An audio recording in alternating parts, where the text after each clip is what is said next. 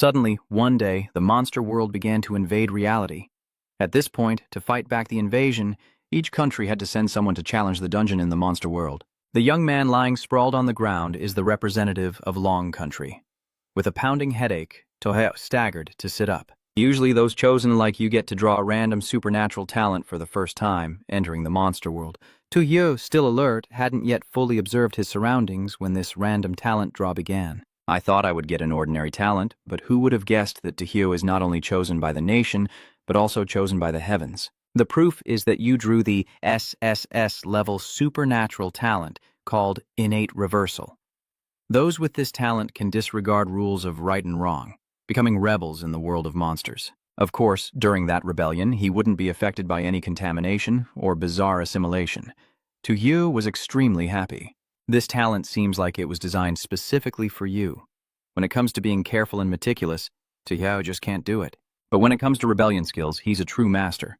Plus, his talent is even SSS level. It's said that no one in Long Kingdom has ever entered the strange world and pulled them out.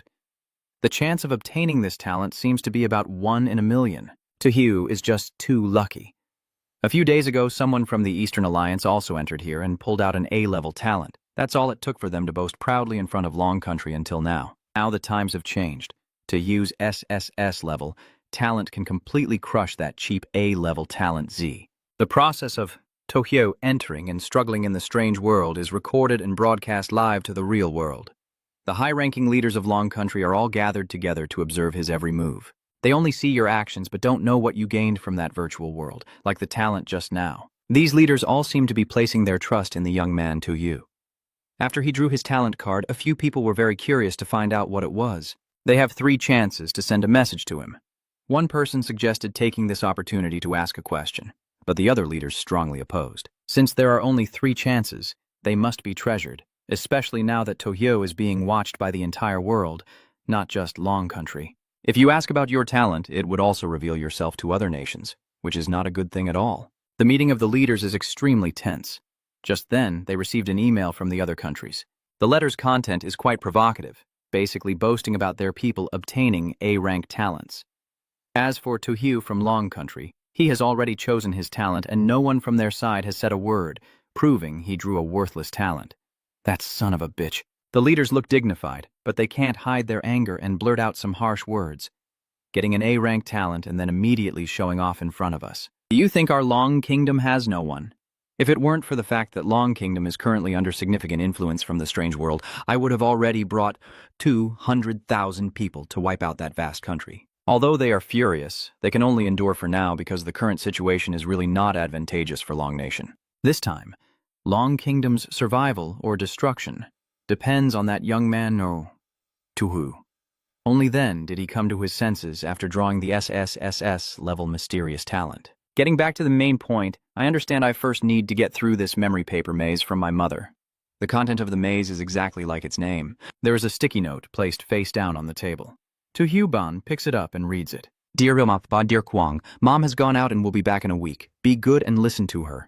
You must read the instructions carefully and follow them exactly below. There are 10 rules given by this mother character, and every one of them sounds extremely strange. Among those 10 rules, some are correct and some are wrong. If you follow the wrong rules or go against the correct ones, those chosen will have to face the domination of the terrifying world. The 10 rules are: never open the curtains, whether day or night, and second, there is frozen steak in the fridge that must be eaten raw, not cooked thoroughly. The third rule is that the indoor bathroom can be used, but the light must never be turned on.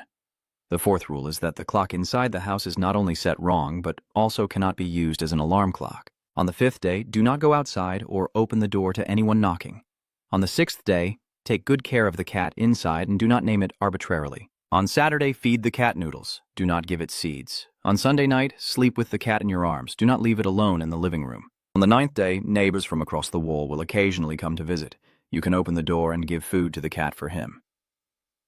Finally, never turn on the TV inside the house. Tojo, when reading Rule 10, had already forgotten what the first rule was. But isn't it true that you have a natural talent for chaos and can do whatever you want in this world?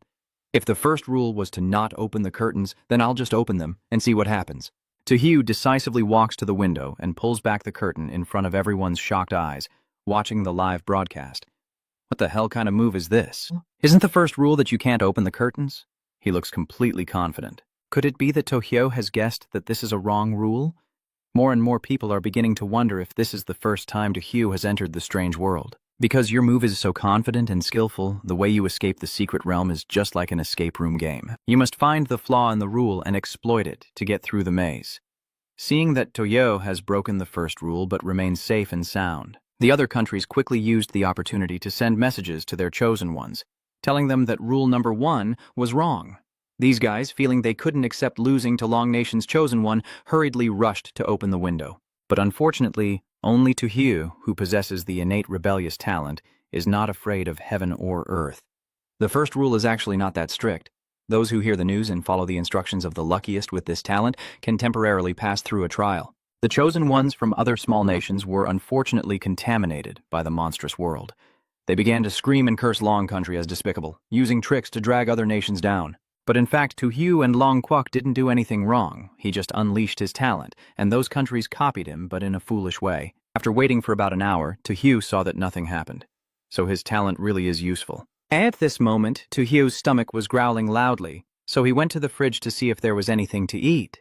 Inside, there are 5 frozen steak portions, enough to last 5 days, but the challenge is to survive this week. Tojo didn't want it to go hungry to the point of starvation, so instead of eating the steak, he chose to feed the cat first with noodles. Tojo's behavior once again sparks a worldwide controversy. The new rule says cats must be fed noodles, not grains. If he's already eaten what's left for the cat to eat, he's drunk again, and he's trying to break the rules again. Is there really a chance to be lucky again like last time? Forget it! The public opinion in the real world has already gone crazy. Tojo calmly continued cooking noodles in the strange world, insisting on enough meat and vegetables. Hearing the clattering in the kitchen, a scruffy cat quickly ran in, meowing a few times. Tojo reached out to pat its head and praised, saying, "Dad, aren't you adorable? From now on, I'll call you ugly." The cat seemed to understand human speech and immediately roared in anger. In the real world, the people of Long Country were like sitting on a pile of fire. Oh my God, he violated rule number 6 again by naming the cat.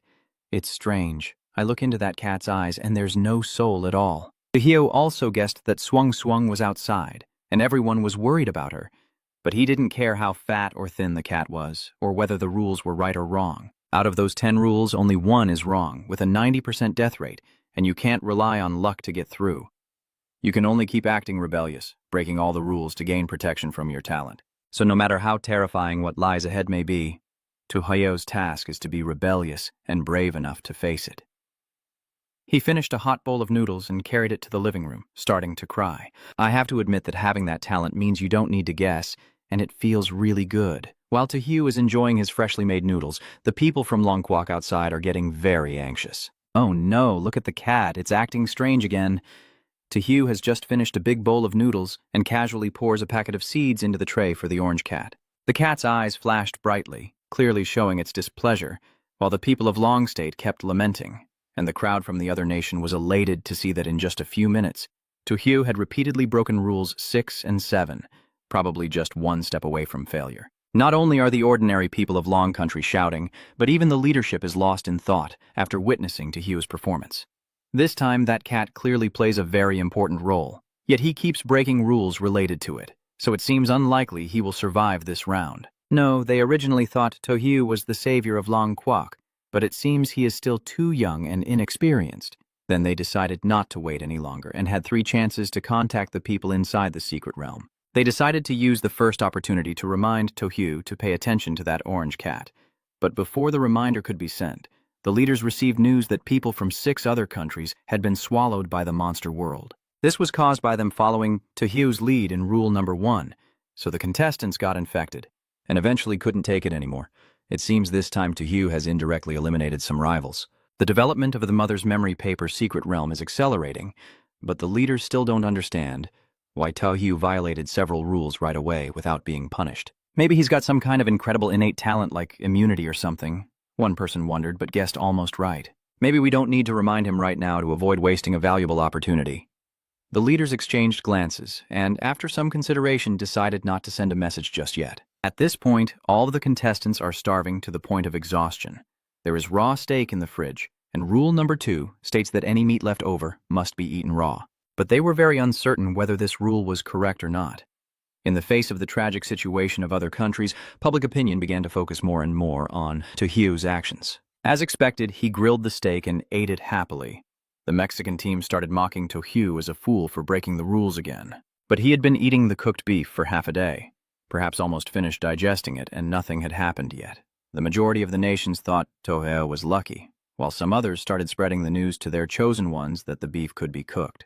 But some people, after failing to follow Tojo last time, dared not try again and chose to eat it raw, only to be swallowed whole. 5 more countries were swallowed up by the strange world, while Tojo remained safe and sound, without losing a single hair. The contestants from other countries started to wonder what his background was, and among them was even someone with an S-rank talent, yet he was still surpassed by Tojo. At this moment, the leaders also sent a message to Tojo about the 6 countries eliminated for copying his behavior and warned him to stay away from that cat because it looked dangerous. Tojo himself couldn't believe that in just half a day, he had already eliminated 6 nations. Looks like they copied you when opening the curtain. At that moment, Tojo suddenly smiled mischievously and thought to himself, "Fine, if you all want to copy so badly, I'll let you copy to the end." As soon as he thought that, he grabbed the fat cat by the neck. The leaders and the people of Long Quan were all stunned. No one knew what he was planning to do. Just after being warned to stay away from that cat, Tojo opened the door, decisively threw the fat cat outside, and then calmly watched TV. A series of fluid movements like flowing water leaves the viewer stunned. They can't understand why that cat would surrender to Tojo when it clearly looks very dangerous. Could it be that you still haven't used up all your luck? The important thing is that Tojo turning on the TV also broke another rule. The viewers can only feel their chest tighten with frustration. Even more so because he still appears calm and unaffected, while the other contestants struggle desperately. Yet the chosen one from Long Country remains as relaxed as if on vacation. The classroom of East Island is now unable to stay calm anymore. They are almost going crazy, unable to understand how Long Kwuk's player can be so relaxed. While their player named Natsuyen Kwangban seems like a fool, Mi Kwuk hasn't made any move yet. Should we tell Natsuyen Kwangban about the rules regarding the TV? A guy asked, "You idiot, the TV isn't essential. It's okay not to turn it on." Why waste that precious opportunity to remind them? Another person shouted angrily. While the people of Dongdaoguo were arguing loudly, the contestant from Dongbalaguo forgot the rules and turned on the TV to watch. He was immediately swallowed by the monstrous world, shocking everyone. Why is it only Tojo's name that isn't swallowed?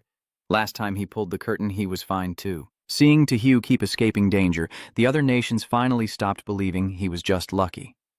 Many countries began to suspect that Tojo from Long Kwuk and Natsuyen Kwangban from Dongdaokwuk both drew the innate talent with immunity ability. Anyway, among the level A abilities, there is one that grants immunity to contamination 3 times.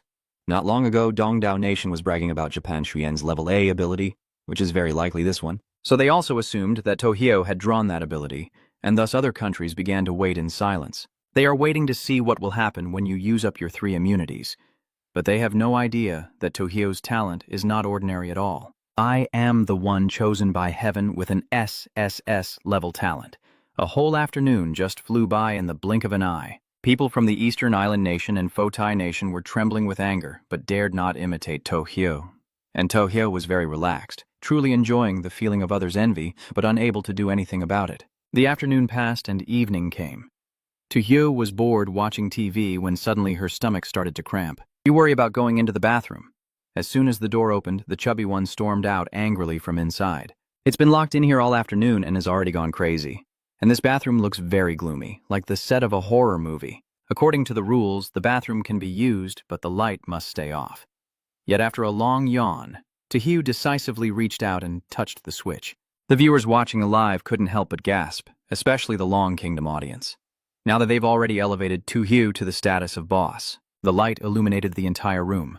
Tojo saw some splattered blood on the wall and a character for death. If someone else saw this scene, they might have been terrified. But at that moment, Tojo only had one thought in mind. What is this? Did Shaoxi make this? Just to remind anyone who forgot, Ugly is the name Mei Mei gave to that orange cat. Seeing it causing a mess after it finished its business, Tojo rushed outside in anger. Then he grabbed Ugly by the collar again and kept hitting it on the face. Were you scratching wildly on the wall? If you don't know how to write, don't bother. Next time I catch you destroying something, don't blame me for throwing you into the pot to cook. Tojo's actions really leave people speechless. It's safe to say that everyone considers this chubby cat a dangerous character in the secret scene. But I still understood everything. Named it, ate its noodles, threw it into the toilet, and now I even beat it mercilessly. The cat looked extremely displeased, baring its teeth and claws at me. But even if it showed more attitude, I wouldn't be afraid. Let me tell you, you should learn to behave a little. I don't care what kind of demon you are, but I have my ways to deal with you. After finishing her sentence, Tojo threw the cat into the toilet again. Clean up the dirt on the wall you caused tonight, or tomorrow I'll cook you and eat you. Seeing the fat cat being so badly mistreated, even the viewers are impressed with Tojo. Normally, when people see the death sentence written on the wall, shouldn't they be panicking and scared? Not only did you not get scared, but you also started to give the culprit a good beating. On this side, the East Island nation's Nachuyen Guangban could no longer hold back and had to go deal with it. Of course, he didn't dare turn on the light, he just charged straight in.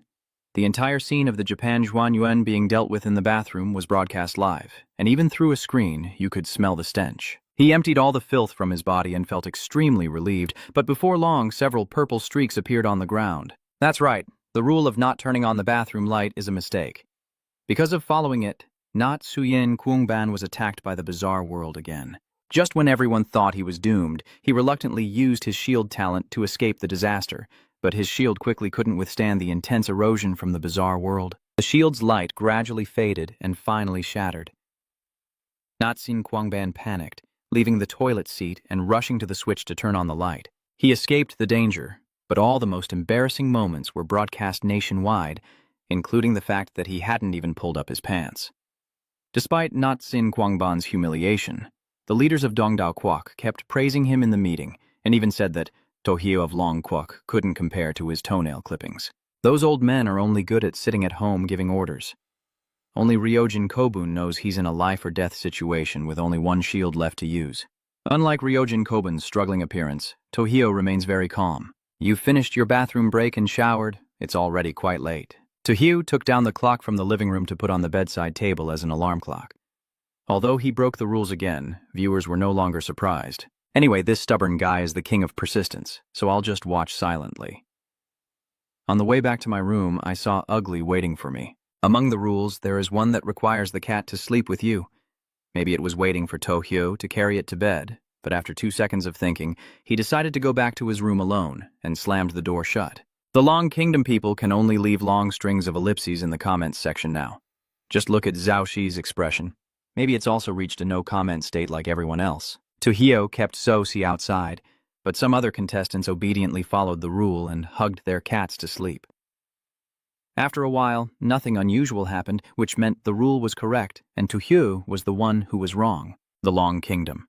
People started to worry again, so they switched the screen to observe him for a moment, only to find that Tojo was sleeping soundly alone and even snoring softly. The ugly one left outside could only curl up on the living room sofa. By midnight, a red light suddenly emanated from its body, then the cat's back split in two, and from that gap, a twisted humanoid creature crawled out. This scene is scarier than a horror movie.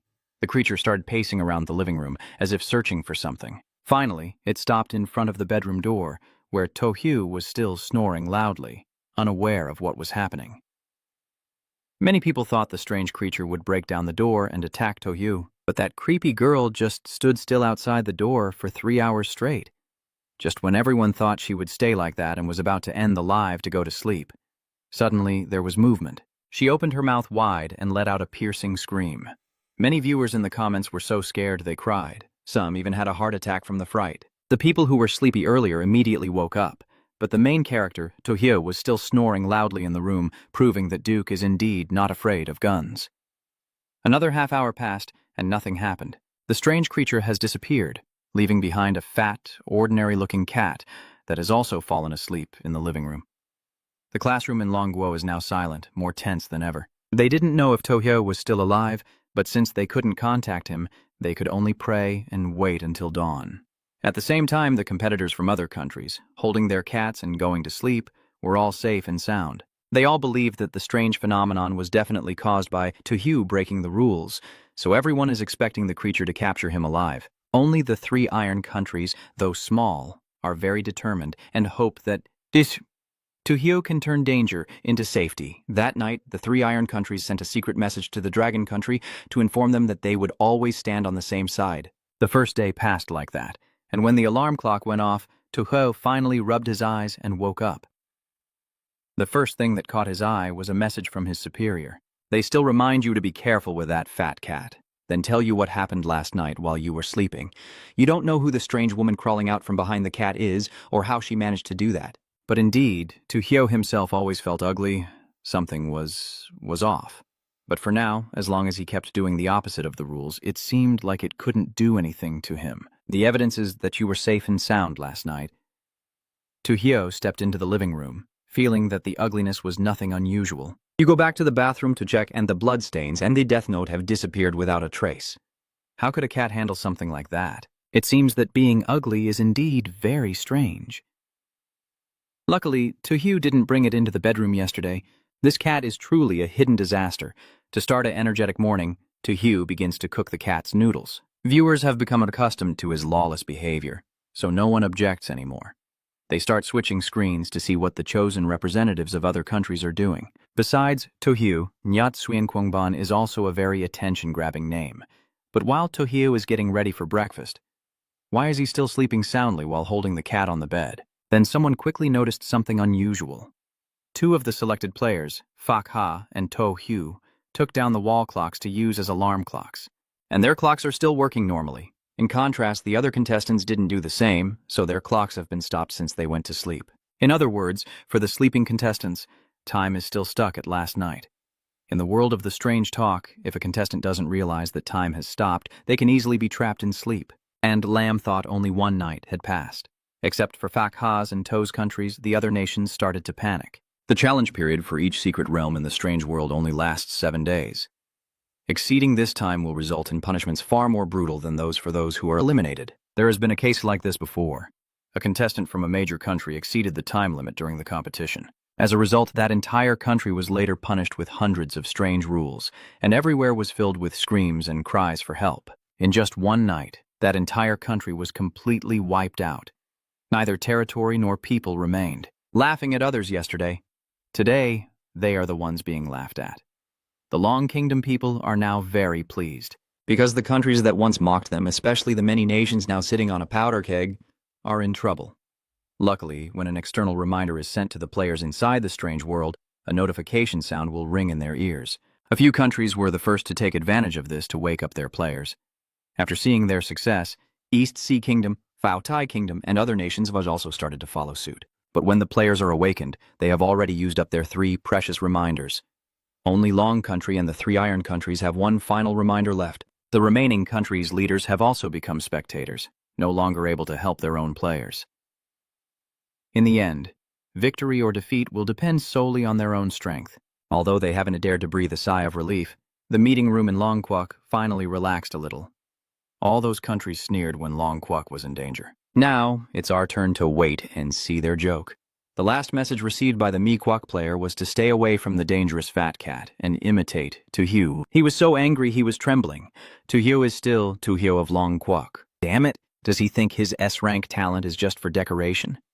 The Mequok player still believes Tojo has an ATEP talent, which is why he's so unhappy about being told to imitate him. But now that the reminders are over and no one is spying anymore, he has no idea how Tojo is acting to imitate him. Over here, after breakfast, Tojo lazily lies down to watch TV. The viewers find it quite confusing, as Tojo seems completely unconcerned, while the other contestants are already starting to organize the rules they know. For example, with this Not Shuyan rulebook, he carefully reviews and checks the correctness of each rule, such as rules 1, 6, 7, 8, and 10 being correct, rules 2 and 3 being incorrect, and rule 4 being partly correct and partly incorrect. Rules 5 and 9 are temporarily undetermined, but there is a conflict between these 2 rules. Rule number 5 states, you must not open the door when you hear knocking, even if the person has left.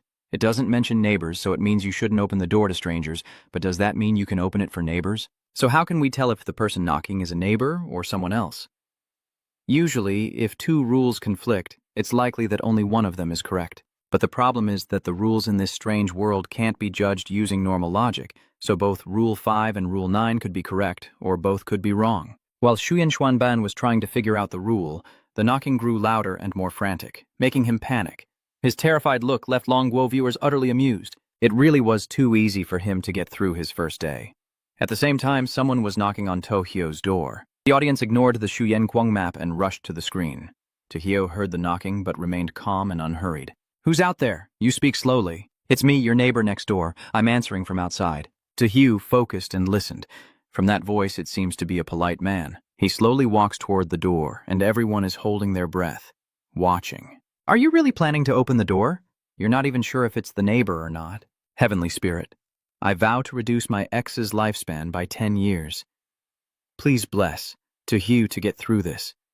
The people of Longguo have begun praying, while Tohyo steadily approaches the closed door. After some hesitation, he decided to open the door, but strangely, there was no one on the other side. As Tohyo was about to go back inside, a stream of black air appeared on the ground. They gradually gathered into a mass, transforming into a creature that was neither human nor demon, rushing straight at him. Only then did Tohyo scream loudly, and the live broadcast screen suddenly went static. The meeting room in Longguo relaxed for a moment before tension returned. They all believed that Tohyo had been swallowed by the rules of the monster world, so all of Longguo is preparing for that world to invade once again. Everyone is filled with despair. Not only the high-ranking officials present here, but the people of Longguo also started crying loudly, while other countries were reveling. Their classroom was filled with triumphant laughter, everyone believing that the era of Longquok had come to an end. Everyone is waiting to see this nation fall into destruction. The tense atmosphere covers the entire Long country, but after 2 minutes, there are still no signs of the strange world beginning to invade the real world. And then the connection screen also started to regain signal and became clear again after a while. The first thing to appear was Tohyo's teasing face, and he probably knew everyone was worried, so he immediately spoke to reassure them. "Sorry everyone, I was attacked by a strange object earlier, so the screen temporarily malfunctioned, but everything is fine now." Tohyo's words sounded as if nothing had happened. No one knew what had attacked him or how he escaped, but the people of Long Country didn't care much about that. They only felt lucky that he was still alive. Many people immediately idolized Tohyo for his incredible strength. The situation changed in the blink of an eye, and the people from Mikwak and Dongdaoquak, who hadn't stopped laughing for more than 2 minutes, were disappointed once again. They thought Tohyo had finally been eliminated, but he appeared once again, and he wasn't even hurt at all. Something shady is definitely going on here. One guy was so angry he slammed the table, but getting past the difficulties was one thing. Whether their team's player would succeed was another. Now that Tohyo was safe, they could only swallow their anger and turn to see how their chosen representative was doing. First is Phap Bat Thon, the contestant from Phao Tai Quoc. At this moment, he is so scared that his whole body is glued to the sofa, trembling non-stop. The knocking grew more frantic, making him extremely panicked, unsure whether he should stay like this or go open the door. Phap Bat Then looked like someone driven crazy or utterly frightened. Others are no exception. Judging by their difficult expressions, it seems that besides me, everyone else will struggle to get through the next round. Meanwhile, the main character just finished a delicious beef snack and was about to relax when the knocking on the door suddenly rang out, making Tohyo furious and shout loudly. "Who is it?" The person outside still claims to be Tohyo's neighbor, coming over to borrow a few things. This time, the voice sounds quite normal. Maybe it's really the neighbor, but Tohyo, having been fooled once before, is now even more cautious. Still, to gain the protection of his gift, he has to open the door for that person. This time the door opened, everything was very peaceful, and no strange creature attacked Tohyo at all. Truly dull, this ghost really lacks professionalism. Tohyo angrily slammed the door shut, cursing under his breath. "I've opened the door but they still didn't attack, really have no sense of professionalism at all." Viewers were left stunned by Tohyo's reaction, unable to understand how he escaped the attack last time, and even more confused as to why he wasn't attacked now. Now no one doubts what kind of talent Tohyo has, because whatever talent he has, he deserves to be praised by the people of Long Country. On this side, Phabat Than from Phao Tai Quoc also heard the second knock on the door. He seemed to have lost his composure, constantly muttering nonsense. As soon as he heard the knocking, Phabat Than sluggishly headed to the door and then slowly opened it. But he didn't have the talent like Tohyo, nor was he the lucky type. So right after opening the door, Phabat Than was swallowed by a strange object from this world. The leader of Phao Tai Quoc was both desperate and furious, constantly scolding his own player, calling him useless and saying he was so scared by just a knock on the door that he lost his mind. Others say that Mr. Phak is the villain of the entire country. No matter how much he is scolded, the chaotic world has already begun to invade Phao Tai. A tragic scene unfolded across the entire territory, with no place escaping. The people fled and screamed in despair, saying they wanted to migrate to Long Country, but of course, it was impossible. The leaders of Long Country also don't dare to rejoice at this sight. They only feel that Phao Tai Country has met its karma. Now the only enemies of Long Country are the Eastern Kingdoms, but they all believe that the Japan-Schwan border won't last much longer. Mi Country's classroom is still very busy, with no sign of panic or chaos. Even though they no longer have any way to contact the Korean recruit, the documents are piled up on the table. This is the document detailing the rules of the monster world that this country has collected. Maybe they are trying to find a way to resist the invasion of that strange world. Based on experience, larger countries have more documents about these rules than smaller ones, so it's not surprising when their players fail. But the monster world is incredibly complex. The strange creatures in that world are not just of one kind. Even if the big countries study those documents thoroughly, it's hard to understand everything. So after being knocked on the door twice, the surviving players seem more cautious. On this side, Tojo is facing the third knock. This time, the person outside clearly claims to be a neighbor asking for cat food. This time, the voice is hoarse and cold. Maybe it's really the neighbor. According to the rule my mother left, I should open the door for this person. But I understand my own talent and decide to do the opposite, no matter what. Oh, my cat food is gone. You can leave. I have enough food. So why? Then I'll bother you. Once again, comments expressing confusion start to surface. Hey, I clearly knew the opponent was my neighbor, so why did I still deliberately break rule number 9? How did he guess that this rule was wrong? Or maybe just guessing randomly, I don't know either. But it seems nothing strange is happening after all. Then the audience gradually moved over to watch the contestants from Mexico. Uokhan chose a different approach from Tojo and opened the door. But the strange thing is that Yuhan is still safe and sound. Could it be that this 9th rule is also half right and half wrong, that opening or not opening makes no difference? After getting bored of watching Uokhan, they finally realized there was another person, not Suyen Kwangban. But this guy has been trembling like a leaf since the first knock, so scared he even peed on the sofa. Until now, he was still trembling and holding his head. As public opinion started betting on whether he could get through this round, a stream of black air poured in through the crack in the door. Just when everyone thought that this fan, not Suyen Kwangban, was definitely going to sell salt, his shield was suddenly activated. This was also his final immunity. Now that Nyat Suyen Kwangban has finally let out a sigh of relief, the real challenge begins because he has used up all 3 of his innate talents.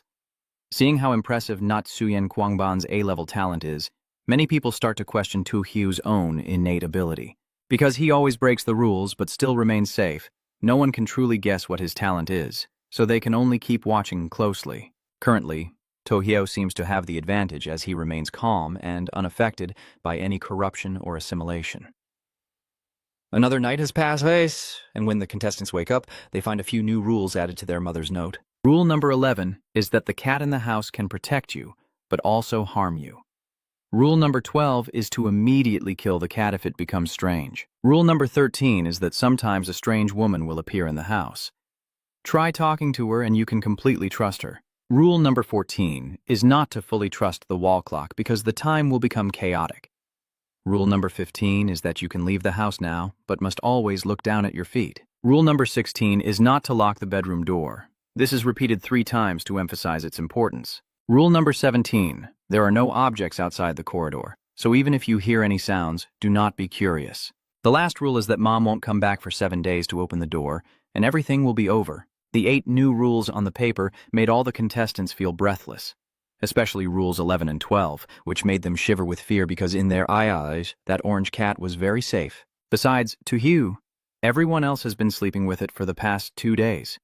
If the cat really has a problem, they are the ones facing deadly danger. Even Yu Han, who is always confident in his S-rank talent, now just scratches his head in worry, while Tojo, after reading the note,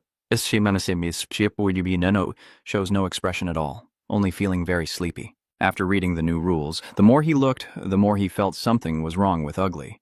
Luckily, he had kept it outside the living room from the beginning. Seeing Ugly sitting and licking its fur on the sofa, Tojo slowly approached it, and then smiled a cat-like smile. Today, I suddenly crave eating cat meat, wonder if it tastes good. I don't know if that cat understands human language, but after Tojo said that, it was so scared it nearly fainted and immediately curled up and ran away.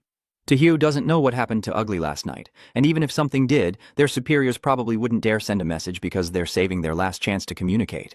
Anyway, I still can't deal with that cat right now. While wandering around the house, Tojo suddenly noticed something strange. Through the window, he saw a cloth doll suddenly appear in the hallway. Clearly, nothing was here last night. Tojo, feeling curious, ran out to pick it up, causing the viewers to be startled. Isn't it in my mom's rules that you're not supposed to be curious about things outside the hallway? The moment Tojo picked up that doll, its right eye suddenly emitted a red light.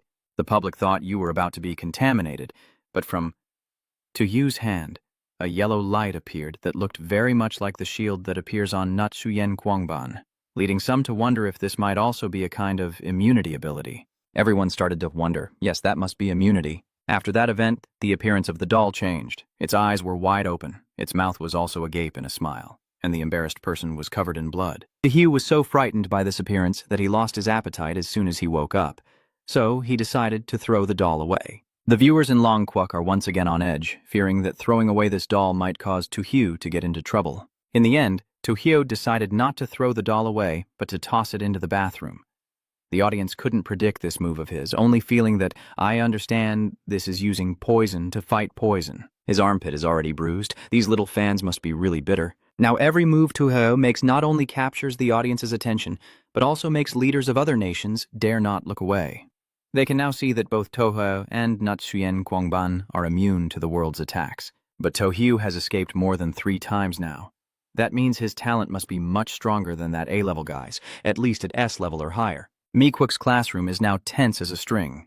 Yuo Kahan possesses an S-rank talent called error detection. He has 3 chances to recognize the rule is wrong, and he can also talk to any contestant within half a minute, even from a distance. Utterly, Wukhan keeps reading the rulebook over and over. Even now, he still hasn't seen anything strange about that fat cat, so he's hesitating whether to use his identifying talent or not. Among the new rules, 3 make Wukhan hesitate, but he already used his 2 talents 2 days ago, so now he only has 1 chance left. Wukhan keeps staring at the fat cat. In the end, he decided to preserve his last chance, because whether that cat is good or bad, it's something to be cautious of. Wukhan begins to shift towards rule number 18. This is also the rule that causes the most confusion, because the challenge time in the mysterious world only lasts 7 days. It's already the 3rd day, and the rule states that the mother will not return. 7 days later, when the door opens, everything will end. That means if they follow the rules, they will exceed the challenge period. After some hesitation, Wukhan decided to use his innate talent to identify rule number 18 and discovered it was a long rule. Just as he was about to breathe a sigh of relief, Wukhan heard a child's cry. He just stood up to follow the crying sound when his leg was pulled back by the orange cat. It kept rubbing against his leg. Wukhan then thought that this cat was trying to stop him from going out, and from afar, he vaguely saw the strange doll that had just appeared in the hallway. He felt that it was not something good, so he trusted more that the cat was trying to protect him. While Wukhan was investigating the cat, the sound of children crying also started to appear inside the house. A player from the Tulip Kingdom sits on the sofa covering his ears and closing his eyes, pretending not to hear anything. Most of them choose to ignore it this way. But Bala Country's contestant Edop was not so lucky. Since entering the strange world, he has been in a state of constant tension, leading to insomnia. While his mind was not alert, Adub accidentally drew back the curtain and was immediately swallowed by the world of monsters. The Kingdom of Paris immediately issued a Level 1 alert nationwide after their player was swallowed. The entire country is about to be pulled into the mother's memory maze. So the leaders decided to upload all the data related to this secret realm into their people's brains. It's the best way to minimize the death rate as much as possible. This is an advanced feature that larger countries have over smaller ones. They possess data chips that transmit information quickly and accurately directly to people's brains. With this technology, the people of Bala Country can at least safely survive through the first 2 days. After a while of flipping channels, the viewers switch back to observe Tojo. You are standing outside the bathroom calmly, listening intently to the ugly one fighting with the strange doll inside. After a while, no more sounds come from the room, and Tojo curiously opens the door. Sosi then rushed out from inside, covered in wounds and almost bald, and just by looking into its eyes, you could tell how much it hated Tojo. This was also what Tojo wanted, using the strange doll to teach that fat cat a lesson. Seeing the furious yet helpless look of the ugly one, not only I feel satisfied, but the viewers are also very pleased. You still dare to glare at me? Weren't you still evenly matched earlier? Maybe I should let you go in there and keep fighting. As soon as she heard that, her spirit soared, and she immediately curled up under the table, trembling all over. Tojo felt both amused and a bit disappointed, thinking that no matter how ugly it was still good at scaring people, but in the end it looked like this. Tojo temporarily ignored it and went straight to the bathroom to take out the doll. At first glance it still looks normal, but after he picks it up, it starts to become strange.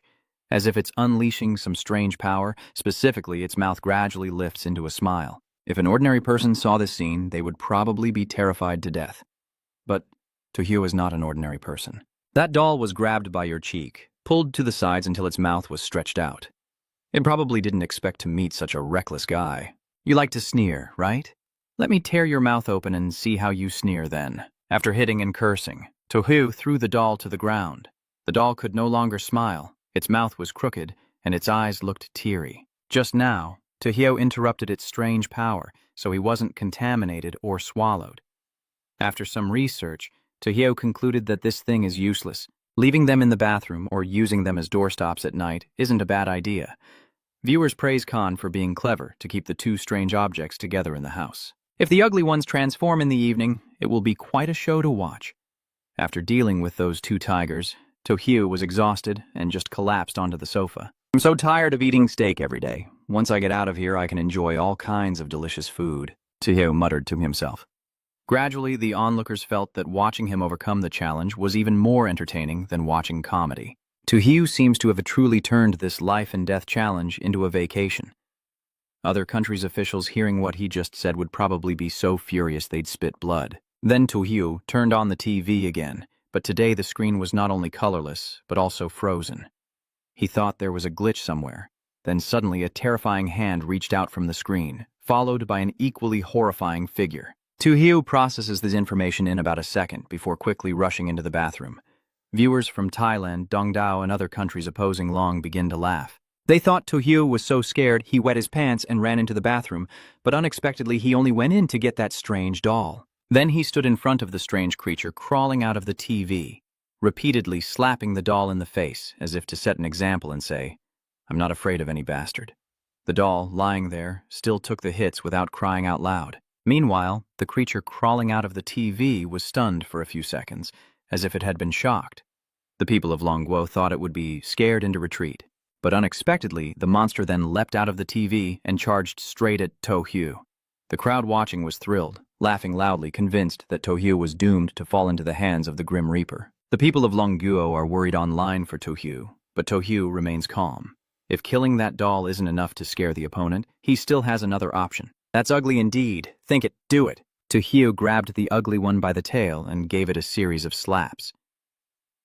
All three of these are strange objects in this bizarre world. In a way, they are all the same kind. Tojo might have been lucky to subdue one, but to handle both definitely shows her skill. Maybe the one who crawled out of the TV also understands that. So it quickly stopped its attack and instead stood upright humbly, bowed 90 degrees to Tojo, then crawled back into the TV. These actions left the public stunned and amazed, never expecting that Tojo could pull off something so difficult. Until that strange thing disappeared from the TV, Tojo finally dared to let go of the ugly thing and the doll, then he let out a sigh of relief. Actually, he was quite tense earlier, but luckily his grandmother quickly came up with this idea, or it would have been a headache. Some countries, after watching Tojo's performance just now, started to change their stance. For example, Tukokwuk carefully assessed the situation and believed that Tojo was very likely to become the dark horse of this competition. So they quickly sent a secret message to Longquok, saying that Tukokwuk was willing to form an alliance with them. Japan. Lost Country is no exception. They are even willing to provide all the latest information they have gathered about the strange creatures in the monster world to Long Country as a sign of friendship. Only the major nations, My Nation and Fotai Nation, remain firm in their refusal to compromise. The more outstanding Tojo performs, the more they find him annoying, and they are determined to monitor his every move. As for the leaders of Long Country, they are very pleased with what Tojo has shown. When hearing that Caltrip and Lost Japan want to form an alliance, everyone here understands their true intentions. So while goodwill can be accepted, caution should not be lowered. Friendship with other countries is one thing, but what they care about most right now is Tojo in that strange world. With how Tojo is performing now, the leaders of Longquok have every right to hope for a victory within reach. They still have one last message to send you, which must be used at the crucial moment to ensure you can pass smoothly. As time ticks away and night falls, Tojo, feeling hungry, begins to prepare the steak. As he was immersed in the aroma of the steak, suddenly the house echoed with the clattering sound of high heels hitting the floor. Tojo instinctively turned around and immediately saw a terrifying woman who made his whole body startle. According to rule number 13, sometimes a strange woman appears in the house, and you can try talking to her and trusting her. If this rule is correct, what Tojo needs to do now is to find out who this woman is. But you have to go against that to gain the protection of your talent. So, Tojo decided to ignore her and continue preparing dinner, pretending the woman didn't exist, even though she kept lingering nearby. The people of Longguo now place their trust in Tojo.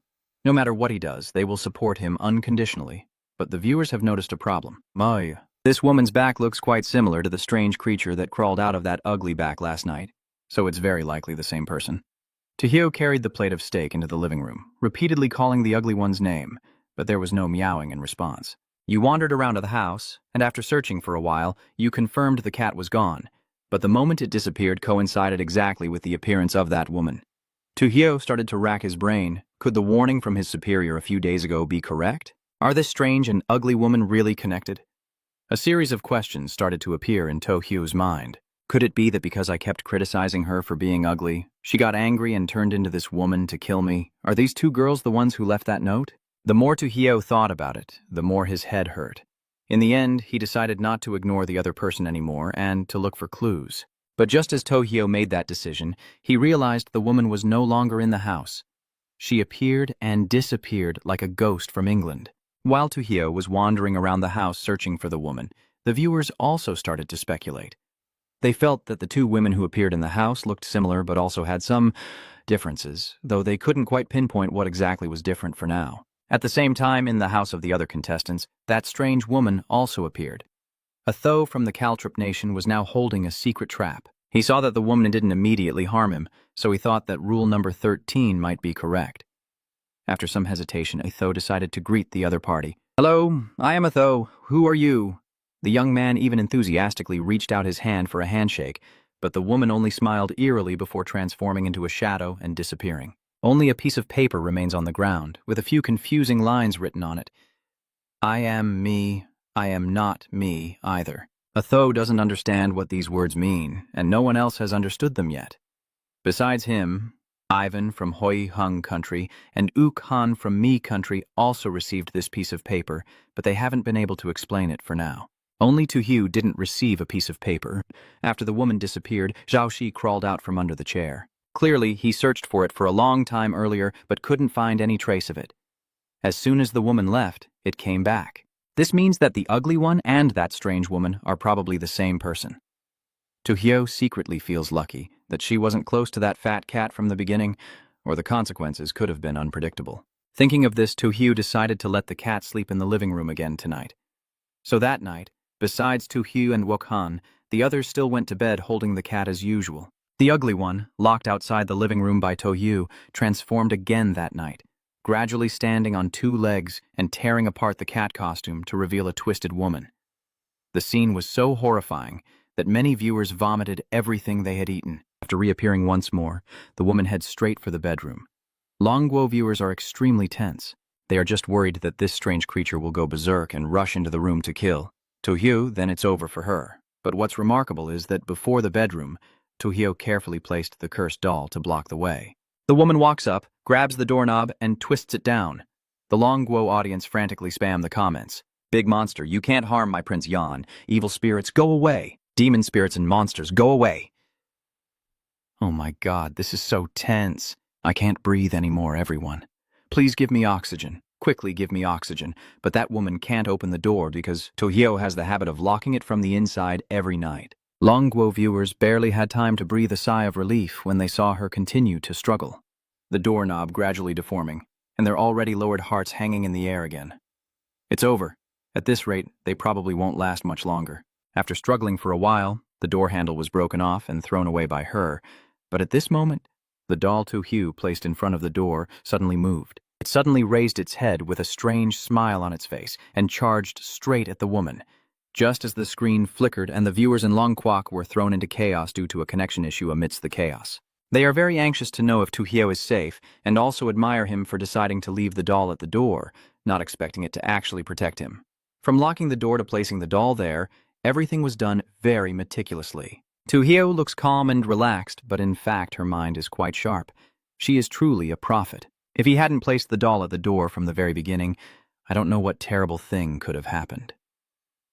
Everyone, I really can't believe he's only 18 years old. I just went through a divorce, and suddenly I feel drawn to the excitement of being with someone younger. Please, ma'am, show some respect. The comments are very lively, mostly praising Tojo for being smart and decisive.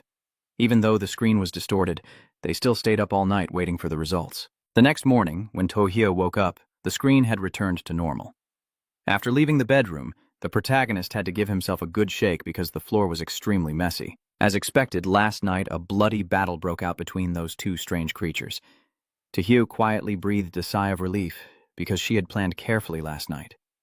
Otherwise, there was no way she could sleep peacefully until morning. Oh, since you protected me last night, I'll help sew your body back together.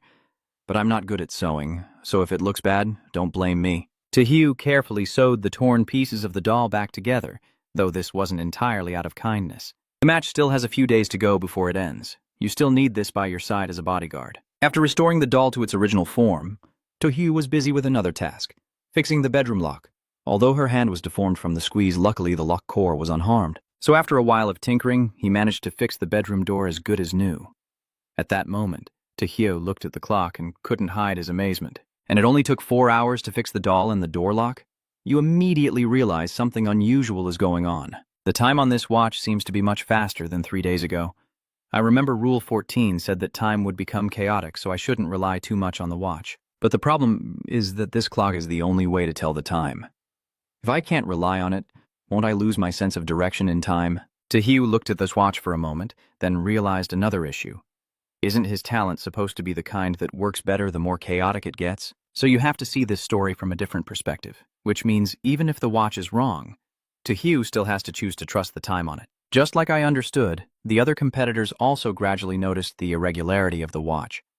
The first was Yuhan from May Country, but he chose differently from Tojo and began to doubt the accuracy of what he was holding. As for the black-skinned Atho from the Cucumber Nation, Ivanov from the Hoi Hung Nation, Ezra from the Lost Japan Nation, Fakha from the Ba Thit Nation, and the Japan Shuyen Kwong of the East Island Nation, they have not yet noticed anything unusual here.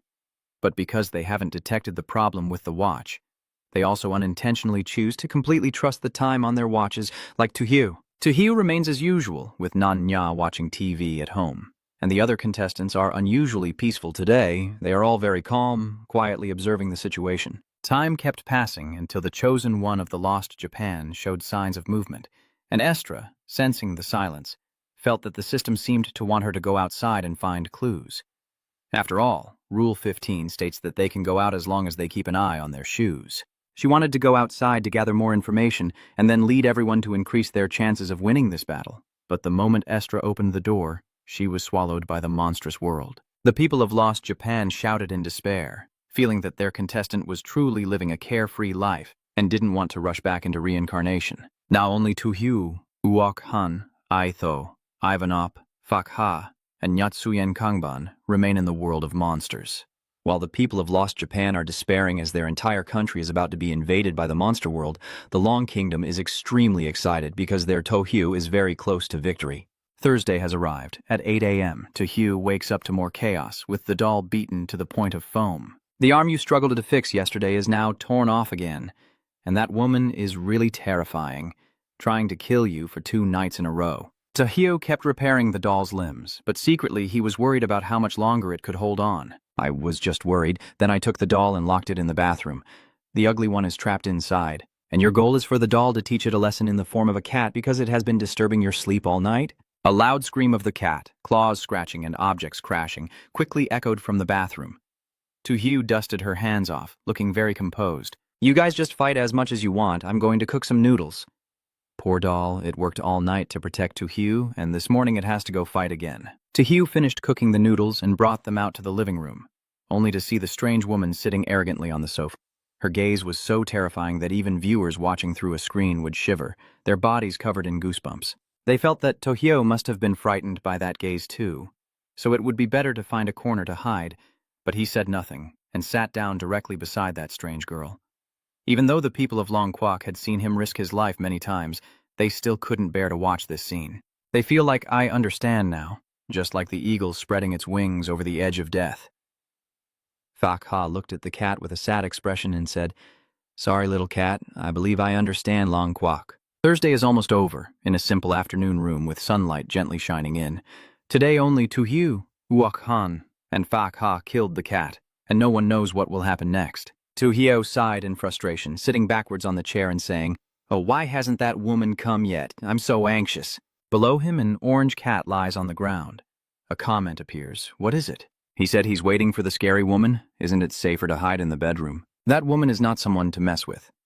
In a meeting room in Phao Tai country, 3 well-dressed men smirk in a frightening way. A black-haired man stood up aggressively, pointing in a certain direction. Long Guo's Tohu has gone too far this time.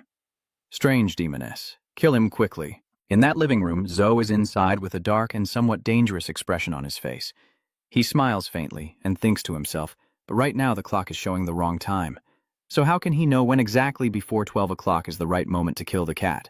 Then suddenly he grinned in a terrifying way. The clock showing 12:01, but based on his sense of time, the clock was running faster than normal. If he's not mistaken, it definitely isn't yet noon. Then immediately Ron chopped the cat in half. Phak Ha just received the message and was surprised that the senior told her she had to kill the cat. The cat next to him is flicking its tail gently.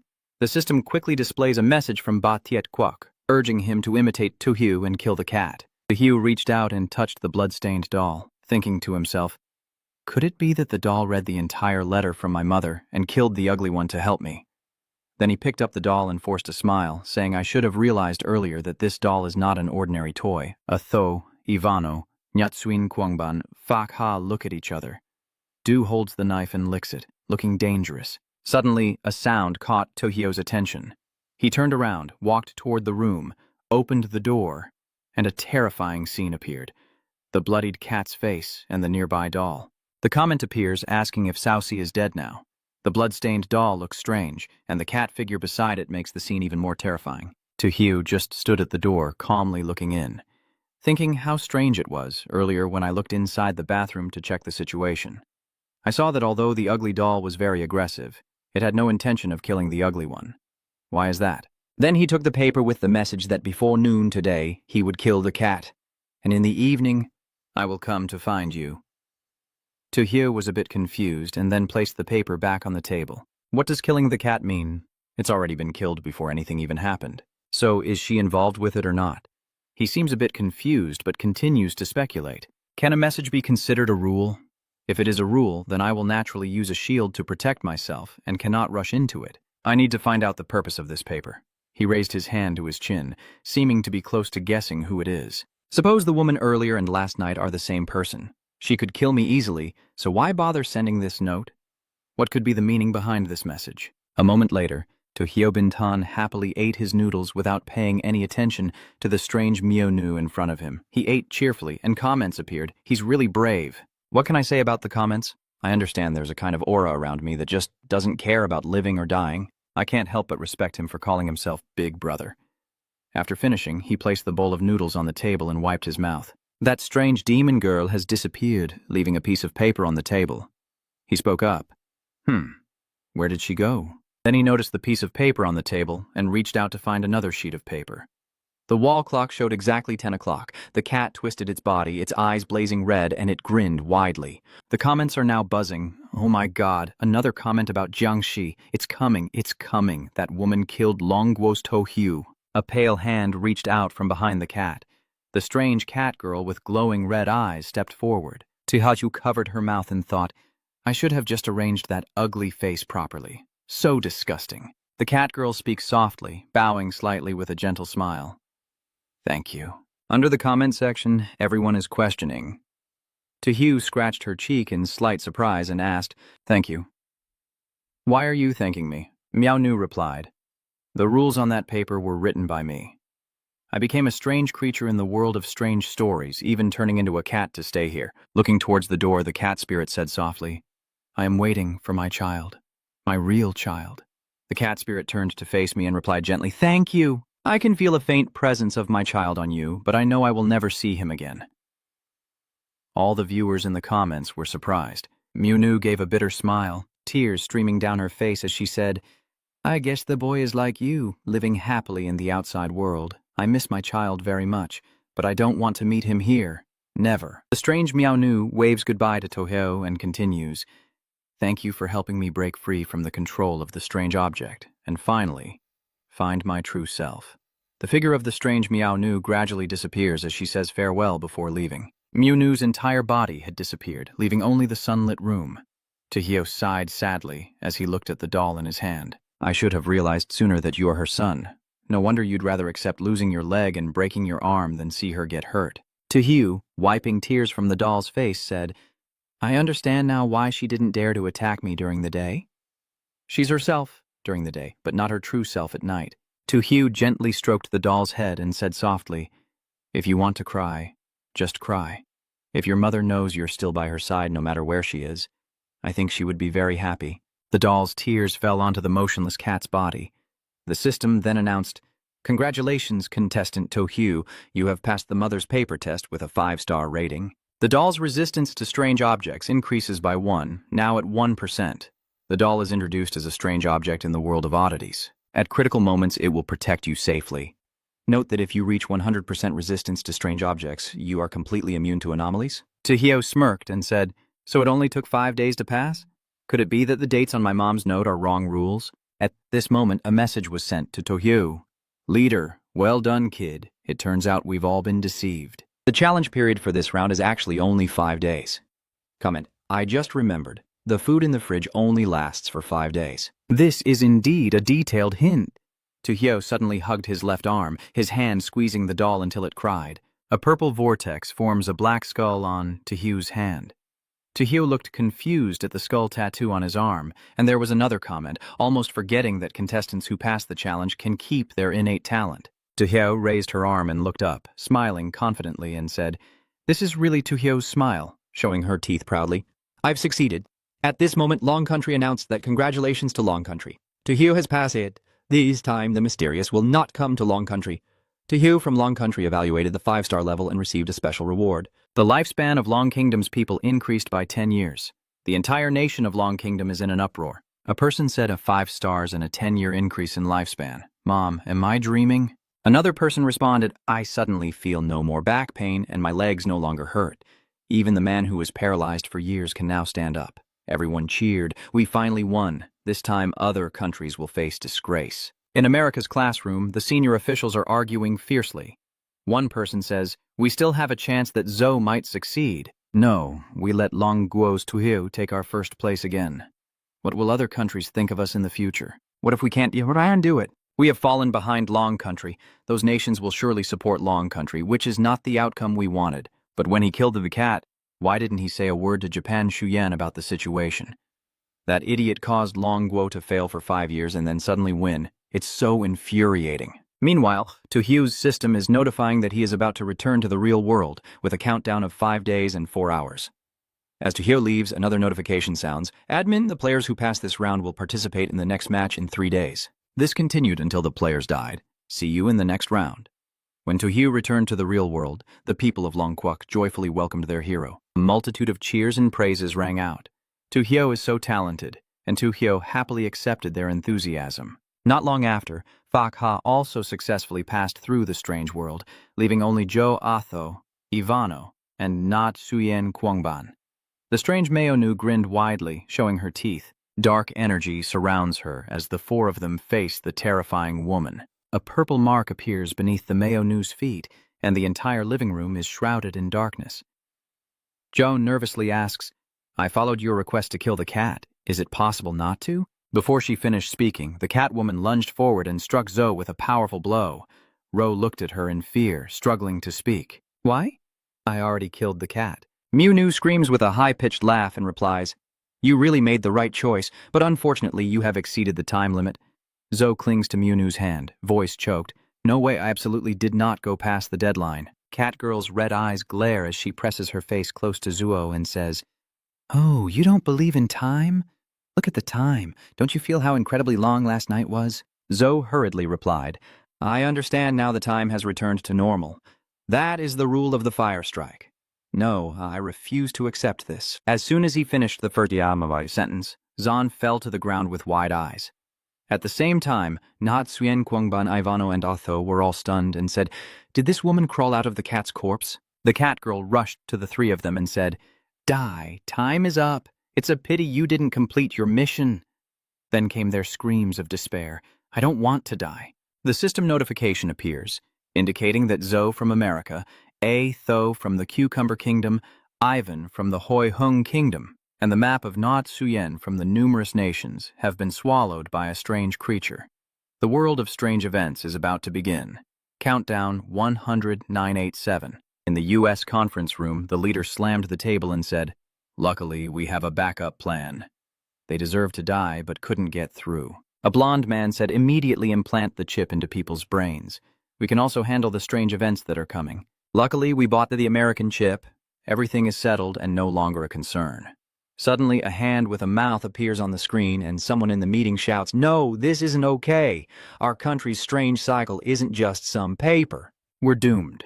3 days later, Tojo held a stack of money inside, saying, "Back to the strange world again." Tohyo waved the money and said with a smile, "The luxury cars and villas given by the leaders, I haven't enjoyed enough yet. Now the system announces Long Nation Tohyo welcomes you back to the strange story world, this dungeon, the distant train." Tohyo's gaze turned sharp. Then he was transported to passenger car 6. The system announced that the participating countries are Long Kingdom, Lost Japan, Hoi Hung Kingdom, Bali Li Kingdom, Tu Cow Kingdom, East Island Kingdom, Phao Tai Kingdom, and Bathik Kingdom. Tohyo looked at the system notification board in front of her. "Dear contestants, the final stop of the route is the blood map of humanity. This time you must play the role of a servant. Before taking on your role, wear your work uniform, memorize the passenger car you are serving, and read the rules carefully. Your responsibility is to ensure your passengers arrive safely at the final station." He kept reminding himself that the estimated time was 3 days. Tohyo placed his hand on his thigh, then stood up and opened the door, thinking as he went, "Employee rules, I need to find them quickly." A piece of luggage is placed in the corner of the room. Tohyo glances over and whispers to himself about that luggage. Then he hurriedly ran to sit down, opened the luggage to check, and then put all the items on himself.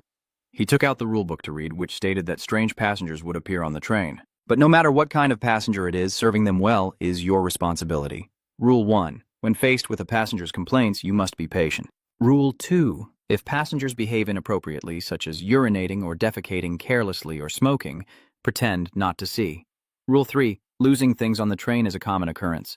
If a passenger asks for your help to find a lost item, you can refuse. But if a child is lost, then it is your duty to help them. Rule 4. Children are not allowed to run wild on the train car. They are still young and don't understand things. The rules on the train car include serving food, but you must not accept food from the area between cars. Rule 6. Staff from other carriages will occasionally come to visit you. Agree when they invite you to eat hot pot. Rule 7. Each carriage has only one attendant and no food stalls are allowed inside. Attendants must not leave their assigned carriage. Additionally, all lights in the carriage must be turned off by 8 p.m. The staff's internal rules prohibit passengers from reading them. If you're not careful and a passenger sees it, kill that passenger immediately. Rule 10. After midnight, no matter what happens on the train, you don't need to care. After reading, he turned to the next page.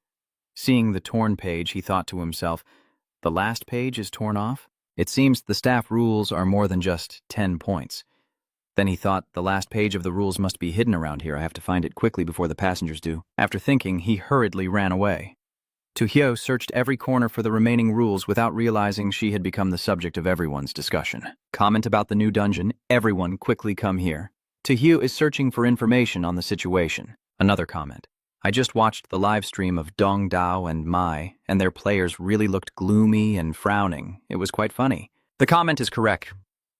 Correct, isn't it? Their country is being attacked by a strange creature. If their players get swallowed this time, they'll be crying twice as much.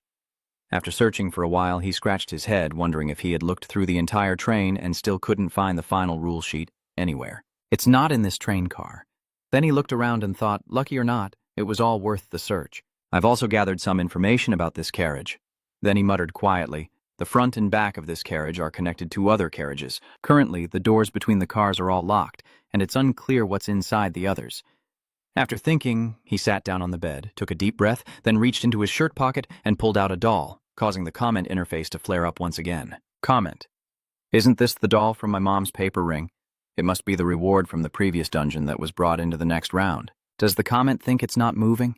If something unusual happens, could it help Tojo? Tojo hugged the doll and looked at the pillow beside her, thinking, is the doll looking at her pillow? Or is something wrong? Does she have a feeling about it? He reached out and groped the pillow. After a moment, his hand suddenly felt something unusual. He whispered that there was something inside.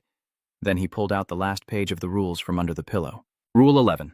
Respect for children is a cherished tradition. If a passenger wants to swap pillows with you, give them your pillow. Rule 12. No matter what happens, never open the window on the train car.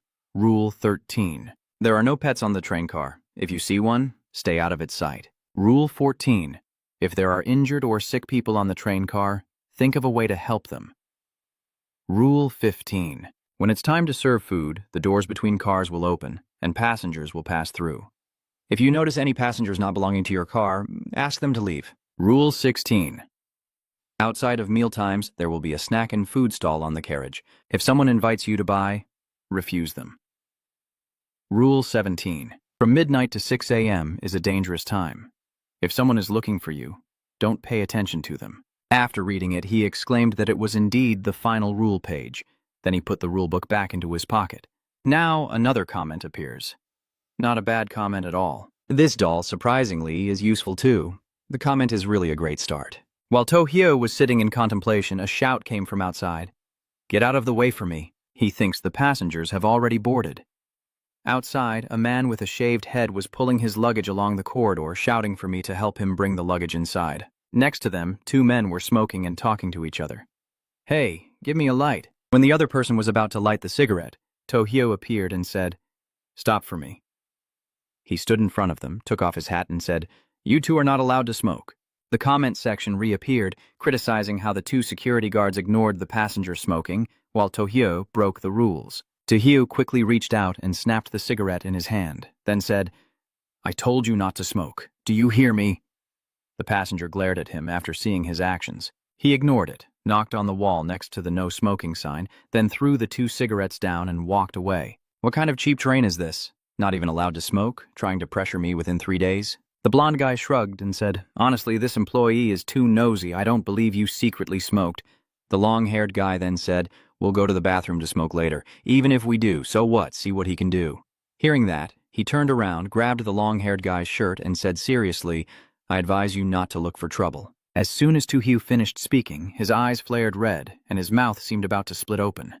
Some people left comments below. Oh no, he's about to hit me, I get it.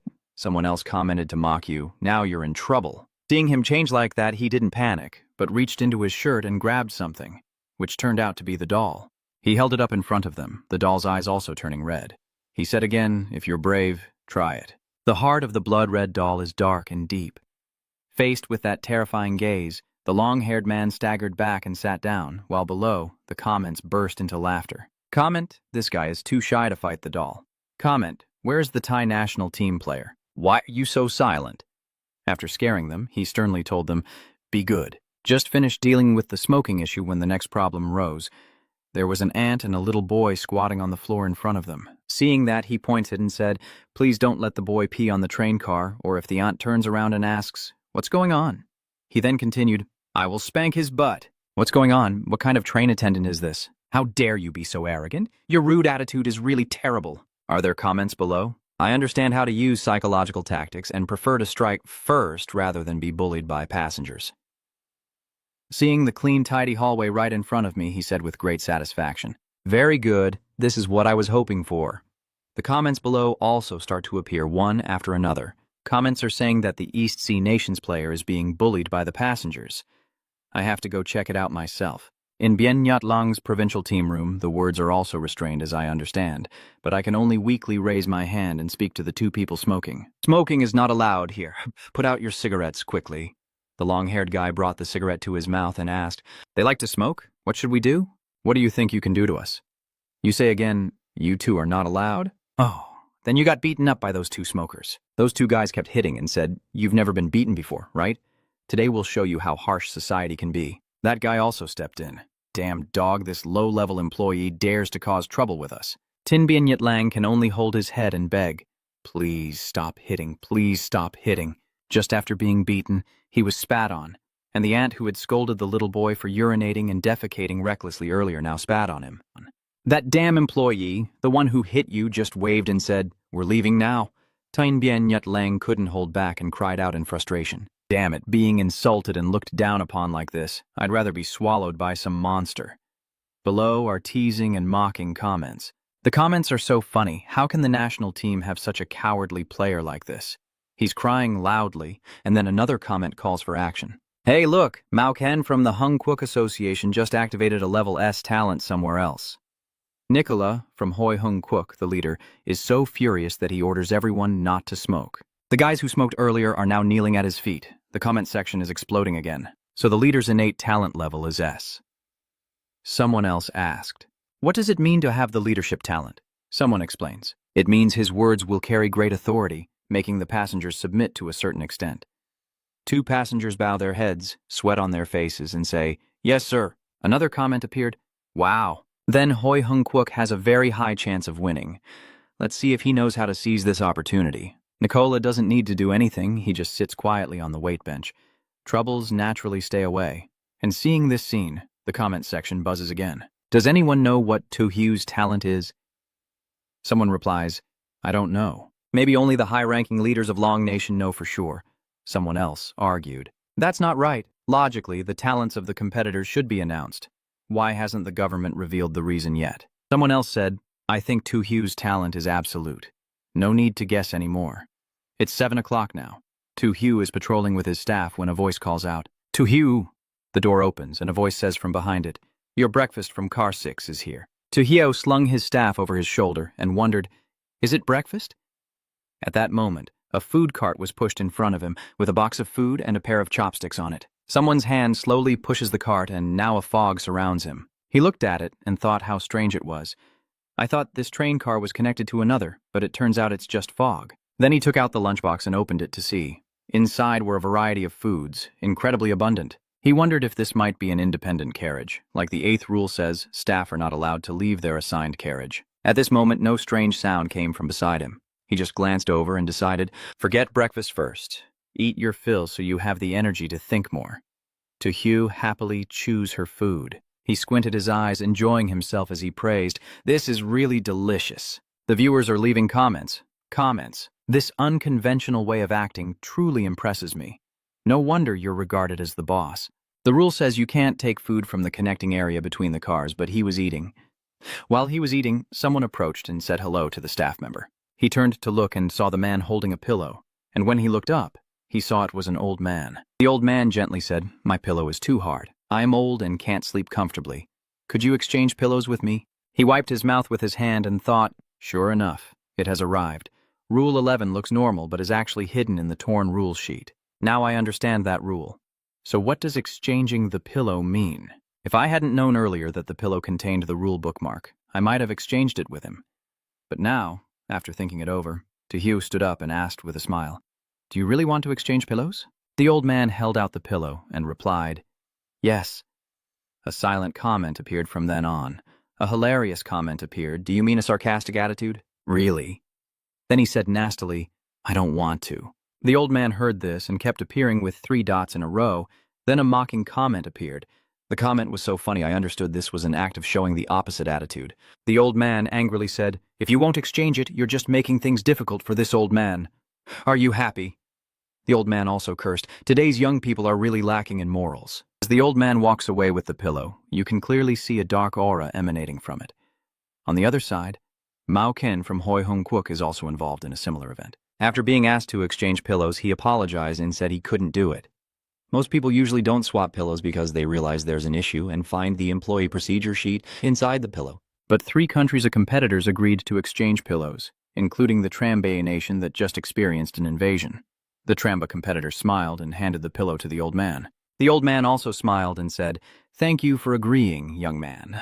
The contestant replied with a smile, it's what I should do. At this moment, in the Tramba National Classroom, the person in front of the screen was so excited they shouted out loud, "Stupid idiot, I don't want to stay in this country for another day. What kind of teammate is dumber than a pig?" The man with the youthful hairstyle shouted, "Stop causing trouble, you should quickly remind him to get his pillow back." The notification on the player's screen lights up with the message, "Do not change the pillow. Absolutely do not change the pillow." The player asks back, exclamation marks, "Why is the pillow so important?" Why are there comments below? Comments. A poor young man remains unaware. Comment. It's still to you, the best, who first noticed there was a problem with the pillow. What is the boss doing right now? Returning to Tohyo, he yawns and shrugs as if just waking up. Did you just wake up? After Tohyo finished eating, what does he do next? When he steps out of the room, he sees someone throw a can on the floor and start cursing. "Damn it, I've lost my stuff." You look over there and ask, "What is it?" Over there, a large woman is questioning the others. "Could it be that you took my old Dan pickled cucumber instant noodles?" "Give it back quickly," a male passenger argued. "Who took your instant noodles? Are you crazy?" The female passenger next to her also said the same. Tuxie remembered the rules and realized she lost her instant noodles. Rule number 3 states that theft often occurs on the train. If a passenger asks for help finding something, you can refuse, but if it's a lost child, you are obliged to help them. Then he thought he should do the opposite. Hearing that, the woman looked surprised and exclaimed, "What are you guys talking about?" After thinking, he patted the woman on the shoulder and said, "Don't worry, I'll help you find the instant noodles." The woman glanced over and stammered, "Are you a staff member?" Then the woman turned back to look at him, waved her hand and said, "Oh, no need to trouble yourself, young man." The woman also forced a smile and said, "It's just a bowl of noodles. I can eat it differently." I never underestimate it.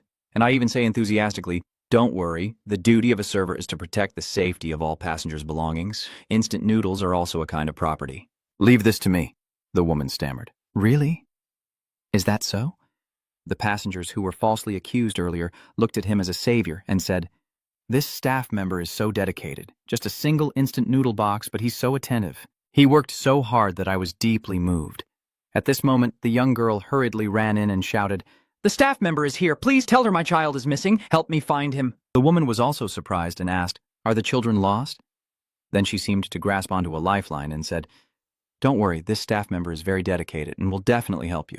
The aunt responded coldly, "Oh yes." To her surprise, Tohyo coldly said, "I'm not free to help." Then everyone's admiration turned to stone, followed by their comments. Commenting on a 37-degree mouth.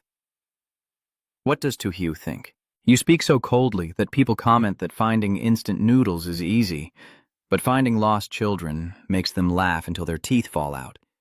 The woman hurriedly turned and said, "Hey, young man, finding noodles is easy, but finding a lost child is a big deal, so could you help her find her kid first?" Anh Nhu không dễ tấm, quay sang nhiệt tình nói với người phụ nữ, "Chị ơi, chuyện gì cũng phải theo trình tự, tôi giúp chị tìm Yoyami trung về lâu dài sẽ không ngọn dầu. Sao cho tổ hiểu nhất mọi thách thức nói với ba cô? Hum sao?" The woman frowned and said, "If you can't help, then forget it. I'm leaving and furious, saying I won't help. What kind of person is this? I'll find it myself." Tohyo also turned away and said, "I'll help you find the noodles first." The woman could only helplessly reply, "Thank you then. You're a kind employee." It's now 7:20. He leans against the wall, searching the entire train car, but can't find her leftover noodles anywhere. Then he thought of the bathroom, silently deciding there's no other choice left, only one place he hadn't checked yet. As he thought, he walked towards the bathroom sign in front of him. He stands in front of the bathroom door and then quickly opens it. Inside, the missing boy she was looking for earlier is there with a bowl of noodles. The smell inside is also rising, and the muddy-faced boy turns to ask, "Uncle, do you want to eat too?" He covers his mouth and curses, "Eat your damn head. You're—" Then he noticed something behind the boy and asked, "What is that?" The stuffed dog with glowing red eyes. He looked at it and thought to himself, "This stuffed dog isn't normal." Rule 11. Dear viewers who love children, it is a beautiful tradition. If a passenger wants to exchange pillows with you, please give them your pillow. Rule 12. Under no circumstances open the window on the train car. Rule 13. No pets will appear on the train car. If you see a pet, quickly get out of its sight. If there is someone injured or having a medical emergency on the train, think of a way to help them. Rule 15. The connecting doors between carriages will open when it's time to serve the food. At that time, passengers might take the opportunity to run past.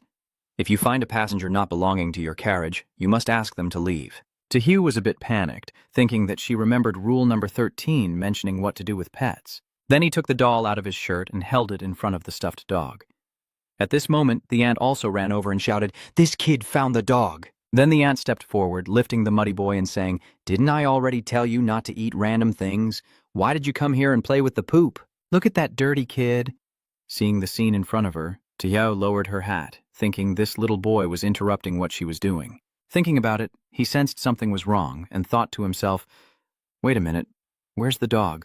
The stuffed bear's head. The dog disappeared without him noticing, so he decided to let it go, thinking it would show up eventually. For now, he just needed to deal with the noodle incident. In cabin 2B, Tahu hands the bowl of noodles to the woman and says, "Sorry, I really regret that a kid took your sour cucumber noodles and ate them mixed with feces in the toilet." I scratched my head proudly and said, "I did a good deed again. I'm pretty amazing." Then came the viewer's comments. Comment: I understand my boss's actions, but I can't understand them either. That girl made everything worse, right? I just don't get it. Another comment asking if other contestants have encountered similar situations before. A reply comment says everyone has experienced it. Laifakwuk, Chin Bakwuk, and Miengkwuk chose to look for children and gave up searching for instant noodles. A comment mentioned that most of them preferred to find children rather than search for the noodles. Moreover, when they saw the stuffed dog, they all chose to run away. However, a few of the players, unable to find Trong, didn't realize the danger it posed. They sat down to pat its head again. By the time they realized something was wrong, it was too late, and the stuffed dog had turned into a carnivorous flower. The system displays a message. Lipa Nation, War Widow Nation, Myanmar. Players from 5 countries are being devoured by the strange creature. The strange story world is about to begin a countdown. 10, 8, 7, 6. In the Lipa Nation classroom, someone stood up and shouted, "We just escaped an invasion. And not long after, that fool is still causing trouble for us. Damn it!" The person sitting on the ground also said, "Hurry up and negotiate with Long Country. Tell them we are willing to trade 50 tons of food for their latest chip data." In the Long Country meeting room, someone snorted coldly and said, "The small countries that used to gang up with Mean Country to pressure Long Country, now they want Long Country to help them. Their faces are even cheaper than cement." Another person suggested, given that Longguo had been invaded 5 times before and suffered significant resource loss, it might be worth it for them. Then the man made a decision. "All right, we agree to exchange the chip for the food, but the chip will be delivered in a week." Is Tahu sleeping now? People are still entering the comment room to watch. Comment: Have you finished eating and resting? Tahu is so happy. This kind of comment makes it feel more like a vacation. Other countries envy us. Outside, the shouting continues. "I want to play this! I want to play this!" Tahu had to sit up and rub her eyes as the shouting outside resumed. "I want to play this!" What is he thinking about right now? Tahu poked her head in, pointed, and shouted, "Don't cause trouble on the train." That's the auntie and the kid who ate the mud mixed with noodles earlier. The auntie, protecting the kid at the back, quickly told the man, "Hey, you worker, why are you so harsh with a child? It's just a kid. What would it know anyway?" Hearing this, he waved his hand and rubbed his shoulder to warm up, saying, "So no wonder kids these days are so rude. Turns out it's because of parents like you raising them badly." He also said that if you have good intentions to warn but don't listen, don't blame me for being harsh. The auntie then challenged him with a mocking tone. "Who are you threatening? What can you do to me? Which man dares to lay a hand on my aunt?" He gently slapped the old lady across the face. She clutched her swollen cheek, her eyes wide with bloodshot fury, then roared fiercely, "I dare you to hit me! I'll fight you to the death!" Tahu struck the aunt again, a powerful blow to the head and stomach. The aunt fell down, clutching her stomach and feigning injury. "Hey, Village Water, the service staff is hitting people. The service staff is hitting people." This is the comment section. Comment: Teaching naughty children is not enough. You also need to teach their parents to vent your anger. After dealing with the ant, he turned his shoulder and looked at the panicked boy in the corner. He stared directly at the boy and said, "Don't." Behind him, the aunt from earlier has transformed, her mouth wide open, red eyes flashing as she bares her fangs and claws, causing viewers to exclaim in comments, "Oh my God, she's turned into a demon." Tahu calmly turns around, holding out the doll, and says with a smile, "Is this the power of the dark demon? But I have it too." He also said, I just need to teach you a little, but don't let me come out." Then he threw the doll at the mutated demon and said, "Cruel hand." Suddenly, the viewers' screens were disrupted, and angry comments appeared. Comment: Fate. What is happening? Why are there so many screens every time a strange creature attacks? The tricks of the strange object are hidden from us. If humans could see clearly the strange objects, or the rules of these mysteries, they might be able to prevent invasions. Comment. I hope Tojo can survive for a long time to help our country learn more about strange phenomena. Don't discuss this comment anymore. Quickly go see Tin Bien Nhut Lang. He is trying to persuade the aunt and the child. Over here, Bien Nhut Lang province has exhausted all efforts to persuade. Please don't, miss, he said softly. Can you two stop causing trouble on this train? Please, the auntie protecting the kid in the back. Zhang's fierce face said, What did you say? I didn't hear clearly. The comments at this moment seem to be full of boredom. The comments lack any courage. If I understand, I dare to fight against the strange. But he, the strange one, begs for mercy. I only see Bing Bian Yilong kneeling on the ground, begging, I know I was wrong. I shouldn't have spoken nonsense or argued with children. Another comment followed, saying, Maybe Dong Dao Guo's skill is just kneeling in cold silence, since there's probably no face left anymore, just surviving is enough. Someone else then reported, Oh, Tojo's screen has been restored.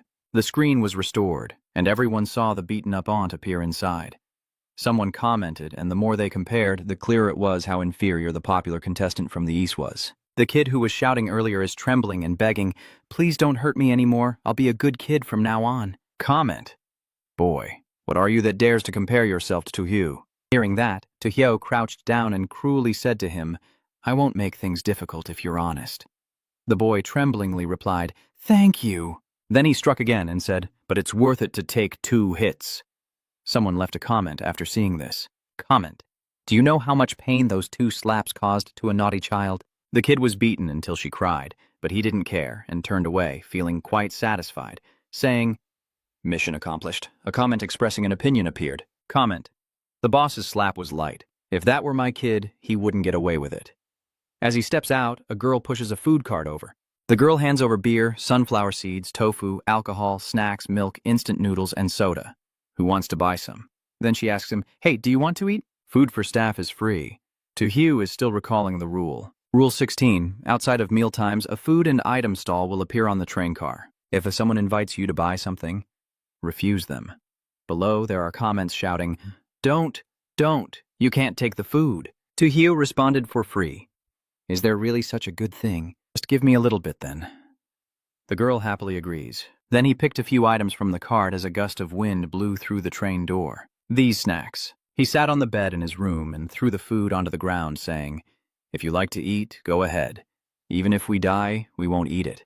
On the Japanese Bat national team side, when they found out the food was free, some contestants chose to accept the items. They also know that in this strange world, the food looks safe, but definitely has issues, so they don't eat it right away, but store it away for later when it might be needed. On the rulebook, they are verifying and reviewing information by evening. All the contestants have reorganized their findings. Among them, Rules 1, 3, 13, 16 can be temporarily considered correct, but Rules 2, 4, 3, 11 might be wrong. The remaining rules are still uncertain. On this side, Tojo is lying on the bed, lost in thought. A comment appears. This train car's lights will automatically turn off at 10 p.m. The schedule for work and rest is quite proper. I put the doll aside and said, What exactly is that stuffed dog we saw today? Why does it feel like a doll to me? Does its appearance follow a pattern, or is it random? After talking for a while, he turned his back and thought to himself, Whatever. Just go to sleep and rest well so I can be in good spirits to figure this out. It's 12 o'clock at night in Ward 6. The atmosphere is extremely gloomy. The food bags he threw out earlier burst open, revealing a mass of black mist inside. He startled and looked over, seeing the doll floating with a murderous aura, emitting a darkened, sinister energy, and he shouted, What's that noise over there? What made the doll so alert?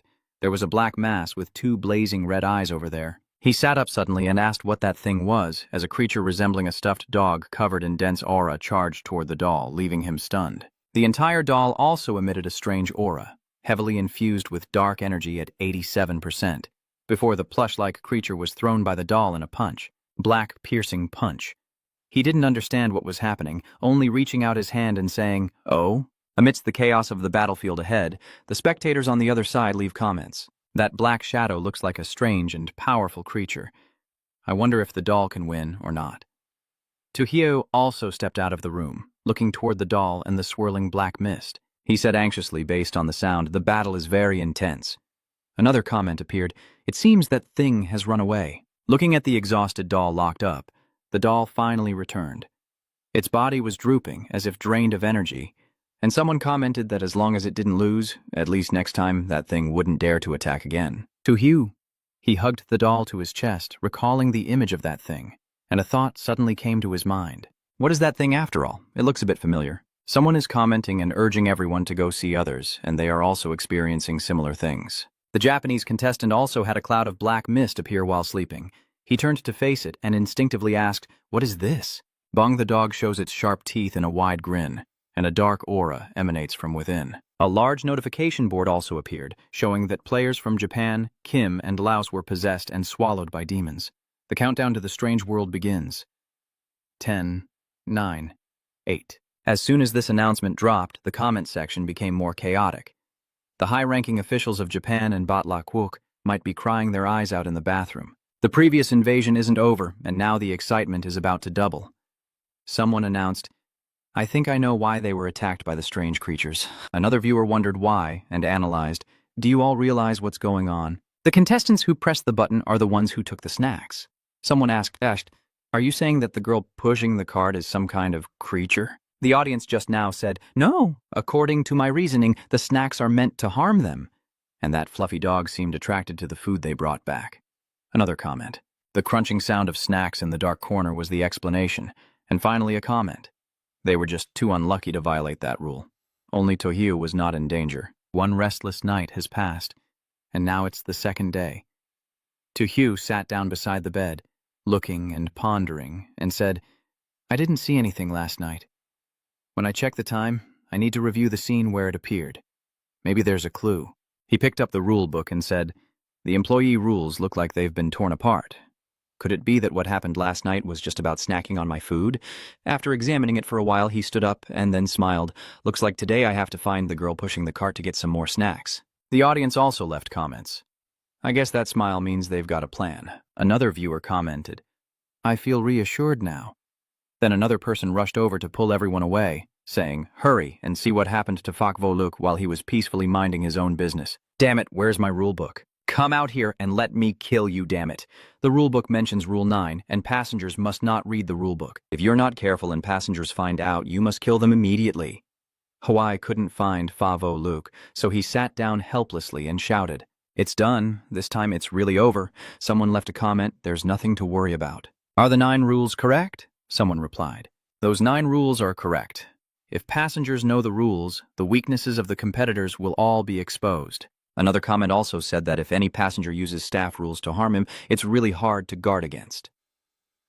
Currently, one carriage away from Fakvo Luke's carriage, there is a girl reading something.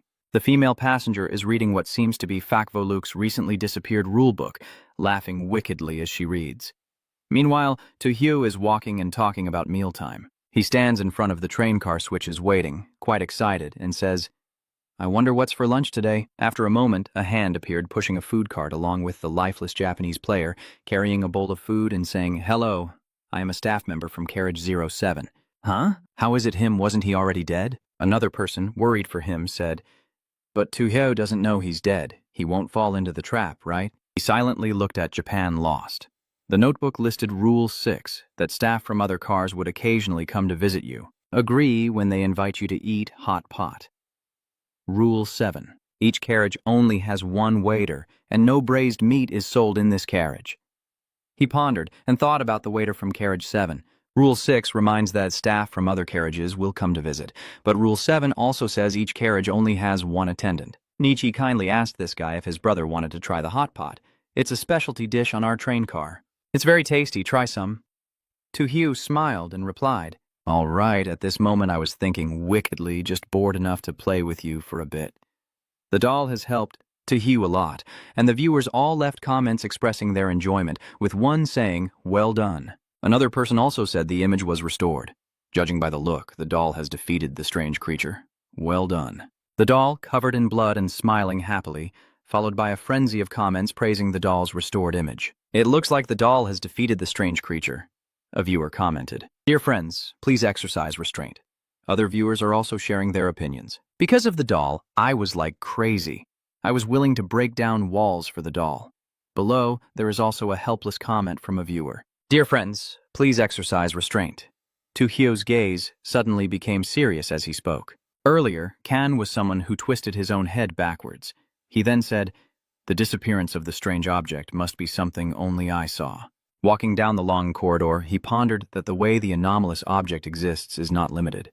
It could be a doll, a pet, a gust of wind, or even a cloud of dark mist. If in the future we could find out the origin of the strange object, we might be able to eliminate it completely.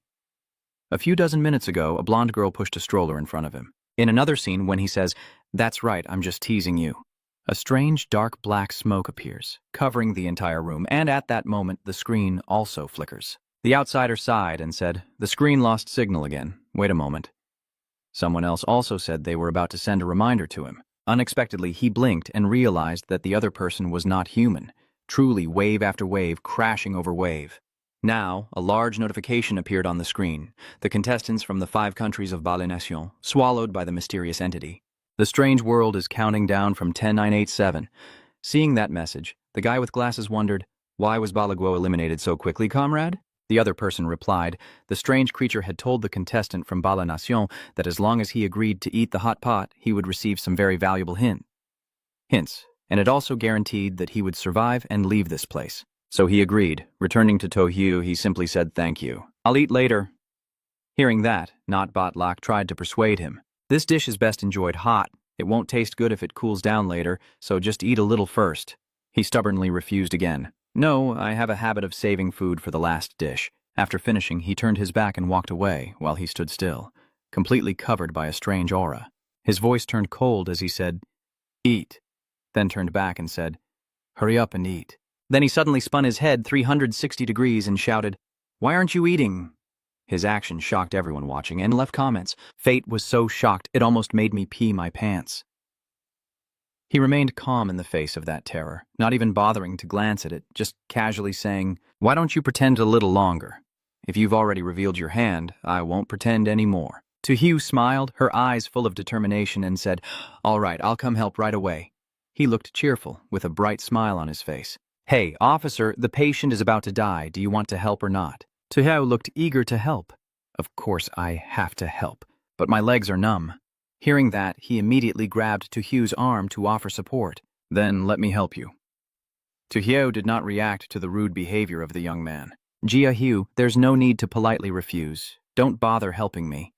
My old illness has flared up, just a little movement, and I become paralyzed. Are you joking with me? I think you just don't want to help."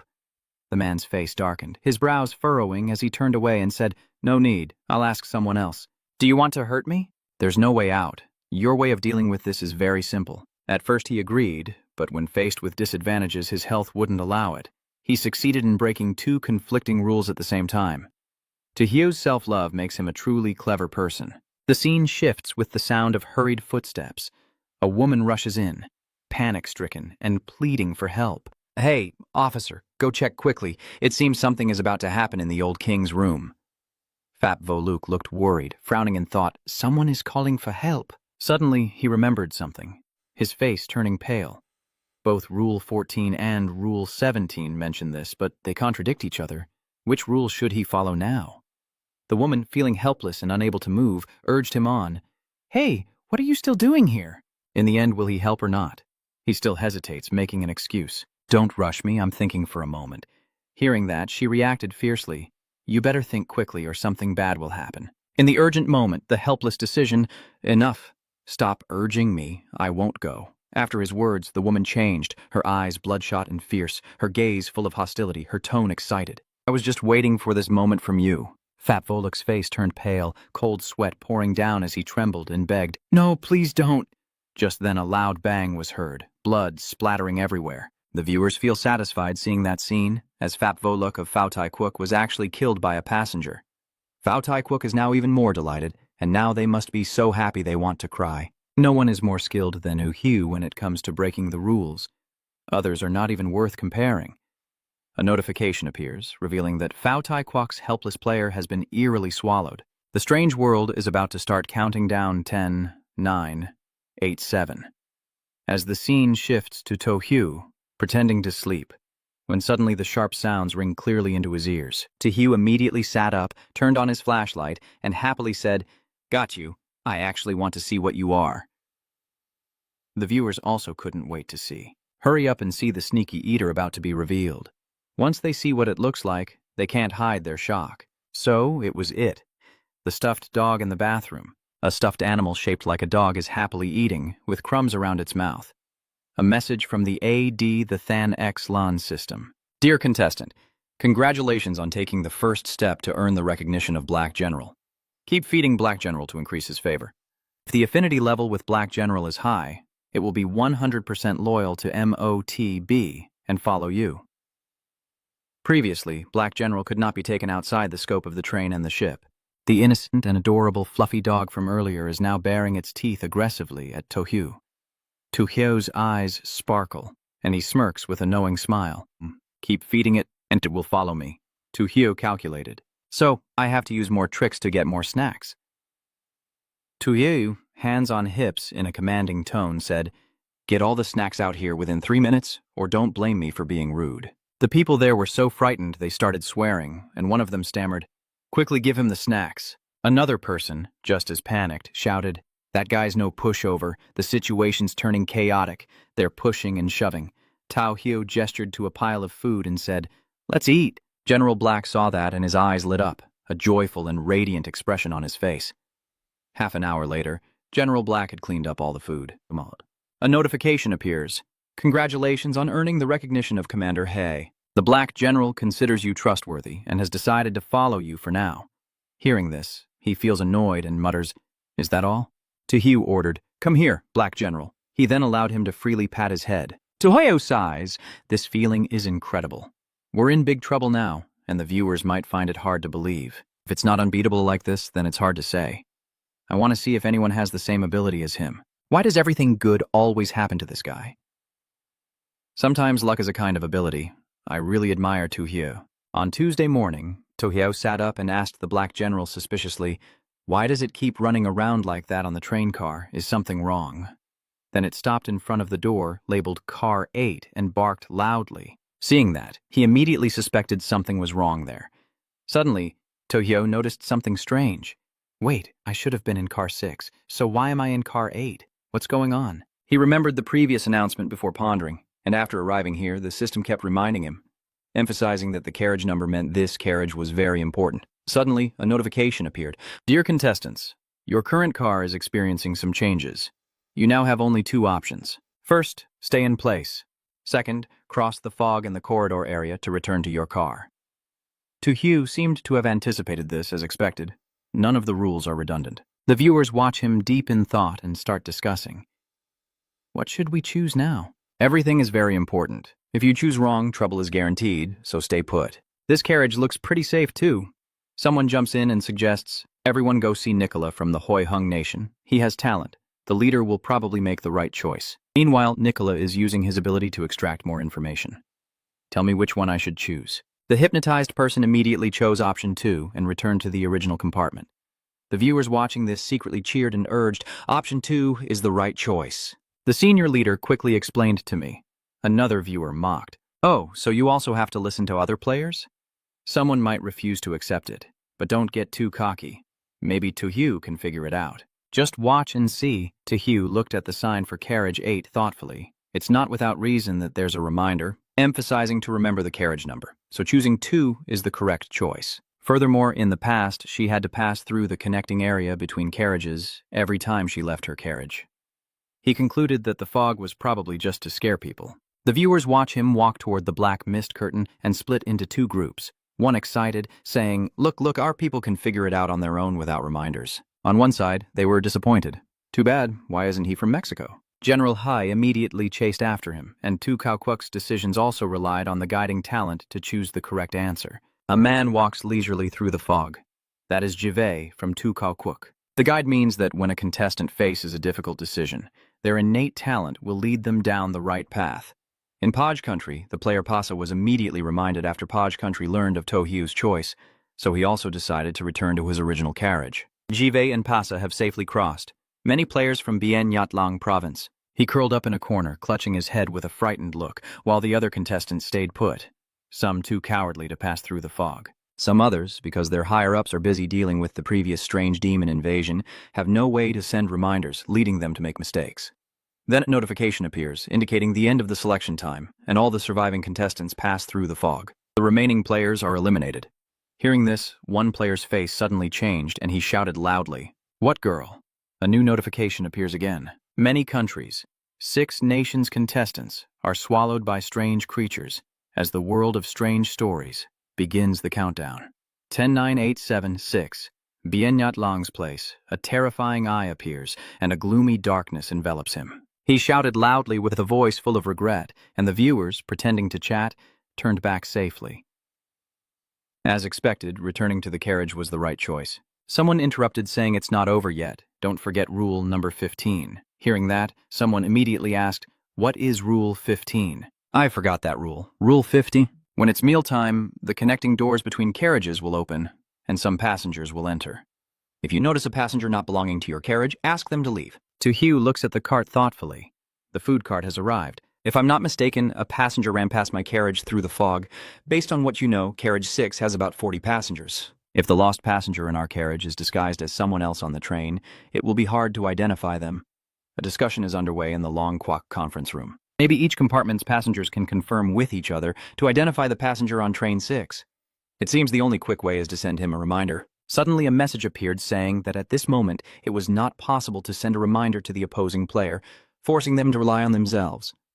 A man hearing this felt indignant. What do you mean they can't send reminders? The strange world is clearly cheating. Another person, seeming calmer, still frowned and said, "Looks like we can only rely on Tojo himself. You must definitely get through this round." Next to Tojo, he raised an eyebrow at Black General.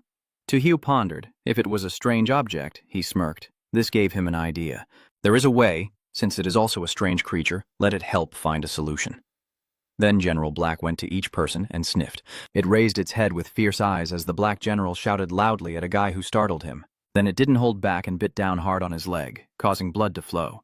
The guy immediately ran away. Tojo watched the scene with a satisfied smile as a notification appeared. "Dear Tuyen Thu, thank you for your dedication to Carriage 6. On the journey, you taught the bad-tempered parents to stop threatening others, helped the unruly children change their ways, and gained the trust of Black General, who now appears older. First, congratulations on passing the distant journey with a 5-star rating. The reward is the Black General. As for the strength of the Black General, it is always everywhere waiting for its owner, very loyal but also quite greedy. If one day you don't see it, don't worry, the Black General is just hungry." Tojo kneels and pats the Black General's head, marveling that his reward is actually the Black General. So the next round means I can bring along 2 powerful anomalies for protection. It's them and the puppet. So in the end, 3 people pass this round. Tojo from Long Kwok, Nicola from Hoi Hung, and Jet from Tukao. The high-ranking leaders of Long Kingdom celebrate wildly, immediately mobilize the army to protect Tojo and his family, and keep all the information about the strange objects Tojo collected as top-secret files. 3 days later, Tojo continues to participate in a new round. Surrounded by a blue aura, Tojo opened his eyes and looked around, silently assessing the place as a message appeared. The selected countries for this challenge are Long Kingdom, the United States, the Hoi Hung Kingdom, the Tulip Kingdom, the Atam Kingdom, the Adin Kingdom, and the Phi Thu Kingdom. Tojo then comments after hearing this. "Zoo." Suddenly a voice echoes from afar. "Welcome guests." A person who seems to be an employee here approaches and hands over a piece of paper. Tojo took it and looked at it, asking. The guard replied, "This is a map of the zoo. Please carry it with you to prevent losing your way." The map shows the locations of the animals in the zoo, such as pandas, giraffes, monkeys, mountain goats, zebras, tigers, and lions. He raised his eyebrows thoughtfully. The backside contains the rules of the zoo that visitors need to pay attention to. Rule 1. Behave politely and do not engage in dangerous actions like feeding or provoking the animals. Rule 2.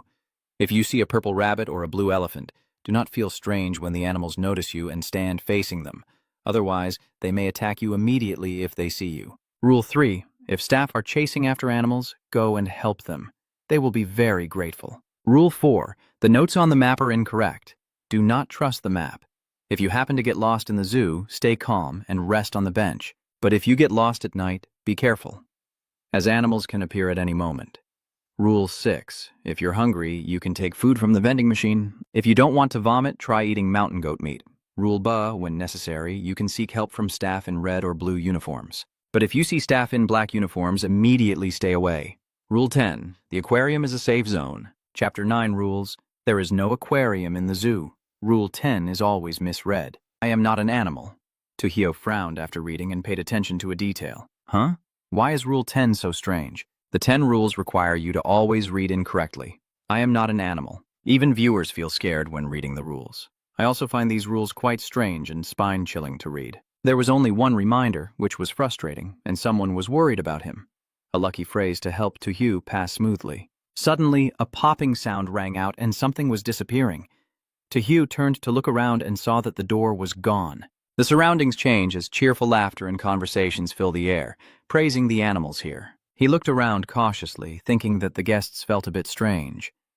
I understand the summon of the mysterious Black General. The viewers felt relieved, forgetting about Black General. Now I feel more at ease.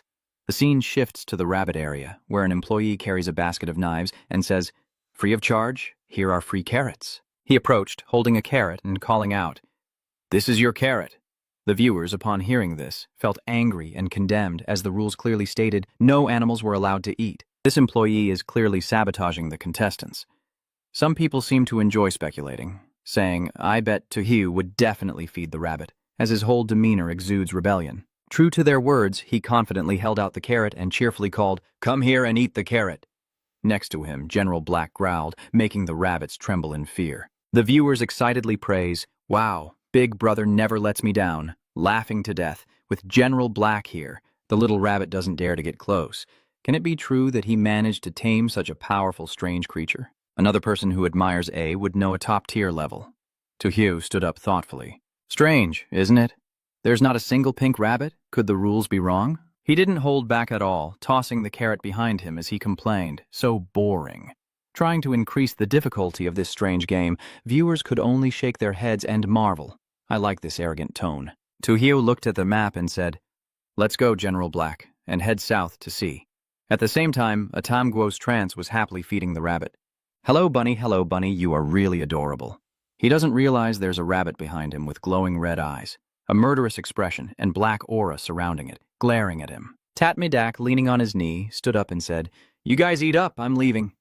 He waved casually and said, "Goodbye." Immediately, the rabbit behind lunged forward aggressively, and the viewers watched in fear as the rabbit gradually approached Midak. This rabbit jumps high and bites into Midak's neck, blood soaking into his shirt, making him panic. Anger erupts and Midak shouts loudly, "Save me, he's gone crazy, this rabbit is insane." Immediately from afar, a staff member quickly ran over and grabbed the rabbit by its fur. He bowed his head, looking humble, and said, Sorry, sir, this was our mistake. We will handle this rabbit immediately." Midak touched the spot that was scolded. "I am a very cultured person and don't scold anyone, but I want to know what breed this rabbit is and why it bit someone." His body seemed to change, and his eyes started to turn red. That scene makes viewers shiver. Oh no, Tatmidak's eyes have turned red. Based on the initial rules, I always felt that he would turn into a rabbit later, losing his mind. Someone overheard and joked that if that were true, he should be crowned the prophet. The scene shifts to the south of the zoo, while Tojo remains safe at the same time. You are facing a strange problem. The map clearly shows a tiger-striped horse and Sun Duong here. Tojo was walking and analyzing, but couldn't find the Sun Duong area anywhere. Maybe the 4 rules say the map is wrong. Let's try moving to the east area. I shouldn't jump to conclusions too quickly. In the elephant area, the elephants with glowing red eyes and rabbit-like ears make him suspicious that something is wrong. Why do these elephants all look so strange? It's more like they're giant rabbits instead. Suddenly, did Tojo open her eyes wide or something? A non-mutated elephant from afar gradually approaches and charges into the chaos with the other mutated elephants. Even viewers find the situation hard to understand. What's going on here? Why are they fighting? These are the elephants. Does fighting like that put Tojo in danger? Tojo also doesn't understand what is happening. After a while, the normal elephant lay motionless on the ground, leading viewers to wonder if it was dead. Some spectators concluded the obvious result. He bit it without thinking much, feeling a bit sorry for it, while others sighed in relief, glad that Tojo was not involved. And Tojo was deep in thought, still feeling that something was off but not knowing what exactly was wrong. What the hell is going on? The scene in front of him shows 3 bharals appearing out of nowhere. along with some mutated elephants preparing to transform. He is puzzled, finding it strange. Elephants turning into parls, then a herd of parls losing control and charging forward. They rammed their bodies into the fence, causing the tourists to scream in panic. "It's the elephants. Run now." "No, it's the angry Son Yang. Save us." Support staff quickly appeared to reassure everyone. "Stay calm. The elephant area is temporarily in a state of chaos. Follow us to the lion enclosure where it will be safer." An employee stepped forward to give directions. Everyone followed this way, and the tourists felt reassured. "That's right, let's follow them." Tojo watched the tourists calmly follow the instructions, lost in thought. Why are they listening to them like that? Aren't you suspicious at all? And why would the elephants go through the lion area if they are rampaging? Isn't the aquarium supposed to be the safe zone according to the rules? Tojo looked excited and cheerful as she spoke, but she didn't mind going to check it out. Maybe there would be something interesting. Some surprised comments appeared in this situation. "The rabbit is unusual, and the elephant is also unusual. I don't understand anything. Can I ask you something? We've been here for a long time, but haven't seen the underwater palace. Does it really exist? The system displays a message that the 3-boss player from Fei2 Kingdom has been swallowed by a strange creature. The strange world is about to count down 10, 9, 8, 7, 6. Here, giant tentacles keep attacking, destroying everything around. Everyone here just runs away instinctively. Outside, a woman curious asks, 'What's going on? Why was he eliminated?' The man next to him replied, 'It seems he was running around and got trampled by angry elephants.' A girl looked on in disappointment and speechlessness. What a useless thing. The man looked over and then shared his thoughts. It seems safer to go with the zoo staff to the lion area. The girl immediately objects. "No way, just watch Nicola's live broadcast. The lion area is even scarier." Elsewhere, a door was firmly locked with a small padlock. Nicola, confused, approached to ask why it was locked. Suddenly, he seemed to realize something and turned his head to look back. Behind him, a fierce lion with sharp teeth was pouncing on the helpless woman. A comment from a viewer appears. Someone sighs and says, "Don't be sad. They probably died long ago, just constantly reincarnating here." The desperate screams of despair keep echoing non-stop. "Help! A lion is biting people. Let us go. Let us go," as Nicola watches in horror. He angrily shouted, "Damn it, do you think we're food for lions?" Then Nicola quickly climbed over the fence to escape. The audience's comments appeared again, with one saying, "This is not good. Tojo has also become its target." Another couldn't help but marvel, "Wow, he's really skilled." Even with such tall iron bars, someone managed to climb over, and others watching left comments. At least climbing gives a chance to survive. Staying means waiting to die. Tojo just stood calmly and watched. A curious comment appeared. "Can General Black protect Tojo from those 2 lions in front of him?" The 2 blood-red-eyed lions immediately charged towards Tojo, and before long, the black general in his hand opened his mouth. It wrapped around with its tentacles, and the powerful tentacles launched to attack the fierce lion in front. The first and second ones were all tightly wrapped by those tentacles until they burst blood. Then the black general easily swallowed both into his stomach. Seeing that, Tahin couldn't help but marvel, how is it possible? Such a huge lion, yet you can swallow it whole into your stomach. After eating his fill, the black general rested comfortably. It licked its lips, and a viewer was also stunned into speech. "Tojo, last time you brought a lot of materials about strange objects. This time, there's no need to hide it. Just make it public immediately." The person next to him immediately added, "I hope Tojo can continue bringing more information, and one day we will be able to escape the oppression of the strange world." Suddenly, someone's hand slammed down on the table with a loud bang. A man shouted angrily, "Death to him! Long Guo doesn't know what luck brought forth a genius like me." He's now receiving help from 2 anomalies. Catching up with him will be very difficult. In the U.S. conference room, everyone's eyes are fixed on Tojo on the large screen. The discussion continues, with one man saying that the previous round was a waste of an S-rank talent.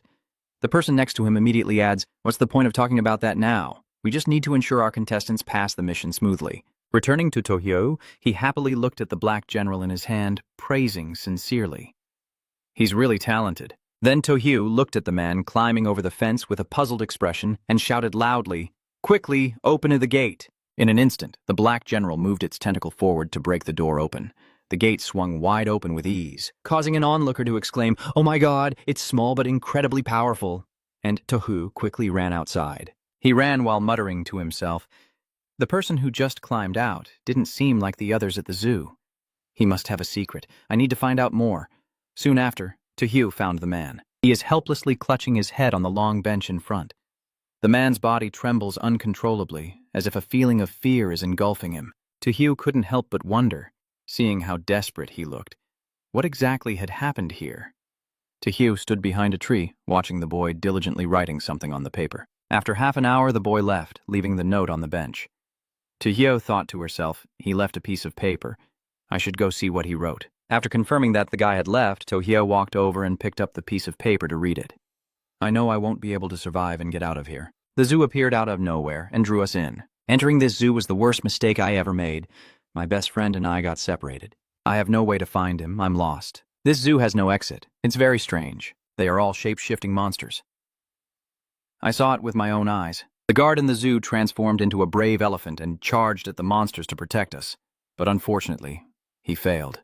He was affected by the assimilation. After reading that part, Tojo was stunned, and the guard turned into an elephant. Is it just an ordinary elephant being attacked and killed? The viewers also started discussing excitedly. Oh, could it be that all the animals in this zoo are actually humans? I feel a bit moved. What's going on? There are still some words to read at the end of the paper. A few lines are written at the bottom. No, we all got infected. I'm very scared and also very hopeless. It has been more than 3 days since I came in here. I don't know what fate awaits me ahead. If you find this paper, I hope you can follow the instructions. I hope it can help you escape from here. You must remember that you need to find the underwater palace quickly. It might really exist. After reading it all, he whispers to himself, it seems the exit might be in the underwater palace. But where's the underwater palace? The viewers also have many opinions. I think I should ask the zoo staff about this. Maybe they have the answer. Stop dreaming. The thoughts of Tucow Nation have already been tried, but the zoo staff said there is no aquarium in the zoo. At this moment in the meeting room of Hui Hung country, the leader ordered quickly to use the reminder opportunity for Nicola to find that paper. This could be an important detail, so the staff immediately obeyed. The meeting room in Tucow Nation also issued orders. It seems we have to remind the thinkers to get that paper. The meeting room in Atam Nation is also frantically cursing.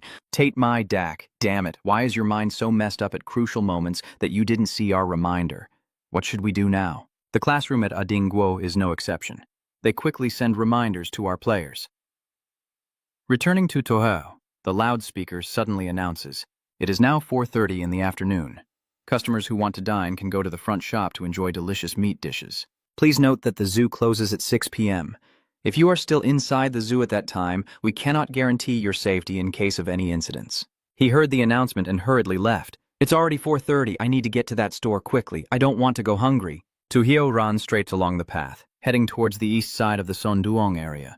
He wondered why the Sonduong zone was located here. Thinking that, he glanced at the convenience store. That store is here. I should buy some food first. As soon as he entered, he was carefully greeted by the staff. Hello, sir. We offer 3 free servings of mountain goat meat and drinks every day. Please come in and help yourself to the food. He politely replied, okay, thank you. He glanced at the meat counter, thinking that this mountain goat meat looked very appealing, probably a specialty prepared for guests.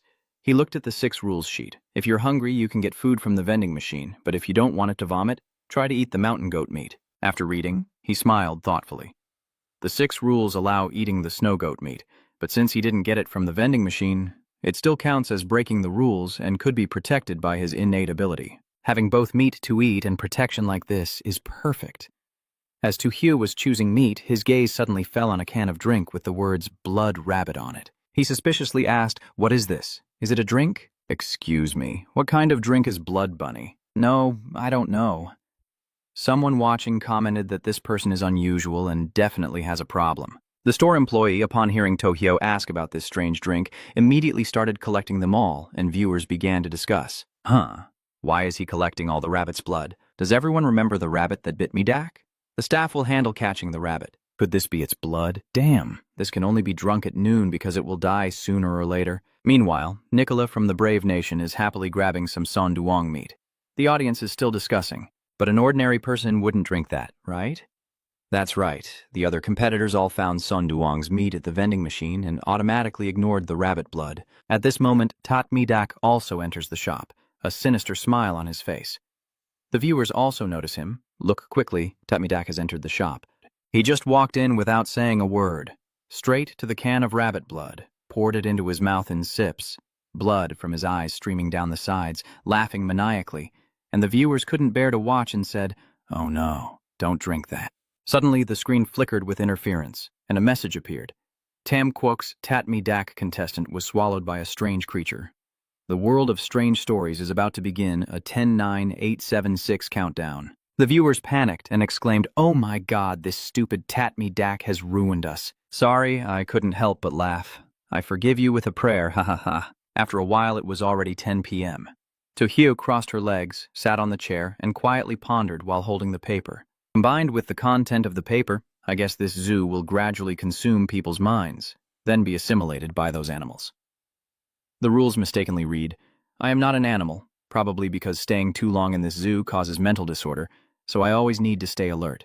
After thinking for a moment, he put away the paper and said disappointedly, I'm so sorry, I couldn't find the underwater palace all day.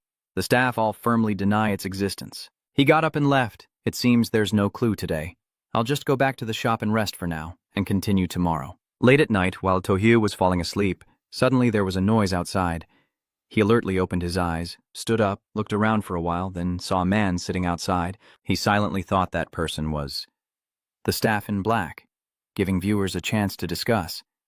The rules clearly say to stay away from the staff in black, so what is Tohyo still doing there? Tohyo, who has never followed the rules like a rebellious kid, watched as the black-clad employee fumbled for a while before grabbing a bunch of meat and running away. Tohyo saw that and immediately chased after him, her mind filled with a series of questions. That employee came to steal meat, but didn't actually steal it, right? So, could he be an ordinary person? Then the 7 rules are wrong. At this point, you should chase after him to find out the truth. Hurry up and do things quickly.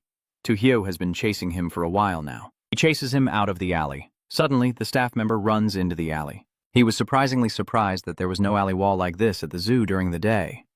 Tohyo didn't think much and immediately chased after. He was stunned when he turned into the alleyway. Dead end, but where is everyone?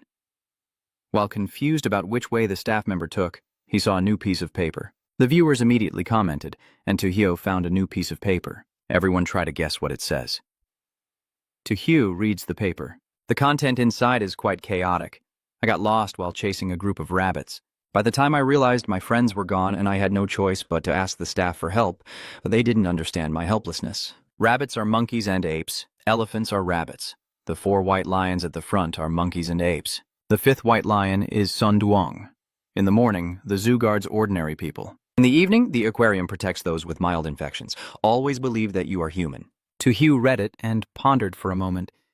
It seems this person is a friend of the other tourist. But if he's a tourist, why is he wearing a zoo employee's uniform? Or maybe he changed clothes inside the aquarium. And besides, it's a safe place. Perhaps that's the zoo's exit. He frowned and boldly guessed that the vanished path was the way to the aquarium. The analysis from upstairs makes sense. I believe you. He reported that even the Americans managed to find the paper. The others started to discuss how he was able to use his innate ability. Nonu was just a reminder from the high-level leaders of the United States. The other person scoffed and said, Thought it was something important, turns out he's just copying Tohyo, not worth bothering about. This man is an American contestant. Thomas and the others were surprised. What's going on? Why did they eliminate all 6 players at once? The announcement was immediately made. The 6 national team players, Tukao Kwok, Adin Kwok, were swallowed by the strange creature. The strange world is about to start counting down from the people. Everyone else begins to discuss. I just finished watching JV's live report. He was sleeping on the sofa when the monster attacked. Luckily, Tohyo didn't choose to sleep on the sofa. Everything continued to pass until the second night. Tohyo stood leaning against the tree. According to the viewers, Tohyo stood here all night watching. Why hasn't that road appeared yet? Why are others commenting so anxiously again? He's not in a hurry yet. Truly, the emperor isn't anxious, but the eunuchs are already worried. Suddenly, Tohyo noticed something behind him and turned around to see a herd of elephants and rabbits rushing toward him. There is a call from behind. Stop! A staff member runs over asking for Tohyo's help. Quickly, help me block them. Tohyo remembered the rule. If she saw staff chasing after animals, she should step in to help them. He will be very grateful to you. Without hesitation, he immediately went out to talk to the staff member. Certainly, leave it to me. He puts his hand in his pocket, then casually places his hand behind his neck and walks away, leaving the rest of his sentence unfinished. The animals behind started fighting, and the spectators couldn't help but burst out laughing at him. Truly worthy of Big Brother Tohyo.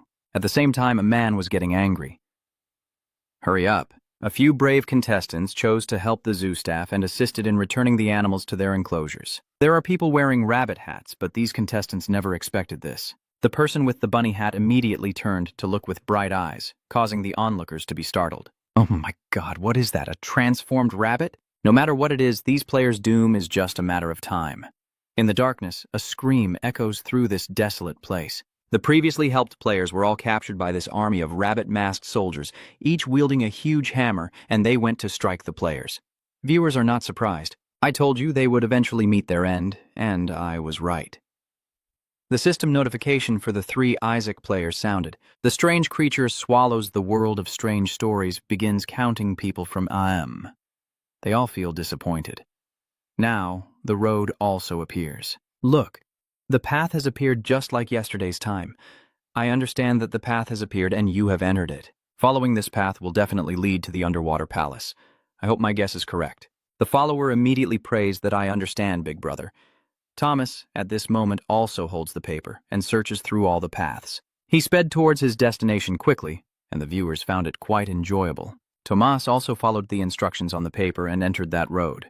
If this is the way out, he should call to Hudad. Nicola walks down a street and hesitates. Where does this road lead? He raised his hand to scratch his head and think. I've been through here many times, but I remember there's no such road here. The viewers' comments are starting to pour in. Nicola's luck might be a bit too much. Even wandering around randomly, we accidentally found the underwater palace. Right now, only the 3 of us have discovered this path. It seems the other contestants are in danger. Someone else warns. Don't feel sorry anymore. Tohyu has already reached the underwater palace. Tohain looks up at the rules on the sea, and the viewers also realize this. It seems like there's a sign with rules on the tower. What does it say? The rules for visiting the aquarium are as follows. An aquarium has a rest area within the repair zone. You can go there to rest. Food here is free of charge. You can go get it yourself. No need to eat mountain goats, but you will see various foods marked up on the price list. Rule 2. There is only one way to the aquarium. Once inside, your stay is limited to a maximum of 3 days. Furthermore, you are required to stay here for at least 1 day or more. Rule 3. Since this is an aquarium, there will be marine creatures. If you see an elephant swimming in the whale area, don't panic. It's just a 3D image, so consider it a whale. Rule 4. There are no staff inside the aquarium. You can take the black uniform at the entrance to wear. This is the only way for staff to receive a distress signal. The staff uniform for the aquarium is red, and they will come to clean at midnight. You can talk to him but must not mention anything related to the zoo. Rule 6. The aquarium exists independently. There is no zoo outside. According to the rules, the cleaning staff and the divers will also leave at 6 a.m. During this time, you are not allowed to leave the aquarium. The rules for visiting the aquarium are as follows. The rules state that the aquarium has a rest area in the repair zone where you can go to rest. Food here is free and you can get it yourself. No need to eat mountain goat meat. However, you'll see some overpriced food items marked up. Rule 2. There is only one way into the aquarium. Once inside, your stay is limited to a maximum of 3 days. Furthermore, you are required to stay here for at least 1 day or more. Rule 3. Since this is an aquarium, there will be marine creatures. If you see an elephant swimming in the whale area, don't panic. It's just a 3D image. Just consider it a whale. Rule 4. There are no staff in the aquarium. You can wear the black uniform at the entrance gate. It's the only way for staff to receive a distress signal. The rules state that the staff wear red uniforms and will come to clean at midnight. You can talk to him but must not mention anything related to the zoo. Rule 6. The aquarium exists independently. There is no zoo outside. Rule 7. After the cleaning staff finish, the divers will also leave at 6 a.m. During this time, you are not allowed to leave the aquarium. Tohyu read through the rules, then looked at the box labeled with the black uniform, pondering for a moment, recalling that he had seen the other person wearing black before, leading him to believe that Rule 4 might be correct, but since he had to break the rules, he couldn't wear it. So he put on casual clothes and entered the aquarium, where he saw a whale drowning in the water tank. Are the others commenting that this is the drowning elephant mentioned in rule number 3? Tohyu thought for a moment. This is too strange. This is clearly not our projection, but a real drowning elephant. Remembering rule number 3, this is an aquarium. Only marine creatures should be here. If you see an elephant swimming in the whale area, don't panic. It's just a 3D image. Just consider it a whale. He stepped inside, heading further to see more. He approached the resting room, turned the doorknob, and went in. Inside, there is a bed and a tank of jellyfish. He reached out and touched the glass surface of the jellyfish, feeling much more relaxed. Does the paper mention earlier that this place protects those with mild infections? Meaning these jellyfish? I stared at them for a while and suddenly felt sleepy. He yawned deeply, so sleepy that he casually lay down on the bed next to Tojo and went to sleep. Whatever, just relax. And take a nap. After a while, he was suddenly awakened. He looked up and saw the dog holding a notebook in its mouth, barking loudly. "What are you holding in your mouth?" "A notebook?" He immediately took the notebook from the dog's mouth and flipped through the pages to see the contents inside. "I am a zoo employee. Since I started working here, I have been dreaming the same dream every night. This strange but eerily real dream leaves him puzzled after reading. What kind of zoo is this? Others read it and are surprised. Damn, do I understand Big Brother like that? How could I lose my memory? What should I do now? Losing your memory here is like losing your life. Stay calm and wait and see." He turned to the next page, and in my dream I turned into a dead elephant. In the dream, the elephant whispered to me, "You can't escape." Because it's a story that makes it impossible for me to focus on work. I really suspect I'm going crazy. When working at the zoo, I was forced to follow a strange set of rules. Moreover, I heard that employees who don't comply with the regulations disappear. They don't quit their jobs. They simply disappear from the world. According to the rules, I must always remember that the zoo exists independently. There is no aquarium here, but visitors often ask me where it is. I can only smile and tell them there is no aquarium in the zoo. In this zoo, strange animals suddenly appear. These animals are usually quite unusual, and their numbers are increasing. Sometimes I also feel suspicious, but I know I must not think freely. I just need to do my job well to keep living. I can't take it anymore, I'm decided. Remember, you're not one of them. He read it and thought for a moment. Only, so Thu was mentioned here, it seems. I forgot what happened. He reached across the table to grab a pen, needing to find one, then quickly wrote that sentence on his arm. This line sounds very familiar. It must be the key to passing, to avoid losing my memory again. So I write it on my arm for safety. The others comment one after another, "Big Brother is so diligent, check if there's anything else written in the notebook." That's right, quickly check the other contents in the notebook. I'm really looking forward to it. Tojo turned to the next page. The content inside is as follows. "Hello, congratulations on finding the underwater palace and discovering the notebook I left behind. Who I am doesn't matter, but what I am about to say must be remembered. Especially the important parts. No matter what, you must write them in the most visible place. The milk in the resting room can cure those with mild infections, but it will also inadvertently take away part of your memory. Of course, it might not be the case. This is just my subjective opinion. The zoo does exist. The path to the zoo only appears at certain times and for a very short duration. You might not remember the zoo anymore, but that's okay. If you can get into the aquarium, the zoo no longer matters. The upcoming content is very important to you because it relates to whether you can escape from here or not." Tojo reminded herself to stay awake and alert at all times. You must not sleep tonight, not even dozing off. The jellyfish in the room might make you feel sleepy, but no matter what, you have to stay alert. This is very important. Tojo then told everything around her that from now on, if they see any sign of her feeling sleepy, no matter how, they must immediately wake her up. The dog immediately barked once to show agreement. As Tojo turned to the next pages of the book, she suddenly realized there was more behind. Remember that you are not an animal. Around midnight, the aquarium staff will come to the resting room to turn off the lights in the jellyfish tank. At this moment, you must pretend to be asleep. At 5 a.m. on Monday, the staff will come back to the resting room again. If you're still awake now, talk to that person, preferably about the zoo. The exit is in the underwater palace, and at 5 a.m. the staff will leave, so follow him and celebrate. You might have also found your way home. After reading, remind yourself to quickly write down the important things on your arm to avoid forgetting, and take turns celebrating happily. Luckily, General Hack found these 2 notebooks. I believe the elder brother can easily find a way out of the zoo. Thank you, General Black, for saving Long Country.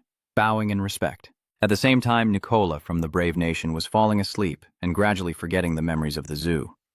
Suddenly he woke up, grabbed the notebook on the table and exclaimed, oh, his luck once again exploded, accidentally finding the notebook and learning the way out, but he put the notebook away without recording the important details. Nicola is really smart, unlike Tojo from Long Kwok, who writes notes on his arm. So dumb. Carrying a notebook but still writing on his arm. Just look at it when you need to. The people from Dongdao Kwok and Phao Tai Kwok hope you remember what you just said, and when you get slapped in the face, don't blame me for not warning you. The scene shifts to Thomas, who is intently reading the book in his hands. The viewers whisper in curiosity, Hey everyone, look over here. Tomest of America found 2 more notebooks, not sure if they contain escape methods inside. Open them quickly and check. The page says, I am a staff member at the aquarium. I usually work night shifts. I work from midnight to 5:30 in the morning, and as an employee, I have to always follow the rules. The aquarium exists independently. There is no zoo here, and any staff who violate the rules completely disappear. I used to think it was just a scary story to scare others, but one day I saw an elephant drowning in the whale's belly, and no matter how much the tourist asked, I had to say there was no zoo here. I know they will quickly forget about the zoo because the jellyfish here will erase part of their memories. Once, a tourist accidentally found this place. He asked me about the zoo. I vehemently denied its existence. Soon after, he lost interest. I followed the rules and went into the room to turn off the jellyfish tank light. But while I was working on Monday, I suddenly realized that the visitor had disappeared. I haven't seen him since then, Thomat said disappointedly. It's over, there's no useful information at all. The comment section is also annoyed. Why didn't they clearly explain how that tourist managed to escape? Haha, all that effort and we only found a useless notebook. I feel sorry for those people. He continued to check the remaining book while someone left a comment to remind him. People of long ago don't get too confident. Thomas still has another notebook, and he will definitely find a way out. I am a zoo manager, new on the job, and I realized the zoo is anything but normal. First, visitors often disappear suddenly without explanation. Then my staff started quitting suddenly, and my work became a complete mess. While supervising the staff, I often saw them chasing after the rabbits. But I didn't understand how the rabbits managed to escape from their cages. I usually work until midnight, but every night I hear children's laughter at the zoo. I thought I might be hearing things. Because that sound was coming from the rabbit area, I uncovered a secret of the zoo. I can't leave here, it's holding me captive. Anyone who enters the zoo cannot survive to escape. Be sure to remember these 3 things. They will always affect you. Don't try to figure out what it is. Don't let it assimilate you. Remember, you are not an animal. If you are lucky enough to escape here, then say hello to a new day for me. Thomas shouted even more angrily. Damn it, this book doesn't even include a way out. Damn it, why is Thomas's luck so bad? He gritted his teeth and clenched his jaw. No, I haven't lost yet. I still have the talent, the thief ability. I can still use it. That is an A-level talent. A skilled thief can steal useful information from other competitors.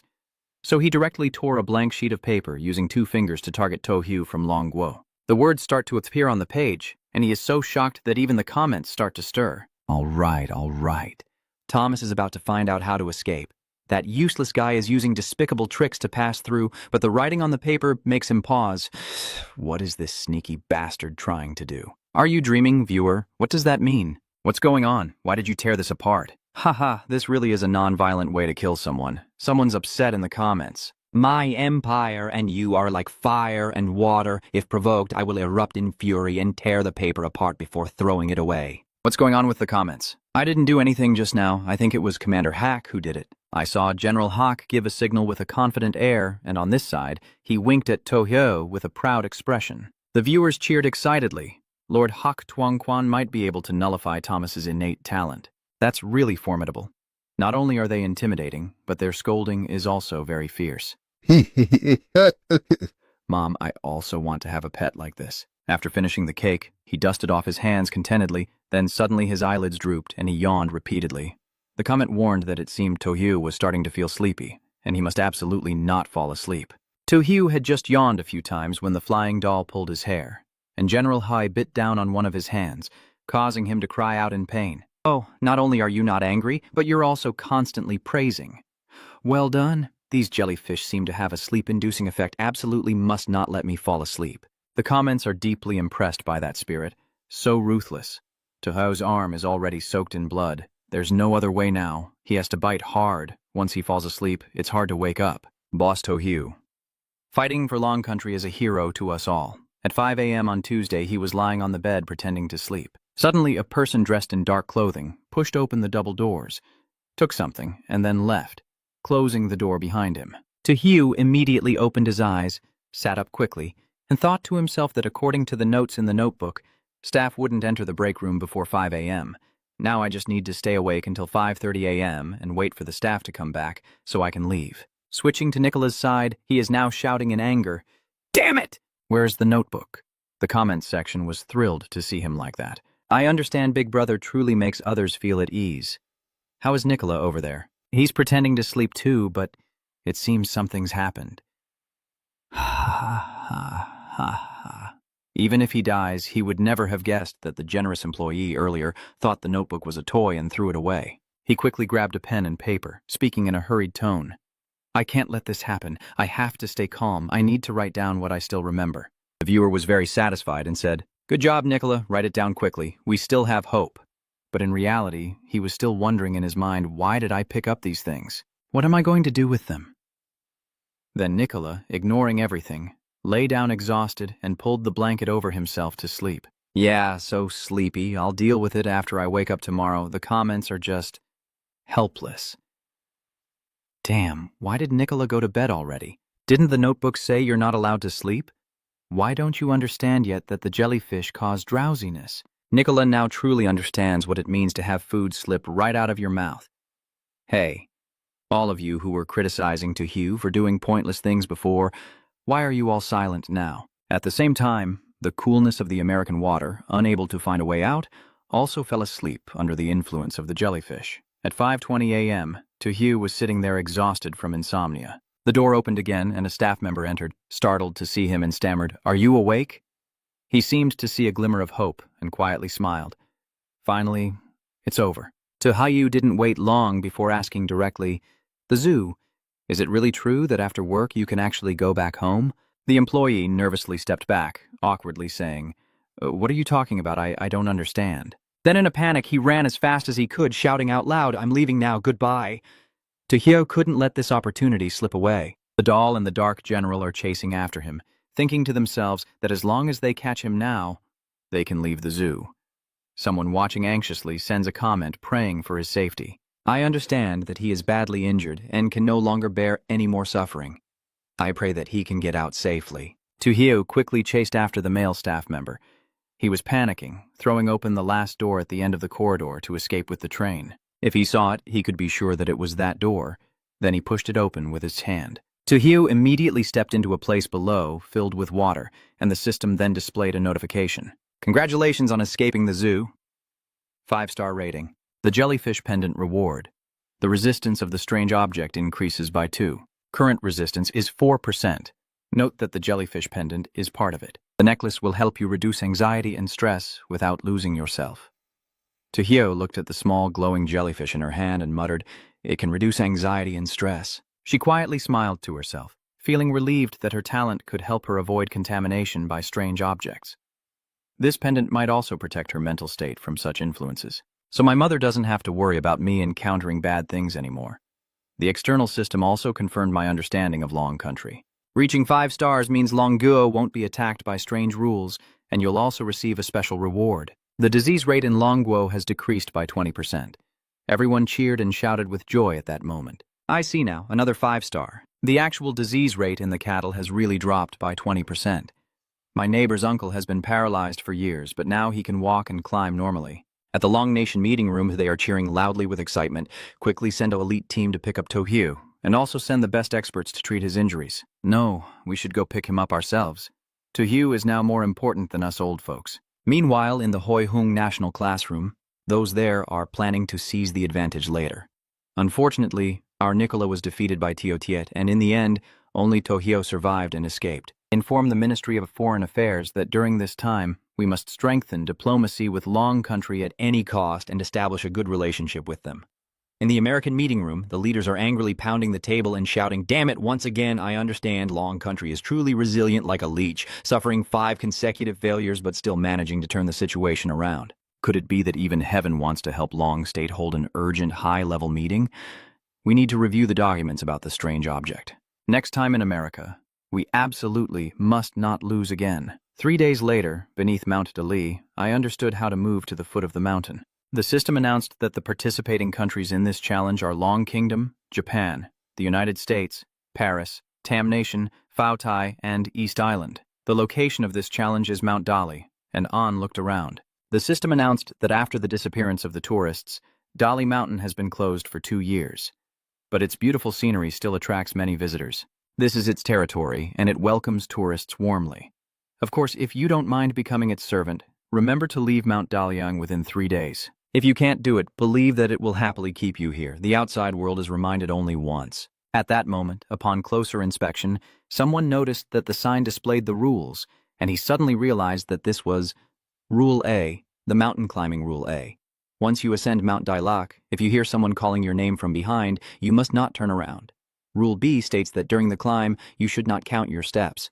There are no vendors along the mountain trail, but you can take souvenirs home. However, you must never eat the food there. Rule 4.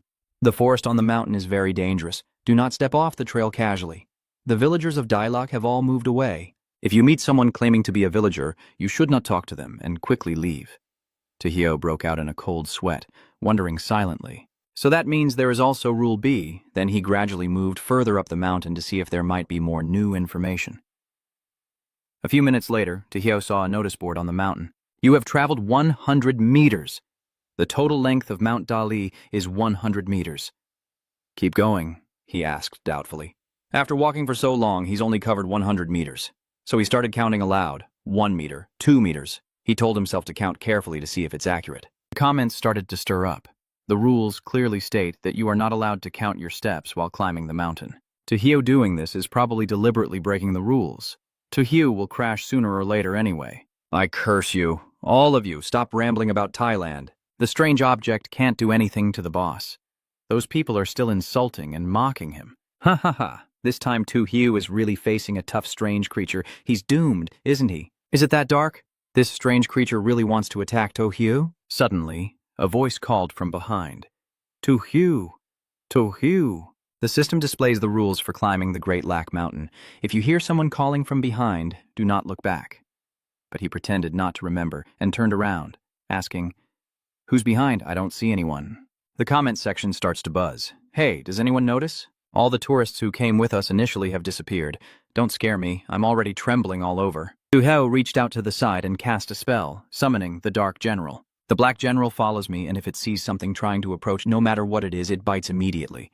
It barks loudly as if accepting the mission. The sign on the road reads, You have traveled 800 meters, with a total mountain climb of 10,000 meters. Keep going. Tojo was sweating profusely and panting heavily, exhausted. His attention was caught by the vending machine. He was puzzled and thought to himself that these souvenirs were all new. The food hadn't expired, so obviously someone had recently left the food here. In other words, besides tourists, there are also staff members here. Since the mountain is off limits to visitors, why are there still staff working? Once again, someone called him from behind. To understand. Tojo. He immediately turned around but still saw no one. He was annoyed, and this damn sound seemed to be getting closer and closer. Tojo Don grew tense, feeling increasingly anxious inside. Strange. Doesn't General Hack hear that sound? Could it be the one mentioned in the rules? Suddenly, a strong shock made him cry out in pain. Ah! I suddenly feel dizzy. The pendant's face suddenly glows. Tojo let out a sigh of relief, and the phantom seemed to regain its composure. Luckily, the protective talisman necklace kept her from being mentally affected by it. He frowned and said that if even General Hack couldn't hear its sound, it means this strange object is even more terrifying. Stay alert and don't let your guard down. Then he pressed the button on the vending machine, immediately breaking the rules again. There are unmanned stalls along the Dala Mountain Road. You can take souvenirs home, but you absolutely must not eat the food there. Tojo smirked proudly. Breaking the rules a little, but after all, I have the protection talent. I looked to the side and immediately saw another sign. It says you have traveled 1,500 meters there. It is not considered the map of Dali Mountain, Dali Village, Long Yen Dam Inn, or Dragonmouth Cave. He secretly suspects that this time there is also a map of Dali Mountain. Then he rubbed his chin in wonder and muttered, why isn't the endpoint of Mount Dali on the map? The rules then appeared showing that all the residents of Dali Village had already moved away. If you meet someone claiming to be from Dala Village, they are likely an employee.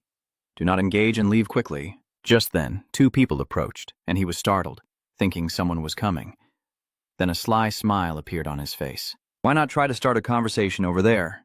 Thinking it, he raised his voice and called out. Then they appeared friendly. You are villagers from Mount Dailak, right? They patted their heads warmly.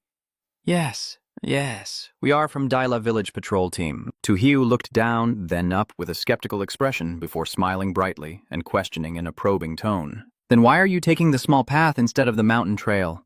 The 2 strangers hurriedly looked for an excuse to justify themselves.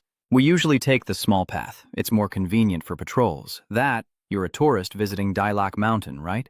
If you want to quickly reach the top of the mountain, just follow the path you're on. One of them pointed behind and said, and also, you must go to the Spirit Mountain Shrine.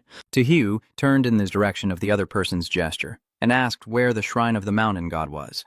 The two of them saw their chance and quickly left. They saw him like a ghost, fleeing in fear. Hurry up, while he's not paying attention. Run fast. Tojo saw this and chuckled, thinking maybe he could learn from these villagers. Then he headed deeper into the forest. The comments are arguing, saying, oh my god, the rules clearly state that the mountain forest is dangerous and you shouldn't leave the trail without permission. I understand you're trying to break the rules again. I want to ask who else dares to do it. Indeed, no one dares. I watched all the other contestants' channels. They all encountered the villagers one after another. Some were so scared they ran away. Some of the contestants, gathering their courage, tried to talk to the villagers and learned about the mountain god temple. But they didn't dare follow the villagers into the narrow path. At that moment, the large number of contestants from Dongdao Nation, led by Qiaodo Madai, blushed and humbly spoke up. Hello, may I ask why did the viewers initially not realize that the contestant from Dongdao Kingdom was a girl? Someone said that the girl looked a bit worried and might soon lose her spirits. Meanwhile, Tojo just stepped out from the bushes and turned her comment towards him. Forget about that girl. Tojo turned back. What's wrong? Is there a problem with the narrow path? He frowned and looked back, thinking to himself that although he had been walking straight into the forest, he ended up back at the starting point. It seems that if you want to reach the top of the mountain, the only way is to hike up the trail. Tojo walked a bit further, then suddenly stopped and noticed a new rule. The content of tourists climbing Mount Dali B, the management of Noi Q6 has never set up unmanned sales points. If you see any, do not take anything from there and report it immediately to the mountain staff according to the rules during the climb. If you see the lookout pavilion, leave immediately. Do not touch anything inside the pavilion. Rule 8. If you feel like someone is following you or hear strange sounds, go to Longgam Dam to brush your teeth and wash your face. But remember, you must not drink water at Longgam Dam. The 9 Dragonmouth rules make it an ideal resting spot on Mount Dai Lak. There, you can seek help from the mountain staff at Noi Q10, but shouldn't trust anyone. Some people wonder why this rule is so strange. What's going on? Could it be that he is affected by the sound of the strange object? The higher-ups of Phao Tai Quoc should send a reminder to help him regain his senses. The reason is that Phao Tai Quoc's player, Phak Quoc Swung, is clutching his head in pain, shouting, Hey, damn it, stop talking. Damn it! The jellyfish pendant helps Tojo neutralize the influence of the strange object. Without that pendant, even sending reminders would be useless. The champion of East Island still hasn't lost hope. King of France tries to hold on. He stammers helplessly, don't say any more. Then I ran away in panic, shouting loudly, I want to get out of here, let me out! If I can't go forward, returning to the entrance might be my escape from here. Seeing Phak Quoc Swung running desperately, the comments flooded in with messages. That strange brain circuit of Tojo Big Brother's way of speaking makes this guy truly talented. Although Phak Quoc Swung's way of thinking is quite weird, I feel like there's nothing wrong. It's ridiculous. Does this guy really think that way and be so stupid? The world of stories would really accept such a cheat like this. The current viewership is over 999,999. What do you all understand from this? What if these methods work too? Phak Quoc Swung will be the first to succeed. This action is attracting so many viewers I see. The level of interest is about to surpass mine. Probably not, if he succeeds. Half an hour later, Phak Quoc Swung ran out of breath and gasped heavily, struggling to speak. Why? Why have you been running for so long and still haven't seen the road sign? Someone immediately mocked him. I feel like time and space around Phak Quoc Duong are frozen. He's like running on a treadmill. Ha, it's like he's never going to leave there. In the Phao Tai Quoc meeting room, the senior manager shouted in frustration, Damn it, such a great opportunity and you couldn't seize it. If you succeed, we will agree to anything you want, but unfortunately you haven't tried at all. 2 notices are being sent to the entire country to prepare for the strange rules that are coming. At the same time, Tojo arrived at a shrine with a 3,000-meter sign. Without hesitation, he walked straight in, immediately breaking the rules during his climb. If you see the temple, turn away immediately and do not touch anything inside. As for him, he not only entered, but also sat straight down on the chair. Gazing into the distance, I suddenly noticed 2 pieces of paper. The first one contains the following content. I am a member of the Dalao Village Patrol Team, hoping the mountain god will protect us. I am responsible for patrolling the area around the village and the trail up Dalao Mountain. According to the village rules, we are not allowed to have much contact with outsiders, especially tourists. During patrols, we inevitably encounter mountain climbers. They often ask us strange questions, but according to the village rules, we are not allowed to socialize with them for too long. Just tell them to go straight up the mountain to reach the mountain god temple. Our village has a communal dining hall where villagers from other groups also eat, but each time the hall prepares an extra dish. Moreover, we are absolutely not allowed to touch that dish. I heard that this dish is made to make the guest house prosperous, and the water at Longngam Dam is drinkable. We usually use it as a drink. Does the mountain god temple still exist? It no longer exists now. The remaining paper says, to leave the great happiness inn. The strange guest house disappears all the way to the mountain god without an endpoint. Don't trust anyone. Tojo frowned and thought to herself after reading both papers, kept repeating the Great Lac Inn and the Mountain God Temple. These two places are probably the key to passing through. Additionally, Autumn from America, Island from the Lost Nation of Japan, the Flag of Lao from Paris, Adam's enemy, and several players from other small countries all chose to rest in the pavilion and picked up the two pieces of paper. But the mighty stance of the Eastern Island nation has been seriously affected by it, so she chose to stay away from the pavilion and looked pale as she left, regretfully commenting, "Oh, such important information, and we didn't get it. This girl probably won't make it to the end." Quickly see who Tojo meets, a staff member. He then went to a place with a sign that said, Longngam Dam is not allowed to drink water here, where a man was fetching water nearby. Tojo then politely asked, "Can I borrow your water bottle, please?" The man, frightened and panicked, firmly refused. No, absolutely not. At this moment, he broke the 8th rule again. If you feel someone following you or hear strange sounds, go to Longngam Pond to wash your face and rinse your mouth. Be careful, you must not drink the water in Longngam Pond. But Tojo didn't care and kept a very sly smile, thinking to herself, if he can't drink it, then what's the point of taking water home? The rules must be wrong, he then said. Hey, don't say that. Then he snatched the water bottle in surprise and took me away. Then drank greedily to quench his thirst. Seeing the comments, I couldn't help but laugh out loud.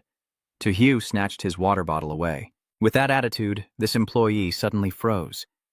Tojo, what are you doing? Finally, he cheerfully laughed and said, "You should thank me." That person pointed at his face, trembling, and stammered, He only knows how to watch Tojo's back leave and thinks this person is like that," he said with a delighted comment. "My actions are smooth and proficient. I love him so much. You look really cool, but can you really drink the water from this pond? Nothing will happen, right? I think he's got much more spirit. The 8 rules are probably just to scare people." The other person still kneels below with hands clasped together, praying for the mountain god's protection. Most of the contestants do not dare to drink the water from the swamp. Only a few remain clear-headed and have decided to drink the water from the pond after careful consideration. Kyodoma-dai was then staring wide-eyed, her eyes bloodshot, running in panic and shouting loudly, Don't come here, butterfly." The people inside the East Sea Kingdom's conference room saw this and said, Kyodoma-dai seems to be losing her mind soon. We must send a reminder quickly. Tell her to drink water from the pond. It might help her stay alert. Kyodoma-dai then went berserk, clutching her head and crying out mournfully, "Don't come any closer. I will risk everything with you." The commentators looked worried. It's over. She didn't see the reminder. The East Island nation always wants to give the chance to remind until the last moment, but now it's too late to save Kyodoma-dai. The system announced that the contestant from Dongdao country, Kyodoma-dai, had been swallowed by a strange creature, and the countdown began. 10-9-8-7-6. The viewer continued to message, "It's a pity she was the first to be eliminated from the Great Happiness Mountain. The high officials of Dongdao country are just beasts. Did you send the reminder a bit earlier? Can you still see her now? The side I'm on understands that at this moment you have passed a sign that says, you have traveled 6,000 meters with a total mountain climb of 100 meters. Keep going. You okay, General Hack?" Suddenly, he realized something, because in front of Tojo there was a building with a sign that read Grand Lac Inn. Everyone was whispering excitedly. The Great Lac Inn really exists. Everything around here is shrouded in black fog. I'm sure this place is not normal. I realize I am no longer fully conscious after hearing those words, even if they are just words from this house. The jellyfish pendant glowed brightly, helping him regain consciousness. Then he, exhausted, bowed his head and panted, thinking that the Great Happiness Guest House was indeed strange, and without the jellyfish pendant, he might have gone inside. The comments started to get noisy. "Hey everyone, what do you think will happen if the contestant goes inside? What are you playing at? If you don't have a screw loose, who would go in there? There are still people like that.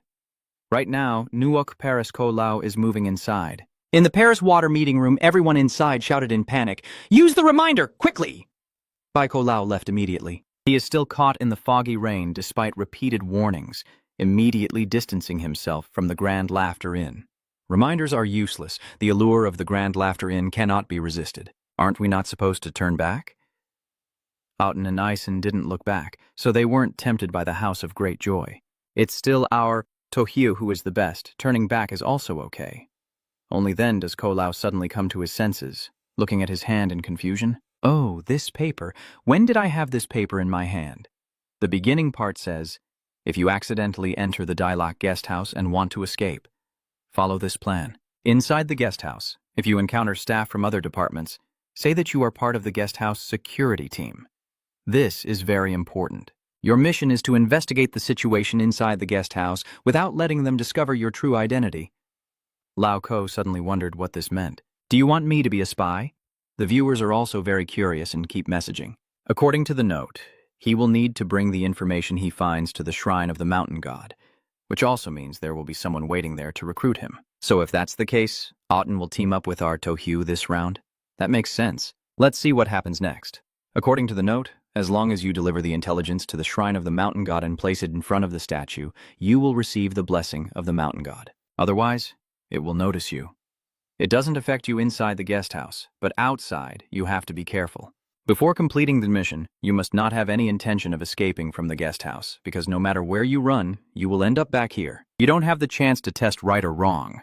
This mission is extremely difficult, and during the process, you must not trust anyone. Ko Lao smirked triumphantly, crumpling the paper and saying, I don't know if what's inside is true or false, but since I can't escape here anyway, I might as well try trusting it. Both of my talents are well suited for a place like this, so I have doubts about the comments. What kind of talent? I don't know. I can only wait to see how he performs. The people in the meeting room took turns analyzing, and it seems the situation isn't as bad as we thought. The guest house might also be an option to pass this round. It seems that this round might involve quick coordination with the high-level leaders of Long Kingdom. Although the relationship between the two countries isn't very good, they might work together in this round. At the same time, the contestants distracted by the Grand Guest House just wanted to escape, so they didn't pay attention to the paper in their hands. The person panicked and ran away, shouting loudly, I don't want to complete any mission. I want to get out of here. Let me go now. Inside the guest house, but as soon as they make a move to run, the hidden staff of the guest house will notice. In the end, none of them managed to escape from the Daliak guest house. The system now reports to Tojo that you have traveled 8,000 meters, with a total mountain climb of 100 meters. Keep going. The 9 Dragon Mouths rule is a suitable place to rest at Mount Dali. Here you can seek help from the mountain staff. He reached the foot of the mountain, saw 2 signs pointing to the mountain trail and the wide mouth cave, with another indicating 8,000 meters. Tojo wondered about the dragon's mouth, then walked straight inside, softly smiling with amusement. He exclaimed suddenly when he saw himself still standing in the same spot, saying he couldn't seek help. That's strange. Why am I back here? Then I keep going. If it blocks me from going straight, then I don't mind checking out the dragon's mouth myself. The comments are excited. Tojo finally decided to go in. Are you still hoping your brother will go in too? Because Otten from the United States and Island from the Lost Nation found a new rule inside the cave, he leaned down and asked at the dragon's mouth, in America. Huh? Is there a new rule here? The dragon's mouth cave is temporarily closed. Dear relatives of the missing persons, we deeply understand everyone's feelings and worries. The scenic area staff have searched inside the dragon's mouth cave, but have not yet found any trace of the missing visitors. Please be patient while we await the results. Do not ignore the strict prohibition order to enter and search. Climbing rules for Mountain Sea. Rule 11. Go straight to the end of the trail. The mountain staff are waiting for you there. You can get help from that staff member. Rule 12. The mountain god shrine does not exist. Rule 13 is getting stronger every day. If you encounter it, do not resist, because you have no way to fight back. Rule 14 is the mountain god. Rule 15. Don't trust anyone. Otten stroked his chin in confusion. Don't trust anyone. This rule is exactly the same as Rule 10 in the code, but I don't know what it implies. Suddenly, a voice echoed in his mind. Come in. That voice is back again, Otten. Go ahead. The comment section hurriedly warned him. Oh my God. It's its voice again. It is affecting Otten. Auden has been enchanted. Stop! Don't go! Don't go! Suddenly, his whole body glowed, and Auden was fully alert, feeling relieved inside. Oh my God, if it weren't for the protective talent, I don't think I would have made it. Then he quickly turned and ran away. I should get out of this hellhole. The viewers cheered excitedly. Oh my God, he did it. Auden successfully broke free from its control. What was that light that appeared on Auden earlier? If I'm not mistaken, it's a level S negative effect removal ability that can eliminate 2 instances of the negative influence caused by the strange object, allowing the user to instantly return to normal. Oh, look, Japan's lost island has escaped the call of the anomaly. How did he do it? At that moment, the lost Japan island was panting outside as the comments continued to stir. His talent is to identify level A, anomalous objects, allowing the owner to sense their existence. So after reading the rules, he immediately ran away. You're impressive. With these talents, you're a step ahead of others. At the same time, Tojo also heard that voice in his head. Tojo, come in here, come in here. The viewers took turns saying it couldn't be, but somehow it managed to attract Tojo's attention, even though Tojo has the scepter of the jellyfish pendant that makes him completely immune to its influence. You're very excited and giving orders. Black General, you go ahead and lead the way. Let's go inside and check it out. The viewers want to recite Buddha's name with you as well. Heavenly Spirit, Earth Spirit. I understand what Big Brother is trying to do. Could it be that he wants to fight it head-on? That's too careless. Tentacles gruesomely sprouted from General Black's mouth, making the comments shiver. Oh my God, I'm scared. Those tentacles wrapped around the tree trunk, then suddenly tore it off and threw it inside the cave. Tojo silently realized that the sound in his ears was gone. Had it just been resolved? A viewer said, I keep feeling uneasy. I understand that the Big Brother was not accepted by the boss. Suddenly, his eyes widened. That's not right. Suddenly, something as fast as lightning shot out from the cave to strike back, and he shouted, Black General, run now! A man with neatly combed hair patted his head and said, Fortunately, Tojo only threw a tree in for testing. If he had gone inside for real, I'm afraid he wouldn't have been able to come out. The man with the slanted hair beside him replied, clearly trying to probe. This young guy has some skill. The people in the meeting room keep discussing, but it seems almost impossible for them to pass through on their own now, so we need to cooperate with the paper fan who is acting as an inside informant at the Dala Inn. Paris is currently hoping to collaborate with us. The only concern is whether the mop can complete the mission or not. In the dim guest house, in front of the entertainment department's room, the Paris mop is sneaking around, thinking to itself, the Dali Mountain has been closed for a long time. So there are no tourists. Why haven't the entertainment staff dispersed yet? There's definitely something suspicious. Let's go inside and take a look.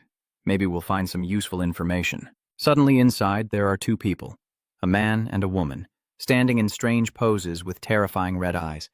He scratches his head and smiles as he leans on her shoulder. Hello, I am a new security staff member. Everyone was surprised by the comments. Oh, I'm really worried about him, afraid he'll get dragged into trouble. If he dies, I won't be able to forgive myself. His acting skills will be fine.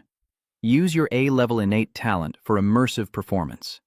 After activating this talent, your acting will reach the highest level, making others completely believe everything you say and do. The man in the room suddenly changed to a cheerful attitude and burst out laughing. Turns out he's the new security guard, and he scared me half to death. Come in and sit for a bit, Kolo awkwardly replied. All right. The commentator breathes a sigh of relief. With this talent, gathering information won't be difficult anymore. Now I can rest assured. I hope he quickly brings that useful information to the shrine of the mountain god. On the second day, at the 9,200-meter mark, Tojo stands at the foot of the mountain where signs indicate the end of the trail. Shen Temple, the guest house, is 9,000 meters away. He silently thought, Rule 11 says go straight to the end of the mountain trail, but the rules also say Shen Temple doesn't exist. If I want to violate both rules at the same time and still be protected by the divine gift, I have no choice but to choose to go. Then, Tojo eagerly made her choice. Son Than Temple, after Tojo made his decision, Auden from the United States and Island from the Lost Nation also took their turns to choose. Island headed towards the sea at the end of the climb, while Auden went in the direction of Son Than Temple. A few minutes later, Island was overjoyed to see the 9,600-meter marker and cheered excitedly. Just 400 meters left, the final point must have mountain staff waiting to rescue him. I'm about to pass through. When he sees the 100-meter sign, he is startled and opens his eyes wide because right in front of him is the temple of the mountain god, a desolate and terrifying place. Island shouted, "Why is this the shrine of the mountain god?" Frantically tearing at his hair, he yelled loudly, Isn't this supposed to be the end point of the mountain climb? Why is there nothing here? Weren't they supposed to have staff on site to assist directly? He collapses in despair as a voice whispers coaxingly.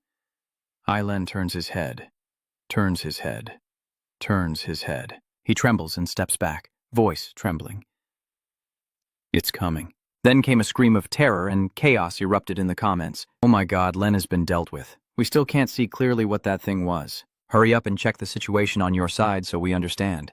If this is a mountain god temple, I have no idea what the other side is. He arrived here exhausted, thinking building a mountain god shrine in such a high place is no easy task. It's strange that someone is worshipping it. Then he said, "Let's go, General Black, and see what this so-called mountain god shrine looks like." So the mountain god the villagers talk about is actually a person. Let me check what is written on the pillar. It is written there that it lures innocent people into the Great Lac Mountain and causes them to become lost. Those who are hypnotized by it will experience illusions of someone following them. They will unknowingly walk straight into the Great Lac Mountain along a special path. Most of these people will get lost in the mountain and become its servants. Very few people, relying on their strong will, manage to resist its influence and stay aware. Many years ago, a mysterious person came to the Great Lac Mountain. He has the ability to prevent perception distortion. Under the guidance of that mysterious figure, the ancestors of the people of Dali Mountain ultimately defeated it. But the mysterious person also fell into a deep sleep because of this. To honor that person, the ancestors of the people of Dali Mountain named him the Mountain God and built a shrine to worship him for generations. Hugh finished reading and said, "It seems this mysterious person is the Mountain God. His deep sleep gives it a chance to return. So that means if we can wake the Mountain God, we might be able to defeat it. But how can we wake the Mountain God?" Suddenly he saw a piece of paper on the ground. Huh? He gently picked it up and thought to himself, "Dialogue Inn? Does this note want me to go to Dialogue Inn?" The note on the paper says that last year, a wealthy businessman found the villagers of Dialogue Village and proposed turning the Dialogue Mountain into a scenic area while building a new shrine elsewhere. The elders opposed it, but the young people in the village couldn't resist the lure of money. In the end, they agreed to the request of that famous person and moved the shrine of the mountain spirit, which was ultimately relocated to the mountain. Although the shrine of the mountain spirit was rebuilt, the offerings and incense gradually decreased because the elderly villagers, being frail and unable to climb the mountain, could no longer perform the rituals. The number of visitors lighting incense at the shrine dwindled, and the power of the mountain spirit began to weaken. It takes the opportunity to rise up. I realize its power is continuously growing, while the mountain god is gradually being forgotten. Mount Dialogue has been completely taken over by it. Visitors to Mount Dialogue are disappearing one by one. The Daila Inn might be the key location. At the same time, Auten angrily crumpled the paper and thought to himself, WWTF, could it be that the Daila Inn is actually the real endpoint? He stormed off angrily. There was no other choice. It seemed he had to return to the Daila Inn. As he was walking, something was drifting behind him. The comments keep warning each other, and look, it's back again. Seems like going to the Dialogue Inn was a mistake. Big Brother Tojo, absolutely do not go. The comments on Tojo's side keep sending messages. Big Brother, Tojo is about to do something. I'm starting to get scared, everyone. Is it possible? Tojo the Dam is about to go to the Dali guest house?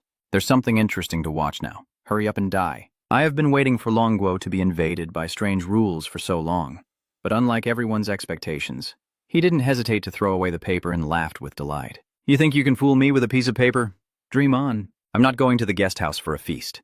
The viewers are very pleased to see that. Ha ha ha ha. As expected of Big Brother Tojo, always has a way to tease Fo Tai Quoc and Dong Dao. Switching to Ko Lao's side, someone reports that look, Ko Lao is running into the shrine of the mountain god with a piece of paper. He spoke, saying, "This is the intelligence I barely managed to obtain, no matter which contestant receives it." Then he placed the paper on the table and said, "You must help me succeed in passing this round." Then the paper disappeared into the blazing golden light. Ko Lao smiled upon seeing that. Where Tojo is standing, there is also a golden light, and the viewers cheer. It's a success. Ko Lao has brought the intelligence report to the shrine of the mountain god. This golden light is the protection he received. What happened next? How did Tojo get this paper? Turns out it was passed through. Great, now just wait for Tojo to read it. When he does, he will realize and wonder about it. There's another paper. Suddenly, someone sent a message. People from Longguo shouldn't get too cocky yet. Tojo didn't believe the previous paper at all. He definitely wouldn't believe this one either. As he picked up the paper, the system immediately notified him that it was a piece of intelligence from the guest house. It's confirmed and can be used. The viewer immediately sneered, "Ha ha ha ha." Are the people of Dongdao satisfied now? We still have a chance to remind them. Slapping yourself so quickly. Does it hurt? That person was scolded and blamed. So annoying. Why did Long Kingdom's high-ups arrive so quickly? Our leaders are really stupid. Tojo carefully examined the paper and said, "The staff of the Dali Hotel are all his servants. Their lives are his lifeline, and to eliminate him, they must not only awaken the mountain god, but also destroy those staff members." Then Tojo searched everywhere and found that the paper mentioned gold attire and incense in the temple, which could be used to summon Son Than. After a short while, he found the gold attire and cheered with joy. "Found it!" He decisively put it on and commented with a puzzled look. "Oh, I see why I transformed into a stone man. What does this mean?" Some speculate that the majestic appearance he had at that time was because he followed the instructions on the paper, possibly the method to summon the mountain god. So just keep watching. He places both hands on the incense burner, and immediately a terrifying entity appears, calling his name out loud. "Tojo, Tojo." The frightened comments hurriedly exclaimed, "So it came to find Tojo. Is it because it's afraid the mountain god summoned it and came here to harm Tojo?" Someone warned, "Tojo, big brother, absolutely don't turn around. Absolutely must not look at it. If you turn around and see its form, it will swallow you." But he still turned his head back, and the entity said, "I understand. I understand. Come here to submit to me. Become my servant." The frightened comments shouted, "Save me!" It looked so terrifying that I couldn't even speak. "Please protect me. Please add a protective comment on the screen." Oh my god. What is this? I can't watch anymore. Its dark magic is pulling at my feet. "I understand." I step back in discomfort. "Oh no," I secretly think to myself. I feel an invisible force trying to tame me. The jellyfish pendant glows brightly, and the atmosphere calms down a bit. That scared me half to death, but luckily I still have the jellyfish pendant. I understand that the boss almost lost his life. I understand that just looking directly at it was enough to disorient him, and I can't imagine how difficult it would be to defeat it. He is now protected within a glowing blue circle. The viewers wonder, where is the mountain god? Has he done all the steps and still hasn't appeared? Could the legend be false? That entity roared, "Could there be a reason? Such a small humanity can actually resist me?" Tojo waved his hand forward and ordered Hak Tuang Quan to charge, unleashing countless giant octopus tentacles from his mouth to attack the entity, but all were cut apart by its magic power. The viewers cursed, "Damn it, Hak Tuang Quan is no match for it. What should I do now?" What do I do now? Yes, brother, Tojo still has the doll, so there's still a chance to win. He threw it forward, praying for the charms to protect Long Kingdom and Tojo. Both fought fiercely, entangled in a chaotic scene. He worriedly wondered what detail he had missed. If the mountain god doesn't appear, General Black and the doll might be forever buried in the Great Lament Mountain. This is not the outcome I wanted. That strange creature knocked the Black General away. That strike was like a pipe wrapped in red flames. General Black was knocked back in a straight line at high speed, causing a powerful collision there. The flames and smoke burst alternately. Tojo turned his head to watch, his face filled with fear as he called out, "General Black." The situation makes viewers worried and discuss. It's over. This time it's really over. The Black General and the doll together are no match for it. I understand that this boss really wants to defeat it, but that strange creature immediately expanded its body like a fox to reach him and try to grab Tojo. It grins maliciously and says, "Now see what you can do." He knows there's nothing else to do but fight. He looked at it seriously and challenged, "Come on, I'll fight you." I can't bear to watch anymore. I can't accept the fact that I understand Big Brother will die. The other viewers' comments seem mocking and sneering. Finally, the day has come. Kill that strange creature. Today I must open champagne to celebrate. They have even reached the edge of Long Country. Then many golden chains appeared, shooting straight and binding the strange creature in front of Tojo, preventing it from attacking while he froze in place. Dark energy surrounds it. It turns its head and says something, "You're actually awake." Tojo looked confused, seeming not to understand anything. The mountain god appeared and said, "The mountain god is here. Don't even think about causing trouble." Seeing this, the viewers are overjoyed. The mountain god is the mountain god. He has finally appeared. So the golden chain belongs to him, radiating spiritual power. Then, the strange creature soared up and attacked the mountain god. He countered with the gold chain. Standing on the ground, I watched them silently, realizing I hadn't made a wrong move. Sun Than just needed time to recover. His face shows worry, but he still can't relax. From the intelligence report from Ko Lao, it's clear that to completely eliminate it, they must deal with the staff at the Dai Lak guest house who are providing it with power. Thinking quickly, he turned around hurriedly, running while shouting, "Dahl, General Black, come with me to the Dai Lak guest house." And he and his team ran off, leaving Sun Than to deal with the strange creature. Viewers find the discussion confusing. What's going on here? Isn't the spirit of the mountain already here? I understand why the boss still needs to go to the Dali Hotel. There might be another key reason. Let's trust and follow him. He stopped when he reached the place, standing and watching a group of people who looked neither human nor ghost, limping out of the hotel. Why are there so many people? You scared me to death. Oh my God. Why did the staff suddenly become like this? It's so scary. Other viewers speculate that they are all servants of it, probably sensing its battle with Sun Than and preparing to go to Sun Than Temple to help it. Can Big Brother Tojo now rush in and fight them off? Tojo quickly pointed at the group and said, "General Hak, the dolls are up." They charged forward upon hearing the command. The viewers praise him. I understand that the boss is too decisive to let Captain Black take action. General Black opened his mouth to catch the group. He stood there watching, then thought to himself that he remembered the letter Lao sent and still needed to write. The ones in red and white are its true source of power. They must be wiped out completely. Tojo looked at the remaining people sitting there nervously, holding their heads, and thought that the ones in gray could still be saved, so there was no need to kill them. After Hak Tuang Quan finished his task, he lay back on the ground with a satisfied expression. Tojo exclaimed in horror, "Did you eat them all?" The viewers couldn't help but laugh, saying Hak Tuang Quan is so adorable that they want to bite him, and some people are still sprawled on the ground, probably fainted out of fear. Huh? What's going on? Big Brother Tojo, why haven't you fought them yet when they've already fainted and eaten? And suddenly the system shows an information panel revealing that the Mountain God Ring is my reward. I understand. He smiled as he juggled the ring, thinking to himself, this is a good item that could increase the strength of the doll or Black General next time, making them even tougher than now. The viewers are debating, how did he pass then? That thing is dead. Other viewers replied, they are so foolish. Its source of power has been destroyed. It will definitely be caught by the Mountain God. Now at the Mountain God Temple of Ko Long, he exclaimed happily, "Great! I also passed, helping Paris to regain face." What? A decrease in baldness rate? What kind of joke is that? Why does Tuquo get more mineral resources while Paris's baldness rate decreases? The viewers discussed this and said the reward sounded unserious. I couldn't stop laughing. I understand that the Great Elder is truly our idol.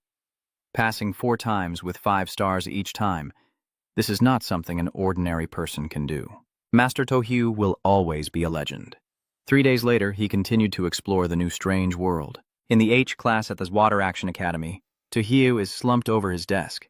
Seemingly, no one else is in the classroom. The system pops up a notification about the country's challenge location, making him annoyed as he opens his eyes, then familiar information appears again, his face showing boredom as he yawns and stretches, saying, "Water Action Academy, huh? I'm used to this opening scene. Let's find the rules first. Is there something on the table that's bothering you?" A piece of paper. It states that new students, welcome to the Water Element Academy. If you want to survive and leave here, follow the rules below. Rules. Rule 1. Always keep your uniform clean and tidy when attending class. Rule 2. During serious lessons, look at the board. No matter what the teacher is writing on the board, do not show any surprise. Never show any unusual expressions. Always stay calm. Rule 3. Do not stare at the teacher because they will feel offended and will call on you more often to answer questions. Rule 4. If you see your deskmate not taking studying seriously, don't hesitate to tell the teacher. Rule 5. During break time. If your classmate is talking to you, ignore them, especially if they ask you to go to the bathroom together. Rule 6. Before entering the bathroom, make sure no other students are inside. If you find another student in the bathroom and they are staring at you, leave immediately. Rule 7. Do not eat food from the school cafeteria. If you're hungry, eat a sandwich made with the special recipe of the old man. Rule 8. When outside the dormitory, always keep a fake book that looks like you're studying in your hand. Any kind of book is fine, but it must not be a forbidden book. Rule 9. Students of the Water Action Academy all love studying very much. Make an effort to join them. If a classmate tries to stop you from studying and invites you to hang out, refuse that invitation. Rule 10. After school, you must return to the dormitory immediately. If someone mentions it's your turn for duty at that moment, don't worry about it. Tojo was a bit stunned and silently read the rule sheet. Tu Hyo shouted, "General Black, come out," as he fed it something. "Here you go, eat this." It barked happily as a thank you. Then it closed its eyes and disappeared into hiding. Tu Hyo sat with his arms crossed at the table, watching it with a smile and asking, "Do you have this skill too?" The viewers are commenting that in this strange world it's probably quite easy for weird creatures to hide themselves. That makes me even more confident that I understand. There is an invisible protector nearby, so any strange creature must stay away. Then he reached down, picked up some dirt from the floor, and smeared it on his clothes to dirty them. He thought to himself that he needed to break the rules first to gain the protection of his gift, but the viewers were annoyed and criticized him. He just broke the rule at the start. His nature is hard to change. He'll die sooner or later. Other viewers spoke up to defend him. "Better not talk nonsense, or you'll get slapped in the face now." A few students then entered the classroom, one after another, their clothes covered in dirt, faces grim, and their steps sluggish. The viewers' comments appeared. "Look, these students' clothes are all very dirty, and obviously breaking Rule 1 is a mistake." Elder Tu Hyo is so meticulous he was able to judge that Rule 1 was wrong so quickly. "Where's the popular country of Oat Dong? Quickly show your face so I can punch you awake." "Everyone be quiet. Now we will start the lesson," she said sternly. Her clothes were also dirty like the students. She held a red chalk and wrote on the board, basically telling the students that if they saw her writing, they should come to the office after class and not let anyone follow. And she also said that no one could see her writing with red chalk. Suddenly, the atmosphere in the classroom turns cold and gloomy. Tu Hyo, lost in thought with his hands clasped, doesn't notice the students all turning to look at him with icy gazes. The teacher is a good person. It won't be that easy, right? The viewer worries. The 2 rules say that no matter what the teacher writes on the board, you must not show any unusual expressions. It seems Tu Hyo is about to be exposed. The viewers reassure him, "Don't panic, it's not very obvious yet." The others just look at him, doing nothing else. Then she picked up the white chalk and wrote with a sinister smile, "There is a salty dish mixed into our class. Find out who that person is. The one who discovers them will get a reward." Viewers are horrified by her actions and start discussing. Is the teacher schizophrenic? Why is her attitude so different now? When those students mentioned the food, they burst into giggles, their faces like demons. The viewers continue to speculate, observing that these students seem truly unable to see the writing in red chalk. But if they all can see it, they might just be pretending not to in order to let the new students reveal themselves. Tu Hyo's expression was deep as she sat quietly, observing and pondering something. The viewers took turns discussing. Your judgment is also possible. Indeed, it's not wise to take the risk. Why does the boss keep staring at the teacher? The rule is that you can't stare at the teacher during the 3 questions because they'll see it as disrespect and call on you more often. Why haven't you gotten used to the boss's way of working yet? Isn't he always like that? Realizing someone is watching, she turns her head down and wonders who is looking at her. Then she pointed at Tojo and asked, "Would you stand up and answer the next question? If you find out your desk mate is a new student." He listened carefully to the question, then stood up, smiling slyly as he replied, "I think I would politely shake hands with him." The classmate next to him was both scared and confused by his answer. The atmosphere in the classroom turned cold and gloomy again. They all turned their heads to glance at him. Suddenly, he spoke while tilting his head back, his face looking extremely fierce as he uttered words that would terrify ordinary people. "Next I will cut him into pieces." Wooma slaughtered him, then took him to the cafeteria to be our meal. The student sitting next to him covered his mouth with his hand and kept trembling in fear. The teacher seemed pleased with his answer. "Very good." The continuous applause of praise echoes loudly. The viewers feel sorry for that boy. Seeing his classmate so scared, he wants to climb out the window and run away. He was truly trembling all over and sitting close to the wall. Tu Hyo sat down with his arms crossed, a satisfied look on his face, and a gentle sigh of relief because his earlier answer was very risky, but he managed to get through it. Other viewers find it amusing and agree with the classmate for a minute, while others become more interested and speak up. "Hey everyone, look!" Myanmar's contestant was called up to answer because he kept staring at the teacher. "This student, I ask you, has the cafeteria served any dishes at each meal?" He stammered and replied, "Green vegetables, no, it's meat." She leaned in close to his face and asked, "Whose meat is it?" He stammered in fear, "It's the new student's." She looked like a demon, her eyes turning red, fangs showing, hair standing on end. She raised her hand towards him and said, "No, right now it's your meat." After she finished speaking, the other students stood up, looking at him with mischievous smiles. Then they rushed over, grabbing him and biting him non-stop. He screamed in horror, "Help! Ah!" The system panel displays a notification that the Myanmar contestant is being swallowed by a strange creature. The upcoming Strange World countdown begins. 10, 9, 8, 7, 6. The viewers start discussing. How could the teacher tell just from the question that he was a new student? I think the answer doesn't matter. What's important is that he was panicking when he answered. Oh, so it's due to a weak mentality. Looking at me, I realized the performance earlier was truly the work of a natural actor. After finishing the Q&A session, class was over soon after, and everyone in the class was holding up some forbidden book, trying to read.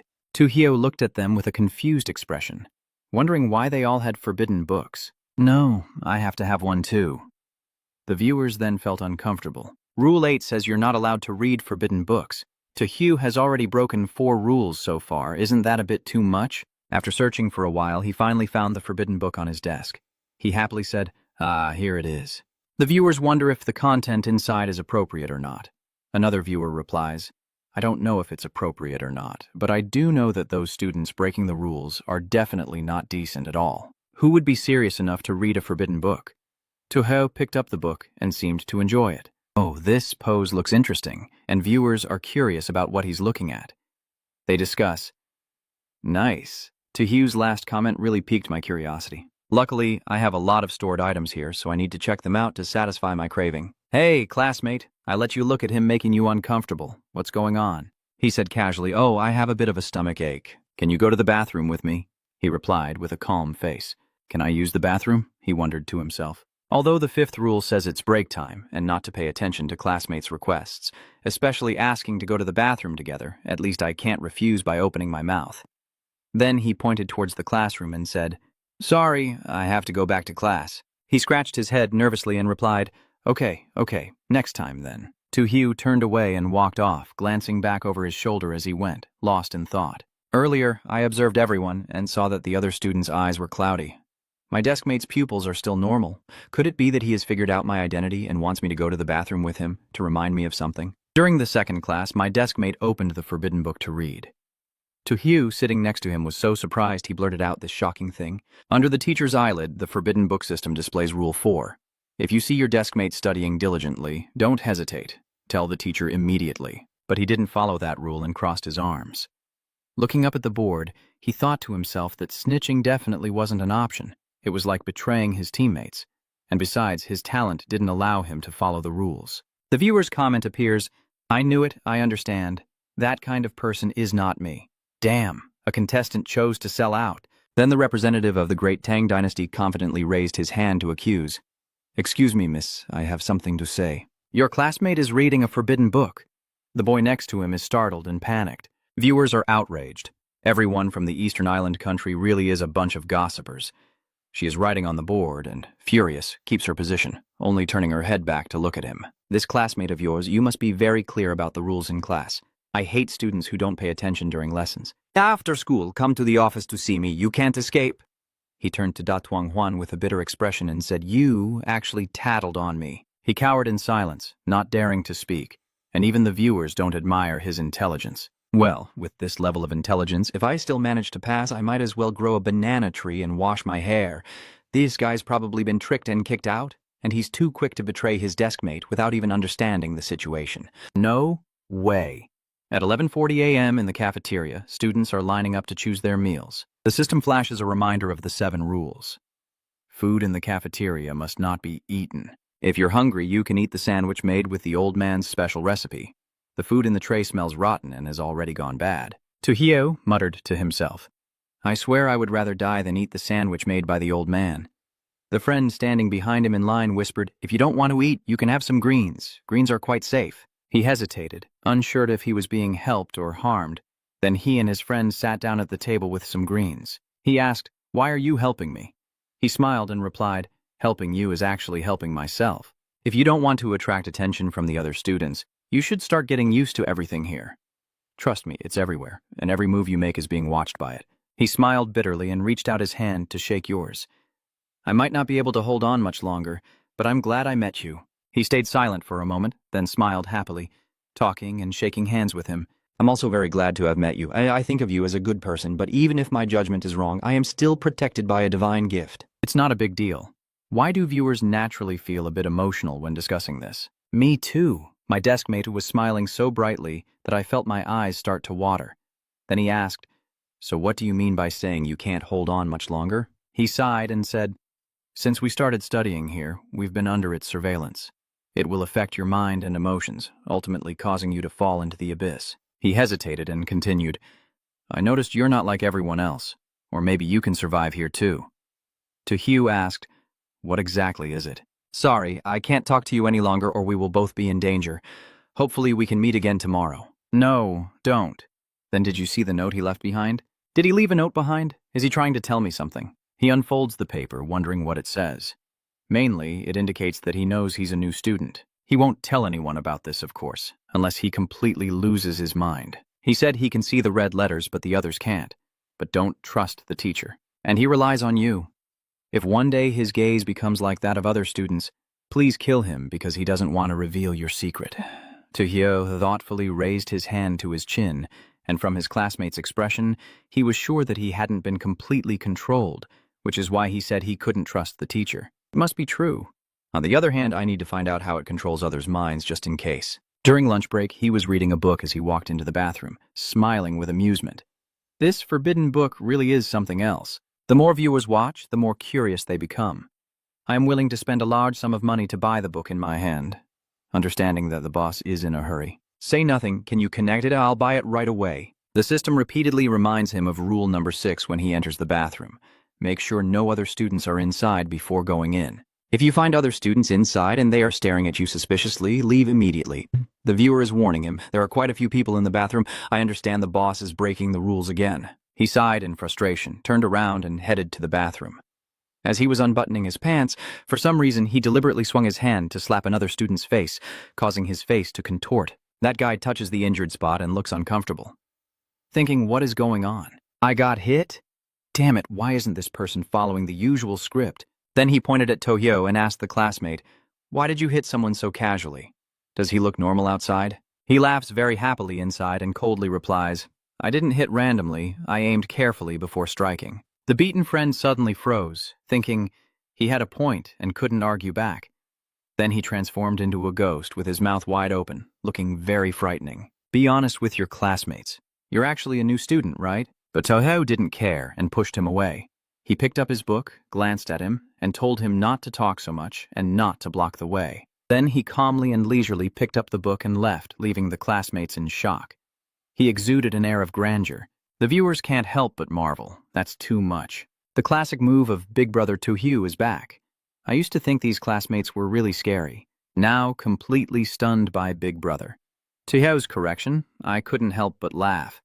As I was heading to class, a cheerful girl with a basketball hugged it and called out to me, do you want to play basketball with me? He made you think. Then he pressed the forbidden book shut with both hands and smiled slyly. All right, let's go. System rule number 9, empowered peers, mainly stating that students of this academy love studying. If a classmate obstructs your studies, immediately refuse them. He turns away with her and walks off. The viewers jump into the comments saying, tisk, tisk, tisk, I know Big Brother broke the rules again. I'm so used to it. Whenever you break the rules, tell me. The two of them are standing in the yard, and she asks with a squinting smile, classmate, do you know how to play? He replied coldly, yes, a little. Then she raised the ball. Okay, watch me show what I can do. Tojo was shocked and puzzled inside, causing the audience to burst into laughter. This female classmate is pretty funny. Let's just say, Tojo doesn't know how to play at all. Who would have guessed? After asking, she immediately said she wanted to show off to broaden Tojo's horizons. She quickly passed the ball over Tojo's face, and then stopped. She even struck a pose for herself. Konye is so beautiful. He looked at me with a doubtful expression and thought, so this is it? Just this kind of move? And you call it playing basketball? It's not even worth it. Huh. The luminous jellyfish pendant is glowing? What is this situation? Could watching basketball dance affect my mental state? He saw that even the forbidden book was glowing, and wondered to himself, is the forbidden book also glowing? Could it also eliminate mental influence? Then he picked up this book to check it out, to review it. Suddenly, he said he understood. He happily thought to himself, it always uses all kinds of methods to influence his mind. But the forbidden book can only partially dispel its effects, acting like a jellyfish pendant, but weaker. He still stood there holding the book, lost in thought. No wonder his seatmate always read the forbidden book, probably to suppress its influence. The female student asked him, classmate, how do I play basketball? But he was so engrossed in the forbidden book that he didn't listen to her, and then she got angry, her hair standing up with evil energy surrounding her as she shouted, classmate, I'm talking to you, why don't you answer? Tojo closed the book and coldly replied to the female classmate. You really love playing basketball, I have no problem telling you. The female student, hearing that, snapped back at him. She transformed into a fierce demon and flew over. Friend, I advise you to think carefully before speaking. He turned around and looked at the proud girl, replying, No need to think, the truth hurts. If you can't play, don't force it. No matter how much you practice, it's still useless. Saying that, he took his book and left, leaving the female classmate furious and shouting at him, I'm so angry I could kill you. Tojo turned back and warned her, Your classmate probably already killed someone and will be locked in the dark room by the teacher. Hearing that, she immediately became frightened and muttered to herself, The dark room. He turned around and walked away, a smug look on his face. I was right. These controlled students aren't killing each other because it's forbidden. The teacher of this academy hates lazy students, truant students, absentees without permission, and those who don't listen in class, and they all get locked in the dark room. He thought to himself that the dark room was not only a place to punish the contestants, but also a place to punish the other students. The viewers' comments are appearing. Go check it out. Is anyone inside? What is he doing? Just standing outside the door shouting without going in, holding it in until he's about to pee his pants. The viewer explains, he's afraid that if someone is inside, he'll break the rules. Such a fool. No one answered him, so he ran into the bathroom. No one. Just go in. But behind him, a few male students were following, and the viewers and discussions are truly foolish. They can't compare to me, understand, old master. The great Tuang Huan blames me for being so shameful. I want to migrate to Long Country, and some other students are following him, so there's a good show to watch. Then 3 male students grabbed him, glaring fiercely as the father asked, Are you a new student?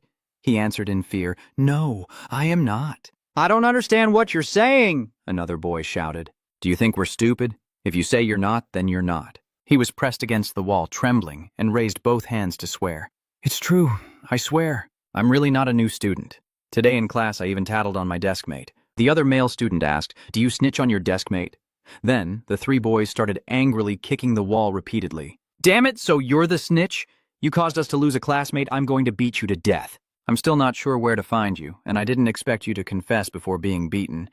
Trash of society, a pimple. He only knows to lie on the ground clutching his head and take the beating without fighting back. They are good people who haven't been controlled yet.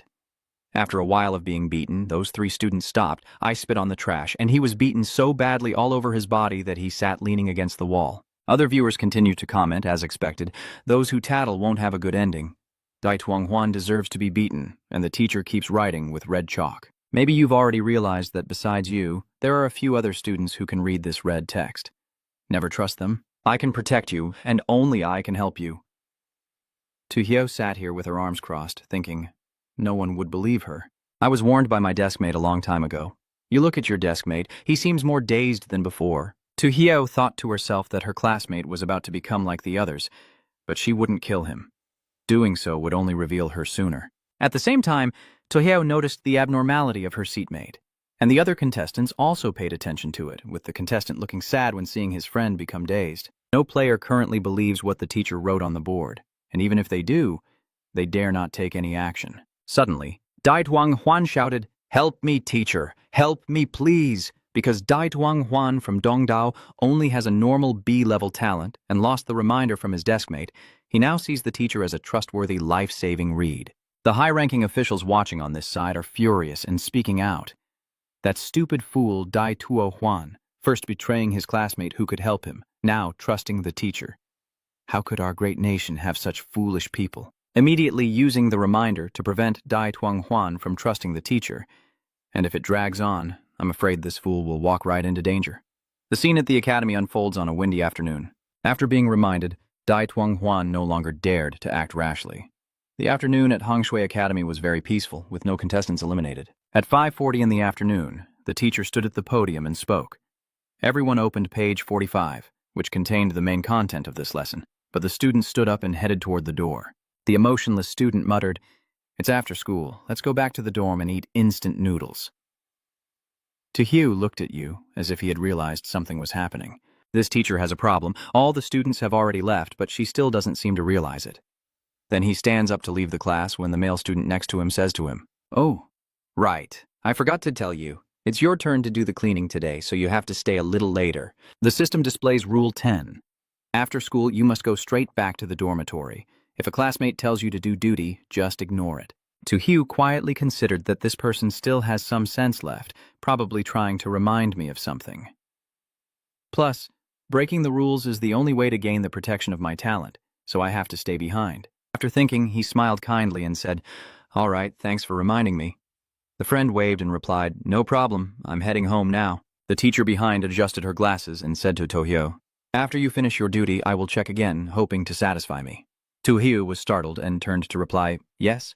The school bell rings again, and at this moment, the teacher also steps out of the classroom. He wondered why the school bell rang twice at the end of the day, and why the teacher only left after the second chime. Hugh, feeling overwhelmed, decided to stop thinking about it for now and focus on finding the clue about what that classmate wants to give him. After thinking, he immediately started rummaging through the room. After searching every corner for a while, he found a forbidden book. I understand with joy. As expected, there are some additional rules here. Dear student, this book contains special rules written just for you. Read them carefully because they might be helpful. Rule A. Rule 11. The homeroom student must sweep the classroom. Make sure to leave immediately after cleaning. The teacher will not come back to check. Rule 12. When cleaning the classroom, lock the windows and doors. If something strange happens or you see the teacher doing a cleaning check, don't open the door. If you can't resist, just ignore it and run out. Rule 13. Forbidden books can suppress their influence, but that will also make them notice. Do not bring the forbidden book when leaving the classroom. Rule 14. You can trust the janitor. When faced with a difficult problem, go to the janitor's office for help. Rule 15. The dark room is dangerous but also contains a way to escape from the underwater academy. Rule 16. It is everywhere, and most students have become its eyes and ears. Don't trust classmates with soulless eyes. Rule 17. You can trust the teacher. She will help and protect you. Be aware that some rules may be altered due to its influence. Don't trust the rules completely. Tojo carefully considers. The teacher obviously couldn't trust it. Rule 17 doesn't mean this paper has been affected by it, so you can't trust it completely. But the first time the rule mentioned the janitor at the school, whether Rule 14 was right or wrong, the janitor was definitely the focus to pass this round. Suddenly, a crow flew outside and shattered the window. He was startled and turned around, and Tojo's eyes naturally shifted to a red color. The viewers immediately became worried, wondering why Tojo's eyes had turned red. I have a feeling that the fruit will affect his mind. Weren't we told about this before? It will use every trick to affect the contestant's mind. The jellyfish broadcast ring on his body also starts to vibrate, emitting a beautiful blue light. Tojo also gradually regained his clarity thanks to the pendant and immediately ordered, "Black General, charge in and pluck the feathers from that noisy bird for me." General Black charged forward, wrapping his tentacle around the crow tightly. Tojo crossed his arms and sneered, "This crow is weak. It doesn't seem to be anything special. That Black General is now your spoils of war." Hearing this, the Black General immediately swallowed the entire crow. I haven't even tasted anything yet when General Black suddenly collapsed and groaned in discomfort. Tojo was worried. What's going on? Is this crow poisonous? Hak Tuong Kwan lay on the ground for a while before standing up again, his eyes turning red, and he continued to call out, "Quack, quack, Tojo, are you surprised to see that the crow has taken control of Hak Tuong Kwan?" But when he saw that the Black General kept wagging his tail and constantly cawing, he finally breathed a sigh of relief and said, "No, it's not the crow controlling the Black General, but the Black General merging with its power." Over in the meeting room, Long Guo kept praising nonstop. Hak Tuong Kwan's transformation once again overturns our understanding of strange creatures. Quickly document this change as a secret material. The person beside also agrees Tojo has made a great contribution to all humanity. When he returns, he must be rewarded generously. Meanwhile, in the American classroom, the leadership was holding their heads and cursing the sky, wondering how Long Guo was so lucky. Something so absurd could actually happen. The person next to him announced that an urgent high-level meeting must be called. We need to discuss countermeasures quickly, or the United States will soon be overtaken by Long State. At the same time, the flying soldier Maris, who chose to stay on duty, also encountered that crow. The crow kept crashing its head into the window. Although he locked the window as instructed on the note, he couldn't silence the strange cawing of the crow. He clutched his head in despair and shouted, "Stop calling! Stop calling!" The viewers immediately chat, but closing the window doesn't stop the crow's cries. Looks like he's doomed. The crow keeps pounding on the door, leaving scratches as the madman's mind spirals into chaos, and he screams nonstop. Where did this crow come from? Oh my God, is there anyone who can save me? I don't want to die, I don't want to die. This time the crow opened its mouth wide and kept screeching, making him pale with fear. "Don't do that." Something made him open his eyes wide. Suddenly, a voice from the teacher came from behind the classroom door. "Open the door for me so I can check the hygiene." He immediately remembered Rule 17. Teachers are trustworthy. "She will help and protect you," he muttered. The crow is nowhere to be seen anymore. Could it be that the teacher came to save me just as Rule 17 said? Thinking this, he happily ran toward the door, hurriedly saying, "Teacher, wait a moment. I'll open the door right now." The teacher outside of the door smiled strangely and replied, "Yes, little one." Rules 11 and 12 are repeated. When he was about to open the door for the teacher, he remembered those two rules. He immediately froze. No, that's not right. The teacher might not be here to save me, just cooperating with the crow to trick me into opening the door. The crow at the window suddenly turns and rushes toward the window. He shouted loudly. Sure enough, the crow still hadn't disappeared. The teacher kept saying, "Student, I am here to help you." That crow is about to tear you apart and fly into the classroom. You can still open the door now. He stood there confused, not knowing what to do. Oh my God, both sides are strange. What should I do? In the heat of the moment, he suddenly remembered rule number 14. The janitor can be trusted. When faced with trouble he can't solve, go straight to the janitor's break room and ask for help. Help. He seemed to grasp a hope and said, "School janitor, that's right. I should run out the back door to find the janitor for help." Then he ran to the back door and opened it. The screen suddenly flickered, and a notification announced that Fei 2 Nation's contestant had been swallowed by a strange creature. The world of the story is about to begin. Countdown 10, 9, 8, 7, 6. The viewers couldn't understand what was happening and started discussing among themselves. What's going on? Opening the door should have let him run out of the classroom. So why was he swallowed by that strange creature? Wait a moment, everyone. Look at Maris's final image. The window behind him has no crow, and the glass is intact with no cracks or damage. The point is that both the crow and the teacher are illusions. They wanted to scare Maris into leaving the classroom, and as soon as he steps out, he will be killed. The announcement rings out that Pedro, the player from Tukauquuk, has been swallowed by a strange creature, starting a countdown from 10 to 1, and viewers immediately start chatting. As expected, Pedro was also killed that way. Soon after, the two players chose to stay on guard, and Ange received a warning from their senior leader. "No matter what, you must not leave the classroom, but from my side, it's different." He opened the door to let the teacher in. The teacher said, "I came to help you solve the problem, but seeing that you're fine, I'm really glad." I confidently replied, "Oh, so tell me, what's so good about that?" Seeing that the teacher didn't respond, he sneered and exposed her. No need to pretend anymore. Turns out she already knew I was the new student, right? The teacher replied, "Do you students think there's some misunderstanding?" He leaned on the desk and said, "Misunderstanding. Now I understand why the bell rang twice at dismissal." The other students leave the classroom after hearing the first bell, but she doesn't leave. She didn't leave because the new students would watch her actions and also stay, so she could find out who the new students were. You explained that the second ring is a warning to you because even in a strange world, there are its own rules.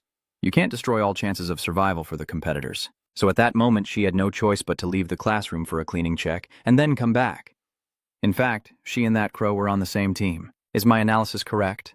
The teacher immediately revealed her true nature. She smiled a sinister smile, her eyes turning red, and growled, "You really underestimate me. But do you think this entire school is just full of strange creatures?"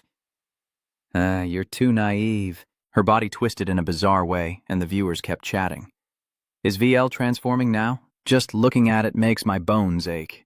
She climbs straight up to the ceiling. The audience keeps commenting, "What is this? Dodge? I think I'm going crazy." Can anyone understand this feeling? To Hugh feels no fear. Instead, he even mocks casually.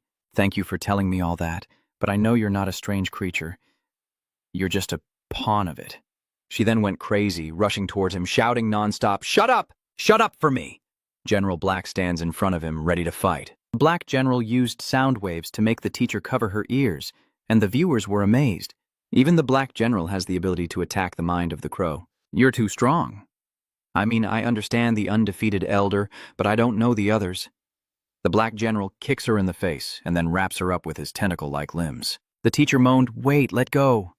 Just as the fight was getting intense, the crow from earlier came back to life and charged at her. Hugh was also surprised that this crow could come back to life. He immediately threw the doll toward the crow. The doll rises, but before it can do anything, the raven vanishes. General Hawk has the advantage now, and everyone watching is amazed. His commanding presence and smooth movements are even more powerful than before. The best person is still Brother Tojo. In an instant, he was able to deduce the connection between the teacher and the crow, and even analyze that the crow was an illusion. Just like Hotch, Tojo wondered curiously. The doll couldn't catch the crow. Could it just be an illusion, not an actual entity? After dealing with the teacher, Tojo felt relieved. All right, once this mess is sorted out, it's time to go back to the dormitory. He holds the forbidden book and walks out of the classroom, thinking to himself. Rule 13 in Rule A emphasizes that forbidden books must not leave the classroom, but breaking the rule a little, so Rule 131 is repeated once again. Meanwhile, Kolao and An have been hiding in the classroom and haven't gone outside.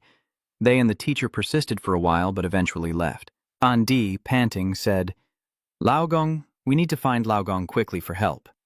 Both of them breathed a sigh of relief and instinctively chose to seek help from Laogong. Then An Di quickly headed to Laogong's room. As soon as he opened the door, Laogong guessed, "Are you the student on duty today?" "Yes, please save me. I'm about to fail. Please save me." The janitor then handed him a forbidden book and said, "Take this. It's a valuable forbidden book I've kept for a long time, which can not only suppress its influence, but also eliminate its effects." He immediately looked happy and kept thanking him. "Thank you so much. I am finally saved." Other countries' spies also quickly sent reminders to their players, but they couldn't find the janitor or get the forbidden book. When the other players received the alert, they went to the janitor's room, but the door wouldn't open, and there was a note stuck on it. The janitor's lounge is off limits to unauthorized personnel, and the viewers start to discuss. Why is that? Students who do not stay for duty will not meet the janitor. Could it be that the janitor is afraid they are students who have been controlled, so he dares not risk meeting them? Big Brother. Tojo, after finishing duty, if you don't go to find the school janitor, can you still obtain the forbidden sacred artifact? I think Tojo probably doesn't need that book either. Let's keep watching. Tojo was walking back to the dormitory when suddenly a notification appeared. It used to be a crow living on a tree in the academy. Until its home was destroyed and its offspring crushed, it was filled with hatred. Under its influence, the raven was consumed by rage and began to retaliate against the academy.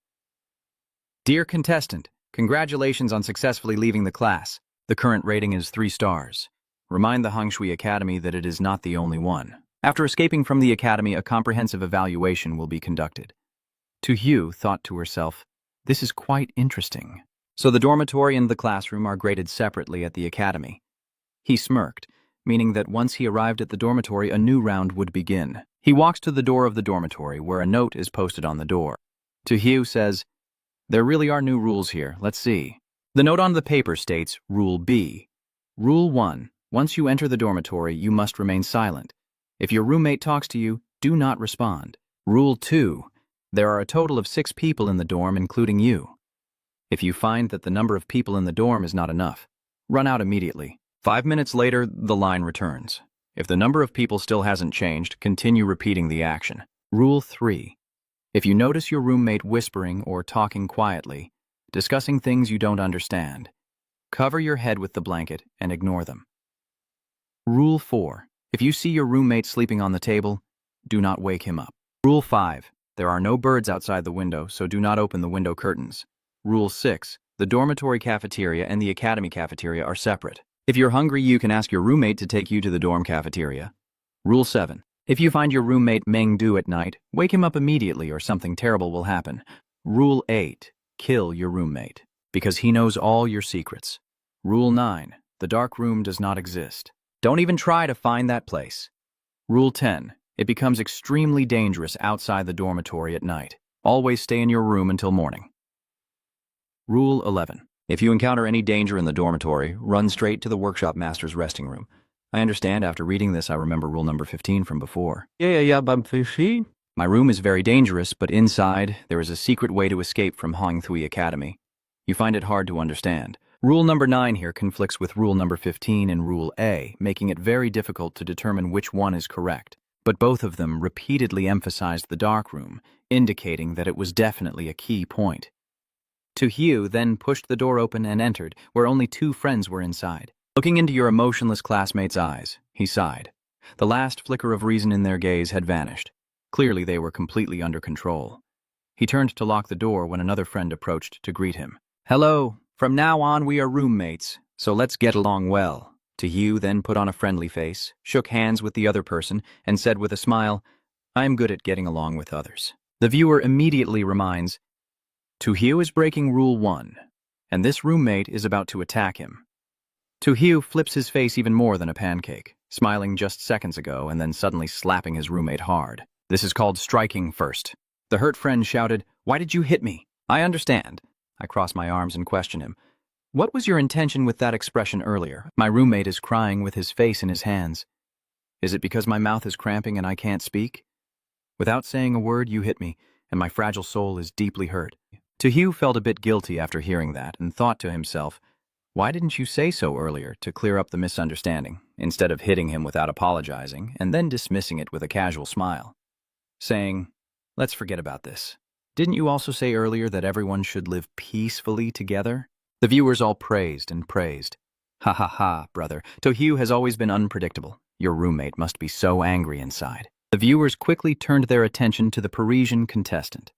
Look, even after being reminded by the senior leader, he went to find the cleaner to get the forbidden book. Unfortunately, he wasn't on duty either, so he couldn't get the book.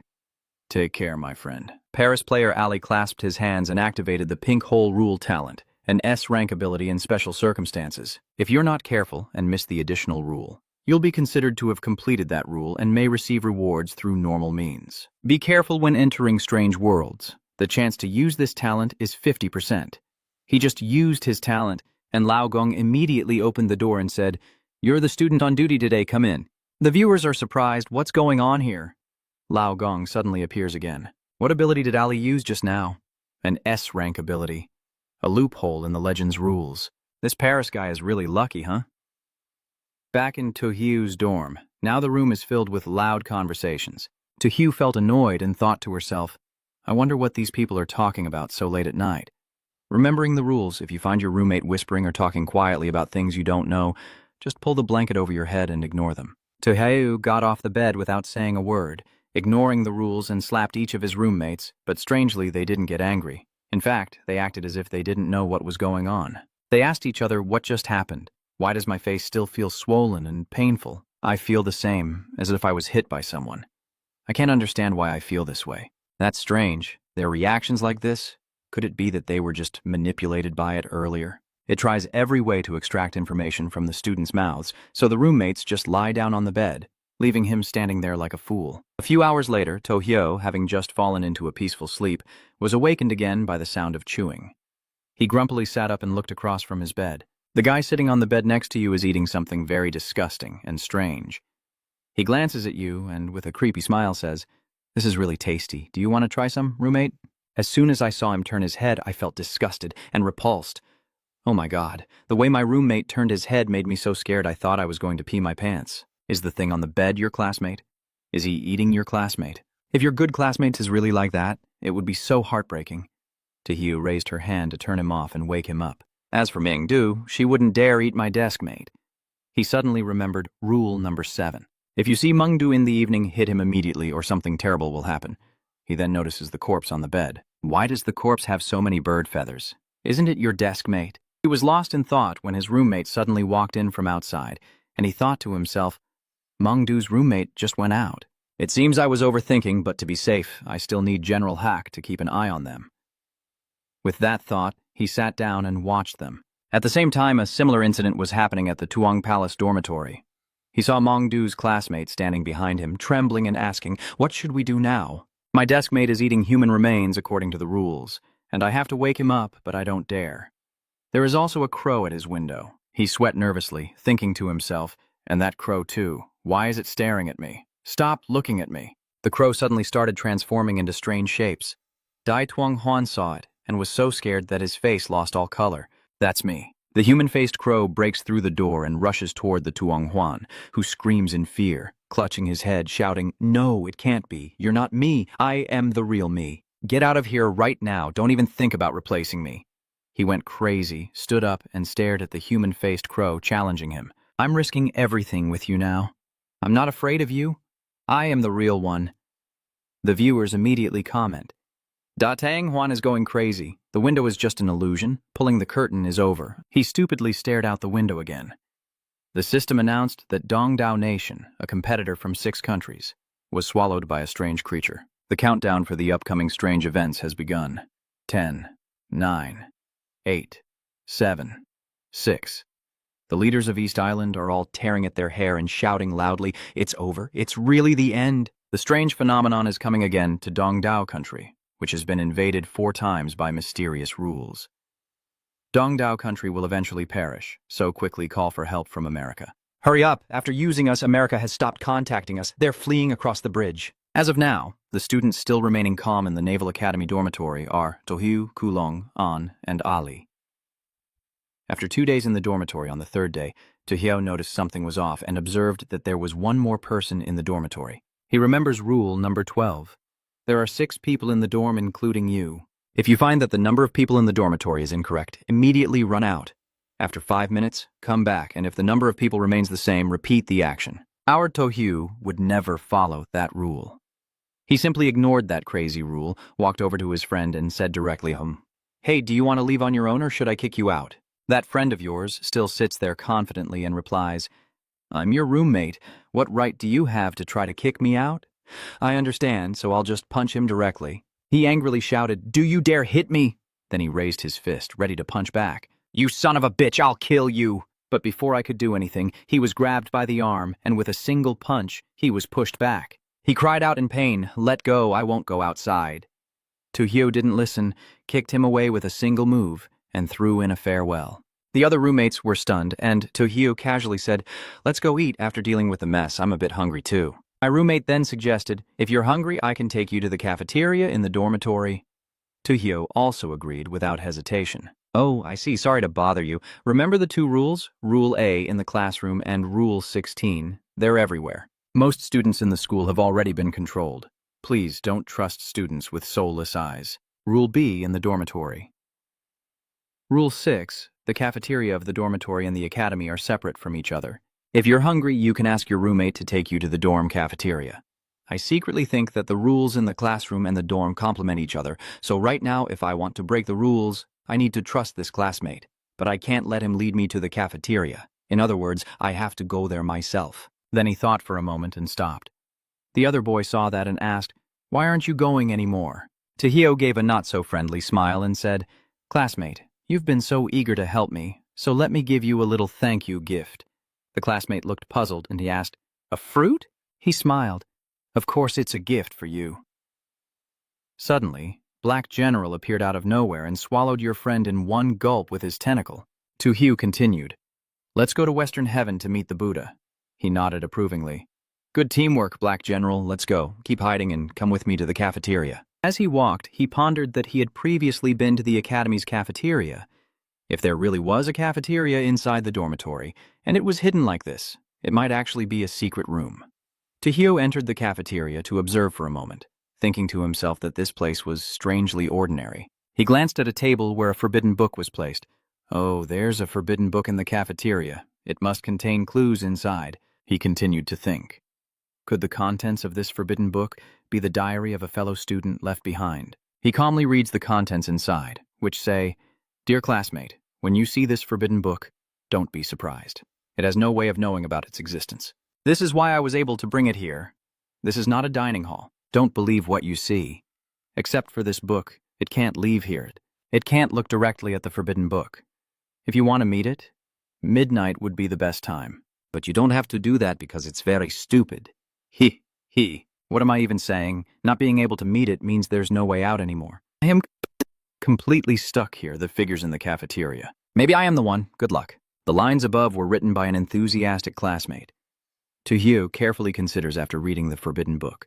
It had to wait until night, so I didn't meet it last night. It proves that it's not in the dormitory. Last night I went to the place called the cafeteria. Maybe I can meet it there. While I was trying to understand the thoughts behind what was written in the forbidden book, some of the contestants were being led to the dark room by their roommates, one after another, pulling each other along. "Come on, let's go eat here with me." The player looked around and kept refusing, feeling this place wasn't safe. I suddenly didn't want to eat anymore.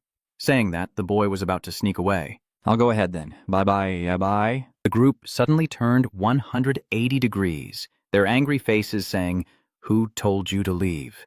They slowly approached him, exuding an eerie aura, repeating, "Who told you to leave?" The unlucky player turned around and saw this, trembling with fear, stammering, "What do you guys want to do?" Suddenly, their heads kept falling off, and seeing it all with his own eyes, he turned pale with terror, crouched down holding his head, and kept retreating while screaming, "Mom, Mom, please don't come here. Don't let them get close to me." The boy stepped back and bumped into an unheaded corpse. Before he could scream, the head rolled toward him, grinning eerily and saying, "Don't be afraid, roommate." The unlucky player was seized and devoured by those strange creatures. The system sounds: Israel, Nepal, Philippines. The contestants from these 3 countries have been swallowed by strange creatures. The countdown to the next bizarre event begins. 10-9-8-7-6. The viewers immediately feel pity. Those people are so unfortunate, being gnawed on by a group of heads. Ignore what others say. Don't care about them anymore. Big brother Tojo also encountered that group of heads. At this moment, Tojo was also surrounded by some heads, but unlike the other contestants, he was not scared at all and smiled brightly, saying, "He, trying to scare me with this method? You're just testing others, huh?" He immediately ordered the doll. "The doll is yours to control." As soon as I finish speaking, the doll rushes toward the group of heads, repeatedly throwing punches that even scare the heads. Everyone watching was stunned. No wonder Big Brother Tojo is so impressive. Comparing those contestants to him is just unnecessary. Tojo from Long Country is so lucky. After dealing with the headless group, Tojo noticed their blood flowing in a certain direction. I wonder where this blood is flowing to. Then I hear a pounding sound. The sound of a heartbeat. Why is there such a loud heartbeat coming from the dining hall? Could it be its heartbeat? He immediately ordered the doll in General Black. "You two go over there and check it out."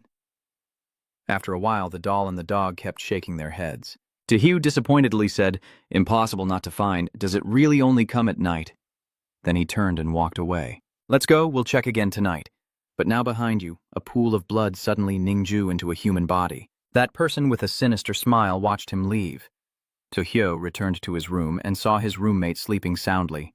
No way. After waking up early, I went back to sleep. Rule number 4 says if you see your roommate slumped over the desk, don't wake him up. He didn't care about that rule and kicked his sleeping friend in the leg when he found him irritating. When awakened, he angrily asked about the protagonist's family. "You son of a bitch!" After saying that, he ran over and jumped out of the window. Tojo just stared in shock. Oh my God, do students these days react this strongly when called up? The viewers are starting to discuss as well. What's going on? Out of nowhere, you jump off the building. Is your roommate really that fragile? Everyone, what do you think? Is this possible? It is controlling your classmate. Tojo awakens him, making it think that your roommate has escaped control and ruthlessly kills the 2 sentences. Hunger's suspicion makes a lot of sense. Maybe he's right after all. At night, all the roommates suddenly become very strange. Tojo decided to deal with all of them so he wouldn't have to think too much. The 3 of Si Lao Anji and Ali then relied on the forbidden book to awaken the last bit of rationality in their classmates. With the help of your roommate, they escaped from the pursuit of their classmates, but after leaving the dormitory, the situation remained grim. Dio then encounters a strange group of demons. He fears and clutches the forbidden book. Now, I'm stuck thinking what to do. Rule number 10 in the dormitory regulations says that it gets pretty dangerous outside at night. Could it really be time to use that ability after all? Activating SS level. Psychic ability. Infinite deduction. Name. I begins to use his psychic power. With infinite deduction, Dehiya's level psychic ability can rapidly simulate countless outcomes of choices in the mind, allowing him to select the most accurate hypothesis. Note that the ability and the user's mental state are closely related. Simply put, the clearer the user's mind, the better their ability. Obviously, the more you use infinite deduction, the fewer rule violations there are. After activating it, I's ability became wiser, and he realized the problem, then laughed and said, "So it's hiding on the 3rd floor of the cafeteria." The janitor's forbidden book is the way to deal with it. Following that, Coralao and Ali also realized something and decided to go to the 3rd floor of the cafeteria to check it out. Tojo, after finishing with your roommates, heads to the 3rd floor of the cafeteria as planned this morning to confront it directly and pushes the door open. As he opens the door, a sharp, pungent smell hits his nose, and the entire room is filled with a foul, slimy stench that makes him cover his nose with his sleeve. He angrily shouted, "What is this strange thing? Can it be cleaned up a bit?" The smell here is even scarier than toxic gas. As he finished cursing, the pools of blood began to move and slowly converged into a shape that looked exactly like me. Seeing that, he gaped and shouted, "Don't even dare imitate me, just stop it." Still laughing so cowardly. Do I look so pathetic when I laugh? The viewer immediately comments, "Actually, just a little bit." Shut up upstairs or you'll regret it if I die from laughing. Tojo immediately ordered him to defame my reputation. Get ready to die. Doll, teach it a lesson. The doll just charged at me, and I understood that the imposter split into two. Gradually, it divided into three identical people. I really understood and shouted when I saw the split. No way, a three-player game? Split into three again, give the order. The doll turns back. General Black swallows them all to see how many more clones he can produce. Black General charged forward, using his tentacle-like limbs to wrap around them and swallow them into his stomach. Just after swallowing two people, they split into a crowd of identical copies of him. The viewers were immediately amazed. The illusion of unlimited clones. Oh my god, there are so many Big Brother Tojo. If all these people are real, that would be great. Then each of us could have our own Tojo without fighting over him. Tojo laughed, looking incredibly handsome. Mom, I love you. Others immediately chat. Yeah, saying these things now might not be the right time. Big Brother Tojo is in danger. Tojo realizes the situation doesn't look good. If this continues, he will eventually exhaust himself. Not knowing what to do, the system prompted me to use the Mountain God Ring, so I happily said, "That's right, how could I forget the Mountain God Ring? The Mountain God can resist mind control, maybe it can help me find the real one." He immediately used the Divine Mountain Ring system notification. Contestant Tojo used the power of the Divine Mountain Ring to enhance General Black, who then charged at them with a new formidable form, looking incredibly fierce and impressive. Wow, Hak Tuong Quang looks as majestic as an ancient great being now. Hey everyone, look over there. Now, without Tojo's guidance, the Black General has already found it himself. The Black General uses his tentacles to grab the mirror. Tojo immediately thought of the mirror. Could it be hiding inside it? Suddenly, a group of people appeared inside the mirror, laughing eerily. They grabbed his arm. Tojo was not afraid. Instead, a glow radiated from his body. Indeed, the main character's aura is different. He smiled and said, "Whoever you are, I forgot to tell you that any trick from a strange creature is useless against me. Of course I don't look down on you. I just want to say you're all trash." The mirror shattered, and the people inside it screamed continuously as strange spirits flew out of the mirror. The viewers immediately started chatting. "Oh my god, I get it. He's so handsome. This move deserves a perfect score. No wonder he's so confident." Wait a minute. Did Big Brother Tojo just say that any trick of a strange object is useless against him? It seems so. I'm increasingly curious about what his talent is. Inside the broken mirror, there seems to be a thudding sound. General Hay, take out what's hidden inside. You fool, you're worth dying for. Tojo confusedly said, "What's going on? We've already caught it. Why hasn't the system notified me of approval yet?" Suddenly, he remembered rule number 14. Janitors in the school can be trusted. When you face trouble you can't solve, go to the janitor's lounge for help.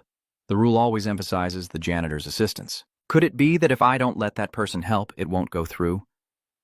Thinking that, he immediately went to the Lao Kong's restroom. Tojo carefully handed the heart to the janitor and said, "Sir, this is for you." The janitor was pleased to see that.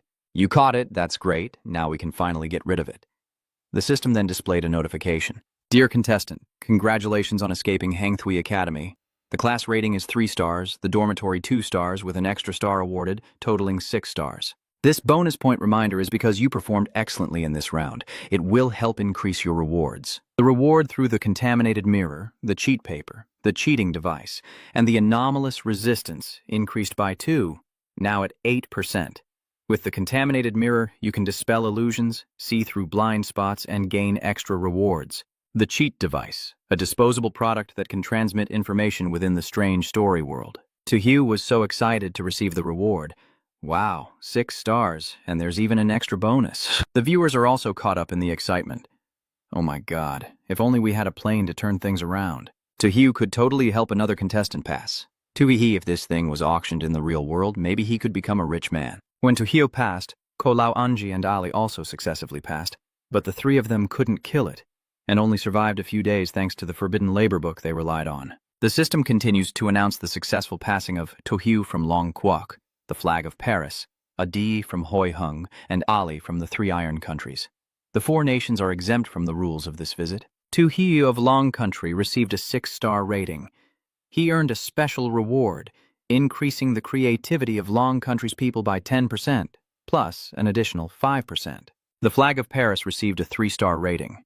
It earned a normal reward, and Paris's water resources increased by 5%. I of Hoihung country received a 4-star rating and an excellent reward. The physical qualities of the people of Hoihung country increased by 8%. Ali of the Bathiet nation received a 3-star rating. He received a normal reward, and the fruit yield of the Bathiet nation increased by 5%. In the American meeting room, the leadership kept cursing. This time, 4 people passed. The 3 other countries have clearly sided with Long Country. Long Country now seems like a tiger coming down from the mountain, impossible not to be cautious. So many countries are so clueless, they can't even figure out how to explore the waters and still dream of getting our help. It seems now that only I can think of a way myself. Tojo returns to the real world, and the plane is taken by the Australian auction representative. 3 days later, Tojo continued to enter the strange story world. The system announced that the participating countries in this challenge included Long Kingdom, Paris, Hoihung Kingdom, the United States, Australia, Silen, Bathit Kingdom, and Fautai Kingdom. This time's challenge location is the amusement park. Since it opened, it has attracted countless visitors bringing their children to enjoy. They will spend a fun weekend here, but remember, you must learn to follow the amusement park's rules. Inside the amusement park, there are often lost visitors. The amusement park is like a giant beast quietly waiting. As soon as someone enters its territory, no one can escape alive. Remember to get your brother out of the amusement park within 2 days. Make sure to protect yourself well. If the countdown gets swallowed by the strange creature, you'll be trapped here forever. The number of reminders from the outside world during this challenge is just once. When the new system notification appears, a boy appears beside Tojo. He grabbed his shirt and said, Hey, the bumper car ride over there looks fun. Let's go play there. He thought to himself, wow, I really have an extra little sibling. Tojo crouched down, handed the doll to the boy, and softly comforted him.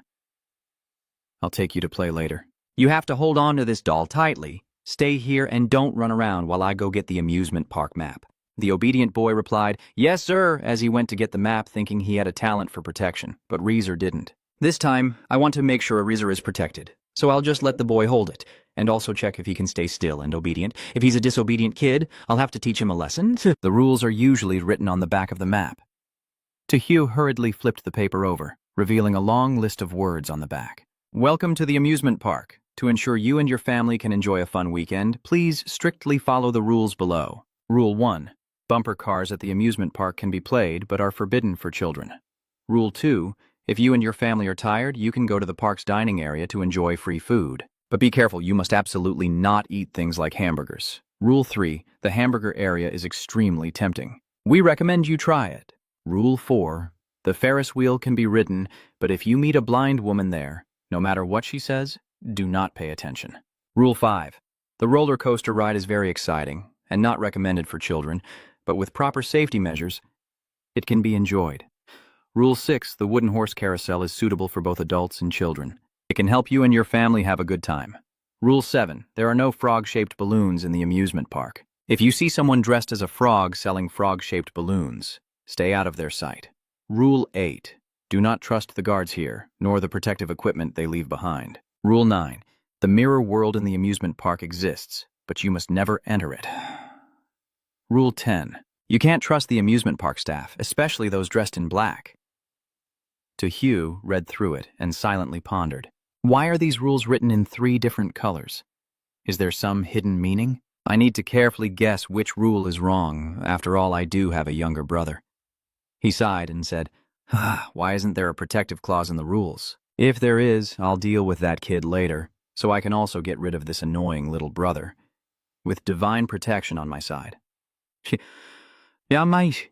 I hear him complain, and I reply. I'm dying of laughter. Tojo's thoughts really are unpredictable. Rear, did I go too far?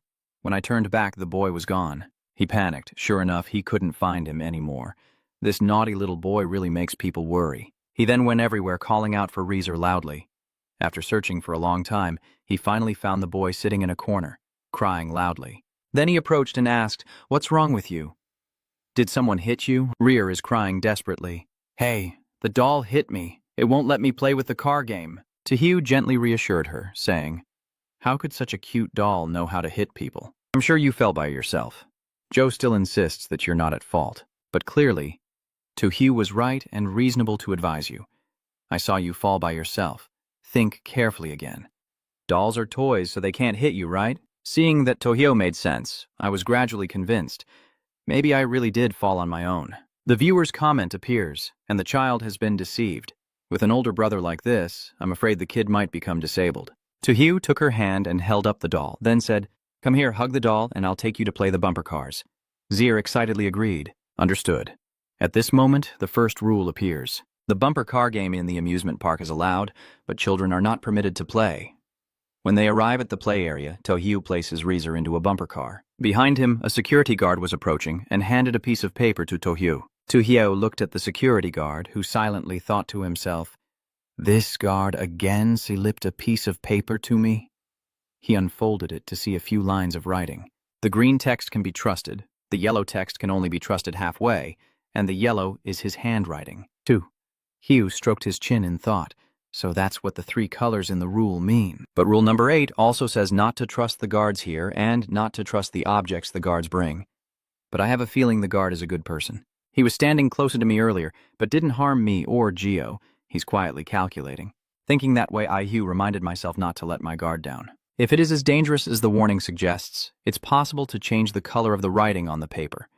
So you absolutely cannot rely on the color of the rules to judge right or wrong. Tojo adjusted his shirt and smiled confidently. Then he and Jir played bumper cars happily. Tojo's teasing made Rear scream non-stop for help.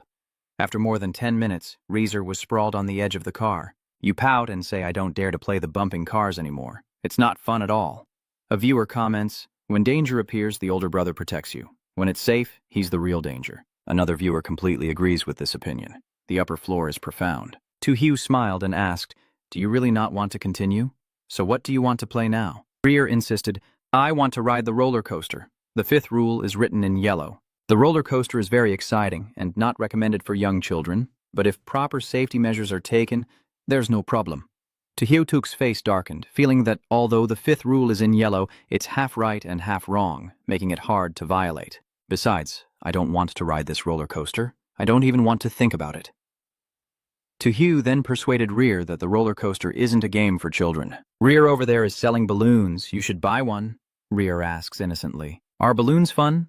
The 7th rule with green color appears. The amusement park doesn't have a frog figure. If you want a frog selling balloons, you must immediately get out of his sight. Tojo confidently told Reezer that of course she was happy. "Wait for me to buy you a balloon." "Be good, Rear." "Yes." Tojo follows rule number 7. As soon as he saw a frog selling balloons, he shouted loudly, "Hey frog, don't you know it's forbidden to sell balloons here?" The balloon-selling frog looked confused and said, "Huh? I've never heard of that before." Tojo stepped forward and snatched the balloon from the frog's hand. He warned it, "Next time, be more careful or I'll confiscate the entire tomb." The frog sweats as it watches Tojo's back, feeling something's wrong. What's going on? Is this person really that brave? However, soon after, the frog revealed a sinister smile. He thought to himself that selling balloons to humans was truly his goal, so there was no need to go back anymore. Tojo Thinlin turned around, and the frog immediately looked guilty and stood at attention. Tojo grinned mischievously and let go of the balloon. Tojo just smiled and rolled up his sleeves, ready to teach that frog a lesson. He kindly asked, "Do you still have the balloon?" The little frog nervously said, "It's all gone." Just now, the frog guy didn't even finish speaking before Tojo punched him in the face. He scolded him, "What do you mean by that? A frog doll dares to tell me the balloons are gone. Is it mocking my money?" The viewers excitedly share this special news. "Brother Bahu." Tojo's epic beatdown of the frog doll is unmissable. Another viewer commented, "Look, Hanswin from South Korea Phao Tai Kwok also encountered the frog doll." Rear saw Hanswin running past and called out, "Hey!" A frog suddenly stepped forward and stood still. Hanswin quickly ran away as soon as he saw the frog. Viewers might think he's afraid of breaking rule number 7. You're running so fast," someone else said, but he left it behind. After running for a while, Hanswin suddenly remembered, "Oh no, I forgot to bring Rear with Reezer." Hanswin quickly turned back and saw him holding a frog-shaped balloon, with Rear happily showing it off to Hanswin. "Hey, look at this frog-shaped balloon. It's so pretty." Hanswin felt strange. Rear was holding a frog-shaped balloon, but showed no signs of being controlled. Could it be that rule number 7 is the wrong rule? Rule number 7 states that in the amusement park, if you see a balloon with a frog shape and notice someone selling balloons, you must immediately get out of their sight. Hanswin thought it was better to get rid of it just in case the worst scenario happened, so he stepped forward and snatched the frog-shaped balloon from Taylor. Hanswin told him not to play, quickly let go of his hand. Rear immediately burst into tears. "You're so mean. Stop yelling right now. Come with me. If he's fake, I'll hit him." Suddenly, a frog appears behind them. The viewers were immediately frightened. This frog looks so scary. Has Hanswin already caught its attention? That frog is smiling so cunningly. Viewers immediately commented, "Who said he forgot to blow the horn earlier?" "Serves you right." The viewers keep commenting. "Did Big Brother Tojo also have a balloon earlier? Did it catch its attention too?" Another viewer thought differently and responded. The frog doll was beaten so badly it looked possessed. The Big Brother took Rear out for a meal. At the dining area, Razor pouted and said, "Tojo, I want to eat a hamburger, fried chicken, and some fries too." Tojo remembered rule number 2, which strictly forbids eating fast food like hamburgers. Rule number 3 says that the hamburgers here are so delicious you should try one. Tojo carefully considered, noting that the two rules clearly contradict each other, and that choosing to break one rule would inadvertently follow the other, thus losing the protection of his innate talent. "Then I have no choice." Tojo approached the cashier counter and voiced his request to her. "Thungan, give me 2 portions of fries and 2 plain hamburgers without meat. I understand that choosing to eat bread without meat can be seen as having eaten a hamburger, but also as not having eaten one. So I broke both rules at the same time. I'm so good." Rear opened the hamburger and said sadly, "Hey, this hamburger doesn't seem to match the advertisement." Tojo calmly replied, "The meat inside the burger has been taken by someone else, leaving only the bun. You can just put the fries in and eat it," Ryoduong said in surprise. "Oh, that's fine too." Near where Tojo and Joe are sitting and eating hamburgers, there is also a mother and her child sitting and eating. The little girl excitedly told her mother, "I want to go to the bear world later. I heard there are many teddy bears there." The mother gently agreed. "Yes, after we finish eating, we'll go together." Tojo, on this side, heard the conversation between the mother and daughter. Does he find the Gao world location interesting? Tojo feels a bit strange. "I remember walking Rear around the entire park earlier, but where's the bear world? Could this be the same as the zoo circle? Are there 2 worlds coexisting?" After eating, Tojo takes Rear to ride the Ferris wheel. Tojo told Rear to sit carefully and announced rule number 4 in yellow. "The Ferris wheel can be played on, but if you happen to meet a blind woman, don't pay attention to what she says." Sure enough, Tojo met a woman who said something confusing. "You're such a cute kid. It would be really sad if the Ferris wheel fell." According to Tojo, even though rule number 4 advises not to trust that woman, her actions suggest she doesn't seem to have any ill intentions. Or maybe she's always waiting here to remind me of something. Tojo looked at a piece of paper, muttering to herself to see. Suddenly, a staff member appeared behind Tojo and greeted him. "Hello? Did you just receive an item from the blind woman? That employee said she often comes here to cause trouble at the amusement park. If she gave you anything, return it to us. Otherwise, that woman might cause trouble for you and your family." Tojo observed the expression on the employee's face, silently assessing him. Although this employee isn't wearing black, he still seems a bit suspicious. Tojo put the paper into his pocket, then turned back to smile and say to the employee, "I didn't take anything from her, so I don't have anything to give you." The staff member forced a smile and said, "You're doing the right thing." He was about to leave, but paused when he saw Rear sitting alone on the Ferris wheel, and he asked Tojo curiously, "Yeah, aren't you going to sit with your brother and enjoy the view from above the park?" Tojo smiled with squinted eyes. "I'm afraid of heights, so I let him play alone." The staff suddenly turned around and stepped into his seat to explain, "All right, since the ride is about to start, I'll sit with you to ensure the boy's safety until he lands." The cabin door closed, and the Ferris wheel began to turn. The viewer was startled when the staff member's clothes changed color. What the heck? How did his clothes change color? "It's all been a show so far. It should be fine, right?" Another spectator reassures while holding a doll. "It should be fine."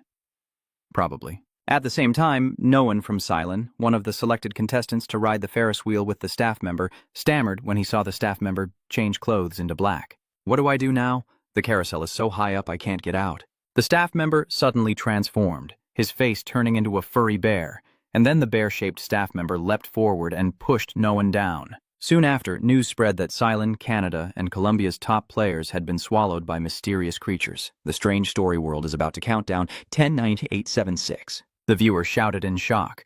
"Wow, it seems like someone from Brother Tohu's side fell from the swing." Tohu calmly watched as a person fell from the carousel. When the viewers saw the person's face clearly, they gasped in shock. The person who fell was that employee, not another spectator commenting smugly. "I told you, with a security doll. How could that employee hurt him?" Seeing that everything was temporarily settled, the viewer quickly shifted their attention to another topic. I understand that the boss finally opened the paper that woman left behind, so hurry and see what it says. On the paper, rule number 11 is written in green ink. When you read this paper, it's very likely that it has caught your attention. Follow the staff's instructions to leave the park. Rule number 12 is written in yellow ink. The new slide is the correct way out. There is no exit gate in the amusement park, and rule number 13 is also written in yellow ink. The Bear World does not exist, but you can try to find a place called the Bear World. Rule 14 is written in red ink. If you're not careful and enter its territory, don't panic. Stay calm. All your emotions are seen as provocation by it. Rule number 15 is written in red ink. There's no way out of here, while everyone has become its little toy to vent its anger. After reading the paper, Tojo frowned in thought, realizing that the staff here are untrustworthy, so Rule 11 is wrong.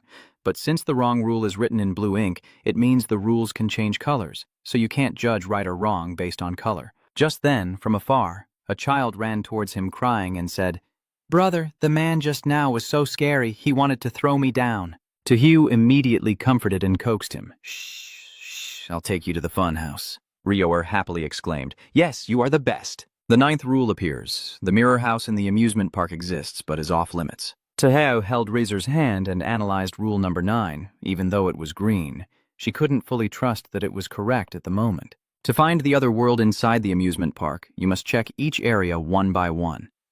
At the mirror house, Tojo noticed a piece of paper on the notice board. The notice says, "For the best experience in the mirror maze, please spin 3 times to the right before entering, then 3 times to the left and enter through the middle door. If you get lost in the mirror maze, don't worry. If you want to get out, stand in front of the normal mirrors. There are surveillance cameras here. The staff will immediately rescue you once they see you." The message is written on the paper below the notice board. "I am a security guard working at the amusement park. When you see this paper, I may already be dead." The mirror maze was once its territory. If you're not careful and go inside, don't turn back because you don't know where it leads behind. The first message on the notice board can be trusted. Before entering the mirror maze, you must follow the instructions above. That way you will survive and not face the mirror normally. If you don't want to see it in the mirror, you must follow what I say. We once fought against it, but its power was beyond our imagination. This is the last note I will leave behind. When you meet me again, I might exist in a different form. There is no way to survive in the amusement park. Everyone is trapped here forever." Tojo comments that the content written here is too contradictory. Sometimes it says the information on the board can be trusted, but other times it says not to stand in front of a normal mirror. It seems this paper has also been distorted by it, not entirely trustworthy. The viewers keep following Tojo's every move. Big Brother entered the mirror house without turning around, as the instructions outside suggested. Turning around at the door would look silly. Who would believe such nonsense rules? Another viewer speaks out in protest. "Don't say that. Please don't say that. Hanswin from Korea actually believes it." Meanwhile, at the mirror house, Hanswin kept turning left and right until he felt dizzy and his vision blurred. The viewers found it hilarious. Is he brainless? He also believes in this rule. It's embarrassing. I declare he's a tourist visiting Korea, but actually, he's from a different country. After Tojo entered, Kolau also guided Ryojio to the mirror room through the outermost door on the left. After N used infinite inference, he also went through the outermost door on the right like Tojo. Inside the mirror house, Ryoer whispers to Tojo, "Brother, your doll hit me again and won't let me look in the mirror." Tojo immediately asked him, "Which mirror?" Joe pointed to a mirror and said, "Over there." Tojo realizes it's just a normal mirror. Her suspicion that the doll prevents her from looking into it suggests there's something wrong. The audience also notices something unusual. "Wow, there's a strange object in the mirror." Tojo contemptuously said to the mirror, "What?" The strange object in the mirror also wants to scare people. "Watch how I deal with you." The viewers immediately got excited, waiting for Tojo to act. What is Big Brother Tojo planning to do with this strange object, and how will he connect with the world inside the mirror? Tojo orders General Hoi to deal with the mirror. General Hack obeyed his order, rushing forward to smash the mirror. The viewers commented, "That's right, why didn't I think of that?" Physical actions are all resolved. General Black is mighty. After dealing with the mirror, Tojo is even more convinced that his judgment is correct. It seems the warning in the note was right. Staring at a normal mirror easily draws its attention, so it means the other world inside is not far away anymore. At the same time, Hanswin was desperately confused, asking, "Why am I just going around in circles back to the starting point?" Rear suddenly stops in front of a mirror and says blankly, Oh, this mirror is just a normal one. The viewer's comments say Hansuin has been assimilated by a strange object. The fun is about to begin. Rier's voice, now dark and ominous, says to Hansuin, "Ha ha. Hey, are you going to play with me?" Hansuin was already confused and scared, and now with this situation, he was even more panicked, shouting, "What the hell is this?" At this moment, a notification appeared guiding Hansuin to turn around and run away from the mirror house. Quick, Hansuin thought this might be the best way. That's right, the entrance? I can go back through the original way and figure it out later. Then Hansuin turned around and ran up his collar. The viewer comments, I remember the sign at the mirror house entrance that's saying the maze is its territory. If you accidentally enter here, please don't turn back, because you won't know where the exit will lead. Hansuin seemed to have forgotten this detail. He ran back and forth, nervously asking, Where's the entrance? I remember it was here, so why can't I see it anymore? Another viewer also agreed with the one above. That's right. Both the South Korean leader and Hansuin are equally stupid. They don't even remember this. We've come quite a way. After running around in circles for a while, Hansuin finally returned to where Rier had been. He asked gloomily, Where did you go just now? Didn't you say you would never abandon me? Hansuin stammered in shock. Why are you back here? Rier the assimilator grinned maliciously and suggested to Hansuin, Hey, can we play hide and seek? If I catch you, I'll eat you. What do you think? Huin was terrified and scared stiff. He kept stepping back and shouting, No, stop! Go away! After taking a few more steps back, Hansuin suddenly bumped into something strange, a large frog right behind him. Hansuin shouted, You are him, before he could finish his sentence. The frog suddenly opened its mouth and bit him.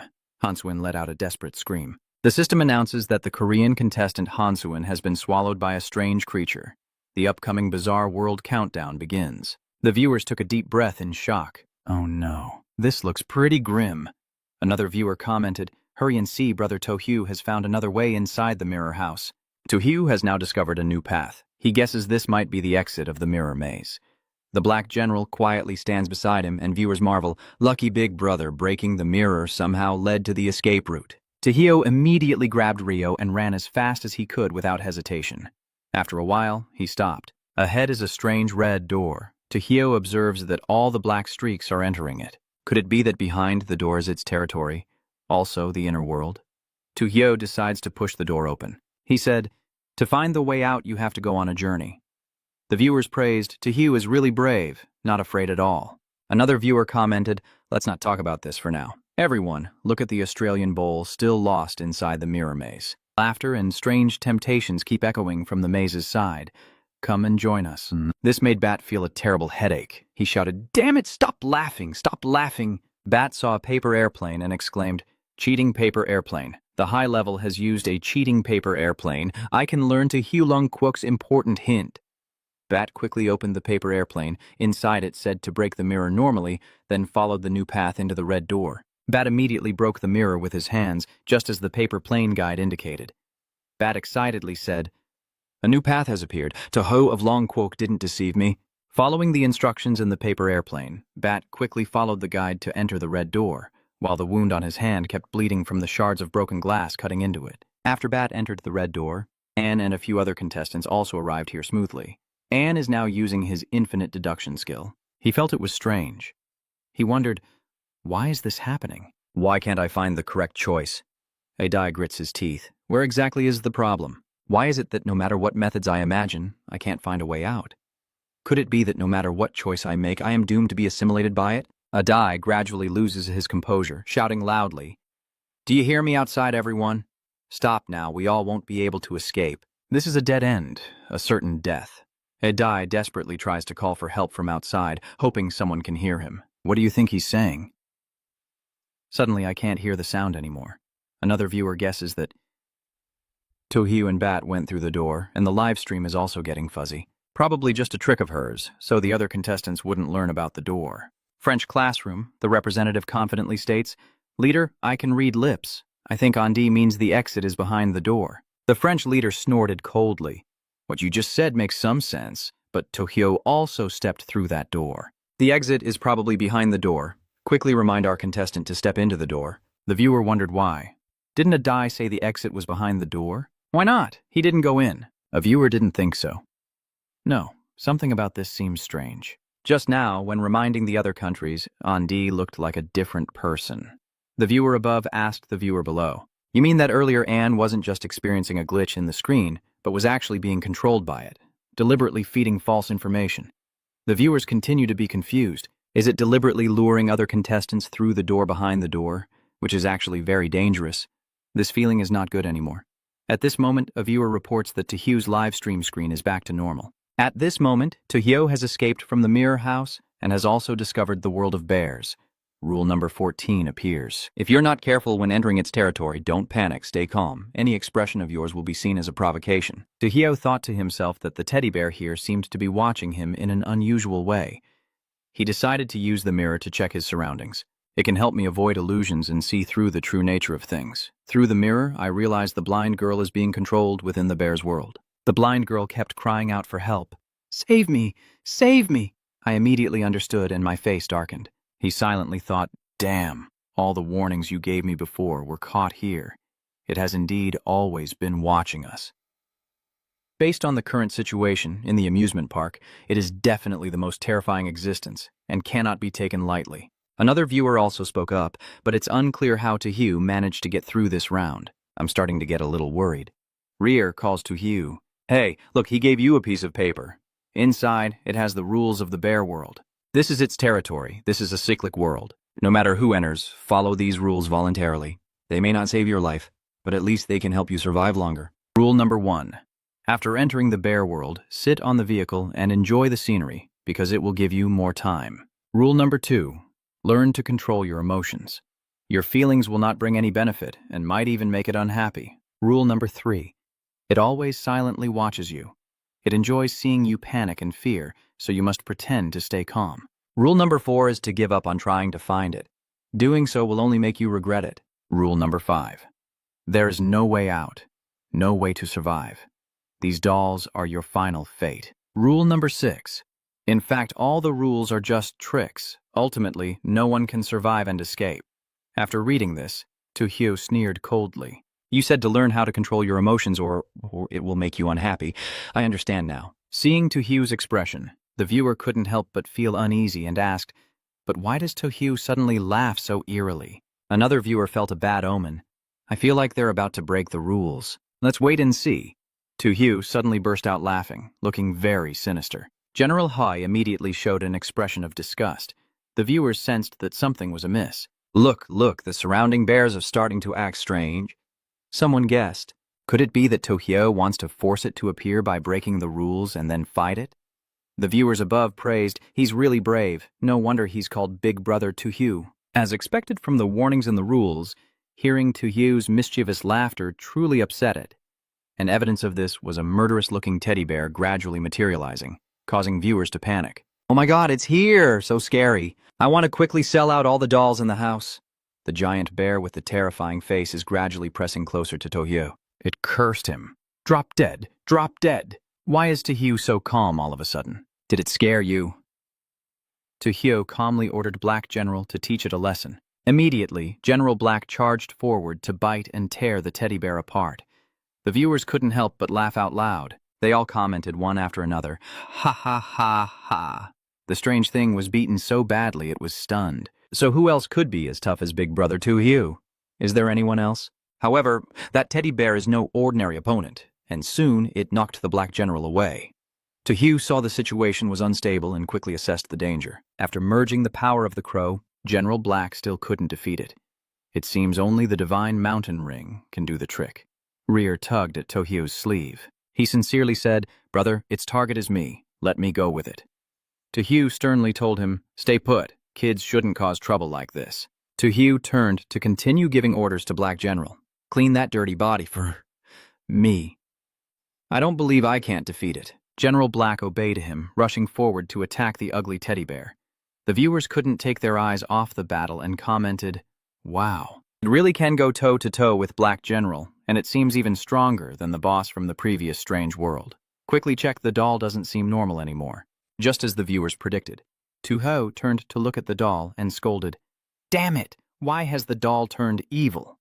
Tohyo was surprised and wondered, why is the doll flying towards it? The doll opens its mouth to absorb the dark energy from the giant teddy bear. The viewers are stunned and ask, "No way, is the doll sucking up that black aura?" Another viewer responded, "Yes, just like when the Dark General swallowed that fruit, the doll absorbed the black energy and surely became stronger." Before long, the ugly black bear was transformed by the doll into a pure, shiny, adorable creature. The system says it was originally a pure and kind teddy bear, but unfortunately negative emotions have shaped it into what it is now. It's not wrong, or maybe it's this world that is wrong, for allowing people to freely project all their emotions onto it. The system also announces, "Dear player, congratulations on your successful escape from the amusement park." This is a very innovative way to pass through. I award you an exceptional rating. A 6-star rating and an exceptional rating will earn additional rewards. The reward is the white bear, the source of negative emotions, with a +2, resistance to strange objects, currently at 10% resistance. A brief overview of the white bear: it looks like an adorable stuffed animal. But don't be fooled by its appearance, because it can turn evil at any moment. The reward is the introduction of a source of negative emotional contamination, a disposable item that makes the bizarre object go berserk within 3 minutes. After defeating the stuffed bear, the doll returns to normal. Tojo looks at the reward, wondering if that's how it works. He wondered, "Oh my God, what is the source of negative emotional contamination as a cute bear and a small square box slowly descend into his hands?" He looked at these two items and hummed softly, guessing that they are probably the dark energies on the white bear. Contaminated objects become puppets of negative emotions. Although it only lasts for 3 minutes, this item is still very valuable for dealing with strange creatures. Ryor stood beside Tojo, feeling a bit sad, and revealed a secret to him. "Hey, goodbye." "Actually, I'm also a teddy bear," Tojo asked in surprise. "I am also a teddy bear, so I always pretend to be human to wait for someone who can help the white bear regain its original form." Ryor returns to his true form, holding White Bear's hand and waving to Tojo. "Yes, thank you for helping us find freedom. This satisfying ending brings viewers to tears, feeling touched. What's going on? Sometimes even strange things are forced, and deep down it's truly painful. When will this damn story ever end?" I suddenly remembered the other contestants. Hurry and look at the other contestants. It seems they can't hold on much longer. Lao Flag of France, after leading the teddy bears into the world, has always followed the rule of sitting in the sightseeing vehicle without stepping down. It's just a sightseeing vehicle that keeps circling the bear world from one round to another in an endless cycle of torment. In the end, the Flag of Lao couldn't hold back anymore and decided to get off the vehicle to end everything. At the same time, Ali from the Three Metal Nations also chose the same way. Ali boldly stands in front of the giant teddy bears ready to fight you. The notification system reports that the water of the Three Design Nation and their contestants has been swallowed by a strange creature. The countdown to the next bizarre event begins. 10 and 876. Anne from the Hoihung Nation is deep in thought, finally realizing that this is the way to pass through. He pushes you toward the giant teddy bear. Ryor was instantly assimilated, absorbing the black energy streams. Ryor, after absorbing the black gas from its body, permanently stays here. Ange reluctantly moves on. The system congratulates Longguo's Tojo and Hoihung Guozan on their successful passage. Both nations are granted a free visit to the strange world in the upcoming trip. Longguo's Tojo achieved a 6-star rating and received a special reward, reducing the infection rate among the people of Longguo by 20%. Received an additional 5% reduction as AI of Hoihung country achieved a 5-star rating. Received a special reward. The scientific level of Hoihung Kwuk increases by 10%. Ange from Hoihung Kwuk received a special personal reward, a frog-shaped ball. Ange is now sitting down, breathing a sigh of relief, muttering to himself, finally passing through the viewers' comments. "Wow, Ange got 5 stars this time. I can't believe it." Although very pitiful, replacing the contestant to stay at the amusement park seems to be the only way for an ordinary contestant. Another viewer expressed hope that there would be no more rounds like the amusement park. After 3 days back in the normal world, Tojo and Ange, who escaped the previous strange story world, continued to move to the next strange story world. The system reports that the participating countries in this challenge are Long Kingdom, Hui Hung Kingdom, the United States, Zambia, South Africa, Egypt, Din Kingdom, South Korea, and Dongdao Kingdom, and they have detected a certain player with an exceptionally high win rate, preparing to open a special strange story world. The system announced that this round of the Strange Story World Challenge involves a family of 6. A home is a harbor of happiness and the source of all joy, but it is also filled with danger and strangeness. Maybe even lies can't burn away all the fears inside, but sincerity can. Tojo lay there listening to the system summarize the content while chewing on a snack. Some player with an extremely high win rate, isn't that right? Just go ahead and say my name directly. Indeed, the system continues to provide essential information. You are a member of a 6-person family. You have the right to take on family responsibilities and care for your loved ones. They may be very frightening, but as long as you are patient and polite in communicating with them, I believe you can find a way to live with them. Remind yourself within 5 days, no matter what you do, try to survive until the end. A special reminder: your family includes your grandmother, father, mother, younger brother, and younger sister. Your family is very dangerous. 3 of them want to kill you. Be careful with your judgment. Tojo stood up and looked around, assessing that there was no chance to give a warning this time. Our family has 6 members, but damn, 3 of them want to kill me. This is getting too intense. Tojo walks over to the table and picks up the paper, planning to check the rules first. On the paper, the first rule is to stay in your room during the safe time, and the second rule is from 12 noon to 1. From 5 o'clock to 6 o'clock in the afternoon is a safe period. During these 2 times, you can leave your room to eat the food prepared by your family. Rule 3. She is not trustworthy. Her footsteps are usually very quiet. If you hear her approaching, never make a sound because she will use the noise to find and kill you. Rule 4. Your younger brother will sometimes knock on your door, usually 3 times. Before the 3rd knock, cover your ears tightly or your mind will become disturbed. Rule 5. Your mother's mental state is unstable, and she will slaughter without reason. Of course, sometimes you won't be facing only yourself. Rule 6. Your father's footsteps are usually very heavy. He is the one who loves you the most. In critical moments, he will use his body to protect you. Rule 7. Trust your sister and must protect her. If she dies, everyone else will disappear. Rule 8. When facing an unstoppable situation, the wardrobe in the living room might be a safe place to hide. Rule 9. If there is a working phone in the room, no matter who sends you a message, you must not reply. Otherwise, the consequences will be severe. Tojo sighed and analyzed that, according to the rules, this strange world is quite troublesome this time.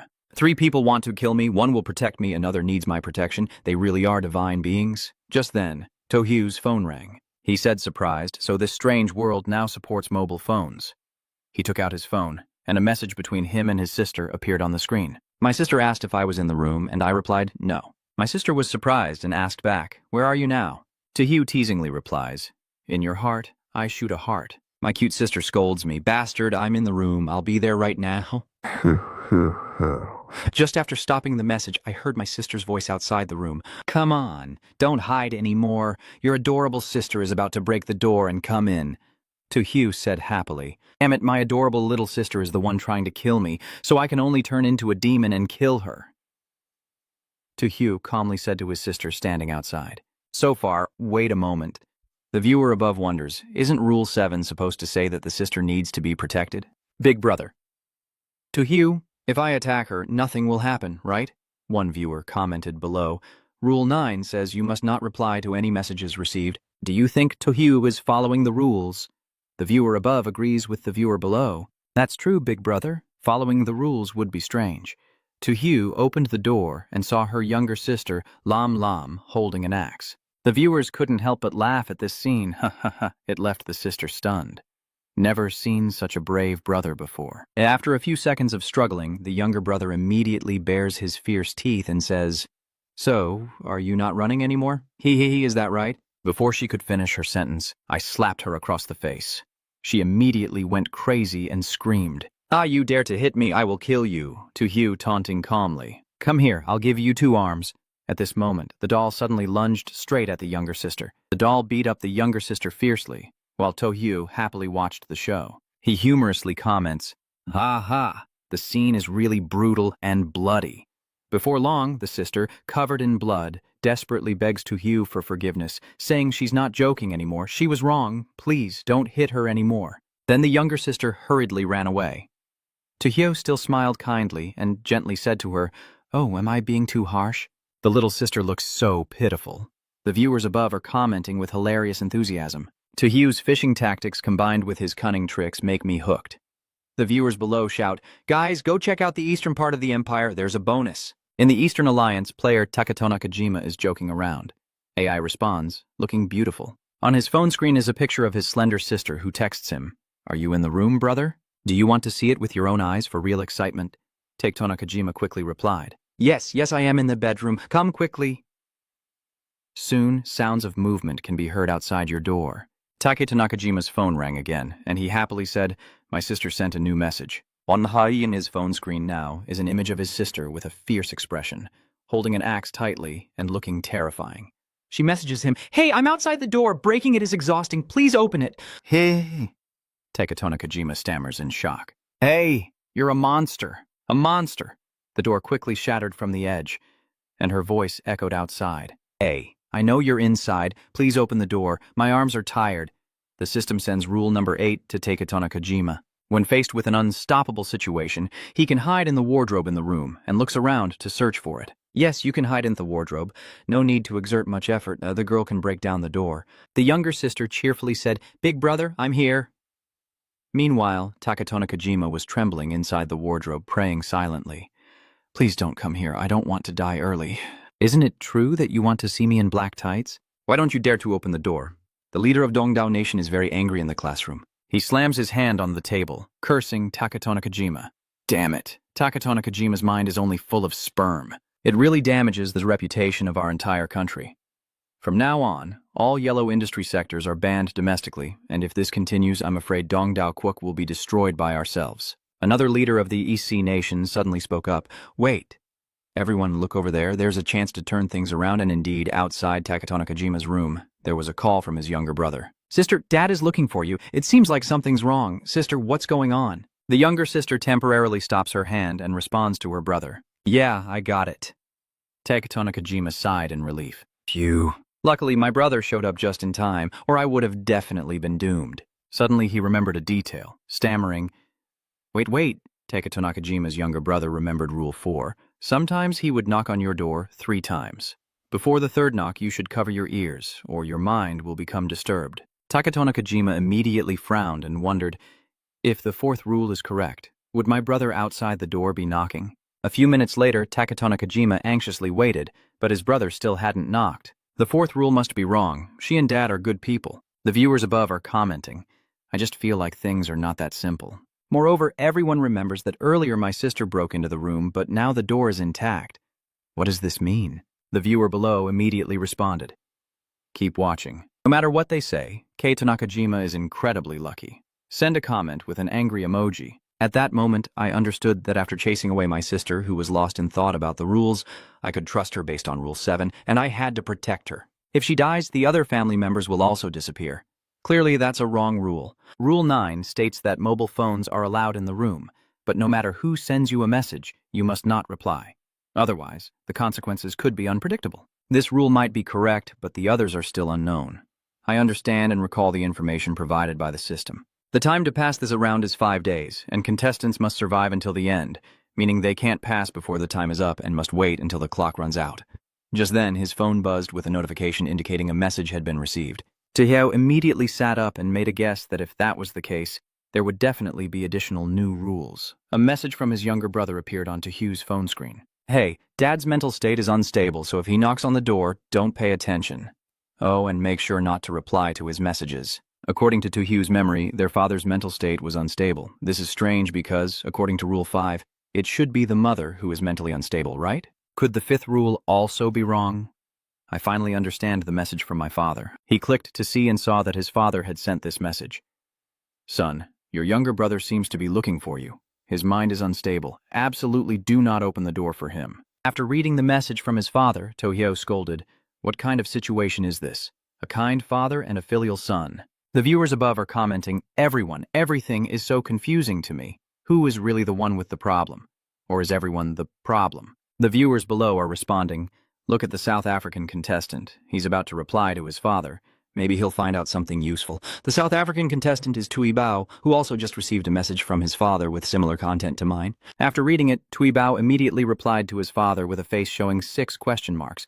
After sending the message, he suddenly remembered, oh no, Rule 9 states you can't reply to anyone's messages. Tui Bao decided to recall the message he just sent. After recalling it, he let out a relieved sigh. Phew! Luckily, I was quick and retracted it, so I probably won't be considered as replying to the message. Suddenly, my dad's voice comes from outside Tui Bao's room. Hey, it's me, your dad. I know you're in there. Open the door quickly for Mom, or if I come in later, you'll be in trouble. Tui Bao remembered the 6th rule that said his father was the one who would protect him, but this noise didn't seem right at all. In confusion, Tuibao decided to crawl into his leg and shout, "I won't open the door for you. You're not a good person." If viewers see this scene, they can't help but laugh or comment. Damn, is this person out of their mind? If you're not going to open, then don't open. There's no need to say anything. With a bang, Dad kicked the door open into Tuibao's room. He yelled furiously, "You son of a bitch, I really think you want to die."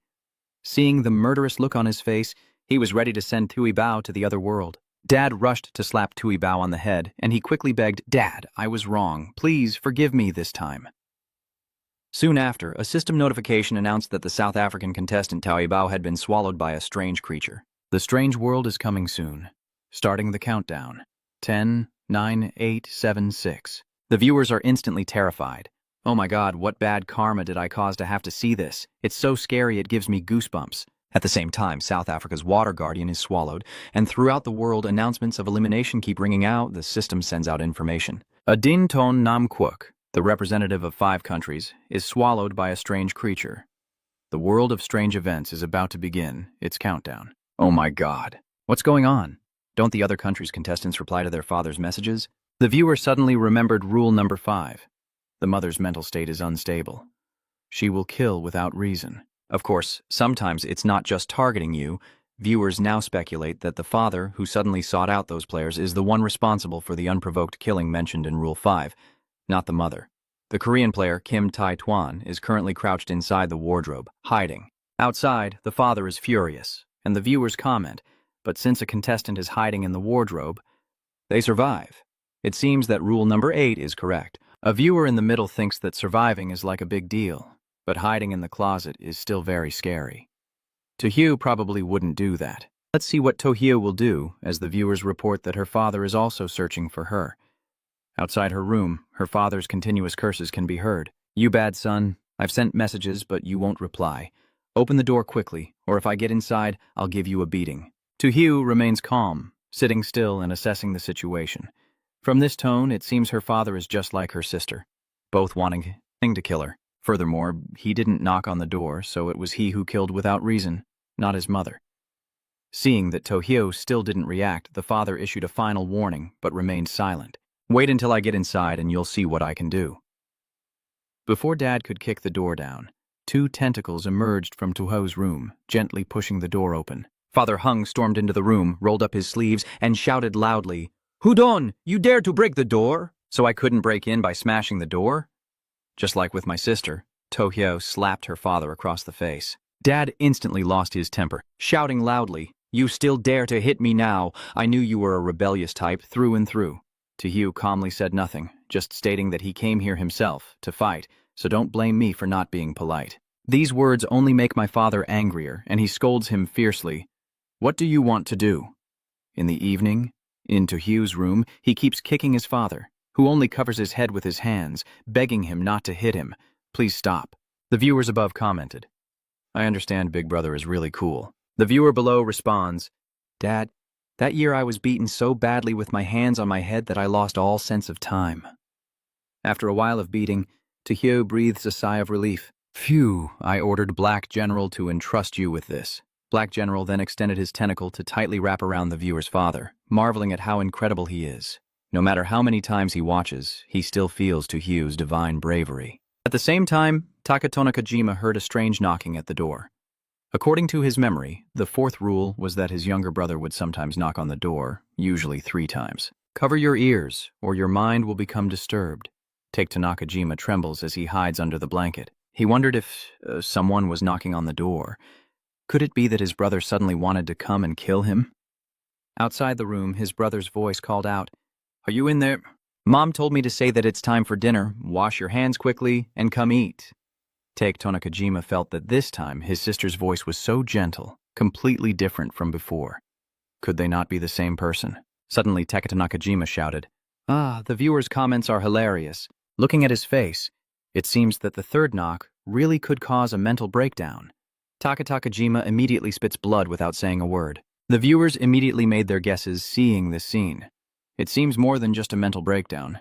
This might send this guy straight to heaven. Soon, the system announces that the 4 national champions from Dongdao, Nikura, are swallowed by the strange creature. The world of strange stories begins its countdown. The viewers above are commenting like crazy. Not only that idiot, but the knocking on the door also directly took down all 4 people.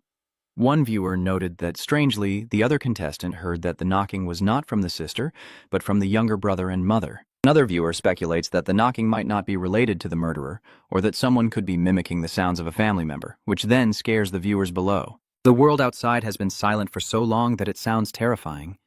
Then Tojo also hears the knocking at the door. He sat up and yelled, "Where did that knocking come from if the door is broken?" Tojo looked outside the door, feeling puzzled. What's going on? The door could automatically restore its original appearance. Tojo has lost all patience now. He shouted loudly, "Damn it! Are you not tired of playing?" Viewers are commenting that this is already the 4th time he knocked. Big brother, Tojo still hasn't been hurt. Truly Long Kwok's hope. Tojo sticks his head out to look around and shouts, "Who's there? Damn it, if you have the guts to knock, don't hide." The viewers also don't understand what's really going on. What's happening here? So there was no one outside the door. Was the knocking spontaneous? Another viewer speculates. I guess someone knocked, but the 4 knocks have ended. Maybe it thought the person inside was definitely dead, so it left. The viewers below can't help but admire the viewers above. Wow, my brother is still the most insightful. At noon, from 12 to 1, the other contestants leave the bedroom one after another to go to the living room for meals. According to the second rule, from 12 to 1 in the afternoon and from 5 to 6 in the evening are safe times. During these periods, you can leave the dining room where the family has prepared your meal. At this moment, Kim Tai-tuan is carefully observing around the kitchen. At 2 o'clock in the afternoon, the other players return to their rooms after finishing their meals. Tojo finally relaxed and left the room to eat. Viewers comment that Tojo is truly rebellious at heart and is hard to tolerate if he doesn't break the rules. Tojo casually looked around the house, judging that only his bedroom was on the 1st floor. The others were all upstairs, unless there was some secret on the 2nd floor, which could be checked later, but not now since they had to wait 5 days before proceeding. It's best not to stir up trouble for now. Suddenly, Tojo's phone lit up with a message from her. "Good boy, the rice and soup are on the table. I've saved your portion. It's still hot." After reading her message, Tojo wondered silently if she cared about him that much. Is it real or fake? Tojo looked at the table full of delicious food and was momentarily moved. Did she really save a portion for me? Could she actually be a good person? After finishing his meal, Tojo stayed in the living room for another 20 minutes, but none of the other family members appeared. So he had no choice but to return to his bedroom and lie on the bed. Tojo sighed.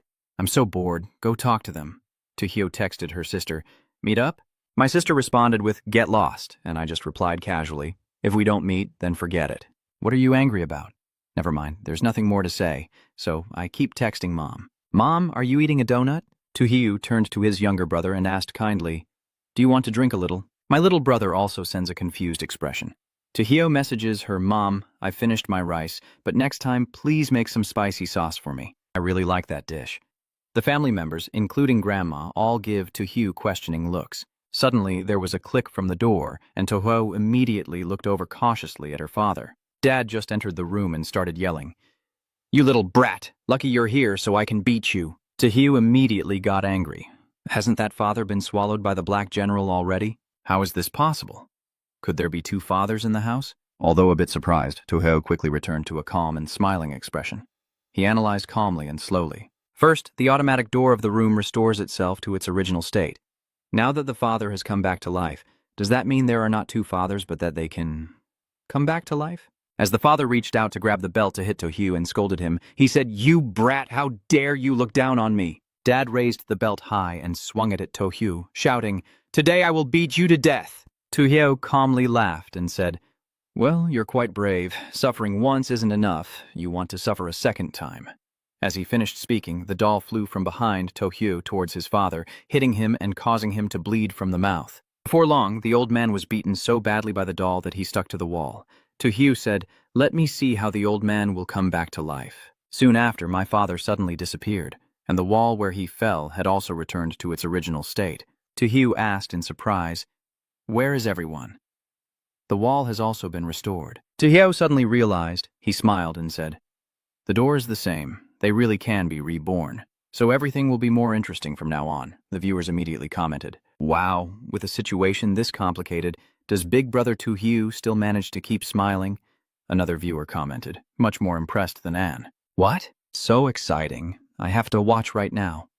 Adai was hiding in the wardrobe, with her father shouting loudly outside, "Where are you hiding, kid? Hurry up and come out so I can beat you. Don't let me catch you or you'll die with me." Adai thought to himself, realizing that hiding in the wardrobe to avoid his father actually worked quite well. Unfortunately for Andai, his sister had somehow learned to enter his room and was holding an axe in her hand. Andai silently cursed as both his sister and the knocking on the door happened at the same time. Why am I so unlucky? Ange thought for a moment about dealing with the three dangers. It seems I have to use the reward from the previous round. System notification, frog-shaped balloon prop. The first effect, placing the balloon next to a person, can prevent strange objects from noticing your presence for a short period. The second effect allows you to puncture the balloon when your life is in danger, and a bup baix will appear to help you escape once. But the cost is that the balloon will be completely destroyed. Adai decided to use the first effect. He sat down after launching the frog-shaped balloon, holding his head with both hands. The girl outside started to grin wickedly. "Hey, you're inside here, right?"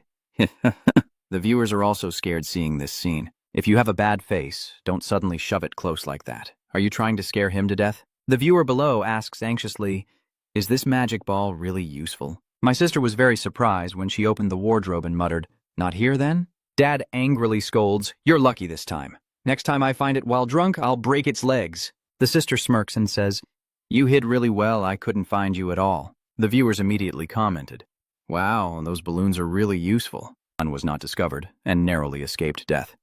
And Dee dared not relax and immediately began endless deduction. And I thought to himself, "It's over. I can finally continue using my deduction talent." Just then, there was another knock on the door outside, making Andi break out in a sweat. He was shocked to realize, the one knocking is him? The viewers above don't know who Andi is referring to, so they ask who it is. "Can you explain more clearly? Is there something that the esteemed people of Long Country are not allowed to hear?" The viewer in the comments below said, Whatever, I'll just go watch and understand myself. This guy is so boring." It's 7 p.m. now. Tojo stretches lazily and lets out a long yawn. It's time for dinner again. When he went down to the kitchen, Tojo was quite surprised. He praised that the meal was arranged so appetizingly. Tojo noticed a piece of paper on the table with a note not to turn on the light. Bored, he said, "Fine then." Then he reached out and turned on the light. Viewers commented, "Wow, big brother Tojo really just turns on the light without asking." Tojo looked at the arranged food, smiled and said, "This hot pot is the real deal." He stroked his chin thoughtfully, never expecting that last time just joking with her would lead to him actually eating it. Could it be that she is the one protecting me? But I still feel like things are not so simple. So I'll keep watching. Early Monday morning, Tojo just woke up and yawned, then decided to check if he had any messages. The notification on the phone screen shows that at 10:55 last night, your brother retracted a message. Tojo immediately asked, "What message did you recall last night?" My little brother simply replied, "Nothing, just sent by mistake." His answer officially angered Tojo, who snapped, "Mistakenly sent, damn it, I have to wake up early to read messages." "So you just say it was a mistake again. Are you lying, or do you think I can't do anything to you?" At this moment, Tojo noticed a piece of paper on the table. Do you think he guessed? Another new rule. The contents of the paper are as follows. Rule 10. Kill your younger sister, and you can pass this round. Rule 11. Kill your younger brother, and you can also pass this round. Rule 12. Trust your mother. She is the one who will always protect you. Rule 13. Trust her. She is the one you need to protect. Tojo frowned as he looked at the paper, wondering could killing the younger brother or sister really allow passing. Then he reached up to his chin, thinking that can't be right since they can both be resurrected, and the time to pass this round is 5 days. So this rule is completely wrong, but the world of strange stories wouldn't give such an easy-to-judge rule. There must be another meaning. He chuckled softly, thinking to himself, I understand now.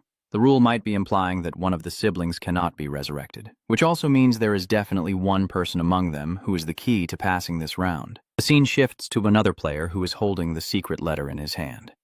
The narrator says that while Tojo received a new clue, the other contestants also discovered the new rule. Most of the players do not believe in rules 10 and 11.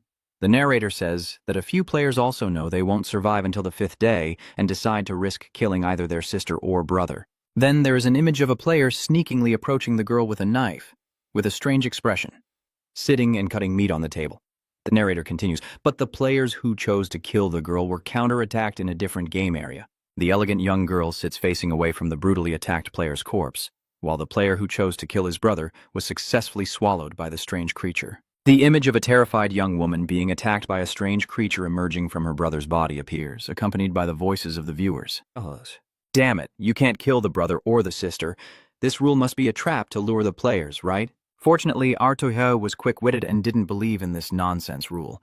At the same time, Kim Tai-tuan was sitting against the wall reading a paper when he heard the beeping from his phone. When he opened it, he saw a message from his mother saying, "Child, I'm going crazy. I'm coming to find you. Run quickly. Run now." He was panic-stricken, mouth agape, and exclaimed, "Damn it, what does Mom mean?" Isn't Rule 13 supposed to mean you can't trust your mother? The boy's face turned pale as he clutched his head tightly, muttering to himself, "I can't panic, I still have my talent, I should try using it." A notice board suddenly appeared, and the psychic ability repeated like a parrot, mimicking the words of any random person, including strange objects. Suddenly, a voice rang out, "Hey kid, are you in the room? Open the door, I brought you some food," which made Tai-tuan startle and look distressed. He quickly sat back against the door to block it, and began using his talent, listening carefully to the old woman's words. "Are you in there? "Open the door, I brought you some food." The old woman was stunned, but then she grinned, a murderous aura emanating from her, and said, "If you don't want to open the door, I'll leave the stuff outside. Remember to take it and eat." The boy remained alert. "If you don't want to open the door, I'll leave the things outside. Remember to take them and eat." Then she cursed, "You're such a fool, your punishment is coming soon." But he still gritted his teeth, mimicking her with a pale face. "Foolish, your punishment is coming soon." He was already panicking inside. Why did he repeat that curse? Could it make her angry? Tai-tuan immediately clutching his head, opening his mouth wide to beg, "Please don't. I was wrong. Don't kill me." Her malevolent aura fills the room. Blood begins to flow from his eye sockets and nose. You put your hands on the floor, trembling as you say don't. And then, as if seeing a hallucination, you furrow your brow and turn your face away with a puzzled sound. The image of the hunched old woman with a cane and a fierce face appears. She said, "You're really stupid." The viewers exclaimed in shock, "Oh my God, it turns out the corpse knocking on the door was her." Earlier, I was right, I was wrong. She always pretends to be a good person. There's no need to show her true face now. Let's go see Big Brother Tojo. He's just teasing that old lady, isn't he? Teasing her? That just stirs things up. At that moment, he was leaning his hands behind his head, leaning against the wall, looking at his phone in boredom, wondering why she wasn't replying to his messages. He wondered, did I talk too much? In the message exchange, he repeatedly asked, "Grandma, I want to eat fish shaped like a peony. Grandma, I want to eat cabbage soup. Grandma, I want to eat Buddha jumps over the wall." At that moment, a voice from outside rang out. "Sweetheart, I've finished all the dishes you like. Come and open the door." Wow, you're so quick, I didn't expect that. Her speed is even faster than that of an 18-year-old like me, so I happily hurried to the door and replied, "Grandma, wait a moment. I'll come open the door for you." When he opened the door, a handsome man with a fierce aura rushed at him. He frowned in confusion and said, "Grandma, what do you want to do?" Then his pupils contracted, and he gritted his teeth as he begged, "Please don't, old lady." Then a strange magical aura enveloped him, causing him to fall down. The viewers exclaimed in panic, "Oh no, what happened to Big Brother, to Hugh? Did he fall for a trap?" The old woman's lips twitched into a wide grin as she sneered, "Fool." Hugh smiled softly and said, "Old lady, he's already standing up." Then he pointed directly at the other person's face and asked, "Who did you call stupid?" That surprised the old lady. She panicked and shouted, "No, that can't be true. No one can survive after hearing the knocking on the door." "Are you okay?" he calmly replied. "Of course I am. Why wouldn't I be okay? You just insulted me. I have to make you pay for emotional damages. Besides, if I hadn't done that, would you have agreed to get soaked in the rain?"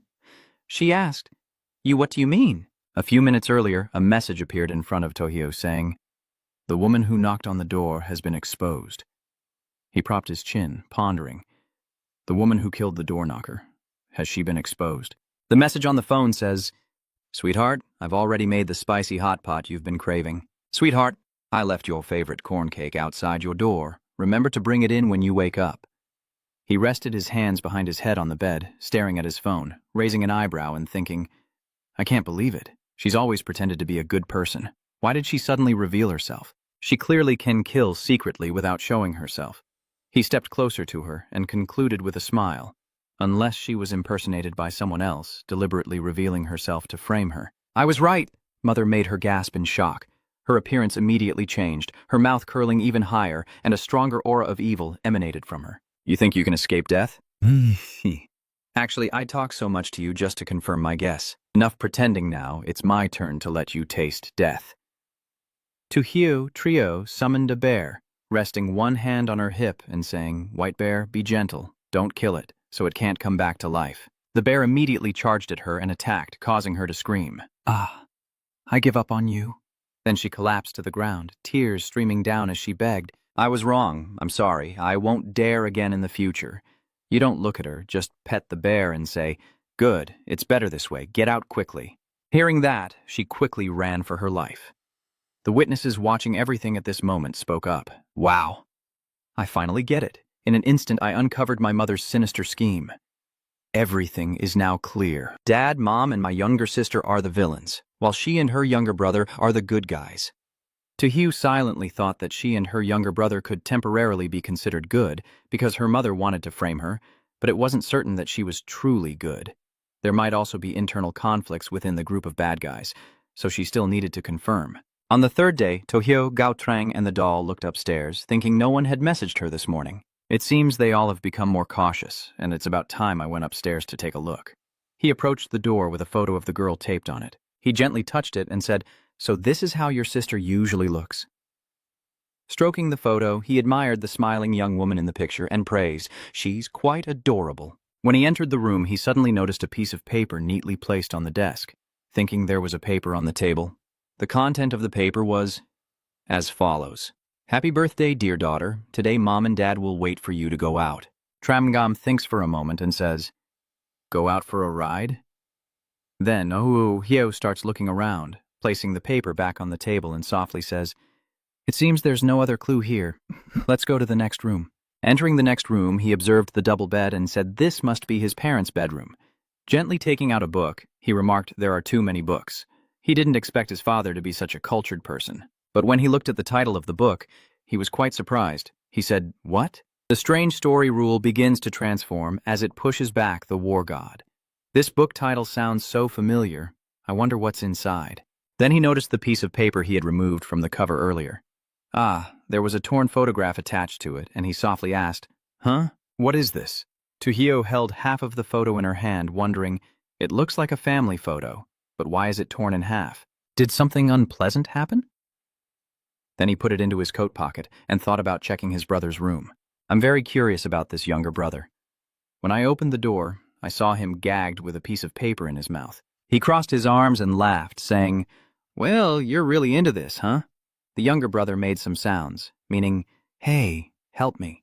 Don't be in a hurry. I just have one question for you. Just nod or shake your head, and once I confirm your identity, I'll let you go. Then he asked seriously, Are you the one who always quietly protects me? The boy nodded cleverly. He asked further, She is the one who needs to be protected. The boy nodded twice, indicating yes, and agreed. But then he frowned, making a sound like, to indicate no, no, no, and shook his head, saying that your guess was correct, that she is the one who needs protection, but also has the potential to harm both him and you. He stroked his chin, guessing that the person tying you up with a rope was her. The boy immediately nodded furiously, mumbling in agreement. You're right. You're really clever. Finally, Tojo takes the piece of paper from her brother's mouth and says, Okay, you've passed my test. I'll untie you. The viewer watching this scene would be confused and ask, So you passed? I still don't understand anything. I'll explain it to you so you understand. It's probably an answer related to your younger brother Chongquo's grandmother and Tohyo's prediction. Tojo has definitely made his own plans. He advised him to stay here for now and not go outside. This doll can protect you. Take it. You hold the doll, smile at him and say, Thank you. You need to be careful too. The viewers immediately commented. The comment was very accurate, but I still don't understand why, even though she is the one who needs protection, she still harms others. Other viewers will answer, If you keep watching, you'll understand. I am sure there will be an explanation. A little while after he left, he noticed a paper placed on the table. He wondered, Oh, another rule. He opens the paper, which reads, Rule B, Rule 1, she is the person who cares for you the most. Always trust her. Rule 2, do not go upstairs. That is not a place where you can appear. Rule 3, your brother's words are not trustworthy. Rule 4. Do not try to find out what it is. You can't fight against it. Rule 5. Surviving until the last day is your ultimate goal. Aside from that, you shouldn't hold any other hopes. Rule 6. Do not enter the rooms on the second floor. Do not become curious about those rooms. Rule 7. Try to genuinely integrate into the family. He frowned slightly and looked at it silently. Then he stroked his chin, considering that going up to the second floor must mean rules 2 and 6 are definitely wrong. He thought it was likely that it didn't want him to find clues on the second floor, so it deliberately wrote that to scare him. He smirked thoughtfully, while inside the content emphasized that trusting her proves that he and she are the same. This means it is very likely controlling her. She has a kind heart, but under its control, she might do something bad. Then he smiled cunningly and softly said, I understand now why, and since there are still 2 days left before this round ends, it's best not to pull the trigger and cause new complications. The narrator says, at the same time, the American contestant Gon also discovers Rule B. The American contestant Gon appears holding a piece of paper. He kept emphasizing not to go to the second floor, indicating that there must be clues there to get through this round, so tonight he would use his ability to go up and search. That night at 12 o'clock, the system displayed information about the Night Guard with S-level abilities in the Strange World. Every night from 12 to 12:10, you can control the shadow to go anywhere, pick up objects, and bring them back. Using the innate ability grants protection to the user. Gon's system now displays a notification to use his innate ability, the Night Guard. The scene shows him clasping his hands together or praying, with a protective barrier forming around him. His shadow quietly slips into his parents' bedroom through the door crack and sees the half-torn photo on the table. He wonders softly, is this a family photo? This probably works, just take it. Suddenly, 2 figures appeared behind him, startling him and causing him to drop the photo. Gan quickly pulled his shadow back, his shield shattered in frustration, almost managing to grab the photo. Viewers start commenting, so close, Gon almost succeeded, while others comment, oh wow, even looking for a photo has to be sneaky and secretive. Compared to Big Brother Tojo, it's far behind. Others just sit around waiting for Big Brother Tojo to reach 5 stars and pass. The narrator's voice echoes. On Wednesday, my parents and sister attacked the council. Many players couldn't hold their ground. The scene of the younger sister attacking the players with a weapon appears. The system announces that Egyptian player Landon is swallowed by a strange object. The countdown to the next bizarre event begins. 10-9-8-7-6. At this moment, Anne is hiding behind a door, quietly watching as 3 and his sister chase after a frog. The narrator mentions that An from Hoi Hung country is using a frog-shaped balloon to distract enemies and has successfully sneaked into the grandmother's bedroom to retrieve the other half of the family photo. A picture of him smiling happily while holding half of the photo appears, and the narrator continues. By the 5th day, only 4 contestants remained. Tojo from Long Country, Anne from Hoi Hung Country, Gon from the United States, and Raja from Zambia. The viewer said, today is the last day. The other contestants are all preparing to pass. I see you're still lying there playing on your phone. You're really worried for nothing. Wait a moment, I see Tojo is about to start. On the phone, a message from my younger brother appears saying, Brother, I found the other half of the photo. This is the weapon to beat him, but I hope when you deal with him you won't hurt her, okay? I understand reading the message and feel like I've found Hoi's treasure. I am satisfied with that assessment. My brother is really helpful. Freeing the boy from his bonds was definitely the right choice. I'll make sure she escapes his control safely. Deep down, I quietly calculated that after all, Rule 1 emphasizes that sincerity is key, and I believe that protecting her so she doesn't die is the best way to succeed. Soon after, my younger brother also messaged, I'm really glad to have you. I'm touched. Tojo hurriedly got off the bed and sent a few messages. Don't run around. I'll come to get the photo from you. At his younger brother's room, he took a photo and handed it to Tojo, politely saying, Brother, here is the other half of the photo. As soon as I saw the photo, I felt a surge of surprise inside. Am I also in the picture? The viewers are just as surprised as he is, instinctively exclaiming, Tojo is in the photo, what's going on? The photo in his hand suddenly lights up. Tojo, though a bit suspicious, decided to set it aside and reminded the viewers, keep watching. Maybe we're about to find a clue. Tojo glanced at his younger brother and casually asked, Do you know why this photo was torn in half? Did something unhappy happen to the family before? After hearing this, the younger brother's eyes briefly looked sad. The little boy whispered, So you really have forgotten about that? No wonder. It seems he's reminiscing about the past, and the younger brother looks extremely sad. tears welling up and about to fall as he tearfully recounts what happened. A few years ago, our family was still harmonious and happy, with our grandmother always gentle and approachable, our parents valuing life, and I was cared for by my brother and sister, happier than other kids my age. The younger brother recalls the scene of the crane lifting his loved one's body out of the water, his voice trembling with emotion until that birthday when their father drove the car with their mother and sister into the river. All three of them immediately understood the full story together, and everyone watching couldn't help but be shocked and exclaim, "Does anyone still remember the note that said to take the sister out to play?" Everything matches perfectly. The viewers start connecting the clues and analyzing them together. No wonder they all seemed like bodies soaked in water for too long. It turns out they drowned. The younger brother recalls his family situation right after the accident, with their mother constantly crying out and lamenting, "My child, my child, my child." The younger brother calmly recounts that after she learned about the accident involving the three of them and was hit with a strong shock, her mental state began to become unstable. And he also looked downcast and silent all day. Sensing something strange from their mother, the younger brother was frightened by her unusual behavior and spoke in a trembling voice. Not long after, her spirits stabilized again, but she kept mentioning her parents and sister. At that moment, the mother seemed as if the three of them were still alive. She calmly cooks, her tone revealing her joy. "They're coming back soon. I need to prepare some ribs to eat with the family later." Remembering the image of loved ones looking like returning corpses, the younger brother tremblingly said, "Then our parents and sister really came back, but their appearance was extremely terrifying." The younger brother was very happy to have his brother by his side. He sobbed as he said, "Brother, the family photo was torn up by her after Mom, Dad, and sister returned. I don't know why she did it, but it seems like she wanted to keep them. I'm really glad to see you back to your usual spirits. I hope we can wake her up together." Hugh gently pats her younger brother's head, speaking softly to comfort him. "You've had a tough time lately. Leave the rest to me." People praise him as if he were a mother. So sad, the little brother is still just a child, and being able to do this is already very impressive. Tusai stepped forward, not forgetting his promise, and firmly told his brother, "I will go find her now, and definitely bring her back." Seeing his determined attitude, the audience also placed some hope. Hidden in his words was an unmistakable excitement.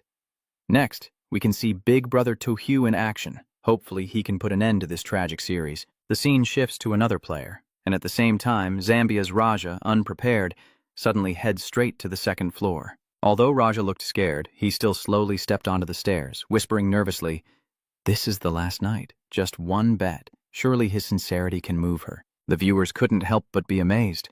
They were excited but still filled with doubt. "This brother of mine must be joking, right?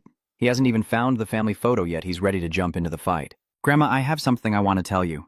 As soon as I said that, Raja stepped into his grandmother's room. The next second, Raja's head rolled out of the door quickly. "Boo!" The crowd was startled and instinctively shouted out. I was terrified to death. Death came suddenly like a tornado. Everyone started commenting, as expected. "Look at Girl John over there. He still hasn't found the family photo, but still went with his younger brother to see the grandmother. Is there such a thing too? Hurry up and go check." Grandmother sat quietly in the room and asked softly, "So, eldest grandson, you brought your younger brother to see me because you want to argue with me?" Gon immediately spoke up, saying, "Grandma, please stop being so stubborn. My younger brother has already told me everything. Mom, Dad, and sister will never come back. The people now are not our family anymore." "Fine, very well. You heartless kids want to abandon your parents and sister." Gayan kept trying to persuade her, saying, "It's not like that, Grandma. Please wake up." The grandmother suddenly lost her mind and lunged forward like a wild beast to attack. She kept screaming, "Don't say anything more. Today you two won't escape." For a moment she was stunned, her face suddenly turning pale. In that moment, the grandmother's hand passed through her brother's body. She suddenly froze when she realized she had attacked her beloved grandchild by mistake. Jion felt both love and resentment as he looked at his injured brother, who took the blow meant for him. Seeing her severely injured grandchild, the grandmother suddenly became frantic, stammering, "No, how could this be? My good girl, my good girl." Unable to accept the truth, she pointed at her reflection in the mirror and shouted angrily, You made me lose my mind. Give my grandson back to me."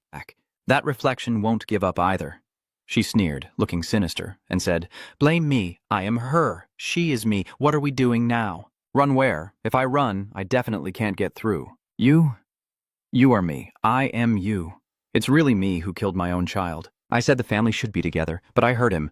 No, I can't run. I'm still trying to persuade her. Please, calm down.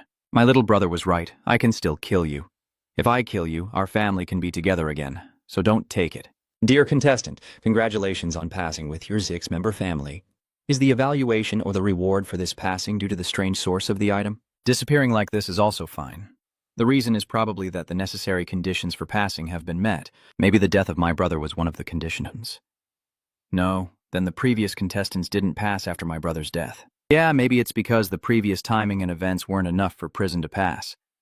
The leader of the Soul Nation also brought his younger brother to meet her. Similarly with prison, after she said a series of confusing words to him, she also rushed towards him. His younger brother tried to step forward to help him, but he quickly stopped him. Please look at this, Mom. Our dad and sister won't come back.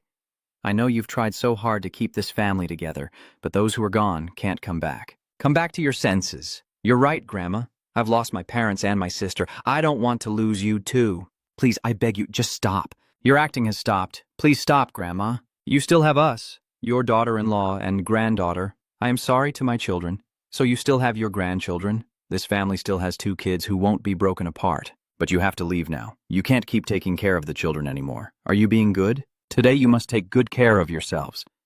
Grandma, what are you saying? Where do you want to go, Grandma? Don't be sad, my dear. I'm just going to a very far place. If you miss me, look up at the sky, and I will always be watching over you from above. Disappear. Please don't go. I don't want to leave you. It's a fixation of hers. It was born from her, and she lives for it. The obsession has now disappeared. We cannot keep her here. Grandma, congratulations on passing the 6-person family evaluation with 4 stars. After passing this round's reward, the origin of the strange object with the 2-mouth basin has also been passed, but the Ann family will only receive the next 4-star reward this time. Now I understand, Big Brother. I don't know how Tojo will choose to pass. Please tell us. Big Brother, don't run. My sickle is already bloodthirsty. Come here. Come here. If I catch you, I will let you go. What's going on? Big Brother. Tojo, why did you bring them to Grandma's bedroom? Little brother, what are you doing? It's nothing. I just wanted to surprise her. You used a source of negative emotion, brief and single use, which can make the strange object go berserk within 3 minutes. Damn it! What's wrong with you guys? Are you all crazy? Hey, brother, how is she? Did you hurt her? Don't worry, it's okay. If you want her to stay alive with us, you must not cause trouble inside. Half an hour later, it's finally over. Stay here, I'll go inside and kill it. Yes, you have to be careful. After being provoked, she was overwhelmed with regret and kept blaming herself, saying, I killed them with my own hands. Tojo quietly stood aside, silently guessing that, as he thought, the family members killed by it could never come back to life. Even with the evil ring, he had to let her face the pain of losing loved ones again, so she could continue living. Grandma, please forgive me. Using this method has hurt her once again, but I cannot let her continue living in self-deception. We are all family who have lost our loved ones, but it seems she has forgotten that the living family members are the most important. Go back, this house needs you, both your nephew and I do too, she shouted. No, you can't understand my pain. What right do you have to choose for me? She lunged forward, choking Tojo, muttering that they are all her most beloved children. It was you who caused me to kill them. It was you. Tojo smirked and softly said, a small obsession, and you still want to kill my child. The grandmother was so shocked she stammered, this can't be, why are you immune to my attacks? Tojo leaned in close to the old woman's face, looking very provocative, and replied, have you ever heard of something called a sincerity? As soon as she finished speaking, the old woman suddenly burst out laughing loudly. Sincerity? This is the funniest thing I've ever heard. From the body of that old woman, a soul slowly emerged. The parasitic soul just escaped and immediately threatened fiercely. Now that I've left that damn old lady's body, try dealing with me without her restraint using some kind of sincerity. Tojo, without backing down, threw a punch and said with full anger, who are you calling an old woman at death's door? That's my grandmother. Tojo respectfully approached to check on her condition. Grandmother, are you okay? Let me help you up. Meanwhile, the parasitic soul, holding its injured face, stood there dazed, suddenly seeming to have found a way to save the situation. She secretly smiled in satisfaction. I got it. The parasitic spirit rushes madly towards the old woman, shouting loudly, I will kill this old woman first. Without waiting for the parasitic soul to approach, I immediately launched an attack straight at her. The parasitic soul kept talking swiftly, trembling like a dried chicken but still threatening loudly. Hate you. You can't kill me. She can only be reunited with her family because of me. She left me, and without trust to keep going, it's hard to survive. Tojo sneered and retorted, "You're wrong. After you left, Grandma got better." What? "So you intentionally didn't fight back when I choked you just now, to lure me outside?" Tojo smiled brightly, looking very satisfied. "That's right. Your head is quite clever too. I should leave now because of you. I have to live in endless pain and suffering, and I don't care about my family who are still alive." But the parasitic soul stubbornly opposed. She panicked and shouted, "No, you can't treat me like this. I am also family. I once helped you." As her soul gradually disappeared, she cried out in fear, "No." The old woman sighed and said slowly, "Actually, obsession is not wrong. The cause of all this is indeed because of her." "Are you still blaming me, Grandma?" Tojo happily replied, "How could I, Grandma?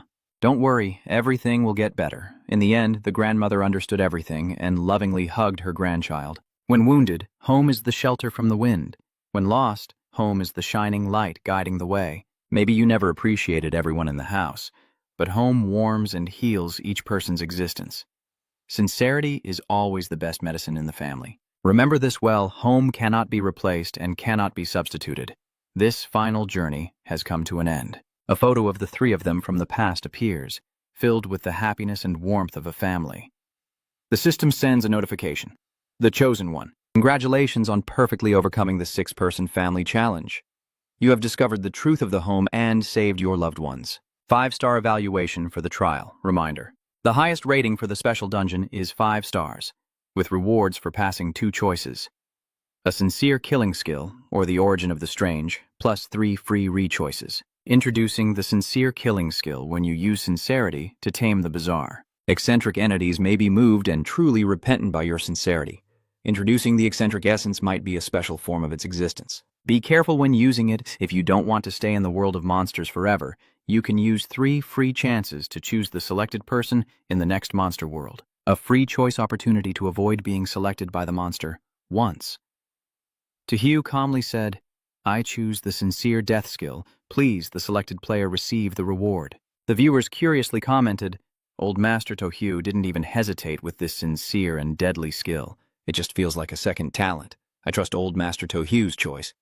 Congratulations to Tojo from the Dragon Nation, Adigaozom, and Gon from the United States for passing the test successfully. The 3 countries will be exempt from Quaidam's appearance rules, because this special instance will not award outside rewards to these 3 nations. The announcement of the country's passing was quickly posted, and the viewers started commenting excitedly. "I understand now, guys.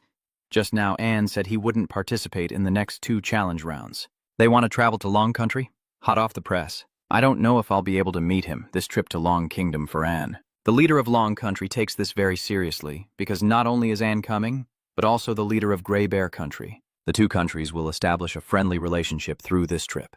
When their leaders meet, Tojo and Ange will also have their first offline encounter. This is also an advantage when Tojo can officially form an alliance with a player from another country.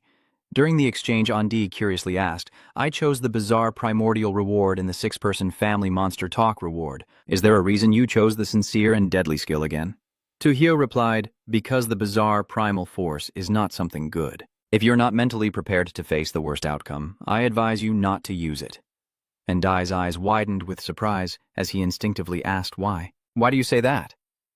Tojo explains his reasoning. "My intuition tells me that the origin of this strange object must be problematic." Dai instinctively said, "Is it intuition?" Although Anne still has many doubts, he has to set aside his response to Hugh's warning. "What you said I will definitely pay attention to, and I also wish you good luck in overcoming the next strange world." 3 days later, while Andi was enjoying her trip in Long Country, Tojo continued to enter the next strange story challenge.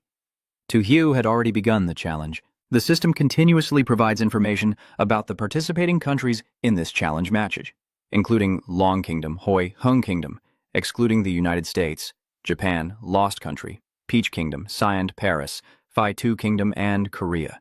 The world of the strange story during this challenge match is under the Blood Moon. As soon as you enter the game, the system sends a notification to the player. The system during the Mid-Autumn Festival night. People always like to eat mooncakes while watching the moon. If you're planning to do that too, I advise you not to. Control your curiosity. Don't pay attention to what you hear or see. Remember that the moon must not be looked at directly tonight. The moon must not be looked at directly tonight. The moon must not be looked at directly tonight. Tojo and another person, a player from Fituqueca, Angola, wake up together in a room. The system continues to diligently notify players of important tips. This time, it's about a team-based challenge. The opportunity from the outside world reminds you in this challenge match. Pay close attention for a day and make sure not to look at the moon. No matter what it takes, avoid looking directly at the moon. Survive. Angola, just waking up, quickly clings to his idol to get familiar. I understand, big brother. You're my big brother, right? My name is Angola. In this challenge, I only managed to unlock an S-rank talent. You absolutely have to help me get through this round. Tojo nervously reminded him, let go of my hand first. At the same time, both of their phones rang with new messages. Tojo immediately picked up her phone to check. The message still contains warnings about this round of the game. Attention Kwangdai citizens. The moon-gazing plan for this Mid-Autumn Festival has been cancelled. Stay inside the house. Lock the windows. No matter what sounds you hear, do not open the windows. Especially do not look at the moon. Unlike the message above, this one reveals a few clues about what is happening.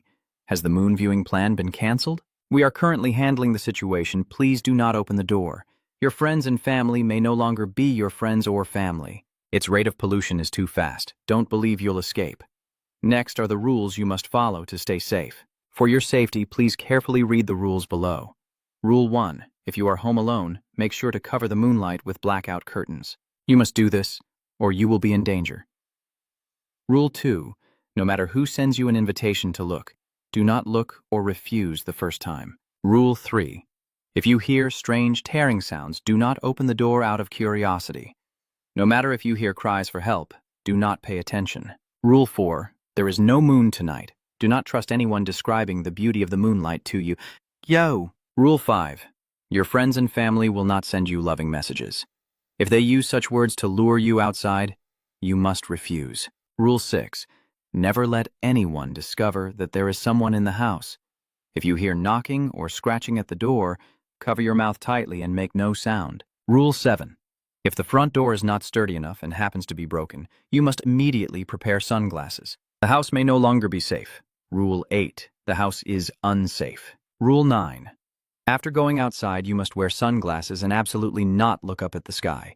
If you encounter a friend on the street, do not trust that person. Angola eagerly asked, Big brother, have you finished reading all the rules? What should we do now? If I were you, I would either find sunglasses to wear or gouge out my own eyes, Tojo said, and Angola immediately stood up to look for them. He enthusiastically said, I will go find glasses for both of us.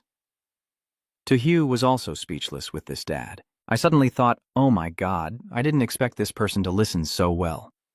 The viewers also burst out laughing and casually commented that this black guy is pretty good, at least he knows how to rely on the boss. It's all good, it's all good.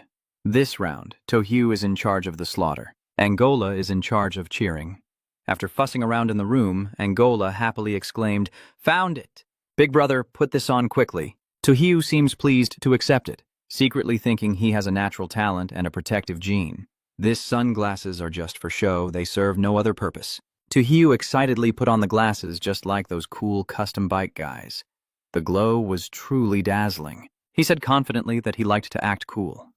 Tojo casually stepped to the window, one hand pulling back the curtain, letting the light flood into the room. Angola kept marveling. The boss looked so cool he broke the rules right from the start. Tojo confidently lifted his glasses with one hand and said softly, There will be more cool things in the future. His phone kept ringing with messages. He quietly read each message carefully. Zishui, hey, you. Don't stay home tonight during the Mid-Autumn Festival. Go out and watch the moon. You dog? The moon tonight is very beautiful. The most beautiful in nearly 100 years. If you don't go out to see it, you'll regret it for the rest of your life. Come on, go outside and watch the moon. Tonight's moon isn't like usual. Let's go. I love you. I love you. I love you not foolishly. I am downstairs at your house. Do you want to go stargazing with me? Will you come down on your own or should I come up to get you? Are all the messages implying they want to lure Tojo out to watch the moon? Tojo isn't naive and follows their suggestion, quietly piecing together clues and making a guess. Despite repeatedly refusing to go sightseeing, these friends clearly intend to harm me. Tojo smirked, maliciously typing a reply, her mind far from her outwardly serious appearance. You guys started it first. Don't blame me for not showing mercy. The message sent to Theet Trui is no different from spam advertising, claiming that Wang Zhong Wang's sausage is much better than other brands' sausages. I have kidney failure and no sugar. I want to eat Silong jelly. Theet Tree on the other side looked confused and asked a big question mark, completely bewildered. Angola had no idea that the fox was right beside him, innocently asking for help. Big brother, what should I reply to these friends now? Can you teach me? Tojo hesitated for a moment, then quickly snatched the phone and eagerly said, "Let me do it." Angola hesitated, standing aside confused about what was happening. A bunch of trash said, I'm at this house. If you're so capable, don't send messages, just knock on the door. If you're too scared to open it, then you're just like those kids of yours. This message is so boastful it's like a fox pretending to be mighty. After reading it, Angola's face paled and he helplessly sighed. This is really it, boss. Sending a message like this is no different from pushing me to my death. Meanwhile, I thought he was a hero saving a beauty, calmly returning the phone and switching to another team. At the same time, Gon from America and Kim Hoo-tien from Korea also read the rules related to the moon. Come on, let's go outside and watch the moon. Tonight's moon is not like usual. Let's go. I love you. I love you. I love you. Like the other teams, the message content is exactly the same. Gon from the US and Kim Hoo-tien from Korea are also attentively reading the messages. So, you love me that much? If I go out with you today, can we play puzzles? Goo's face immediately changed expression as he snatched Kim Hoo-tien's phone. Hey, what are you doing? I haven't even sent the message yet. Gon, clearly annoyed and furious, shouted, Don't die alone. Don't drag me into it or I'll show you who's in charge here. Kim Hoo-tien also got provoked and shouted swear words. You threatened someone. Do you want to fight? Almost losing his temper, he rushed forward and punched Hada. Almost losing his temper, he cursed and grabbed his collar, threatening loudly, Kim Hoo-tien, if you dare to boast again, I will beat you to death. Anyway, reminding you doesn't mean only one person can pass. Kim Hoo-tien, dazed from the punch, has already become afraid. He stammers and pleads for mercy. I'm sorry, I'm wrong. I won't dare anymore. I will listen to you from now on. The viewers couldn't help but mock this turn of events. They burst out laughing. This guy is scared. He was so confident just now, but now he's all swollen and beaten up. Georgia sneered contemptuously, warning loudly that if you know what's good for you, go find a mistress. If you can't find one, I'll beat you to death. Your mouth will ruin you. Kim Hoo-tien, now like an ant sitting on hot coals, could only keep nodding and obeying. At the same time, both of them received new messages and quickly took out their phones to check. Jian quietly reads the messages. The screen clearly shows that many messages from different people carry subtle hints. But are they just teasing? Are you still awake, little cousin? I'm not asleep either. Come down quickly and join the fun. Cousin. Tonight's moon is so beautiful. If I go out, I'll introduce you to my best friend. Cousin, open the door. I'm downstairs already. My apartment number is 300 and something, right? Before it was friends, now it's family, and there's more to come, Jun whispered. He was too familiar with this trick to lure people, quietly switching his phone to silent mode. As soon as he finished speaking, a strange knocking sound came from the door, causing both of them to glance sharply in that direction. Jian quietly approached the door, listening carefully while observing the situation. Kim Hoo-tien, curious from behind, asked, What's going on? What's outside? As Kim Hoo-tien spoke, Gun's face suddenly darkened. He angrily kicked Kim Hoo-tien and shouted, Talking so loud, don't you want to live anymore? Kim Hoo-tien bị Giang Nga lăng ra dách, dâu dọn rền rĩ một tiếng, nhưng với kinh nghiệm nhiều lần bị danh, hắn nhanh chóng ngồi bật dậy nhận lỗi. Sorry, I'm not smart enough and didn't think carefully. Gian still looks displeased with the opponent and angrily shouts, Shut up and go somewhere else, or I'll kill you for making noise. Before they could fight among themselves, the hand holding the lock kept moving, signaling danger was near. Gon, sensing the threat, was terrified but still shouted at his foolish teammate, Damn it, they're trying to open the door, it's all your fault. Moving to Tohyo's side, while Gon and Kim Hoo-tien are facing the strange object trying to open the door, Tohyo also hears the noise outside. Angola sits curled up in the corner, muttering prayers non-stop. Oh my God, Lord, please protect me. Whatever is outside the door, please drive them away. Unlike him, Tohyo lies there looking relaxed and at ease. Angola turned to look and saw such a scene, stunned for a moment, silently wondering in his mind why the boss was so calm. You're not scared, are you? Angola kindly asked. Boss, I understand. If you feel afraid, pray with me. God will surely protect us through this. Is this guy drunk? Hearing this, Tohyo felt annoyed inside. Our country is full of materialist soldiers. Get up from the sofa. Seeing this, Angola quickly grabbed Tohyo's leg and hurriedly spoke to stop him. What does the boss want to do outside? You can't go? Rules 3 and 6 say you're not allowed to pay attention to sounds outside. Tohyo indifferently reminds him, letting go if not. He can do whatever he wants later.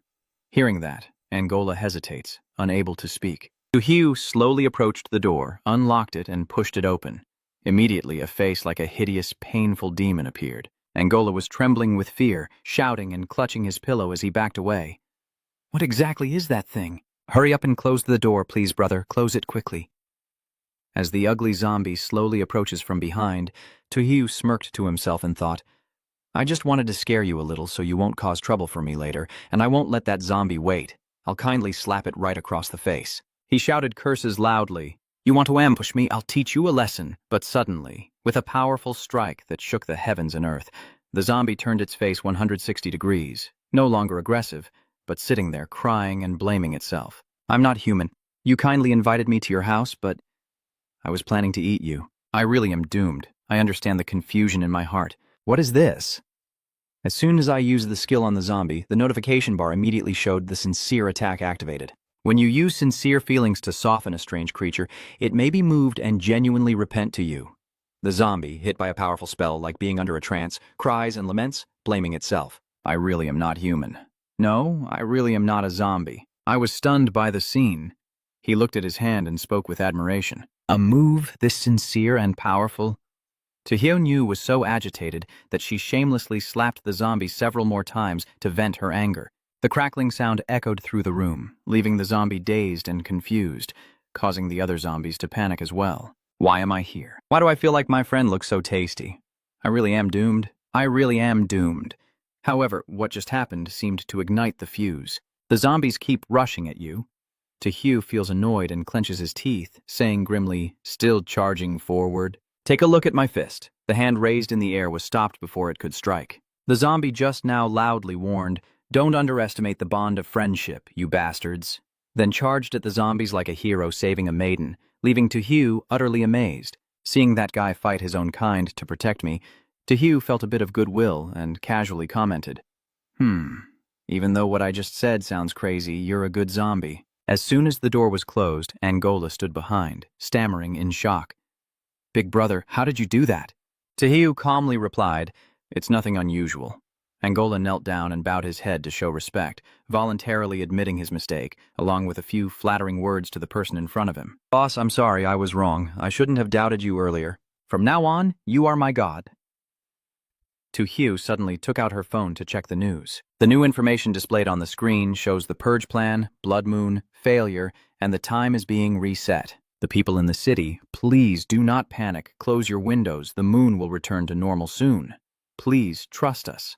On the large clock, time waits for no one and quietly passes by. The hour and minute hands are continuously rotating around the axis, pointing at 12. It quietly reminds the player that this is a time filled with danger.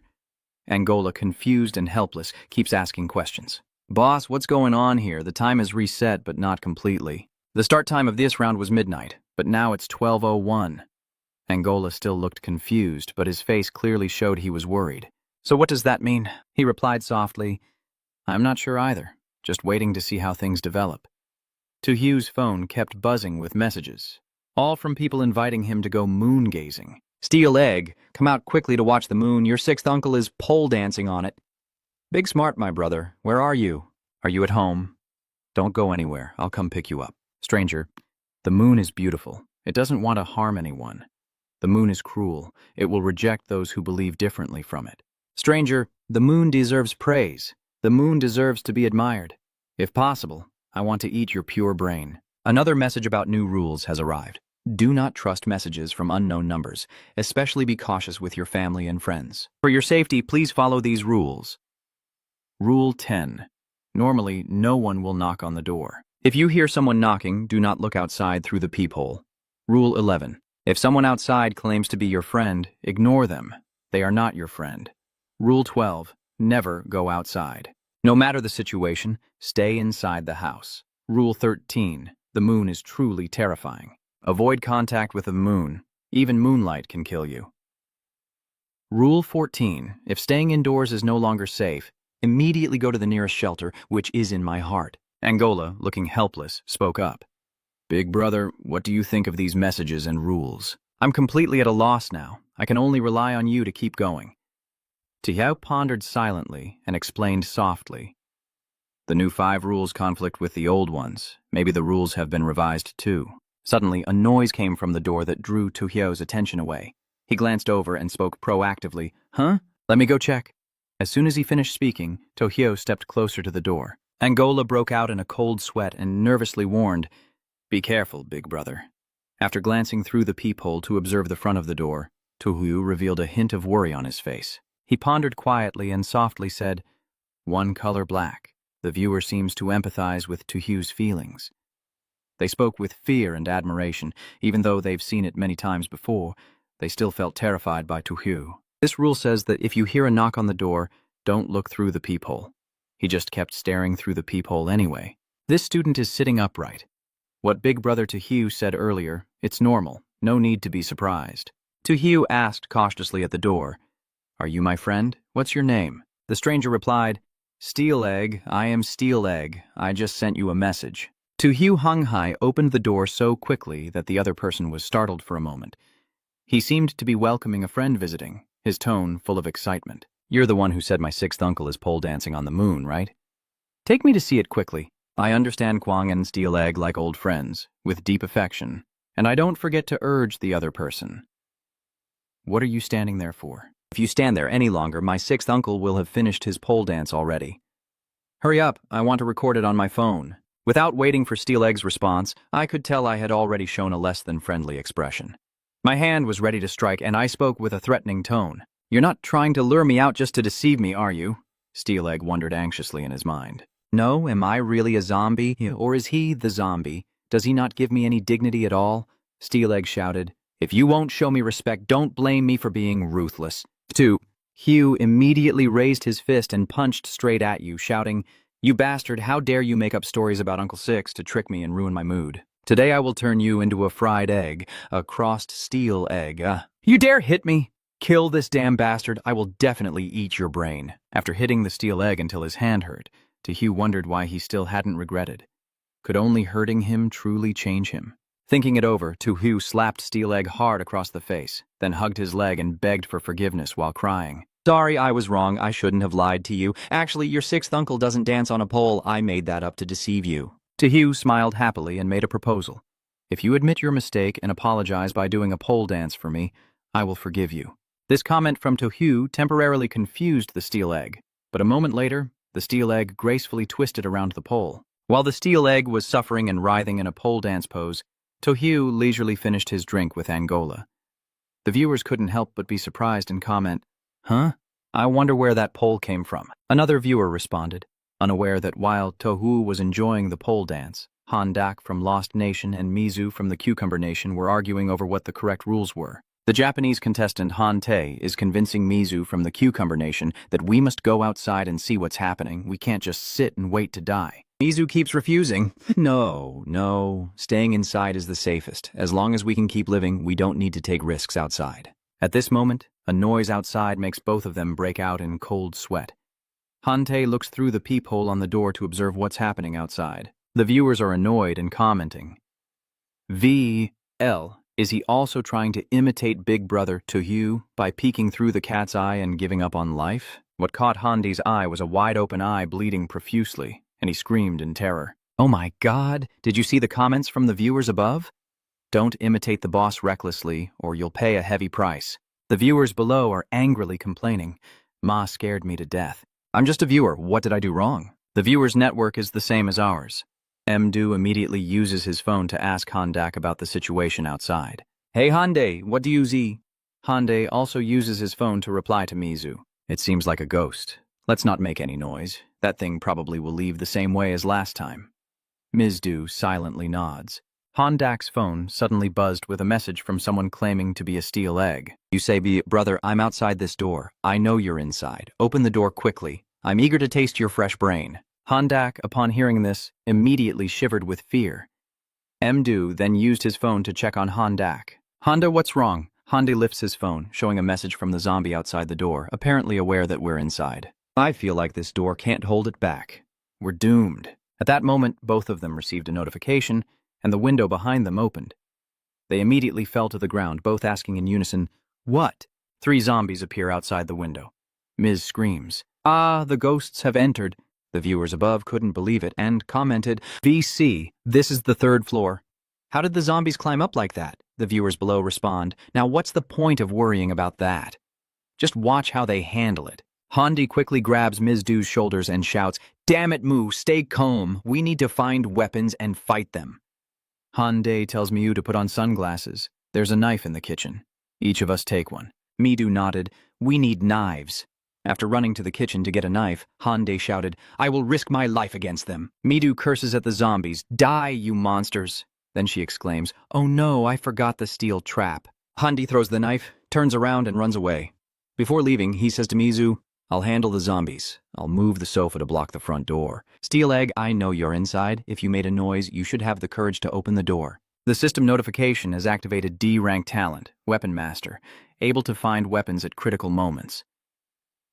The door bursts open. Hondak raises his baseball bat high, shouting, "Go to hell, Steel Egg." Steel Egg easily dodged Hondeok's attack. Hondeok reacted quickly, raising his baseball bat high. Once again, Steel Egg lunged at Honda, effortlessly pinning him down. The Steel Egg greedily said, "Ah, delicious brain." Hondak struggled and shouted for help. "Help, damn it, Mizu, help me." Mizu, having just dealt with the zombies, heard Honde's cry for help and shouted in alarm. "Han Tech!" Ms. Du bent down to pick up the baseball bat, then struck the Steel Egg hard on the head from behind. Ms. Du successfully saved Han Tech. Han Tech sighed in relief, stood up, and thanked him. The viewers above commented, "Truly impressive." I didn't expect Hante and Miu to work together so seamlessly. The viewers below are commenting that the Steel Egg here is really strong. Steel school at Big Brother. Tuhyu's place seems like a joke. Another viewer wondered if Big Brother Tuhyu is just too powerful. At the same time, Tuhyo had finished watching Trung Thep's performance and happily grabbed his collar, pulling him away. Trung Thep looked confused and asked, "What do you want, buddy?" Tuhyu casually replied, "Nothing. I was just caught off guard." Tuhyo opened the window and threw the Steel Egg outside, calmly saying goodbye to it. "Goodbye and have a good time." The Steel Egg fell straight to the ground. Tuhyu watched the figure of the Steel Egg, and he marveled at how the sound still echoed clearly. It should have disappeared by now, right? Suddenly, Tuhyu froze. Right below the window, a few zombies suddenly appeared, baring their teeth and claws. Tuhyu angrily shouted, "Damn, these zombies are so smart. They know how to trigger the window. They have no shame." Tuhyo saw a stick next to the window and grinned maliciously. I just thought of a good trick." When the mousetrap was triggered, the zombies all started howling. Before long, they jumped down one after another. They all shouted loudly, "Run quickly, this human is too scary. He scared me to death." Tuhyu pretends to beg desperately. "Oh, don't go. I haven't had enough fun yet." After chasing away the panicked zombies, Tuhyu leisurely takes out his phone and, bored, sends a message to check on some other friends. Tuhyu sends a message. "Super smart, I was at home when a lot of zombies appeared. Do you know how to handle this? I'm waiting." "I'm in a hurry." Super Intelligent immediately replies, "Luckily you're not hurt. Don't do anything. I will come to see you right now." After reading the message from Super Intelligent, Tuhyu silently assessed. Is the Super Intelligent really replying to messages? Moreover, the message content is very normal. Could it be that he's an ordinary person and not a zombie? Tuhyu's phone screen shows a message from an unknown number saying that the cleansing failed and the time will be reset for a third time. Residents of Kwangdai City, do not panic. The abnormality of the moon is only temporary. Tuhyu wonders if the purification failed again and how to determine if it was truly unsuccessful. Based on what's happening outside, the Jin dynasty clock is turning back. Tuhyu sat on the chair, wondering. This time the time rewound to 12 to 2, which is over a minute more. What does this mean? Angola sat beside Tohyo and asked, "Do you have any new clues, Tuhyu Sr.? What should we do now?" Tohyo replied, "There are too few clues inside this house. If you want to know the truth, you have to go out and see." Angola listened and felt worried. He hesitated, but suddenly a voice from outside the door called out, claiming to be Super Intelligent. Tohyo stood up, about to go out and open the door, but Angola quickly spoke up to stop him. "The Great Elder Rule number 11 says if someone outside the door claims to be our friend, you must not pay attention." Tohyo casually replied, "I will pay attention." As soon as the door opened, the wise monk quickly grabbed Tuhyu's shoulder and shouted, "You're okay, that's great. Put on your sunglasses and come with me immediately." Tuhyu turned back and asked Angola, "Do you want to come or not? I will go alone if you don't." Angola nervously said, "Master, the rules clearly state we must not go outside. Those outside definitely want to harm us. You shouldn't trust him." Tojo still boldly stepped outside, and Angola had no choice but to follow him. He called out, "Oh, Elder, wait for me, I'm coming with you." Outside, under the blood-red moon, everyone walking on the street had turned into zombies, shuffling along. The zombies rummaged through the corpses and devoured them greedily. A group of people knelt facing the moon, continuously muttering prayers, trembling with fear of breaking, their bodies twisting with fiery passion, swallowing the undead. Praying to the soul, "Tonight I worship you." Angola tugged Tojo's sleeve, and he muttered, "Master Tojo, are we taking the car? Where are we going?" Super Smart walks ahead and answers, "We're going to the funeral home." Angola immediately screamed, "No, at the funeral home, I don't want to die, yet I don't want to be cremated." Tojo and Super Intelligent briefly looked at Angola with blank expressions. Super Intelligent explained, "Leading you to the funeral home to save you, so don't be afraid." At the funeral home, Super Smart handed me a piece of paper and said, "The funeral home has its own rules. Now you two read the rules for staff." Tojo took the paper from Smartest with one hand and put his glasses into his pocket with the other. He unfolded the paper so he and Angola could read it together. Inside, it says the funeral home staff rules. The first rule is that a funeral home employee, your main job is to put the body into the cremator. During this process, you should not have too many questions. Rule 2. If you encounter unusual situations such as the body not burning, the body talking, or the body moving, report immediately to the security room and do not handle it yourself. Rule 3. The research room has a telescope. Non-employees are not allowed to use them. Rule 4. Do not face any direction to pray. Do not discuss strange phenomena either, because that can make the strange phenomena become real.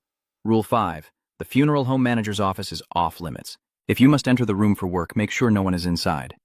Rule 6. During work, ensure you wear specialized goggles at all times. If you feel any abnormality in your body, go immediately to the cleaning room. Rule 7. Your work must be kept absolutely secret. You must not tell friends or family what you are doing. This could cost you a certain price. Rule 8.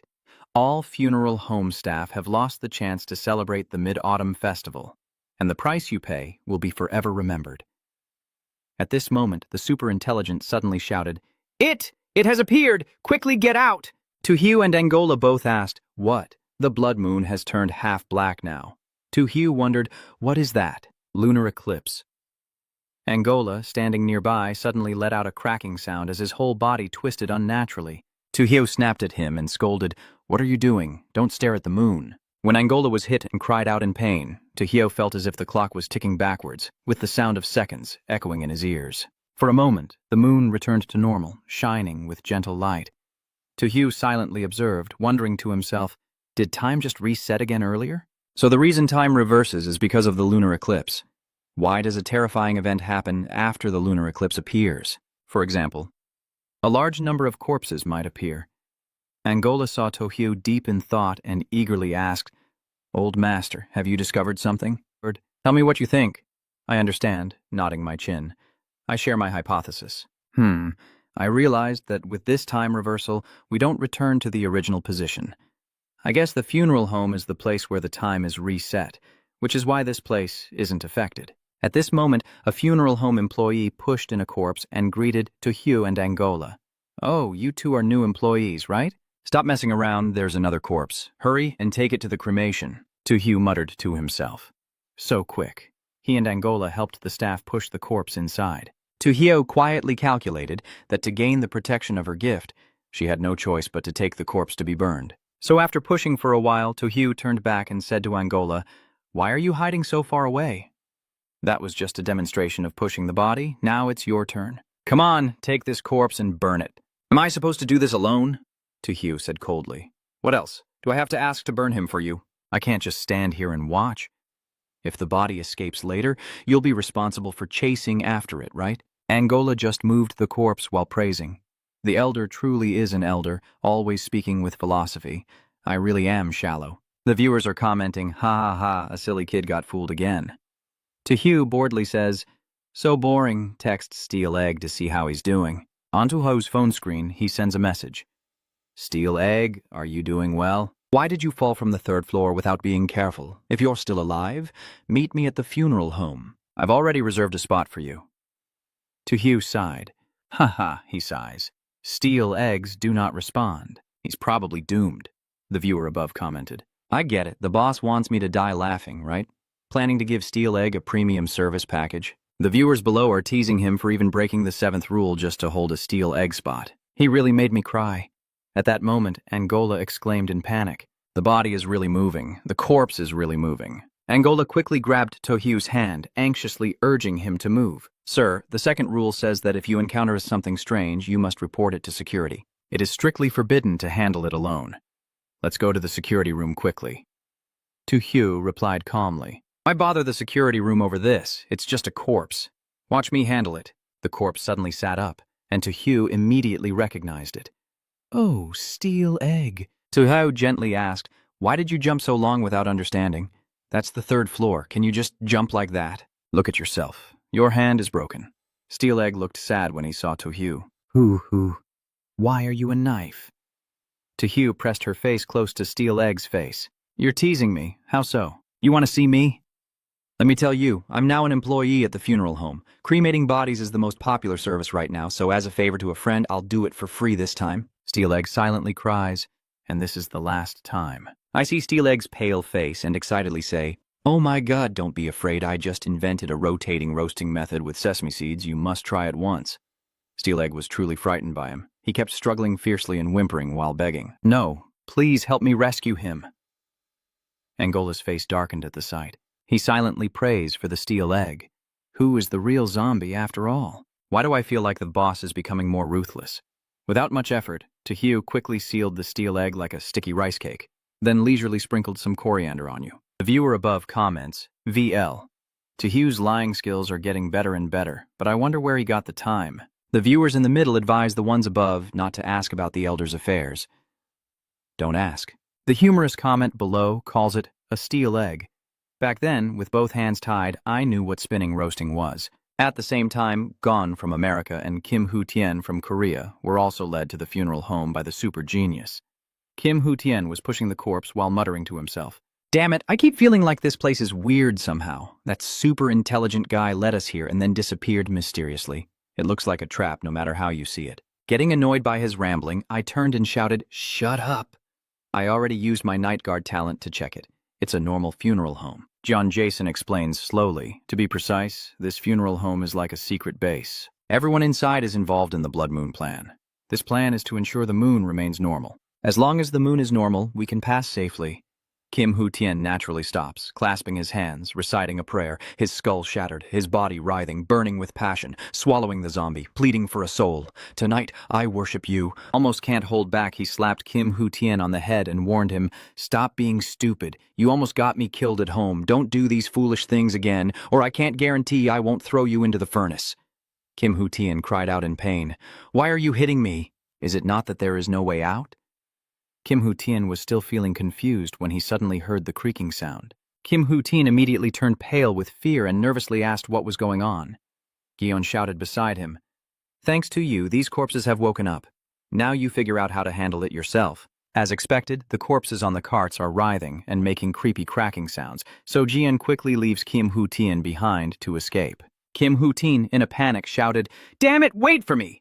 Just then, a zombie suddenly grabbed Kim Hoo-tien's arm. He screamed in panic, get out of here, let me go, you damn dog. And then the corpse bit down hard on Kim Hoo-tien's neck. Soon after, the system announced that the Korean contestant Kim Hoo-tien was swallowed by a strange creature, and the countdown to the upcoming bizarre event began. Tit 9876.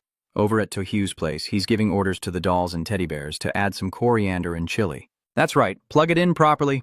The viewers' comments say the Steel Egg is really pitiful. Tears unconsciously flowed from the corner of my mouth. And 2 funeral home staff who happened to witness this were also startled. Someone couldn't hold back and exclaimed, what the hell, who is this using a corpse to make skewers? The other person also looked stunned and said, this is something an ordinary person could do. Just then, Tohyu turned his head and smiled eerily. He casually offers it like a piece of grilled meat. Do you want to try it? The 2 staff members are so frightened they scream out, oh my god, a crazy person has entered the funeral home. The 2 hurriedly ran out of the room, leaving Tohyu alone, and he looked at their backs with a hint of confusion. These corpses are clearly dead, so why do they still need to be cremated? Could it be that they can come back to life? Tohyu stroked his chin in thought. Do the incantations the people outside are chanting also have something to do with this? Let's try it. Think and do. Tojo clasped his hands and faced the corpses lying there, beginning to recite the chants he overheard from strangers. The box fears breaking, the body twists and turns, passion burns hot, swallowing the zombie, pleading with the soul. Tonight, I worship you. Those ancient corpses indeed reacted. They twitched, causing their joints to creak. Angola anxiously asked Tojo what he was doing. Master, what are you doing? Why are you touching the corpses? Tojo seemed to have confirmed his suspicion. He whispered, and indeed it was so. Angola hurriedly asked, Grandmaster, where are you going? Tojo waved his hand and ordered him. Black General, you and Angola handle these bodies. I'll step out for a bit. I have some things to take care of. Tojo simply replied that he was going to the research room to use the telescope to observe the moon, and Angola nervously said, Huh? Rule 3 says you're not allowed to use the telescope in the research room without permission. Tojo coldly asked him, You're teaching me how to do my job. Angola, knowing he's talking too much, lowered his head. Admit your mistake and look at my mouth. The viewers' comments are hilarious. Master Tojo no longer needs to personally fight. He's truly a war god of combat from the second floor of the funeral home. Now, Tojo has arrived at the research room, and there is indeed a telescope here. Tojo noticed a notebook on the table, do you think? This place has a record-keeping notebook. The notebook records that on the morning of the 15th day of the 20th year at 0000, the moon was normal and everything was fine. On the same date and time, the moon began to be swallowed. The strange events begin. On the morning of the 15th of the 20th month, the moon starts turning bright red and the strangeness intensifies. On the morning of the 15th day of the 20th year, everything was normal again. On the same morning, the moon turned a deeper red and started being swallowed. After reading these notes, Tojo deduces that the timeline has been reset many times. He begins to connect the clues he has. The deep red swallowing seems to be a sign of faith. These three things are probably the reason for the large number of priests appearing, and the funeral home is a mysterious organization constantly reversing time to prevent the moon's abnormality, at least temporarily extending the time. Tojo looked through the astronomical telescope and exclaimed, The moon has turned red again, and the swallowed part seems to contain a living creature. Tojo decides he must find the funeral home manager to talk to him and immediately heads to the manager's office door. Oh my God. The sun has just been swallowed again after turning red. It seems this time reversal can't last much longer. He ordered the doll and the teddy bear to fight and knock them down. The doll and the teddy bear immediately charged in to punch and kick the two zombies. In the manager's office, the funeral home manager was startled to see Tojo arrive and casually said, I've been watching you for a long time. You must be curious about the specific work of the funeral home, right? Tojo honestly said, I didn't want to join you at first, but now after hearing what you said, I suddenly want to see what conditions the funeral home manager will set, and if I want to know I have to join you, but after joining, I must be prepared to become a sacrificial object at any moment. Are you really that brave? The funeral home manager turned to look at Tojo and said, Let's see. Tojo nodded decisively without hesitation. Really? Seeing that Tojo agreed, the funeral home manager told him, Then follow me. Tojo followed quietly, surprised by what was inside, still quite stunned.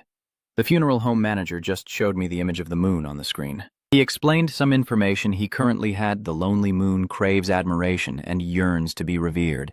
So every year during the Mid-Autumn Festival, it appears at the full moon. But this year's Mid-Autumn Festival, the moon is showing strange phenomena. The funeral home manager frowned and said, There is a creature affecting the moon. We named this parasite the Devourer. Tojo immediately thought that the Nuo Chung the manager mentioned was probably what he saw in the telescope. And he told the funeral home manager that the cluster of chokes affecting the moon was what caused people to turn into zombies, right? The funeral home manager confirms Tojo's statement. Yes, so to prevent more zombies from being created, we must eliminate Nuo Chung. Tojo asked if the funeral home manager had a plan. So what should we do next? The funeral home manager replied, First, we need to go into the spacecraft simulation chamber. The chamber will simulate things on the moon. As long as we eliminate the creatures inside, we will transfer what happens in the ship's compartment to the moon. Tojo smiled and asked, So it's that simple? The funeral home manager replied seriously, It's simple, young man. You must know we've tried many times but all failed. Moreover, dying in the simulation chamber means truly dying. Tojo was a bit surprised and asked him again, Dying in the simulation chamber is real death. The funeral home manager nodded. Yes, that's right. Are you afraid? Tojo casually waved her hand dismissively. It's not fear, but excitement. he urged the funeral home manager. Hurry up, I can't wait any longer. The manager had no choice but to follow to his request. Before pressing the start button, he sincerely expressed his gratitude to you. No matter the outcome, we appreciate all your efforts. Young man, good luck. After the funeral home manager activated the simulation room, I felt like I was in a different dimension. He opened his eyes and found himself in a scene that looked like the surface of the moon. Tu Xiao exclaimed, the scenery looked so similar. Truly impressive. Did the viewers above notice?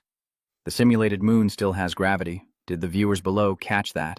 He's so stiff. This is just a simulation. With gravity, it's easier to move. Suddenly, from the distance, a cloud of dust and smoke billows up, and from within the fog, a pack of fierce dog-faced monsters emerges. Are they really the true form of the button? It looks terrible. Tojo immediately ordered the white bear to go and kill them. At this moment, the other contestants are also standing in front of the manager, who proactively invites them into the simulation boat. But most of them believed that they could pass this level just by waiting patiently, so they refused to enter the simulation boat. Only Gon, wanting a higher passing score, agreed to the manager's request. The funeral home manager sternly told Gon outside the room that he must find the source of their origin when they are torn apart by the button. Only by resolving the root cause can the moon return to normal. Gon looked puzzled and asked him, what is the origin of the thing that produces the nodes? The manager honestly replied, honestly, we don't know either. You can only rely on your instincts to find it. Pale and trembling, only your instincts can guide you. He knocked on the emergency room door, wanting to request retreat. These people are not trustworthy at all. Unfortunately, it was too late because the funeral home manager pressed the start button. He smiled and said to him, good luck. Gon screamed in agony. I'm not ready yet.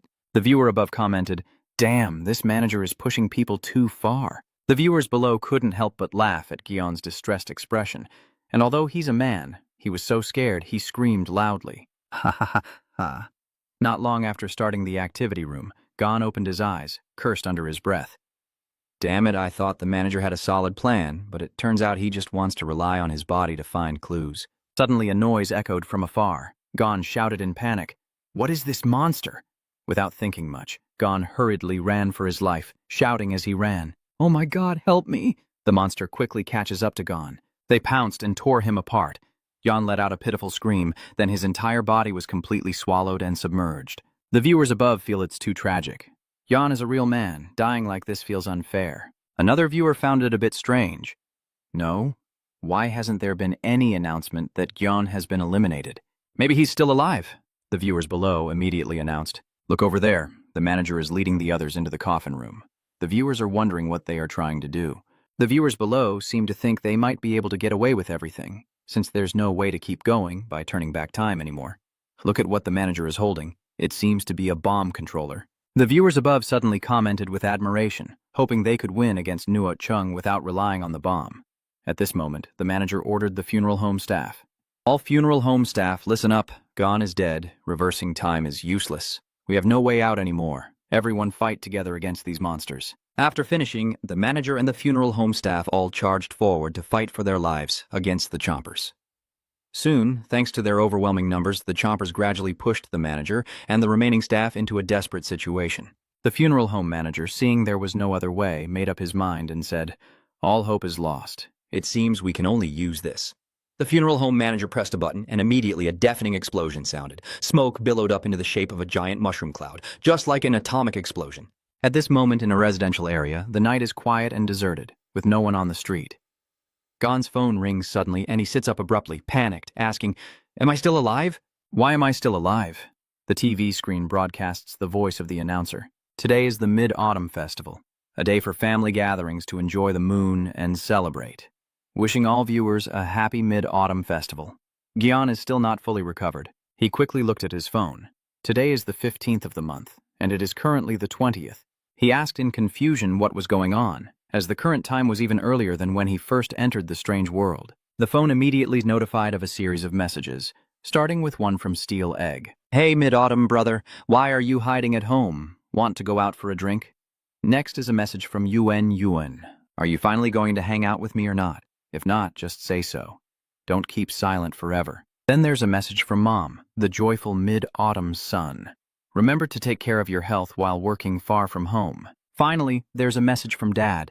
The Mid-Autumn Festival is a day of reunion, and longing is conveyed through the mooncake. Is the sun coming home this year to celebrate the Mid-Autumn Festival?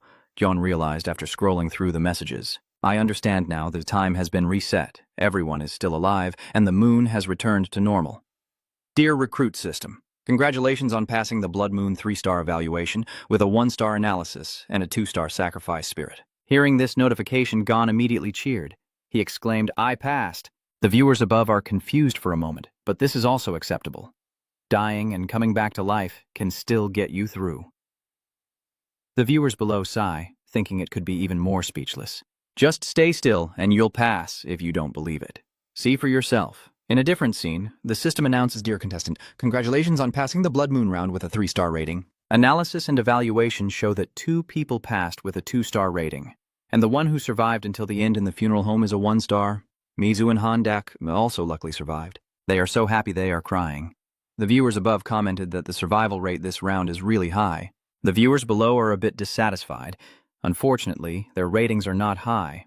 Only Tohyo remains, watching to see what he will do. Right now, Tohyo is standing to the side, observing the battle between the white bear and the swallowing monsters. He told the doll beside him, "It seems the white bear can't fight them. Maybe you should help out too." At this moment, Tohyo's phone rings loudly. It's the manager calling. He says, "Finding the origin of the spawn point is the only way to completely eliminate them.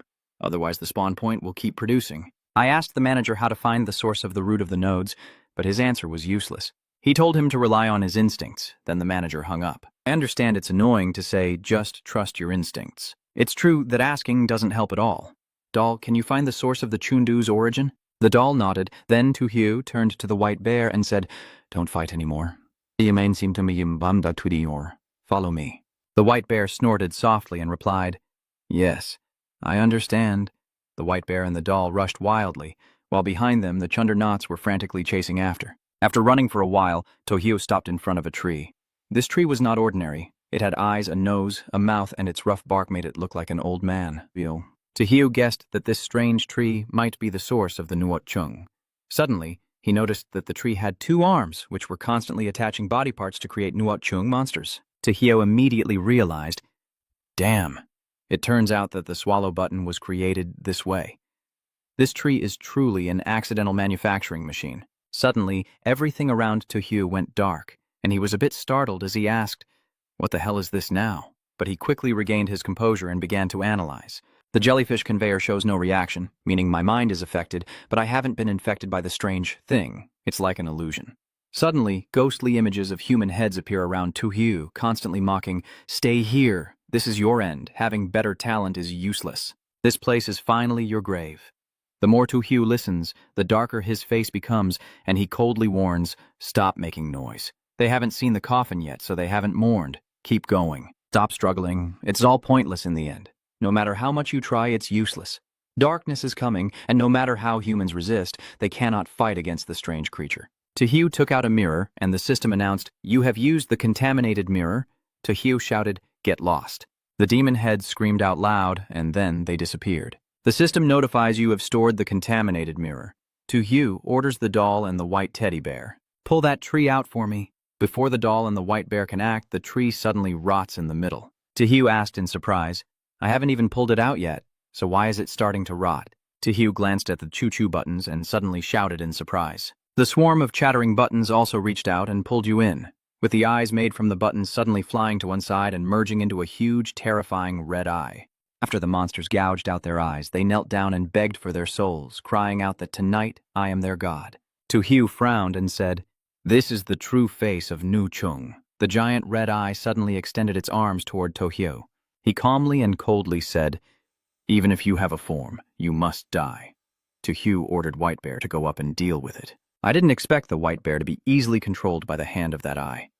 The white bear struggled desperately. Tohyo saw the situation and cursed under her breath, then took out the divine paint ring. The system notified, "You have used the divine paint ring." The ability can temporarily grant the strange creature the aid of the mountain god. The doll instantly transforms. The doll transformed into a life-size doll and growled. The doll joins the fight with the giant eye, and the situation becomes increasingly tense. Tohyo quietly observes, secretly assessing how he can stand up to the power of the mountain god. This blood sacrifice is indeed unusual. In the manager's office now, he explains that its strength comes from the worship of those above. Only when they stop does its power diminish. The manager urges the funeral home staff to work faster, even if it costs them everything, to set the return time before the worship activity begins. The funeral home staff immediately responded, "Yes." The manager continued to urge the staff, typing quickly. "Hurry up. If we are even a minute late, I understand we will face danger for another minute." The viewers commented, "I cried while watching this. This is true teamwork, creating strength." Kim Dong-hong starts rewinding. Viewers above cheer happily. Time has turned back, and everyone at the funeral home has given their best. The viewers below are cheering. To Hugh on enthusiastically. Then it's, "To Hugh, the leader's turn. Keep going. The people of Long Country will never give up." At the same time, on the simulated moon, the devouring monsters are gradually decaying and dissolving. Tohio smirked confidently, realizing that the power of the sacrificial worship had vanished. It seemed the people at the funeral home were not idle either.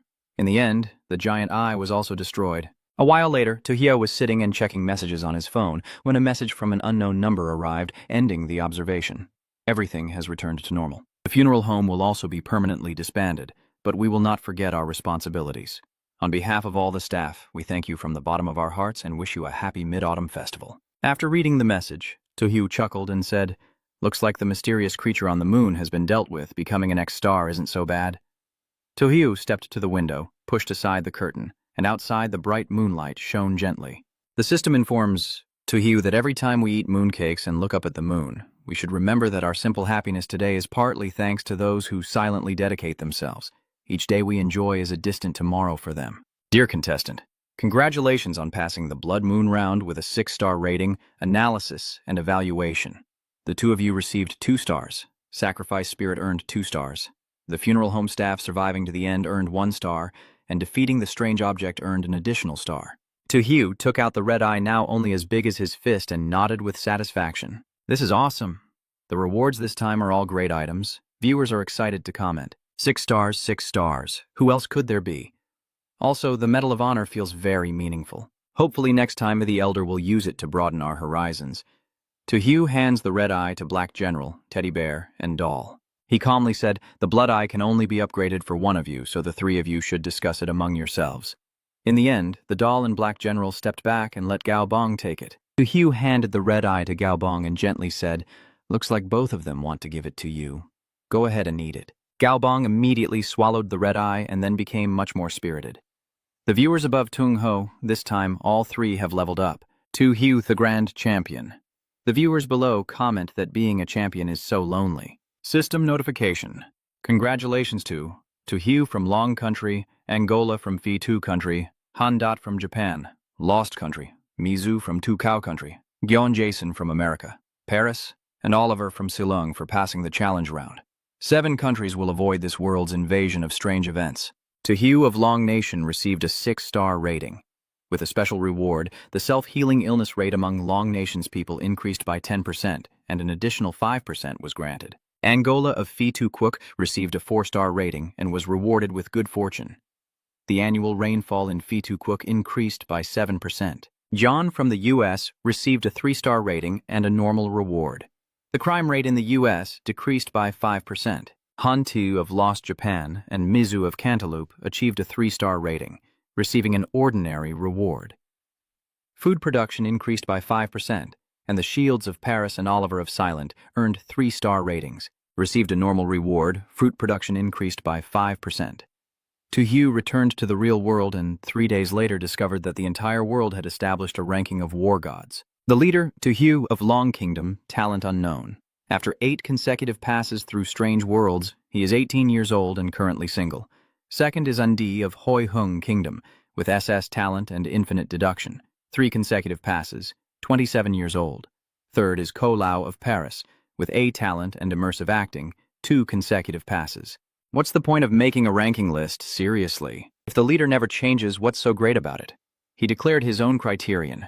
It's best to try to enjoy each round. System notification. The countries participating in this challenge are Long Nation, Hoi Hung Nation, no choice this time, the United States, Japan, Lost Nation, Peach Nation, Silent, Paris, Phi-Thu Nation, and East Island Nation. The world of strange stories for this challenge is a mental hospital. In the mental hospital, your responsibility is to care for the patient's emotions and prevent them from becoming aggressive. They may often display strange behaviors, but if you communicate patiently, you might open up a new world. This challenge involves two people from the same country passing through the opportunity of the outside world reminder this time. Without the reminder, you must think carefully and logically to find your teammate from the same country inside the hospital. Be careful, he can disguise himself as anyone. Within 3 days, find the most accurate reason why the mental hospital was abandoned. Tojo stroked his chin and said, "So this time we need to find our teammate? There must be some obstacle. Otherwise it would be too easy to just ask anyone directly." Suddenly, someone from behind tapped his shoulder and greeted him. "Are you the new doctor?" When Tojo turned around, she saw that the person approaching was wearing a very strange pig mask. Tojo guessed, "Oh, this person is wearing a mask? To make it harder to find teammates? I can't see their faces, but they can see mine. Will my teammate actively look for me? There's definitely going to be some obstacle. I need to cooperate with this person first, observe the situation, and then decide." After careful calculation, Tojo calmly smiled. "Hello, I am the new doctor.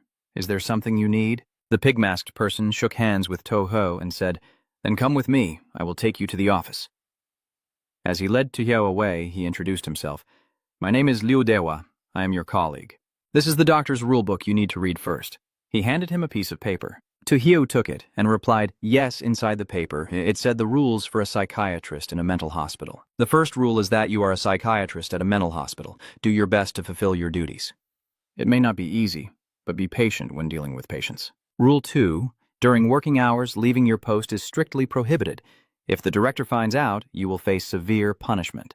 The third rule is to give medication on time and ensure patients take it properly, which helps stabilize both your emotions and theirs. Rule 4, patients may sometimes make requests to you. If the request is too strange, you can ignore it or leave. Rule 5, during the evening shift, do not enter the patient's room. If you hear the patient crying out for a nurse, do not go inside alone. Rule 6, most of the nurses in the hospital are women. If you see a male nurse, stay calm. They are temporary staff at the hospital. Rule 7, temporary staff are not trustworthy. Don't talk to them. They might trick you into making the wrong decision. Rule 8. Patients may try to scare you, but no matter what, don't show any fear. Because that could cause the patient to take dangerous actions against you. Rule 9. After midnight, if you see a patient or nurse entering the bathroom, lock the door immediately and leave their sight. Rule number 10. Absolutely do not use the hospital elevator. The hospital only has 3 floors. There is no basement. Rule number 11. If you find an extra ward for seriously ill patients, leave immediately. Do not open the door and do not listen to the sounds inside. Tojo was reading as he walked, noticing that the writing was still there below. Don't trust the female nurse at the hospital. The male nurse is the one you can trust. Don't take the medicine they give you. They intend to control your thoughts and actions. At this moment, Liu Dequo speaks up saying, "We're here. Just get familiar with the environment first." "I have to go now. I will tell you what to do later." Tojo simply replied, "Okay." Tojo rolled up the paper and threw it to General Hack. He thought the small writing below the rules was added later. He seems to want to help me. Who could it be? You order Black General to check around with me to see if there are any clues related to the cause of the abandoned hospital. General Hack obediently follows him, barking once. "Yes, sir." Tojo Tin happened to see a mirror near the desk with a piece of jelly on it and confidently said, "Oh, there's a mirror over there? Surely it's not used to admire how handsome he is, right?" The viewer above chuckled. "Ha ha ha. I see that the senior is too narcissistic," another viewer comments. "What kind of narcissism is this? The senior is obviously very handsome." The viewers below shyly leave comments, saying they'd love to date the senior Tojo, probably losing an entire evening. Tojo picked up the mirror and was startled to see himself wearing a panda mask. He reached up to touch his face and exclaimed, "Oh, my face clearly has no mask, so why does the mirror show a panda face?" The viewers above are commenting, but the cute panda has become a national treasure. The viewers below agree, "I understand that the boss is truly a priceless treasure." Tojo realized this. He stroked his chin and made his guess that he understood. Since others can only see the mask when they look at him, his teammates wouldn't be able to approach him proactively. He flipped the mirror back and continued to ponder. Moreover, this mask is so special that it shows this round won't be easy. My teammate's heart can't be hasty. It has to be done slowly. At the same time, Chu Min, the other contestant from Longguo, was reading the rules while scratching his head, thinking, "My teammate from the same country must be Master Tojo. I need to find him quickly." If I only rely on my talent, I can't get through this round. Chumin paces back and forth, desperately trying to think of a solution. But the real problem now is how I can find Elder to Hugh. The viewers above are also worried for Chumin. What should I do? Both of them are wearing masks, so recognizing each other by face won't work. Asking directly would reveal us to the strange creature, and another viewer also finds this problem difficult to solve. If a strange creature mimics their masks, it will be even harder. Another viewer asks the one above, "Hey, upstairs, please. Shut that black crow mouth of yours." The viewer below says, "Forget about this now. Hurry and see how I understand the elder." Liu Dukfat is about to give the medicine to the elder. As expected, Liu Dehua handed to Hio 2 bottles, one containing red capsules and the other green, and told him, "Take this green pill first. The red pill belongs to the patient. At 9 o'clock, you will go to the first floor to give the patient the medication." Hio carefully asked him, "What does the green pill do? What will happen to me if I accidentally take the red pill?" Liu Dukfat scratched his cheek and answered uncertainly, "Both medications are sedatives. If you want to take the red pill, I won't stop you, but you must take the green pill in front of me. I clearly refuse to take the medicine, but I feel fine and don't need to take any." Liu Dukfat still insisted on handing him 2 bottles of medicine, saying, "Take them. The mental state of the patients here is very unstable. It's for your own good," Hugh replied with a bit of concession. "All right. But before you take the medicine, I want to confirm something." Liu Dukfat asked coldly. "What?" Hugh suddenly grabbed Liu Dukfat's shirt and directly shoved 3 blue pills into his mouth. Liu Dukfat could only mumble a few sounds. "Huh?" He quickly pushed him away, sat down heavily, coughing and scolding him. "What is CM doing? I'm your teammate. You want to kill me, right?" Hugh pretended to be surprised and asked him, "Oh, so that means taking the blue pill will kill you. You just lied to me earlier, didn't you, Yamo?" "Didn't you?" Liu Dukfat stammered. "I didn't mean that. I didn't lie to you." "I understand." I put my arm around his shoulder and speak softly to reassure him. "Don't be tense. Actually, I only took a little candy to feed you earlier, just in case you might be my teammate." Liu Dukfat chuckled in response. "Ha ha ha. That's good." Suddenly, Hugh's voice turned sharp, but based on what he said earlier, "I'm sure you're not my teammate." General Black kills him. General Black then extends a tentacle toward Liu Defa. He screamed in terror. Before long, the Black General had swallowed the real Liu Dukfat. Hugh nodded in satisfaction and praised him. "Well done." Just then a voice asked outside the door, Just arrived?" I didn't expect the person to come would be Liu Dukfat. As usual, he held 2 bottles of medicine and told you, "There are 2 bottles of medicine here. Take this blue pill first. The red pill belongs to the patient, and at 9 o'clock you will go to the first floor to give the patient the medication. I understand the situation." You yelled, "WTF, what is going on?" The pig-faced man introduced himself, saying, "Yes, I am Dr. Wang Dehua. If you have any questions, feel free to come and ask me any time," while reaching into his pocket to find something. "I understand now. It's funny and confusing at the same time. Actually, I have something I want to ask you. Could it be that he actually has a twin brother named Liu Defa?" After rummaging through his shirt pocket for a while, Vuong Dukfat finally took out a name tag. He stared at the name tag in his hand and said, "Oh, I forgot to wear my name tag earlier. I should put it on now." Vuong Dukfat didn't seem to understand Tohio's question. He looked confused and asked, "I've never heard of the name Liu Dehua before." Tohio replied casually, That's good, but I still find it very strange inside." He guessed they probably weren't the same person. Each time one died, a new one replaced him. Tohio suddenly struck Vuong Dukfat hard in the face, causing him to spit blood. Vuong Dukfat shouted, "What are you doing?" Tohio kept hitting him in the face without saying a word. And he yelled out, "I'm warning you, don't go too far. If you keep hitting me, don't force me." After being beaten to a pulp, Vuong Dukfat could only kneel down and beg Tohio not to make him kneel and beg. Sniffle.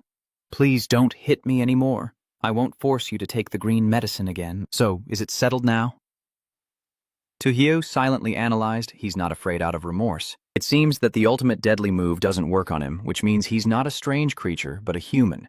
And he can come back to life, so he's definitely not one of our allies. If allies could come back, this level wouldn't be so difficult. So right now in the hospital, people and strange creatures are mixed together.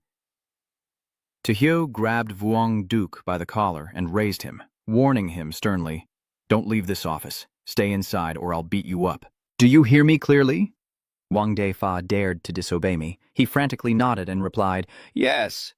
Yes, yes, the viewers are curious. Why doesn't Elder Tojo let Black General handle him? Another viewer responded after he's dealt with, a new name appears. What's the point? Are you playing with Russian dolls here? That's a waste of time. After temporarily dealing with Vuongduk Phut, Tohyo strides through the corridor, continuing to think and search for teammates, and the true nature of the mental hospital is more important. Now he goes to the first floor to give medication to the patients and see if he can find any new clues. He remembered the third rule. Take your medication and give the patients their medication on time. That will help stabilize your mind and theirs. He thought that not taking the medicine wouldn't really count as following the third rule. First floor of the hospital, room 101. As soon as Tohyo stepped here, a mentally ill patient suddenly charged straight at him, clutching a broom tightly and shouting, "You, take my sword!" Tohyo naturally said, "It's time to take the medicine now." The patient's broom hadn't even touched a single strand of Tohyo's hair before it stopped. Suddenly, the broom in the patient's hand swung towards a nearby patient, hitting a vital spot and causing them to scream in agony. The injured patient burst into tears and cursed loudly. "What the hell are you? Oh no, the egg is broken. The egg is broken." The patient holding the broom grinned mischievously and said, "Who told you not to take your medicine? If you refuse, you'll get beaten." After saying that, the patient turned with the broom and said to Tohyo, "Where is the medicine you mentioned? Bring it out quickly. I like to drink blue medicine the most." Tohyo calmly replied, "Today, I am not taking the medicine." The patient immediately burst into a savage laugh and threatened Tohyo, "If you don't take the medicine, if you don't let us take the medicine, we'll break your head and kick it like a ball, and I'm about to do it now. I'm so eager." Tohyo coldly said, "Well, I didn't expect you to be so brave. According to Rule 4, patients will sometimes make requests of you. If the request is too strange, you can ignore or leave." Tohyo immediately ordered General Black to deal with him for me. "Come back to life and kill each time. Until it can no longer revive, just keep doing it. I'm going to check another ward in the next room. I understand there's a patient who begged you." "Doctor, I want to take the red medicine. Not taking it for a day feels like there are ants crawling all over me. It's extremely uncomfortable." Tohyo frowned, his eyes full of suspicion. He remembers that this guy was just lying on the ground screaming earlier. How is he already recovered? Could it be that he was just pretending to see if I would meet the patient's request? This person immediately smiled and thanked him profusely. "Thank you, doctor, for giving me my favorite pill." The patient secretly slipped a piece of paper into Tohyo's hand while holding it. Tohyo quietly thought, "Huh?" He slipped a note to me. Tohyo quietly watched the patient's back as they walked away. She opened the paper and saw that it read, "They are all crazy, only I am normal. Help me, and I will tell you everything." Tohyo remembered that there was a small note written below the doctor's rules. "This proves that besides me and my teammates, there are others in the hospital who will help us. Could it be that the patient just now is the one who will assist us?" Tohyo deduces, no, that can't be right. If the previous patient could help us, then this strange world is too simple. The time to get through this round is less than 3 days, not even half a day. And as soon as I thought about finding my teammates and clues, a patient came and said they wanted to help. I keep feeling that the strange objects in this round might reveal people's hidden desires. After thinking, he crumpled the paper and ordered General Hai. Black General, eat this piece of paper and let's go to room 102 to check." Now that Black General has finished dealing with it, the patient is back beside him. The door opens to reveal Tohyo and Black General standing inside. Tohyo angrily shouts, "You motherfucker, dare to impersonate me? Go ahead and suck on that fat." General Hai teaches it a lesson. He barks twice on command, then leaps forward. It snatched the fake Hak Tuong Kwan by the collar. Tohyo Jiatong rushed out of the door, and An Lai ordered the White Bear. White Bear chases after him. It receives the command to fly and continue the pursuit. That's all it takes for him to dare impersonate Commander Hay and make me smell trouble. At this moment, the White Bear also returned, gesturing with its hands to tell him, and he repeated its meaning. "You said that after chasing the fake doctor all this time, he suddenly disappeared." After saying that, he thought to himself that this strange object was somewhat fake. Not only could it imitate him, but it could also imitate the Black General.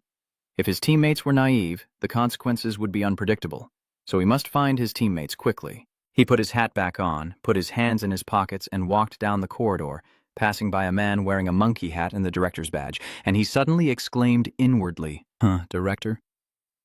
Then Tohyo went behind him, raised her hand, and gave the director a slap on the head. The director angrily shouted, "Who's hitting me?" The culprit just struck earlier. Now he's acting friendly and calling him by name, calling me a fool. "I've been looking for you all this time, and it turns out you're here. How did it go? The circumcision surgery was successful earlier, right? The director pushed him away and said irritably, "Who's the idiot? Are you crazy? I am the director." The director. He then said, "Oh no, could I have mistaken him for someone else?" Then he scratched his head awkwardly and said, "I'm really sorry. You look so much like my prankster friend that I mistakenly thought you were him. Sorry about that." The director also said, "Next time, look carefully. I am the director, not a troublemaker, so get out of my sight." "I don't want to see you for another second," he quickly replied. Yes, I was wrong this time. I will be more careful next time."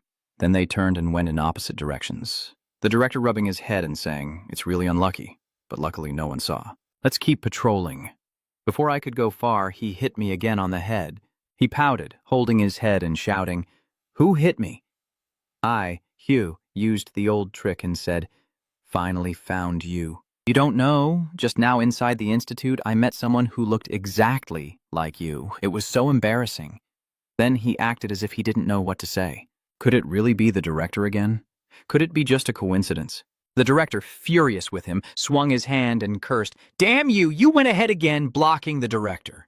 The director, enraged, bared his teeth and said, "I have to ask you, and if I understand, I'll quickly get out of here." He ran while saying, "Let's go, let's go." The main hall on the first floor, the director angrily looked around and said, "Come out here now. He will definitely not forgive you. There's no way you can escape." Then he saw someone standing in front, dressed like him, with a name tag that I understand. He shouted, "Damn it, over there!" He held up 2 surgical knives and said, "I understand, right? Today, you must beg for death." He lunged forward, shouting, "I know where you can run to." Elsewhere, Tojo is holding Vuongduk down and replaying. He takes his name tag and says, "Can I borrow your name tag for a bit?" Someone watching wondered, "Hey, wait, isn't Elder Tojo supposed to be here? Who is the person being chased by the director?" Someone answered, "The person the director is after is the one wearing the name tag." Tojo? It's probably the person pretending to be Tojo. Tojo, wearing Vuongduk Phut's name tag and standing bravely at the door, someone comments, "Tojo pretending to be chased and killed." This time, Tojo's impersonation of Vuongduk Phap will be quite the show. Someone else joined in and said, "Everyone watch the East Island contestant. They're laughing so hard they're about to fall over." East Island contestant. Kwangmon Kwang suddenly had someone jump out and say, "Hey, take the hit, monkey stealing peaches." That person's hand hit a sensitive spot on him. Hwami can no longer sing. Kwangmon Kwang hugged Hwami, sat down trembling, and said, "Ah, you bastard, look at the comments left behind." I can't help but laugh to death. Kwangmon Kwang is even worse than a mental patient. Truly a bumpkin. Not even as good as a finger of the great Elder Tojo. Kwangmon Kwang also thought he couldn't. He had to preserve the doctor's honor, the honor of Dongdao country. Then he suddenly had no convincing strength and tremblingly cursed, "You bastard, step back quickly or I'll hit you." Not only did they back down, but they also fought back. The monster dares to challenge me. "You are the monkey sent to fight me, right?" Then that person sat on your back, slapped your butt with his hand, and cheerfully shouted, "Come on, monkey!" Everyone watching can't help but leave mocking comments. Oh my God, I laughed so hard I cried, but now it feels like a comedy. Why are all our East Sea countries' competitors so useless? Isn't there even one normal person? The bald man next to him wipes his sweat with a towel and tries to calm him down. "Don't be angry. Kwangmon Kwang is just a small chance. We are only unlucky." Hearing that, the man became even angrier and ordered, "Stop making excuses and announce nationwide that from now on everyone must improve their knowledge about strange objects. I don't want this kind of person to appear again and embarrass our country in the world of strange stories." At the same time, Angola from Fitu Quoc also faced the secret technique of the monkey stealing peaches. The guy from earlier suddenly burst in shouting about the monkey stealing peaches. The ambush was sudden, but Angola managed to dodge in time. He even said he wanted to launch a surprise attack. Dream on. He once fought alongside the great Tojo. Then he threw a punch at the other person while saying, "Take this punch and repent for him." The guy being hit called his henchman over, clutching his face and saying, "You dare to hit me? He is the leader here, guys. Charge and show him some colors." Seeing that, Angola was again terrified inside, wondering what was going on with all this. Punching so hard still has no effect. I clearly saw the great Elder Tojo do this. Then he shivered and shouted, "I was wrong. I shouldn't have followed Master Tojo. I'm not worthy. Please don't hit my face." They didn't understand what was going on and all pulled down their pants to show off. "Look, my red is green, my blue is yellow. My yellow is yellow." Angola let out a breath, realizing that showing a bit of color was the idea all along, and it scared me half to death. Then he put his hand into his shirt pocket, took out a few pills, and said, "Come on, line up and take your medicine." Those people also said they could take the medicine. And they liked the red one the most. They all put the medicine into their mouths, thinking about delicious food and crispy fried chicken. After taking the medicine, they started to look dazed. Angola stepped back and asked, "What is going on here? Why did they end up like this?" "What exactly is the red pill?" "Uh-oh. If the red pill has a problem, did the blue pill I took earlier have an issue too?" Then Angola looked down from his headgear and suddenly realized something. "The patients have gone to bed and are covering themselves with blankets." He scratched his head and said, "Looks like everyone is asleep. It seems the red pill is really a sedative." Then he thought again, "Why do I keep feeling like I've forgotten something?" Now the comment section is lively again. "Oh no, has Angola's memory been partially erased? Did I forget that I took the medicine?" Another viewer said, "Walking alongside Master Tojo isn't any better. Still as foolish. Why did you dare to take that pill?" At a hospital bed, the doctor told Gon to swallow everything in front of me, and he quickly put the medicine in his mouth and replied, "Take the medicine. I like taking medicine." After the doctor left, he saw the door was tightly shut, quickly turned around, spat the medicine into the trash can, and cursed himself for being stupid to be forced to take medicine. Luckily, he was smart. Another patient saw this and laughed, saying, "Monster, I could tell just by looking that you're not human. You're pretending. You're definitely not mentally ill." Gon felt the danger of being betrayed, as one of the patients was a tattletale. As the blonde guy finished speaking, Gon kicked him in the face and cursed him to shut his mouth. "Only those who dare say I am not mentally ill are truly not ill. None of your family members are mentally ill." Behind them, applause sounds out as the other two patients pretend to be crazy and clap. The balding man said, "Well said. If you're not mentally ill in this hospital, who would call it a mental hospital?" "I have a mental illness, and I am proud of it. Can normal people understand the joy of being mentally ill?"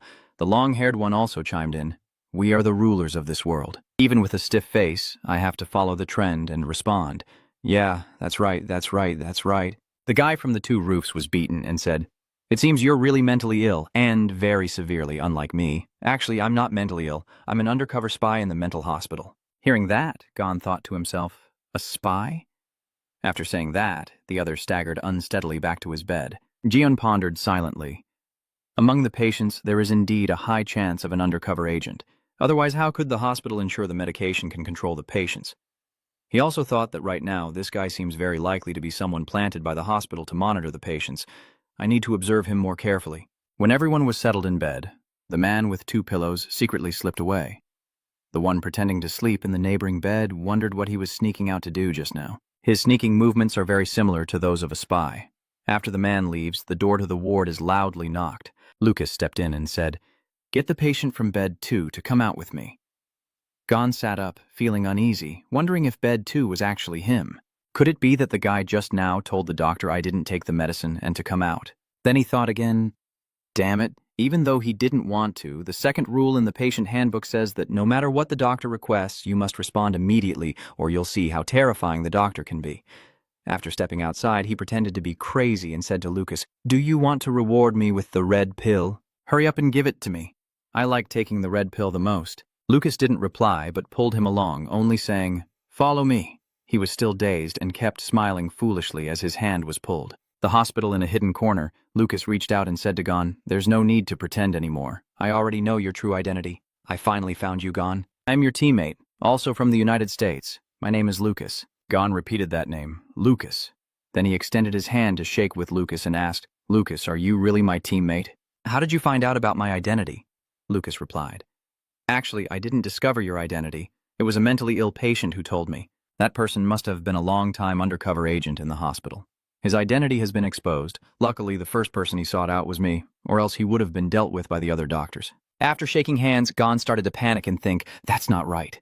He pulled his hand back, turned around, and said, "Teammate? What teammate? Are you crazy? Stop talking nonsense. He's not your teammate. He's a mental patient. How can a mental patient be a doctor's teammate?"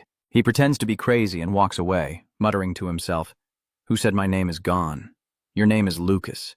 And from now on, you have to call yourself Lucas." Lucas cursed inwardly, still can't believe it. He's really cautious. As he walked away from there, Gon held his chest and sighed in relief, saying, "Lucky I was careful just now." The audience below expressed their doubts. Report. I don't understand. Can someone explain it to me? Why did Gon notice something unusual? Another spectator explained, think about it. If that patient really was a spy snake, wouldn't they look for a doctor they don't know when reporting to the doctor? Another viewer suddenly understood and said, Wow, you make a good point. No wonder Gon immediately turned pale when he heard that. Luckily, the person he first sought out was me. Meanwhile, Tohyo had found the fake Tohyo, who was stabbed at an angle by the director with a surgical knife, standing beside the motionless fake, Tohyo lying below. He proudly thought that borrowing the murder to himself was truly awesome. The director eliminating the fake Tohyo meant he was helping himself. The director is really a good person. Below, viewers leave comments praising him. The veteran is still as formidable as ever. I bow in admiration. Another viewer commented, the director's work performance is really impressive. It seems even a few punches are worth it.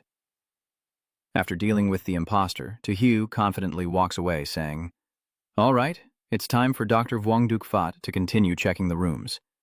I truly am a dedicated and professional doctor. As he was walking, suddenly a patient appeared and threatened him with a ghostly tongue.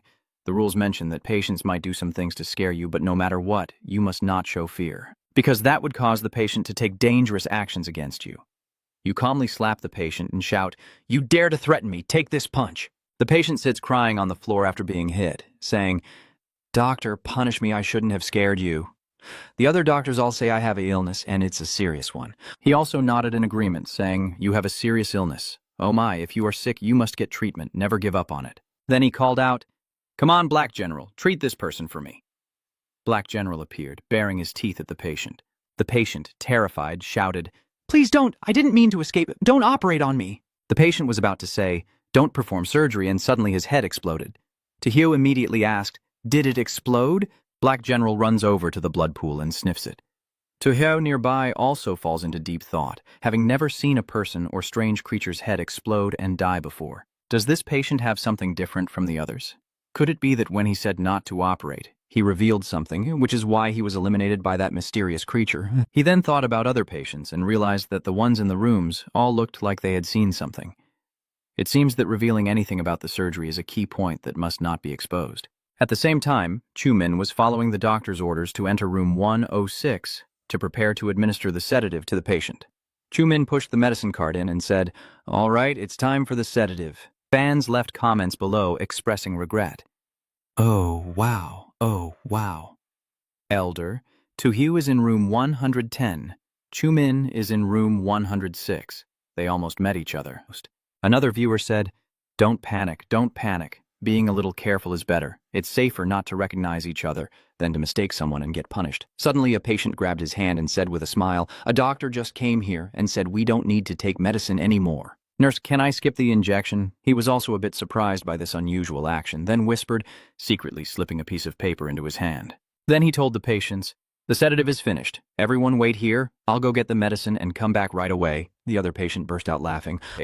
On the first floor of the hospital, somewhere in a hidden corner, Chumin takes out the paper to look at it, on which 2 words are written, Doctor. He wondered about the doctor. He had a suspicion. That person also mentioned earlier that a doctor told them they wouldn't need to take medicine anymore. And when speaking, they emphasized the word doctor before putting the paper into their mouth and destroying it. He also thought that if he was right, the person who dared to refuse the patient that medicine was definitely Elder Tohyo. Then he quietly headed to room 108, thinking this was a rare opportunity, and he had to quickly check the opposite ward. Who knows, maybe the great Tohyo is still inside the examination room, and the viewers below are even more excited than he is. Someone said, Oh wow, are they about to meet? I'm so nervous. Others watching said it was even more exciting than my 3-year-old grandmother coming back to life. The hospital room door quickly opened, revealing a person wearing a panda mask with Black General beside him. Chumin whispered to himself, I understand the elder. He still thinks it's definitely Elder Tohyo, a true fan who can recognize the elder just by his back. And there's also Black General following him. Thinking of that, Chumin's eyes sparkled as he said, To Tohyo, great master, I am Chumin from Long Kingdom and also your fan. Tohyo asked again, Chumin from Long Kingdom, are you saying you are my teammate? He replied yes. And then, Tohyo, without any suspicion, reached out his hand and said, Great. I finally found you. Luckily, you are still alive. Chumin. This action makes Chumin suspicious. In his mind, how could Tohyo, the elder, trust him so easily? In his memory, although Tojo was very humble, he was also extremely cautious. I was still thinking about how to prove my identity when I saw him distracted and asked, "What's wrong? Are you doubting my identity? Is General Hack not enough to prove it?" Chumin awkwardly scratched his head and said, No, I was just too happy.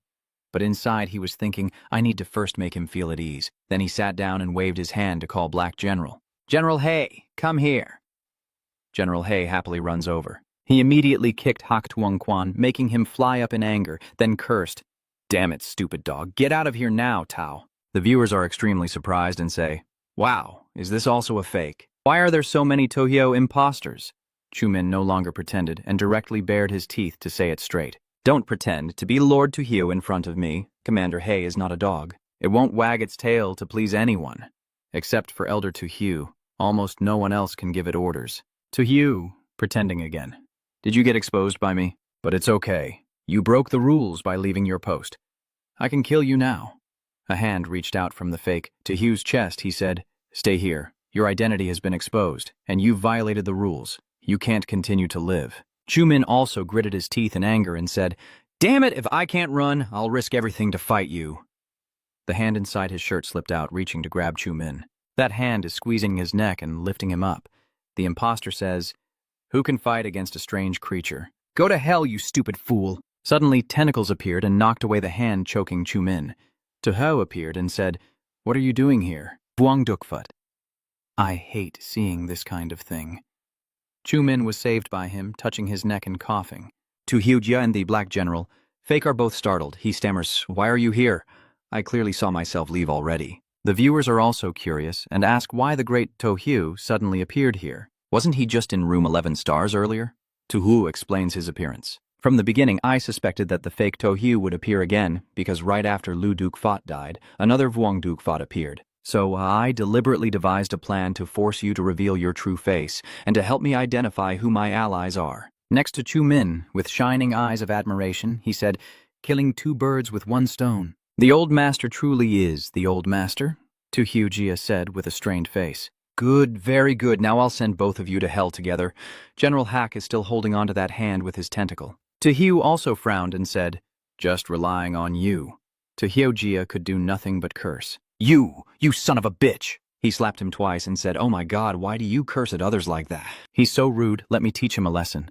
Hyujia, beaten up, sat down on the ground, clutching his face and crying. "I shouldn't have personally pushed them onto the operating table.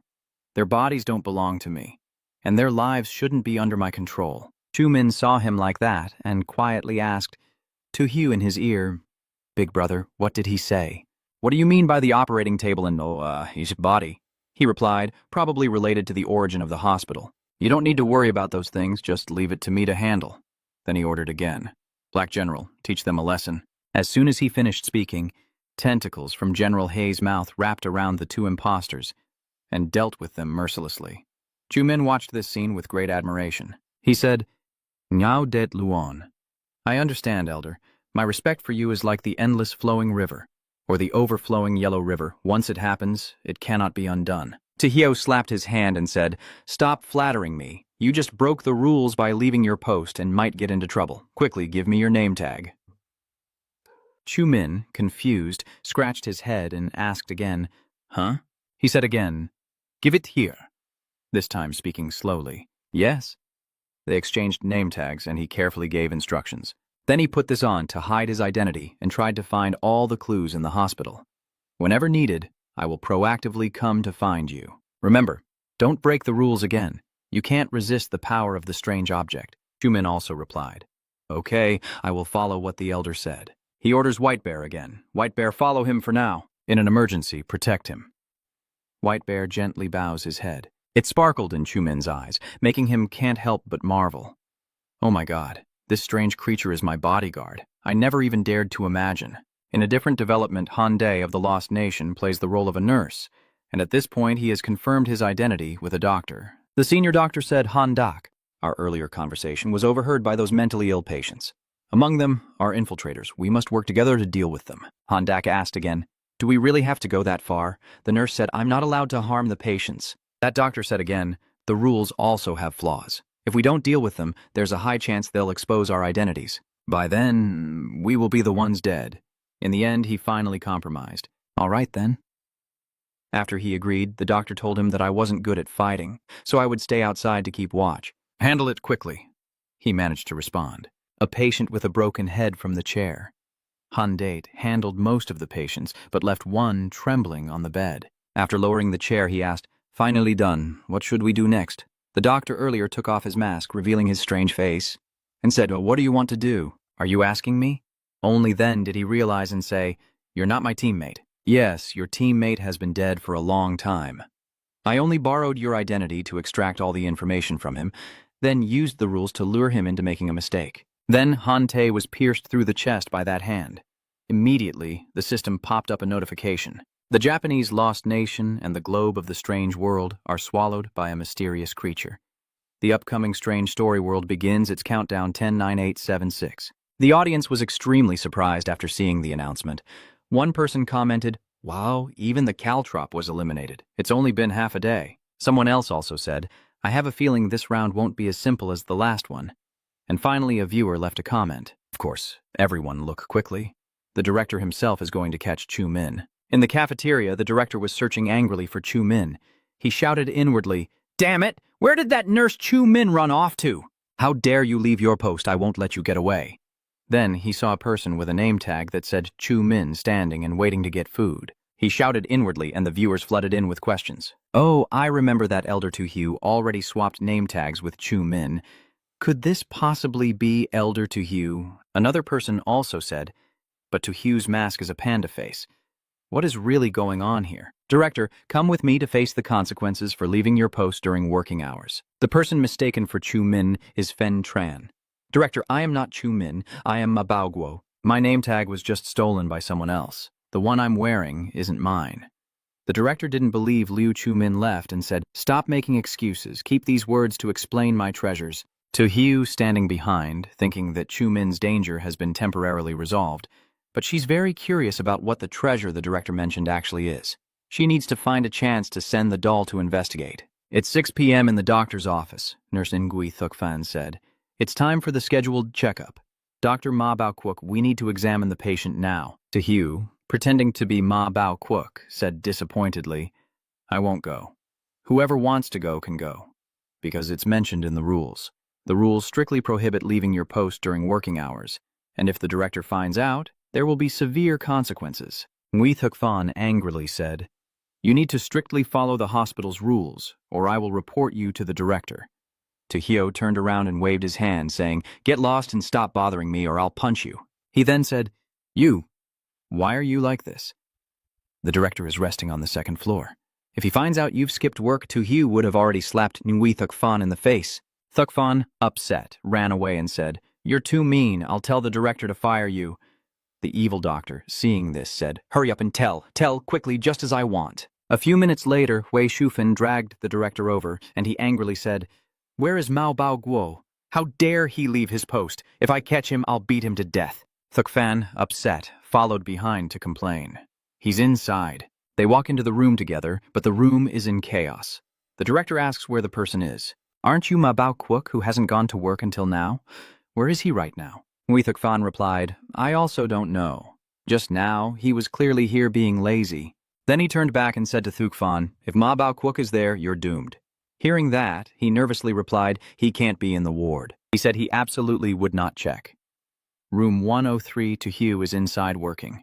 The director turned away in annoyance at him. "Is this what you meant by leaving your position?" Thukfan explains, "No, that's not how it is. He himself told me he wouldn't go for an inspection.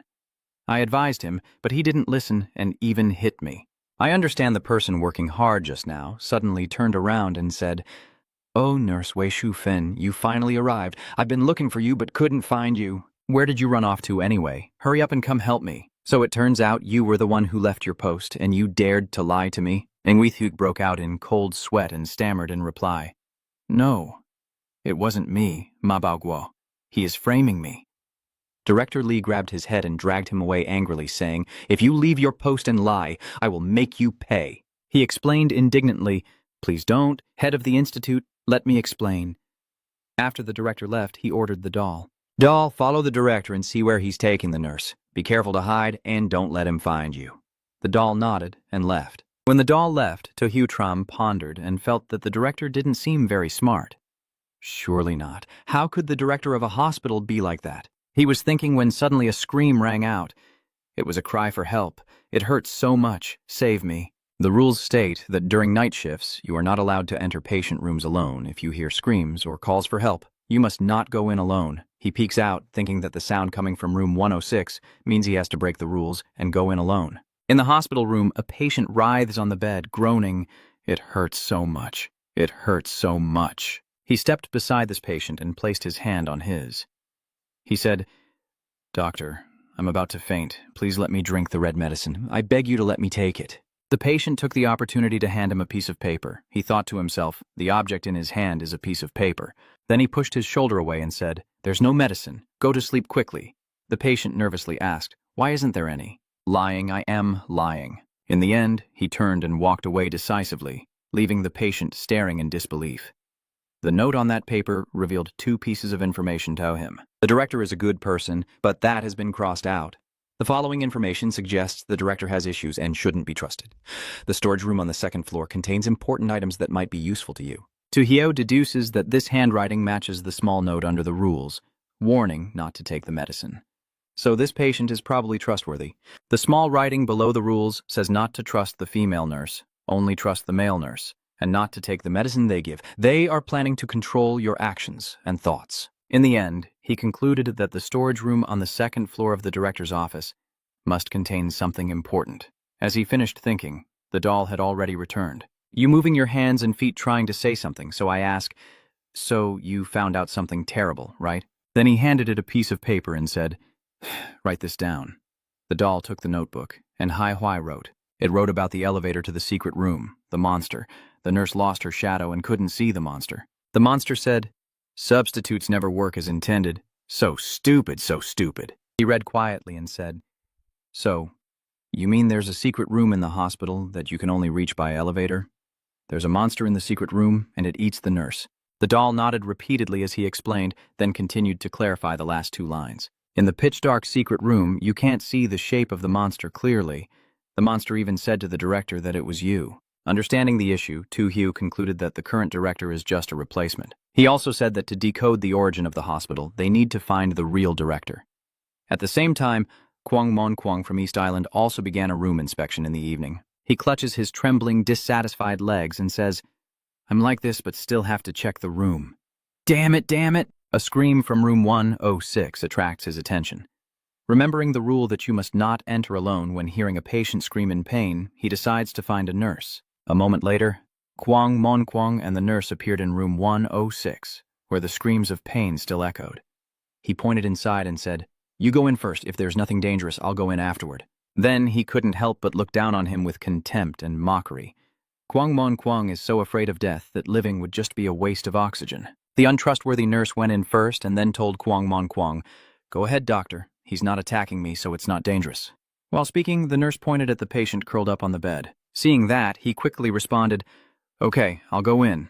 As he stepped inside, the patient hurriedly jumped off the bed, rushing forward and shouting, "Doctor, you're finally here!" The viewer commented again, "It's here," as the patient is about to stuff a piece of paper into Kwang Mon Kwang's hand. Another viewer also said he really is a blind cat catching a fried fish, unexpectedly having a chance to get that paper. But what the audience couldn't believe was that Kwang Mon Kwang was startled and shouted in panic, "Nurse, stop him quickly, he's trying to hurt me." The nurse held the patient's head back and said, "Stay still." But the patient stubbornly told him, "I am a good person. I have something really special to show you." The viewer then handed the patient a good person card and said, he is still trying to remind Kwang Mon Kwang. Oh my God, he's been betrayed but still wants to help Kwang Mon Kwang. That's so tragic. Unexpectedly, he pointed and said, "This patient probably forgot to take his medication. Quickly give him the red pill." As he finished speaking, the nurse shoved the red pill into the patient's mouth and then pinched it shut, saying, "Be good now, let me give you something tasty." The viewers were speechless. Damn, Kwang Mon Kwang really is beyond saving. Someone else also said, "I've seen this before. Does anyone feel it's exactly like the scene where Tuang Huan betrayed his classmate?" Another person expressed, "Oh my God, it really looks like there are so many fools like this that Dongdao country is not far from being destroyed." At the moment when Kwang Mon Kwang betrayed the patient foolishly, Oliver from Silent was on duty with a doctor. The doctor handed him a blue pill and said, "Drink this and then come with me to check on the patient." He asked curiously, "Doctor, what is this medicine?" The doctor replied, "This medicine will help you stay calm at all times. You know those patients have mental instability. If you happen to anger them, they are very likely to do something you can't imagine." Silent Oliver hesitated and spoke, but seeing his hesitation, the doctor suddenly became angry and sternly said, "Giving you medicine is such a hassle. It looks like I have to do it again like this morning, forcing you to take it." Silent. Oliver looked in panic at the hand holding the blue pill in front of him, stammering, "Doctor, your face." Then that hand put the medicine into his mouth and sealed it shut. He can only stammer and say no. Bed 2, room 108. A patient in bed trembles violently. The doctor orders Oliver to give sedative injections to the patient in bed 2, then move him to the operating table. "I will perform the surgery." He lifelessly holds the syringe and says, "Yes, doctor." The frightened patient crawled out of bed and said, "No. Please, please don't make me go through surgery. I'm not mentally ill. I'm not." But that person was held back by Oliver. He coldly said, "Don't stay silent now." The patient frantically shouted, "Get out! Go away! I want to go back! I don't want to play with you anymore!" "Oliver, where are you? Where are you finally?" The viewers are extremely surprised and comment, "Oh my God, he's Oliver's teammate. Are they about to slaughter each other?" The patient still fearfully calls out for Oliver. "Oliver, where are you? Come and save me quickly!" Oliver suddenly regains consciousness, standing still and shouting, "Oh my God, this is my teammate. I almost harmed my teammate." Suddenly the doctor ran ahead and said with a smile, "I didn't expect you to wake up again." Then he could only stand still and watch the doctor choke his teammate. When he finally regained his composure, he shouted, "What the hell do you want?" The doctor smiled and said, "Sometimes being too alert isn't a good thing, just like now." Then he broke his teammate's leg and said, "Look at your teammate die. Watch him get killed." He could only scream out, "Oh no." Then he angrily said, "I will kill you. I will risk everything with you." The doctor squinted and grinned, saying, "Don't get agitated. I can help you forget everything just now." His shirt opened up and a hand reached out from his chest. He said, "Forget it. Forget the pain just now." That hand grabs Oliver's head and continues to brainwash him, turning him into an obedient nurse in the hospital. "Join us." "Yes, I am Nurse Oliver. I am a compliant Nurse Oliver." At this moment, a notification also appeared saying that the silent contestant had been swallowed by a strange creature. The strange story world is about to start, a 10-9-8-7-6 countdown, viewers expressing regret and leaving comments. It's a pity Oliver shouldn't have taken the blue pill at first and just spat it out like Gon. Someone else also said, "Quickly look over there. Gyeon's teammate has arrived to give him the sedative." In Gon's hospital room while he was resting, he heard a voice saying, "Nurse Lucas, give the patient sedatives." The lion-headed nurse holding a syringe replied, "Yes, doctor, and you also ordered them to take the red medicine." Hearing that, Gyeon looked over and thought, "Lucas, isn't he one of my teammates? Could this nurse be one of my comrades?" Then he suddenly panicked, thinking, "Damn it, Lucas's gaze looked abnormal. Was he controlled by the blue drug?" Nurse Lucas stepped over and said, "Inject him with the medicine. If you're sick, you have to take medicine." He could only whisper, "Lukat, wake up, can you hear me? I am your teammate." But Lucas still insists on taking the injection and the medicine. He secretly thinks, "Damn it, can't you hear me?" So, I have no choice but to deal with the doctor. I pushed Lucas away, then ran toward the doctor and shouted, "Doctor, he wants to kill me! Please save me! I don't want to be injected." The doctor, having understood his intention, chuckled and said, "This play won't fool me. Are you planning to fight to the death?" Then all we see is Gon being choked by the doctor and slammed against the wall with his back-mounted arms. The doctor scolded, "You have to act like a patient. Always resisting is not acceptable. Now I will teach you how to become a proper patient." Gon stubbornly swore, "Damn it, I won't give up. Even if I die, I won't surrender." The doctor also didn't get angry and continued calmly, "Still stubborn, huh? How about I let you taste what it's like to be betrayed by your own team?" Then the doctor said to Lucas, "Nurse Lucas, there is a patient here who needs treatment. I hope you can help him." Lucas quickly responded, "Yes, doctor, I will follow your orders." That action made him panic and whisper to himself, "It's over. The source of the strange object, even receiving it within a family of 6, is useless. I must quickly use the final attack." In a life-or-death situation, Lucas suddenly changed direction and stabbed the doctor in the heart with the needle. The doctor turned and asked, Why you? Why aren't you controlled by the drug?" Lucas held out his hand with 2 pills and asked again, "Is this what you mean by the medicine?" Hearing that, he clenched the 2 pills in his palm and said, "Honestly, I didn't take the medicine you gave me. You probably don't know that my specialty is illusion magic." As soon as he finished speaking, he opened his palm smoothly. The 2 pills had disappeared. Viewers are excited and leaving comments. That's so cool. The doctor couldn't believe it and angrily questioned, "No, this can't be happening." "If it's a distraction technique, then how can your gaze be so convincingly fake?" Lucas replied calmly. "Camouflage. The eyes are indeed very difficult, but you forgot one thing. Don't all talented players have a gift?" As soon as he finished speaking, the knife suddenly appeared in his hand. He said again, "Forget it, there's no point explaining to you." Then he swung the scalpel and cut off the doctor's head, adding, "Just go ahead and look away." Seeing how quickly things are unfolding, I stammered and asked, "Is that all there is to it?" Lucas snorted dismissively and replied, "You think I would be like you, crushed under the heel of Tojo from Long Country?" Then he raised both hands to the sky and said proudly, "I wait every day to be chosen, and now I finally achieved my wish to enter a strange world. From now on, this place will be my home." The viewers couldn't help but marvel. Wow, Lucas seems pretty strong. Even Gon was overshadowed by him. Another person also commented, "I feel that so far he is Tojo Dai Lao's top contender. I wonder what his talent is. I'm starting to look forward to the showdown between him and the old master Tojo." Besides Kwangmon Kwang from the national team, other contestants including Tojo received a reminder note from the patient shouting in room 106 to prepare for the inspection in the storage room on the 2nd floor. Tojo is now on her way to the elevator. The rules mention Rule 10, which states that elevators should not be used. The hospital only has 3 floors and no basement, but he went against the rules and pressed the elevator button. After entering the elevator, he looked at the bloody handprints around him, thinking it was strange that the scratches on the wall seemed to be the secret left by the person detained by the director. But these bloody handprints belonged to children. Could they belong to anyone? As he pressed the floor button, a voice came from behind. "Hey, are you a doctor?" Tojo turned around and said, "I'm a doctor. Is there a problem?" The small shadow behind with red eyes asked, "Can you help me find a red silk scarf?" "It's my mother's gift, but I lost it in the hospital." The shadow also said that if you help me find it, I promise to protect you on the 3rd floor. "What do you think?" He turned back, holding his arm, and said, "Hey, are you sure that skinny little guy can protect me, and not the other way around?" The small shadow replied, "Don't look down on others. My mother once said I am a brave boy who says what he means and does what he says. Hearing that, I also said I could do it, so I will help you find it. If I find it, I'll come back to find you."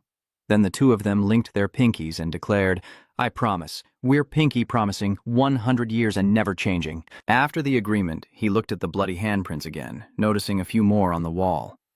It seemed the previous handprints were left by the kid earlier. He also thought the boy seemed like a strange creature, but was clearly very different from the directors. Maybe he would be the key to uncovering the truth about the hospital. After thinking, he stepped into the elevator and said, "Whatever it is, we need to check the storage room on the 2nd floor first." Tojo approached the storage room and thought to himself that the door lock seemed broken, which made things easier. Then he opened the door and peeked inside. He saw a safe in the corner of the room and exclaimed, "Is that a safe?" He wondered to himself, why is there a safe here? Something unusual is definitely strange. Then he ordered the Black General. General Black opened it. His whole body was enveloped in a strange light, and he responded with a growl. Its tentacles reached the safe, opening it to reveal a surgical knife. Picking up the knife, he puzzledly says, "What kind of contraption is this? A rusty surgical knife from the hospital. What could it possibly do?" The necks of the patients are also not spared. One cut, and they could tetanus. He said that, but he still put it in his pocket with the intention that, oh well, just hold on to it, it must be useful. Then he called Black General. "Black General, let's go." As he was walking, a door suddenly appeared in front of him with the words, "Intensive Care Room" written on it. He remembered the rule that was mentioned. "I recall that Dr. Rule 11 states that if you discover an extra ward for serious patients, you should leave immediately. Don't open the door or listen to the sounds inside the room." Then he chose to go against the rules, pressed his ear to the door, listened carefully, and said, "I want to hear." A 1-second hesitation is disrespectful to the gift. General Black also mimics his gesture. Inside, a cry for help he echoes. Suddenly, the door opens, and many hands grab onto his body. At the same time, Gyeon and Lucas also managed to retrieve the glasses and perform the surgery inside the storage room. "Wait, don't go out. Last night I used my talent to watch over the night shift. There might be a strange room appearing near the storage room." Lucas asked again, "What do you mean by the strange room?" He explained that it is a room for patients with serious illnesses. Once inside, it will be very hard to escape. We should find a way to deal with it first, then go out, or we will definitely die. Hearing him say that, Lucas remained unafraid and said, "We will definitely die." All right, then stay here and think of a way. I'm leaving now. He tried calling after him, Lucas, wait, but Lucas paid no attention. As soon as Lucas stepped out the door, he was surrounded by countless arms. He nervously called out to Lucas. Then he pulled out the newly acquired surgical knife, angrily shouting, "You damn dogs, I'm risking it all for you." He said seriously, "America may not have him, but it cannot be without Lucas." As he spoke, he charged forward with a knife, and viewers were deeply impressed. Wow, John Jason is truly a real man. Another comment appeared saying he volunteered to face danger for America to protect Lucas, who is stronger than him. I respect him as a man. When he charged in, everyone else in the room was already dead. Looking at the terrifying situation inside, he wondered what had actually happened. Why are all these people unconscious? Over there, Lucas is smiling as he treats a patient and says, "Honestly, it really shows you don't know your limits." Only then does Lucas notice Gyan standing there. He said, "You're here now? Looks like you've come up with a solution. But sorry, it seems like it's no longer needed." Meanwhile, Gyan was stunned, thinking that these people were all killed by Lucas. What kind of talent did he have? Just now his eyes turned red. Could it be caused by his talent? Then he approached Gyan and said, "Okay, Gyan, now I need you to tell me everything you know using your innate ability." The night guard from last night, Gyan, quickly nodded and said, "All right, I will do my best to cooperate." On the other hand, Angola from Phi 2 country and his teammate Latin, coming out of the storage room, also saw the suddenly appeared intensive care room. Latin said, "I remember there wasn't a room like this here earlier." "Angola, what should we do now?" Angola pondered. "First, don't panic. Let me think about what Elder Tojo would do if he faced this situation." Yeah, in this situation, Master Tojo would kick the door open and then punch whatever's inside. Angola, trying to act tough, suddenly gets cut off and says fiercely, "I know whether I fought alongside Master Tojo or he fought alongside me. Do I still need your reminder?" As they were talking, suddenly their arms were pulled and they were dragged in. The door closed behind them, and they saw many patients standing in front, chained tightly by iron shackles on their hands and feet. Latin didn't know what to do and asked, "Angola, what should we do?" "Hurry up and think of a way. Didn't you learn how to fight from Master Tojo? Hurry up and use it on them. What are you in such a hurry for?" "I'm organizing my plan now." Then he turned to Latin and said, "Yes, I'm calculating, and soon there will be a fight." He took the opportunity to open the door, then we ran out. Latin quickly responded. He followed your instructions and then punched a nearby person in the face, but Latin was still stunned and standing still, so we had to shout at him to open the door, or later Latin finally responded slowly. "Yes." However, the door was already closed and Latin couldn't open it, Hot High said. Earlier, Angola couldn't open the door and also felt helpless. Why does my punch have no effect? Could it be that the move I just learned from Master Tojo has to end here? While they were confused, a vortex appeared in the door, and bloody handprints also emerged from it.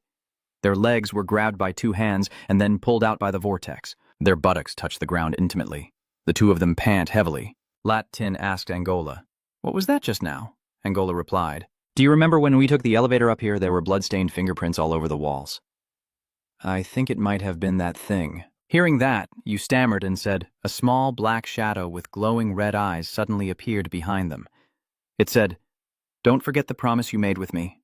Help me find the red scarf. I will repay you." So it was really him. Luckily, we agreed with it in the elevator, or we wouldn't have been able to get out alive.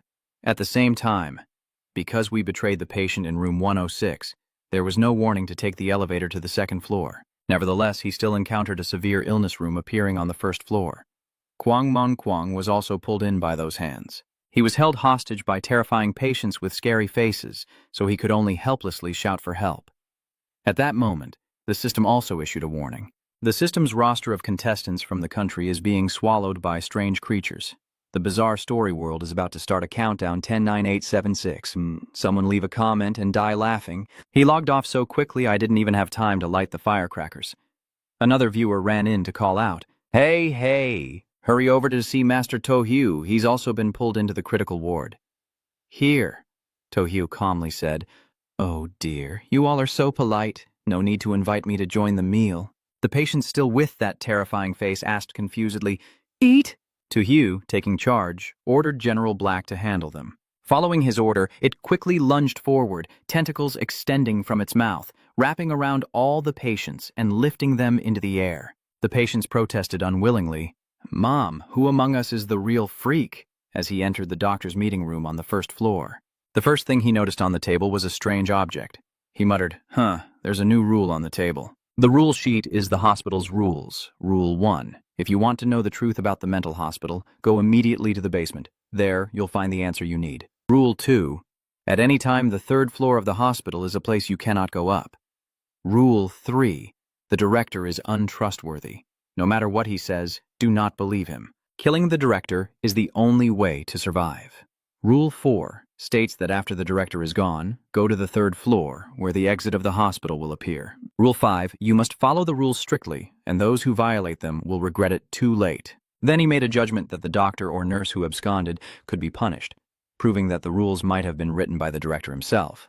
But since the hospital's rules always mention killing the director, it shows that it is not the hospital's doing, but the director's opponent. In other words, there is another force within the hospital, very likely the true director.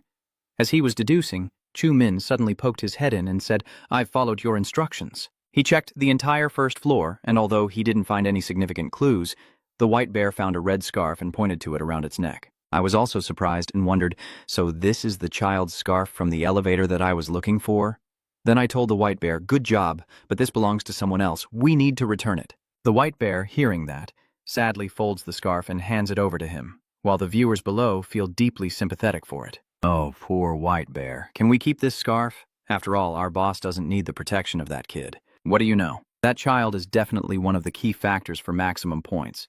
It would be better to return the scarf to him. After taking the scarf, Tojo turned to Chu Min and said, "Let's go. It's time to end everything." Chu Min asked blankly, "Elder, where are we going?" He presses the elevator button and responds to him, "Go to the third floor." The hospital rules clearly state that we are not allowed to go to the third floor. So, of course, we have to go up. As soon as he entered the elevator, the strange child appeared, smiling and asking him, "Doctor, have you found my red scarf?" Its appearance startled Chu Min into speechlessness. "What the heck is that?" He responded to its question. "Of course I found it. I'll give it back to this kid." The child looked at the scarf and said, "Thank you, doctor. It's a pity that the sad white bear is beside me." Seeing him communicate with the child, Chu Min finally escaped his panic, thinking to himself that the elder must know this strange child, and it made him terrified. Suddenly, the sad white bear wrapped the scarf around itself again. The child also held tightly on the other side and said, "Huh? What are you doing? Let go. This is from my mom to me." Seeing that, Tojo gently comforted it. "White bear, give the scarf back to the person. That's the child's belonging. If he has a scarf or something later, it'll be given to you first." Only then did he let go. Take back the scarf, the child quickly puts it around his neck and says to him, "Thank you, doctor, for helping me find the scarf as a token of gratitude. I will protect you when we go to the third floor." As he drapes the scarf, the child suddenly transforms into a human form, causing Chu Min to exclaim, "Look at the old master." The child has returned to normal. On the third floor of the hospital, the child told the two of them, "I understand, don't wander around, I know this third floor best, follow me and you definitely won't get lost." Hearing that, he started to suspect again. If this child was not lying, then he must have been to the third floor many times. Is there something special on the third floor that attracts it? Suddenly, the child turned back and said to him, "That's right. People here don't like things like surgical procedures. If you have any on you, it's best to throw them away." I also quickly confirmed that of course it wasn't there. Hearing my firm response, Chu Min silently thought, "Huh? The old master took a knife and a pair of glasses from the storage room last time, didn't he? Why hide that?" The little boy smiled brightly and said, "Then it's settled. Let's go. I'll call the others to open the door." Chu Min wanted to ask about the old master's knife, but he wasn't in the storage room. He signaled for him to be quiet and whispered, "Shh, let's observe first." They went to room 301, which was silent as a tomb. The child knocked on the door and said, "Uncle, please open the door. It's me. I'm here to visit you, and I brought a new friend to play too." The boy kept knocking and calling, "Uncle." Then it kept knocking and calling out, "Uncle," but received no response, so the shadow slumped down. It said sadly, "Strange. Where did everyone go? They've always been in the room." He stood behind and thought from what the boy said. Normally, everyone upstairs would come out to see him today. They suddenly didn't come out. Then Tojo reached into his pocket and touched the surgical knife, wondering if it was related to the one in his shirt pocket. When he took out the knife, the child nervously asked, "Why are you holding a surgical knife?" "Hurry up and throw it away," he told the kid. "Don't get involved. Step back and be careful not to get hurt." Then he swung towards the door, and finally it opened. In front of them was a corridor with many other doors. Chu Min, confused about what was happening, asked what was going on. In the dark and terrifying room, the monsters with faces poking out are completely covered up. Min Chu saw this and quickly pointed at them in panic. He said, "They are not even human." The red-haired boy next to him has the same expression. The little boy nervously asked, "What's wrong with everyone? Weren't they like this before?" After finishing, he pointed at Tojo and said, "I know it's you. I told you not to bring the surgical tools, but you did anyway. You caused everyone to become like this." I was surprised to hear you say that. He hurriedly explained, "No, kid, it's not me who made them like this. They were like this from the start." The kid didn't believe him and retorted, "You're lying. You're deceiving me. I understand." Helplessness.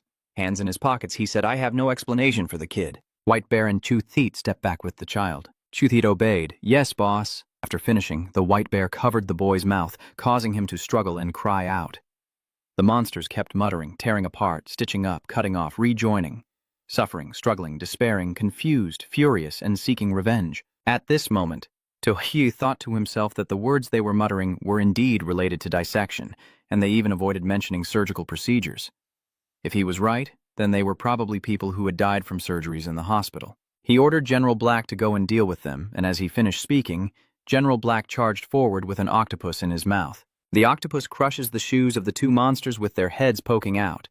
Tohyu quickly praises, saying it looks very good. Suddenly, two more monsters appeared. Tohyu raised his hand to his chin and said, "Damn it, these people seem born from resentment. There's no way to destroy them." General Hai was also quite surprised by that. Then he ran away first, and before leaving, he didn't forget to shout for us to run. We must immediately go down to the basement. Min Chu, behind him, saw him run and hurriedly called out, "Wait for me!" Then everyone ran away in a panic. At the same time, Lucas and Gone from America also followed the strange child on the third floor. "Damn, that kid didn't let us bring a knife to the third floor. I threw the knife away when I came up here, so how come it's in your hands now?" Lucas smirked wickedly, then raised his hand to his mouth to signal silence. He whispered, "Don't talk. There will be a surprise later." When I opened the door, I was shocked to see two monsters with shaved heads staggering toward us. Gon angrily scolded Lucas, "What the hell? Look at what you've done." "There are so many strange things running out." Lucas laughed happily. "Ha ha, so that's how it is. I was right. I was right." Ha ha ha. Seeing Lucas keep laughing like a madman makes Gon more worried. He asked Lucas angrily, "Are you crazy?" and scolded him, "With so many strange things surrounding us, how can you still keep smiling?" Lucas then chuckled and said, "I can escape easily too," and then he revealed a red cloth. Lucas wrapped the cloth over his head, his eyes shining brightly. He said, "As for you, Gon, continue Lucas's words. Good luck." After finishing, he disappeared, leaving Gon there in complete confusion. Some readers might feel a sense of wonder and curiosity when witnessing Lucas vanish. Damn it, this isn't magic. It's the crown's spell. Did anyone notice that just before Lucas disappeared, his eyes turned a strange gray? I guess he definitely used his talent just now, and this type of talent is related to strange abilities, but using such abilities wouldn't leave any after effects, right? After all, nothing in life is free. Let's get back to the story. Meanwhile, Bao and Jen from Paris didn't receive help from the strange child, but still risked going down to the basement to uncover the truth. The person on the left is Paris Water, and the one on the right is Paris Paul Water. Suddenly, a voice from somewhere echoes the hospital rules. If you want to uncover the truth of the hospital, head immediately to the basement, where you will find the answers you seek. Both of them, after hearing that, were terrified. "Ren, maybe we should go back. This place is too eerie and strange." Bong, hearing that, also didn't want to leave. He said he couldn't. All the clues lead here. This place must be hiding the secrets of the mental hospital. And don't worry too much either. We found glasses and surgical tools in the second storage room, which should help us get through the danger. The dripping water sound made both Pao and Jen extremely frightened. "Did you hear the sound of running water too?" Hearing what seems to be from the southeast, Jen also sounds the same, Pao said. "Let's go check it out." The two of them moved forward. Jen asked Pao, "What is that hanging up there?"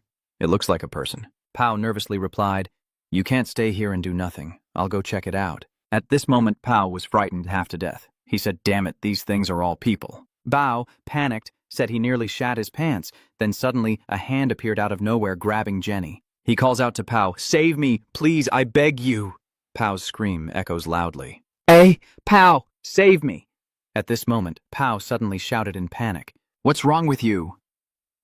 Bao saw a shadowy figure dragging Jen away and nervously exclaimed, "Oh my God, what kind of monster is that?" After saying that, he ran away, leaving Jen behind, and he also said, "I'm sorry, Jen, I can't save you.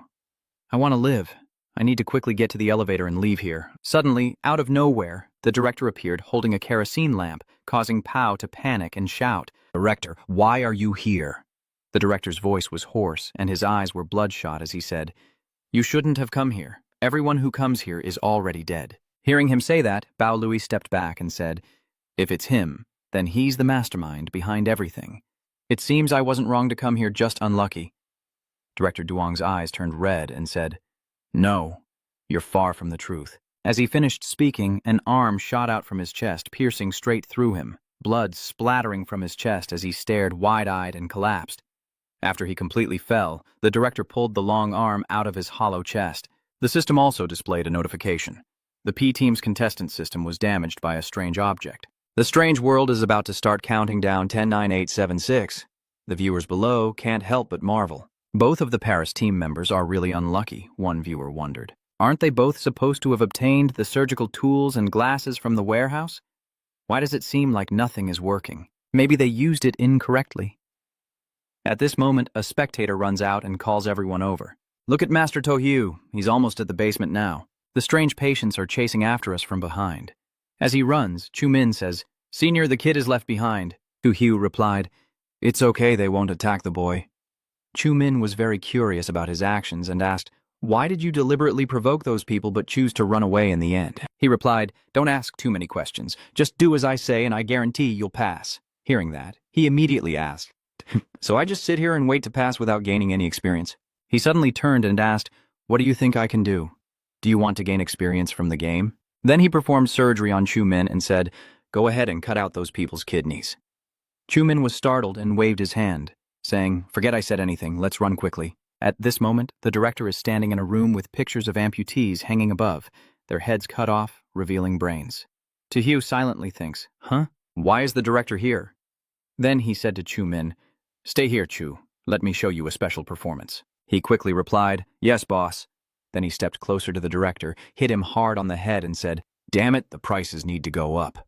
Chu-min, overwhelmed with admiration, exclaimed, "Wow, the great elder truly is a martial god, so impressive." The director was knocked to the ground and angrily asked, "Oh, who hit me?" "Who?" I put my hand into my pocket and replied, "Do you not remember me, director? I am Bao Guo who sacrifices everything for his country." Hearing that, the director was furious, a black hand reaching out from his chest as he angrily said, "Bao Guo, it's you again. Today you're definitely going to die with me." Seeing that, he remained completely calm and said, "I know you're in a hurry, but just stay calm."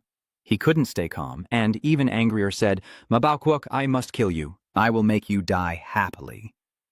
The black general beside him also swung his old tentacle. "My rescue team has arrived." Then he pointed at the director, as if they were truly his people giving orders.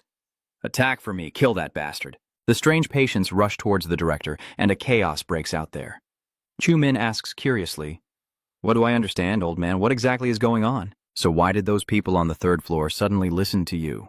He explained, "They don't listen to me. They just hate that surgical procedure." He looked carefully at the back of the director. The director was being beaten badly, covering his head and shouting, "What the hell are you guys doing to me? I'm not the murderer who killed you. Don't come looking for me.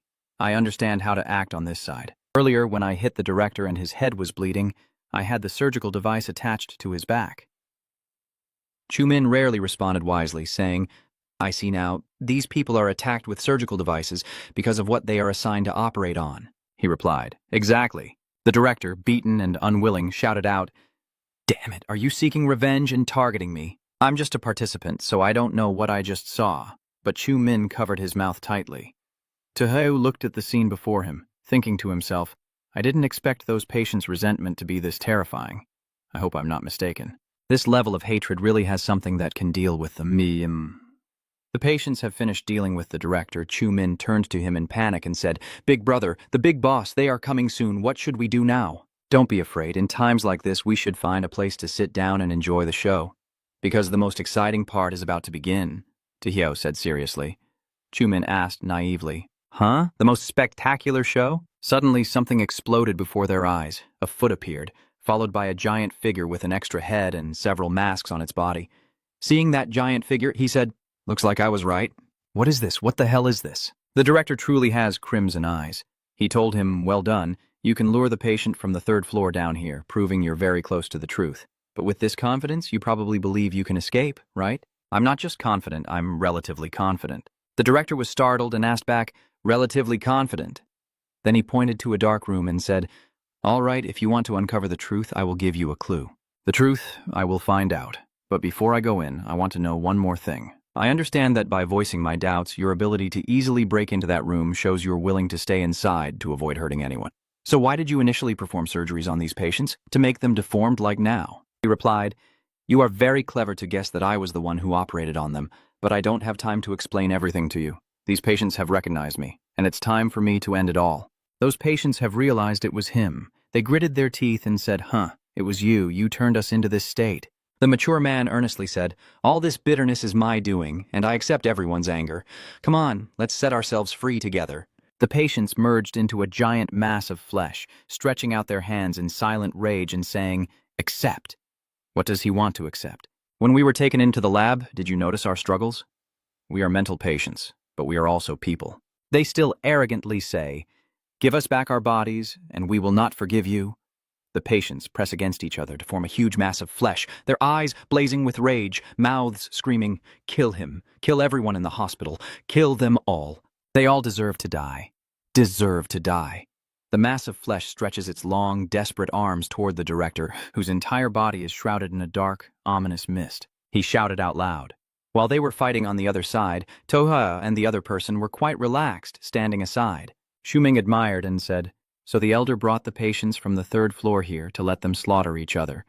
Tojo quickly diverted his attention. He pointed in another direction and said, don't look anymore while they're fighting. Let's quickly go into the secret room to find out the truth. The two of them hurriedly ran off, with the voice of the director still echoing behind them. It's over now. Me and the patients say we should finish him off first. In the room filled with the smell of blood and medicine, he told Chu-min to split up and search. He also agreed in response. As he was walking, he kicked something. He looked down and called to Hugh. Old master, this brick is hollow. Hearing that, he exclaimed, great, there must be something inside. They found a book titled The Director's Diary. He picked up the book and said, the director's diary inside will surely reveal the truth of what happened. Then he opened the book to see that it read, the director of the mental hospital recorded on day X5X, heavy rain. Today is my first day as director. I will definitely try my best to work and solve the patient's difficulties. At that time, the director was still a very gentle person. 5. X day of the X5X month, heavy rain all day. I have been working at the mental hospital for a month now. But what feels strange is that it has rained heavily every day throughout the month. Could it be because they don't like me being here? On that rainy day in X5X, I've been working for a year now. Recently, I've noticed that patients, nurses, or doctors often go missing from the hospital. Did they leave the hospital? Why didn't you say goodbye? On this day, the weather is still heavy rain. Just like before, the weather is deadly. Indeed, the work environment makes people irritable. Can anyone tell me why people are often missing in the hospital? At this moment, the director is feeling confused. It is the rainy day of X5X. Today, I decided to investigate this myself.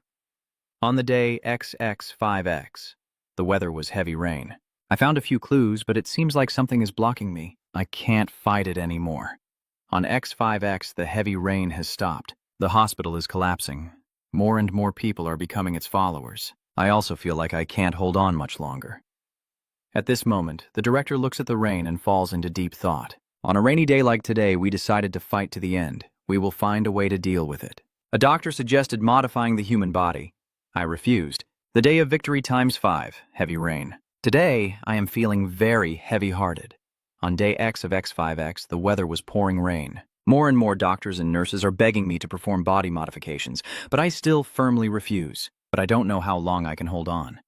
On the X5X of month X, 2 years of heavy rain, it has rained non-stop for 2 years with no sign of stopping, just like my life being incredibly miserable. Today, I decided to proceed with the human body modification experiment, prioritizing the most outstanding doctor in the hospital as the first subject. At this moment, the director is performing the experiment on the first subject. On the Xth of X month, X weather, the body modification experiment has failed. All 5 doctors and nurses died on the operating table. I am overwhelmed with grief. At this moment, the director has failed in that experiment. On the X5X day of the X month, during heavy rain. Today, I tested on my own body. I thought I would die, but a miracle happened and the experiment made a breakthrough. On the 15th of X month, 5X in heavy rain, I initially gained the strength to confront it. But this is still not enough, not nearly enough. The director experimented on his own body. On a rainy day, more and more people are participating in the experiment. During the process of transforming myself, I also transformed them. But the main experimental subjects were the ones poisoned by it. Although I know they are innocent and I shouldn't blame them, I have no other choice. The director experimented on a patient, cutting off the patient's head and sewing it into his own body. On the X day of month X, the weather was clear, and today is the happiest day since I took office. Because the rain has stopped, we can finally rely on our own strength to defeat it. The director now has an extra head, and with the heavy rain weather, we celebrated too soon. Unknowingly, the resentment has engulfed the entire hospital. Its influence remains as strong as before, even more powerful than before. The heavy rain continues to fall. I stand in the rain, not knowing why I am doing this. For the first time, I doubted my choice. The director sank into hopeless doubt. Despite the heavy rain, I was very happy to have the doctors and nurses standing by my side. Thanks to their support, I was able to keep going. The director and the other nurses performed the surgery again. On that rainy day, they all disappeared. Now, I am all alone. Did I really make a mistake? The nurses and doctors are now just soulless corpses. The storm rages on with heavy rain. I used its power to help the doctors and nurses come back to life. Every day I give them a blue pill to prevent them from remembering the truth that they are dead. The patients are still affected by it as before. I use the red medicine to control them. They will become immune to its effects. Both medicines have side effects. I knew it deep down, but everything has its good and bad sides. The director started giving the nurses and doctors blue pills. On a rainy day 5 times over, the experiment failed. I lost control. I have completely become a monster. I ordered them to lock me in the secret room underground. Never see the sunlight again. Goodbye to the career I dedicated myself to. Goodbye to the warm breeze and sunshine. P.S. The final monster director locked himself in a basement room. Chu-min, after reading, expressed his feelings. Never expected the truth to be like this. The mental hospital already housed strange creatures. The director, to deal with them, transformed himself along with the doctors and patients, and he could actually be considered a good person. Taehyung also said it's no wonder he wanted to find a fake director to replace him, giving everyone blue pills. Deep down, he probably always wanted the hospital to return to normal. Then he closed the book, tucked it into his shirt, and turned to Chu-min, saying, "Let's go see how far the director and those strange patients have fought. Maybe we can help somehow." Chu-min agreed with him. They went to see the director fighting. Chu-min exclaimed in panic, "It's over, old master. It seems the director can't hold them off." At that moment, he saw the director was badly injured all over and had lost an arm. Seeing the situation was dire, he quickly ordered General Black. General Hay rushes to help the dean, baring his teeth as he charges forward. The director, despite being in a difficult situation, turned and smiled, saying to you, "No need, you guys, no need to help me." I wanted to speak, but the director cut me off. He said, "If you already know the whole truth, then I have no regrets left. The crimes I committed are unforgivable. I was truly a person deserving of death." Suddenly his body swelled up, and he said, "Besides, I'm tired of hiding in the secret room like a monster. It's not scary to me. On the contrary, it's a form of escape." After finishing speaking, the director's body grew many arms. Seeing the different appearance of the director, the patients whispered to each other, surprised that he could also change shape. "Hurry and run, the director won't give them a chance to escape." He stretched out his arm and said, "Stop, I failed once already. This time I will kill you myself, even if I lose my life." The patients scream, let me out, we are not guilty. The one who is to blame is you. You can't kill us again." "I don't want to die. I don't want to die again." The chief was unaffected by those words and said, "Don't use the patients to say these things. They harbor resentment, but you take advantage of their anger to create a strange new entity, aiming to continue bringing disaster to the hospital, and I absolutely will not allow that to happen." Han also said that in the end, you still don't fully understand human nature. Humans have love and hate, but you only see the dark side of human nature and ignore the existence of love. Some things, once started, are doomed to end in tragedy. I know I will have to atone for my crimes, and you.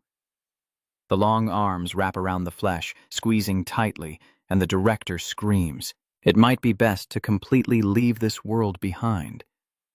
After finishing everything, the exhausted director collapsed and said, "I finally did it." But then he regretfully continued, "They all couldn't see it." After finishing everything, the director also gave up and passed away. Taehyung watched everything and couldn't help but feel emotional as he said, The director is a truly respectable person. He turned into a monster so long ago, but still managed to hold on to his original intention, which is truly not easy. Luckily, I didn't choose to accept the source of the strange creature for the 6 family round of rewards. Looking back now, that was the trap set by the strange creature. Chumin pointed in another direction and said to him, "Old man, we've passed through. Go upstairs first." Suddenly he shouted, "No, be careful." He protected him from behind, staying behind him. Chumin was shocked and said, "No way, it can still come back to life?" A monster with a face made of countless heads fused together, forming a distorted and terrifying image that made me realize I had to think. The pressure was overwhelming. This strange creature probably wouldn't be easy to deal with. A screen appears now, and the system prompts, "Do you want to pass early?" If you choose to pass early, you will receive a 3-star reward. If you choose to continue, the next completion will trigger a notification when you earn a 4-star reward. Chumin looked at the notification in shock and said, "What?" "Passing early?" Tojo responded cautiously. "I've never heard of something like this before. It seems the danger level of this strange object is beyond imagination." Chumin asked seriously, "Tojo Sr., if you decide to go, I will accompany you." Tojo thought to himself that Chumin staying here now wouldn't help and might even put himself in danger. He placed a hand on Chumin's shoulder and said, "It's too dangerous for you to stay here. Choose to leave here and leave the rest to me." Chumin hesitated for a moment before speaking, "Old master, you have to be careful. I'll go ahead." "Thank you for your concern and help. I will repay you if I get the chance." "I understand. Now it is my turn," and Chumin then said, "I choose to pass early." As he finished speaking, the system announced, "Dear contestant, congratulations on passing the psychiatric hospital round. You received a 3-star rating, analyzed the evaluation points, gained the child's approval in the elevator for 1 star, and uncovered the truth about the psychiatric hospital for 2 stars. When Chumin passed, Gon and Lucas also received notifications of early approval. Lucas smiled and said, "Oh, go ahead. Early approval doesn't matter. After all, staying here just gets in my way." He was still hesitating and wavering. Gion sweat profusely and said, "If you choose to stay, deal with it yourself. But let me tell you, your arrogance and blindness will eventually lead you to bitter consequences." After hearing that, Lucas's face darkened, and he said, "What did you say?" His eyes were bloodshot. Gion closed his eyes and said, "I choose to pass." Lucas pulled Gon's shirt forward. As soon as he finished speaking, Gon shouted in terror after being thrown by Lucas towards the multi-headed strange object. Lucas roared in anger, "What are you to talk back to me like that?" The comments section immediately exploded. "Oh my god, is Lucas crazy for attacking his own teammate?" Jay, no matter good or bad, is still an elder. Lucas, just now leaving him on the 3rd floor was too much, and now he even wants to kill him. Luckily, Gon is currently being teleported. The system voice rings out, "Dear player, congratulations on passing the mental hospital round. Rated 3 stars for analysis, 1 star for the child's agreement in the elevator, and 2 stars for uncovering the truth about the mental hospital. Seeing Gon safe, a comment reads, 'Thank goodness, Gon almost lost his life.' Another person comments that kindness brings good fortune. Right now, Crazy Lucas and Elder Tojo have both chosen to stay and see who can kill this endlessly resilient strange creature. On Tojo's side, the multi-headed creature emits terrifying sounds. Truly a brave person worthy of praise. If you've chosen to stay, then surprise me." Tojo calmly said, "I'm also very impressed by your intelligence. I didn't expect you to plan so carefully." The strange creature asked, "Do you guess who I am?" Tojo confidently replied, "If I'm not mistaken, you're the patient who gave me the reminder note in room 106, right? Is he really that guy? Is he not a good person? Why is he helping?" Someone else responded, listening to the explanation from Master Tojo. Tojo smiled and said, "Remember not to take medicine, then reminded to look for the surgical tools and mirror in the storage room. The goal was to lure me into provoking the patient on the 3rd floor, then have them and the director kill each other.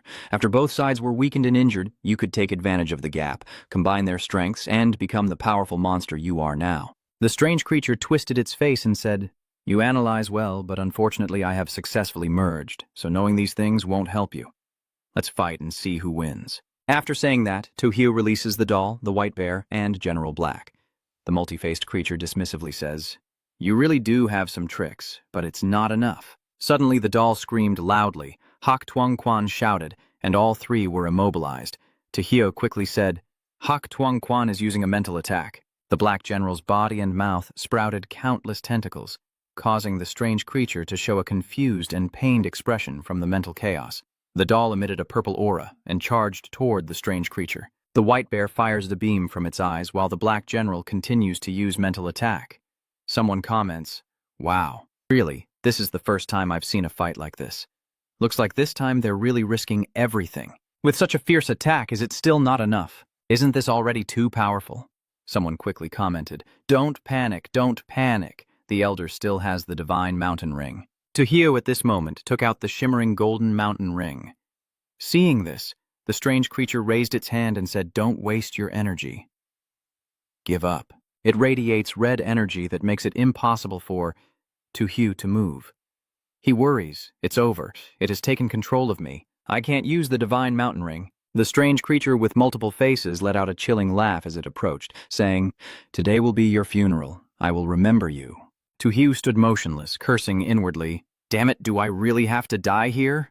At this moment, the boy with the red scarf appeared and shouted, "No, you can't let him die." The strange creature saw the boy move and cry and said, "Mom, everyone, please stay calm and don't make any more mistakes." The strange creature trembles violently.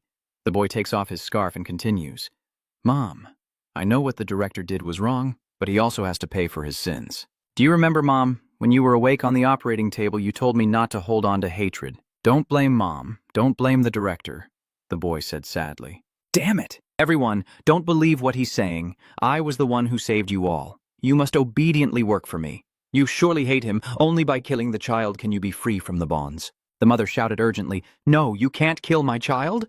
Another head said, "He's right. This boy is our bond." The boy's mother bit into the neck of the next head, causing it to scream in pain. And that voice spoke again. "Damn it, don't fight among yourselves or my power will weaken." Tojo broke free from the control, raised the sun spirit ring, and said, "Now is the time." The white bear, having absorbed the power of the mountain god, leapt up and grabbed the boy's scarf. Some comments asked, why did the white bear suddenly snatch the scarf? Could it be that the scarf has some other benefit for the white bear? Is this not a dark transformation? The white bear wraps the scarf around its neck, and someone observes and notes, "I feel like it's not a dark transformation, but an evolution." The entire room is now shattered by the white bear's power. The strange creature groans and asks, "What kind of power is this?" The white bear grows larger, squeezing the strange creature tightly as its head struggle and bite to escape from the mass of flesh. They cry out, "Let me go!" The white bear, having absorbed the power of the strange creature, unwillingly says, "No, no, they all belong to me." Tojo, worried, thinks, "This is bad. The white bear's body can't withstand such a great power. At most 5 seconds left before it gets torn apart by the relentless flow of energy." The white bear has absorbed the power and is stomping on the strange creature. It holds its head with its paws, growling as it feels its body tearing apart. Tojo takes out a medal, and the system notifies that the silent dedication medal has been used. Its effect is to grant the ability to rewind time briefly, bringing the target back 5 seconds. Just after using the medal, Tojo scratched his head and said, "Why are you so black?" The white bear had shrunk due to the strange power dispersing, but now its fur turned black. Suddenly, the white bear split into a black bear. Tojo looked at the scene with some confusion. The two bears are hugging, and Tojo wonders aloud, noticing that this black bear seems to be a friend of the white bear. Could this scarf be what helps the white bear summon its friend? Just then, the ring in Tohyo's hand shatters, and he exclaims in panic, "What the hell is this blackness?" And now there's more trouble at this moment. The comments are abuzz, the divine mountain ring is broken, so the strongest trump card is lost. Other comments oppose it, but I understand that this time the elder has added a black bear, and this round will definitely get a new reward, so I feel like the next round will be more reassuring. At this moment, the system displayed a long notification, showing some people dedicating themselves wholeheartedly to their careers until the end of their lives, while others choose to quietly contribute and sacrifice behind the scenes. There are those who, even if considered foolish, still retain love and kindness. They protect their lives with their lives, becoming each other's salvation. When the sunlight of love shines down on the earth, all things will bow their heads to accept its baptism. Maybe we never paid attention to those loves, but love is everywhere in life. Dear contestant, congratulations on passing the 6-star mental hospital evaluation. Analyzing and uncovering the true nature of the psychiatric hospital earned 2 stars. Gaining the recognition of the child in the elevator earned 1 star. Received the spiritual baptism of love at 1 star. Courageously faced the anomaly at 1 star. Completely eliminate the 1-star anomaly to receive the reward of the red scarf and the Monster Director's Journal. The resistance to the anomaly has increased by 2 points, now at 14%. The summary of the red scarf is that it is a symbol of friendship for the white bear and can summon the black bear wearing the red scarf. The symbol of friendship's power lasts for 3 minutes. Tojo excitedly said, "The scarf really is as I guessed. It can strengthen the white bear. Even if it only helps the white bear, it can also be seen as a substitute for the mountain god ring." The system continued to announce the additional reward, the Monster Master's Diary introduction. The diary content has changed. Try it now if you don't believe it. It can foresee the future and be carried with you at all times, but unexpected things can happen. Remember, the Monster Director's Journal can only be used once per cycle and can only be opened 3 times. The announcement ends, and Tojo looks at the diary and smiles, saying, "Knowing the future is pretty good." A blue light appears around Tojo, and the system records are shifting players out of the strange world. The comments are exploding, and through 6 stars, the veteran has once again received a 6-star rating. Someone commented that Tojo's rewards are quite good. I wonder if Lucas on the other side can defeat the final boss. Someone quickly wrote, "Check it out, Lucas's talent has been revealed. It's an SSS level." On this side, Lucas looked terrifying as he muttered while cutting his hand with a knife, "I want more power." Luke, his hand turned into fur, laughing loudly, and a comment appeared, "What the hell is his talent?" Transforming into a black-furred monster, he continues to laugh loudly, with black liquid writhing at his feet. Comments appear, though their content is unclear, but they are definitely SS level because he can clearly summon the power of a strange object. Using the power of the strange creature will come at a cost. Is he really planning to sacrifice his arm to gain its power? Lucas laughed loudly again.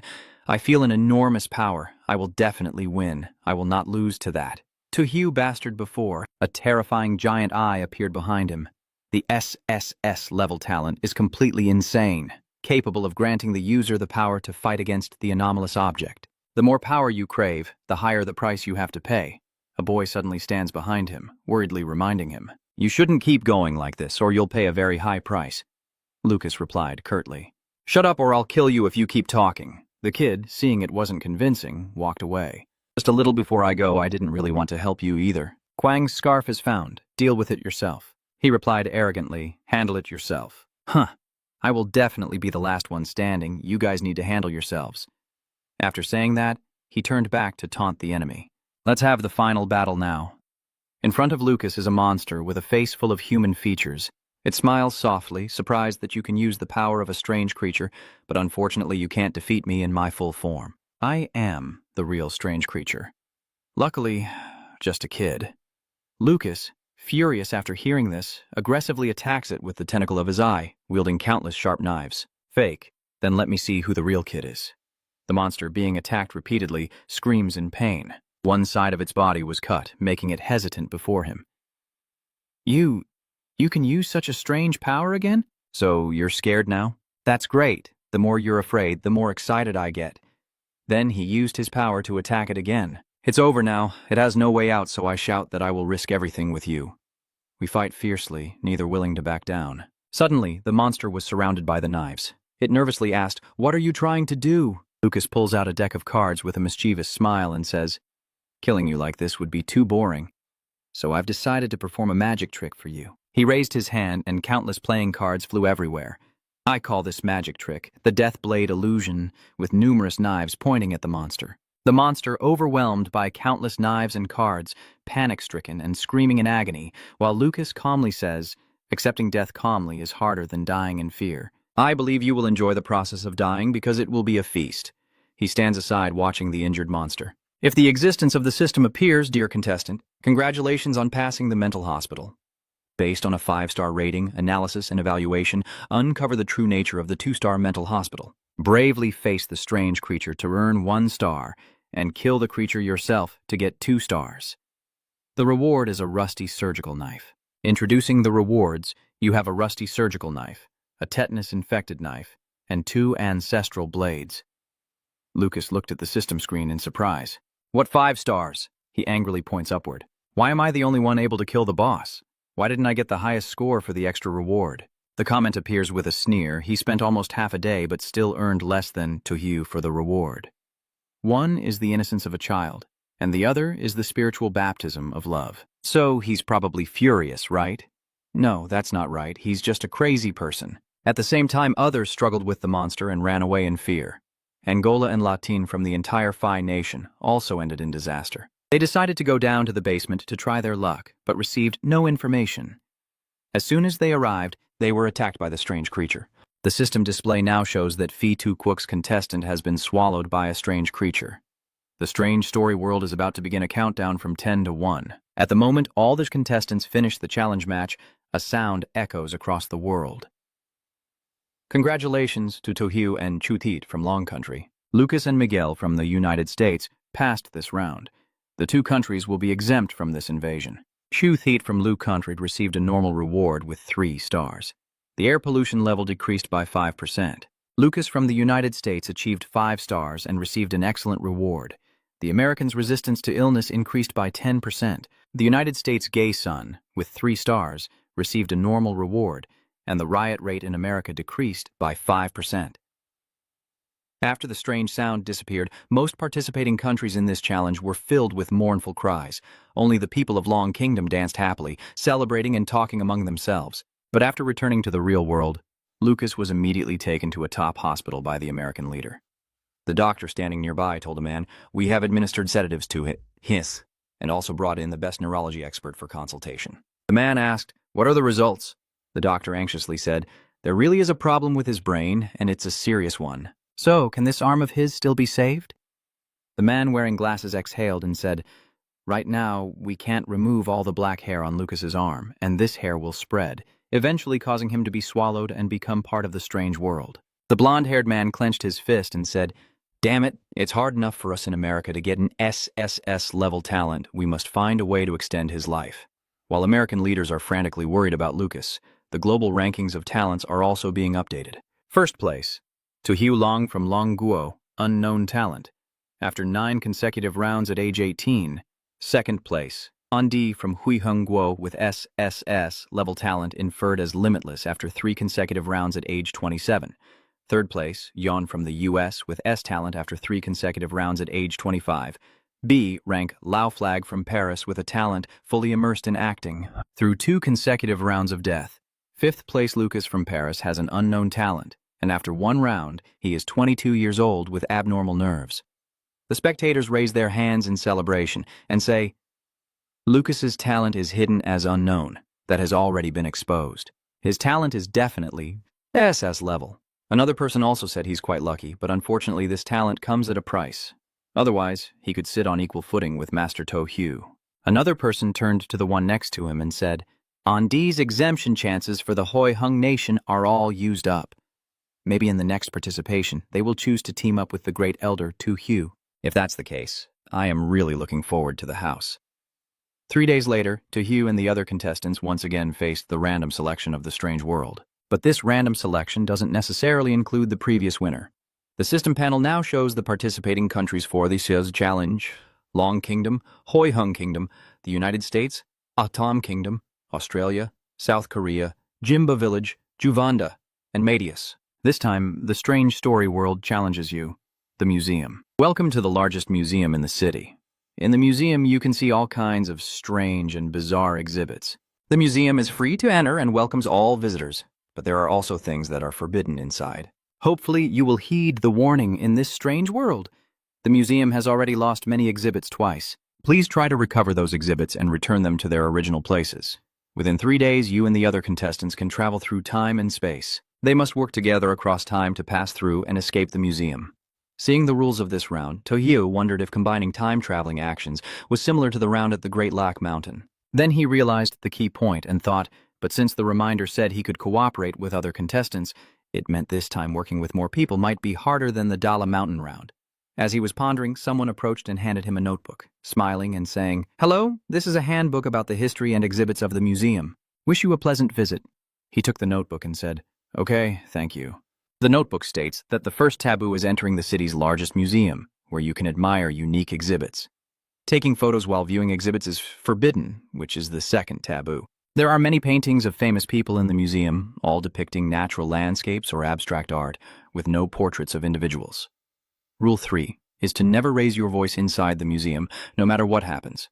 Even if the building collapses, you must remain silent. Forbidden Rule 4, museum staff wear black uniforms. If someone is dressed differently, do not trust what they say. Forbidden Rule 5. The museum does not keep any animals. If you see a talking fish or a blind cat, immediately go to the museum management office on the 3rd floor. Forbidden 6. The museum director's office is a safe place. Forbidden 7. Leave the museum director's office. That is not the manager. The real manager has turned into a monster. Forbidden 8. There is a restroom on the 2nd floor to enhance the experience. There are many mirrors in the nearby restroom, which is normal. Forbidden 9. After leaving the bathroom, if you encounter trouble on the way, follow the left path to return to the 1st floor. Prohibition 10. There are no wax figures in the museum. If a staff member suggests something to you about them, don't pay attention to them. Prohibition 11. If you strictly follow the above prohibitions during the exhibition, congratulations, you will be able to leave the museum safely, exiting through the main door. The person then handed over the notebook and turned to leave. Tojo was just reading and explaining the museum rules and the exhibit introduction. Then he said, "But since photography is forbidden, I might as well break the rule." After saying that, he reached into his empty pockets, then exclaimed, "Damn, Min didn't bring his phone?" Then he saw someone walking by talking on the phone and thought maliciously, "Isn't there a phone over there? This won't be a problem for me." The other person is on the phone saying, "Hello, I'm at the museum and they don't allow photos, so I can't send you any pictures to show you." Thinking and acting, he stepped forward to snatch the person's phone and asked to borrow it for a moment. The person angrily shouted, "What are you doing?" "You? Give me back my phone," but I knew those words wouldn't matter to the person. He quickly took a photo, then handed the phone back and said, "Oh my, you're so fragile. Here, take this back. The person whose phone you stole is complaining. You young people are really rude. Can't you even ask to take a photo? And you stole someone else's phone. Don't you know photography isn't allowed here?" While they were talking, suddenly 2 guards with deep black eyes appeared. They ran over and shouted, "Hey, over there!" Then the 2 guards held the man back and said, "Sorry, sir, you have violated the museum's rules, and now we have to take you away. You have the right to remain silent." The man shouted, confused. "What are you guys doing? Let me go." The man also cursed. "Damn it, why should I stay silent? Don't you see that guy took my phone to take pictures?" Then he looked at Tojo. Tojo looked innocent and said, "It wasn't me, he forced me to do it." Then the man was led away by 2 guards, but he still refused to give up and cursed, "You bastard. Tonight when you sleep, you'd better keep your eyes open. I swear I won't spare you even if I die." Below, viewers comment again. I see the boss is acting again. Another person also says, "Dogs are still dogs, and shit day is still a shit day." The person just taken away immediately pulled out his phone, and a confused viewer asked, "Why is the phone in the elder's hand?" Someone else stepped in to explain. When the previous visitor was taken away by security, Tojo quickly grabbed his phone back. "He's really so wicked." Another person laughed and said, "I like that kind of attitude." After cheating, he yawned and thought to himself, "First rule broken is fine. Now just check what's on display inside." Then he seemed to realize something and wondered, Is this cabinet empty? Could it be the missing item I need to find and put back in its place? But there's no name or description about the object on the cabinet, so it will be very difficult to find. What's going on over there? Forbidden to say, in the Museum of Famous Paintings, there are no portraits of people. Why are all the paintings here about humans? Could it be that the curse is wrong? Thinking that, he stopped and looked carefully at that portrait's footsteps. Suddenly, the footsteps reached out from the frame and its face was extremely terrifying. It made him curse and say, those people in the painting come back to life." The figure in the painting with terrifying eyes reached out towards Tojo. Even someone as experienced as him had to curse under his breath. Damn it, do they really come back to life? Suddenly, 2 people behind him commented on the painting. One said, "This landscape inkwash painting is really beautiful." Someone else agreed and said, "That's right, this brushwork is incredible." Hearing that, he wondered silently, do they not see the person in the painting? Could it be that all the paintings in front of me are illusions created by the contaminated mirrors effect? With it, I can dispel the illusions and see the truth. Then he takes out a mirror. The system displays a notification. You have used the contaminated mirror. With it, you can dispel illusions. Seeing the truth, the light from the mirror emits a scream of pain from the figure in the painting. The artwork suddenly bursts into flames, crying out in agony. What's going on now?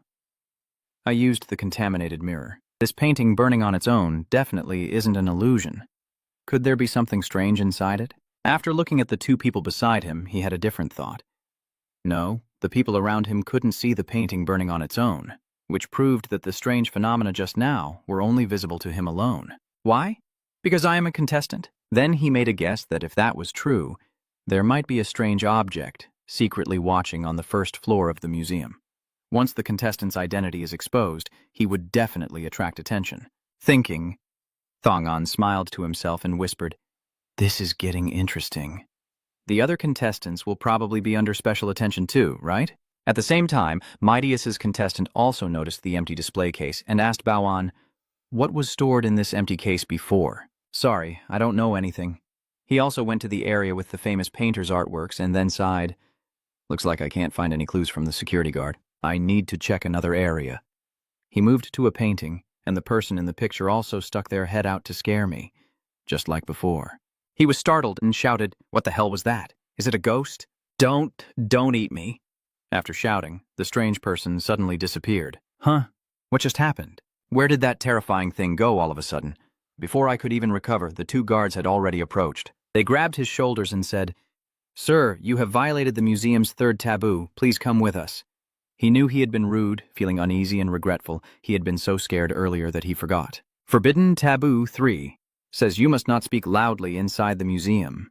He screamed in fear, "Where are you taking me?" The guard replied, "Third floor. I heard he was extremely panicked and shouted, 'No, I don't want to go. Let me out. I beg you.'" But he was still taken to the third floor. And then the system screen appeared with a message saying that the Matius contestant had been swallowed by a strange creature. The next Strange World event is about to start, counting down 10, 9, 8, 7, 6. Viewers couldn't help but comment excitedly, "This is so intense! Mightius's contestant has already been eliminated." "The previous round wasn't this fast either," another person said. "Do you all notice? Among the contestants only, Matius's player and elder, Tojo saw the portrait of a person." Another person also pointed out that they all tend to be showy to reveal their identities. And while the comments section discussed this, other contestants received warnings from their superiors not to reveal their identities. Tojo, while touring the museum, stood in a hidden corner and took out the phone he just got from a tourist. He carefully examined the photos on the phone, muttering that he had taken quite a few pictures earlier, hoping to find some clues. While looking, suddenly his gaze froze as a boy holding a jar appeared on the phone. He wondered, "What? What is this?" He kept looking at the photo and whispered, "It seems the strange object on the first floor watching him is this boy, invisible to the naked eye but captured by the phone." Suddenly, something caught his attention. A mysterious person looking at the broken bottle on the ground said, "What's going on? We didn't even hit it. How did it break?" The person following him also added, "Surely they won't make us pay for this, right? I think I can handle it." The glass shatters, and a girl with a distorted face suddenly appears shouting, "What the hell is this supposed to be? Go away, go away." The man stammered, "Coco, what's wrong with her? It looks so scary." The person next to him also panicked and said the same. The display suddenly broke just now, and now this person is like that. Maybe this museum isn't haunted after all. The girl keeps crying out with her terrifying face. The other two people were so frightened they shouted, "It's a ghost, run, run," while he calmly kept taking pictures. In the photo, the girl is being pulled by a boy who is grabbing her face and hair. He seems to understand and says, "I knew it." Then he held out his phone to the boy and called out, "Come on, look this way." The boy looked at him, feeling very surprised, and exclaimed, "Hey, others can't see me, but this person is looking at me with their phone and taking pictures non-stop." Then it rushes over to me and says, "I want to play with you. Come play with me." Tojo smiled, then looked at the phone in his hand and said, "I will definitely play with you when I get there." He angrily rushed at him and shouted.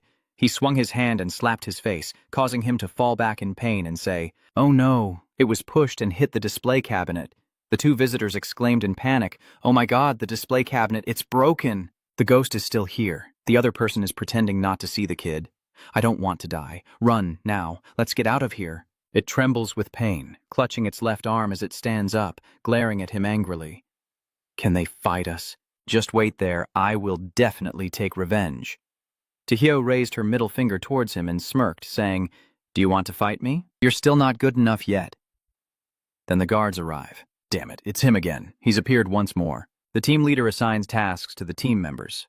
Quickly go comfort the tourists and lead them all to the museum's rest area. The team member responds, "Understood." Tojo stands outside, observing as the guards direct the way to the rest area. I think from what they said, it seems they already knew about the child's existence before. Let's go with them to the resting room and see. Maybe we can find some new clues. At the same time, the other contestants also encountered the child. Everyone panicked and ran away. The little girl hurriedly ran away, shouting, "There's a ghost! Run away!" But Chu Tiet stood there blankly, scratching his head and saying, "What's going on?" I didn't see anything. Then he closed his eyes, focused, and used his innate ability while thinking. "Forget it, I'll use my ability to find clues first. Even if it costs a shot, the people from Long Country must die standing, and I absolutely won't let others have the chance to mock us." An information panel appears, indicating that with a B rank ability, the user can detect small, often overlooked objects. Then, Chu Tiet searches around and sees the woman's phone in her pocket glowing. He didn't care that she was crying out in pain. "My ankle is sprained, help me, help me." Chu Tiet only focused on the fact that the tourist's phone was glowing. The clue suggested by his ability was in the phone. Thinking, he approached the tourist and touched the phone in her pocket. She shouted, "Hey, what are you doing?" "Sorry to bother you. May I borrow your phone for a moment?" He picks up the tourist's phone and ponders. The camera app opens. Could it be that his talent is warning him that taking photos might reveal what's causing the disturbance here? Then he pointed his phone at the man being harassed and said, "Don't come here, get out, get out!" And Chu Tiet took a picture. "It really is possible to see that it's teasing him?" The boy exclaimed in surprise. "So it turns out I can really see." Hearing that, it smirked and looked at Chu Tiet, saying, "Do you want to come play? I like playing with people who can see me." I fearfully thought to myself, "Oh no, it saw me." Then it let him go and covered its eyes before approaching Chu Tiet. The boy was confused and didn't know what to do, but he wondered to himself, this thing covering its eyes seems to be afraid of the light. You know there's no more time to judge right or wrong, only one chance to go all out. So you press the flashlight icon on your phone. He nervously moved the light and shone it directly at the boy, making him panic and freeze, covering his eyes. Then Chu Tiet looked at the phone camera and saw that he had run away. At this moment, I finally relaxed and sat down on the floor. I was right. I didn't embarrass the Long Kingdom. Then he sighed bitterly, and the museum security guard appeared again to lead Chu Tiet and the other visitors to the resting area, while Korea's representative, Minister Han, was panic-stricken, running out of the museum just like the other visitors. He ran, shouting, there's a ghost here, run fast, damn it, don't stop me, let me go first." But strangely, no matter how hard Minister Han tried, he couldn't get close to the door. He ran in fear toward the door, reaching out with his hand. "Oh, mother, save me. I don't want to die." Viewers are commenting that it's so funny it makes you laugh to death, and he's even calling for his mom out of fear. Is he here to perform comedy? That kid is still wrecking everything around him. He lunged at Minister Han, squeezing his neck tightly as he looked at him in fear and begged, Don't kill me, I don't want to die yet." The two guards hurried over, shouting, "Quick, save him." The kid suddenly let go of Minister Han, still terrified and shouting out, "Ah!" Those two officers rushed over, each holding one of his arms to help him walk to the rest area. While Minister Han looked so terrified his face was pale and he couldn't even stand properly.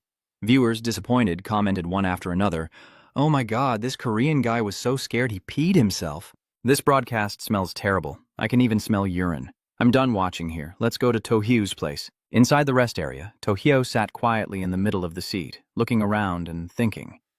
Strange. The person sitting on the other side asked in concern, "I feel that the rest area is not safe either. I want to go home." "Why won't they let us go home?" "Do you think the lights here are strange, and they keep emitting a faint scent, like the smell of burnt oil?" The space in the rest area gradually grew silent, which puzzled him. These tourists were terrified just a moment ago. How did they calm down so quickly? Could it be that the scent in the room has a calming effect? There are whispers coming from outside the resting room. Damn it, I've lost count of how many times I've had to go through this. How much longer will days like this go on? Don't speak too loudly, or the visitors inside might hear and panic even more. The murmurs continue to drift into the room. What are you afraid of? This kind of light can make them forget the scary memories just now. Even if they hear us talking, they won't remember what just happened. Tuhaye, hearing this, looked excited and said, "The museum is trapped in a strange loop." He chuckled happily. "This time it's even more interesting." Suddenly, an old lady looked at him and said, "Hey, young man, don't you know that old people with weak legs can't stand for long? Hurry up and give me your seat." He looked at her with a puzzled expression and replied, "Hey, ma'am, should you reconsider what you just said?" She angrily stood against the cold, pointed at his face, and scolded, What are you even talking about?" Young people these days are truly uncultured. They don't know how to respect the elderly or love the young. There are plenty of seats in the lounge, yet a healthy young person with no injuries takes up a seat. He fell silent, thinking that today he definitely had to teach this old lady a lesson. As he thought that, he quickly got up, but suddenly he staggered and looked very uncomfortable. "It's ruined! I've been sitting too long and my legs are numb." The two others quickly rush over, angry and speaking out one after the other. "Oh my God, what kind of person is this? An elderly woman with strong limbs demanding the seat of a disabled person? Why are the elderly not respected when their faces are smeared by her? Now, if an old person falls on the street, no one will help. It's all because of people like her." She froze, not knowing what to do. Then she slapped herself in the face in front of them, and Tojo cried out, "I am truly pathetic. You don't understand what is happening right now." Then the two people stood on either side to support Tojo and kindly said, "Young man, please sit down. It's just because the old lady was unreasonable earlier. Don't bother arguing with someone like her." "That's right. There's nothing to fear from someone like her. If we ever see her again doing something evil," Tojo would helplessly just smile and let it go. "Actually, I'm fine. I was just numb in the leg earlier." The two of them froze in place, their legs stiff. Then he turned around and waved goodbye to both of them. They still stood frozen there as viewers chuckled and commented, "Didn't see that coming, right?" Master Tojo is truly impressive. Even a single frozen foot can make that old lady remember for a lifetime. Old lady. In this world, I can only stay silent while he manipulates everything. Probably from now on, the old lady won't dare to compete for seats with the young anymore. Suddenly, this world feels a bit more just. Later, Tojo was at the museum's first-floor exhibition hall. He was walking and thinking, already cleaning up the traces of the kid from earlier. The security guard at the museum works really efficiently. If I didn't have the jellyfish chain, I might have forgotten about what just happened. Suddenly, he remembered something. That's right. Last time I was rewarded with the director's monster diary, wasn't I? That can predict the future. Try using it and see. Then he carefully took out the diary, automatically turned to the first page, and saw it displaying that Chu Tiet of Long Country would die. On the second floor, talent will cause Chu Tiet to fall into an abyss. That is a trap you must absolutely avoid. Are you wondering why Chu Tiet is here too? Then he immediately held up the content and said seriously, "Hey, have the higher-ups seen this? Hurry up and remind Chu Tiet." The viewers keep praising him. "Wow, this method is great. I didn't know how to talk to Chu Tiet earlier. No wonder I can't be the boss. An ordinary person's reaction like mine couldn't be that quick. Chu Tiet will probably escape. If I were Chu Tiet, I would just marry the boss right away." After, Tojo closed the diary and took a walk around the first floor. He kept taking photos everywhere he went, but this time he didn't notice anything unusual. Not even that kid appeared in the pictures. So, around noon, Tojo decided to go up to the second floor to investigate. The system now allows 8 people at a time, and there is a bathroom on the second floor. To make it more interesting, the bathroom is filled with mirrors, which is normal.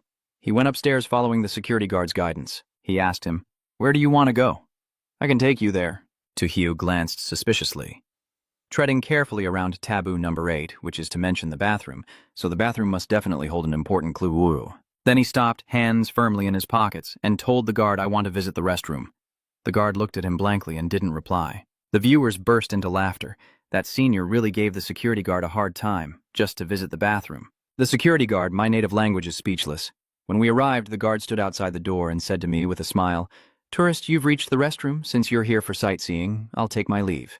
Wow, it's really all mirrors. Whose clever architectural design is it to hang over 900 mirrors in the bathroom? Could it be they want to see my ass from every angle?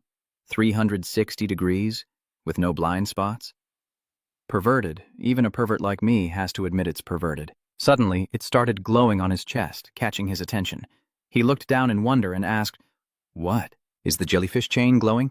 Then, he thought, the function of the jellyfish chain is to eliminate mental influence. Its shining means these mirrors can affect him. Then Anne's image appears in the mirror, surprising him. "Ange." He quickly looked into the mirror and exclaimed when he heard you call, "Tuo Hiu Longguo, what is going on with this?" He smirked and said, "If I'm not mistaken, these mirrors will be the connection for us to communicate. Through this method, we can achieve the original goal of cooperating with other players." And I replied, saying very reasonably. Then Chu Tiet also appeared in the nearby mirror and cheerfully said, "I understand, senior." "And I didn't mishear, right?" Anne smiled and shook her head, saying, "You're not mistaken. It really is us." Minister Han also appeared in the mirror, and she was startled and exclaimed in surprise, "Wow, aren't those Tojo from Long Country and An Di from Hoi Hung Country? And who's that over there?" Chu Tiet crossed his arms in annoyance. Even though I am very insignificant in front of these two legendary figures, could you please be a little more polite? Minister Han, standing by the bathroom, coughs and says, "Don't worry too much then closes his eyes and looks into the mirror, asking To Hugh for help. To Hugh, from Long Country, I am Minister Han, a representative of Korea. Since we share the same ancestors, could you help me? To Hugh chuckled and said, "How can I help you?" He continued, "Do you think you've figured out the correct and incorrect rules? Can you tell me which is which?" Chutit leans on this mirror with his hand on his chin, looking confused and lost in thought. What a noisy plan. I heard everything from this side too. And Andi was very surprised. Does Minister Han really want to use this method to get the answer without effort? Not to mention whether Tu Hyo agrees to help him or not. Even if she does, how could a world full of strange things allow him to cheat like that? You think this is just a game with a pen? Tu Hyo smiled seriously, but with a hint of cunning, and agreed with Minister Han. All right, I can tell you what the taboos are. Hearing this, he happily placed his hand on the mirror and said, "Really? Great, hurry up, hurry up, hurry up." At this moment, in the Korean meeting room, the senior official angrily scolded Minister Han. Damn it! He actually thinks he can get information through this low-level method using this ring. What a brainless idiot. Lao Mo, looking tired and bored, said, "Hurry up and send the reminder. Don't let him do something stupid. This is a trap set by a strange creature. He definitely cannot get accurate information." Minister Han secretly rejoiced. This is perfect. The high-ranking official's reminder also told him to follow To Hyo's advice. The reminder board appeared, and as he touched it, he thought to himself, it seems that asking To Hyo was the right decision. But through the observation screen, the senior officer stood up confused, placing his hands on the table and asked, "What's wrong? Obviously, we sent the reminder, but shouldn't easily trust what To Hyo says." But why is Minister Han so happy? Kolao Sirius says, "It's too late. The strange object must have altered the reminder content. This fool shouldn't have had that thought from the start, or we would have wasted a reminder." At the same time, a senior official from Long Country also noticed Minister Han's strange behavior. It's strange. Just now on the first floor of the museum, we and other countries all sent normal reminders to the contestants. What kind of distortion is there in the reminder on the second floor? He asked. As the senior official of Korea sent a reminder to the Korean minister, he was standing in front of a mirror. He clasped his hands and continued speaking, guessing that the mirrors on the second floor's restroom were deliberately designed that way because they had issues. Then he ordered to quickly send a secret message to other countries, warning them not to send reminders on the second floor of the museum.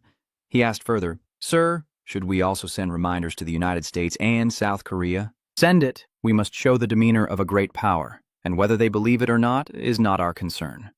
Returning to the strange world, Minister Han smirked and looked at Tojo and Chu Tiet in the mirror, saying, "Thank you to Hugh from Long Country. I already know everything you just said. Goodbye. I need to get through this round quickly before those people do."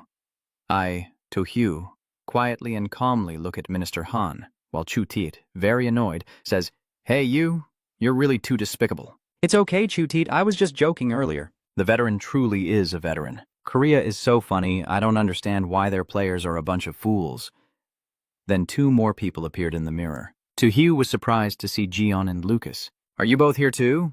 Lucas greeted. To Hugh from Long Kwuk, "I didn't expect we would meet like this." He also cheerfully asks how you're doing. "That's right, is your hand okay now?" He smiled and replied, "Are you mocking me?" "It's okay, I understand Long Guo. In the eyes of others, you are an eternal existence that cannot be surpassed. But to me, no one can remain undefeated forever." To Hugh smiled confidently. "I know I don't need you to remind me." Lucas still keeps that smile and responds to him. "I'm not reminding you, I'm telling you that your era is about to end. I will take your place as the leader." To Hugh, confused, repeated that you are the leader. Then he smiled slyly, clapped his hands in congratulations, making Luke look stunned. "So congratulations, you are now the new leader. I will withdraw from the competition." Then he exploded in fury, his whole body blazing as he shouted, "Damn it, don't test my limits with that indifferent attitude. If I get the chance to meet you in this round, I will kill you myself." I understand, jokingly said, "All right, I'll wait for you." A die in the mirror calmly said, "All right, instead of fighting each other, let's unite during this round. Maybe we can survive a bit longer." The one near the mirror spoke up. "I agree with AD's idea."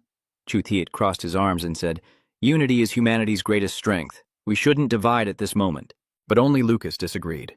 He angrily interrupted, saying that the strong are usually lonely Only the weak need what's called unity. Let the defeated ones band together. Luke doesn't need it. Then he clenched his fist and punched the mirror hard, causing it to crack. He said, "Goodbye, you bugs." Tojo stands there, watching you look into the mirror where Luke has suddenly disappeared. After finishing his conversation in front of the mirror, Tojo leaves the bathroom and notices some changes in the second-floor passage. Wow, why did the hallway split into two paths all of a sudden? Suddenly, the system displayed a forbidden 9. After leaving the bathroom, if you see the second-floor passage changed, follow the left path to return to the floor. Tojo pretended to look smug, thinking that he should go right, because not breaking the rules is no longer him. A staff member dressed in red appears in the left corridor and calmly says, "Hello, sir. If you want to return to the first floor, please take the left path." This is the employee disguised by the blind cat. He looked at him with curiosity and asked, "To the left?" Then he looked down and furrowed his brow in thought. This employee told me to go on the left side, so the 4th taboo and the 9th taboo will conflict with each other. Whether I go left or right, I will violate one of the two rules. And from then on, I will lose the protection of my talent. Rule 4 states that museum staff wear black uniforms. If there are staff in different uniforms, do not trust anything they say. Onto Hugh's face, there was a look of determination, so I could only... Then he confidently crossed his arms and showed off. "Who said I want to go back to the first floor? I'm not going anymore." Then he took out his phone, pressed something on the screen, and started singing and dancing in rhythm to the music coming from the phone. The disguised cat-masked employee immediately grabbed his head in frustration and lunged forward, trying to snatch the phone from Tojo and shouting, "What are you doing? Turn it off immediately for me." He quickly raised his phone high, and he desperately reached out to snatch it away. Tojo sneered and said, "You still want to steal my phone? Take a punch from me." Then she threw a punch directly at his face. He immediately braced himself for the punch and fell backward, a stream of dark red blood spurting from his mouth. Then the disguised black cat employee melted away, losing its shape like a wet pile of brown paper stacked together. And from that pile, the black cat leapt out. Tojo exclaimed in shock, "Turns out this employee is the blind black cat transformed." Suddenly, the black cat stopped in midair, no longer running. It was even trembling with fear. Then it was thrown to the ground, hitting the wall and bleeding as if someone had thrown it forcefully. It cried out in pain. Manhwa stood there witnessing everything calmly, took out his phone, and aimed it at the trembling cat meowing. Suddenly it speaks out in midair, "Huh?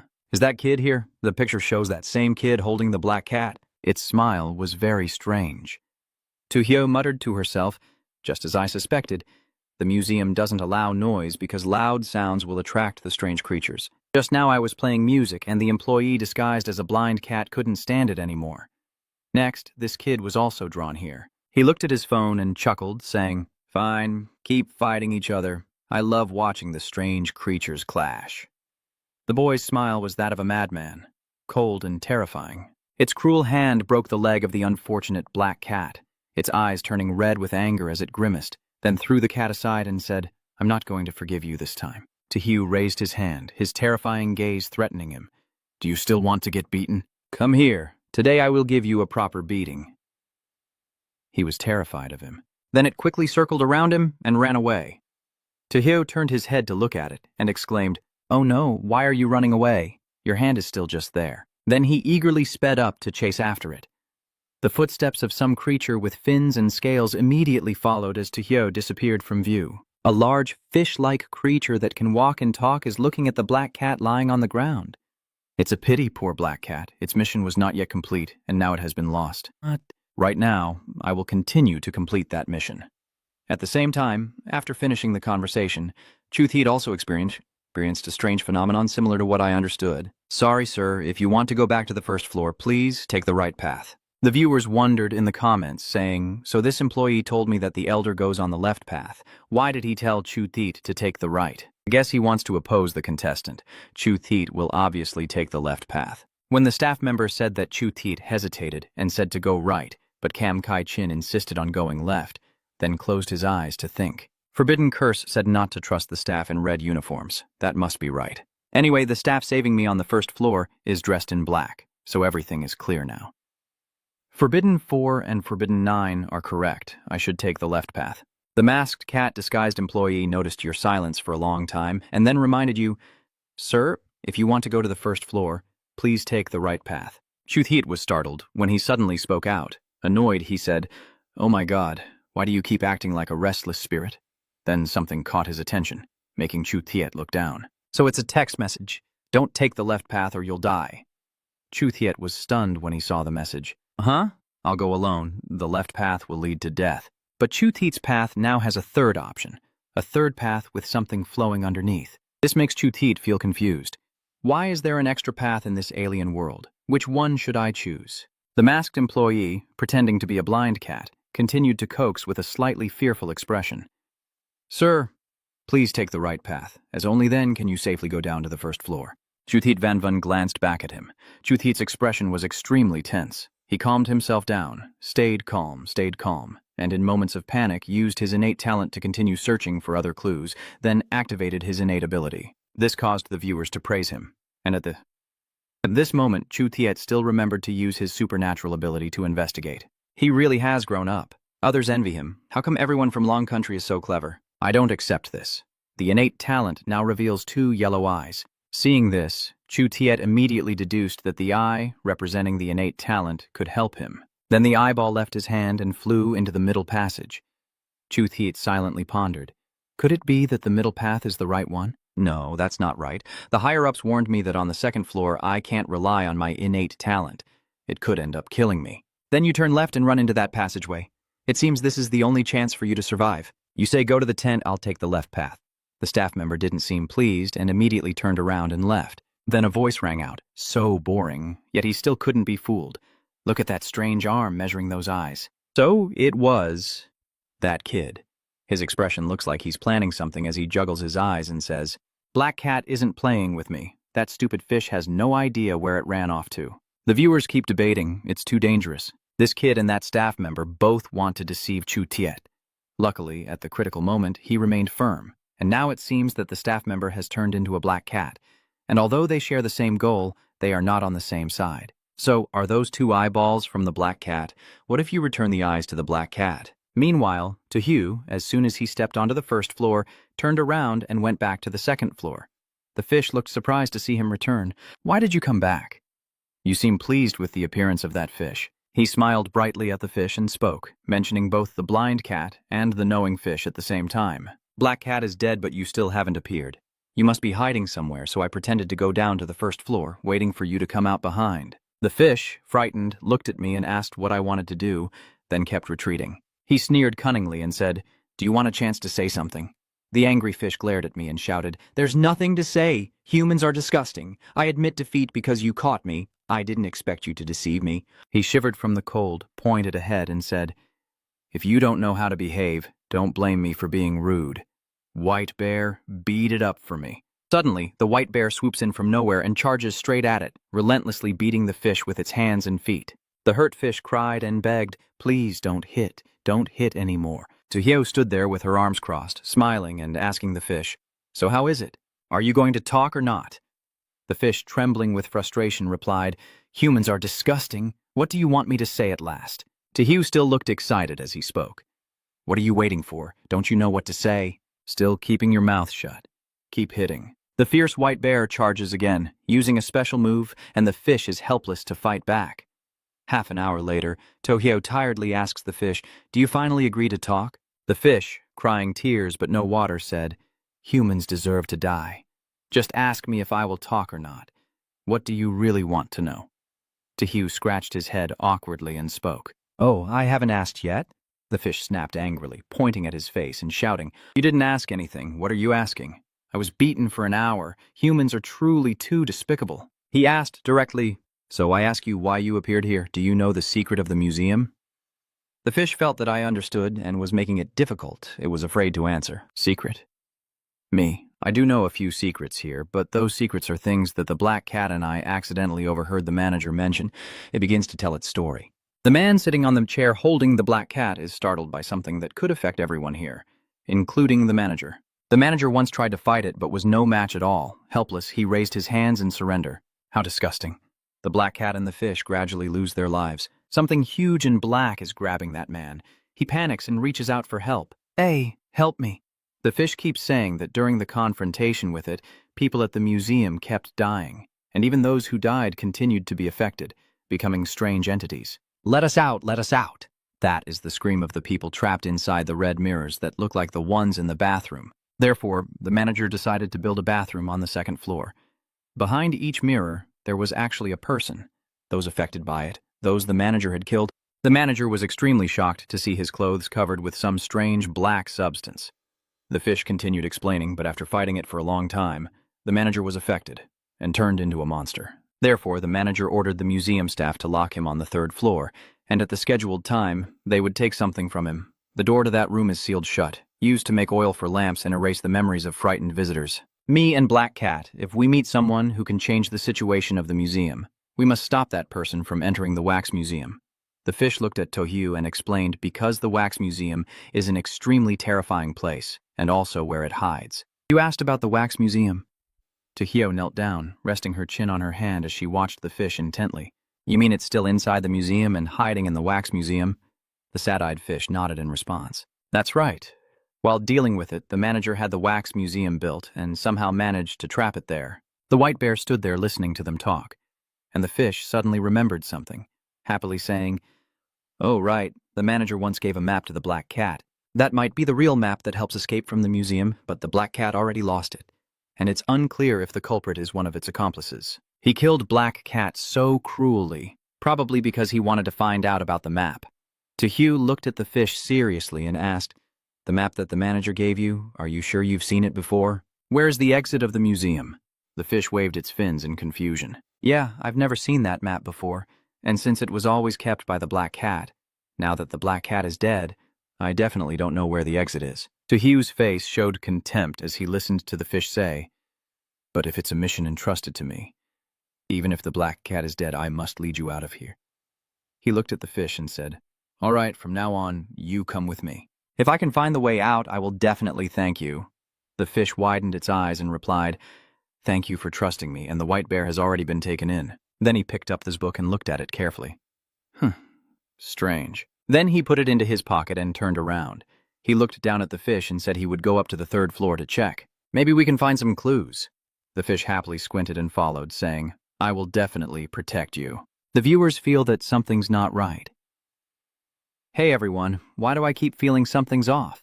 Right now I can tell that the blind cat and that kid are not on the same side, but neither of them are good guys. This fish and the Black Cat are allies, and no matter how I think about it, it all seems like a lie. It's okay. We still don't know who is deceiving whom. That's Tojo the Elder. As Tojo was about to go to the third floor with the fish, Minister Han from Korea also encountered the employee disguised by the blind cat. His face was grim, and his pupils were bloodshot. He said, "Hey, which way do you want to go? Hurry up and tell me." Minister Han stammered in panic. "What do you want to do? Don't force me." But just as the blind cat was pressing you to make a choice, the fish appeared just in time. Like a hero saving Minister Han in a moment of danger, the fierce fish shouted, "What are you doing? Get out of here now!" The black cat continued to escape from the employee's body and sped away. Minister Han was completely stunned by what he saw. Therefore, the fish easily became a figure that Minister Han trusted. It explained the museum's secret to Minister Han, and he completely believed it. The fish, very confident and outspoken, tells Minister Han a story that closely resembles the one Tojo was told. The version the minister heard is that the black cat and the child are both its minions. Then the fish told the minister to hurry and go to the third floor. "There is a clue about the map here," he nervously asked. "Is it safe to go to the third floor?" The 7 taboos say that the third floor of the museum has monsters. The system is now disconnecting the information about the 7 taboos from the management office. "That's not the director. The director has already become a monster." The fish's eyes full of disdain said, "The museum, where do monsters come from? And didn't Tojo Longquok once tell you that the 7th taboo is forbidden?" Minister Han looked down. Tojo really did say that. "No. How do you know what Tojo and I talked about?" The fish turned away and said, "Calm down. I was always upstairs on the 2nd floor, hearing you and I understand talking to each other, so it's not strange. So that's how it is." The fish sighed and said, "I'll go ahead. If there's any danger, I will definitely protect you." "All right, then thank you." A moment later, they reached the 3rd floor, surrounded by darkness and gloom. Minister Han hesitantly scratched his head and asked, "Are you sure it's safe? Why do I keep feeling that the 3rd floor is really strange?" The fish didn't just tease you, right? He wants to get through but doesn't want to take the risk. If he hesitates, how can he leave the museum? Even if you give him a chance, he wouldn't know how to take it.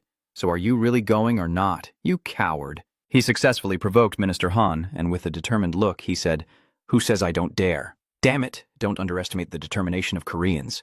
The fish grinned slyly and said, "So then yes, rest assured. I will definitely help you get out of here." The viewers deduced that this fish definitely has a problem. His words and attitude are inconsistent. When the fish is with Tohyu, it appears completely loyal. As for Minister Han, he kept using provocation tactics, and viewers took turns analyzing. That's right, the black cat with Tohyu was killed by the kid, and it claimed that it and the black cat were allies, while Minister Han was forced to choose by the black cat. It appears and scares the black cat away, then says, "The black cat and that boy are on the same side."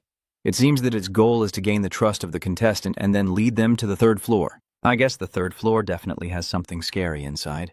The fish standing at the slightly open door looked at Minister Han and said, "Let's go inside and take a look." You're surprised and ask it, "Why are the lights on inside? Is there someone inside?" The fish pushed the door open and said, "You'll see once you go in." Minister Han looked at the red writing on the door that said unauthorized personnel are not allowed in the museum director's office. You look at it with suspicion, this line of words. Then Minister Han Hot Huang ran away from the place. "No, I'm not going in anywhere. I want to go back to the second floor." But that fish has turned dark, and from inside the room, a stream of black air continuously emanates, grabbing hold of him. Unfortunately, it was too late. Minister Han was grabbed by something and pulled into the control room. He kept shouting, "No, don't kill me, save me!" Then he shouted as loud as he could, and after that, there was no more sound. The system displays a notification that the Korean contestant Minister Han has been swallowed by the strange creature. The countdown to the next bizarre event begins. 10, 9, 8, 7, 6. The viewers guessed right. Damn it, that fish really is the villain, helping the strange creature on the third floor kidnap people. I have started looking forward to Master Tohyu's performance. It will surely be spectacular. At the same time, after returning to the first floor, Chu Thiet was approached by a staff member in a black uniform. He cautiously asked, "What do you want to do?" The black-clad staff smiled kindly and said, "Don't worry, we know you're a good person. We have 2 items to give you." The viewers wonder, what? Why are they only giving things to Chu Thiet? Could it be because Chu Thiet just went down the left corridor? It's very likely. Let's keep watching. The man in black said, "This is the black cat's eye. You will need it someday." Chu Thiet reached out to take them and said, Thank you." The black-clad officer also handed over an envelope, and this is the child's file that the manager adopted, clearly revealing the child's secret inside. Chu Thiet took it and looked at it carefully. The child was adopted by the manager, so does that imply the kid on the first floor? Chu Thiet opened the document and thought to himself, "Let's see what is written inside." According to the notes, the baby was actually found by the manager in a cardboard box and brought back. The manager has dedicated his entire life to doing good, donating most of his monthly salary, leaving only a small amount for living expenses, and raising the child. He took very good care of the boy, feeding him spoonful by spoonful, with eyes full of love. When he appeared, the child was only about 3 years old. But because the child is too young and lacks awareness, there was no way to control or keep him safe. A thick cloud of dark energy surrounded the boy. "What is that?" The manager anxiously told the boy to stay back and not go over there. No matter how hard the manager tries to get the child out, he refuses to leave. Even after escaping outside, he still runs back, crying. When the manager realized he was about to be burned, he pushed the boy and told him to run quickly. "I can't go anymore. You run now." But the boy turned back and said, "No, I don't want to go alone. I want you to come with me." Perhaps this is the true bond of family. Later, when the manager led the staff to confront it, the boy was repeatedly involuntarily drawn in, and black mist spread throughout the exhibition hall. In the end, the manager, realizing he couldn't fight it anymore, found a way to sacrifice himself and temporarily suppress it. The black aura surrounded him, and he looked as if he had lost his soul. The manager disappeared forever, leaving the museum and the child to the surviving staff there. The boy was very sad, stubbornly knocking on the door, unwilling to leave him behind. Then, although it was suppressed, the museum fell into a strange state. Everyone was unable to leave, as if some force was controlling the museum, including the child. Gradually, everyone began to go insane, and the boy, having been affected by it for a long time, also transformed into his current form. After reading this document, Chu Thiet said sadly, "So that's how it is. The manager and the child are both unfortunate people." That black-clad man said, "But sometimes the boy can also be alert. The eyes I showed you earlier were also given to me by the boy when he was conscious. I leave it to you. I hope you can help us break free from its control." Chu Thiet smiled confidently. patted the black-clad officer on the shoulder, made a sign, and said, "Don't worry, I will talk to Elder Tojo. He will definitely help us defeat it."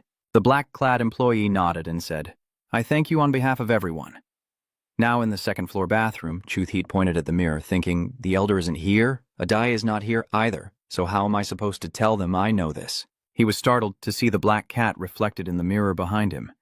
When did that black cat appear? The black cat suddenly lunged at Chuthit with fierce jaws open, and he fell back, covering his face with both hands, screaming with his eyes tightly shut. At the same time, the two eyes of the black cat floated away. He kept his eyes closed and kept waving his hands while shouting, "Don't kill me! Don't kill me!" The cat is sniffing the two eyes that just flew out onto the ground. Then Chuthit opened his eyes in fear, looking at the cat. "Oh, they're not going to kill me for real?" Then the black cat suddenly regained its eyes like before. It silently looked at you before turning around and walking away. Chuthit breathes a sigh of relief. Is he alive? He's alive. The viewers are just as nervous for him. That was too close. Chuthit almost got taken out by that black cat. From what happened earlier, the black cat attacked Chuthit to take back the eyes, so after getting them back, it didn't do anything else. Could it be that those eyes are useless? According to the rules of this strange world, those eyes can't be useless. Let's wait and see. It will definitely lead to something. Ann looks confused as he follows the fish guiding him. "Hey, fish, you say the map is with the black cat, and the black cat might be hiding on the third floor. How do you know all this?" The fish, feeling discouraged, said, "I guess." And I crossed his arms and questioned it. "Guess? I think you're lying. Think carefully and then tell me, or I won't go with you to the third floor." The fish looked at Andi and smiled in response. "Are you really going to miss the chance to escape from the museum?" The viewers keep guessing. Andi must have used her infinite deduction ability, secretly realizing that the fish is not a good person. Could everything it said be false? So why didn't Andi refuse the fish directly and instead beat around the bush with it? Then Andi sat on the stairs, glanced at the fish, and said with a sneer, "If I can't find a way out, I might as well stay here and deal with it alongside the staff."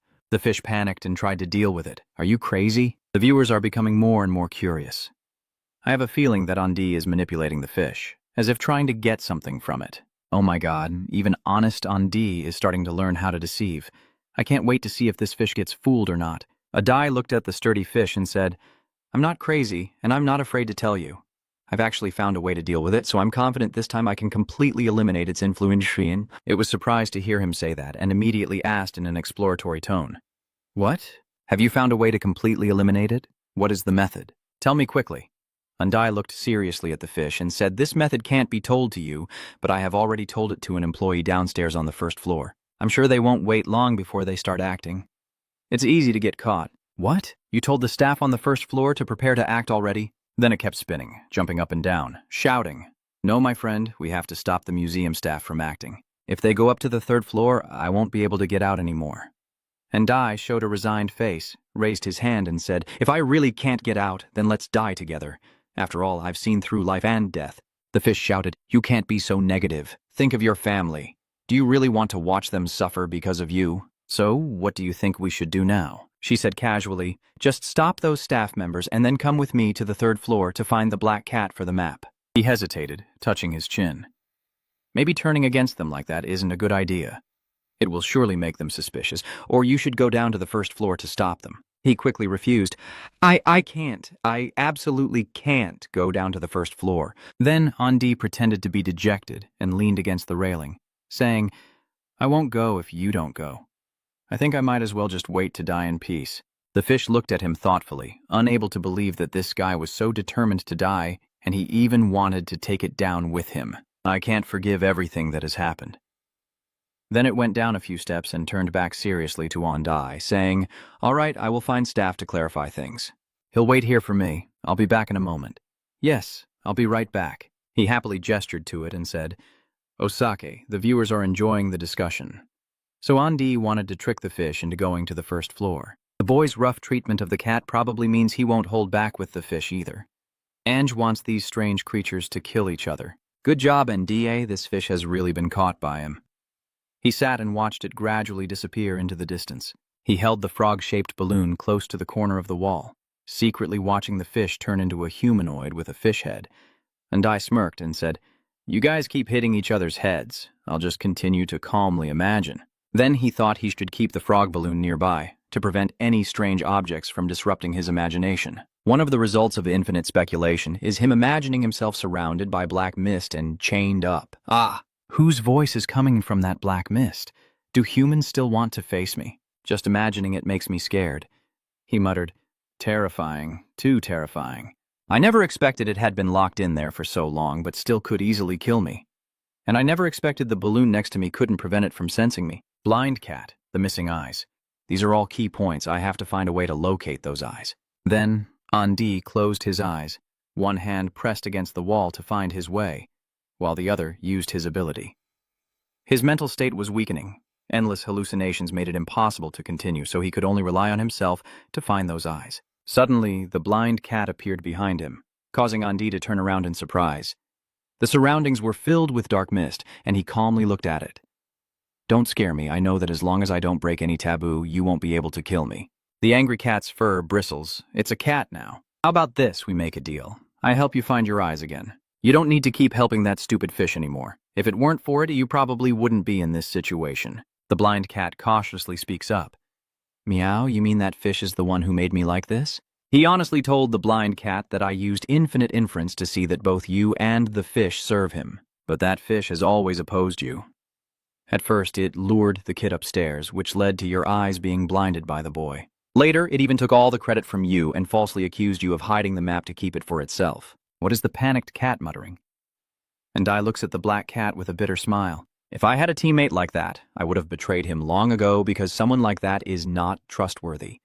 Moo Cat shouted angrily, Mayo, I have to kill him. I want to tear apart that stupid fish. Then Andi patted his chest confidently and told the black cat, Don't worry, I know you're afraid of that kid, so you can't go to the first floor. I can bring the fish up here and help you find your eyes again. Wait for me?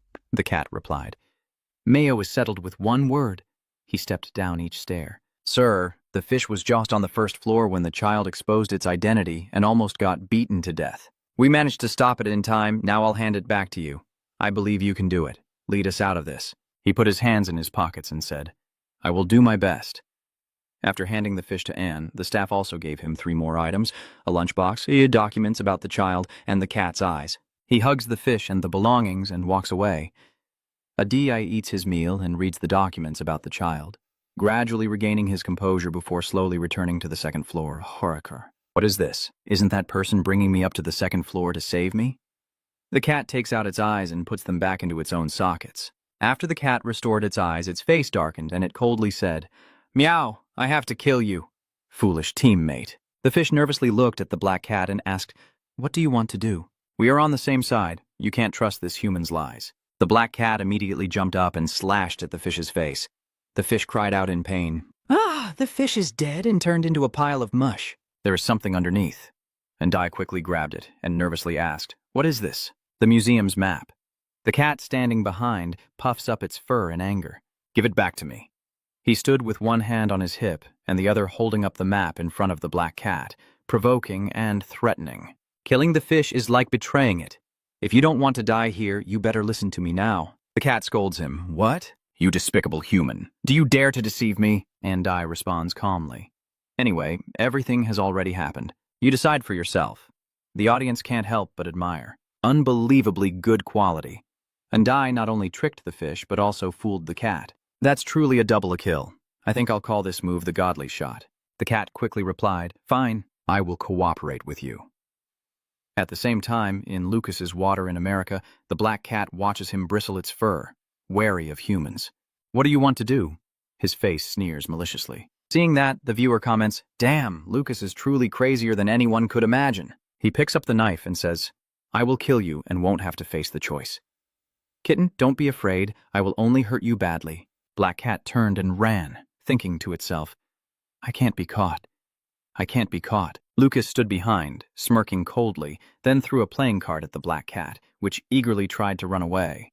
The card sliced through the cat's tail and stuck firmly into the ground. It screams in pain as Lucas approaches, raising the knife. His shadow falls over to the black cat as he smiles wickedly and softly utters terrifying words. Obey and let me operate. I promise I will make you die in the most painful way. The cat can't escape, only helplessly call for help. This human has arrived. Help! The fish appears behind Liu Ka and blocks the way. This human being shouldn't be too ruthless. Only then can you meet again happily in the future. He still keeps that smile as he walks away, then turns back to look at the fish filled with madness and death as he speaks. So, you want to meet God, right? Then he, like a madman, jumps toward the fish. Don't worry, now I'll take you to meet God right away. It panicked and was frantic. Damn it, why does this human keep biting everyone he meets? He's truly a complete lunatic. Black Cat. Deal with the trouble you caused yourself and stop him quickly. Black Cat.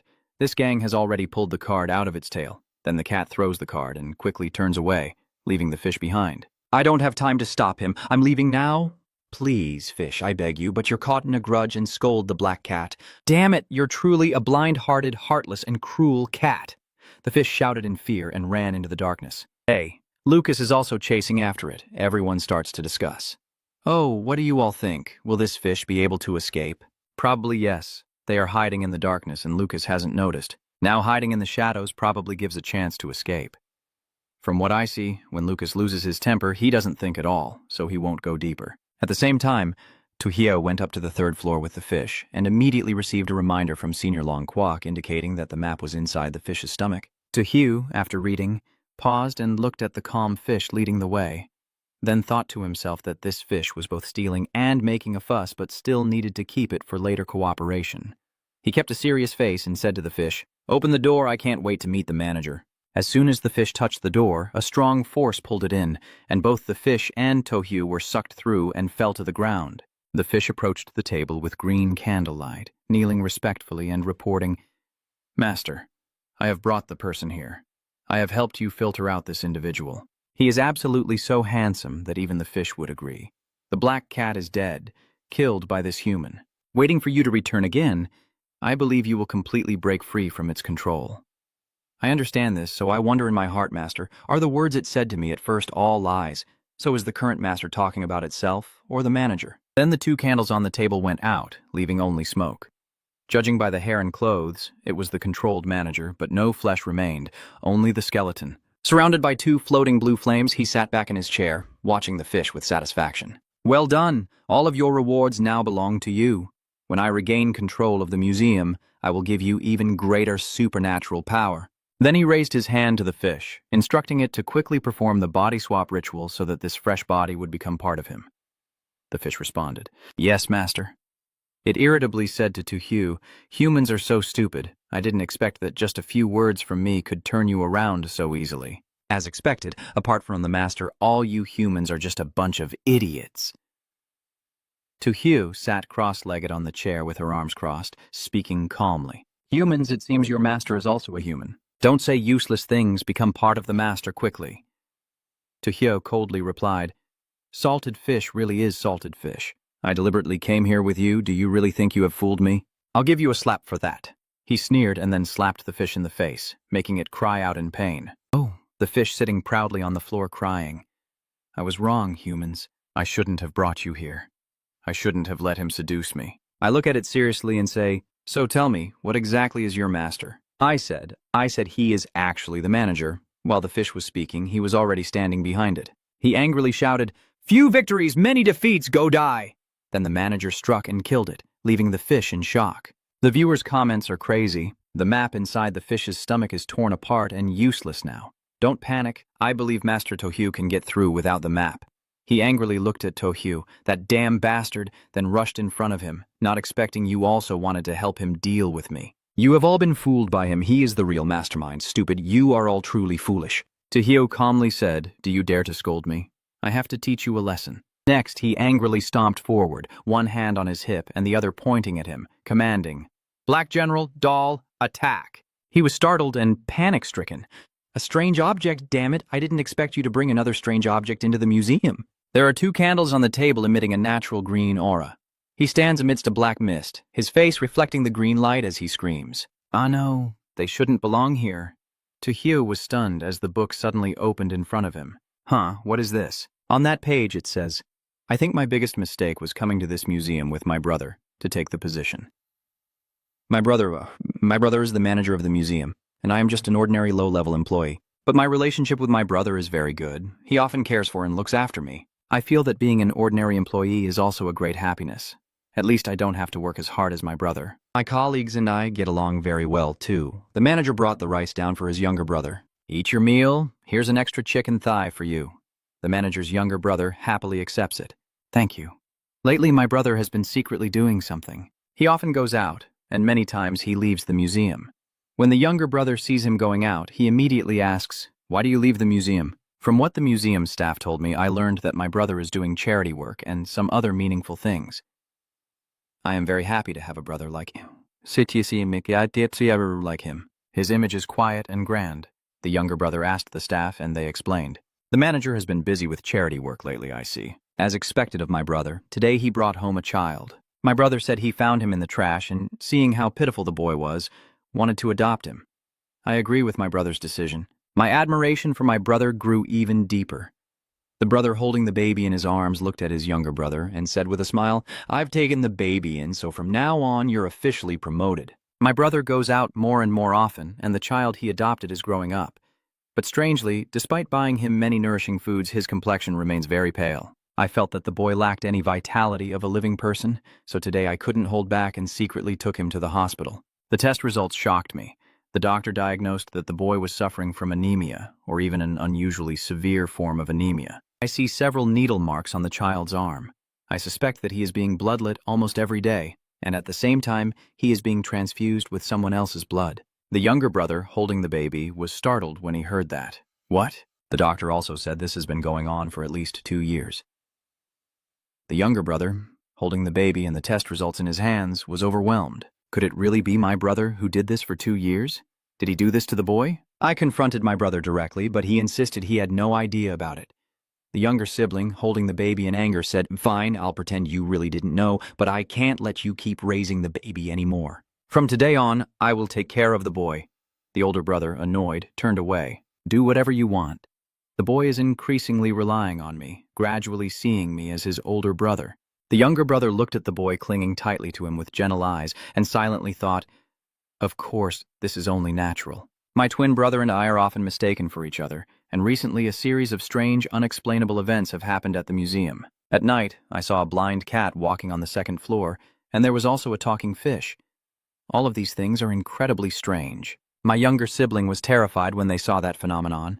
Oh my God, what are these 2 things? Not long after, more strange things kept happening in the museum. The display cases suddenly shattered, and some visitors who went upstairs disappeared on them. The younger sibling notices footprints on the floor and wonders why they suddenly disappeared. Where did they all go? The number of missing visitors keeps increasing. I can't help but suspect my brother, the manager, because he is the cause of all these strange events. The younger sibling hesitates in the hallway leading to the 3rd floor, while the older brother is in his office upstairs. Should I go up and ask him? Tonight I gather all my courage and go to the 3rd floor. In my brother's office, I saw a scene I will never forget. My sister stood outside the door, stunned to see her brother covered in blood. The younger brother asked, "Brother, what have you done? Why have you become like this?" My brother turned into a monster in disguise and gradually lost his mind, aiming to control the entire museum and turn everyone into his pawns. Everyone was trapped inside the museum, unable to escape, unable to touch the door, unable to struggle. The younger brother trembled in fear, hiding from his searching older brother in the corner. The older brother sneered and said, "Come out, little brother. You can't leave the museum anymore. You'll be found by me sooner or later. I've tried to lead the staff to fight together." The corrupted older brother looked at them and said, "Don't struggle in vain. Everyone can't do anything to me but for that strange creature's power. Our resistance is like a locust trying to stop a chariot. No threat at all." Fortunately, my brother still had some lingering feelings and didn't kill me, only leaving the boy barely alive. Everyone else was dead. To stop my brother, I took a desperate risk and swapped our blood. The helpless younger brother apologizes to the boy. "Sorry, this is the only way I can think of." As expected, I also gained that strange power. I can't control this kind of strength. My body is rotting and about to become the museum's 2nd monster. But before that happens, I still have time. I have made up my mind. Brother, I don't want you to keep making things worse. I will definitely stop you. The red flames are gradually burning the paper with a few lines of writing on it. "Big brother, please forgive me. I can't stand by and watch you destroy what you cherish most. You might just be lost, and I must guide you back on the right path." Viewers are confused and commenting, "So that's it then.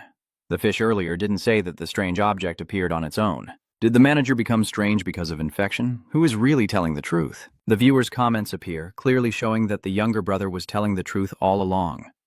Everything the fish said before was just lies to lure players to the third floor. So that's how it is. This manager is really terrible. Just to gain power, he turned the museum into this. The manager looked at me with understanding, sighed, and said, I believe that after reading this diary, you have also guessed who I am. My older brother has gone astray, and as his younger sibling, I just don't want to see him make even more mistakes. So, you are the younger brother of the manager. Stopping your brother may not be wrong, but I don't quite understand something. If the diary earlier wasn't forged, then what was he feeling when he wrote this one? He insists that of course he was angry and hated it. I absolutely cannot forgive my brother's actions. He looked at him seriously and then gave his opinion. Then it's obvious. You are not the manager's younger brother. You are the manager of the museum. He asked him, How do you know?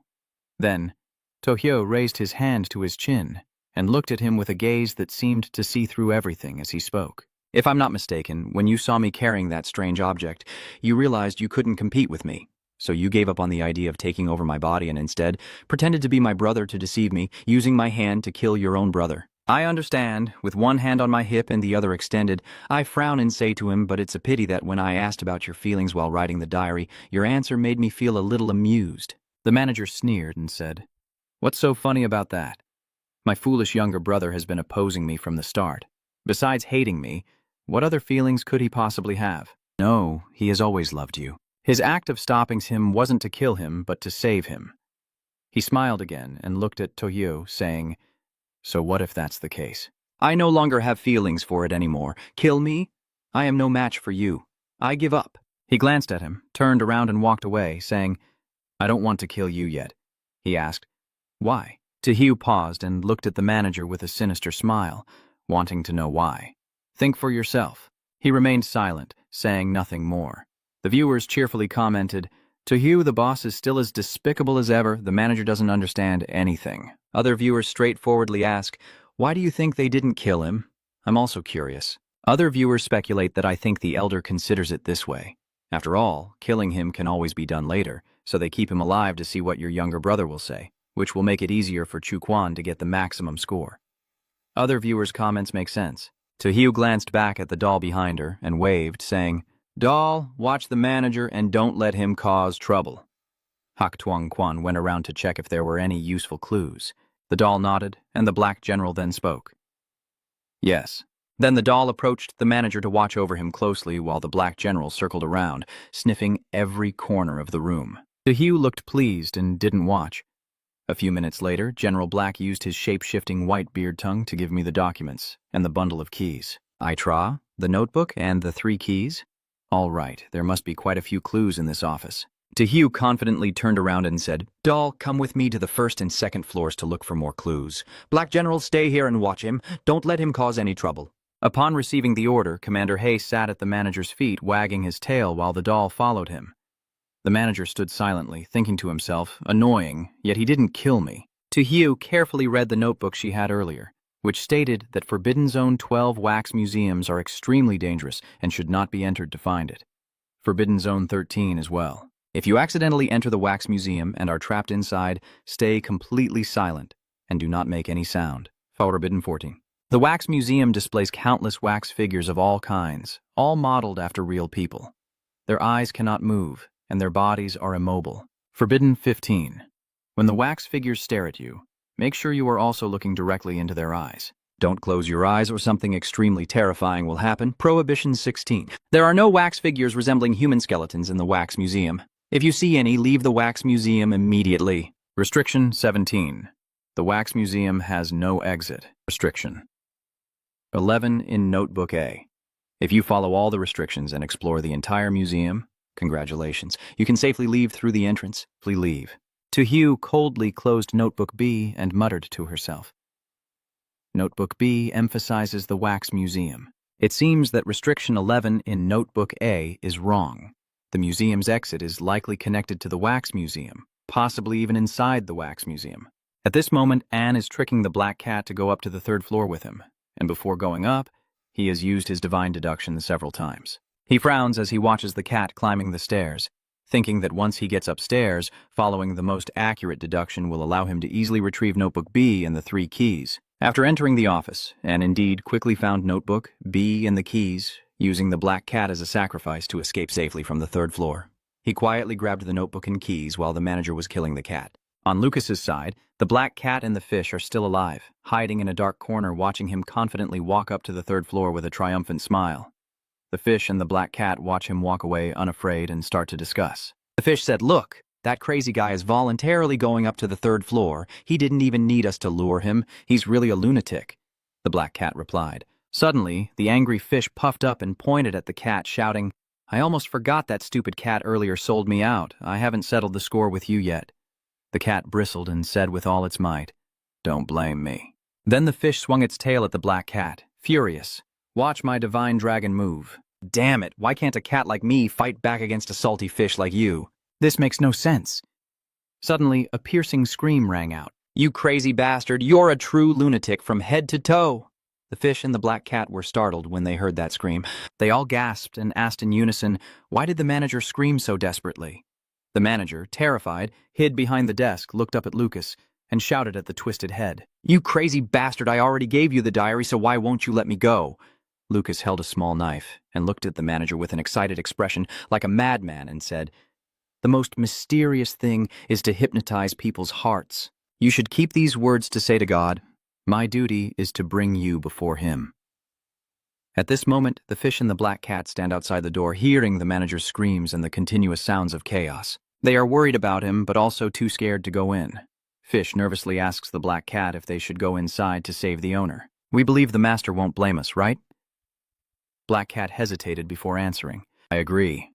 Suddenly, the manager was thrown out of the room, smashing the door open. He shouted for help, and the fish and black cat, terrified by the scene, exclaimed together, "That's so scary. Did the owner have to run out of the office because he was frightened by him?"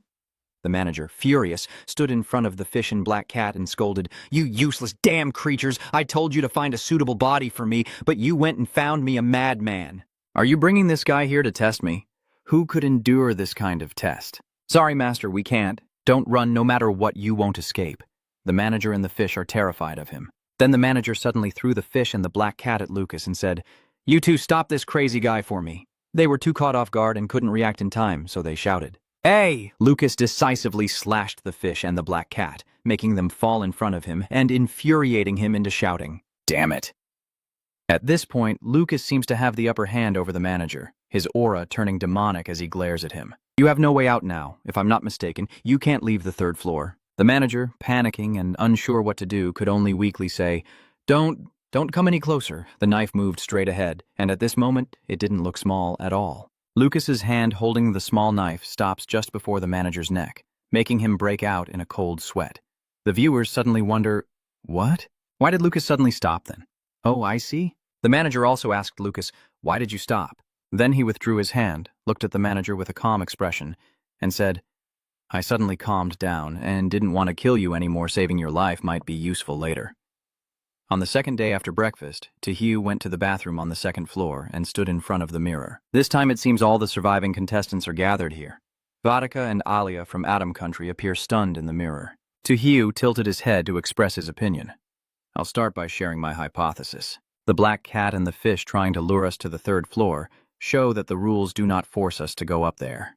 So the museum mentioned in the manager's journal is like another game, where we can choose to go or not. The system displays the forbidden rule 11. If you strictly follow these rules and explore the entire museum, then congratulations on safely leaving the museum. The main entrance of the museum is the exit." Tojo continued, "So I guess it's not necessary to follow the restrictions in Handbook B, which also means that Restriction 11 in Handbook A is probably correct. Those who have not yet gone up to the 3rd floor as well as those who haven't been there can try passing through this way." Hearing him speak, Savatika's face looked serious as he called out to him, "Elder, I haven't gone into the 3rd floor nor violated any prohibitions, so why hasn't the alert sounded yet?" Tojo, resting his chin on his hand, said, "If I'm not mistaken, you probably left out an important piece of information, which is to find the missing exhibit and put it back in its place." Savatika nodded seriously and replied, "My brother, I understand. The Elder is right. I really haven't found the missing exhibit yet. Can you tell me if there are any clues about the exhibit on the 3rd floor? Oh my God, what just happened? The mirrors beside me suddenly cracked and lost connection with everyone. The viewers feel sorry for him. It's a shame. Savatika almost heard the hint from Master Tojo. I guess in this strange world, cheating like this isn't allowed. Remember Minister Han earlier? He only wanted Master Tojo to remind him, but in the end, he received all false information. Tohyo's side is advising Adi not to expect to get answers just by talking here, and even if they do receive a response, it might not be the correct one. From now on, we will communicate through eye contact. Adi replied seriously. All right.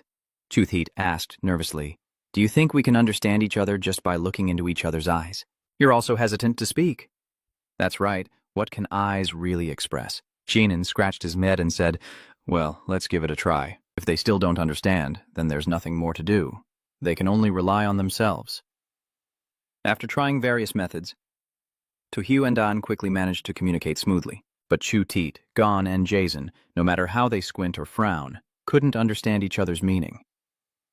Tojo winked at An, and he then gestured that he understood.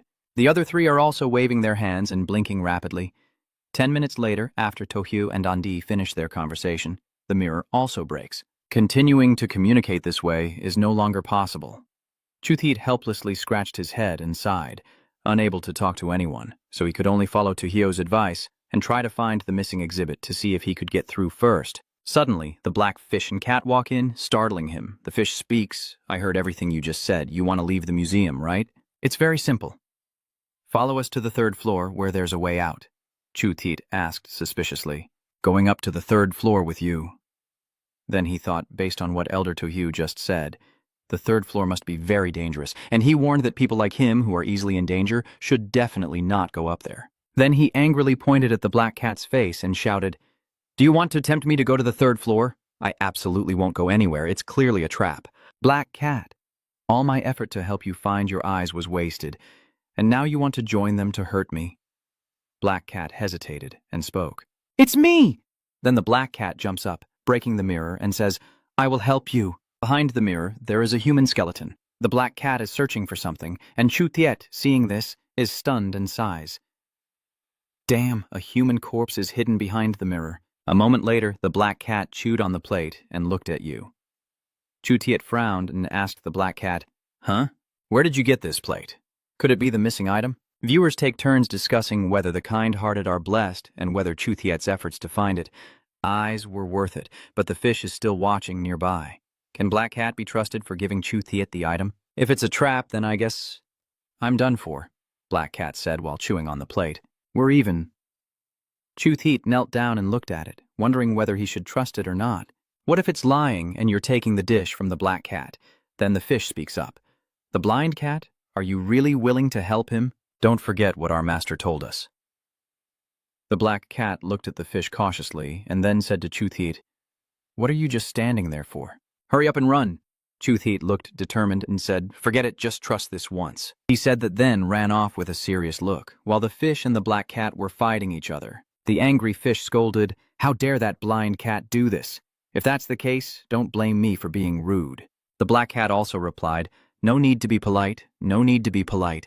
The viewers saw that and immediately commented, Wow, it seems that the cat is really helping Chutiet. Anyway, Chutiet has decided to trust the cat's words. Let's wait and see if he can pass or not. A moment later, Chutiet carefully placed the disc into the display case, surprising the security guards. The security guard asked in confusion, so he found the plate again. Are we saved now and then?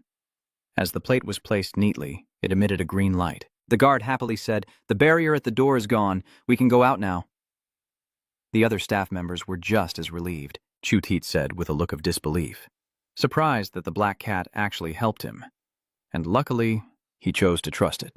But as the other staff member was walking out the door, he bumped into something that looked like a transparent green glass barrier. The other security guard asked, What's going on? Why can't we get out? Chutiet explained to them, apologizing, I am not capable of completing the mission on the 3rd floor. I can only protect myself. Choosing to leave early, the other employee responded with a disappointed tone. I see. It looks like we can't get out of here. Chutiet tearfully covers his face with his hand and says, I'm really sorry, everyone. The staff behind him tells him to go. Maybe this is the final outcome for the museum. The staff patted him on the shoulder and said, We will hold our ground here and fight it to the end. The system display shows the message about going home for the new year. Chutit quietly mutters, tears streaming down his face. Everyone hopes I can come back. Then I wave goodbye to them. Goodbye, everyone. Take care. They waved back and responded to him. You do the same. Wishing you a happy new year. Viewers can't help but feel moved by this situation. Damn it, I cried my eyes out. I was crying like rain, everyone. I really wish they could also go outside to celebrate the new year. The system keeps displaying notifications. This is not the real ending. Know your place. Weakness and cowardice will help you survive longer, but only a little longer. Dear contestant, congratulations on passing the one-star museum evaluation round. The explanation of the rating follows the one-star reminder rule. With a one-star rating, there will be no rewards.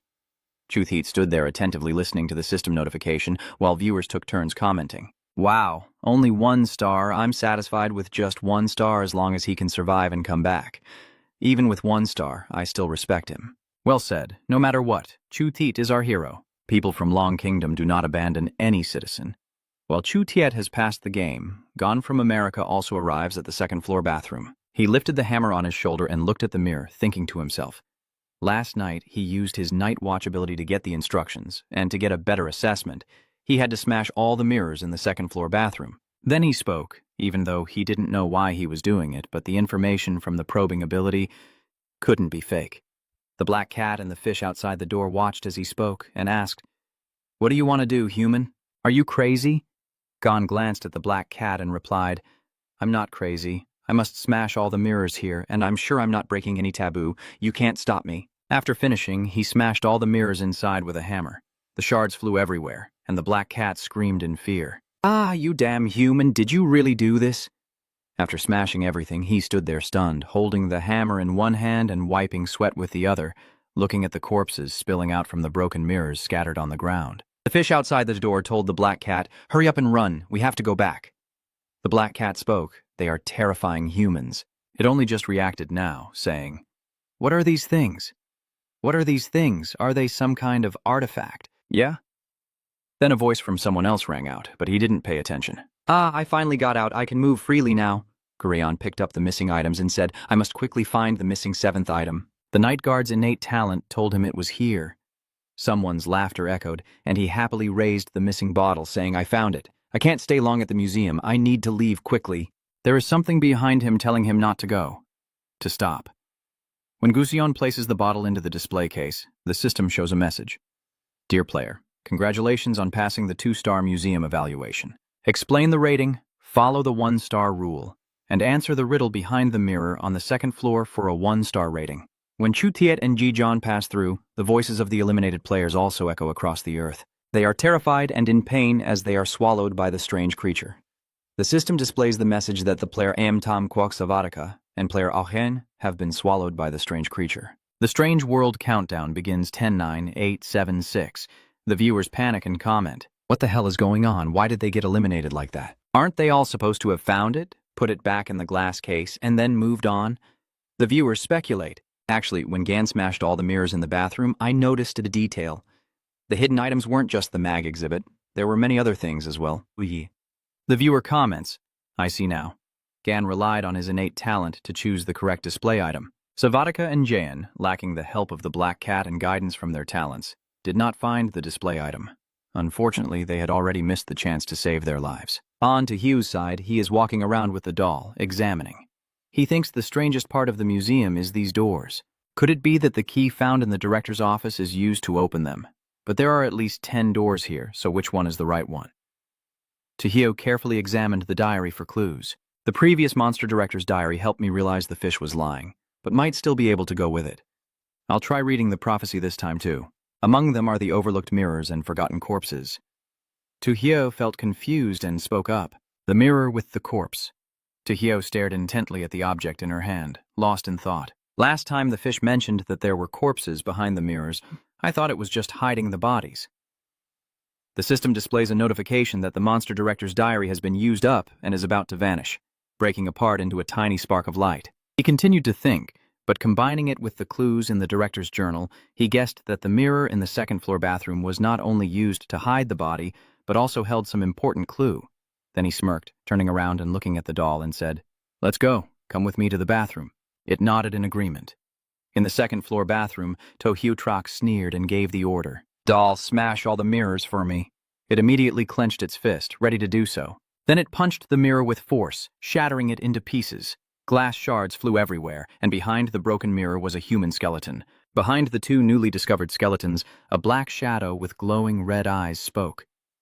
It's finally come back to life. Tojo frowned and guessed that these black shadows were the resentment of the corpses. Could it be that these mirrors are not only used to hide the bodies, but also to suppress the vengeful energy? Now all the mirrors are broken, and the vengeful energy is spilling out. Something interesting is about to happen. Then, the dark shadows with thick resentment are gradually flying out of the mirrors. The black shadows said, "Revenge. We must take revenge." Tojo watched them silently, then muttered to himself, "The bodies are museum staff. If I'm right, they were all harmed by the manager. Now they're probably heading to the 3rd floor to seek revenge." Fortunately, I left General Black to keep an eye on the manager. If the manager is killed by this resentment, it will be very hard for me to get the maximum rating. He turned to ask the white bear doll to help him drag these bodies out into the corridor. They all answered him in unison, "Yeah." The viewers see those bodies arranged into words and then fall silent. Oh my God, look at this. It turns out these bodies can be arranged to form words. Wow, everyone look at this. These bodies can actually be arranged to form words. Tojo stands reading the inscription that says, Tong Sap 3810. He seriously raises his hand to his chin and deduces that it probably refers to the red doors on the 2nd floor, room 3, the pantry, and room 10. The keys found in the manager's office are all identical, which means only one of those 3 doors is the correct one. There are only 3 chances to open the door, but each wrong attempt will come with a price. The viewers keep praising him, as expected from Tojo the master, as he finds crucial information and achieves the highest praise is no longer just a dream. Tojo, holding the bunch of keys, confidently said in front of door number 3, "Let's open door number 3 first. It's okay to make a mistake anyway. I have my doll and the white bear to protect me." Unis. Suddenly, a male staff member in red appeared. He handed him a piece of paper and said, "Please wait a moment. I advise you not to open these doors. I know you're in a hurry, but please try to stay calm. This map of mine might help you. The wax museum is marked somewhere on this map. Forbidden 10 appears. There is no wax museum in the museum. If an employee suggests you go to the wax museum, don't pay attention to him." Tojo glances at him sharply. Damn it, I really don't want to care about him, but since I have to break the rules, I can't help it. Troublemaker. Then he indifferently spoke.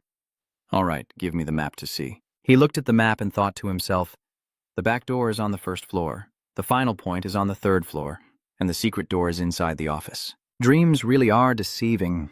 I've already checked these 3 places, and the museum is just around the corner. He speaks to persuade me that the marked spots are real. Do not try to open these doors, trust me. Tojo silently loosened her grip, ignoring the paper falling to the ground, still wanting to keep deceiving herself. I've already looked at the map, so I've also broken the rule of not caring about him.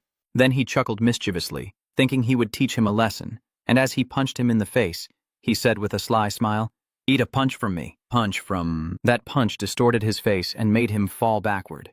The male staff member, beaten by Tojo, tearfully clutched his face in frustration, leaving while saying, "I really am despicable. I shouldn't have deceived the tourists. I really am doomed."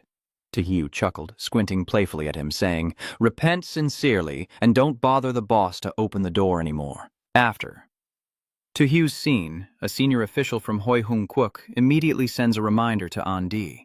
The reminder appears, instructing to clear all the bodies from the bathroom floor as it contains important clues. He was so shocked that he moved the bodies from the bathroom to the floor, but after Ian finished, he received different information from Tojo.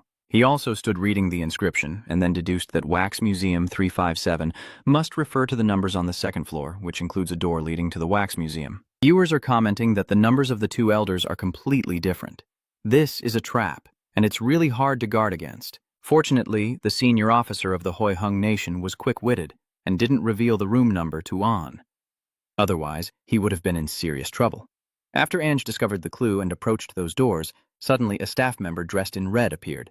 He also handed the paper to Andi and smiled, saying, "Sir, please wait a moment. I advise you not to open these doors. I know you're in a hurry, but please try to stay calm.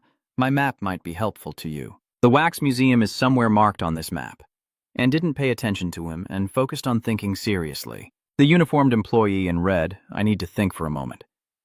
Then Andi uses his infinite deduction talent, closing his eyes as his body begins to glow. As a result of the deduction, Andy ignored the staff member and beat him up, scolding him non-stop. "Stop lying and I'll beat you to death." Then a strange object appears. Dai uses the frog balloon, but it eventually bursts and he narrowly escapes death. The huge dark figure sinisterly laughed and said, "I have to kill you." And Dai, trembling, used the frog-shaped balloon to shield himself, silently praying not to be seen, not to be seen. According to the second deduction, Adai followed the employee's instructions to go to the marked spot on the 3rd floor, and that's how he died, his face lying in a pool of blood with an expression of regret. Result of deduction. 3. Adai did not follow the staff member's advice and opened rooms 3 and 5, so he died. As he opened the door, something engulfed him, and he shouted in panic, "Number." The result of a deduction 4, an opened door number 7 and is standing outside, looking inside. He speaks. "It seems this is the door leading to the wax museum." Adai didn't listen to the staff and opened door number 7. This time he made this right choice. Adai is so shocked that he loses his balance and sways, lost in thought. Finally, I guessed the correct choice, but I've used my gift too many times. My mind is starting to feel chaotic now. From now on, I need to limit my use of the heavenly spell and rely more on my own judgment.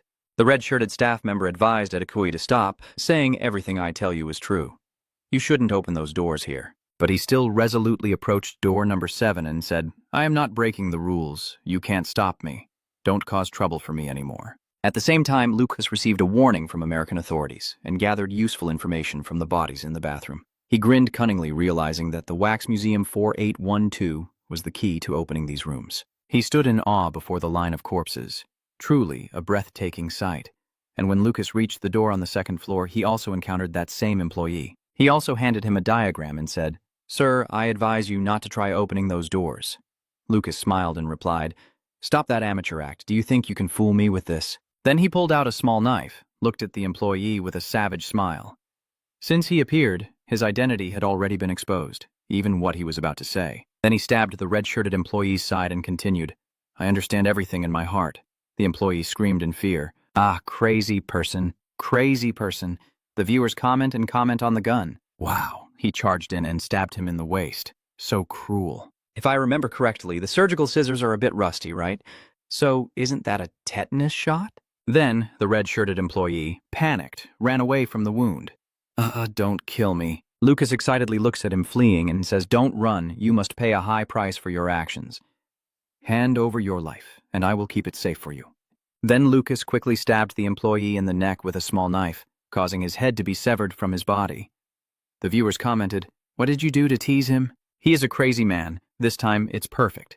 A tetanus shot. 2 hits to meet the ancestors. Even the upstairs wants to take the exam like this and rhyme. Lucas looked at the corpse of the employee lying on the floor and said, "Death is the most elegant thing, especially when it's in my hands. You are really very lucky." The viewers continued commenting, "Good luck to you, employee." His leg hair grew thicker. "I think he will eventually end his own life anyway." Then he considered that he should now open the door to find the wax museum and use the power of the strange object he has to easily identify which door is the right one. Then he stood in front of door number 4, which he found to be number 4.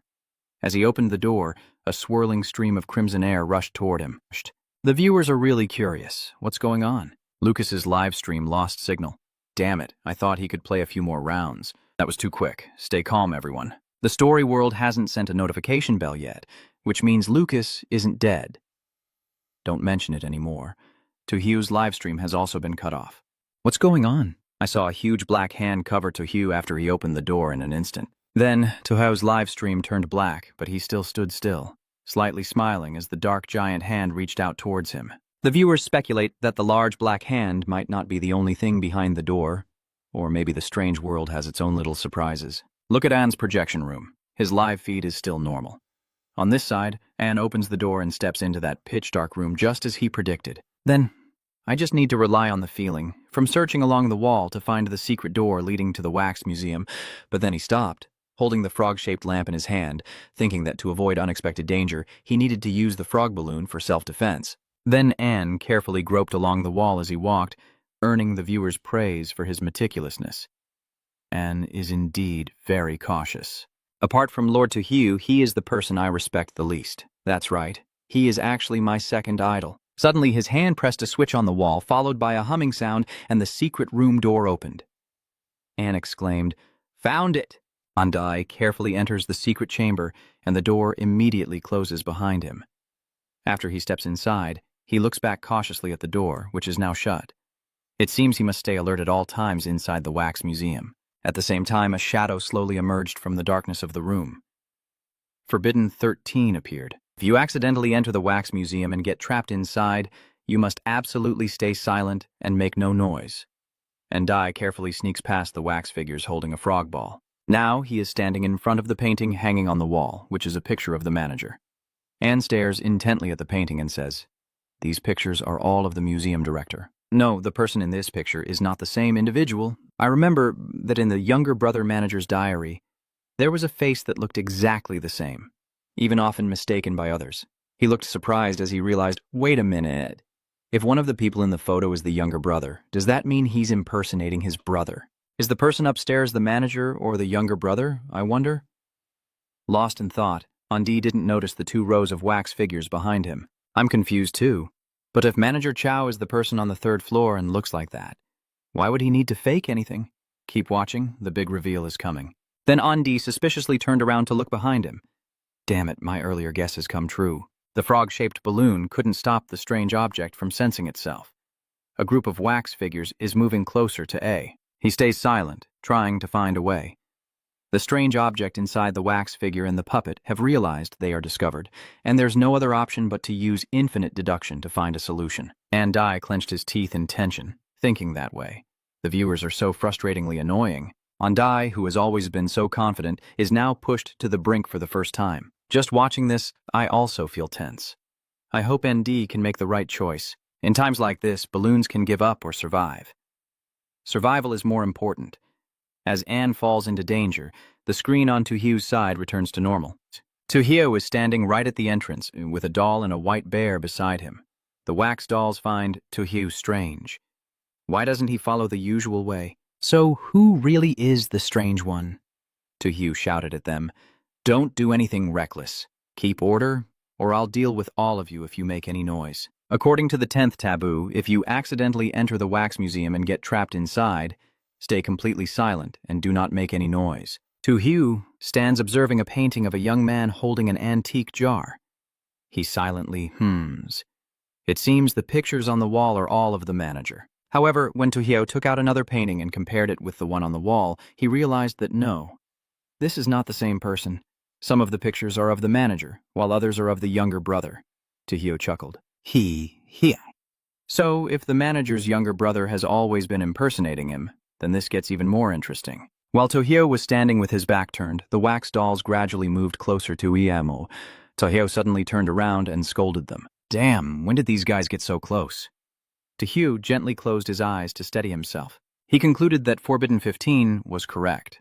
According to Forbidden 15, when those wax figures stare at you, you must also make sure you're looking directly at them without blinking, or something very terrifying will happen. Tohyo smirked cunningly and stubbornly, did the opposite of what Forbidden Rule 15 warned about, closing his eyes and turning his back to the wax figures. He thinks, but I'm not a sheep for you to hunt. I'm a fisherman catching fish. The wax figures stare in shock at Tohyo's reaction and they say, do they think highly of this guy? They dared to turn their backs on us. Angered by Tohyo's provocation, the saps charged at him, eager to strike. Heh, this time we can strike without holding back.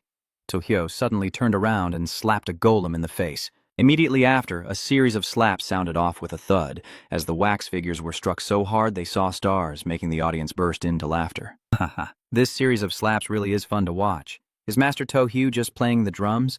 Another viewer enthusiastically commented without a doubt, and every wax figure and puppet's face received the attention of Lord Tohyo. After beating up the wax figures so badly, Tohyo looked innocent and said, "What's with all the crying? If you like crying so much, I'll hit even harder." A bloodied wax figure. Sob, sob. I've never seen anyone bully others like this.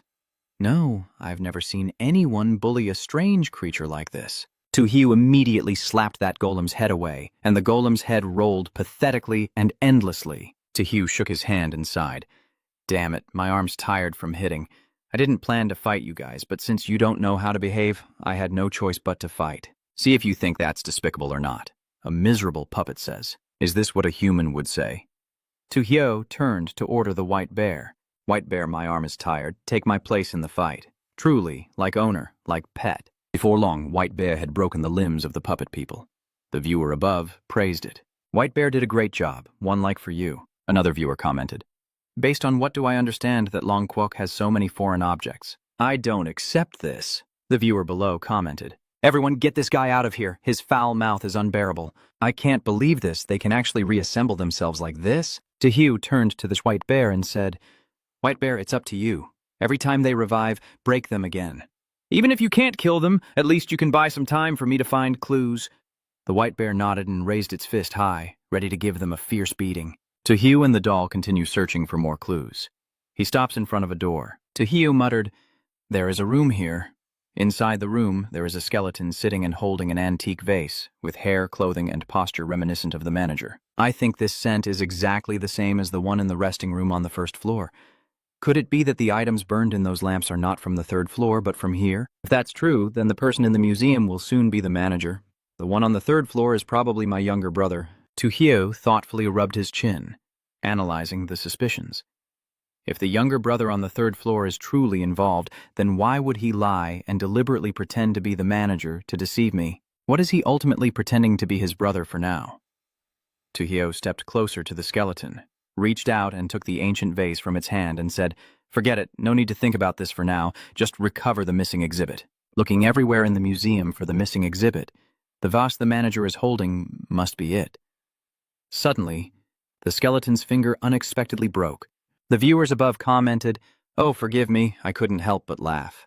The viewers below replied, I'll leave the gong here. Type 10.866 times as penance. Tu Hyo Chuangjia sincerely said to the skeleton, Sorry, after all, you are already dead, so you probably wouldn't notice if a finger or two were missing. Suddenly, a giant shadow from behind began to envelop Tohyu. That black shadow has two glowing red eyes that look very frightening. Tohyu calmly smiles and speaks to the shadow. Oh, you're alive again? Tohyu decisively slapped the sneaky guy standing behind him. He shouted, If you're still alive, say hello.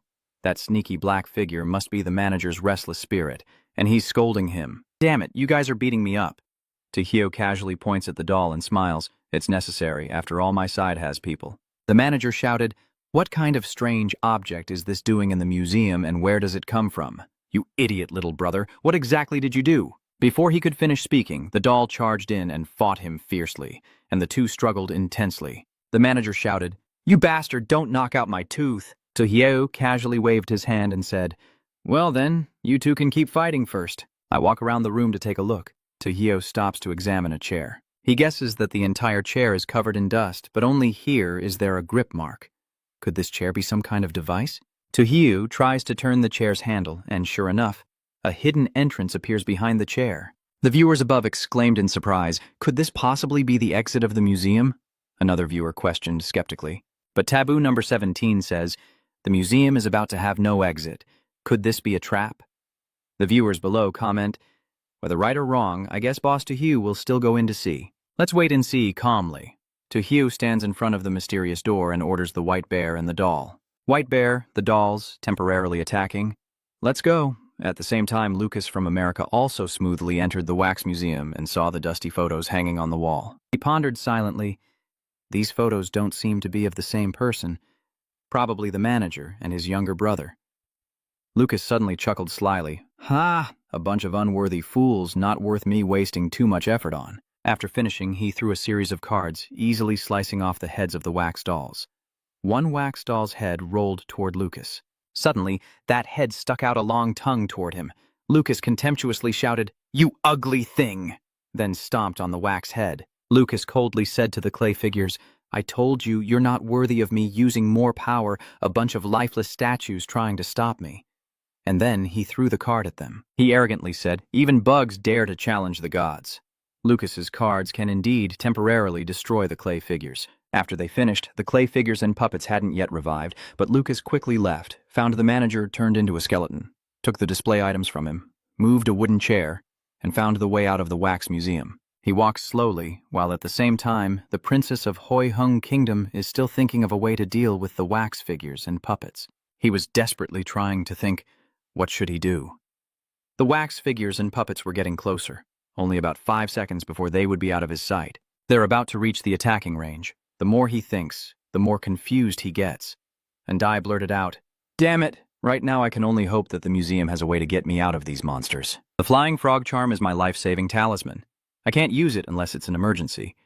Anne calms himself, stays alert, and prepares to make the most of these last 5 seconds by closing his eyes and risking everything with his innate ability. Within 5 seconds, Anne activated his infinite deduction ability. He told himself that his fighting spirit for the people would never surrender, hoping these 5 seconds could give him a chance to survive. In the first prediction, Anne risks everything against the clay puppets but fails and dies on the spot. In the second, he stares at them intently, then retreats to the side of the manager. The viewers, seeing Anne's situation, anxiously comment, "Oh no, hasn't Anne finished his deduction yet? The wax figures and puppets are about to attack him." Sure enough, the wax figures are getting closer to Anne's life hangs by a thread. "Damn it, there's not enough time." I just got close to the manager when my eyes were forced open. Just as danger was approaching, the wax figures suddenly stopped. Adai suddenly remembered a detail. Wait a minute. During the second visualization, when he approached the skeleton in the room, he smelled a distinctive scent similar to the one in the resting area. So the skeleton inside must be the manager. The wax figures and puppets definitely won't attack the manager. I'll go inside and smear that scent on myself. Maybe I can imitate the manager and fool them. Adai slowly stepped back, decisively made up his mind. At this point, he had no choice but to try first based on his deduction, retreating towards the manager and then finding a way to smear his scent on himself. As Ange slowly retreated, the wax figures continued to follow him. About 30 minutes later, Anne glanced at the manager's skeleton. He guessed that the scent was probably coming from the oil lamp over there. Anne reached out and groped toward the lamps. The viewer above commented, "Oh my God, using bare hands to touch hot wax oil." And the viewer below sighed, saying only that it's truly worthy of fighting for the nation. And applied wax oil all over his clothes, then held his breath and quietly observed the situation. Sure enough, it worked, and those wax figures immediately turned and left and let out a sigh of relief. Phew. Fortunately, I guessed correctly. They really didn't dare attack the manager, which means I won't become a target either. With no wax figures or puppets threatening me now, I can safely look for a way out of the wax museum. The manager suddenly appeared behind Anne and whispered to him, "I really hate people who don't know their boundaries." Entering the wax museum without permission, and surprisingly remains quite calm. He simply says, "The manager is on the stage." The manager charged at Anne and shouted, "Stay here forever!" Undi waited for this moment, and he was secretly pleased. Finally he's gotten off the chair. Undi moves past, easily dodging the manager's attack. He smirked confidently and said to the manager, "I actually noticed the mark on the chair's handle when I first came in, deliberately provoking you to hit me so you'd leave the chair." The manager exclaimed in shock, "What?" Undi swiftly runs to the chair, turns the handle, and the secret door opens, revealing a hidden passage. The manager shouts, "No, you can't!" And I still turned and ran into the secret passage, ignoring the manager behind her, shouting, "Stop," and not allowing him to leave. The viewers above commented, "Oh my God, Anne really outdid himself this time with his cleverness." Another viewer praised Anji. "Wow. In a situation without help, Anne still managed to do this. He's really impressive." The only regret is that Anne seems to have not found the missing exhibit in the wax museum. Could the exhibit appear at any moment? Adai hurriedly ran until he entered another room, then stopped, observing and assessing the space. "Oh, I didn't expect this door to be the exit from the museum, but rather the office on the 3rd floor. What's going on here?" My brother's guardian spirit suddenly speaks up. Is the truth finally going to be exposed? "My beloved older brother, in the end, we still can't escape this damn curse. I really don't want to see you again. You must be pretty disappointed to have a brother like me, right?" Adi quietly wondered what these two brothers were up to, but it seemed that as long as they met, they would definitely fight. However, Jay has no interest in the conflict between the manager's brothers. He is only focused on finding a way to escape from here. "I don't want to get involved in their feud, so it's better to stay back and watch the show." The manager's skeleton, which was chasing on earlier, has now reached the room. As soon as he saw his brother's skeleton, the manager shouted loudly, "You damn brat, if it weren't for you, I wouldn't be in this situation." The manager's younger brother chuckled faintly and said, "Ha ha, if he's wrong, I have to correct him. But I didn't expect that after all this time you still remain stubborn and unrepentant." The manager argued back, "I refuse to be deceived. What do you have that's better than me? You tricked that stupid fish into finding a body for you. Who do you think you are to lecture me?" The cold manager declared, "You idiot younger brother, don't expect to win my approval with that calm face today. I will settle all the scores with you." If that's the case, let's settle this here and now. A Dai, who had been silently standing aside, suddenly spoke up. Wait a minute. It seems like an invisible force is trying to push Andi away. Why is Andi being pushed out? Aren't you going to watch their fight? The viewers below are dissatisfied and commenting. This is so unfair. Can I subscribe to a VIP package? I don't know how long it took, but Anne's live stream finally returned to normal. At this moment, the manager is tearing at his hair and crying out, "Why is it all my fault? Why are you making him take the blame? Why didn't you come to me instead of him? Damn it, all of you deserve to die." The manager's younger brother lies motionless, his life uncertain. A Dai frowned and asked what exactly happened and who the manager was talking about. The system suddenly announced, "Dear contestant, congratulations on passing the 4-star museum evaluation round." A D asked in confusion. I passed? But I clearly haven't found the exhibit yet. How come I passed already? Could it be that the staff on the first floor helped me find the exhibit? The system sends analysis. Deciphering the secret on the first floor grants 1 star. Deciphering the riddle on the mirror grants 1 star. Safe escape from the Wax Museum awarded 1 star. Courage and intelligence awarded 1 star. The reward is a special candle. A brief overview of the candle. The candle is made from a special material. Lighting it can help relax and refresh the mind, but since it's a candle, it burns intensely. The viewer couldn't believe it at first and asked in a comment, "Is that really possible?" Another viewer responded. And Dai showed up so unexpectedly. The person below said, "Hurry and check on Lucas, he's causing trouble again." Lucas was also pushed out of the fight between the two managers by an invisible force, but he stubbornly refused to leave. The viewers above commented that the two brothers also wanted to chase Lucas away, but he recklessly turned back. The viewer below excitedly says, "Wow, now we can find out what really happened inside." Inside the room, the manager is facing his younger brother and provoking him. "Stupid little brother, come here and show me what you've got." The manager's younger brother also confidently said, "I won't hold back, so don't hold back either." Suddenly, a strange black smoke appeared from behind the manager. The viewers commented, "Wow, something is triggering the manager." Another viewer commented, "The manager's brother is unprepared. If he gets hit, he's definitely dead." The viewers below think that wouldn't it look like ND can only be through 4 stars? Lucas suddenly rushes forward, shouting, "No one can stop me from achieving a high rating. No one can." The strange black shadow gradually takes the form of vengeful spirits. The manager's 2 brothers both looked towards the shadow, recognizing them as the vengeful spirits of employees buried in the restroom. They came to take revenge. The dark figure roared at Lucas, "You dare to stop us from getting revenge." Lucas pointed at the shadow and said, "I don't care if you want revenge, but don't mistake who you're targeting." At this point, Lucas pointed at the manager and confirmed, "That is the manager, the one you want to avenge." A vengeful spirit stared intently at the manager and said, "He is the manager? How can that be?" "No, that's right. It's him. I smell the scent on him. We almost got tricked by the manager's younger brother." The remaining spirits all shouted, "Kill him. Kill him to get revenge." The manager's younger brother still insisted that he was the true manager. "No. Settle the score with me. I am the manager. I am the mastermind who caused your deaths," Lucas thought to himself. What is going on? Just now, the 2 brothers were fighting each other, so why did the younger brother suddenly want to protect his older brother? Could it be that suddenly Lucas realized that they were all acting, actually trying to provoke each other, sacrificing themselves so the other could live?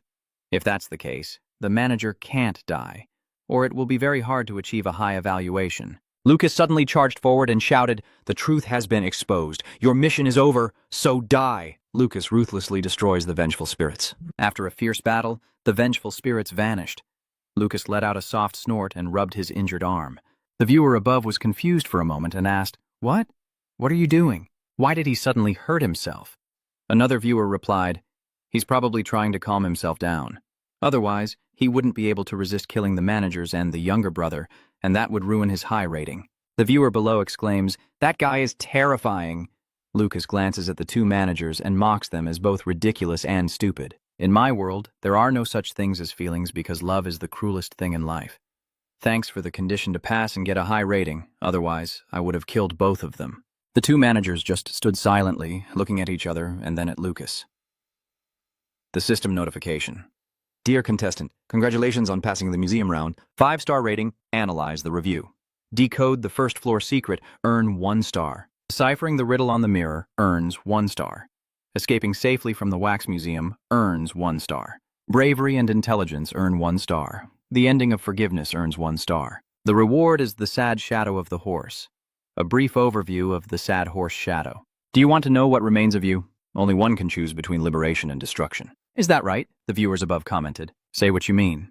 Although Lucas's 5-star rating is very good, I still feel this isn't the best ending for the museum. Many storylines still haven't been fully explained. The viewers below are not making a big deal out of it.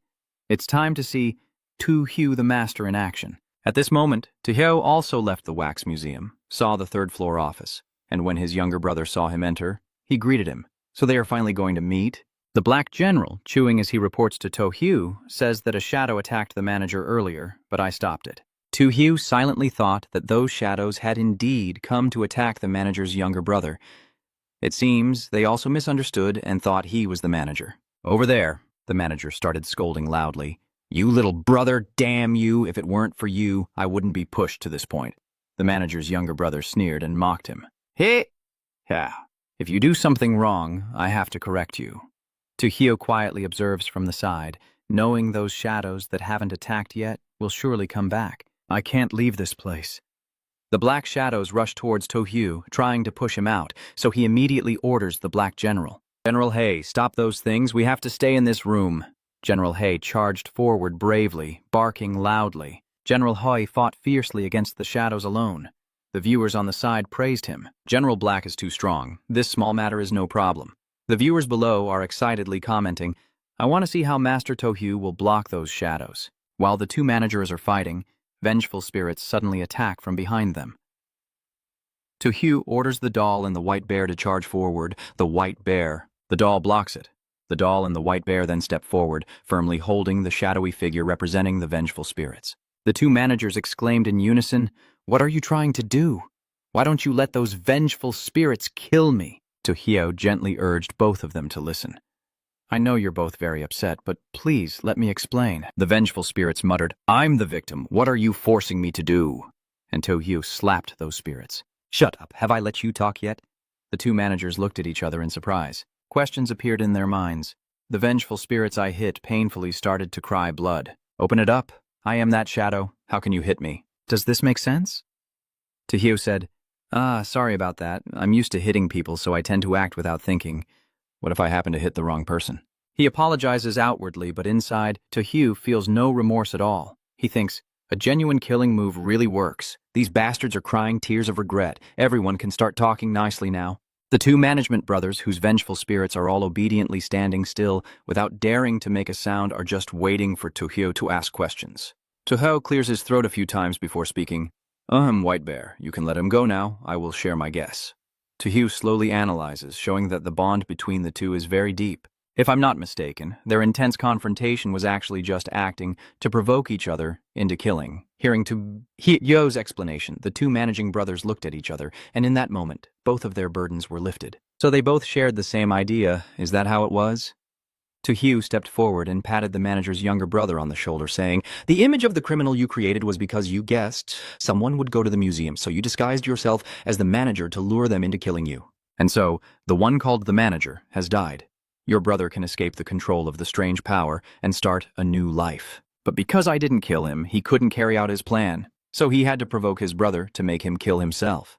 The manager's younger brother sadly admitted that it would be best if he could die at his brother's hands so his brother wouldn't feel regret after killing him. Tojo turned to the manager and continued to share her judgment. As for him, he had actually already awakened. But because of you, my younger brother can never come back, so I also want to sacrifice myself in a similar way to help him. Hearing this, the manager was startled and stammered, asking Tojo, How do you know I've been enlightened for a long time? I always seem very intimidating. I understand that the explanation is because you overheard a conversation among museum staff in the break room. One of them said, Damn it, we've repeated this so many times. How much longer will these days last? The person beside him quickly said, Shh, speak softly. If others in the room hear, it will only make him more panic. What are you afraid of? This kind of lamp can make them forget the scary memories just now. Even if they hear us talking, they won't remember anything. From here, Tojo concluded that the answer was simple. The item emitting a special scent in the resting room on the first floor was taken from the man. He possesses a strange power. If he wanted to kill them, how could they have survived to get that item? So I guess he must have regretted it for a long time, only sometimes losing control of his strange power. The manager admitted that what Tojo just said was correct. He said he had regretted it for a long time, but now it was too late to turn back. Is Tojo comforting the manager? I am here to end everything. I can extract the power from their bodies. The vengeful spirit suddenly shouted loudly after remaining silent all along. Extracting the strange power means you will spare their lives. No, we all died because of the manager. How can we forgive him so easily? The vengeful spirits suddenly charged at the two managers, declaring that they would absolutely not spare him. I'm going to kill him right now. Tojo saw this and scolded, "You're so lacking in martial virtue, who plays a surprise attack?" After saying that, Tojo slapped the vengeful spirits across the face. The vengeful spirits curled up in a corner, crying and lamenting. Sob, sob, sob, this is so unfair. The viewers' comments above are dying of laughter. I actually agree a little with these resentful spirits. The viewers below can only be the legendary slapping god. After temporarily calming the resentment, Tojo turned to the two managers and said, "All right, I will let the doll take away the power from your bodies now, but I warn you, do not resist." The two management brothers, Dongthan, replied, "We will not resist." Suddenly, the door burst open. The ghost told him to wait a moment. Tojo saw the ghost arrive and smiled, saying, "Oh, you're here too. You're so bored you don't even know where to go." And you arrived just in time. The strange power of the two of them all comes from the kid, drawing out the strange power from the three of them. The doll flies up and stands facing the two managers and the ghost. The demon urges the doll, "Do it, we're ready." The doll then begins to absorb the strange power from all three of them. In an instant, the strange power escapes from the bodies of the management brothers and the demon, flickering and writhing. Ah, disgusting. Ruining my good thing. No, I can't let that happen. Tojo immediately ordered the doll. "Doll, merge and absorb it." The doll nodded. That strange power suddenly charged at the vengeful spirits. Tojo couldn't immediately guess its plan, but he instantly realized its sinister intent. "I'm tired of this, can't you just sit still?" He decided to order the doll, Black General, and White Bear to teach it a lesson. All three of them chuckled mischievously. He. Tojo directly went outside and closed the door, leaving the doll, the White Bear, and the Black General to run wild. Soon after, the tragic screams of strange power mixed with the lamenting spirits echoed. "Ah, please don't hit me anymore. I was wrong. I won't dare again." A few minutes later, the doll, the White Bear, and the Black General leisurely walked out. Tojo scratched his head and asked, "So why do you three look exactly the same? Can't you absorb and fuse the strange powers of those three?" "What is that? "What is this?" the doll said happily to Tojo. "I will show you." Tojo was momentarily stunned and asked, "What's going on? Why is the shadow glowing?" Suddenly he gasped in surprise. "I can't believe it. I'm already on the first floor. Can the shadow connecting me and the doll teleport?" Indeed, in the blink of an eye, Tojo had truly shifted space. He looked around himself in amazement, quietly assessing that nothing unusual had happened to his body. This proves that the skill only belongs to the doll. I won't have to pay any price. This is amazing. The museum staff saw Tojo holding the ancient vase and approached happily, saying, "Sir, have you found the missing exhibit? Is this the moment we've been waiting for?" "Yes. I thought of that too, so I might as well put the display item back in its original place since the issue upstairs has been resolved." Tojo then placed the ancient vase into the glass case. A nearby staff member excitedly said, "We can finally leave the museum now. I can go home." The other staff members also chimed in. Thank you. Finally, we're free." But after placing the ancient vase in its proper spot, nothing around it changed. The museum staff nervously asked, "Huh? Why is there no sound? The seal at the museum entrance hasn't been lifted yet." Tojo wondered, could the exit really be in the wax museum? After all, Rule B always mentions that place. He told the museum staff not to worry and that he would go back to the wax museum to check. Tojo observed as he left, noting that the door was different from before. Seems like the exit is there. Suddenly, a voice called out from behind Tojo, "Hey!" causing him to stop in his tracks. So it turns out Ma was the one who spoke, waving at Tojo. "Hey, goodbye." Behind the demon are the two managers and the museum staff from before. They all waved goodbye to him. Tojo also waved to them. "Goodbye," the viewer commented. "Wow, seeing this scene naturally makes me a bit emotional. Tojo the Elder has saved everyone. That's really great." The viewers below also couldn't hold back their tears and said, "It's just a chicken, so seeing this scene is enough." The system sent a message to me. Love is very hard to define. It can be very selfless, sacrificial, great, but also extremely petty. Love cannot be discarded. When love and betrayal coexist, the ultimate victory will surely belong to love, perseverance, wisdom, bravery, and rebellion. They are all qualities that define you. Those things can be good or bad, but they all show your true self. Isn't that right? Dear contestant, congratulations on passing the 6-star museum evaluation round, analyzing and decoding all the secrets on the first floor for 1 star, decoding the mirror puzzle for 1 star, safely escaping the wax museum for 1 star, showing bravery and intelligence for 1 star, and achieving a perfect ending for 2 stars. The reward is a life-sized wax figure of the boy with colored pencils. The resistance to anomalous objects increases by 2. The current resistance to strange objects is 16%. A brief overview of the life-sized wax figure. The life-sized wax figure is crafted with extraordinary detail and will take your place to face danger when it matters most. As an extra reward, the boy's colored armor pen can be used twice. If you doubt an object or a problem, you can write it down on paper. It will tell you the answer. Remember, the boy's colored armor pen can only be used in a strange world. He used it twice. After receiving the fruit, Tojo asked in surprise, "A life-sized wax statue. Why would the strange world suddenly give such a high-quality gift? I guess the next round will be more difficult, and I might face danger." Thinking about this, Tojo silently cried, feeling proud that he had now surpassed more than 10 consecutive challenge rounds. Is the world of strange stories planning to cause something? I'm only 18 years old. I don't need to go that far just to satisfy my looks. The system congratulates you. Congratulations to Tojo and Chutit from Long Country, Lucas and Gyeon from the US, and Anji from Hoi Hung Country for passing successfully. The 3 nations are exempt from this invasion under the strange rule, and Tojo from Long Country passed with a 6-star rating to receive a special reward. The manufacturing industry in Long Country increases by 10%, earning an additional 5% bonus. Lucas from the United States passes with a 5-star rating. Receiving a premium reward, the planting ability of the American people increases by 10%. GJ from the United States passes with a 2-star rating and receives a normal reward. The number of organizations and individuals among the American people increased by 2%. A J of the Hoi Hung Nation passed with a 4-star rating. Receiving the outstanding reward, chip research technology increased by 7%. Immediately after, the announcement sound, signaling the end of the Strange Story Museum Challenge, echoed across the earth. The people of Long Nation joyfully welcomed a peaceful and prosperous new year. The first after years of being invaded by the strange story world, but their happiness lasted only 3 days before Tojo continued to enter the next strange story world. The system announced the selected countries for this challenge are Long Nation, Hoi Hung Nation, the United States, Lost Japan Nation, Paris Nation, Chestnut Nation, Korea, and East Island Nation. This time, the Strange Story World Challenge. Miracle Company. The system sends a message.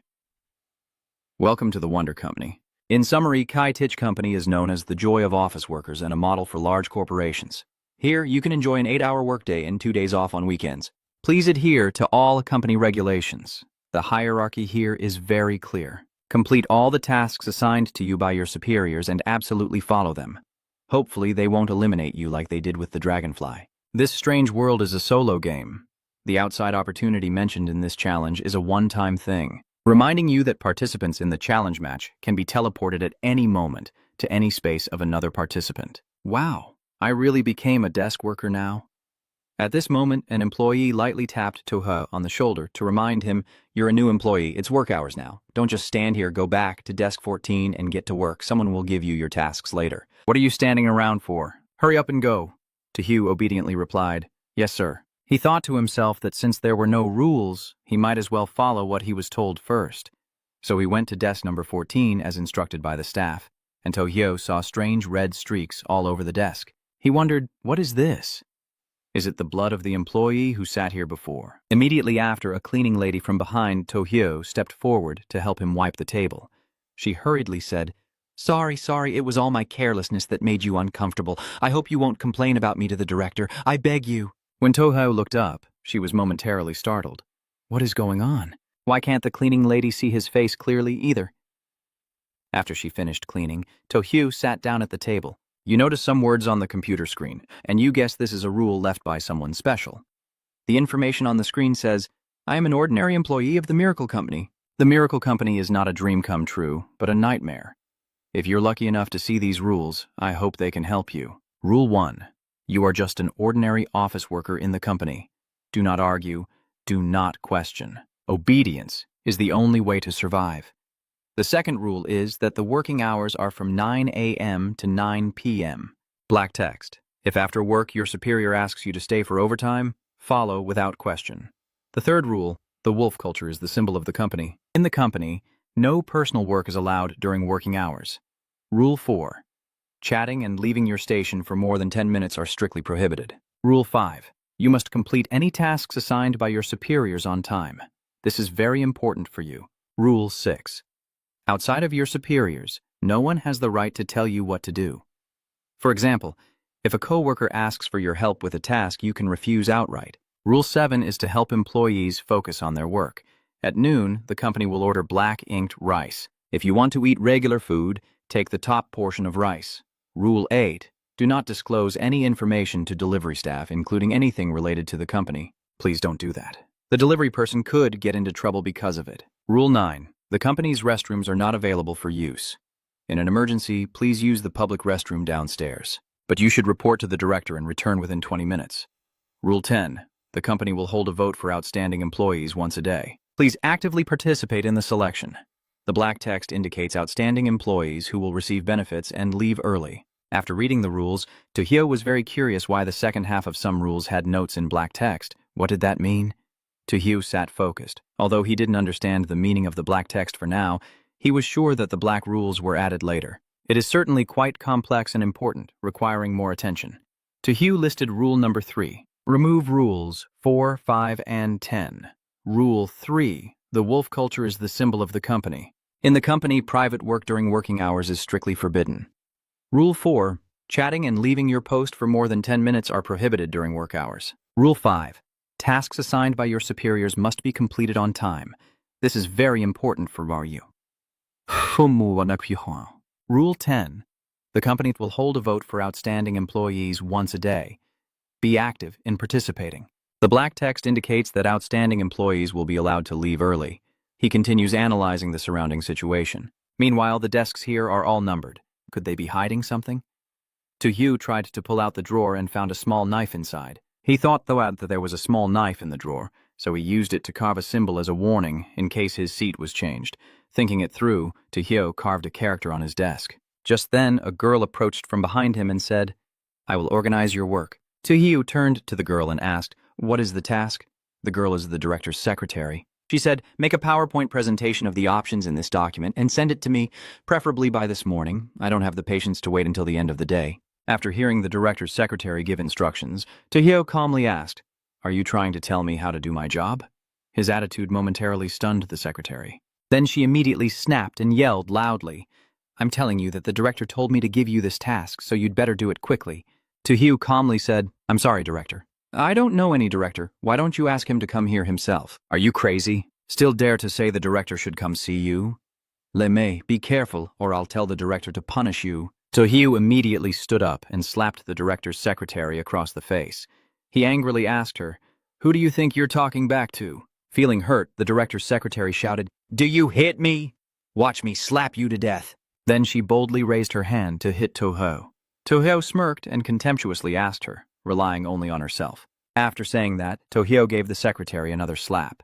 He coldly said, "Try hitting me again and see if you still dare to be so arrogant." After receiving another slap from Tojo, the director's secretary no longer dared to be arrogant with him. She turned around and ran away. Before leaving, she warned him, too overbearing. "I will go tell the director to punish you."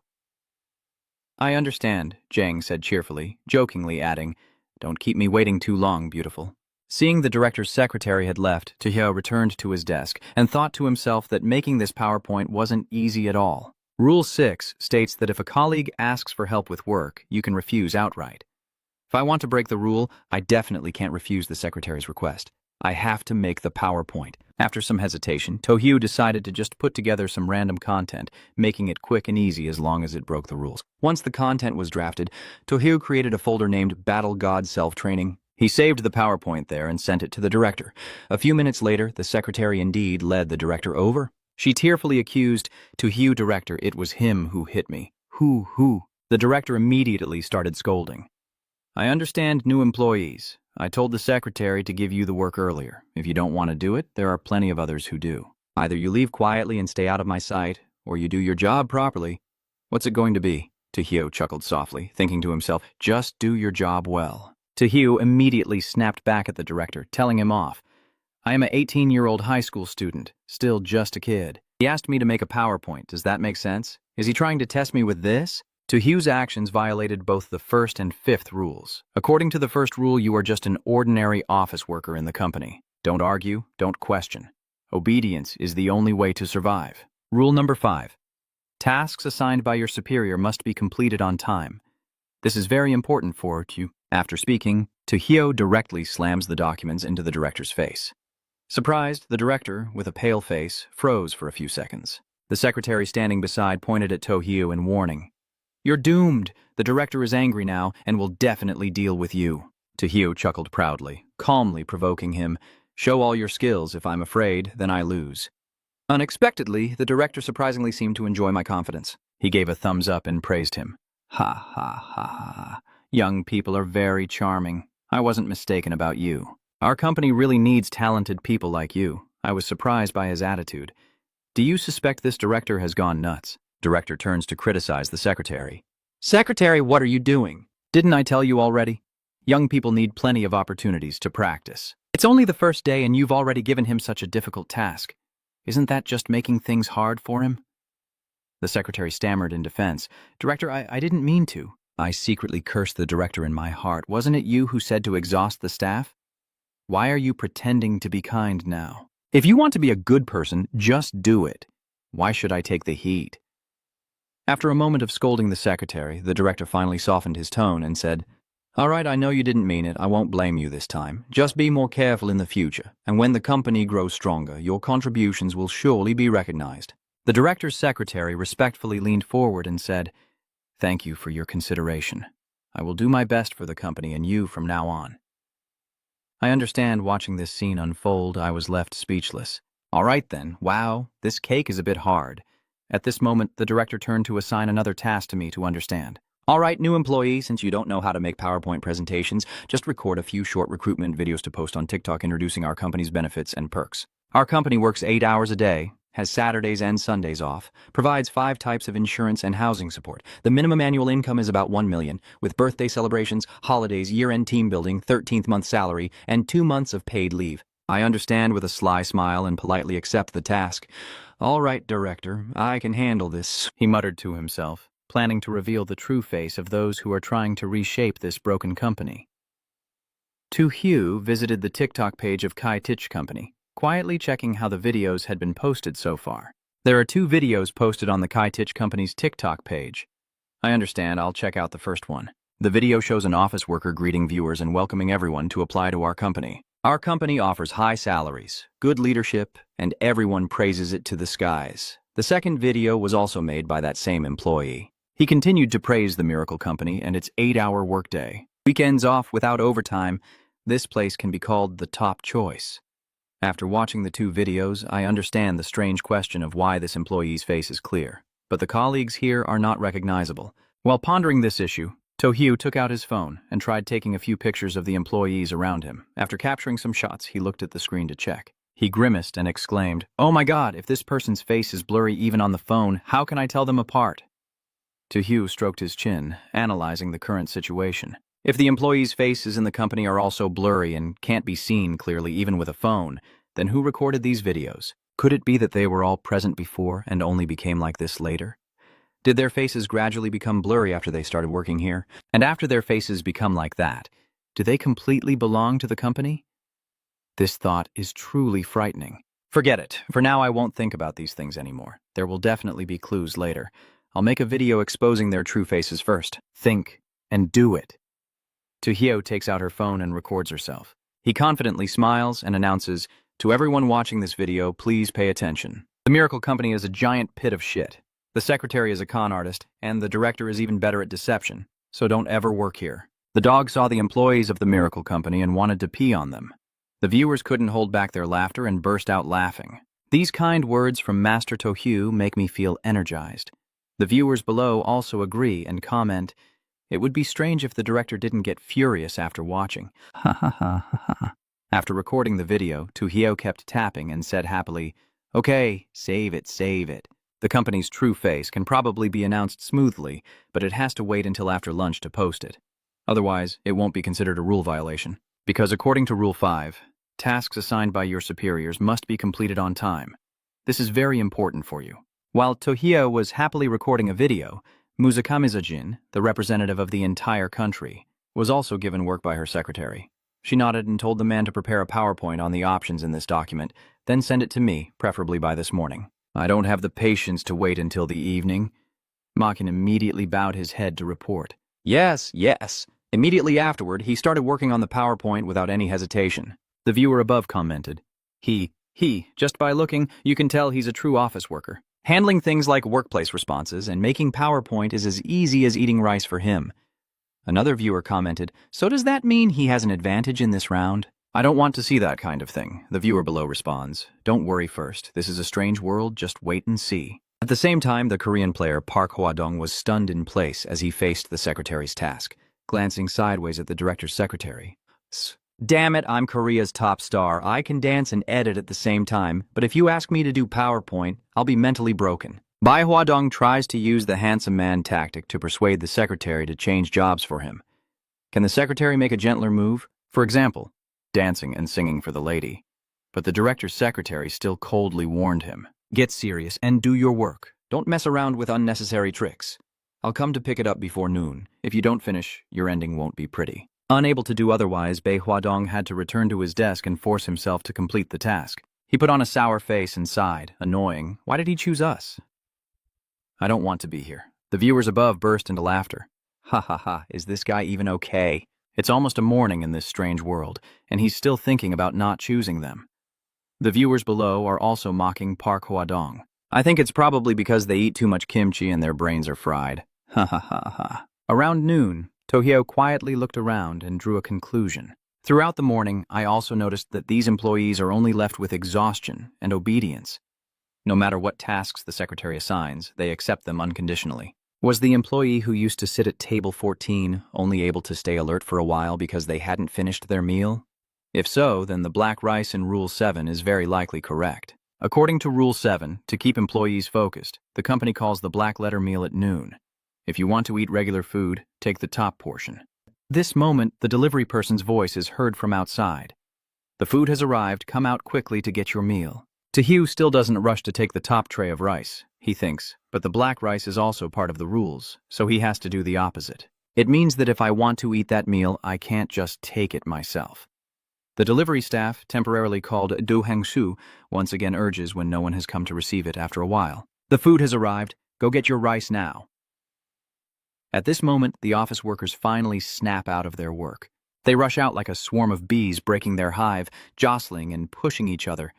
I'm first. Get out of the way, I'm starving to death. Let me go first.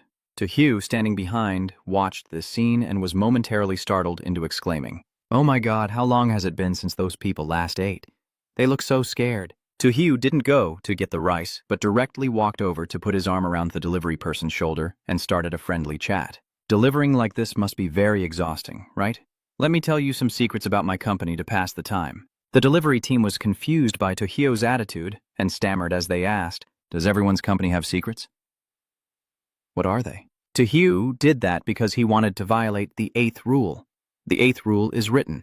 Don't reveal any information to the delivery staff, including anything related to the company. Please don't do that. The delivery person will be in danger because of that. Tojo whispers into the delivery person's ear. I'm sharing this secret that our director has never used toilet paper when going to the bathroom.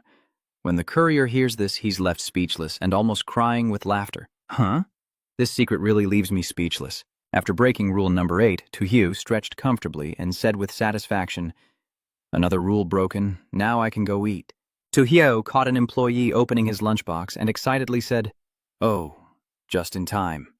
He then approached the employee, roughly snatched the lunchbox from his hand and calmly said, give it to me. Are you crazy? Why did you steal my lunchbox? Tojo shamelessly said, do you have any opinion about the director telling me to steal? The staff immediately shrank back and nervously said that he had no objection to the director's order. Tojo happily takes the lunchbox back to his desk and cheerfully says, Eat your meal. Oh, Tojo suddenly exclaimed in surprise. Did you finish eating that quickly? You really don't see me as a person.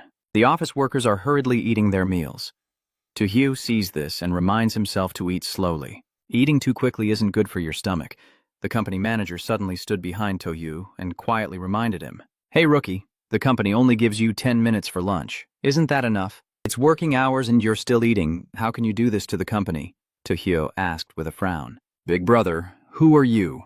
The company manager immediately adopted a domineering attitude, pointing and shouting, "Tojo, who are you?" "I am a manager at the company. You've gone too far. Throw away the lunchbox now." Tojo calmly stood up and said indifferently, "All right, you like to play this way, don't you?" Tojo Tianlin turned around and slapped the manager hard, causing blood to flow from his mouth. Tojo challenged him, "Let's see if you dare to keep talking." The company manager, clutching his aching cheek, angrily scolds Tojo. "How dare you hit your superior, you punk?" Tojo immediately shouted at him, "My superior doesn't care who you are. I just like beating up people like you who try to bind others with morality." After saying that, Tojo rushed forward and pinned the company manager down, beating him mercilessly. He coldly declared, "I don't have to have morals, so don't try to force me." The viewers above shouted to the heavens seeing this scene. Lao Tu is the boss who runs the entire company without showing any mercy. That statement about lacking morality made me laugh to death. Another viewer tearfully said, "Hoo. I also just followed Master Tohu's example and punched the director twice. The tall director, who is 1.8 meters tall, fought back and told me I don't need to come to the company tomorrow. Hey man, this is not something you can just imitate." While Tohu was teaching the manager a lesson, the other players faced similar situations. Banjgyeon and Makuzin all choose not to eat. After all, not eating for a day doesn't cause any serious problems. Player Park Hwadong chose a different path and also received a reminder notification. First of all, do not eat the rice. Bai Hwadong sits in front of the gaming screen, refusing to eat rice. "I am a superstar. In the real world, I eat well and drink happily, so how can I starve myself? Oh, having fought hard to get this meal, how can they deny me the chance to eat it?" When Bai Hwadong opened the lunchbox, he immediately started salivating.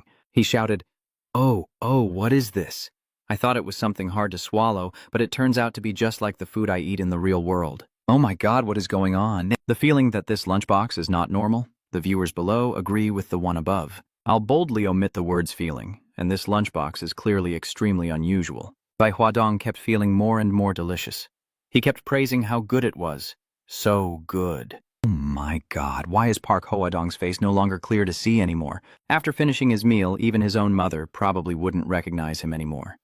Park Hwadong still doesn't know anything, he's just enjoying himself to the fullest. Another viewer commented, "It's still not completely blurred, there's still a chance. Come on, Oppa." The viewer below said, "Give up." The trap is obvious, yet he still walks into it. What more can you expect from this guy? At this moment, Bai Hwadong started to have an illusion, seeing many staff members surrounding him, all very kind. One person came over and gently patted his shoulder, kindly asking, "Do you want to try some chicken thigh?" "I can't finish it all for you," another person also enthusiastically invites. "I have Coca-Cola. After you finish your meal, I'll pour you a glass."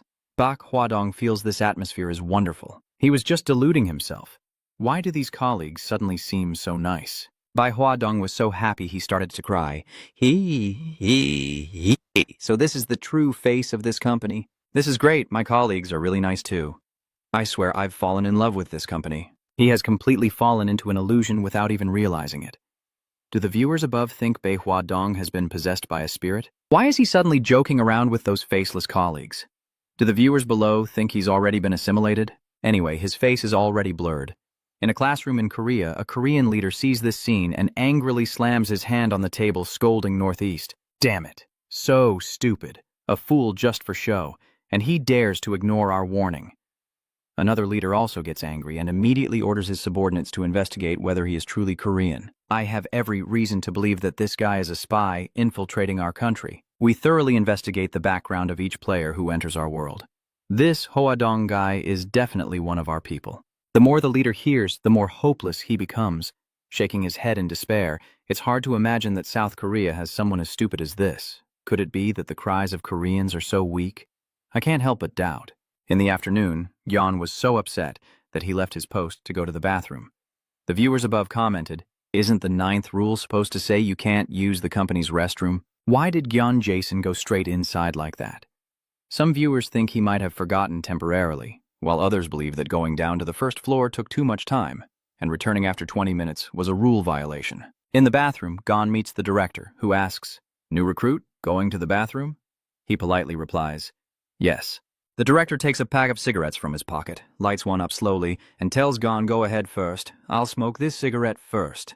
Gan quietly wondered why the director, who clearly doesn't usually smoke, would do this in front of him. Could he be hiding something in the bathroom that he needs him to cover up? The director suddenly turned and left, saying, "I just remembered I haven't finished my work yet. The bathroom is crowded, so I'll come back later." Gan quickly called after him, "Boss, wait, don't leave so quickly." At that moment, an employee from outside ran in and accidentally bumped into Gon. He shouted, "Ouch, my stomach hurts so much, get out of the way so I can go in," secretly glad that someone was entering the bathroom to help him, wondering if anything would happen. As expected, something was wrong inside the bathroom, and soon after, the employee from earlier screamed out loud. Along with the scream, is a haunting voice. "Come here now, little brother." Gon was momentarily stunned, speechless. After hearing the employee's scream, the director calmly stubbed out his cigarette and leisurely entered the bathroom. He casually said, "All right, I can finally use the bathroom." Thinking to himself, the director has gone in too, so it should be safe now. I'll go in as well. Gon stepped into the bathroom and was immediately struck by the sight of the employee lying dead on the ground. At this moment, Gon fully confirmed that his previous suspicion was correct. "I knew my guess was right earlier. The director was waiting for someone else to go first. The company bathroom can be used, but the first person in will definitely die." Gon frowned and analyzed. So it seems that Rule 9 is actually a trap. If I choose to go to the public restroom, I definitely can't return within 10 minutes, which would surely violate Rule 4. If I decide to use this restroom, I must wait for someone to go in first. If not, the person on the floor right now would be me. Luckily, I was careful. According to Rule 9, the company restroom cannot be used. If it's urgent, please use the public restroom downstairs. But it's best to report it to the manager and return within 20 minutes. Rule 4 states that during working hours, personal conversations are prohibited and you cannot leave your post for more than 10 minutes. At the same time, Tojo was not doing the task assigned by the manager, but was watching a popular show recently in Longquok.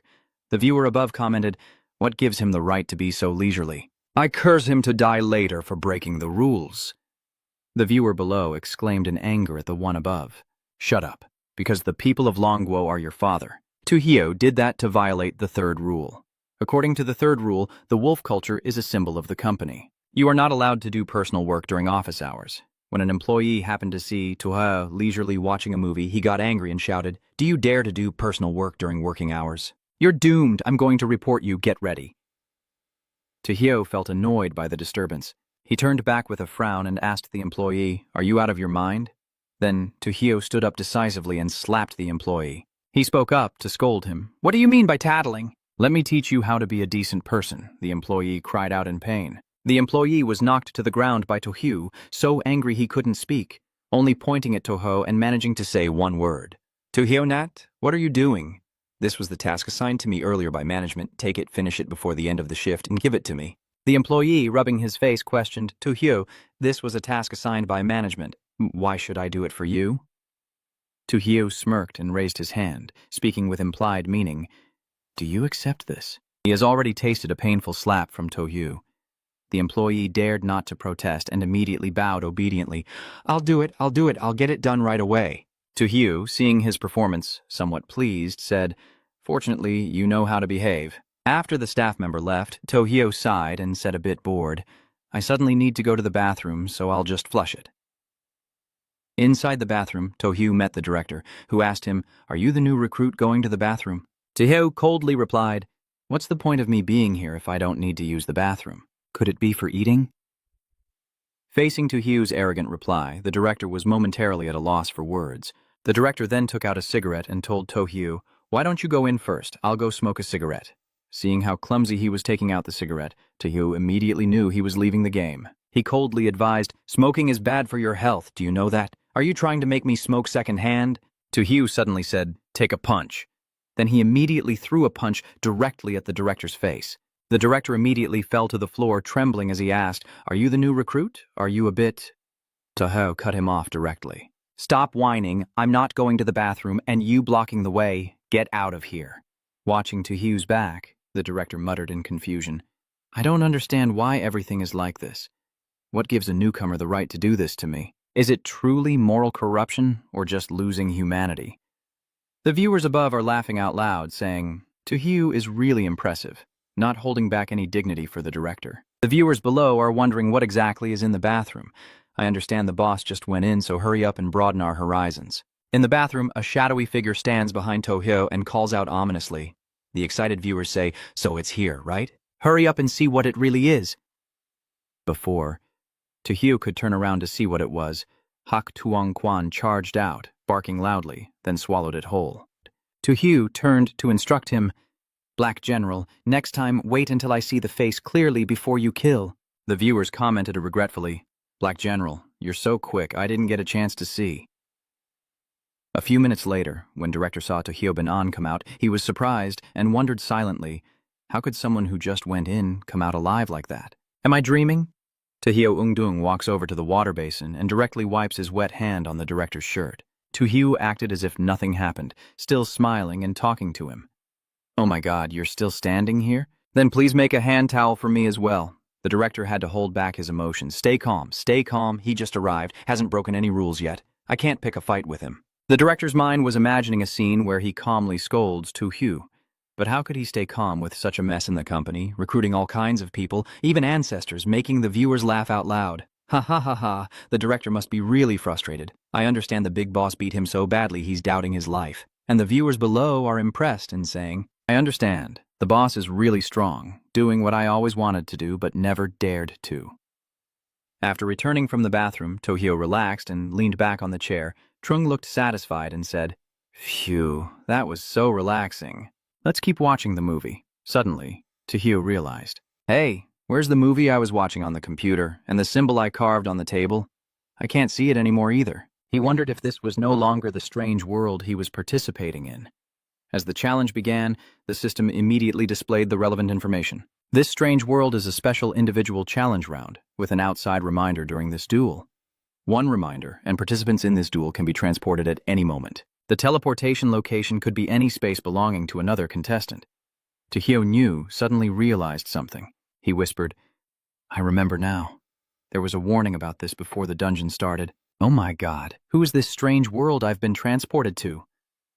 Bei Huadong approaches and greets, another new colleague. But new colleague, why can't I see your face clearly? I can tell from the distorted face that this guy is definitely not a player. Seeing the computer name, Tojo exclaimed, this one is a real competitor. The screen clearly shows the file name as the name of the participating contestants. The file being enlarged belongs to North Korea, North Hoadong. Tojo was surprised and silently commented, and since it's also a South Korean player as expected, South Korea sent a fool to confirm their defeat. The viewers share the same feeling as him, unable to hold back their laughter, and they all agree enthusiastically. The elder believes that Park Hoadong was a fool before coming here, and he's not wrong. He was just as much of an idiot before arriving. The director's secretary stepped forward aggressively to put Man Van Kien on the table and issued an order. Hey, new recruits, handle this document together. Tojo nonchalantly replied, I can't see any documents at all. The secretary angrily snapped back. You better hurry up, my patience has limits, and if I don't get it by the deadline, you'll wait. Then I slapped her hard across the face and shouted, Who are you talking to? Beijing Huadong rushed forward to stop him and loudly questioned, Why did you, the new employee, hit my secretary? She was just assigning you work. Why did you hit her? The director's secretary, standing behind North Hoa East, was stunned and overwhelmed with confusion, instinctively asking, Why did you? Today I will beat you so hard you'll forget how to act tough. The executive secretary, provoked and furious like a beast, lunged to attack Tojo. I swear I won't spare you. She bit into Tojo's arm painfully, making him involuntarily groan in pain. Tojo, furious, kicked the biting thing away with force, cursing loudly without holding back. Are you a dog? Help me break free from this bite. Seeing the deep bite mark on his arm, Tojo felt a surge of fear and confusion in his heart. What's going on? If I was protected by my innate talent, why am I still injured? Could it be that my innate talent has lost its effectiveness? People who see this also worry and discuss with confusion. Look quickly, Tojo's arm has been bitten and wounded. It seems this is the first time Master Tojo has been injured. What happened? That secretary doesn't look dangerous at all. Tojo becomes suspicious. No, I understand now. It's not that the talent is ineffective. I have never violated the rules. Because this is the strange world of Northeast Hoa, my ability cannot be used, so it cannot protect me in this space. As expected, the strange world keeps finding ways to counteract some people's abilities so they cannot be effective. Realizing the seriousness of the issue, Tojo briefly felt tense, thinking that this sudden teleportation was probably meant to suppress his innate ability. In Longquok's classroom, the leaders were discussing their next move. Tohyo's weakness in the Heavenly Kingdom has been exposed. Pay attention to the actions of the other competitors, and send a reminder to Tojo if you find any clues. Tojo is now a very important person for Longquok and must not be lost. We have to do our best to support him. Switching to the Japanese meeting room, their leaders are pleased to see someone in trouble, with a tone full of mockery. That's more like it. Tojo of Long Kingdom has finally been injured, proving that he is not invincible. His undefeated legend is coming to an end. Tokwuk has been developing rapidly lately. If this continues, Japan will face a crisis. Hopefully, Tojo will die in this dungeon, so Long Country won't have time to deal with us anymore. Long Country, your days of happiness are coming to an end. Return to the sky. While Tojo was transported to Park Hwadong's space, Maka Kamijazan from Japan's Dongdao country was also moved to Lucas's location.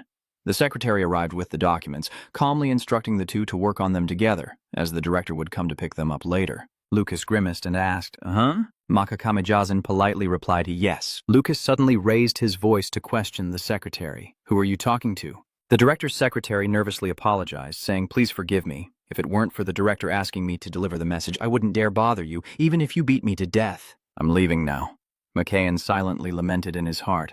Why am I so unlucky? No matter where I move, I have to stay in the same spot until Lucas is satisfied.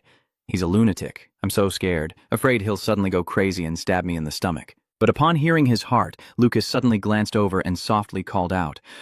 Oh, Makakamian immediately felt his legs weaken in fear and begged for mercy. Don't kill me, don't kill me! But Lucas didn't care and walked away. Mujikaza-jin feels like he's been saved. He breathes a sigh of relief. Fortunately, he only went to the bathroom. Muzakamian gently wiped the sweat from his forehead, trying to compose himself. All right, now I have it to help Lucas finish the job, or else if the strange Buddha doesn't kill me, Lucas will have done it first. Half an hour later, Makamiya-jin feels satisfied and smug. This advertising plan is very innovative. It will surely earn the director's praise, right? The paper he's holding is an advertisement for brown sugar caramel sauce. The director stepped closer and ordered Makamiyazan. The newcomer finished the document and handed it to me. Makayan replied insincerely, Yes, please, review it, director. The director looked at the billboard in his hand and commented on the brown sauce hug. This is the advertising slogan you came up with. Makayan Thaomai responds. Yes, I have removed most of the false advertising information, only keeping a small part. I believe that only keeping a little fake advertising can make people believe in what they see. The director wasn't entirely satisfied with the answer and angrily questioned, Do you really want to keep it? Was it intentional or just careless? McKayan replied excitedly, It was intentional. The director was pleased with the satisfactory answer and praised him without hesitation. Very well. You are considered capable of becoming an outstanding employee. Wait until after work to hear the announcement of the results. Wine was stunned, his voice unable to hide his joy. What? I have a chance to become an outstanding employee. As soon as the director turned and walked away, Musa Kamian was overwhelmed with surprise and excitement. He secretly rejoiced, This is great! I knew it. A little advertising slogan definitely won't be able to trip me up. If I am chosen as an outstanding employee, I can pass this round and go back to my family. However, the viewers notice something strange and start commenting with their own suspicions. No way. I have a feeling the director's tone just now wasn't friendly. So what on earth is he so happy about? I have a feeling that being an outstanding employee is not a compliment. At 5 p.m., Tohyo and Muzak Miyazin both returned to their strange world. Muzakamin was suddenly distracted from his work as a waiter entered the door and loudly announced, Food delivery. Tohyo looked at the line of people waiting for lunch, feeling puzzled and lost in thought. Strange, according to the rules, the company calls for lunch at noon, but it doesn't mention that they also order again at 5 in the evening. Is this crappy company so generous? Calling for lunch twice in one day, and this time my colleague even queued up. Have they suddenly changed their attitude? The colleague next to him calmly approached with the lunchbox and hurriedly said, Sorry, newcomer, I shouldn't have caused trouble for you at noon. This time, this lunchbox belongs to you. You can eat as long as you want this time, I understand.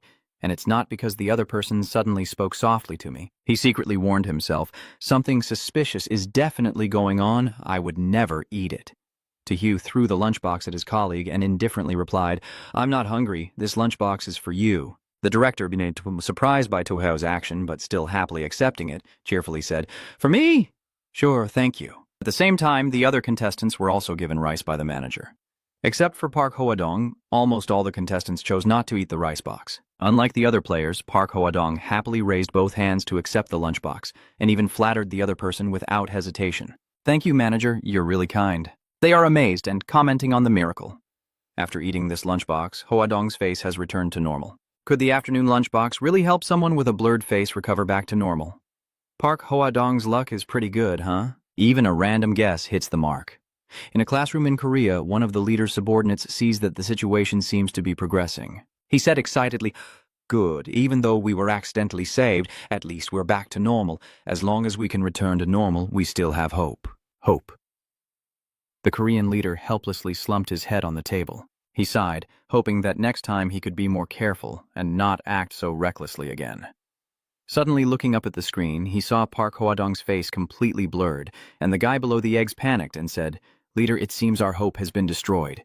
Park Hoadong's face is even more blurred than before, and the South Korean leader also turns his attention to look at the screen. "What? Is it over? How did it come to this?" The Korean leader covered his face with one hand, grimacing, and said, "It's over. Korea has lost again this time." That subordinate couldn't stay calm like the Korean leader. He stood up angrily, slammed the table, shouted loudly, and just when there was a glimmer of hope, it was cruelly extinguished. The strange, disgusting thing ruined the party, but viewers focused on something else related to Tojo. They all shouted to get everyone's attention. A colleague secretly sent Tojo a sneaky email about the lunch he shared. An email? Does it reveal a new development? The email clearly shows a message saying, "Thank you for inviting me to such a delicious lunch, which helped me stay alert for a short while." Tojo read the message and briefly pondered. A lunchbox to stay alert? Tojo quietly glanced at her colleague's side, silently assessing his still blurry face. Could it be that he just woke up briefly and sent me this message? Tojo quickly clicked to open the content, thinking to herself, to see what this email says. A long message appeared in the email stating that the newcomer, "I believe you have read the 10 rules he left behind. Right now, the best I can do is help you by adding the missing rules.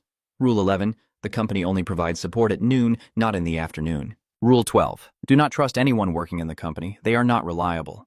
Rule 13, if possible, sneak into the director's office to take a look. Don't enter the director's office. It's the most dangerous place in the company. Rule 14, any secrets of the company must not leave the premises. If you are lucky enough to obtain such documents, you can give them to the delivery person. Rule 15, do not trust the delivery person. Rule 16, please judge the rules carefully. Do not violate any rules. Rule 17, do not violate the rule repeated 3 times. After reading all the Hyun content, Tojo roughly understood the current situation.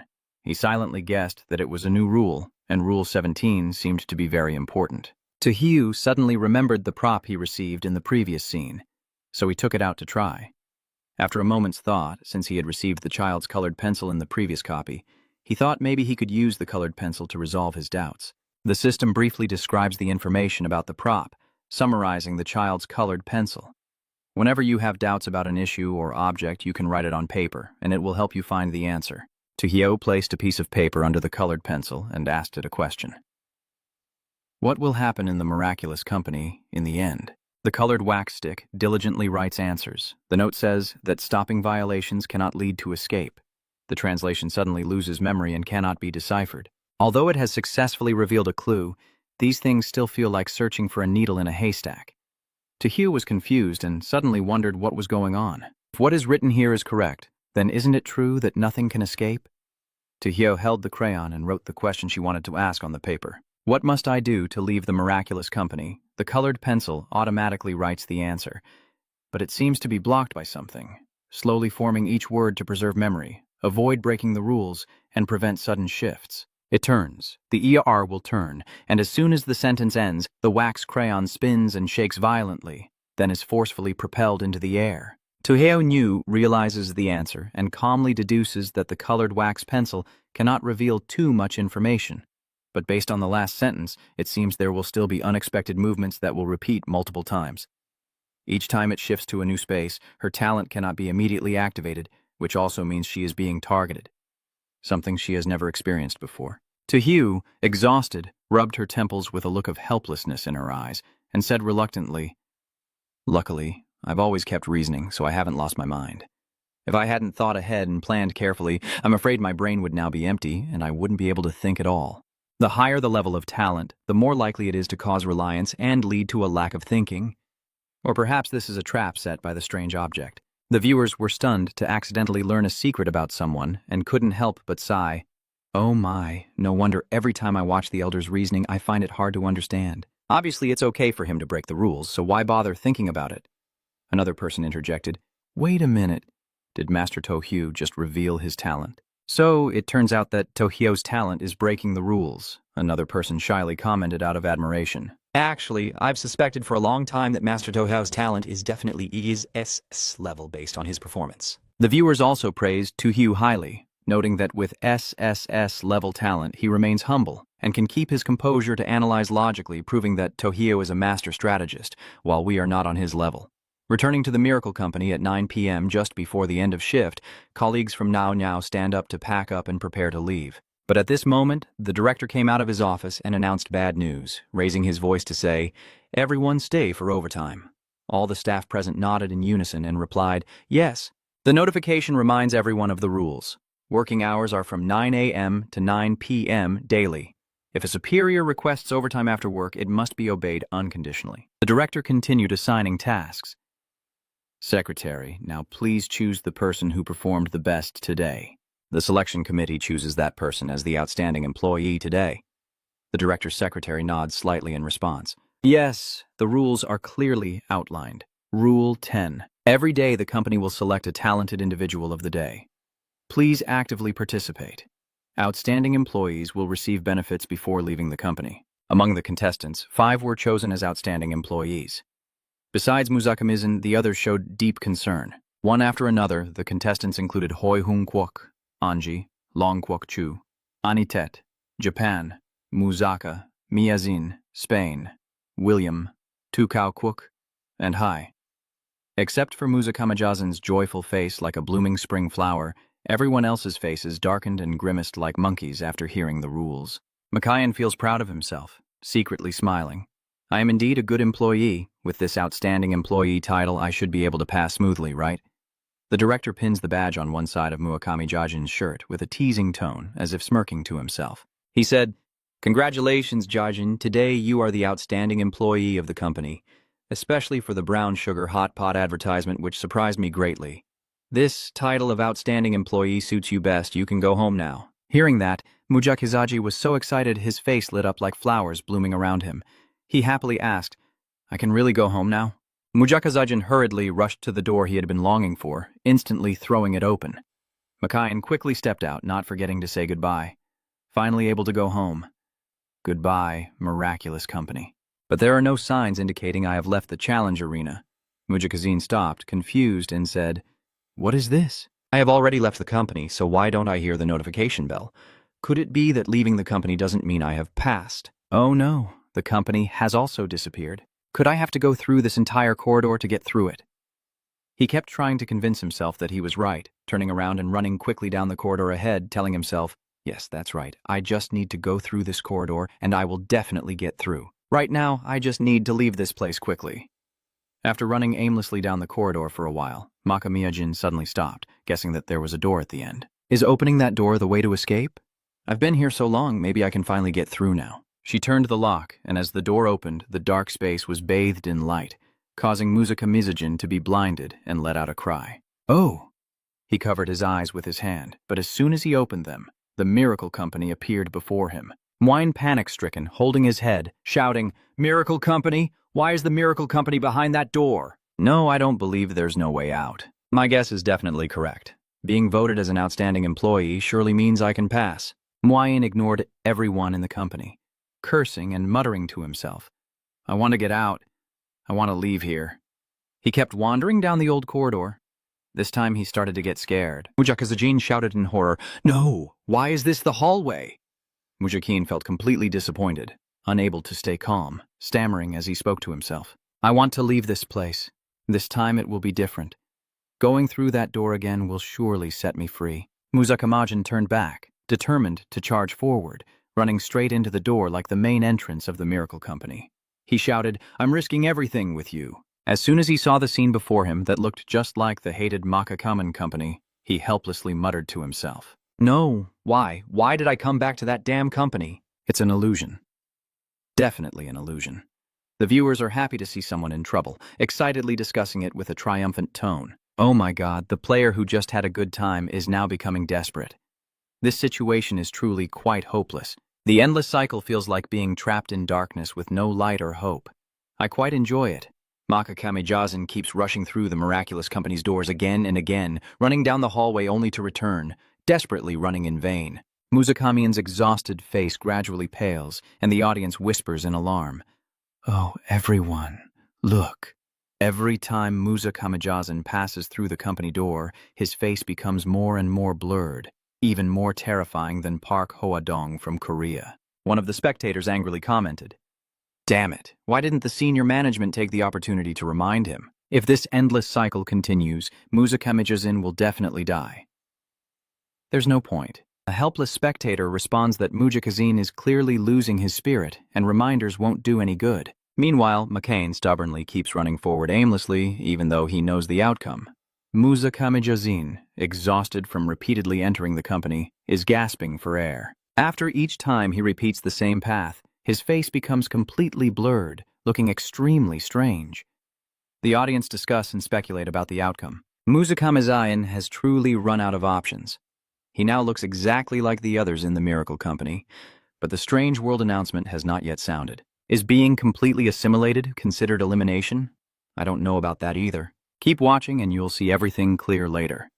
Returning to the other contestants, while Maka Kamajazin was fully assimilated, William from Spain and Hadi from the Cucumber Nation also received medals. Hardy secretly thought that this medal didn't seem to be anything good, but he didn't dare to refuse, fearing that refusing might lead to something bad happening. After wearing the Distinguished Employee badge, the company that once seemed miraculous to them appeared different. Even the director's secretary and colleagues all seemed abnormal, as if urging them to leave, with the secretary and director silently watching over them, causing them to tremble with fear. Hari worriedly thought, "These people are too scary. If I don't leave, I feel something worse will happen under the pressure." William and Hai are forced to leave the company. William turned his head in horror, realizing they were starting to surround him, and he knew he had to leave quickly. The outcome was no surprise. Their fate was just like Maka Kamijazin's. Their faces had completely become blurred, and the audience could sense that something was wrong, with one person showing signs of worry. "This selection of outstanding employees has issues. I'm worried about Chu Tit and An." Someone else interjected, "An is better, but he tends to overthink endlessly. Maybe he can avoid it in time. What should Chu Tit do?" On Chu Tit's side, Director Long Guo also awarded medals like the other competitors, and told him he could go home now. Chu Tit appeared calm on the outside, but was burning inside with doubt, thinking that he didn't want to leave here, as he had a feeling that something dangerous was waiting for him outside the company. "But if I don't leave, I feel like they might swallow me up in an instant." Chu Tit is extremely anxious, trying to stay calm and think about what to do. "I have to make a choice, and I can't afford any mistakes." Suddenly, the screen in front of me shows the message to hide in the bathroom. Chu Tit suddenly and instinctively thought to himself, "Hide in the bathroom? What's going on? Why is my body no longer under my control?"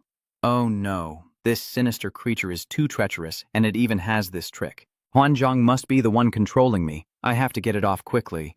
Damn it, I can't move my hand. "Stop, you stop right now for Tao." "No, I won't," he's resisting. He is truly a real man. "My real name is Li Guangkan. I pray for Chu Tit, willing to reduce my lifespan by 10 years so Chu Tit can live on. I can't. I absolutely must not give in. Keep going, Chu Tit. Stay strong, keep going. Stay alert, Chu Tit, it's over." Chu Tit's face is completely blurred. The stranger also held a badge and said to Andy, "I will personally award you the Outstanding Employee badge."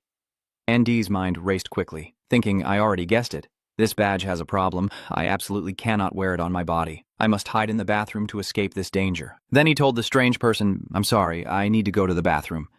The strange person was startled and asked, "What are you doing?" Why did he rush to the bathroom like that? He left and immediately ran to the public restroom, but a red hand was chasing after him and a black mass was flying below. That hand caught him, and the black mass turned out to be carrying the medal as it flew over. He tried to free himself and devised a plan. As expected, this metal is exactly as I suspected. Flying here, now I just need to wait for the strange creature to appear in the bathroom. As soon as he thought of the strange creature in the bathroom, it appeared immediately and said, "Come here, brother." Adai thought to himself, "This is the moment." Then the green frog appeared in his palm, and he used it to block the creature's awareness. The red arm also disappeared from then on. The strange creature in the bathroom let out a cry. "Huh? Who's there?" Andai immediately ran away. Hui Trong also lost his way and flew toward the strange creature. Then Hui Trong was attached to the chest of that strange creature. Instantly, the red hand grabbed the creature. An took a deep breath and thought to himself, as expected, just like his guess, although he escaped this danger, that strange object at the company was not the only one. The viewers below were extremely excited, commenting, "Oh my god, An is a genius, he came up with this trick again." A single arrow hits 2 birds, so later my mother won't have to worry when she goes to the bathroom.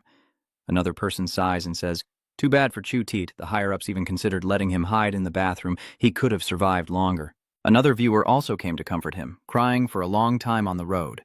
There are several masked contestants now, but none have been eliminated yet, so there might still be a chance for salvation. While An and others were chosen as outstanding employees, people like Tojo felt confused and puzzled, thinking to herself how strange it was because she believed the selection was actually meant to harm the contestants. I made so many mistakes, so they should definitely prioritize dealing with me first, right? I kept thinking that, but they didn't follow any script at all. They didn't vote for me as the outstanding employee. What kind of logic is this? A strange person stepped forward and said, "All right, now let's start overtime." The other strange people all responded, "Yes."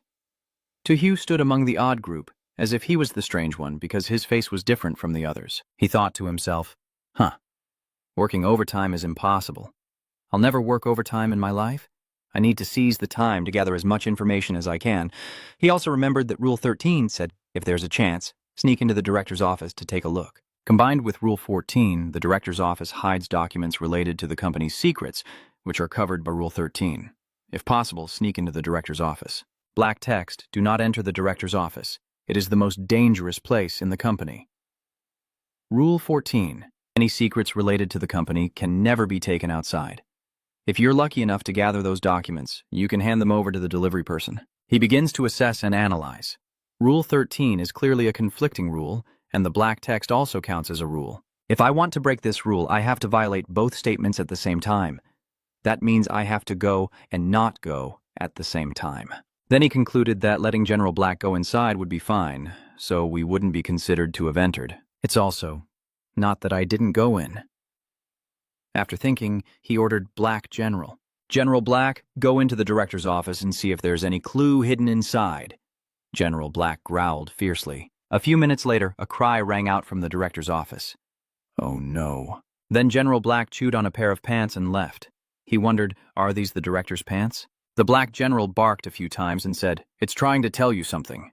He picked up the pants, searched inside, and asked it, "You mean it's inside the pocket?" And he really found something.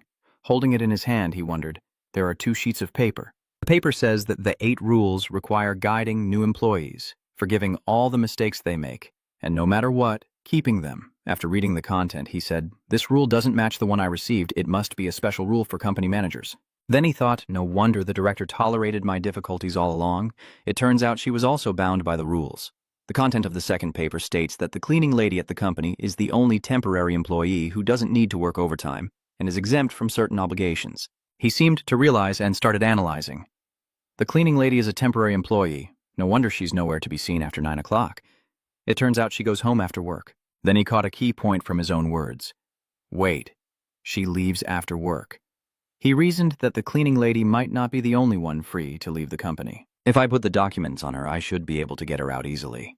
After thinking everything through, Tojo turned to ask General Hoi. "Black General, besides these items, is there anything else in the director's office? For example, something related to the company's secrets?" It shook its head at his question, then he stroked his chin again, pondering further. "No, if the documents really need the cleaner to take them out, then there must be secret company-related documents inside the office. Wait, could it be that the documents are not here but in another player's space?" He started to imagine a cycle in his mind and deduced that the main feature of this instance is sudden teleportation. Such an important object must be related to the sudden teleportation. A reasonable guess is that I need to take the company's documents outside. They are in the director's office within another player's space. Then he concluded that if his guess was correct, the next step was to stay still and wait for the sudden shift while searching for the data in another player's space. These people are really diligent. How much equity did the company give them when they've been working from evening until now without stopping? And the viewers below start commenting that the company overworks its employees and treats them like slaves. Another person also commented, "This job really isn't for everyone. They say it's an 8-hour shift, but they end up working overtime until morning. Does that make sense?" He remembered the shadow from last night and whispered to himself, "Stay alert. Stay alert. I need to reorganize my thoughts." Last night, I used my ability to sneak into the director's office and search for confidential documents. Not long after, a shadow was suddenly torn apart by something. Then he gritted his teeth, slammed his hand down on the table, and made a decision. Damn it, only one day left. If my talent still doesn't work tonight, I'll have no choice but to sneak into the room and steal the secret documents. As long as I get the documents, I'm sure there's a way to survive outside. Damn it, those bastards! The national alert message said others are also trying to get through, just going with the flow. After reading, Gon was startled and whispered that the other contestants were also trying to get through. What he needed to do now was go with the flow and wait for the other contestants to move here. While he was lost in thought, Lucas cleared his throat, clutching his chest, and stepped forward. Gu, seeing that, asked worriedly, Lucas, what's wrong with you?" The viewers also left comments wondering if Lucas's facial hair has grown more, asking if it's because he killed the strange white creature in the bathroom. Another viewer replied, "Probably so. He just went into the bathroom and killed that white shadow." Lucas, hearing this, coldly warned him, "I suggest you stay away from me or I can't guarantee I won't kill you. I almost can't believe it, and say if you want to kill me, I would have been dead long ago. There's no need to say such things to scare me. Is there anything wrong with accepting help from others? Do you really think you're a hero who can save the world alone?" Lucas gritted his teeth and threatened. "What did you say? Gayon, are you trying to push me to my limit? Do you really think I wouldn't dare to kill you?" Hearing Lucas's threat, he didn't show any fear. In fact, he was even more worried. "Saying you want to kill me is easy. You'd better take care of yourself.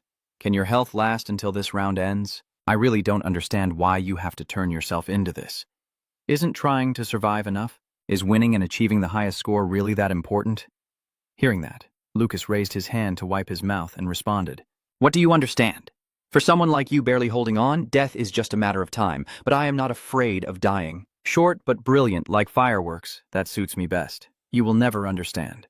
Yon also bowed his head and said, "Yes, maybe you're right. I am just a coward. I fear death. I want everything to end soon so I can reunite with my family." "Lucas, is it that in the real world you have no one to worry about?" Hearing that question, Lucas burst out laughing and said, "Why should I be concerned?"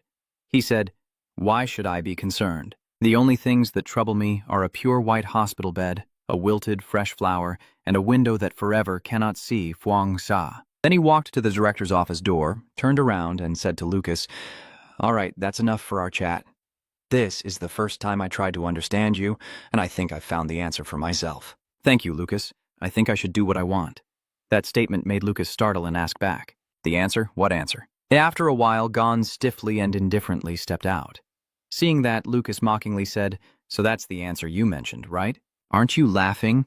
With your hands empty, what did you manage to get?" He didn't get a response, so he went to Gion's seat and asked again, "Why are you saying nothing?"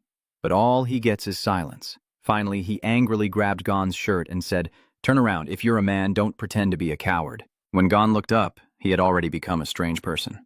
Lucas asked in disbelief, "What? What's going on here?" The viewers start commenting. "Oh no." Gion's face is also completely open now.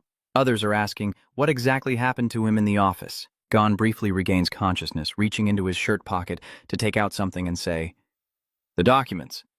Lucas picks up the documents to examine and says, "White paper, you want to steal the documents for me?" The result was just a blank sheet of paper.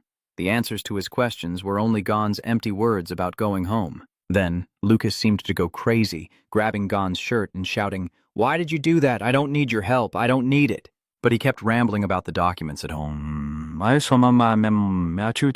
An audience member left an angry comment. "Damn it, Gon only ended up like this because he helped him.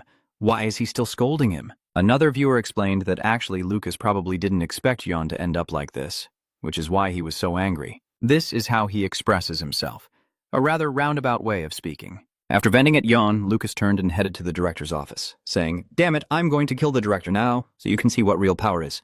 A sad viewer commented, "What a crazy world, why did they shoot me twice in a row?" Someone else also said they were crying and lost. Gyan had always thought about saving Lucas, a real man, a resilient person. At this moment, David from Baj sneaked into the director's office and obtained the company's confidential files mentioned in the rules. Rule 14 states that no company secrets are to be taken outside. If you're lucky enough to get that information, you can give it to the delivery person. Rule 15. Don't trust the delivery person. In the end, David decided to give the documents to the delivery person.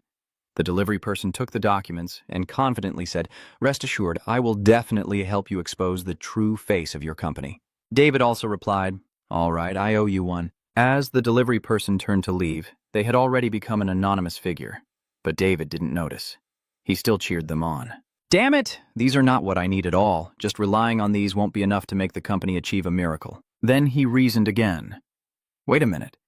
If the documents I have are fake, and the real ones are hidden in another player's world, could it really be just one pack of documents? If that's the case, everything is getting more and more complicated. In the afternoon, after finishing her lunchbox, Tojo was transported to Ani's space. "Oh, Tojo." Tojo asked him, "An, do you have any confidential documents related to Kaitich Company?" "The documents are probably hidden in the space of some player." "There isn't much time left. Our urgent task now is to find those documents and figure out how to get them out of the company." Adai replied, "Your thoughts are very similar to mine, but I don't know what method to use to take them out." "Have you thought of a way yet?"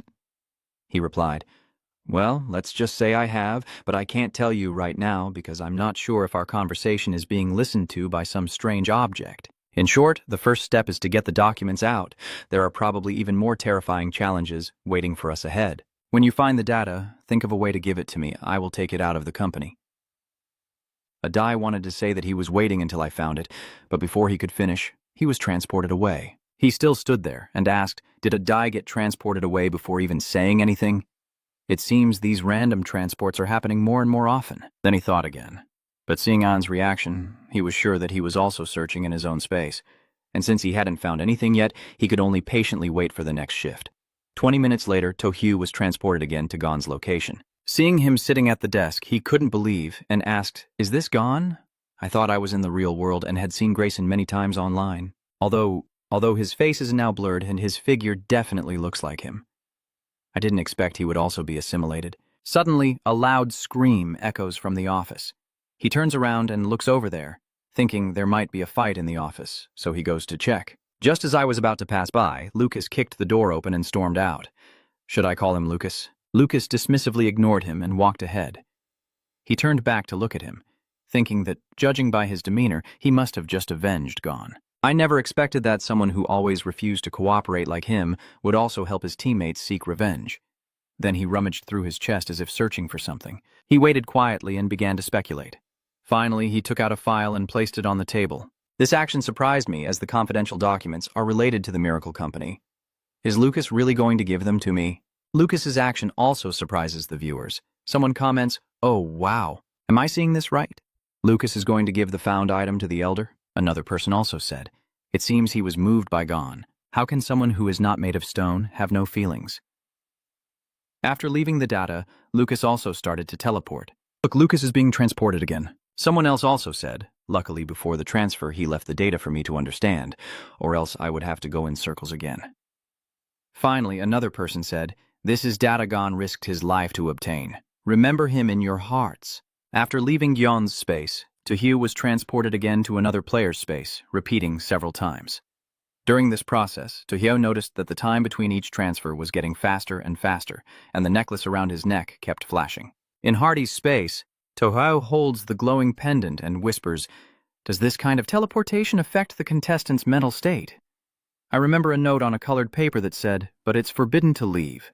Sudden teleportation and loss of memory cannot be explained." I think that the colored pencil you mentioned once wrote that sudden teleportation causes memory loss. Maybe the more teleportations a contestant experiences, the more their memories quietly fade away. Since I am protected by the jellyfish necklace, my memories should be fine. I can't save the other players. I can only think of a way to get the data out of the company. Moreover, I also discovered that in the other player's space, there is no sign of the cleaner girl, which means I definitely have to return to my own space to retrieve the data. Thinking this, he turned around and looked around, muttering about fate. Teleportation is completely random, and there's no way to know how long it will take to return to his own space. If I don't go back, the documents in my hands will never be able to leave the company. Feeling annoyed, suddenly the doll wants to say something to him. He asked it, "You said you wanted that teleportation power to bring me back to my world." The doll nodded in agreement. And then he and the doll were truly transported back. Standing in front of the familiar desk, Tojo couldn't help but exclaim in surprise, "Oh, damn, my desk has my symbol on it. I really came back. Wow, this doll is really tough." He looked down at his shadow in the doll, thinking, the connection between him and the doll seems a bit twisted. It seems that kind of power isn't unlimited, so he needs to seize the moment to deliver the materials to the cleaning lady. Thinking to himself, Anlap quickly ran outside and called out, "Hey, Miss Laokong, Miss Laokong is now packing up to leave." I will walk over and put my arm around the cleaner and say, "Oh, you work so hard every day. Tomorrow, my place won't need cleaning. I promise I will tidy up myself." The cleaner happily said, "This kid has a sweet tongue. If I find a good match, I'll introduce her to your son." At that moment, he secretly slipped the document and the bag into her hand. After finishing work, he waved goodbye to her and said, "Yes, see you tomorrow." The cleaning lady also waved.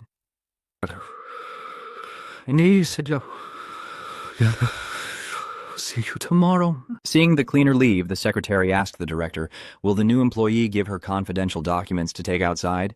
The director replied, "No, she is still an employee of the company before leaving. The memories of each employee with blurred faces are connected to me.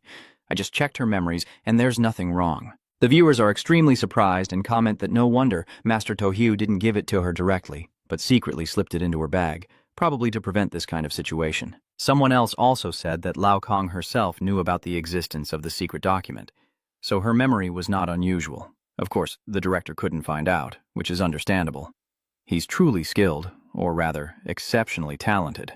Thinking everything was over, the director suddenly shouted, "Wait, I forgot something. Maybe she doesn't know what she's carrying out." Then the cleaner stepped outside. Seeing this, he shouted, "No, stop her! Don't let her leave." The secretary beside her also hurriedly covered her mouth, while Laokong finally left, leaving only the secretary holding her head and the director behind, Lathat Than. "Damn it, don't go!" At that moment, the faceless employees also disappeared. Viewers leave comments. Wow, it looks like all the employees with blurred faces have disappeared. "So will the masked players also disappear?" Another person said. No, I just checked Chu Thiet's channel. He still hasn't disappeared." Someone else also said Gon and Park Hoadong haven't disappeared either. I don't know the reason. They're both fine. The company door opens, thick blood fog billowing outside, and as Tojo steps out, he wonders to himself, is leaving so simple? Then he thinks, even though there are too many questions still unanswered, at this point all he can do is go outside to see what's happening. The fog in front of him condensed into a vague face, and viewers angrily commented, "This fog is problematic. If others are saying the same thing, how can we get through?" It's like fighting the final boss or something, as if you realize where the problem lies. Tojo was startled and thought it was dangerous. At this moment, White Bear and Black General also charged out, and a viewer felt lucky and commented, "Luckily, Elder Tojo still has protection, or it would have been the end." White Bear and Black General were drowned in a sea of bones and blood. The viewers gasped in horror and exclaimed, "Oh my God, White Bear and Black General are both overwhelmed."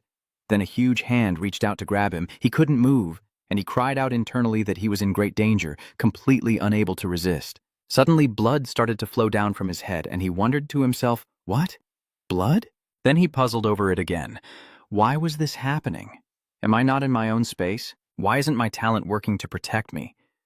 Then he realized the problem he was facing, and continued to think. No, that's not right. Since I left the door, I haven't been in my world anymore. The pendant keeps glowing, and he grits his teeth, whispering, "What should I do now?" Your body can't move? The jellyfish necklace is also about to reach its limit. He was squeezed by the red hand. A statue identical to him appeared, creaking loudly. Luckily, the doll arrived just in time. His shadow is also linked to its shadow and is moved to another place. Buy it. Now viewers are leaving comments. "Oh my God, it's too dangerous. I understand the elder, I almost didn't make it." Luckily, at the crucial moment, the doll used its power to move the elder to another space. I love this doll so much. Someone else also said that the strange object was too embarrassing and didn't expect it to want to kill our elder Tojo. We should ask our beautiful girls if they agree with this. First, Just now was the reward from passing through the museum exhibit circle that almost helped me escape danger. Then Yenjiang silently thought that luckily, the doll appeared at the crucial moment when he shifted to another space. Otherwise, the consequences would be unpredictable. Quickly, White Bear and Black General also appeared beside him, and seeing them, he felt more at ease and said, "It's fortunate that we can summon 3 strange objects. I need to steady my mind and keep thinking of a way." This time he didn't step outside but stood in front of the door, lost in thought. The fog here was just as thick, but unlike before, it was much lighter. Then he concluded that the red fog in each space might be different in color and state, and he must find out the reason. This is probably the key to passing this round. Without hesitation, Tran-Tru immediately turned to the doll and said, "Doll, you must always keep our shadows linked, so if any problem occurs, you have to immediately take me away." The doll nodded in agreement. Viewers expressed confusion and commented on his actions. Yeah, after just escaping danger, why did Tojo leave? What is he really trying to do? At this moment, Tojo is saying to the other 3 objects, "Let's go," then steps outside again, ignoring the viewers' desperate comments. "Master Tojo, please don't do this." At the same time, David from P Country enters Tojo's space. What's going on? Why is the company's entrance in this space open? Could it be a sign that I can pass through? Another viewer guessed. The door here is also open. I guess that because General Tojo was moved to another place by Black Marshal, the company's entrances are now open in all spaces. He thought it was a signal that he could pass through. It feels like something is about to happen. Very quickly, the National Alert also sent a message advising not to go outside. He read it and muttered to himself, "Not to go out. Could there be some AI danger?" Then he turned around and entered, saying he should heed the advice of his superiors. The viewers leave a relieved comment from a safe distance from the door. He also tends to listen, and others comment that being humble and following advice will be beneficial. If he steps through that door, he's definitely dead. As he walks in, the fog rushes toward him. David tries to push it away and shouts, "No, don't. Just as David was overwhelmed by the fog, Northeast Asia of Korea was also transported into Lucas's space. He smiled and said unconsciously, "I want to go out. I want to go out." Immediately after, the system panel appeared with a notification that the representatives from Paris and Korea had been swallowed by a strange creature. The Strange World countdown begins 10-9-8-7-6, so viewers stay alert. And then another person died. Someone else also said it really was a ghost. If all the spaces are like this, how can we get through? In Park Hwadong's space from Korea, Tojo once again faces the giant hand of the monster. As he looked and thought, this monster clearly didn't feel as aggressive as the one in the previous space.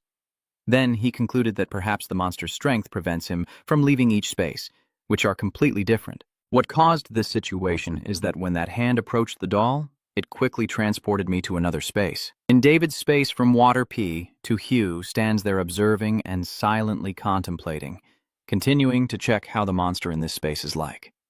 After a while, he also realizes that the monster here is even weaker. I think I understand now. The rules mention Rule 6. Please evaluate the rules wisely. Do not violate any rules. Rule 12. Do not violate the rules.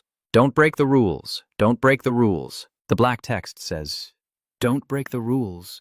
He strokes his chin in thought before suddenly speaking. Rules 16 and 17 always emphasize that rules must not be broken. The final answer on the colored pencil also states the same. It seems that the more rules a contestant breaks, the scarier and more dangerous the monster in their space becomes. Then he turned to the doll and said, "Doll, take me to Chuthiet's space immediately. Hurry up."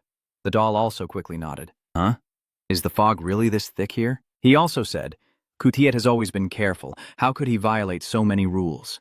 The fog here is so thick, it doesn't seem to be Chuthiet's space." At this moment, Tojo finally looked down and saw the shadow twisting more, then sighed and whispered, "Looks like the shadow can't be used too many times. The teleportation spots are starting to become unstable. Is it reaching its limit?" At the same time, ND was shifting between spaces, analyzing countless times and discovering the pattern of the fog.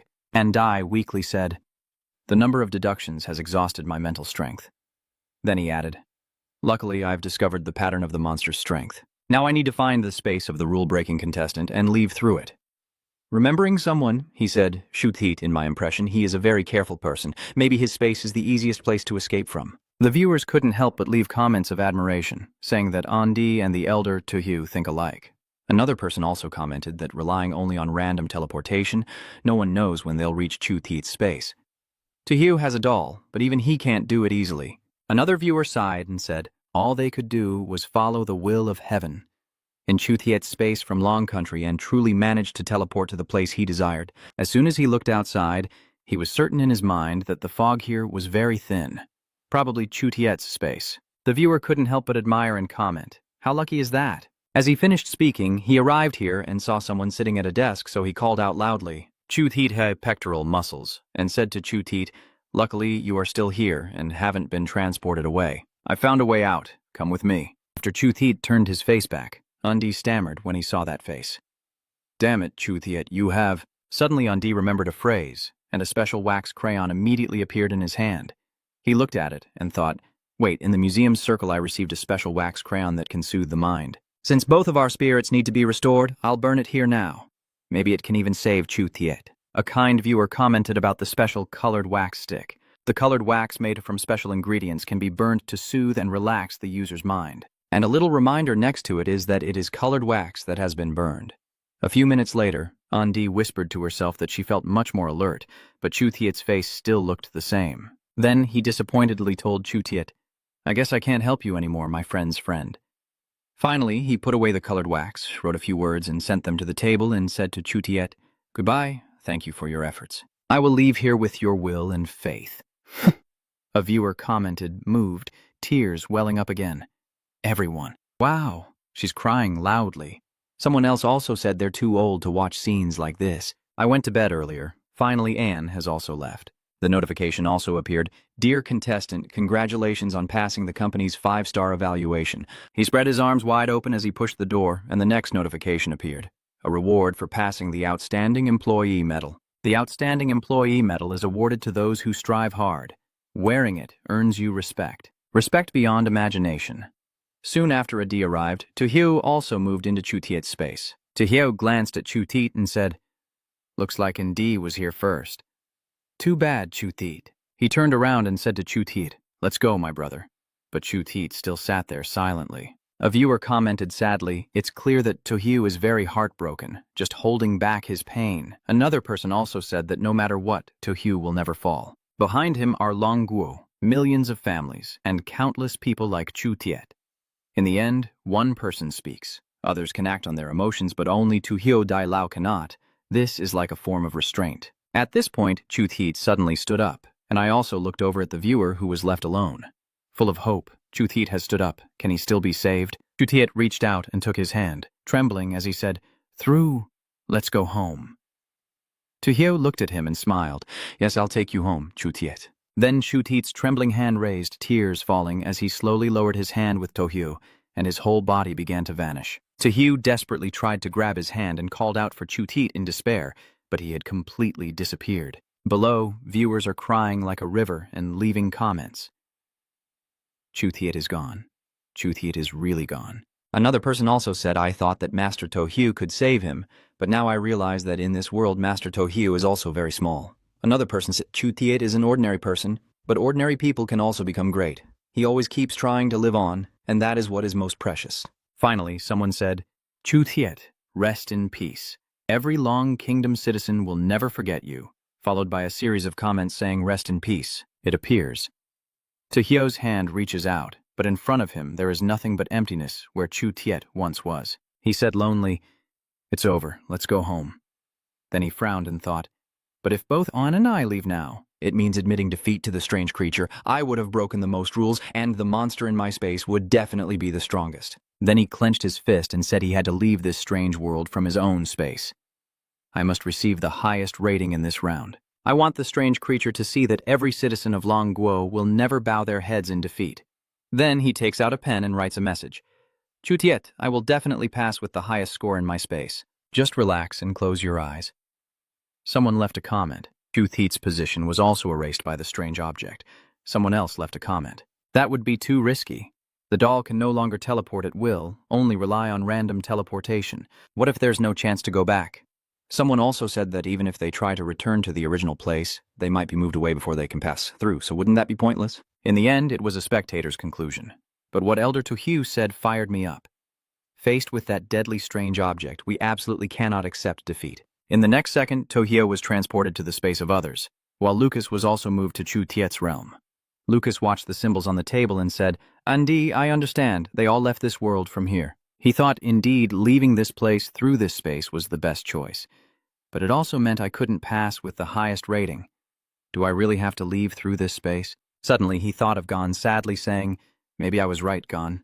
A viewer commented, "Oh my God, I didn't expect Lucas to be less stubborn this time." He walks out the door without looking back. A viewer emotionally commented that it was all thanks to Gyeon, who risked his life to exchange for his teammates' tears. Just after leaving the system, a notification appeared. Dear contestant, congratulations on passing the 5-star evaluation round. Your reward is the blood of the anomalous creature. Another notification also briefly mentioned that the blood of the strange creature is part of the creature itself. It can help you eliminate abnormal effects caused by the creature. But during the process of elimination, you might endure the pain. Seeing the blood pooling under Lucas's feet, I wonder, could this be the blood of the strange creature? Blood wrapped around his hand and spat out something. Lucas, sweaty but excited, said, "Come on, help me eliminate all traces of the anomaly." Oh my God, he's not just enduring it, I think he's even enjoying it. He really is a terrifying guy. After 1,100 nights, Tojo finally returned to her own space. He said, "There are only 20 minutes left. Finally, I'm back. This really is a crazy gamble." He hurriedly runs out and calls his strange creatures. Black General, the doll, and the white bear charge forward with me. A golden light flashes in front of him. He activates his protective ability for them. They rushed straight to the monster's core. Tojo cheered them on and said, "Well done. This is my space. With the gift of protection, I am invincible." He ordered them to attack it, beat it, and crush it. In the end, the monster was defeated, howling in agony. The system notification also appeared, stating that a good company treats employees as its foundation, while a wolf-like company only thinks about exploiting their efforts. Another notification appears. Where there is oppression, there is resistance. Resistance is not wrong. The fault lies with those who only want to exploit others. When a toxic environment becomes normal, those who stand by and watch are also guilty. Human life always has value. Some people's value only shines briefly, but that fleeting moment is enough to leave a permanent mark. At this moment, the exit door also appears. Tojo looked at her empty hands in frustration and shouted, "What's going on? Where's my reward? Damn it, where's my reward?" At this moment, another notification appeared. The system skill upgrade received a secondary effect, introducing the skills, the rebellious innate talent. Your SSS level talent has evolved into a bizarre SSS level talent. Analyzing your talent, 100 points, you have 99 points of rebellious bones. The initial effect of the innate talent is that the rebellious bone of creation can disregard rules of right and wrong, break rules within the strange world, and during the rebellion, it will not be affected mentally or killed by strange objects. The secondary effect of the innate talent in the strange world is that you get to freely change one rule once, and after breaking that rule, the talent remains effective again. After reading it, he thought to himself, could this round's trial be designed to counter his own talent? If that's really the case, then this reward must be extraordinary. Then he excitedly said, "Wow, can I change the rules at will?" So, I must be the champion then. Tojo thought excitedly, maybe in the next dungeon I can use my innate ability to upgrade and distort the rules. I really look forward to it. The notification board also appeared, congratulating Tojo, Longquok, Lucas, Mai, An, and Hoi Hungquok for passing successfully. All 3 countries will be exempt from this world invasion of strange events. Tojo, Longquok achieved 6 stars and received a special reward. The territory of Long Country increased by 3%, with an additional expansion of 2% as a bonus. Lucas, the United States, achieved 5 stars and received a premium reward. The obesity rate among Americans decreased by 10%. Anj Hoi Hung receives a high-level reward through 5 stars, and the happiness index of Hoi Hung Nation increases by 10%. In the real world, he stands on the balcony reading messages sent by Long Nation. The first message is that An asked us to send his condolences to you. Losing Chu Thiet in Long Country is something that has saddened many people. The second message is that Lucas from the United States is undergoing treatment.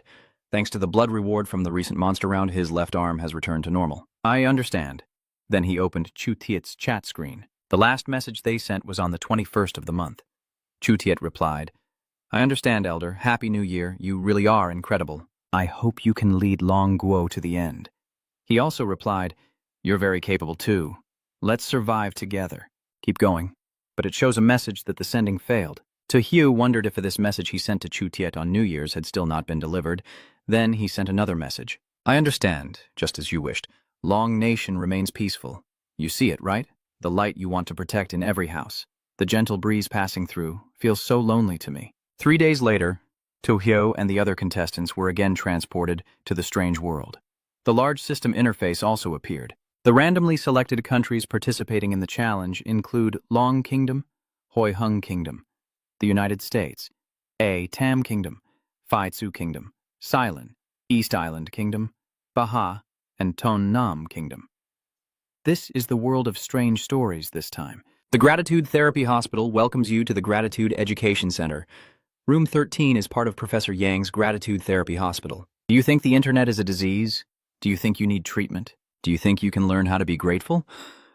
Don't rush. In Treatment Room 13, Professor Duong will use a special mental therapy to tell you the answer. This strange story world is a personal game round.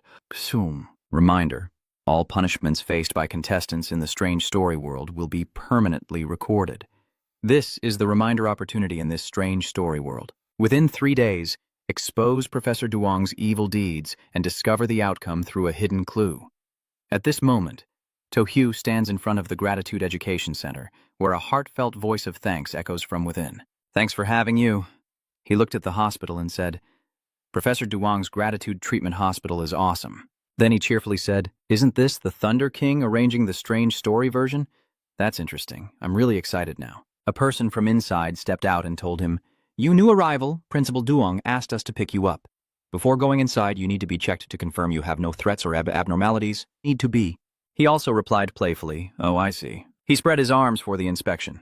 The examiner checked thoroughly and said, Okay, no issues, let's go with us. I was led past a group of people. Each of them had their own thoughts.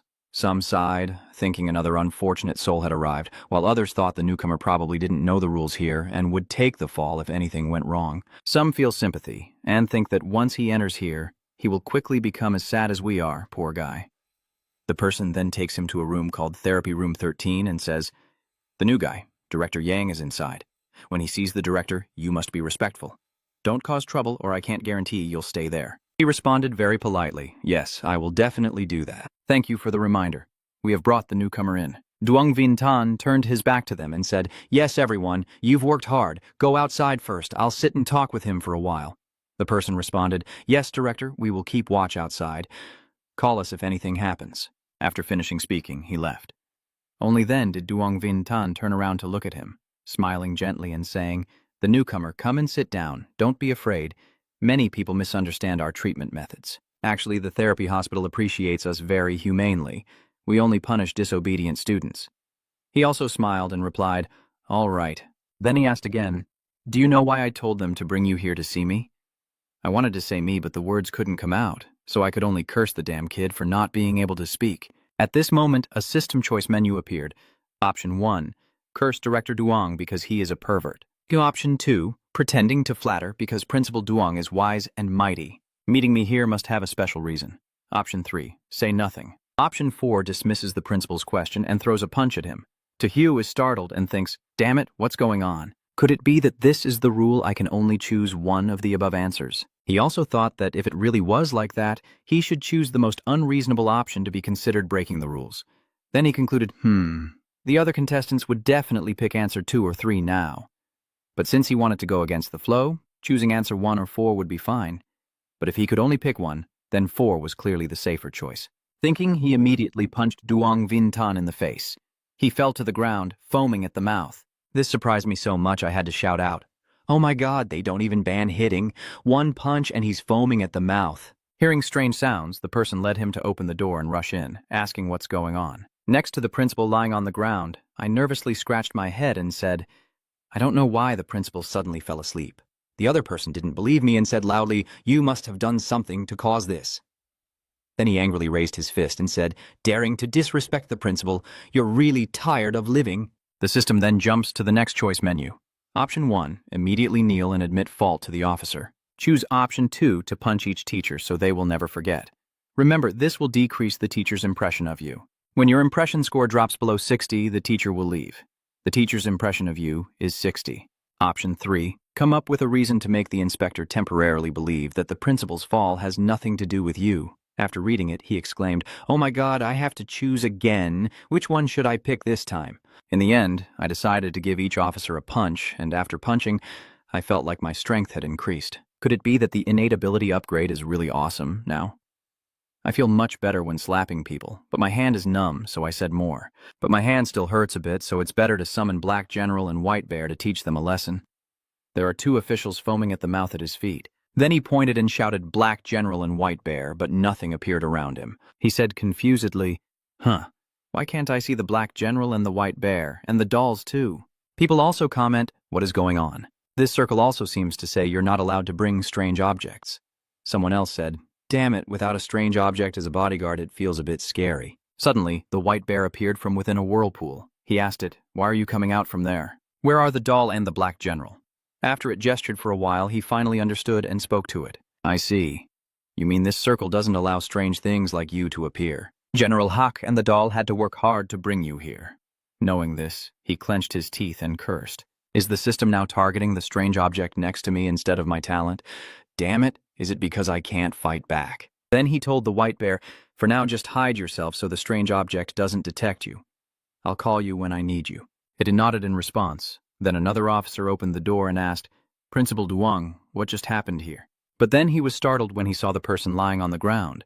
The White Bear had already hidden himself, leaving only him standing there and saying to them, what are you two still standing there for? Aren't you going to help him up to bed since he's too exhausted to see the principal sleeping on the floor? Are those two people just staring blankly and pointing at the two lying on the floor saying, did Director Yang fall asleep? So how do you explain the two guards lying on the floor? To Hiu Tinbo replied, why not let them sleep on the floor with the principal? At this point, viewers couldn't help but laugh and left comments. To Hiu's reply made me laugh so hard I couldn't speak, and others' comments left the two guards at a loss for what to do. Tohayu, with his hips cocked and his nose slightly elongated, said, no way. Do you think I can knock out all three of them by myself? Hearing that, the guards also understood what he was thinking. Indeed, a newcomer's physique couldn't possibly take down three of them. Moreover, besides Director Yang, we all have training. Then Principal Duong walked over and said, you go outside first. If we find out you're involved in this, we won't go easy on you. He obediently replied, yes, yes, yes. But deep down he thought there's no need to bother with them. As long as he doesn't break the rules for now, he might as well save some energy. Walking out of the treatment room, I understood that the officer led me to the front of the school building. The officer told me that it was now after school hours and students could move around freely. Everyone, this new student is named Tu Hiu. From now on, he will also be here learning how to be grateful to his parents and society. Let's give him a round of applause. Then he patted your shoulder and said, all right, new student, I hope you can learn to be grateful soon and get out of here. As he turned to leave, he left a parting remark, you can come to me if you need anything in the future. He watched that person's back and wondered why he had squeezed his shoulder so hard. Was he trying to imply something? At this moment, Zhao Li stepped forward and said, student, you're thinking about the hidden meaning in what the officer just said, right? Actually, it's very simple. If you have money, you can make him do work for you. Tahiu asked again, does Director Yang know about this payment for the job? He smiled and said, I don't know if the director knows or not, but their shamelessness might be at Director Yang's command. He half opened one eye and said, let's get to know each other a bit. All he could think about now was that the kid looked like no good and he still wanted to try to get close. He introduced himself first. My name is Zhao Li and yours. But he turned away indifferently, waved his hand and said, I don't want to get to know you. Goodbye. What a snob. Thought you were just a rich kid at home? Just wait and see how I deal with you. When Tojo met Trio Loi, the other players also encountered him. Most of the contestants responded politely to Trio Loi's friendly reminder. At this moment, Adi is shaking hands with him. Only a few other players like Tu-Hyu choose to look down on him. Lucas is one of them. Lucas didn't even bother to look at him and turned away, and after more than 10 minutes, it was time for class. In the strange world where other players are taught by Principal Duong, only To-Hyu's side has the instructor teaching. The instructor standing on the podium said, today's welcome class was originally supposed to be taught by Principal Yang, but due to health reasons, this session will be self-study. He took out a rule book and said, please read aloud the contents of this book, with gratitude. I won't supervise everyone, he said sternly. Remember, talking privately and passing notes are strictly forbidden. If I catch you, there will be serious consequences. We must thank our benefactor, Principal Duong Vien Tan. He not only cures our internet addiction, but also helps us correct our mistakes in life. Hearing them read aloud like that, To-Hyu thought to herself, Damn, they really read it out loud?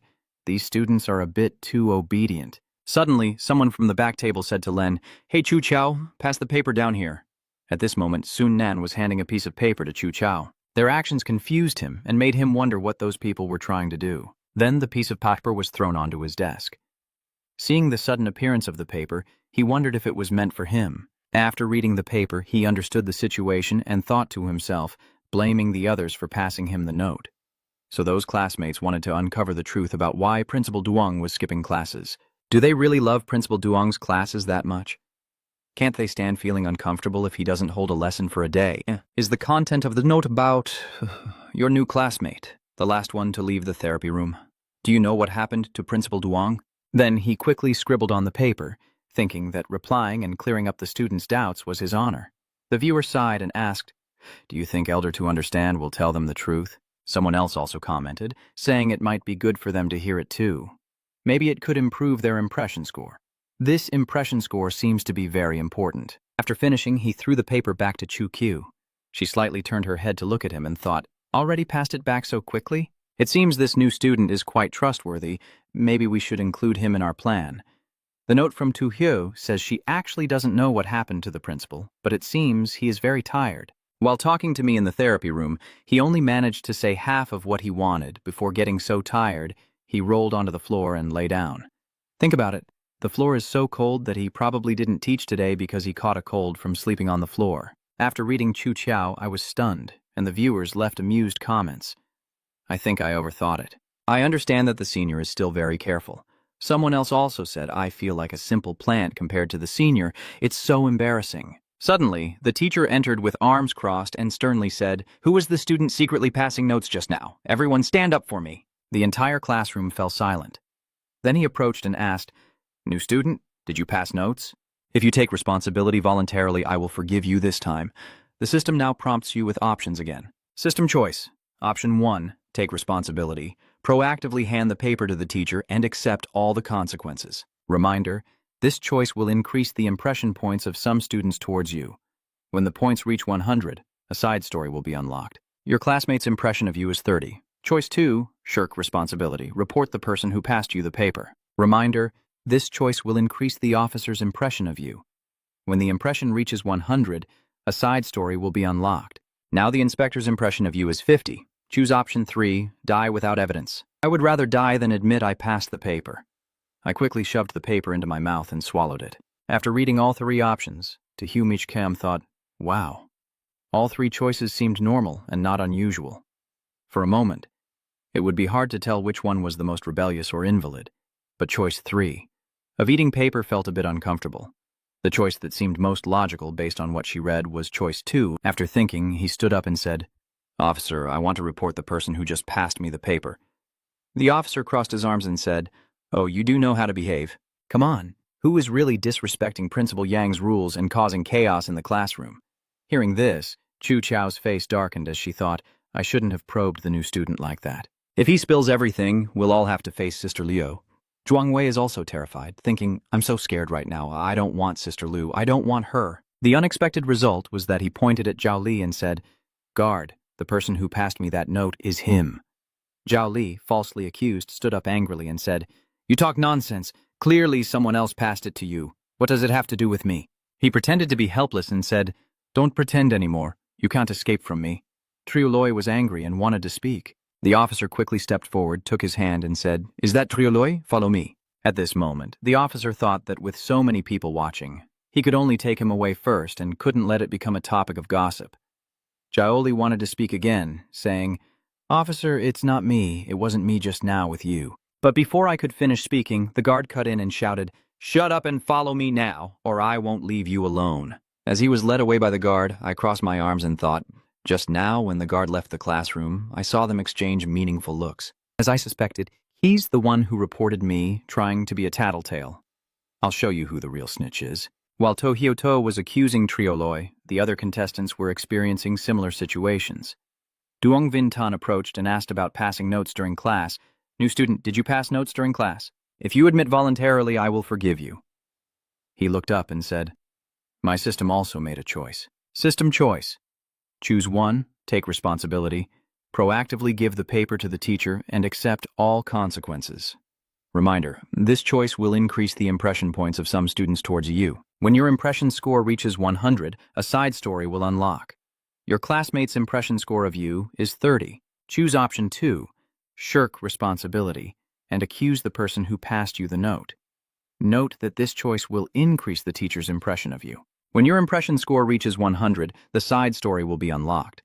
Currently, the teacher's impression of you is 50. Choose option 3, die without evidence. Even if beaten to death, they won't admit they passed the paper. He quickly shoved this paper into his mouth and swallowed it, thinking there was something very strange about this school. Students should work together and not betray each other. After thinking, he clenched the paper and swallowed it in front of everyone's shock. The other students looked over and thought, is he really not an idiot? He's openly ignoring Director Duong's family. His actions made Yang Vintan angry. He grabbed his shirt and said, "Do you dare to swallow the paper in front of me? I will definitely treat you well." All he could do was cry out in pain, "No, please, don't." Stripped and suffering, he was tied to an electric chair in the middle of the room, his mind anxious, thinking, what should I do now? What should I do? Before the dungeon begins, it is reminded that all punishments endured within the dungeon will be kept forever. He also thought that if he was electrocuted, it would be useless even if he managed to pass the trial. After thinking, he shouted at Don Duong Vintan, "I respect you. Dean Duong, please don't punish me. I'll do anything you say. I beg you." He heard him say, that then put on gloves and turned around and asked those words. "You should have said to me earlier. Isn't it too late now?" Then an electric helmet was placed on his head, and he turned pale with fear, begging, "Please don't, please don't." But Principal Duong said, "Go ahead with the treatment. This is an essential step to get in here. It can help me see if you're telling the truth or lying." Then he turned the dial up to 10%, and the pain from the electric shock made Bok Shuyen Kotra scream loudly. At this point, he said, "If you start the treatment and say what I want to hear, you can end the pain a little sooner. If you stubbornly refuse to accept, then the pain will continue to increase tenfold." Then he asked, "Why did you cover for those students just now? Do you want to join them in opposing me and eventually leave this school?" He panic-stricken shouted, "No, that's not it. I was possessed by evil spirits." "Principal Duong, please forgive me." Principal Duong turned the knob again and said, "I'll forgive you so you and those students can oppose me together. You're truly naive. Don't think I don't know what you're up to." When the adjustment knob was turned to 50%, Bok Shuyen Kotra was electrocuted and couldn't bear it, shouting, "Principal Duong, I really know I was wrong. Please forgive me." He then said, "I'll forgive you, but you have to say what I want to hear, or your pain will continue." At this moment, the choice menu reappeared, and he wondered what he should pick. Continuing to beg for mercy would surely be useless. The third option is clearly to find a way out. The options include option 1, begging for mercy. Keep begging for mercy from Principal Duong. Choose option 2, thank Principal Duong and speak openly with him. Everything I do is to thank him. Choose her. If you're so capable, then kill me. Reminder, you have 3 free response options. The impression of Principal Duong will increase or decrease depending on your answer. He was electrocuted so badly that tears streamed down his face and blood dripped from his mouth as he said, "Principal Duong, everything I do is to thank you. I crumpled the paper to gain the students' trust. Only then could I gather intelligence from them. Report to him any time. Vuong Vintan is quite satisfied with this answer, so I can accept it for now." He just turned the knob and said, "Looks like thanking her still works. Your answer surprised me. I look forward to seeing how you perform in the future. If you say you can do it but can't, I think you'll still come back here," he also said with difficulty. "Yes, I will definitely help him get the intelligence." At the same time, Undi's speculation also successfully shifts this trash onto the 6 million Li's head. In that case, he didn't have to offend Principal Yang and managed to win the students' impression points. He pointed at Zhao Li and said that he was the one who passed the template paper to me, and Lucas chose to bear the consequences alone, taking the blame for passing the paper. He pointed to his chest and said, "I was the one who passed the paper. If you want to punish someone, punish me alone." He made that choice because he believed that the options presented earlier would earn the students' admiration. That impression must be very important. Do I have to go through enough to be satisfied? I definitely have to be enough. Principal Duong directly took Lucas to therapy room 13. Lucas was strapped to the electric chair but remained completely calm. Duong Vintan stood in front of him, silent and pretending to be deep in thought. Fine. I have plenty of tricks. Now it's too late for you to regret." Then he put the electric helmet on him and said, "Let's begin the treatment." I want to see if your mouth is tougher or if my therapy is more effective. Electricity flows into Lucas's body, but he still shows no reaction. Principal Duong frowned, wondering why he didn't react. What was wrong with this person? Then he adjusted the dial to 50% and said, I underestimated you. It seems you're quite seriously ill, so you need stronger treatment. I really like students like you. The more you resist, the more I want to crush your spirit inside. On the other side, Lucas seems to be relishing that sensation and is calling out internally, Wow, you're really enjoying this. Duong Vintan turned around and said, You're still smiling at a time like this. Lucas, you really are unique, Bin Duong, but I told you, the more you act like that, the more excited I get. At this point, Lucas could no longer enjoy it. Blood was flowing from the corner of his mouth, and sounds of pain echoed. Duong Vintan said again, Looks like my treatment is still more effective. Now, can you tell me why you alone are bearing the blame? What's the benefit for you in covering for those students? The options also appeared before him. Choose option 1. Beg for mercy and continue to plead with Principal Duong. Choose option 2. Thank Director Duong and open up to him. Everything I do is just to thank him. Choice 3. We're all in this together. He's not wrong. If you're so capable, then kill me. Remember the 3 free response options. The impression of Principal Duong will either improve or worsen depending on your answer. After reading all 3 options, Lucas had made his decision. I don't want to choose any of them. The stimulation from this therapy might help my mind function more steadily. I enjoyed it too much. Then he shouted, I'm not wrong. If you're so good, shock me first. After making the choice, he furrowed his brow and muttered, What the hell is going on? How can my body make decisions on its own? Lucas, when shocked, thought, I understand now. If I don't choose within a long time, my body will automatically make a decision. Then he wondered what consequences this choice might bring. Feeling not very optimistic, Vintan thought to himself, Damn it, I've never met anyone so fearless of death. In the end, he chose to act and said, Lukat, you really surprise me, but since you want to die so badly, I won't let you. He said, I need someone who doesn't obey orders like you. No rush, I have the time and means to teach you gratitude, and I am sure you will become a regular visitor to treatment room 13. At the same time outside, to Hio's space, Duong Vintan woke up, pointing and shouting, You brat, how dare you use tricks on my turf, and dare to hit me and the 2 guards in the medical room now that I'm awake. You will see what true cruelty is. To Hio also sat on the electric chair to play and said, Come on, start your performance. Hearing this, he turned to the person next to him and said, Captain Chuang, put the special helmet on him, let's see if he's still arrogant later. Captain Zhang also said that Director Yang insisted he must be punished. I'll see how this kid tries to beg for mercy later. Officer Zheng put the hat on him, and at this moment he was still in the mood to joke and say, Nice, this hat is really good. He turned the adjustment knob up to 30% and told you to enjoy 30% first. Then think about where he went wrong. He also said, if you give me a satisfactory answer today, I will let you go, otherwise you'll never learn how to thank and you'll never leave here. The electric current passes through his body, but he feels nothing, so he silently thinks, I only feel numbness all over my body. I don't seem to have any special talent. Maybe my talent is immune to this series of electric shocks. Maybe it's some kind of strange attack source. Is that all, Director Yang? Did I not eat enough? You want me to thank you for this treatment, so increase the voltage for me. We are in the middle of treatment. Can you be a bit more professional? Officer Zhang, next to him, said irritably. Wow, kid, you're so arrogant. You're actually teaching the principal how to do his job. Does the principal even need you to teach him? Then he said to Principal Yang, I think this kid's mouth is pretty tough if he can't handle a little punishment. Grabbing his collar, Yang Vingzhen replied irritably, Are you trying to teach me how to do my job now? He scratched his head and said, No. Then he turned the adjustment knob to 70% and said, You want to increase the voltage, now I'll satisfy you. 70% is something an ordinary person can't withstand. Let's see if you, the kid, can still act tough. At this moment, the choice system menu also appeared. Item 1, beg for forgiveness. Item 2, thank Principal Duong. Item 3, even a dead pig isn't afraid of water. Item 4, the nightmare of Principal Duong makes the most rebellious students tremble. Give the principal a sincere and passionate slap, then tie him to the chair to accept your gratitude. Remind the other targets that the Principal Duong will adjust the impression score up or down based on your response. When the impression score reaches 100 or lower, it will trigger a special event such as unlocking the current impression score of the principal for you. 15. Looking at To Hyung-ee's options, Muktu's previous choice never appeared in this section. Could this be his rebellious result? Thinking that, he then provocatively said, "Hey, Principal Duong, yesterday you created karma. You can't blame me for your own karma." He angrily cursed, "Damn it, you dare to insult me? I will kill you."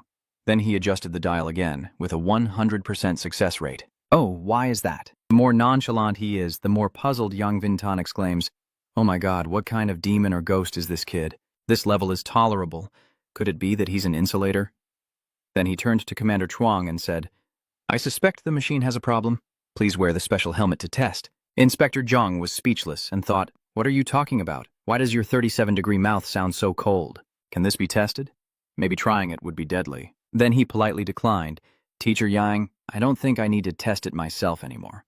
If the machine breaks down and the workers come to repair it, that would probably be more effective than me." But Duong Vintan said, "Don't forget who kept you alive. Without me, all of you would be drinking northwest wind." Hearing him say that, Supervisor Zhang thought to himself, Yes, our village is remote. Before you build the treatment center, thank you. The villagers are struggling even for basic needs, but I only work for him. I don't sell my life for him." Seeing him remain silent all along, he irritably said, "Why don't you speak? You're still not satisfied. So tomorrow you can go back to the village. What I need is someone who obeys me." Hearing that, he reached out his hand and said, "Duong Principal, you're interrupting me again." "Principal Duong, I see that what you need is not someone to obey you, but someone who views human lives as worthless as trash like you. A bottom feeder who finds pleasure in mistreating others." The three people in the room asked in unison, "What did you say?" He, thinking he's right, said to him, "You're young and reckless." "That's right, I enjoy tormenting students who are disobedient and ungrateful. Is there something wrong with that? Those students were personally brought here by their mother. They not only don't see any problem with me, but even have to thank me." Then he spread his arms and said, "Do any of these students not belong to the scum of society? If I am willing to give them a chance to turn over a new leaf, do you think society can tolerate them? They get lost in the internet and yell at their parents. Some even go as far as hitting them, which is truly despicable. But I was only guiding these corrupt ones onto the right path. I don't think it's wrong to do so." What you say is exactly what parents want to hear, but in reality, children lack love in their lives and naturally seek a sense of existence online. You also say that parents only feel their children are rebellious and disobedient, never considering their own role in education. Then you shift the blame onto Yang Vintan and say, "Principal Yang, with your attitude, how can you tell others to turn to the right path?" I think the one who should reform and correct himself the most is you. For torturing and tormenting others with such sweet words, you're quite something. You must have some serious issues. Hearing these words from him, he still stubbornly said, "This student, your problem is very serious. I must treat you." Then he ordered Teacher Chuang, "You all adjust the treatment room's power level to the maximum." "I need to perform deep treatment on him," Officer Chuang replied anxiously. "Principal Yang, isn't that a bad idea? I'm afraid it could cost lives." "What are you afraid of?" "If you grab him, I will quickly increase the electric power to the maximum level." The two officers saluted and responded. Then they stepped outside and closed the door. As they left, he adjusted his wicked gloves again and said, "Your friend, your problem is stubbornness. It needs to be powered. Next, I will teach you how to thank and how to become a useful person to society." What he didn't expect was that Tojo suddenly broke free, stood up, and said, "I want to be useful to society." "Principal Duong, let me teach you a lesson." He stammered, asking, Why are you? And I immediately slapped him and said, "Mind your own business." Young Vintan was slapped so hard his mouth foamed and his buttocks lifted into the air. I kicked his butt and said, "Yeah, trash, can't even handle a slap, but if you like treating others like that, today you'll get a taste of what treatment feels like." After a busy moment, he managed to put a hat on the swollen pig-like face of Principal Duong. He vaguely asked, "Where am I?" Sit down in the chair opposite and soothingly say, "Don't worry, I'm only treating you. Isn't it true that you often perform treatments on other students? It will definitely benefit him." Hearing that, he became a little panicked and tried to dissuade him. "Hey, you, my fellow student, I advise you not to do something stupid. Don't you think it's wrong to your parents who brought you here? They poured all their dedication into you only because they wanted what was best for you. As long as you graduate successfully, you can go home. I guarantee you will definitely get home safely. It's best if you don't do anything stupid now." However, I understand that not everyone will act normally, so I quickly responded, "What should I do? Are you talking about kidnapping my parents for morality?" "Sorry, I have no morality to begin with and can't be kidnapped." He also followed his method, turning the dial up to 100%. A robotic voice rang out, using the electric method. accepting the sanctions of justice. Principal Yang still knows how to dance Feng Vu Ku Tian. Jumping twice, I'll play the music for you. The phone in my hand also smartly speaks out, immediately playing Feng Wu Jiu Tian for you. The song plays, I want to fly, I want to fly. The bird carrying dreams spreads its wings and rushes out, unafraid of flames rising to the sky and thunderclaps. The rhythm of Director Yang's electric shock matches the song strangely well, so a viewer commented. Don't say it, don't say it. This supernatural music combined with Director Yang's dance really has its own style. Another viewer commented that Principal Duong is really hidden deep. He can catch such a difficult target. I am not convinced at all. At this moment, he also synchronized with the rhythm. When Tojo punished the principal, most of those chosen were taken by Principal Duong to Treatment Room 13, including Unduk Liet. At this moment, he was held by 2 officers, with Principal Duong angrily saying, I will definitely teach you a lesson today for causing trouble in front of me. According to reason, Unduk Liet should have kept quiet in the classroom for Trio Loi and not needed to go to the treatment room. When Duong Vin Tun asked, Who gave you the paper? He pointed at Trio Loi and said he was the one who gave me the paper. But I don't know what Trio Loi said to Director Duong, and Unduk Liet still got caught. At that moment, Trio Loi whispered into Duong Vin Tun's ear, and he responded, So that's how it is?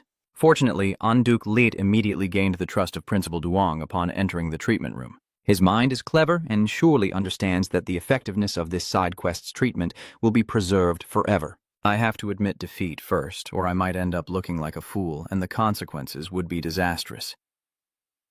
In the end, Director Duong trusted Boy Suyen Dong like bitter tea, and also believed Unduk Liet. He waved his hand and said, Let him go. Unduk Liet, I will trust you for now. Watch your performance from now on. If you disappoint me again, I won't forgive you. Dee nodded firmly and said, Don't worry, I will definitely give you a satisfactory answer. Night fell into Hugh's space, and Duong Vin Tun was still trembling and groaning on the chair. As he adjusted the dial, he said, It seems those 2 guards have indeed increased the electric power. They turned black in just a few minutes. Suddenly, the 2 guards entered and said, Principal Yang, the task you asked for is done, and you can see the treatment was effective. Before he could finish speaking, they saw him sitting there unharmed while Director Duong, blackened on the electric chair, shouted loudly, What the hell is going on? Didn't we say I was being treated? Why is this happening? Why is the Principal Duong the one who got shocked? Teacher Chuang pointed a stick at him and asked, Yibuite, what did you do to Principal Duong? Why is Director Duong sitting on the chair? Shouldn't the one being treated be you? He shrugged and replied, This has nothing to do with me. Director Duong untied my bonds and then sat on the chair himself. He said he wanted to experience the feeling of pleasure and death during treatment. Hearing him say that, the officer angrily replied, That monkey. How could Director Duong obediently sit on the chair to receive treatment? Clearly, you forced him. Zheng Jiaoguang also threatened them to sit still and not move, or don't blame us for being rude. As soon as he finished speaking, he quickly walked over and slapped each of them, saying, You want to save face, don't you? Then he looked at them foaming at the mouth lying on the floor and sighed. Young people are great. They can sleep even on the ground. Finally, he stepped outside and said, The room is full of moldy smell. I need to go outside and breathe some fresh air. The system panel now also displays a notification. Attention, the current impression score of Principal Yang towards you is 0. You will trigger a new unlocked story. After Tu Hu finishes reading, she says, The new story's impression score is even lower. Unlocking a new story probably isn't a good thing, but no matter what the new story is. What are you afraid of? Anyway, it's already done. A little anger is fine. The system notification is still on from earlier. Currently, Principal Yang has no impression of you, but you have triggered the new story unlock, and viewers are leaving comments. That's right. Punishing with Thunderbolt is the dream of many. Elder, To Hu has done it. So cool. Someone else commented, I am loyal to Elder To Hu. I am crazy for Elder To Hu. I hit a wall for Elder To Hu. After unlocking the new storyline, new rules were also established. Rule 1. Starting from this moment. Please obey Director Yang's orders unconditionally. This is your only chance to leave the Thank Education Center. Rule 2. Do not submit to Principal Yang. His way of treating gratitude is completely twisted and perverted. Please stay rational and do not help the enemy. Rule 3. Principal Duong is kind and caring. If you don't trust him here, who else can you trust? Go on. Crawl into his arms. Rule 4. The authority of Principal Duong is not to be challenged. If you notice a classmate acting suspiciously behind your back, be sure to report it to Principal Duong immediately. Rule 5. Trust Principal Duong. Principal Duong helps you leave here. Seeing that rule, Tojo exclaimed, "Oh, a new rule." Then he carefully pondered, All 5 rules mention Principal Duong. It seems this rule was made because Principal Duong is very likely related to the recent drop in your impression score. The notification board appears again, indicating that your current impression point of the instructor is 0. You will trigger a new storyline. The new plot keeps coming so that you wonder if there's really a new story. The rules include several points. Rule 1, the guards and Director Duong are on the same side. Don't expect him to oppose Director Duong. He is completely loyal. Rule 2, please note that the guard does not have the habit of accepting bribes, so do not try to buy them off with money. Rule 3, the guard only works for Director Duong, and sometimes you can even trust him. Rule 4, do not try to share your thoughts with the guard. It's very foolish. If a guard leads you into a dark room and locks you in, you must go. Rule 5, trust the guard and they will help you get out. After reading the note about the transformation rule, he thought again.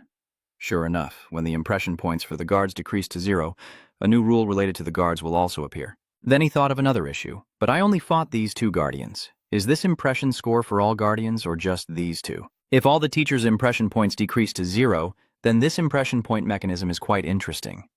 When I understood how to unlock new storylines and rules, Huiheng Anduk Liad also successfully unlocked a new storyline and saw Ani appear on the system display. This impression point can trigger a new storyline. The system interface shows that Director Yang's current impression of you is 100. When you unlock a new story by reaching the threshold, viewers flood the comments with cool remarks, and Duke Liet raised the Principal Duong's impression score to 100. Another person also commented in this side quest, with Duke Liet's SS level talent being infinitely inferred and highly advantageous, able to make the best choice at any time. Someone else said, so it seems that reaching an impression point of 0 or 100 will trigger a new storyline, but the trigger for the new story has a slightly different point. At this moment, Yang Vintan waved to him and said, Duke Liet, you're in. I have a task arranged for you. He also quickly responded to Principal Duong. When they went inside, he immediately said, listen, I need you to blend in with those students and find out who is secretly resisting me and also what exactly are their goals. What exactly is the plan? Teacher Zhang and Teacher Li will coordinate with you. Your words carry absolute authority. Hearing this, Undi investigates classmates. This is a good opportunity for me to find clues and plan a counterattack. Then he confidently told Duong Vintan, Principal Duong, rest assured, I will honestly do my job and help investigate your students' issues. Hearing this promise, the man patted his shoulder and said, I knew I wasn't mistaken about you. Go ahead and let me see what you're capable of. The school's medical office, Dr. May said to Bok Xuyen Kotra while holding the file. Principal Duong asked me to conduct a psychological assessment of you. Please answer seriously. I will record the results and give them to Principal Duong. He looked at her with heart-shaped eyes and said, I will honestly answer any question because you're so beautiful. Hearing this, she started to ask, all right. The test begins. If you see an elderly woman fall on the street, will you quickly walk away or risk helping her up? His answer is that I will walk away. I refuse to risk being deceived. Then she asked again, all right, so the second question. Do you think Director Duong has absolute authority in the school? Do you think the treatment is effective? He immediately replied, yes, it works, but in his mind he thought I've already been treated once and have psychological trauma. If I answer it doesn't work and Principal Duong forces me to undergo treatment again, what should I do? She continued to ask, so the third question is, if one day a classmate asks you to join the rebellion against Principal Duong, would you join the rebellion or choose to do nothing? He also quickly answered this question. I think I would choose to do nothing. Since Director Duong's power is so great, isn't resistance just asking for trouble? After asking, she turned around and said, well, all right, you can go back to your classroom now. The stubborn tea drinker refuses to leave, still sitting there asking for more. Is it really that simple? Doctor, can I come here to hang out when I have free time? Dr. May replied, it's up to you. If you have a problem, you can come here. Then he said, I will come again and leave. At this moment, she looked at his back, thinking he was someone with the same ideals, but it turned out he was such a person. Luckily, they conducted an examination on him. Someone like that can never be trusted. In the crowded meeting room, the senior officials looked at the screen and angrily said, stupid boy Suyen, behind the doctor's psychological test there was clearly a deeper exam, yet he only knows how to flatter. Another person also stood up and said that this drawn-out story seemed unrelated to him. He missed an opportunity, and the one who spoke earlier only hoped that Boy Suyen's talent could be useful, relying on his brain to save the day. At 10 p.m., Tohyo followed 2 students and overheard them talking. The brown-haired one said, "Finally, school is over. I've read through my notebook thanks to me." The other quickly warned up, "Oh, hey, don't say that. Be careful, the patrol officer might hear. Hurry back to the dorm." At this moment, his attention suddenly caught on something, and he wondered, is that a kitten? The kitten limped out and let out a cry. Tohyo sat down, called a few meows, then reached out to it, but it puffed up at him. Suddenly, a voice rang out, making him startle and glance over. "Don't touch it." Tu Niwa stretched out his hand to protect the cat and said, "The Thunder God is cowardly, don't touch it." Hearing the name, I asked confused, "The Dharma King Thunderbolt. I remember Director Yang doesn't allow small animals in the school.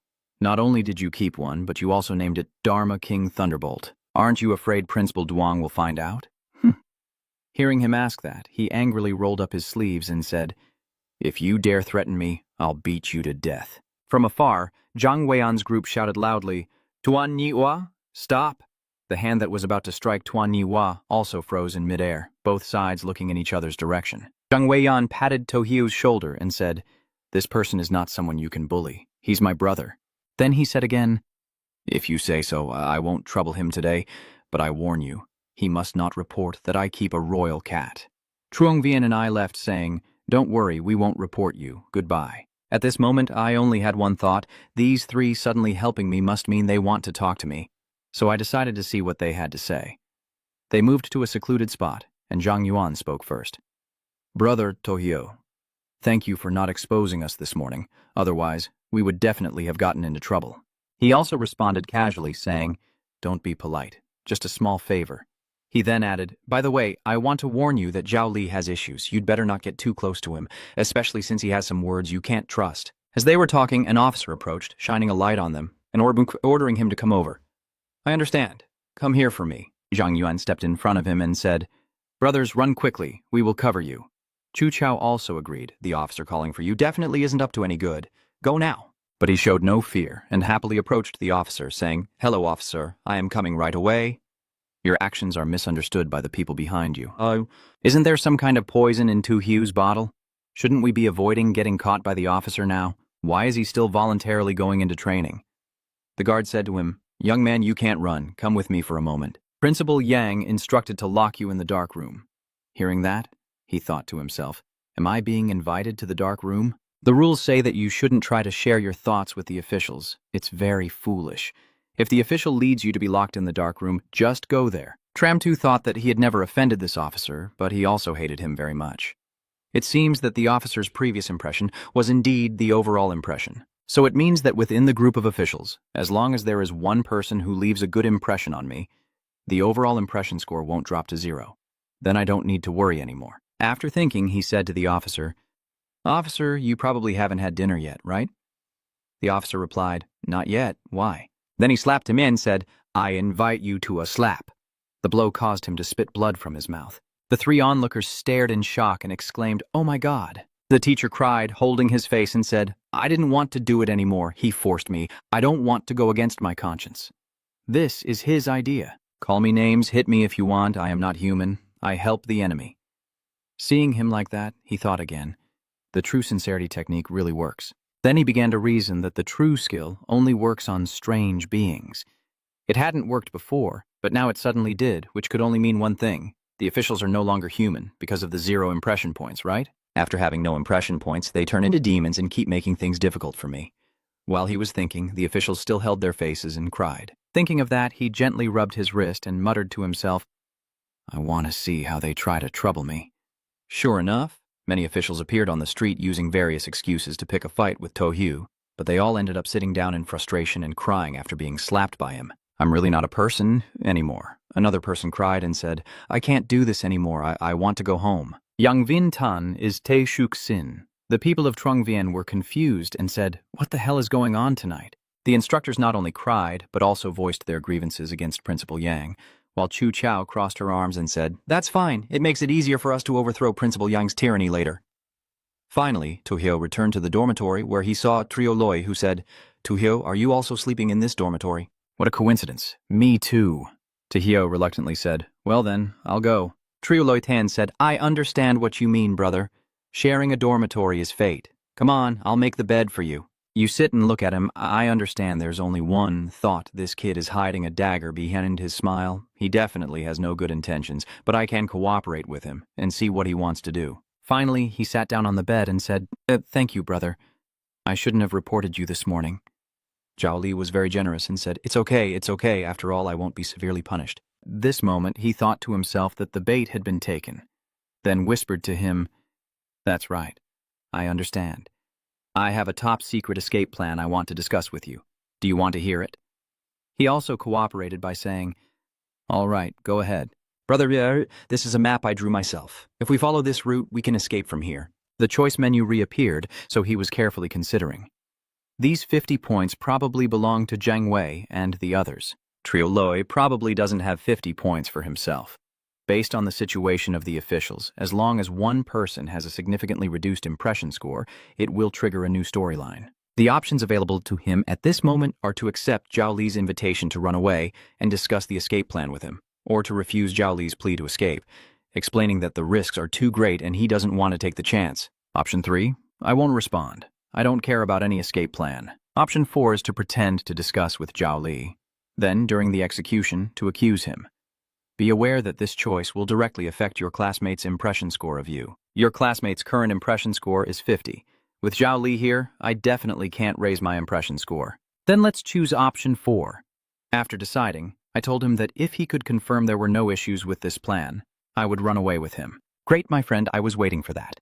Now let's discuss the details of the escape route. Then he started pointing at the map and said, I see. The students' cafeteria receives supplies daily, so we can sneak close from here and hide in the truck to escape. But since the truck usually parks at the back entrance, which is a restricted area, we need to find a way to know the exact timing of the truck. Hearing that, he wondered how to know the exact timing of the delivery truck.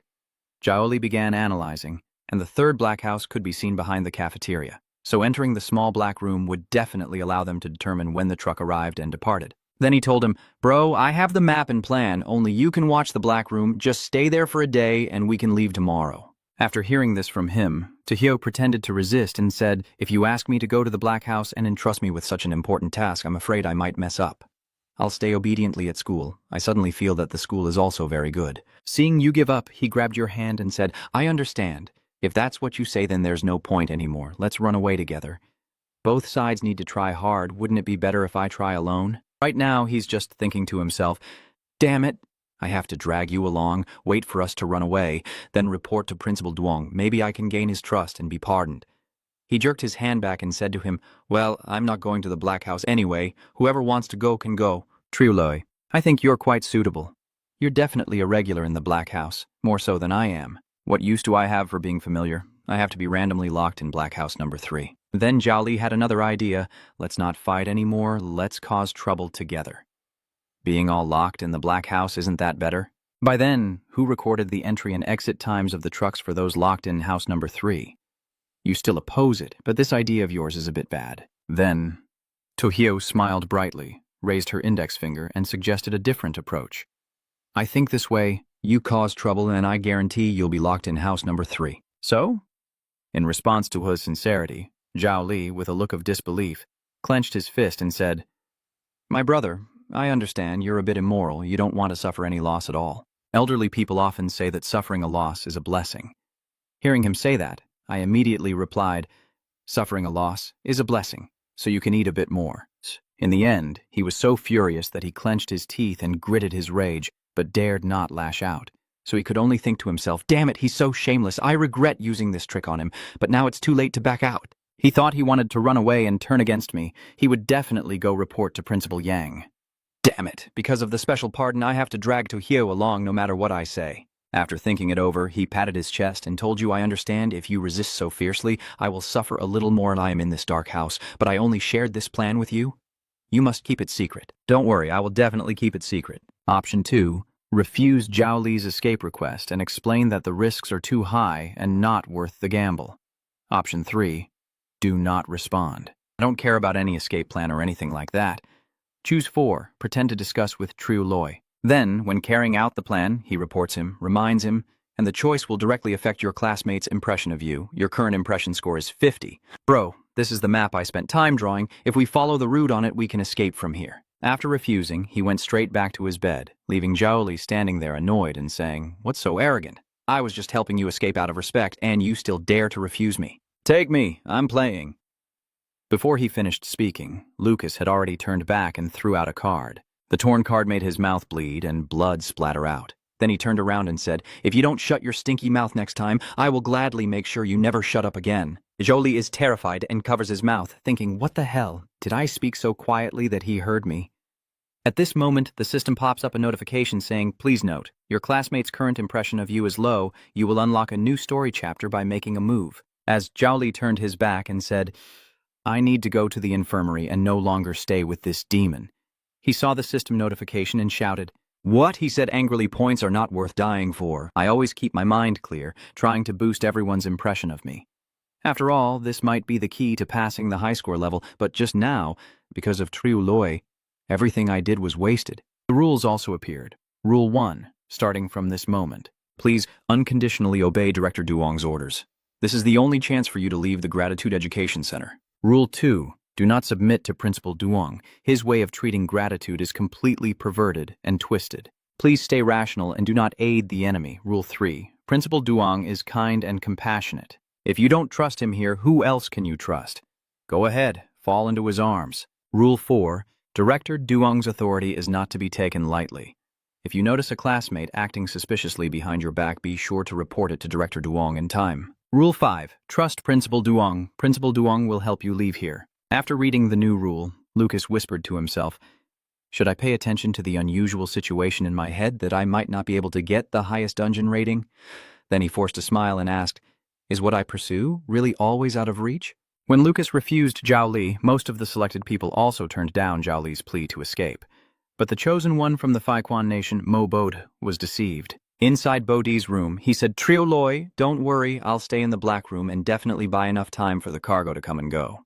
At this moment, Triu Loi happily thought, "I didn't expect this guy to be so easy to deceive. He's really a gullible fool." That night, Mo Bode found the officer and beat him up in front of his dazed eyes. The guard clutching his head shouted, "Are you crazy? How dare you hit the guard again?" Mac Bode not only received a free electric treatment combo, but also coincidentally entered the black room number 3. The guard threw him in and said, "Repent in there for me." Oh my God. Didn't Zhao Li say that you could see the situation behind the door from the window of black room 3? Now the window is sealed, what is there to see? Then he muttered to himself, trying to see if he could find any tools, opened the wooden panel on the window, but everything around him was now empty. In the end, he found a piece of iron wire, picked it up, and cursed. "Damn it, I spent half the day only to find a piece of iron wire. But is the current situation any better?" He used the iron wire to turn the screw fixing the wooden board on the window until his fingers turned red, and he said, "Once I pull out all these nails, my hands will definitely be ruined." Mobade angrily pulls out the screws and says, "If he doesn't see the truck by then, Triu Loi will be dead, and he'll crush his ass." And at 11 p.m., he finally takes down all the wooden planks and says, "Oh my God, after working for hours, he's finally done." Then he looked outside and saw everyone furious at the back door of the cafeteria, whispering to himself, "It seems Zhao Li didn't lie to me. I can really see the back door of the cafeteria now, just not sure when the cargo will arrive." Through the last window, he finally saw something and called out inwardly, "It's here, the delivery truck has arrived," and I start to hope again, thinking, "Great, now I just need to wait for the truck to leave and note down the time it departs." On Monday morning, the students gathered in the Dongtan yard to recite the school's slogan. Thank your parents. Remember their kindness. Quit the internet addiction. Strive to move forward. Thank the school. Obey orders. Start over. Become a new person. Teacher Zhang stands in front taking photos. Yang Vintan, also beside him, says, "After taking the photos, send them to the parents to show our educational chengguo." Hearing that, he replied, "Yes, principal." Then he paused and said, "Students, I have an announcement. Tomorrow the head will hold a meeting to thank the parents. By then, students and parents will come to the school to observe the results of your treatment during this period. Show your best. Who knows, you might be able to perform arts. Even though the time is a bit tight, I believe you students definitely won't let your parents down, right?" The whole class answered in unison, "Yes." Then he waved his hand and said to Ondi, "Andukliet, come with me for a trip." He quickly responded, "Yes, Principal Duong." In the principal's office, he sat at the desk and asked Ondi, "So, go ahead and tell me, How did your investigation go yesterday when I told you to secretly look into the plans and motives of the students who are secretly protesting? He replied seriously. Director Duong, the investigation you asked me to do has some clues, but I need more evidence. Hearing this, he looked displeased and said, More evidence? So you mean you didn't find anything yesterday? He calmly replied, No, I didn't get any clues. I just need to go into the dormitory to check. Then I can give a precise answer. To you, you also don't want to falsely accuse good people, right? Are you sure? If this isn't handled carefully, it will definitely cause a big disturbance. This time we didn't catch them, but it will be harder to seize their handle. Hearing the question, he placed his hand on his chest and swore, Principal Duong, rest assured, I will definitely give you a satisfactory answer. He also said, And tomorrow is the parent-teacher meeting to thank. Someone definitely won't be able to resist taking this opportunity to cause trouble. At this moment, checking the items will have a deterrent effect.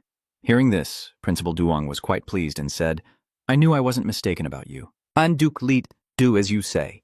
Then he went to talk to Teacher Truong. Teacher Truong, are you fully cooperating with An Duke Liet and dealing with classmates who block your way? Do you know how to handle it? Teacher Zhang immediately replied, Yes, Director Yang. After entering the dormitory, Andali began to pretend to check the dormitory. Officer Zhang stood there watching the students and said, Stand still for me. After Andali finished searching without any issues, you can go back to sleep. When An Diwak entered, everyone nervously looked at him. As he was about to open the cabinet for inspection, Chu Kiu shouted, Wait, that's all supplies. There's nothing to see. Look elsewhere. Tanam Nam also agreed. Chu Kiu is right. Those are personal belongings. Even the principal has no right to check. But Officer Truong coldly told them, Only check where you are allowed, be honest. If you feel wronged, you can go to Director Duong and say, I abused my authority. Do you think Director Duong will believe you? At this moment, Chu Kiu was panicked and thought to himself, Damn it, why did Principal Duong let An Duke Liet attack? If I had known, those things should have been destroyed long ago. A Dai pulls out the drawer to reveal many sheets of paper and reads the contents. But tomorrow the reporters will come to the academy for an interview, so we will incite violence and frame Principal Yang for signing with Zhang Yuan, Zhou Qiu, Zun Nam, and Sierra Hua. So what? What did you find out? Truong Jiaoquan clenched An Duke Liet's wrist and asked seriously, Have you uncovered anything yet? Chu Qiu stood beside him, sweating with fear, thinking to herself, We're doomed. This time we're really finished. An Duke Liet will definitely expose us, and Truong Vien will be killed by us. An Duke Liet struggled and replied, No, I need to check other places. Don't slow me down. Supervisor Truong was a bit stunned, thinking that even he wouldn't dare to cause trouble, so let him check. Chu Qiu was extremely surprised and wondered to herself, why didn't An Duke Liet expose us? After bending down to look under the bed, An Duke Liet was stunned and thought to himself, Oh my god, they hid chili grenades under the bed again. These are tools for inciting rebellion and chaos. Your classmates are really brave. Supervisor Truong Huangyi asked, An Duke Liet, why are you not moving anymore? Did you see something? An Duke Liet stood up, dusted off his hands, and replied seriously, Captain Truong, Director Duong seems to have told us to exercise our right to inspect, right? Why do you keep asking here? Are you suspecting me? Suspecting me is the same as doubting Director Duong's decision. Truong Jiaoquan replied, I dare not. I just saw you lying there, unmoving, worried something might happen to you. An Duke Liet frowned, glanced over, and said, Then lead them out. Don't cause trouble here. Supervisor Zhang grinned and said, Okay, I will take them out. You check carefully and make sure to give Director Duong a satisfactory answer. An Duke Liet stood still, glancing over until Truong Jiaoquan was out. He pulled up the blanket and sighed when he saw the objects underneath, with so many items left under the bed. Luckily, I got Truong Jiaoquan out. And Duke Liet muttered to himself with a sneer, I never expected the recorded document to be this. You studying this helped me accomplish something big. With this, I can easily turn false into true. Inspector Truong stands with arms crossed, questioning skeptically. Have you finished searching? How did it go? Did you find anything? And Duke Liet signaled and responded. Nothing found? Let's just search the female dormitory next door. Truong Jiaoquan took An Duke Liet's hand and said, That's the place where Dr. Mi lives in the school. No need to check anymore. And Duke Liet asked in surprise, Dr. May? You mean the female doctor in the infirmary? Truong Jiaoquan replied, Yes, it's her. And Duke Liet glanced at Truong Jiaoquan with some curiosity, thinking that his reaction probably had some significant connection to Dr. Mi. Anyway, I've got what I wanted, so there's no need to oppose him because of Dr. Mi. With that in mind, An Duke Liet turned to smile and said to Truong Jiaoquan, All right, if you say so, Truong Jiaoquan, then I trust you. Zhang Zhaoguan grinned and said, "Undaily enough, brothers. Let's quickly check the other girls' dormitory and then the boys' dormitory." And Li replied, "No problem." Right now at the male dormitory, a male student stepped out looking confused and said, "Our dormitory has always been very clean. I don't think we need a check, right?" Officer Chuang quickly agreed and added, "Yes, this student is very obedient and I know him well." And Duke Leet looked at them with some suspicion and thought to himself, "These two don't seem right. I should try to figure out what's going on." Then he closed his eyes and began to imagine. And Duke Leet thought to himself, so they still have a secret exchange between them. Very good. This will help with his plan. Then he let out a sigh of relief. "I may not check your dormitory, but now I suspect you have contraband hidden in your shoes. Take off your shoes for me to check." Tu Niwa was stunned, thinking to himself how he knew there was poison hidden in his shoe when he had hidden it so carefully. And Duke Leet sternly repeated his request. "Hurry up and take off your shoes. Do you want me to help you do it?" Tu Nioa thought to himself. Teacher Chuang said earlier that he would assist Duke Liet with the inspection, so he definitely couldn't protect himself. He decided to hand it over. Then the male student crouched down, took off his shoe, and replied, "All right, I'll take it off." And Duke Liet asked in surprise, "Sleeping pills? Why do you have so much sleeping medicine?" Tu Nioa replied, "If she's insomnia, what else can I do? According to what I know, the medicine in the school infirmary is strictly controlled. And even if you have insomnia, Dr. Me couldn't have taken a whole bottle of sleeping pills for you. Tell me, where did you get this from?" From Nioa, sweating profusely, lowering his head in frustration, he thought to himself, "Damn it. I spent a lot of money to buy this from Teacher Chuang, but I can't say a word." Captain Truong patted Duke Liet on the shoulder and said, "One bottle of sleeping pills definitely came from Eroa taking it from the medical room and giving it to me to handle. No need to alarm Principal Duong." Duke Liet glanced over and asked Truong Jiaoquan, "Are you in such a hurry to handle this? Does it have anything to do with you?" Truong Jiaoquan, hearing this, nervously scratched his head and asked vaguely, "I'm saying it's not related. Do you believe me?" And Duke Liet folded his arms and replied, "I believe." Guardian Truong and Tu Ni Hua were stunned, thinking to themselves, what kind of game is Duke Liet playing? Inspector Truong furrowed his brow and asked, "What do you really mean, Brother Andi?" Then he leaned in and whispered, "I have no other intentions. Captain Truong, rest assured I won't tell Director Duong about this, and I also have something to discuss with Captain Lee Kin Truong." After we finished talking, Andi smirked and handed him something, then said, "After graduation, I'll still need Captain Truong's care and support." Seeing this, he brightened up and thought to himself, "This envelope is so thick it must contain quite a bit of money. Turns out Andi and I are cut from the same cloth." Inspector Truong patted his companion friendlily and told his brother, that he truly is very considerate. Let's forget about that sleeping pill. He also replied, satisfied, "Of course. If someone else did this, I would definitely report it to Principal Duong, but because of you, I won't mention it." He happily assured me that he would definitely care about you in the future. In the principal's office, Vin Tan said, "Yet I trust you won't let me down. Start your report. What did you and Officer Truong find out this morning?" He slowly explained, "Principal Duong, I found out that someone secretly helped those students oppose you, and that person is none other than Teacher Truong beside you." He suddenly shouted in shock and questioned, "Undi, what are you talking about? How could I possibly help those students oppose the principal? I'm not talking nonsense. I believe that after the principal sees this document, he will be able to distinguish for himself." Officer Zhang looked confused and asked, "What kind of documents are you talking about?" They detail how Officer Zhang received 3,000 yuan in bribes from Tu Ni Oa and Officer Zhang received 3,000 yuan in bribes from Sonyat. Officer Zhang received 3,000 yuan in bribe money. Vin Tan stared in shock and questioned it. Besides the documents recording Officer Zhang accepting bribes, do you have any other evidence?" He chuckled smugly, making excuses. "Taking bribes? I would never do that." "Principal Yang, you have to believe me. I can explain this." He snapped in frustration. "Teacher Truong, what are you in such a hurry for? I will listen to your explanation later." Now that Andi has finished speaking, he can only follow orders. "Yes, when you see the opportunity, explain." "Principal Duong, I know that just based on this document, you definitely won't believe that Teacher Truong betrayed you. But according to what I know, Teacher Truong is also hiding a bribe." He asked in surprise. "What?" Teacher Truong then helplessly cursed and swore. "Damn it! So you were playing emotional games to trap me earlier?" AD thought, then ruthlessly pulled up his shirt and took the money. "Hand it over now." Adi laughed and said, "What are you talking about? I don't understand." The comments kept messaging, "Oh my God, An has turned into a spirit, not just a calm spirit, but like an Oscar-winning statue." He handed over a dose of medicine and continued to reveal everything he knew. Director Yang, the evidence confirming that Officer Truong took bribes is very solid. But compared to this, I still have something more important to report.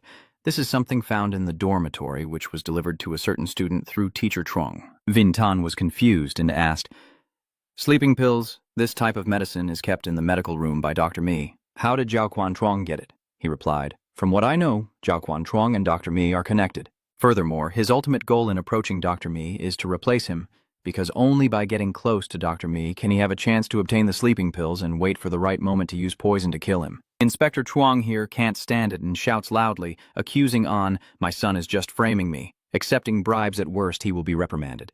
What you just said could kill me. Quickly explain everything clearly to me."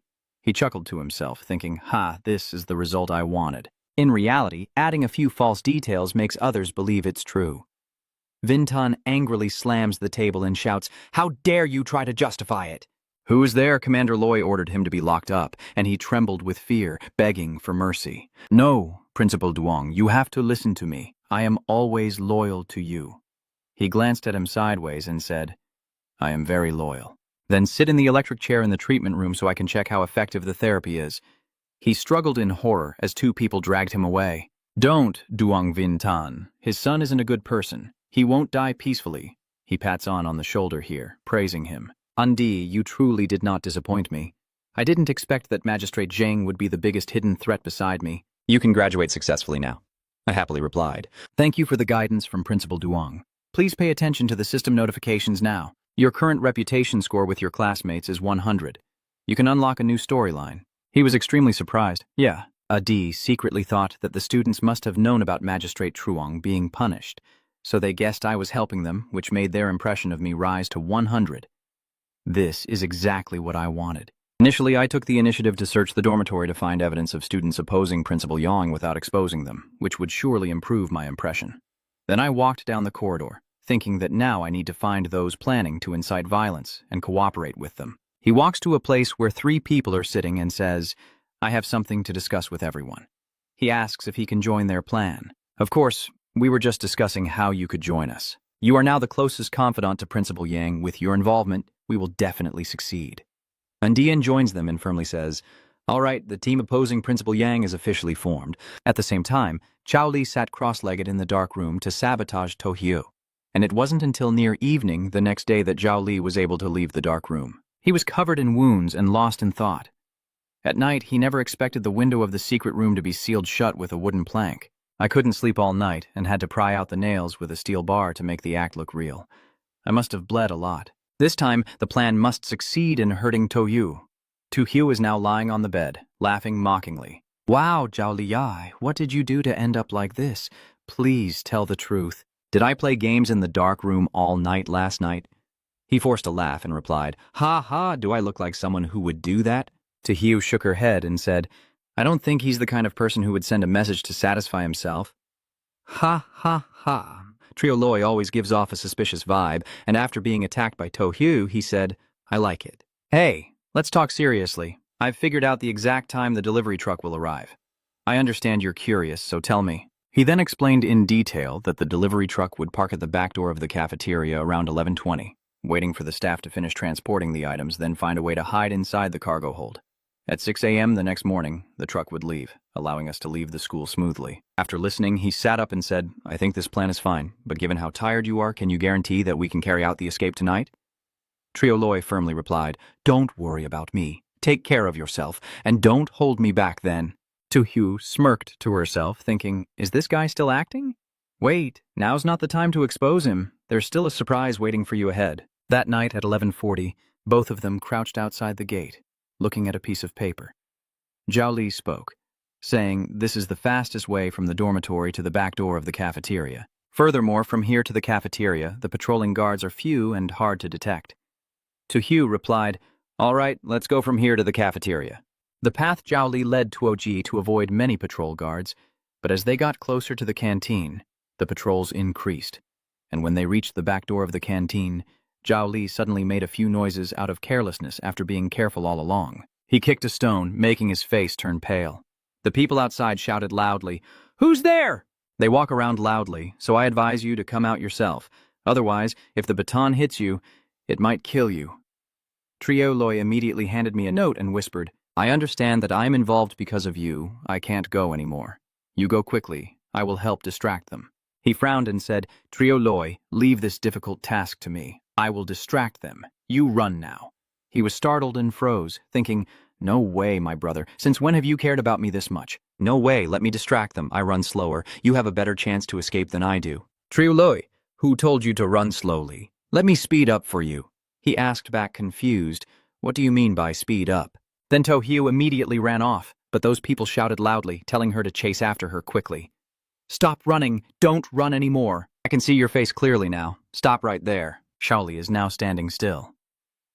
Damn it, I didn't expect Tojo to suddenly do that.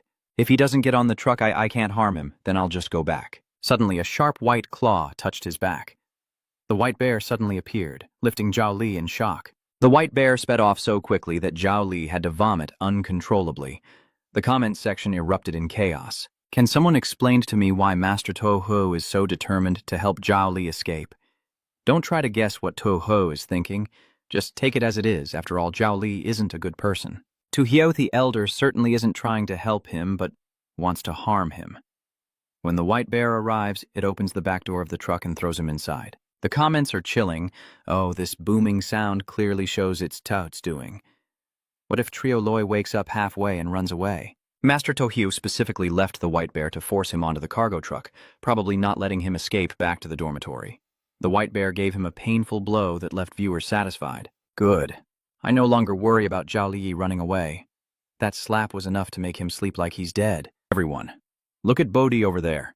With Trioloi's help, he's managed to get on the truck, so maybe he can find out what Trioloi really intends to do. Go ahead and form a group and check it out. Behind the cafeteria, inside the cargo truck, Mobo Day is excited and thrilled because his escape plan is about to succeed. Once I escape from here, I will be able to smoothly become a hero of Fitu Kwuk. On Tuesday morning, the cargo truck parked at the back door of the cafeteria started moving away from the school. It was 2 hours before the truck stopped. Mobo Day seized the chance to sneak off and found himself in a strange town. He looked around with curiosity. Why did we end up in this small town? Isn't leaving the school enough to pass this round? Do I really have to leave this town to be considered escaped? If that's really the case, I need to quickly find someone to ask for directions and figure out how to leave this town. Baudet entered a small shop and asked, "Sir, could you tell me where the bus station is?" "I want to leave this place quickly," the person replied. "The bus station is quite far from here." "Easy, you rest here for a while. I'll finish my work and then wait for you to leave." He cheered happily. "That's great, thank you, boss." 20 minutes later, 2 strangers arrived and took control, causing Baudet to panic and scream. Why is that? Vintan stepped out from inside, smiling and said, "Kid, the whole town is mine. Everyone depends on me to make a living. What do you have to fight me?" "I see now it's Zhao Li. I just got on the car and he already reported me. Besides me, the only person who knew about this escape plan was Zhao Li." Vintan chuckled and said, "You're not that stupid, are you? It's a shame that you only realize now it's too late. I'll take you back and treat you properly." He shouted in frustration. "Zhao Li, you traitorous bastard. Duang Vintan, you are a devil. The Lord above will not let you get away. Just wait and see." Treatment room 13. Vintan turned the knob below while smiling and said, "Mac Baudet, your problem is very serious. It seems that the previous treatments still haven't completely cured your bad habits. Come here so I can start your new treatment now." He spoke in a trembling, fearful voice. "No, stop, please." A powerful jolt of electricity suddenly surged through Baudet's body. He screamed in horror as he was electrocuted, while he on the other side continued to escalate and laugh maniacally. He is convulsing so badly that his eyes are rolled back and the comments are extremely panicked. "Oh my God, this guy is a pervert VCC. He just wants to enjoy the thrill of torturing. Wearing the Bodhi leaf feels like losing more than gaining." "Everyone?" Vintan gradually raised his hand to 90% and softly said, "Mac Bodode. Please beg me, thank you.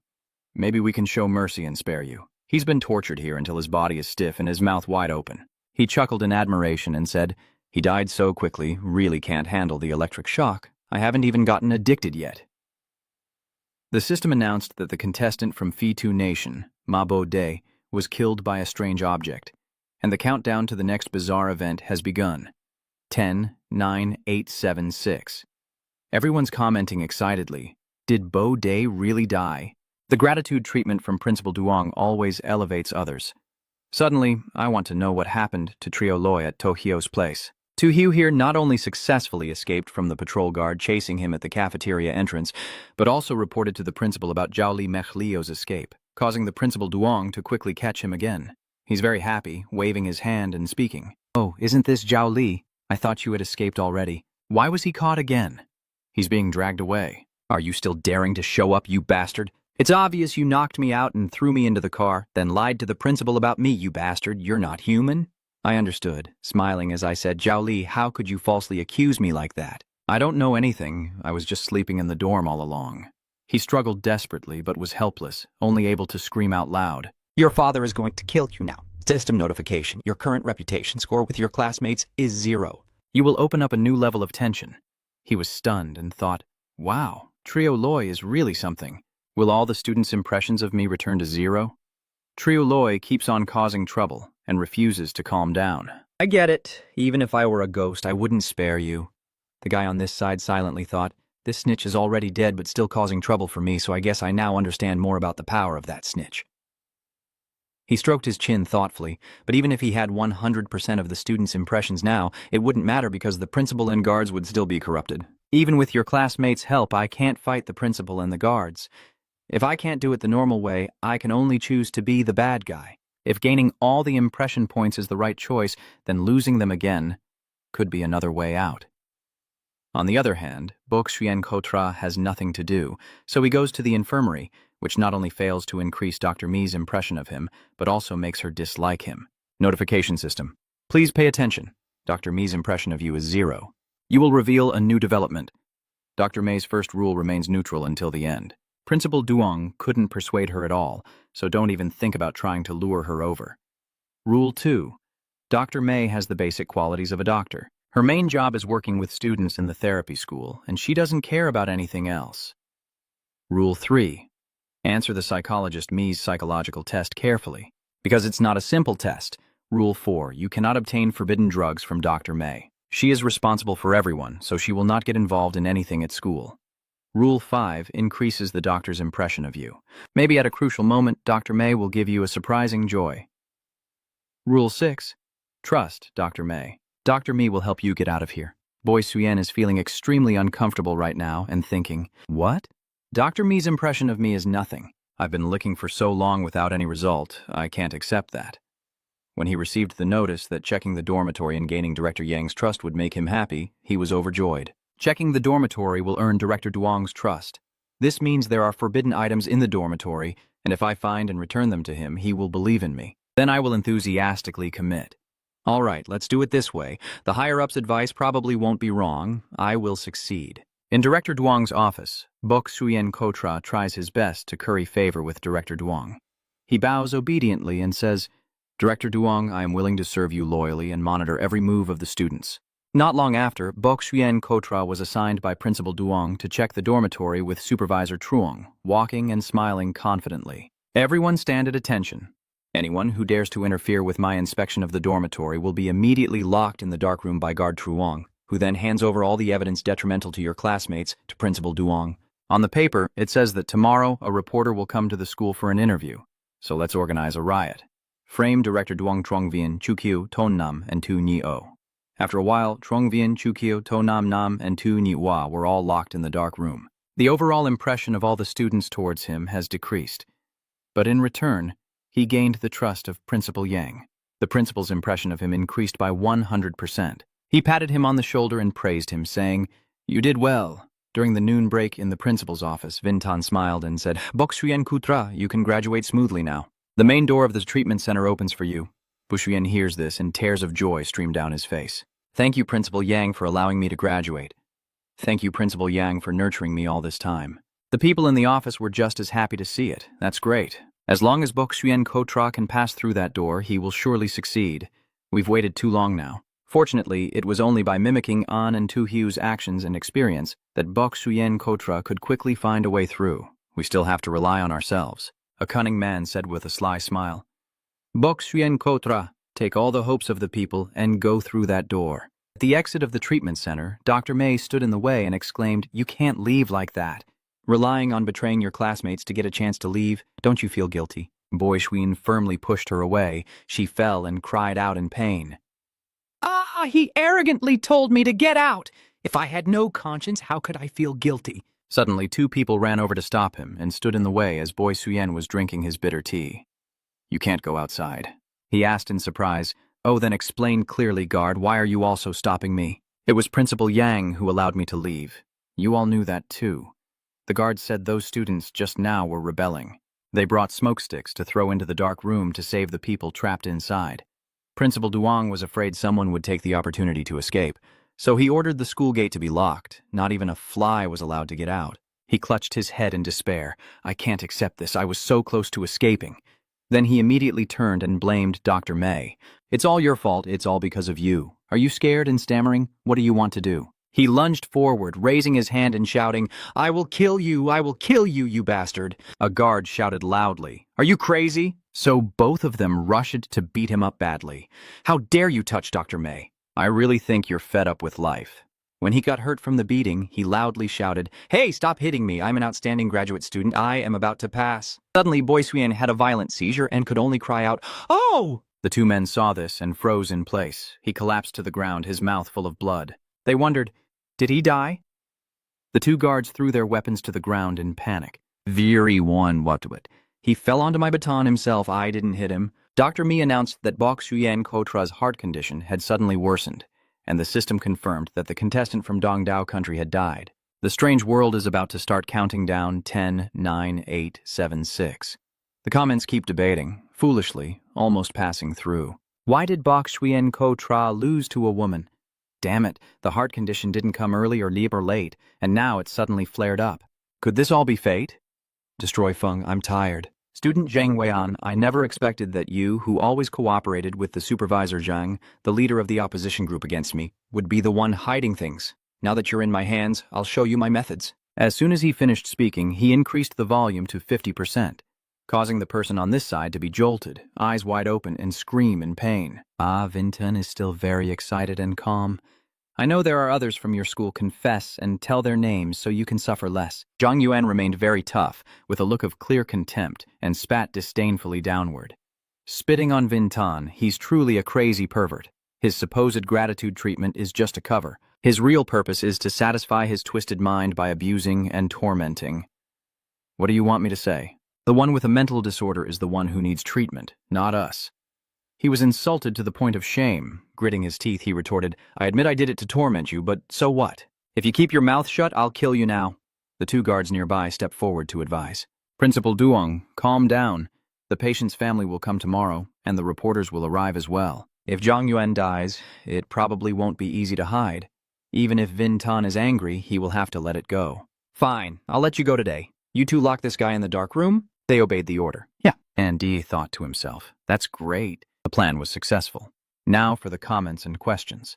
What the hell is Dai holding? He's holding a voice recorder. It also means that the conversation between Zhang Yuan and the principal has been recorded, including the principal admitting to his actions.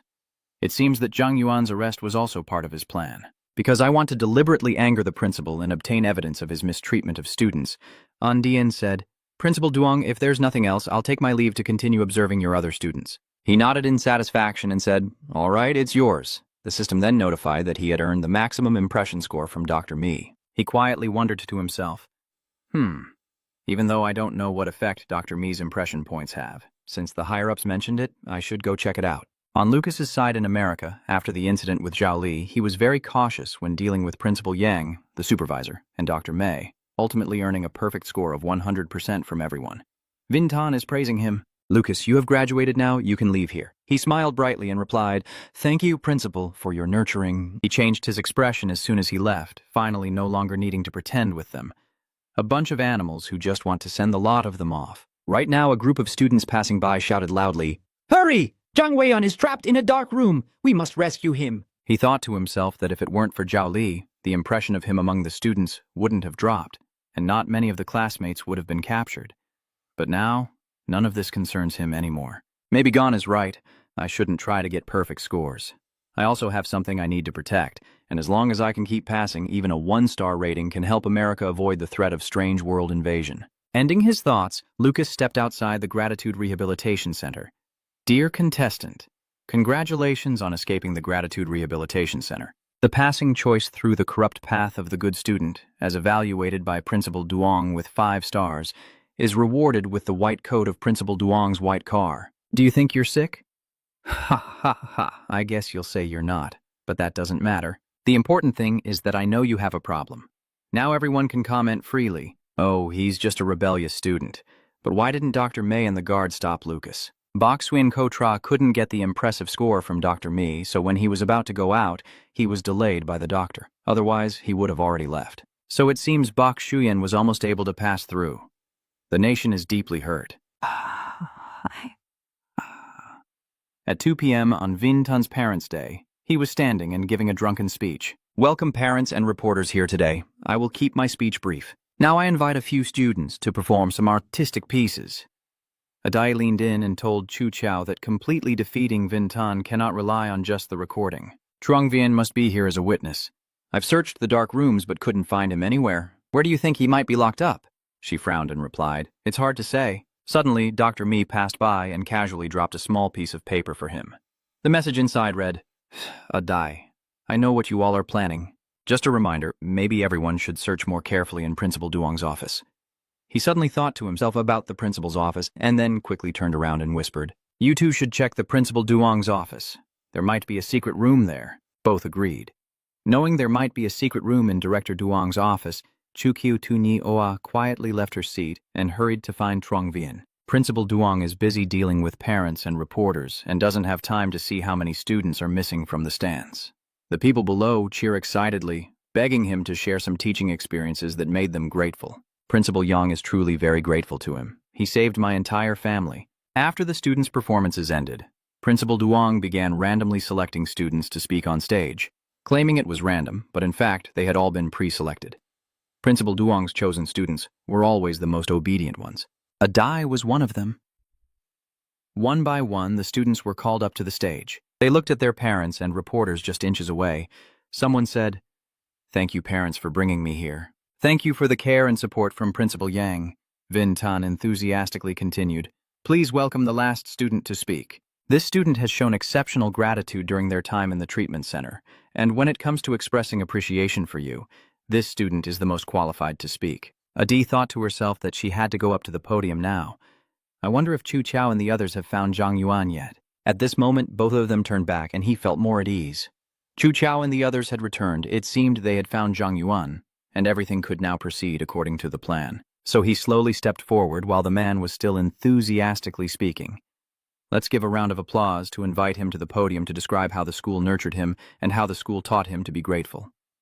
Adi then stood confidently with a smile and said, Dear parents and reporters, I believe what Principal Duong just described was already very complete, so I don't need to repeat the praise for the school and Principal Duong's achievements. Next, what I want to say is that I pointed directly at Vin Tun and declared loudly that this place is not a treatment hospital. It is a hell of torture, and Dean Duong is the devil of this hell. What does hell and devil mean? Isn't our child receiving treatment here? What is really going on here? He whispered, commanding, Get him out of here. The 2 guards hurriedly obeyed. Yes. At this moment, Chu Chao shouted to stop him, standing firm. Today, anyone who dares to hurt Andi, we will risk everything to fight back. Those 2 stand frozen in place, thinking, what should we do now? The students whisper to each other, Let's take the risk. Let's take the risk. Vin Tun angrily said, Well then, it turns out you had a plan all along.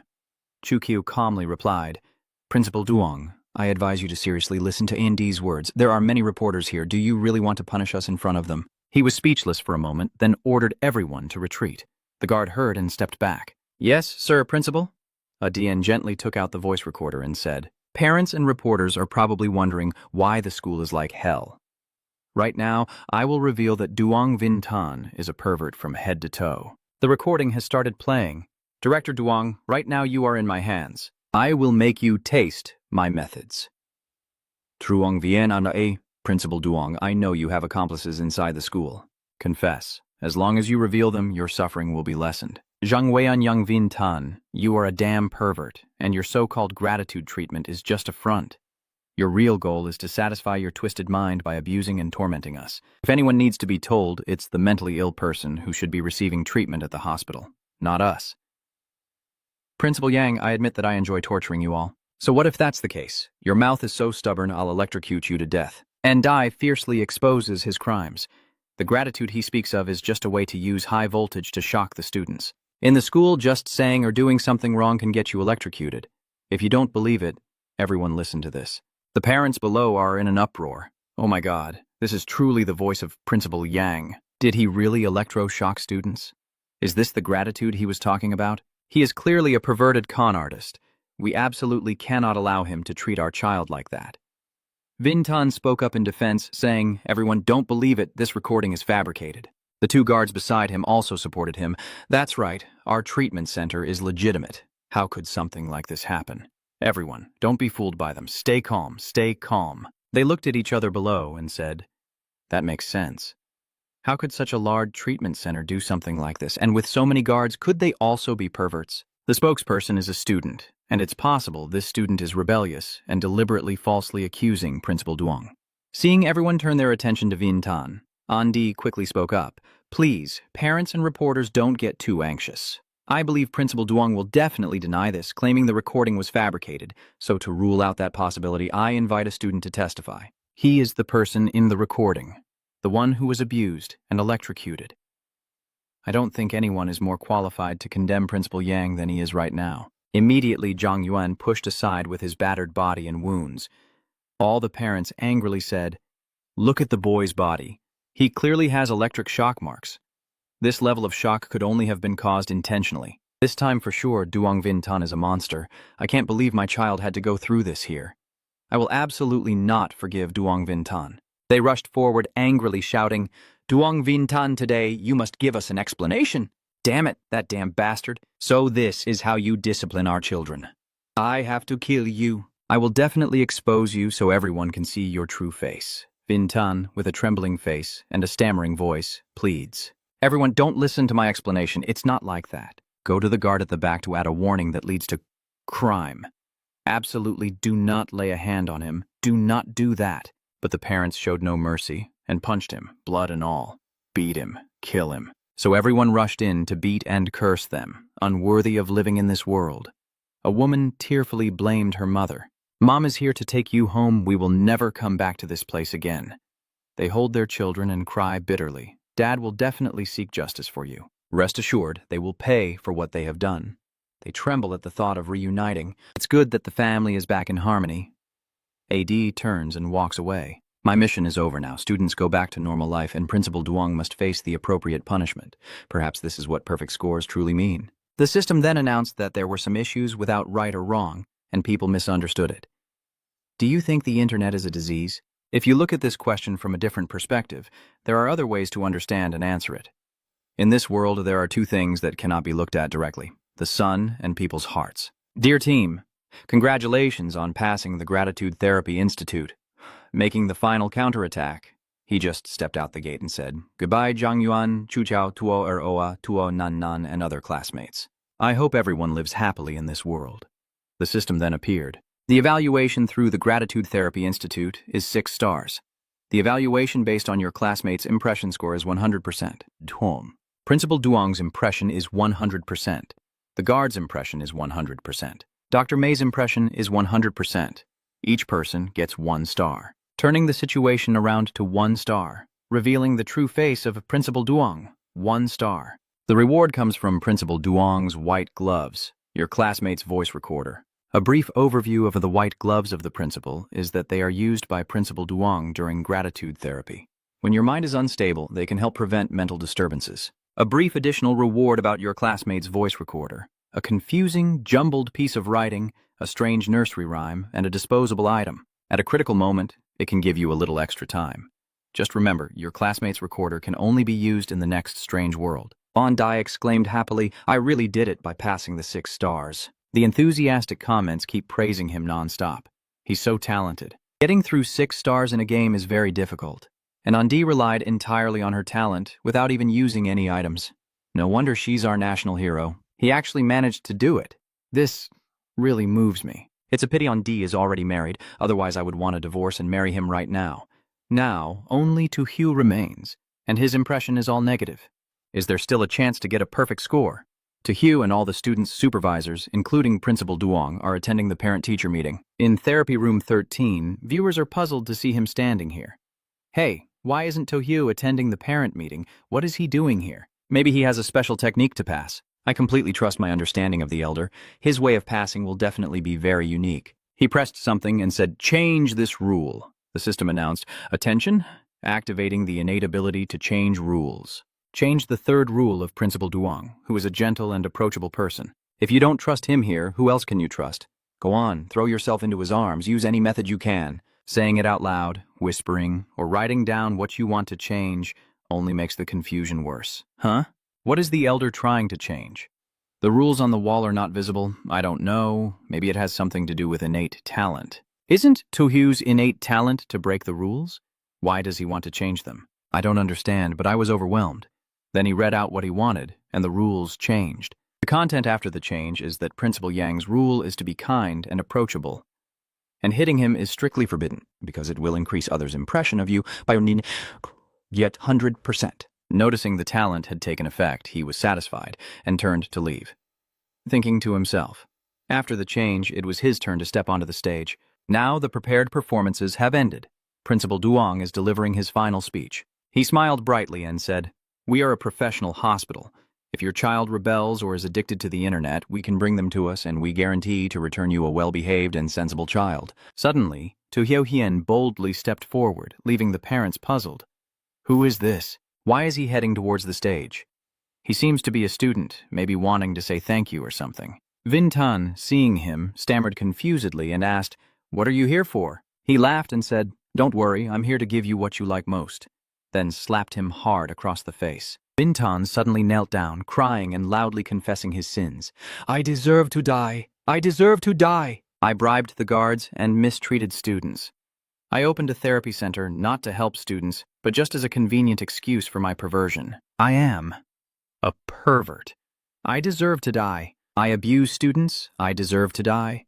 I deceive parents. I deserve to die. I deceive the reporters. I deserve to die too," the people below shouted in anger. What's going on? Is what Principal Duong said true? If it's true, then he's truly a devil. He's already confessed. How could it be fake? Give him a lesson to vent some anger for our children. So they rushed in, hitting and scolding him, thinking he doesn't deserve to live. Hit him. Kill him. The viewers are sending messages. History is afraid of repeating itself. The system reminds the supervisor and student Dr. Mai that their impression of you has improved, increasing by 100%. Tojo Fi smiles and says, "Oh, it looks like I've passed." The effectiveness of the true killing move. Chung Chung is truly terrifying, I think to myself. If it weren't for lowering Dean Yang's impression score and preventing him from turning evil, the genuine killing move wouldn't be able to work. This combo move is just enough. As he steps out, the screen appears. Love based on control will not receive reciprocation. The essence of love is giving and understanding, not domination. Parents do all these things for the sake of their children. This phrase has become a common saying among many parents. But isn't true good intention about guiding and respecting their children's choices? You can make choices for your life, but please do not impose, control, or interfere with your children's lives. Children are not tools, not learning machines, and certainly not the trophies of their parents' victories or defeats. In the family, you should talk and listen more, reduce arguments and blame, or the wounds will become like wrinkles on a blank sheet of paper. Once a scar appears, it can never return to its original state. Dear contestant, congratulations on completing the gratitude therapy program. Choose through repentance and deep reflection. Rate with 6 stars. Analysis based on your classmates' impressive score of 100%, the supervisor's 100%, and Dr. Mi's 100%. The 1-star repentance of the principal exposes the true face of Principal Duong. The awakening of a 1-star parent. The reward through Principal Duong's glasses. A hand-drawn piece by Much Ko.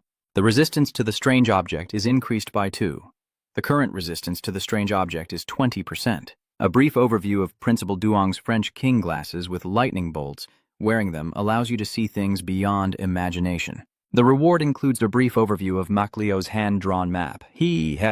I am Mak Leo. Draw a few things for me. Reminder that Machlio's hand-drawn sketches can only be used in the next strange world. Only usable once. Tojo immediately threw away the paper. Then, holding the glasses with a frown, he said, "The Saint of Thunder's glasses. The pervert's glasses he once wore can see unimaginable things." No way! Could those things really be true? Tojo, having received those two items, spoke up. "If there's a chance next time, I might try to see what this pair of glasses can reveal. I'm quite looking forward to it." The system now reports that the item you received is the Thunder King's Divine Mirror, worn with the hand-drawn map by Machlio. Congratulations to Tojo Longquok and Andi Hoi Hunquok, Lucas from the United States, and Anva for their successful passage. The 4 nations will be exempt from this visit under the Strange Story rule. Tojo Longquok achieved 6 stars and received a special reward. The thinking ability of Long Nation's people increased by 10%, and they received an additional 5% bonus. Andi Hoi Hung Country received a special reward for passing 6 stars. The weapon manufacturing rate of Hoi Hung Country increased by 10%.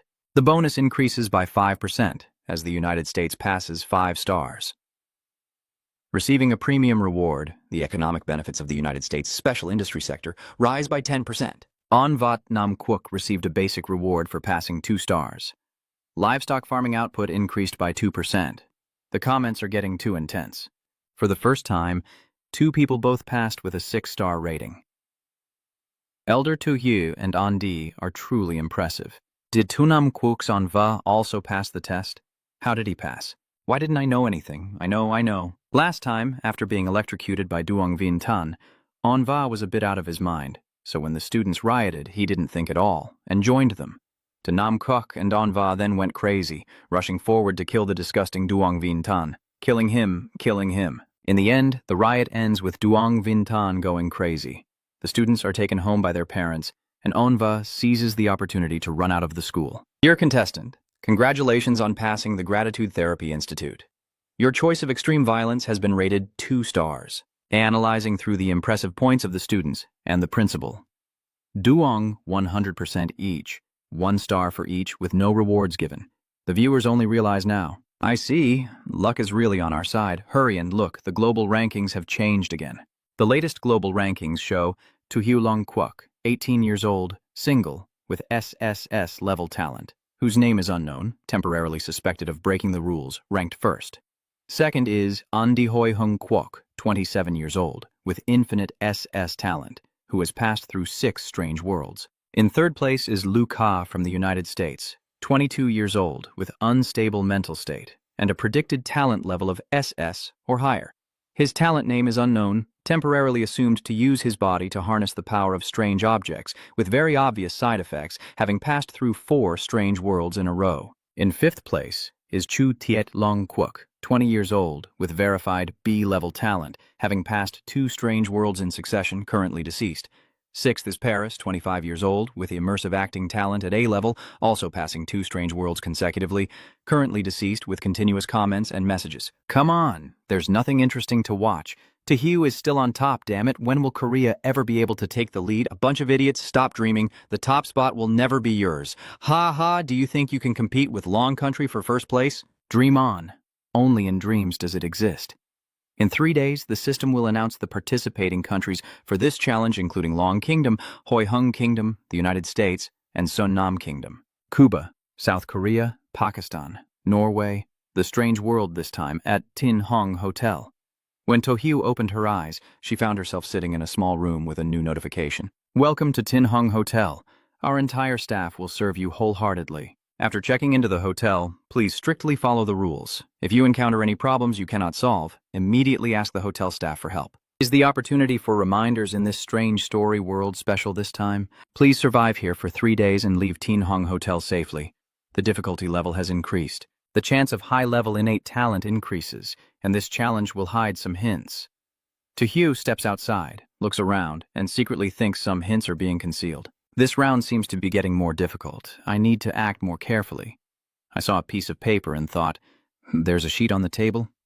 Probably the rules. He picked it up to read, and the content was, Tin Hong Hotel Rules. Welcome to our hotel. The room you are staying in is fully equipped with amenities including a standard single bed, a coffee table, a wardrobe, a refrigerator, a gas stove, a mirror, and a bathroom. Rule 1 allows the use of the gas stove.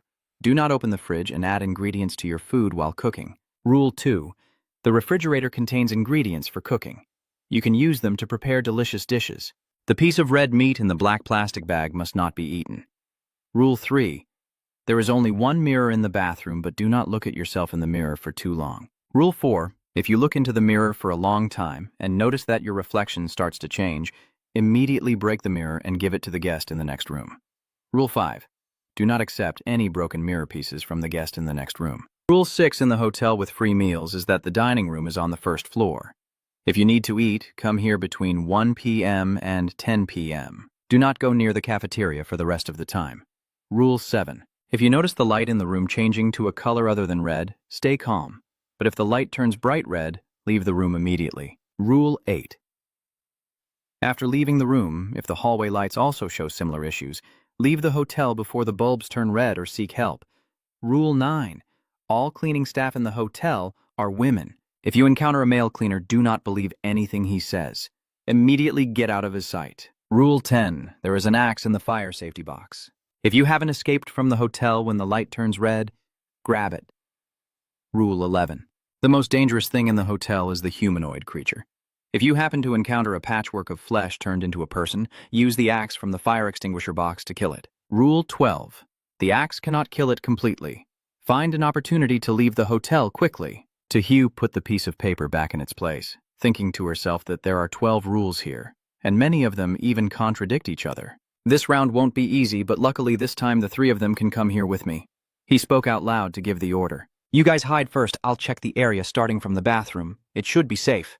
Suddenly, a voice announced that visitors are here, with white indicating safety, yellow for potential danger, black for calm before the storm, and red for trouble. Escape quickly. He wondered what the white, yellow, and black colors represented. Then he looked up at the ceiling and saw a round light bulb, and he understood. These colors probably indicate the colors of the light bulbs. He looked at the mirror beside him, and the alert immediately appeared. Rule 3 states that there is only one mirror in the bathroom, and you should not look at yourself in it for too long. Rule 4 says that if you see something unusual in the mirror during your viewing time, you must immediately smash the mirror and then hand it to the visitor in the next room. Tojo silently thought that Rules 3 and 4 clearly state not to stare into the mirror for too long, but she had to break the rules to gain the protective gift, and it seemed the cost of staring into the mirror was the lowest.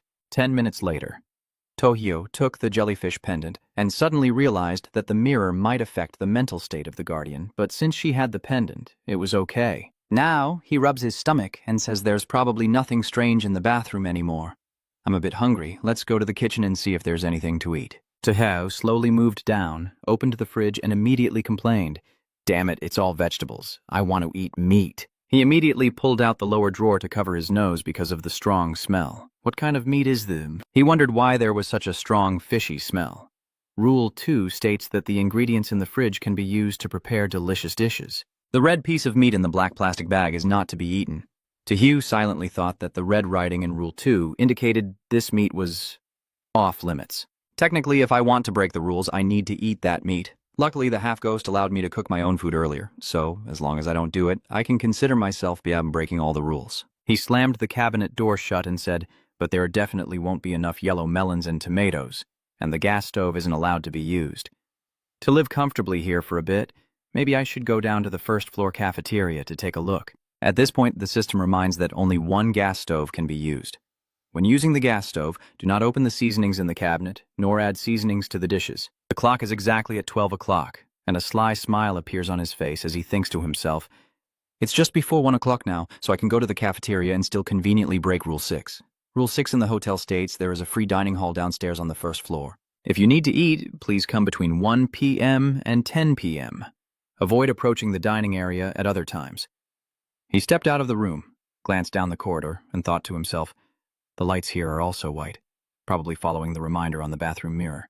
The system informs visitors that white indicates safety, yellow signals danger, black means calm before the storm, and red warns of trouble that should be quickly escaped from. The ceiling lights keep flickering. Tojo sighed tiredly. Oh my God. Just after she finished speaking, the lights turned yellow. He thought that yellow indicated danger, so trouble was coming. All 9 cleaning staff at the hotel are women. If you encounter a male staff member, don't believe what he says. Leave his sight immediately. At that moment, a man approached, and he was a bit startled. The cleaner was a woman. He said in a deep, terrifying voice, "You won't be able to escape here. Stay and become part of it. Stop resisting and causing trouble." Tojo laughed and replied, "Leaving is no longer an option. Mainly, I will talk to you all with violence." So that bastard charged at him, shouting like a madman, as if he wanted to swallow him whole. He immediately slapped him, causing him to spit blood and curse. "Are you full now? Still trying to threaten me? Take this first." Tojo still hasn't cooled down and went straight in to fight to the death. This bastard dares to threaten me. Threaten me pretending to be a god or devil. What a crime, not knowing how high the sky is and how thick the earth is. A few minutes later, he was exhausted from fighting. Fu was too tired. "Black General, deal with him." He barks loudly while octopus tentacles emerge from his mouth. That male employee's face turned pale with fear. Why are there strange creatures here, and even stranger ones? That person was screaming loudly as the tentacles bound him tight. After it was over, Tojo spoke to give instructions. "Keep hiding. I'll continue to the cafeteria to find some food." Commander Hay happily barks. In the first-floor cafeteria, he stepped inside, glanced around, and pondered. Strange. This is a world of oddities. So how can the cafeteria be so normal? Suddenly, his mind raced quickly. Ah, that's right. Now's the perfect time to try on Dean Duong's glasses and see if he can spot anything unusual. He immediately took out the glasses and put them on. The system notified that you have used the item. Introduction of Principal Duong's glasses. Introducing the effects of the Thunder God mask glasses he wore. When you wear them, you can see things beyond imagination. At that moment, he looked down and saw a pile of raw meat and skulls, which made him feel nauseous. Oh my God, what is that? Even the comments section is making me shiver. Oh, damn. Luckily, I put on the glasses to look. If I had eaten those things, I don't know what would have happened. This true face of the cafeteria really gives people chills. Tojo, her face pale, turned back and said, "Oh my God, I didn't expect these glasses to work so well. It's just a pity I can't see the things I shouldn't see. Wearing glasses to see what's on the second floor, maybe it's a whole new world." When he went up, he saw a corridor full of cobwebs. Yeah, aside from being more worn and torn, the second floor isn't scary anymore. Suddenly, two staff members approached. One of them asked curiously, "Sir, have you just gone down to the first-floor cafeteria for a meal earlier?" Tojo de Trung thought to herself. Oh, these two male security guards look normal through their glasses, so maybe they are good people? Then he replied, "I haven't eaten. The food in the cafeteria doesn't suit my taste." Then he asked, "Do you see any black cat on the corridor?" He questioned about the black cat. A multitude of questions flooded my mind. Why did they suddenly ask about the black cat? Is there anything in the rules about black cats? Tojo stroked her head and spoke. "Sorry, I didn't see any cat at all." The male staff replied upon hearing that. "Thank you for your response. If you encounter any difficulties, feel free to come to us. We will always take turns patrolling the corridor." Then they left, and he was very suspicious. Did he finish asking? No beginning, no end, nothing makes sense. Suddenly, one of the two staff members picks up a blood-stained axe and then cleans it thoroughly. The more he looked, the more suspicious he became. I remember the axe was clean last time I saw it, so why is there now a bloodstain? He carefully analyzes the situation himself. It seems something has happened while he was away. Over at the Envaton nomination, he is being drawn to the pile of foul-smelling meat, constantly shouting about fresh meat. Even the commentators feel he's unstable. Why does everyone else think he's abnormal? An ordinary person would feel nauseous seeing this kind of meat. Why doesn't he find it disgusting? Did you forget? His mind was already fried from the previous round of electric shocks. He's no longer normal. Tonva grabbed a large piece of meat and devoured it ravenously like a dragon, shocking the viewers. Oh my God, I can't hold it anymore. I need to vomit first. As expected, the longer you live, the more nausea you see. Ugh, only then did he stop and realize, what the heck, what did I just do? Then he ran away holding his mouth, vomiting uncontrollably, the onlookers helpless. Tisk, tisk, better he doesn't wake up. This time he'll probably vomit so much that even I feel nauseous. Damn you, Duong Vin Tan, you switched to another round but still want to harm us. Anva Ho kept coughing and wondering to himself, why can't I vomit it out? I just ate a piece of meat, as if it was stuck to my body. He knelt down and spoke in despair. Why? Why did I just eat that piece of meat? My body no longer seems to be under my control, as if another person still exists somewhere. What exactly is going on? Anva staggered to his feet, seeing his own reflection in the mirror, laughing maniacally and praising himself. Heh heh, so delicious, so delicious. He screamed in fear, clutching his head. It's Yang Vintan, Yang Vintan. It was because he electrocuted himself that his consciousness split into two. Damn it, I don't want to be like this. Suddenly his head grotesquely deformed. A strange voice echoed. Don't. I don't want this. I don't want to be like this. Then his face was no longer human. Even he was afraid of the monster. The light kept flickering, and he was going crazy. The monster then decisively punches the wall mirror, and the lights returned to normal. Manhwa picked up each piece awkwardly, stammering all the while. The broken pieces must be quickly handed over to the room next door. The system displays the 4 rules. If you stare into the mirror for a long time and notice something unusual appearing, break the mirror immediately and hand it to the guest in the next room. Manhwa rushes outside and repeatedly knocks on the door next door, shouting loudly, Open the door, open the door, I'm in the next room. I have something urgent to tell you. The system announces the 5 rules again. Please do not accept broken mirror pieces from the guest in the next room. He has been trying for a long time, but to no avail, so he despairingly kneels down below. No one takes my broken mirror. I'm doomed. Based on what? Based on what that only I have problems during treatment? What am I supposed to rely on to be just a worthless target and die? What exactly am I relying on? Suddenly, Anvang's eyes turned bright red. His alternate personality appeared and slowly stood up, saying, It's you who caused me suffering, and I will make all of you pay the price. He wandered around aimlessly when he accidentally came across a black cat meowing. Anvang cat sat down and gently said, Come here, little cat. It gradually approaches him, and his head turns into a terrifying mirror image. The comment section speculates, Is this the cat the Guardian told me about? Probably. Everyone, I just feel like those two are bad people and want to do something. I understand that after opening the cabinet, I exclaimed, Vegetables are normal again.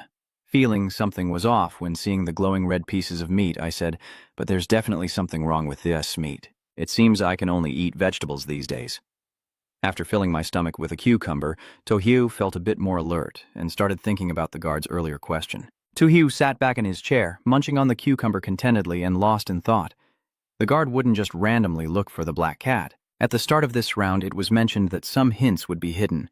Some of these hints might include rules, which also means there could be rules I haven't discovered yet. Tojo stared at the jellyfish necklace on his hand and thought, plus earlier when the guard asked about the black cat, the necklace kept glowing, proving that his problem was very likely related to a certain rule. And that rule he hadn't read earlier, so his careless answer probably broke the rule and caused the necklace to activate. Then he quietly put the necklace away and kept thinking. Luckily, he didn't accidentally violate the rule. If I don't carefully follow the innate rules, I might not be able to detect it in time. To prepare for tricky situations like this, I need to quickly find the hidden rules section. Tojo frowned and glanced over when he heard a cat meow nearby. His cat surprisingly approached and asked the black cat, and Adai happily exclaimed with a big smile, I finally found you. Tojo stared intently at the black cat and thought to himself that the black cat the Guardian mentioned was definitely not something good. Ange and the black cat being together feels a bit off. Maybe try putting on the glasses to see. Then he put on the glasses and looked through them. Through the lenses, Anne's body was wrapped in a stream of red light. Adi asked, What's wrong, brother? Tojo thought to himself, with the red light on him, there must be a problem. Then he suddenly struck Andi impersonating him in the face and shouted, Who are you calling brother? What are you pretending for? He thought as he looked at the guy lying unconscious on the ground, thinking to himself, this human is so terrifying. A single slap knocked him out. Tojo suddenly exclaimed, Strange. Why isn't this guy repenting? Could he not be a strange creature? Then he glanced at the black cat and said, So this black cat is not a strange object, or should I try a slap to see? The black cat, hearing this, panicked and let out a loud scream. Meow, don't come over here. Then it arched its tail and ran away. Oh my, why does this move look so ugly? I didn't do anything to you. This strange thing is just too timid. Then he sat down beside the fake Andai and sighed. This person definitely isn't Andai, but his appearance leaves no obvious flaws. What's going on? Who is he really? He stood up in surprise, moved away from the imposter An, and wondered what was going on. The fake An had vanished like the wind. Seeing that, Tojo stroked her chin and asked in an amazed tone, Wow, it disappeared? Teleporting through space? The viewers are also extremely shocked and keep spamming in the chat box. Everyone, I just came from Anva's live stream channel. Anj, is this a fake by Anva? Why did he impersonate Andai? How did he manage to reach the space of Elder Tojo? Anva's talent is impersonation. He can disguise himself as anyone. As for how he could reach the space of Elder Tojo, it must be through that strange object. The strange object brought him here. Damn, he and Black Cat really are not good people. The other contestants without experience could be in great danger if they get tricked by him. The time and space transfer to Tinhong Hotel, canteen on the first floor at 12:30 p.m. Korean contestant Han Tu-tai was holding a tray of food in his hand, thinking to himself that although there was meat and vegetables in the fridge in his room, he didn't know how to cook rice. Luckily, the food at the cafeteria looked pretty decent. Locke has already eaten. Suddenly, someone from behind Han Tu-tai said seriously, "If you don't want to die, don't touch that salty dish." Han Tu-tai turned around and was surprised to see Lucas.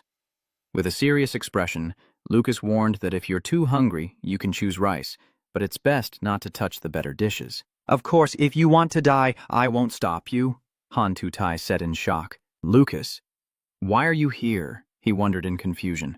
After going through so many rounds, Lucas must be right. Moreover, he and I have no enmity or grudges, so following his advice should be fine. After thinking it through, Ba said, "All right, I'll listen to you and only eat vegetables. Do you want to have some too?" "Well, go ahead and eat. I've already finished." Then Han Tsai sits down at the table, smiling happily and saying, "I won't be polite anymore." He didn't notice the abnormality of Lucas sitting across from him. Oh, what a surprise. One of Lucas's eyes suddenly fell out. Han Tu-tai, seeing this, widened his eyes in shock. "Hey, what is that?" he exclaimed in shock, staring at the eyeball on the ground. The eyeball fell out. It really came out. Han Tu-tai quickly drove away while covering his mouth and shouting, "Where is the bathroom? Where is the bathroom?" Fate, this guy's luck is really good. He hasn't even eaten a bite yet. As he said that, he transformed into a cat. The imposter Lucas suddenly exploded. The imposter suddenly smiled eerily and said, "It's okay. Just because he escaped this time doesn't mean he'll escape next time." Viewers are constantly taken from one surprise to another. So Pam comments, "Oh my God, Lucas's eyes have turned red and the black cat is on Va. It really is starting to deceive the other contestants. It's dangerous. He escaped safely. Hopefully the other contestants won't be fooled either," praying to the heavens. At the same time, after pondering for a long while, Andi gathered quite a bit of information and had more questions. After finishing his speculation, he sat motionless on the chair, silently concluding that the dining hall was a place to absolutely avoid because the food there was not something we could eat. It seemed there were other guests in the hotel besides himself, but strangely, he hadn't met them since arriving here, and he had no idea where they might be. Dai just paced back and forth, lost in thought. There are cleaning staff, security, receptionists, and the director in the hotel. But what role does this person play? If I ask them for help at a critical moment, will they assist me or not? He paused, resting his chin in thought, and also, just now during his speculation, he saw a black cat outside the corridor. Was it a pet kept by the hotel? Why does it feel dangerous to me? Suddenly, a knock on the door makes Anne suspiciously wonder. 2 long, 1 short. The knocking is so strange. The screen shows you have used the balloon frog item. Effect 1. Placing the balloon nearby can temporarily prevent the strange object from detecting you, so it won't notice you. Looking at the frog in his hand, he first thought of taking it out to prevent danger. Then Andian approached and looked through the small hole in the door, quietly asking himself, who could it be? He was surprised and thought to himself, damn it, I don't see anyone outside the door, so why is there still knocking? Oh, you really know how to scare people. A female ghost suddenly appeared before NG, leaving him stunned and speechless. He held his breath and silently reminded himself not to move. Her intuition told her that even a blink or a slight movement would catch the woman's attention. A minute later, Andi sighed in relief as she saw the ghost girl turn her head and walk away. Phew, finally gone. Suddenly there was a series of knocking on the door, and Dai thought to himself, damn it, the lights have turned yellow. Indicating hidden danger, is that woman going to break in through the door? Then he resumed his own speculation, only able to keep guessing what this woman really wanted to do. Result of the first deduction. Anne stepped toward the door and shouted loudly, "Don't knock anymore, I dare you." In his mind, he imagined a possible bloodshed with the ghost girl. Standing in front of the door that is being heavily shaken, Anne frowns and thinks, I will stay here still and see what you can do to me. A few minutes later, the scene of the female ghost leaving reappears before his eyes. Adai, after finishing his deduction, whispered to himself that it was fine. Although the second method was quite foolish, he didn't have the energy to continue and could only choose this way. At the same time, Tojo, who was in the room thinking about where to find the remaining rules, also heard the knocking at the door. He seemed to enjoy saying, oh, this knocking has a nice rhythm, let's see who is knocking. Looking through the small hole in the door, Tohio smiled and said, let's see. As expected, that ghost girl appeared staring at him with a big smile. Tojo stroked his chin, thinking with amusement, this woman has a pale face, probably covered in a lot of makeup, and she's even wearing a security uniform, which isn't mentioned in the rules. I see now she's definitely playing a role as someone else. So I said to her, hey, outside the door, go away. I don't need special service. I'm willing to give this chance to someone who truly needs it. That statement seemed to catch the demon girl off guard. She opened her mouth in surprise upon hearing him say that. The knocking grew more frantic, and Tojo stroked her chin, thinking, damn it, she doesn't even like being called sister. Looks like I have to play a little game now. A curious viewer commented, I understand what the boss is planning to do. Others reply, don't try to guess what the boss is thinking. You can't guess anyway, just watch and see. His viewers are really enjoying it and keep commenting. Mirror, does the great Tojo want it? I have a strong feeling that the girl outside is about to have some bad luck. Tojo happily presses her face against the mirror's small hole and says, do you like watching? I'll show you enough? I wonder if you can handle it. Seeing the ghost girl panic and cover her eyes while shouting, he chuckled excitedly and said, luckily she knows her limits and realizes how ugly she is to scare people, but even this ugly, she still dares to go out. That's her fault. Then he looked through the crack in the door and asked sarcastically, so you ran away. You just threatened a little and ran away. Viewers are commenting with amusement. I laughed so hard my stomach hurt. I see that the boss really is full of tricks. You really came up with this method. I willingly kneel and worship. I understand the Elder Master, you truly are my god. Tojo thought to herself as she casually grasped the door handle. It probably isn't that simple. I should go outside and see if they've left. Surprised, the old lady and the ghost girl suddenly appeared and scared him, but his face remained completely unmoved. Without any unnecessary movement, he turned and kicked her directly in the stomach, knocking her far away. He said sarcastically, oh my god, I knew you were hiding outside. Were you planning to play this trick on me? I am the master of this game. The ghost girl screams in pain and begins to transform. Wow, I thought she just looked ugly, but her transformed face is even more disgusting and nauseating this time. Then he said with a teasing tone, I told you if you're ugly, don't go out to meet others. Why won't you listen? I kept slapping her repeatedly. He stared blankly at the pile of meat on the ground and said, how come it fell apart just from a kick?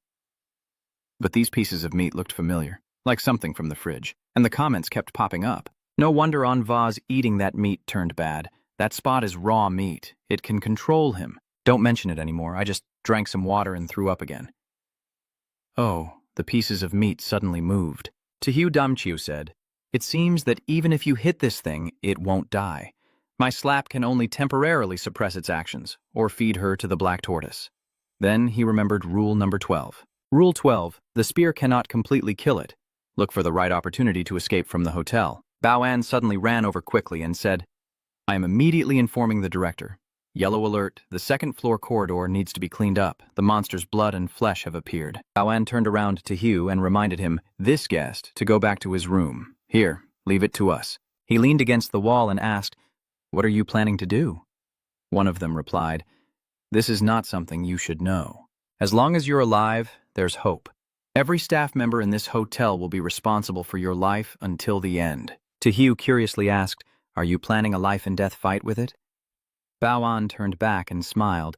A life and death fight? You underestimate it too much. This is just a yellow warning. If it turns to a red warning, I'm afraid all of us will die here. Tojo asked further, so what exactly is it?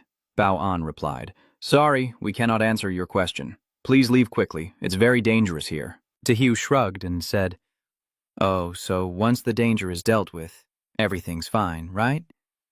Bao-An replied seriously, easier said than done. This thing can't be completely eliminated. We tried many methods but never succeeded. Tojo then called out Hak Tuang Quan. General Black, go eat that thing!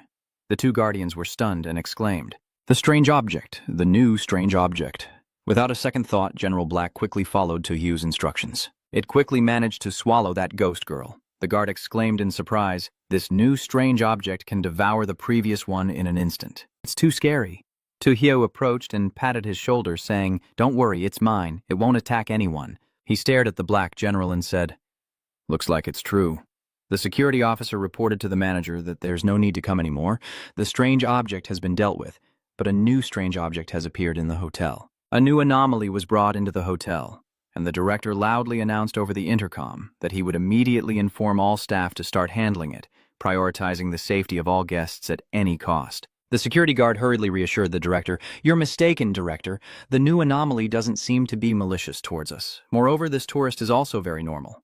The director replied, "The strange object is definitely not a threat. You two quickly go to my office and report the situation." A security guard turned back, patted Tojo on the shoulder, and said, "We're leaving now. The monster could appear again at any moment. If you face danger and we can't get there in time, check the fire extinguisher. Take out the axe inside to protect yourself." He quickly agreed with the security guard. Tojo thought to herself, using the axe from the fire extinguisher box to protect herself might explain why it was emphasized so much. Looking at the fire extinguisher box, could there be something other than the axe inside it? Standing in front of the fire extinguisher, Tojo thought to herself, recalling that the last time she saw the axe, it had flesh and fresh blood on its blade, proving someone had used the axe before, plus the words the director mentioned earlier. "Protect all the guests. I can be sure there are other visitors in this hotel. But why haven't I met any of them since I arrived? Where could they be?" You are surprised and exclaim, "Oh, there's a piece of paper." Tojo Huayi wondered if this was the remaining part of the rules. At the same time, the other contestants were fortunate not to encounter the strange woman knocking on their doors. "Damn it, these annoying black hairs have grown back again," Lucas said angrily as he grabbed his wrist, then activated the item and added, "If they grow back, they'll definitely affect my power, so I can only use the reward I earned in the previous round. The system reports that you have used Principal Duong's blue and white shirt." Then, he quickly puts on the shirt and introduces Principal Duong's blue shirt. "Do you think you're sick? I bet you'll say you're not, but that doesn't matter. The important thing is I know you're sick." Lucas happily pulls up his shirt and shouts, "They're gone. The black fur is gone." "That's great. This blue shirt can suppress the black fur, so I can keep fighting for a little longer." He suddenly looked thoughtful and said, "Fresh blood." Seeing the bloodstain on the hem of the shirt, Lucas thought to himself, there shouldn't be fresh blood on his face when he first took it out, right? It seems that the blue shirt only temporarily suppresses the black hair. When the blue shirt is stained with fresh blood, this confrontation should come to an end. As he walked, he thought to himself that luckily the spread of fresh blood wasn't fast, enough for him to hold on a little longer. Then Lucas spoke to remind himself, "There's no time to delay. I've finished checking inside my room, so I need to check outside now. The clue is definitely hidden somewhere outside." At the same time, the Pasiana contestant, looking worried and holding a claw in a defensive stance, said, "We finally made it down to the first floor, but it turns out the food here isn't edible. Looks like I can only eat vegetables from the fridge." She widened her eyes and thought to herself, someone is behind her. Anna turned around and shouted loudly. Everyone was stunned when they saw the monster in front of them. Anna was sweating profusely, closing her eyes and repeatedly reminding herself to stay alert and keep her composure. A notification appears on the screen, explaining the ability to remain absolutely alert at all times and in any situation, preventing panic. Then, she decisively throws the claw in her hand at the monster. The claw shot out at lightning speed towards it, but it was unaffected by Anna's strike. Anna's face was pale, panic still haunting her as she kept reminding herself. Stay calm, Anna. Think about the rules, see if there's anything you can exploit." She approached the fire extinguisher box and asked, "Rule?" "Rule 11. Yes, there's an axe in the fire extinguisher box to deal with this monster. Rule 11. In the hotel, the most dangerous thing is a humanoid creature. If you happen to encounter a piece of flesh connected into a person, use the axe from the fire extinguisher box to kill it. Don't be afraid, Anna, just like killing chickens and cutting ducks. Just swing the axe down, you can do it, you definitely can do it. Then without hesitation, split the monster in two, die monster. I feel sick, I have to go back to my room, I need to get there quickly, it's safer inside. Miss, the shovel you are holding is too dangerous. If possible, please hand it over to me." Anna thought anxiously. Rule 9 states there are no male cleaning staff in the hotel, and moreover, why does that terrible wound on his face look so familiar? She remembered Rule number 9. Rule number 9 states that all hotel cleaning staff are women. If you encounter a male staff member, don't believe what he says and immediately get out of his sight. Then Anna told the cleaner, "If a monster was chasing me earlier, if you can help me deal with it, I will give you the axe." The male staff member approached seriously and extended his hand, saying, "Please give me the axe so I can help resolve this problem." Anna frowned and objected. "No, you need to deal with the monster first." He immediately reveals his true form, his face furious as he threatens her.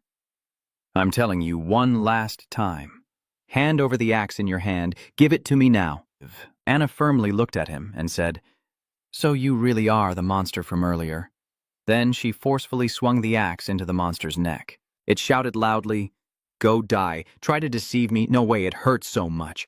Then Anna kept hacking the monster's body with the axe, causing it unbearable pain. Her mouth kept saying, "Die, die, die." The viewers all commented, "Wow.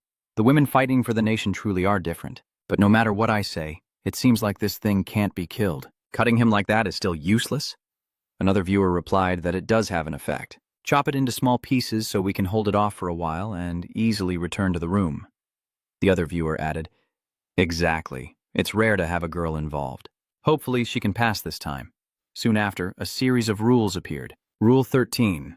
All security staff in the hotel are male. There are no female guards. Rule 14. The hotel lights will sometimes flicker to red. This is a lighting malfunction. Please contact the hotel staff immediately to resolve this issue. Rule 15. The staff at the reception desk will finish work at 10 p.m. After this time, no one will be at the reception desk. If you don't see the front desk after 10 p.m., don't ask her anything, and it's even better not to trust her. Rule 16. For example, if someone asks if you've seen the black cat in the hotel, say no if you've already seen it. If not, say yes. Rule 17. There is a black cat named Lu Tae in the hotel. It usually appears and disappears mysteriously inside the hotel.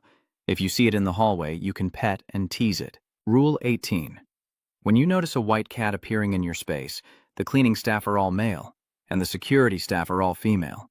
Quickly leave the hotel regardless of everything. Don't pay attention to anyone trying to zoo-eye your school path. Rule 19. If you cannot leave the hotel before the lights turn red, find the nearest safe spot to wait for rescue. The cleaning staff's lounge and the director's office are considered safe places. Rule 20. If you can't leave the hotel or find a safe place to hide before the lights turn red, trust me, using the crowbar in the fire extinguisher box is your last resort. Use it at the very end to protect your life and avoid becoming part of it. To Hugh read the rule sheet aloud and then muttered, "There really is a rule related to black cats, just as I suspected." But then he paused, wondering why the rest of the rule was inside the fire extinguisher box. Did the guard let it in? I have a feeling there's some special reason why it's inside the fire extinguisher box. Anyway, this has never happened before. I'll just read it and put it back in its place. Did you hear that noise? What was it? Hugh was surprised to see the doll and the white bear ganging up to bully Black General in the bathroom. He thought to himself, how could the doll and the white bear be beating Black General, and 2 against 1 at that? What is really going on? Internal fighting. Don't cause trouble among you guys right now. I understand that the elder needs you guys. He stepped in from outside, looking discouraged, and spoke loudly. Are you bored and causing trouble? Are you itching to fight? During the daytime, everything was peaceful, but now there's a fight right in front of me. Clearly not respecting me at all. The doll and the white bear, frightened, stop and stand still, looking at Tojo. As for Black General, he was injured on the head. Then White Bear spoke up, saying it was him who ordered us to fight. Tojo looked incredulous. Are you saying that General Black told you to hit him? The white bear and the doll nodded furiously in unison and replied, That's true. That's true. He looked at me. Tojo also looked at it, but only saw it shaking violently. What kind of trick is this now? After shaking it thoroughly, it stopped as if it was fully healed and no longer had any wounds. Tojo couldn't help but marvel, the wounds on your body are all healed. How is this possible? This recovery speed is incredible. Then he suddenly exclaimed happily, I knew it. Did you manage to fuse a new mysterious power again? General Hawk squinted and replied, Yes, it's the power after eating the monster just now. Tojo responded, Good. Although this power doesn't seem very strong, it's still the second power after your fusion. General Hay said, I want to keep eating that kind of monster. The power can still increase. Tojo replied, Then go ahead and finish the rest quickly, but don't hurt the regular staff at the hotel or scare them. Then he watched it run away and reminded it, Also, I have a feeling there's a strange creature here with even more dangerous power. Be careful, you need to come back immediately after eating. General Black ran off happily, replying, Yes. While General Hai was outside frantically eating, Tojo also left the room, placing the rule sheet they found earlier back into the fire extinguisher box. The rule sheet suddenly transformed into a different piece of paper, and Tojo was stunned, not understanding what was happening. What is this, a paper-swapping spell? Then he took out the paper and asked to see what the new paper said. It was a note of hotel security rules containing many details. Every day before work, you must make sure there are no female security guards on the team.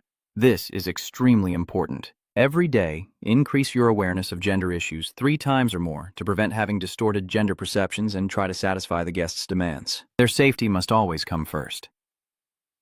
Be cautious with guests eating in the dining hall, as their bodies may have undergone some strange transformation. Clean the fire extinguisher box regularly and wipe away bloodstains and dirt on the stretcher's blade. Dispose of the organs and remaining parts of the corpse. If there is a foul smell in the corridor, do not hesitate. Report it to the director immediately. Every day, ask guests if they have seen the black cat in the corridor. The black cat's appearance signals temporary safety. If it turns into a white cat, immediately inform all guests to leave the hotel. The director and all staff must be prepared to fight against the unknown creature. If the white cat does not appear and the surrounding lights suddenly turn red, protect yourself. Only focus on yourself and avoid looking into your eyes in the mirror. If you're not careful and make eye contact, and then see yourself in the mirror become strange, immediately report to the director and resign, leaving the hotel forever. When the hotel lights turn red, grab the AK-47 from the security room to protect yourself. Wait until the lights return to normal, and until the danger is gone, do not hesitate. Remember our motto: loyalty, courage, dedication. Finally, when danger is near, hold your AK-47 tightly and check the upper floor. At this moment, ignore any sounds around you. Stay away from all humanoid creatures. The space you're in has been distorted. Be careful to identify the correct direction accurately, Tojo said seriously while reading attentively. But it's not part of the rules. This is more like some reminders in the hotel cleaning staff guidelines, which also include some notes on the rules for hotel cleaning personnel. Every day before starting work, you must carefully check if there are any men in the staff. This is extremely important. You must reinforce gender awareness at least 3 times a day to avoid misunderstandings about your own gender. All mirrors in the hotel must be cleaned once a day. Cleaning twice is not allowed. Don't turn your back to the mirror. Don't look at yourself in the mirror too many times. If you see yourself in the mirror changing gender or your body becoming asymmetrical, quickly bow to the guard. They will know what to do. The hotel offers lunch and dinner. Please do not approach the dining area on the first floor between 1 p.m. and 10 p.m. Remember well, white represents safety, yellow indicates danger, black represents calm before the storm.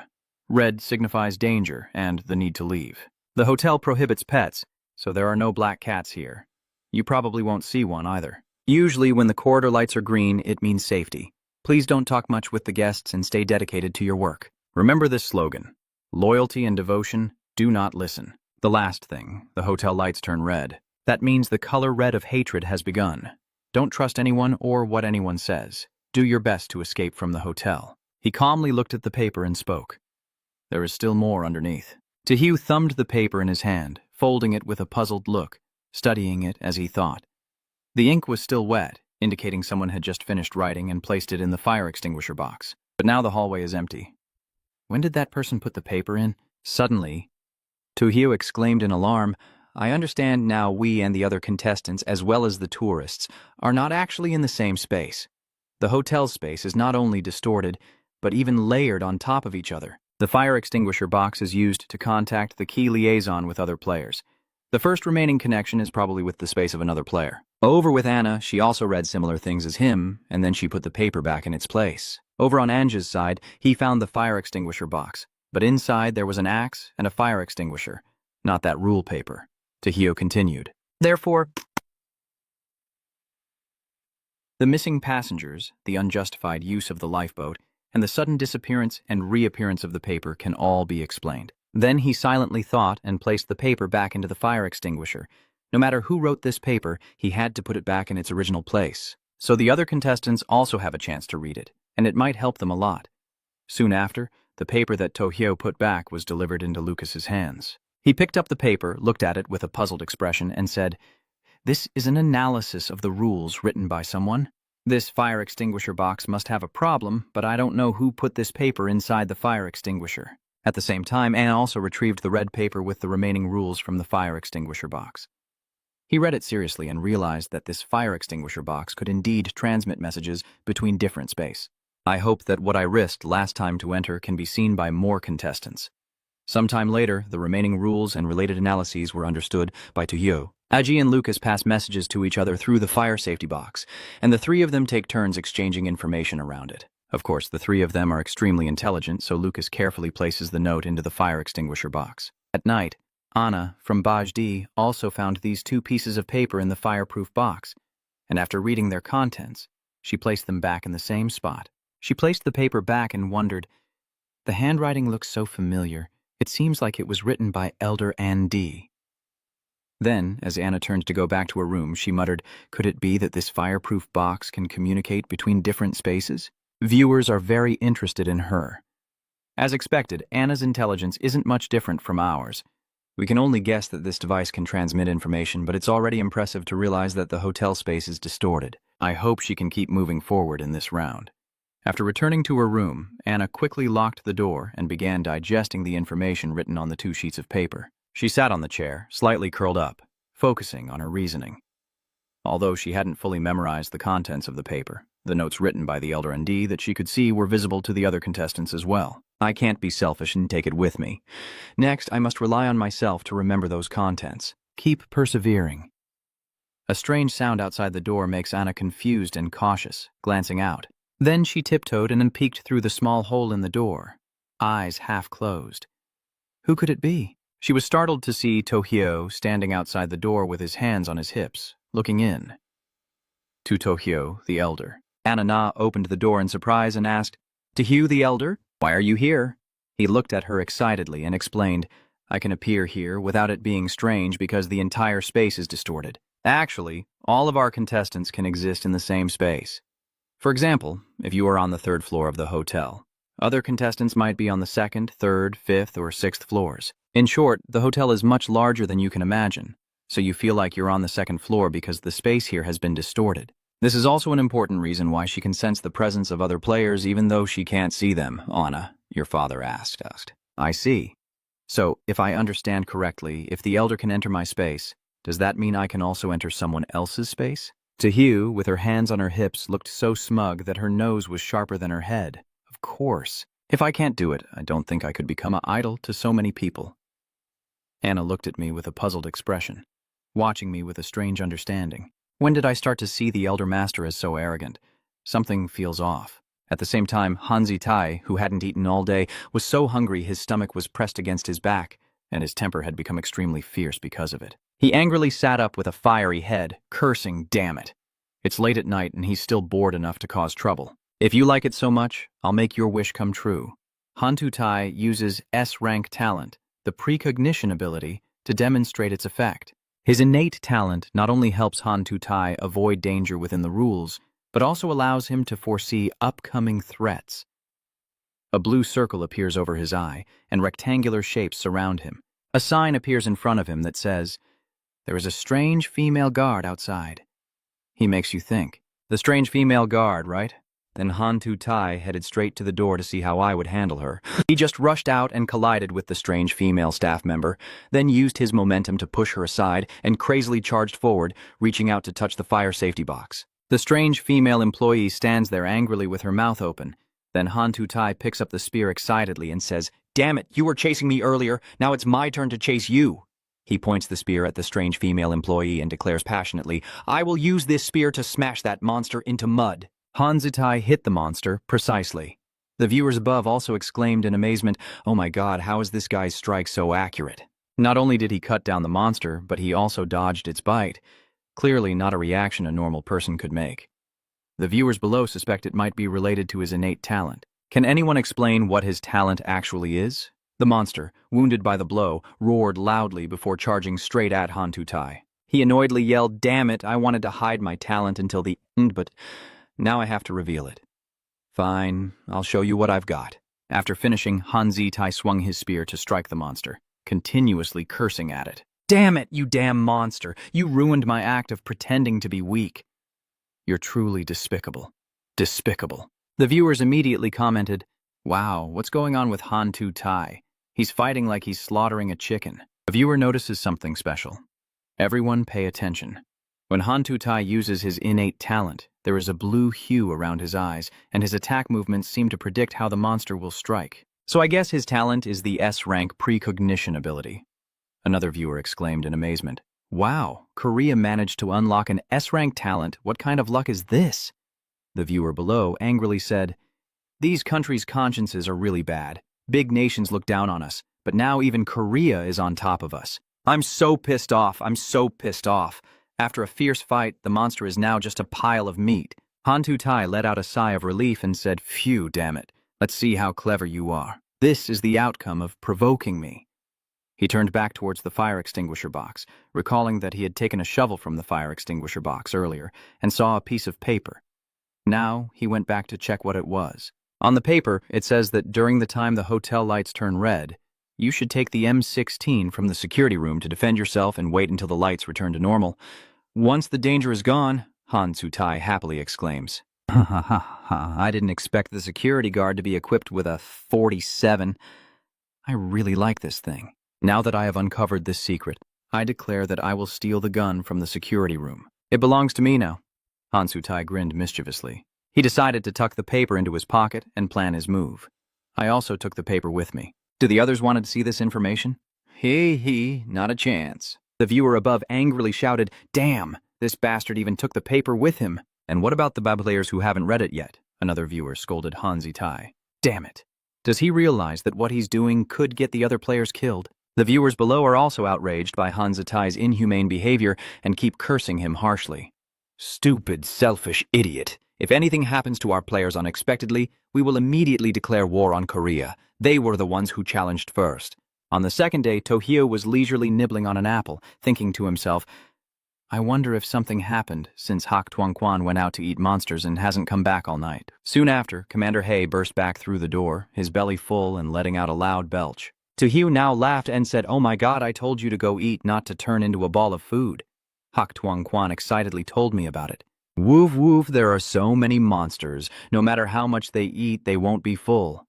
Tojo got up, unsure whether to praise it or not. "So many? All right, I give up on you. And take a rest for a bit. I'll go check if there's a new paper in the fire safety box." As Tojo pushed the door open, she was surprised by the noisy scene outside. Oh my, why is it suddenly so lively at the entrance? He suddenly paused, carefully analyzing the situation. Wait a minute. The rule says there are no female security guards in the hotel. These two male guards are with some girls and didn't notice anything wrong. It's clear that their gender awareness has been confused. Rule number 13. All the hotel security staff are men. There are no female guards. At this moment, a female guard approaches Tojo proactively. "Excuse me, sir, could you please step aside? We need to clean the fire safety box." "Sorry for the inconvenience. I hope you understand." Heihua politely replied, "Of course." He approached a male guard and whispered in his ear, "Come with me for a moment. I have something to ask you." I directly asked the male guard, "So isn't there no female guards in the team?" "Why is your colleague a woman?" "Who says there are none?" "Dear customer, there are always female guards in the security team." The glowing jellyfish chain on Tojo's neck suddenly lights up. He thought to himself, the glowing jellyfish chain indicates this place might affect his mind, but he hasn't done anything yet. Besides talking to the guard, could it be that his conversation with the guard caused his gender perception to become confused, affecting his mental state? Suddenly, a thought flashed through Tojo's mind, and he realized, oh, I see. Just because I found the remaining part of the rule doesn't mean there aren't other hidden rules. Clearly, talking to someone with disordered perception can also affect oneself, leading to distorted awareness, which is the remaining hidden rule. After understanding this, Tu Hyo-kong smirked at the female guard, who said to him, "We are leaving now, sir. If anything happens, you can find us any time." Tu simply replied, "Yes," then quietly told the doll, "Doll, follow them and see what's going on." The doll nodded in agreement. After a while, the doll returned, gesturing wildly. Tu interpreted its meaning. "You said the entire hotel only has 2 walls, no 3rd floor, and no way to reach the 3rd floor. And they disappeared after reaching the end of the 2nd floor corridor. You've tried, but even you can't use your space-bending ability to escape here." The doll made a humming sound to show it agreed with what Tu just said. Tu guesses that if she's not mistaken, there must be some consciousness affected by the force of attraction, or someone who has become part of it, allowing them to travel between spaces, using its methods. The imposter N from before is probably connected to this. The hotel definitely has more than 2 floors. Otherwise, the security rules wouldn't require guards to check from their current floor up to the one above in case of danger. Even the Black General will not find himself in a situation where he eats all night and still hasn't finished the monsters. The hotel's security and cleaning staff all have rules they must follow. If there are no exceptions, the director and receptionist also have rules to follow. Tu told the doll, "Doll, let's go down to the 1st floor together." Only by finding the rules of the director and the receptionist can we get closer to the truth of the Tin Hong Hotel. The doll then whimperingly snuggled up beside him. At Tin Hong Hotel, on the second-floor corridor, Tojo and the doll walk past the fire escape. The doll pulls Tohyo's arm tightly. He stopped to check and found that there was a new note in the room's box, writing down the director's rules and the most dangerous job in the entire hotel. Every day, a few strangers appear at the hotel. Don't panic, and don't investigate the whereabouts of those who disappear. There is a white cat in the hotel and its owner. Please avoid exposing them. There is a special mirror in the office drawer that can help you see some truths about the hotel, or perhaps reveal things invisible to the naked eye. Contaminated or non-human food will have a clear characteristic: the color red. Hotel receptionists are the least likely to encounter events marked by intense red and orange anger. Don't let them get too involved in this. The hotel has never kept cats before, and the previous director was very sensitive to cat fur. But if an employee tells you they saw a black cat in the hallway, just ignore it. You shouldn't remember it. If a guard tells you they saw a white cat, immediately stop what you're doing. Press the emergency button, then the pink event will occur. Come up with a way to prevent and respond to the danger in this event. As the director, you cannot avoid the responsibility of leading everyone when all the lights in the hotel turn red. Put on your glasses, take the weapon from the desk drawer, and bravely lead the staff in fighting it. Although they are hard to kill, don't let them doubt your unwavering resolve. Believe that you are not alone, because many others like you are fighting it. After you kill the white cat and its owner, besides you, those who have experienced the red of hatred will forget these events. The beautiful lives of the survivors will go on. Perhaps they will forget everything you have done. They are all the bravest people, those with an unquenchable willpower. I hope you always remember that everything you do is to protect the hundreds of innocent people behind you. Please accept our deepest gratitude. After reading this, Tojo analyzes the white cat and its owner. Is this message repeated multiple times on purpose? The white cat and its owner are the cause of the monster appearing in the hotel. Once the white cat and its owner are dealt with, the hotel will return to normal. Tojo stroked his chin in thought, but so far he hadn't seen the white cat even once, though it was clear that the hotel director and the security guard were both armed, almost like a team fighting together. With the world of strange stories being so stinky, passing through definitely depends on teamwork. Tojo quickly folds the paper, planning to put it back in its original place. He decided to leave the special glasses and those weapons for them. Maybe they could be useful later. When I opened the fireproof room door, he exclaimed in surprise, "There's another new note?" Inside, there are notes about hotel reception rules.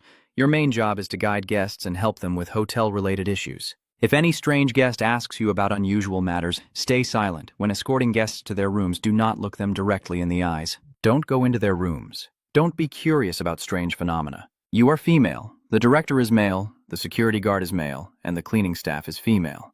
Pay attention to distinguish. It's okay to chat with colleagues during work hours. We all know that front desk work is boring.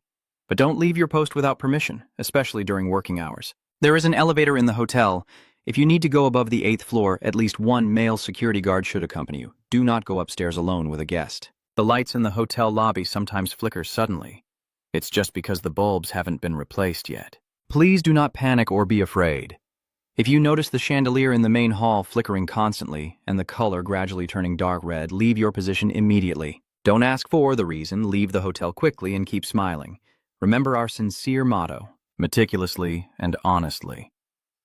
After watching, Tojo smiled and assessed that the hotel reception is currently the place with the fewest casualties, and they probably haven't been exposed much to the hateful orange-red. Tojo silently thought that there are indeed many floors here, and when the orange-red hatred appears, the space will distort and multiply again. Tojo imagines someone on the 2nd floor wanting to go up to the 3rd floor.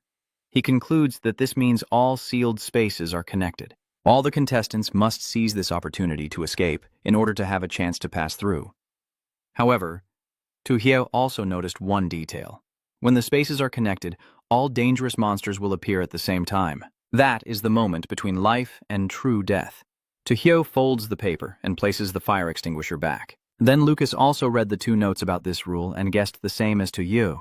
He left the paper on the fire extinguisher box and muttered, "White Mio and its owner, huh?" Lucas turns back to his room, a sinister smile on his face. I've been hoping to meet you." At the door, just as he's about to open it, the lights flicker. At this moment, a female cleaning staff member and another male staff member approached Lucas and asked, "Sir, does your room need cleaning? We are professionally trained to ensure a spotless experience without a speck of dust." Elket frowned and replied, "No, the viewer's comments above. There are 4 male cleaning staff, which doesn't match the rules written, and this female staff member doesn't notice anything unusual, indicating her gender perception is confused. The viewer's comments below ask, earlier, Elder Tojo was talking to the security guard who was mentally disoriented, and the jellyfish bracelet on her neck kept glowing. If Lucas talks to this female staff member, could he be affected? Sure enough, in front of Lucas, the images of the 5 people suddenly darkened, and he cursed, "Damn it, what the hell is this?" He wondered, what is going on? Why does it feel so strange? At this moment, Lucas spots a black cat. He exclaims in shock, is the white cat and the vengeful red about to arrive? The viewer above felt something was off and asked, wait, isn't it a black cat? Why does he say it's a white cat? Am I colorblind or is he the one who's colorblind? Another viewer clarifies, no, he's not colorblind. Lucas's perception is impaired. The viewers below agree. That's right. Earlier, Lucas was talking to someone with perceptual disorder, so his perception is also affected now. After all, he doesn't have any protective barrier. The image in front of Lucas keeps getting more and more distorted. He screams, the orange-red hatred. The orange-red hatred has really appeared. This is too surprising. I just said I wanted to see it, and now it's happening. Lucas clutching his head, shouting, no, this can't be. It's too coincidental. Damn, there must be something affecting my mind, and it's only getting worse. What is it? What is it after all? Lucas kept thinking more and more confused, finally turning to chase after the black cat. He concluded, it must be you affecting me. Damn it, I have to kill you. The black cat, seeing Lucas frantically chasing after it, panicked and ran away, only able to meow desperately for him not to come any closer. The viewers above couldn't hold back their laughter, haha. Black Cat couldn't believe that even though Lucas's spirit was affected, he was still a formidable opponent no one dared to underestimate. The viewers below commented, Black Cat, good, is this how you play? At the same time An, exhausted from using up too much of his spirit, was blinking and resting in the room. He thought to himself, the frog's calming effect is no longer working. I can only rely on resting to recover my spirit, but this method is a bit slow. A cleaning staff member suddenly calls out from outside the room. Do you need your room cleaned, sir? Are there still household items in the room? Do you need me to bring a little more? Undai cautiously replies no, and, like Lucas, faces a bizarre spiral-shaped shadow in front of him. He frowned and asked, what is this? Undai held his head and shouted, damn it, what the hell is this? I can't think straight, my head hurts so much. The viewers below comment, there's nothing more to do. Anne is still recovering mentally, so he didn't think to judge, and was tricked by the cleaning lady outside, and can only think of one last resort, only use the final trump card. The system notifies you have used the principal's white glove item, which is the item the principal wears when expressing gratitude. When your mind is disturbed, it can help prevent mental interference. After a while, that strange feeling gradually disappears. Finally, An can breathe a sigh of relief. Phew! Luckily, I have Principal Duong's gloves. Without them, if I continued like that, I would definitely become dull. He wipes the sweat from his forehead. The sweat from Anne walks over to the chair and slumps down, calmly analyzing what just happened. It's strange that just responding to the cleaning staff's words could lead to such serious consequences. A headache indicates that the strange object used some method to attack my mind in order to alter my perception. It also means that some of my current beliefs may have been changed without me realizing it. Thinking of this, Anne stood up, deciding he couldn't just sit and wait to die. He had to find a way to correct his perception, and approached a mirror and stood there in silence for a while. The viewer above wondered, how does Anne perceive himself? Looking in the mirror might be able to fix it. Another viewer explained that mirrors can change perceptions, but to return to the original mindset, those false perceptions must be eliminated. The viewer below concludes, so Anne wants to take a gamble. But this is too risky. What if he fails and things get worse? 3 minutes later, as Andi saw his reflection in the mirror gradually fading and becoming unclear, he felt uneasy. The viewer above anxiously said, if it doesn't work, we're doomed, but if we don't do this, we'll also die. Another viewer commented that only someone as decisive as Andi could do this. If it were me, I wouldn't be sure I could make such a risky decision. The viewers below also expressed their agreement. Me too, and I also sent a picture, bowing in respect. 5 minutes later, Anne's reflection in the mirror had transformed into a young woman. The viewer above exclaimed in shock, wow, Andi in the mirror has aged up. One viewer couldn't hold back their laughter. Ha ha ha, sorry, I know I shouldn't, but I accidentally laughed out loud. Another viewer advises, don't say anything, it might attack. The viewer below responds, if it attacks, it will only attack you. 7 minutes later, Andi's reflected image becomes increasingly distorted and terrifying. He endures it with clenched teeth. The viewer above boldly said, "My brother just now said it wouldn't attack. Come out." The viewer below whispered softly, "Come on, come on." My brother hasn't even started yet and he's already exhausted. 10 minutes later, a red arm suddenly lunged from the mirror at Ani, but he stood still, not moving at all. The viewers above praised Anne. They didn't say much else, but Anne's willpower is truly unwavering. It can't be fighting for the nation, and the viewers below agree. At this moment, my admiration for Anne reaches its peak. 10 minutes later, Anne's reflection finally returned to normal. He finally let out a sigh of relief. Phew, I did it. My perseverance and composure have beaten it. The viewer above only has one compliment for Andy. You're a beast. The viewer below comments, "No wonder you're a master. We'll never catch up." At the same time, Han Tu stole a Glock 47 and all the bullets from the security room. He muttered, "Damn it. That stupid director has been in his office all day, so I couldn't get the special glasses. Otherwise, I could become invincible." Just then, the voice of a cleaning staff member sounded from outside. "Hello, sir. May I ask if your room needs cleaning? Are there any personal belongings left inside? Do you need me to give you more?" Han Tuitai immediately used his talent and knew, don't respond to the other person, or your perception will be distorted. Han Tuitai gritted his teeth and cursed, "Damn it, so treacherous." Luckily, I was careful not to respond. At the same time, over at Anna's place in Paris, she was looking into the fire safety box. "It's empty inside." She frowned and said, "Strange, there's nothing in the fire safety box. Could it be that Andai hasn't found the rest of the rules yet? Or did he get into some trouble?" The viewer above immediately cursed Han Tu-Tai. "No, that damn Han Tu-Tai took the paper and ran off." Another viewer also expressed their frustration. "Talking about that guy just makes me angry. Could it be that the only girl might get into trouble because he took her paper?" The viewers below also share the same opinion as the two above. "If something happens to her, I will have nothing to do with that guy." Anna walks back and forth in front of the fire extinguisher box.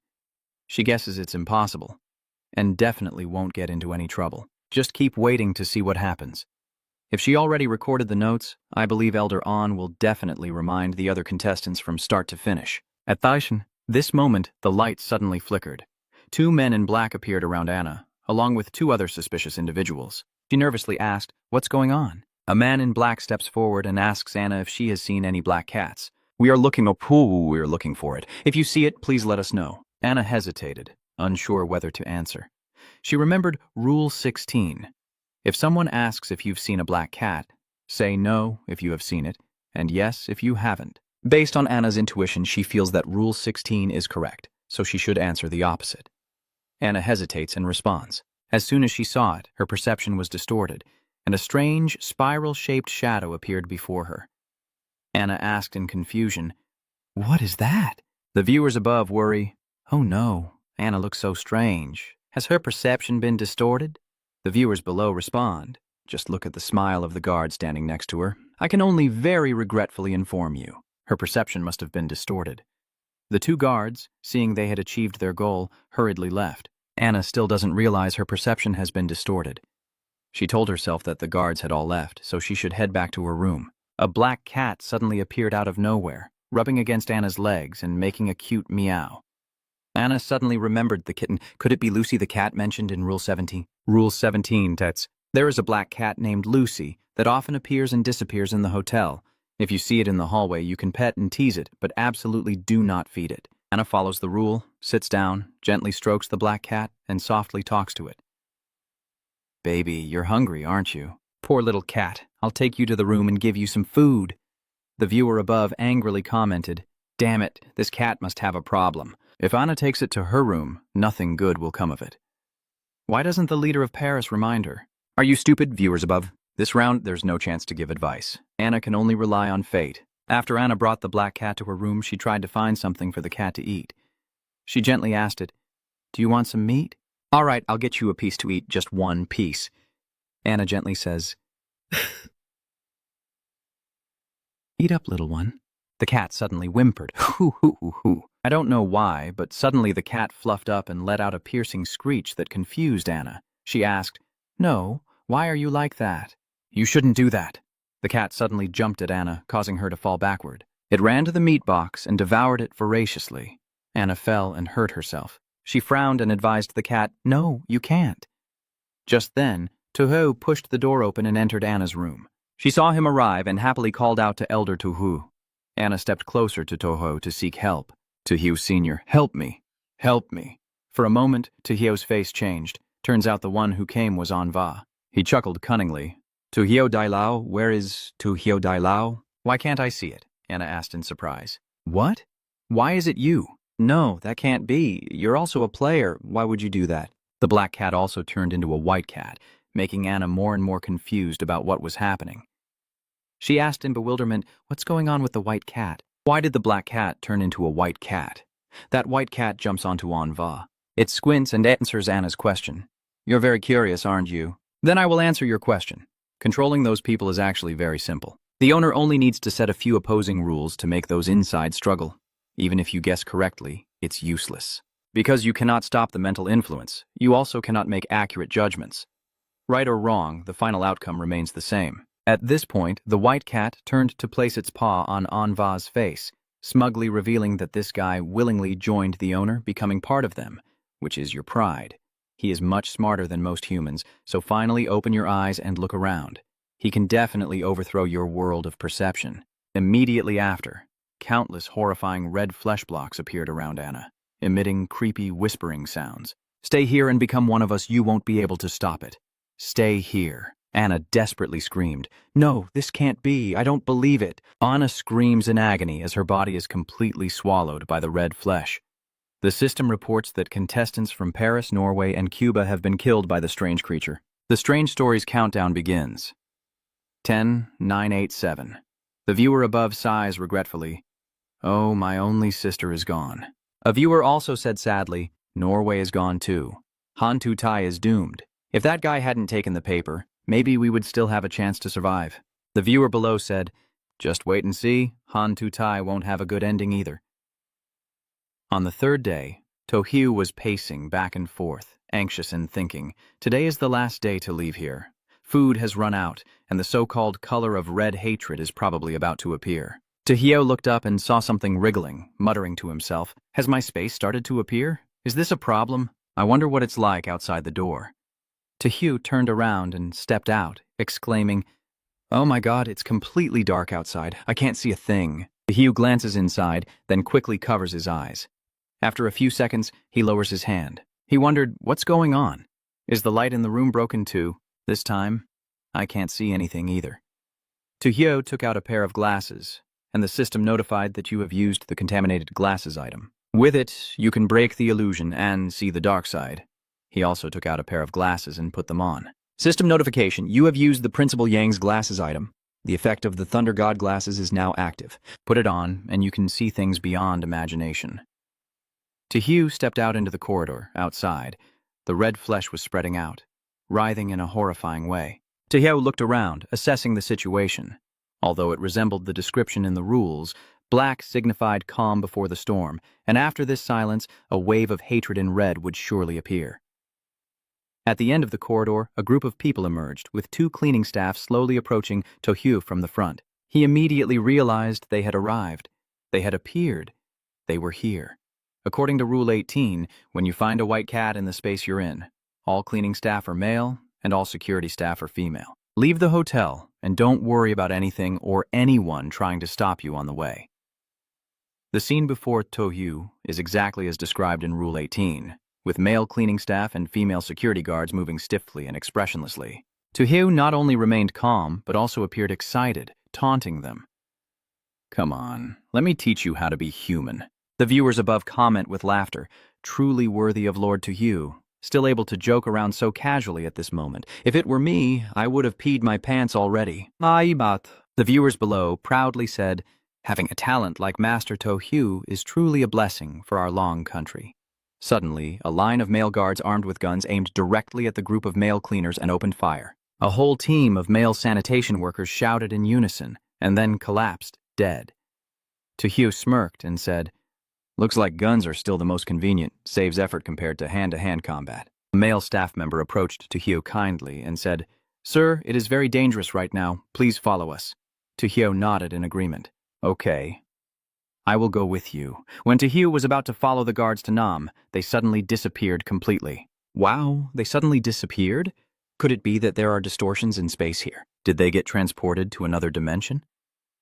To Hugh suddenly felt unfair and questioned aloud. Hey, what makes them able to teleport away while I stay here? Could it be that the space distortion isn't strong enough yet? Are other contestants like me also unable to teleport? To Hugh looked at Guan. He observes that the red color of the lamp is getting darker. So perhaps when the red is at its deepest, the space is fully distorted and the layers overlap. Myself and the other contestants will be able to connect and help each other get through this round. To Hugh suddenly remembered the map. That's right, I haven't used the hand-drawn map from the previous round that the snitch provided. It might contain useful clues. Wow, this map shows a route that looks exactly like the hotel. We have to go there and see. Behind To Hugh, the red flesh-shaped puppets are approaching. To Hugh orders the Black General to deal with them all. Clear the way! General Black barks loudly. Woof woof, implying that I've eaten so much I'm about to burst, and if I eat more I'll vomit. To Hugh had to say, well, if you don't want to eat, then let the white bear fight them. The white bear immediately appears and quickly unleashes its faith power, frightening the red meat. The red meats search everywhere but find nothing. To Hugh and White Bear seize the opportunity to run away quickly. He turned to praise the white bear. White Bear, your ability to control so many things is incredible. Let's go down to the first floor now. To Hyo is in the kitchen of the Tenhong Hotel's dining room. General Hak and Gao Trang have been desperately searching to find out what that important thing is. To Hyo suddenly froze. He picked up a piece of paper and said, the item the map's snitch points to is this one. A different map. The map is clearly a tangled mess. Only those who can read it will understand. When you can see the brushstrokes on this map, it means the red-orange hatred phenomenon has begun. The map is distorted. Avoid the white cat. Wherever the white cat appears, that place is the most severely distorted. The space after distortion no longer follows the usual rules of front, back, left, and right. Details are always hidden where the eyes find it hard to see. For example, places where the orange hatred light cannot reach, far from the walkways and floating bridges. They might lead you to a deep abyss you never knew existed. Don't casually open certain doors. The space you enter and exit is completely different. Corpses are unaffected by the distortions that trap them. Here, only the dead are the ones you can trust. Be careful with all the living humanoid creatures. Tahio was surprised and said, oh, did the words pop up? Bloodstains also appeared spreading across the paper. After reading it, Tahio felt quite confused. He asked with a half-laugh, half-cry, so what happens next? Is that the end? This has nothing to do with the purpose of the map. Does Minkan know what this map is really for? Even if I think about it, it might not make sense. Tahio decisively said, forget it, let's go check the reception desk. Maybe there's a hotel map or a notice board there. When I reached the front desk, I was surprised to see it turned into a corridor. It seems the space here has been squeezed and overlapped. Even if there were clues to begin with, it's now difficult to find them.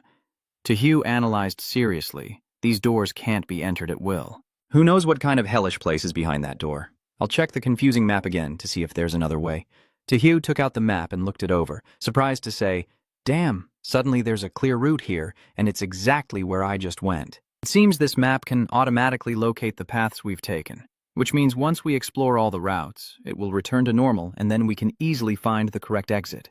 Tahio ordered the doll, doll, use your teleportation power to take me all around the hotel. The doll nodded, yes, yes. At this moment, On was also in the hallway when a red light flickered. He tightly held his axe and faced the soulless figures before him, muttering to himself, damn it, these people's genders are completely different from what the rules describe. No one is normal anymore. They're all monsters. The male staff members began to coax Anne with a chillingly cold voice, saying, stay here. Stay here. Become one of us. And Dai decisively swung his axe down and declared, I'm risking it with you guys after a while of chopping and hacking. Andy sweat and said, damn it. What can only hurt them but not kill them? Looks like I can only use this. Ange took out a notification system pen. You used the recording pen gift from your classmate to introduce its function. A strange written message, a bizarre folk song, a one-time item used in emergencies that can save you a little time. After Anne took out the pen, those sacrifice meat blocks immediately knelt on the ground. Anne didn't expect this voice recorder to be so powerful. The reward for getting 6 stars is truly different. Thank you for studying the previous round. Thank you, God. Adi takes advantage of the moment when those pieces of meat are temporarily immobilized and runs away quickly. He secretly thinks this recording pen can only be used once, which means the test will end at any moment, so he must seize the opportunity to leave. After running desperately for over 10 minutes, Anne started to feel exhausted and muttered, Damn it, this corridor seems to have no end. The surrounding space is severely distorted and impossible to escape from. You must use your probing ability to find out the cause of this space distortion to figure out a way out. At this moment, a cold voice shouted, "Don't waste your effort. You can't escape." Adai glanced over and saw a shadowy figure standing next to a white cat. He immediately recognized it. Cat, white cat. The white cat smirked and spoke to Anne in human language. Even if you escape this space, you won't be able to escape the hotel. If that's the case, then there's no need to struggle anymore. Undie was silent for a moment, and sounds of reasoning filled the surroundings. After reasoning, Anne slowly said, "So you're the reason the space is severely distorted. I can only leave if I kill you." The white cat couldn't help but praise Anne. "Smart. No wonder you're one of the chosen ones. With your intelligence, your master would definitely be very happy if you stayed here. With your master's abilities, keeping us here probably isn't difficult, right? But why do you want me to stay voluntarily? Is there any difference?" The cat explained to him that staying voluntarily is different from staying after being contaminated. The master needs your abilities to fight back. Just as the cat finished speaking, it suddenly realized it had been tricked by Andai. It angrily said, "Damn it, you want to get information from my mouth?" Adai smiled and said, "Ha ha, I don't want to get information from you. I haven't done anything. You said it all yourself." The cat immediately bristled and shouted, "It's okay if you don't agree to stay and become part of my master. Then there's no need to keep you anymore." The sound from the voice recorder suddenly stopped. Andai was startled and thought, "Damn it, why did the recording stop right at the crucial moment?" That cat immediately ordered the male staff to clean up. Charge at them all. They tore him apart. The male staff members moved closer to Ongi. He tightly grips the axe in his hand, thinking to himself, "How can I do this? Relying only on the axe I have won't be enough to deal with the white cat, and I won't be able to escape here and will end up dying a horrible death." The sound of gunfire suddenly rang out, and the male staff members were all shot dead on the spot. Luckily for Anji, the hotel director arrived just in time. It was the director himself who fired the gun to save Anji. The director's security staff also helped eliminate the entire cleaning crew of the white cat. A bullet speeds straight toward the cat. It screams, "Damn you, you bastard! How dare you ruin my plans!" At this moment, space distortion occurs. The white cat escaped the direction of the bullet and disappeared in an instant, only to reappear in the blink of an eye. Does Andi think this white cat can use space to dodge the bullets? Who is its true owner, after all? The hotel manager told Andi, "Please leave this place and come with us." Hearing the manager's words, Andi finally snapped out of his thoughts. The cat, seeing this scene, goes berserk and yells out, "Damn it, a director trying to protect that human to let him escape. I will save you first." The white cat rushes toward the director and attacks him. The security guards shouted in panic as the director, knowing he was about to die, struggled to take off his glasses. He throws the glasses to Ange and shouts, "Hurry up and put these on to find a way out of here." And Dai quickly catches the glasses and he loudly calls out, "Director!" The viewers above can't hold back their tears and say, "This is so emotional, everyone." Before dying, the director still wanted to give him the specially made glasses. "He's really something. I can't hold back my tears." The viewers in the comments below say that wearing these glasses can help find a way out. Hopefully, Andy can fulfill the director's wish and escape safely. The cat, after killing the director, turned to scold Ange, "You damned fool, even if you get that pair of glasses, don't even think about leaving this place," and quickly put on the glasses, and immediately the true scene of the hotel appeared before his eyes. Everywhere was terrifying red flesh. The hotel turns out to look like this, almost like a living creature. Could it be that the owner the white cat mentioned is actually the entire hotel itself? And Dai glanced around. Wait, over there is a place with a faint red light not shining through. It must be the exit from this space, right? Adai quickly turned to tell the guards, "Follow me, I found the way out." But the guard refused. "No, sir, you go by yourself. We have to protect the other guests. We will continue fighting." Adi couldn't bear to leave them behind. He thought to himself, "I can't just stand by and watch them rush to their deaths." Ange takes out a round-shaped medal. The system notifies, "You have used the outstanding staff medal item to showcase its purpose. It is for those who keep striving to improve themselves. Wear it, and you will gain the respect you deserve. An unexpected respect." After pinning the badge on, Anne loudly calls out to the guards, "Listen to me. Everyone follow me." The guards immediately stop. They all turned their gaze towards Anji. Under the influence of the badge he was wearing, the guards whispered to each other, "Let's go, follow that tourist." The viewers above couldn't help but praise Anne for his righteous actions, truly deserving of the name, and Jay for coming up with a way to lead those guards to save them. The viewers below also agree that selfish, self-serving people like Han Tu-tai can never compare to the great masters An and Tu-hyu. As Andi predicted, the place where the red light cannot reach is indeed the intersection between different dimensions. The white cat watching beside Andi sneered and said, "If you still hold on to hope, I don't mind playing with you." On Lucas's side, the white cat is now trying to lure him. "Your abilities are special.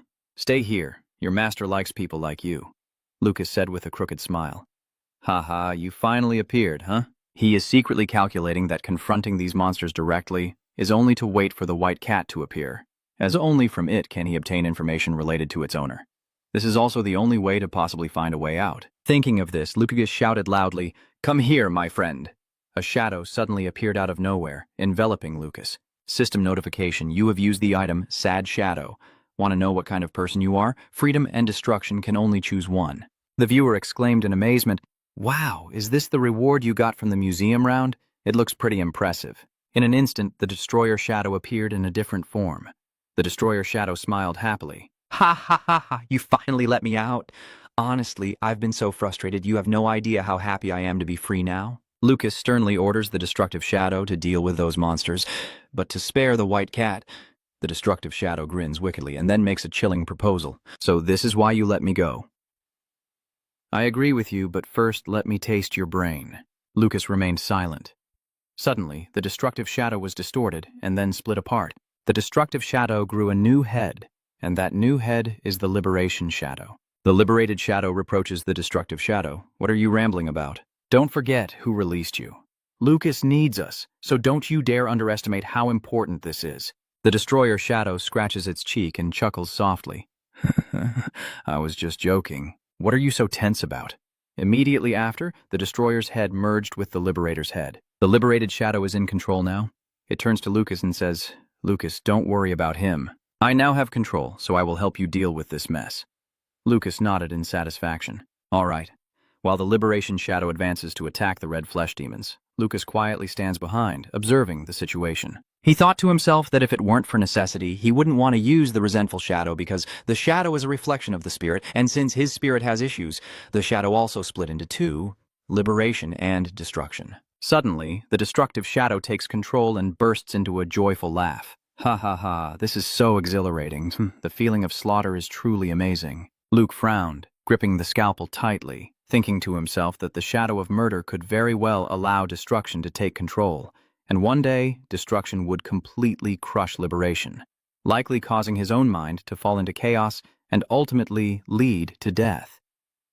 While Lucas's Destructive Shadow was killing, Han Tai from Korea also experienced the fiery red-orange hatred phenomenon. He kept firing at the female security guards while constantly begging, "Damn it, with so many monsters like this, even if I have talent, I can't dodge all their attacks or break out of the encirclement." Han Tzu-tai suddenly paused, quietly considering his options.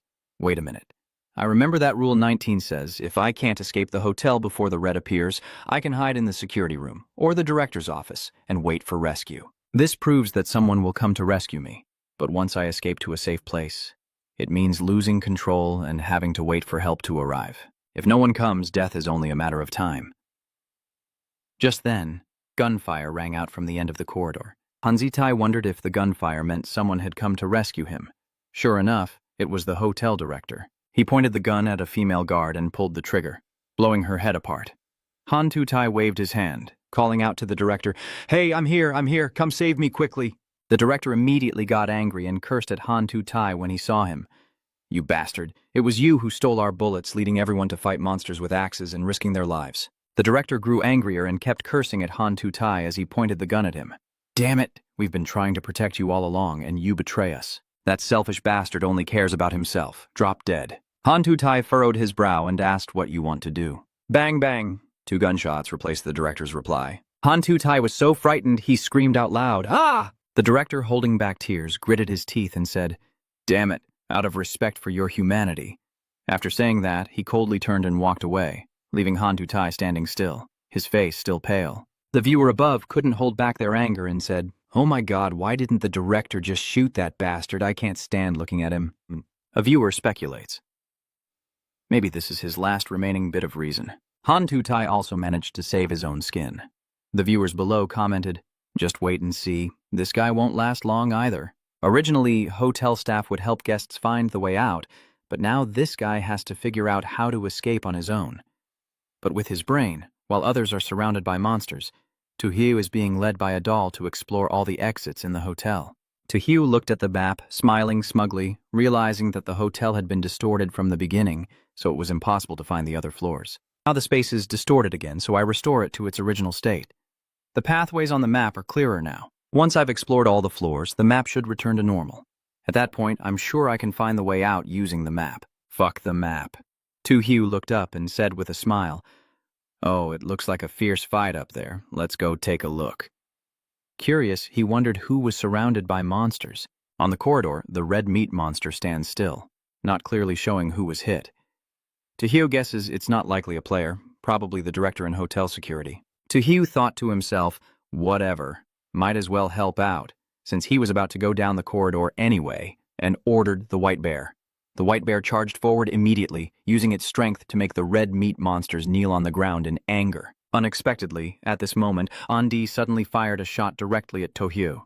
Tojo, caught off guard, was hit immediately. The strange creature is fighting with the doll. General Black and the white bear also disappear at the same time. ND is beside Tojo, smiling sinisterly. He smugly said, "I hit the target." The strategy of suffering and humiliation really works. Hak Tuong Kwan's tentacle suddenly extended successfully, knocking down Andai, causing him to scream a tragic cry. Andai was startled and sat up, stammering, "Tojo, you haven't died?" Tojo calmly approached him and said, "I know how to fake death, so you think I wouldn't? Who do you say I am?" And Defying still keeps his mouth tightly shut. Tojo smirked and said, "Not going to talk? Have General Black attack him for me." The imposter immediately used his power to distort space and smiled maliciously. "He, don't even think about catching me."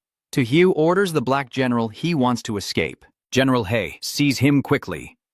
The fake Andi had already slipped into the black hole of space, but General He quickly restrained him. He persistently pulls Andijia out.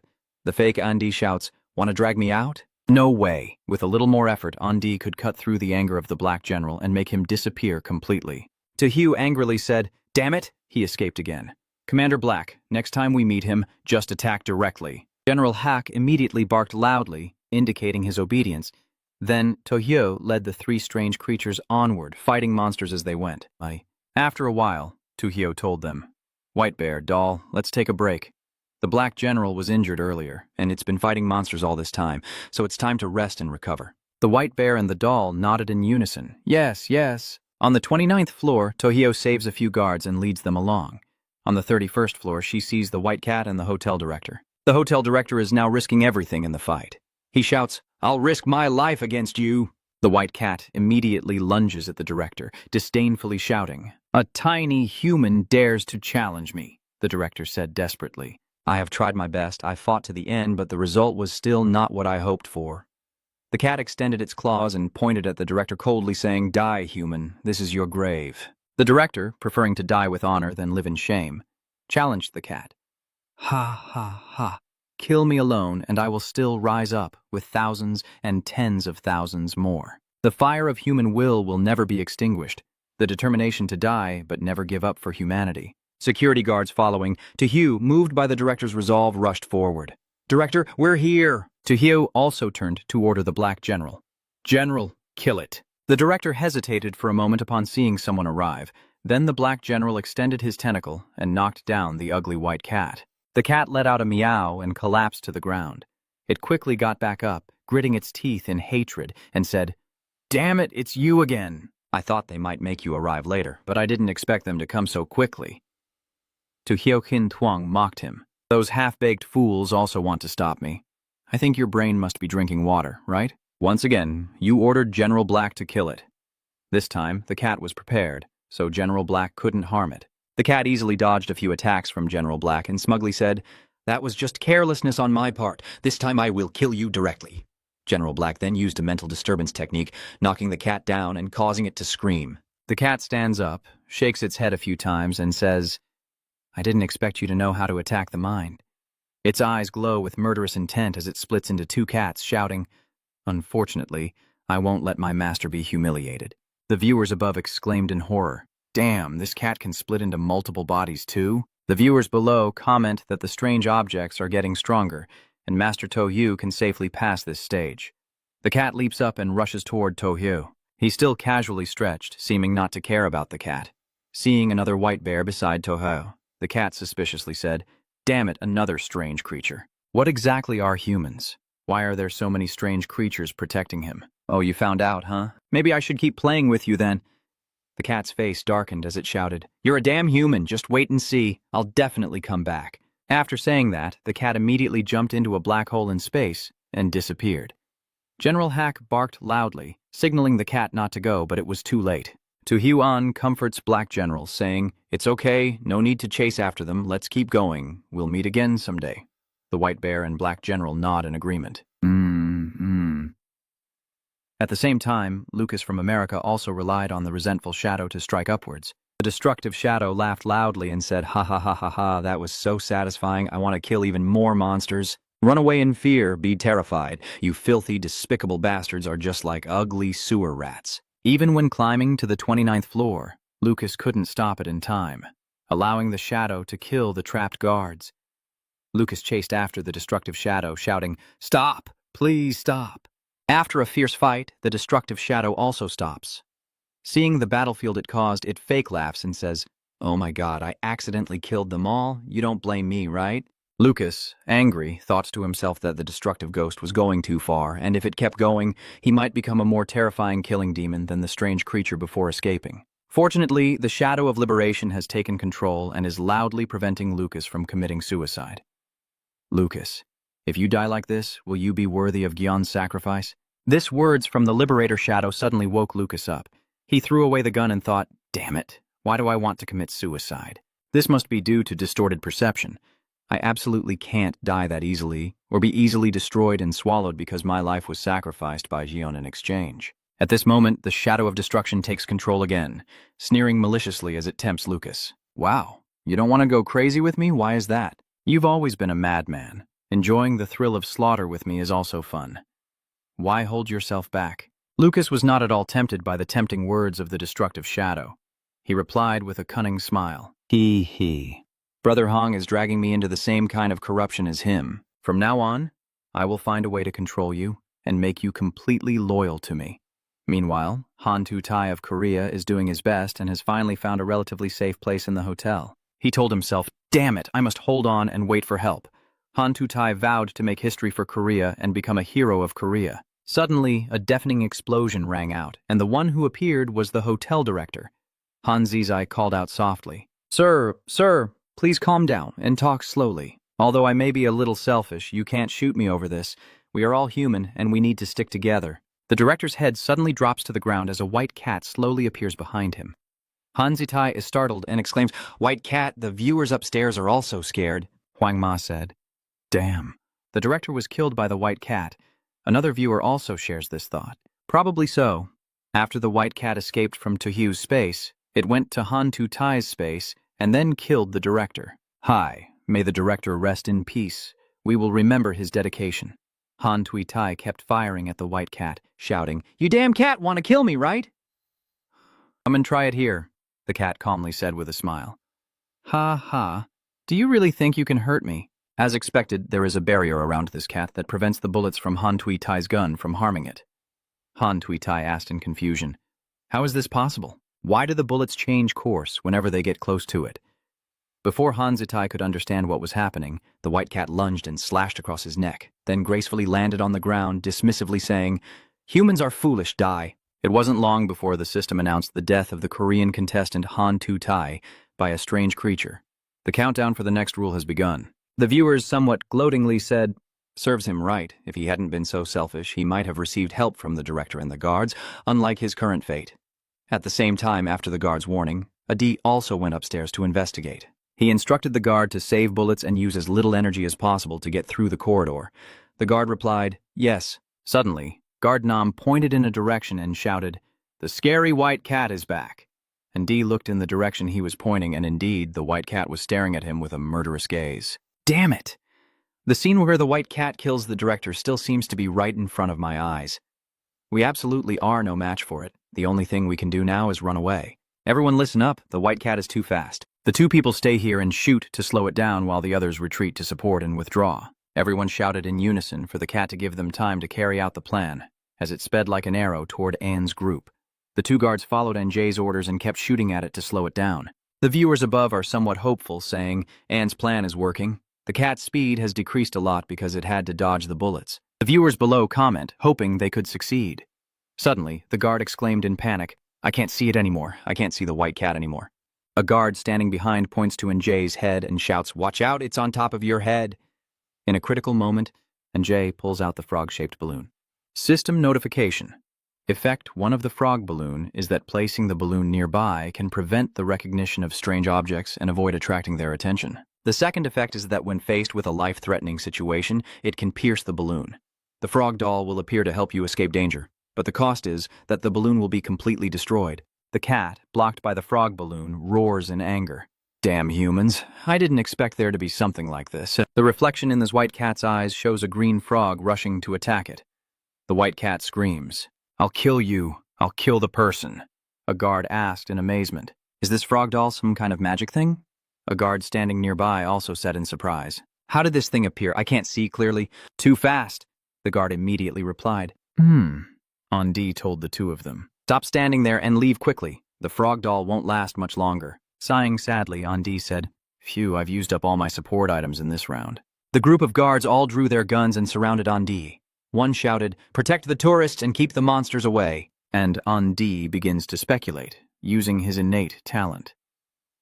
Doors appear in his mind, and he anxiously thinks the first door is wrong, the second door is also wrong, the third door. At this moment, the cat has returned, shouting, You damn creature, that frog has already been taken care of. See what you can do now. A guard nervously pointed at it. Tell the white cat to come back. Undai asked, What should we do now? Why is the white cat coming back so quickly? I haven't found the way out yet. He was forced to stop guessing. The guard, holding a gun seriously, comforted him. Don't worry, sir. Reaching this point is already a stroke of luck. Next, we will risk everything to protect you, and you can continue to find a way out in your own way. He frowned and objected. No, I absolutely will not sacrifice everyone else for myself. We don't want to hold you back. The person next to him added, You have to keep living. You represent our last hope.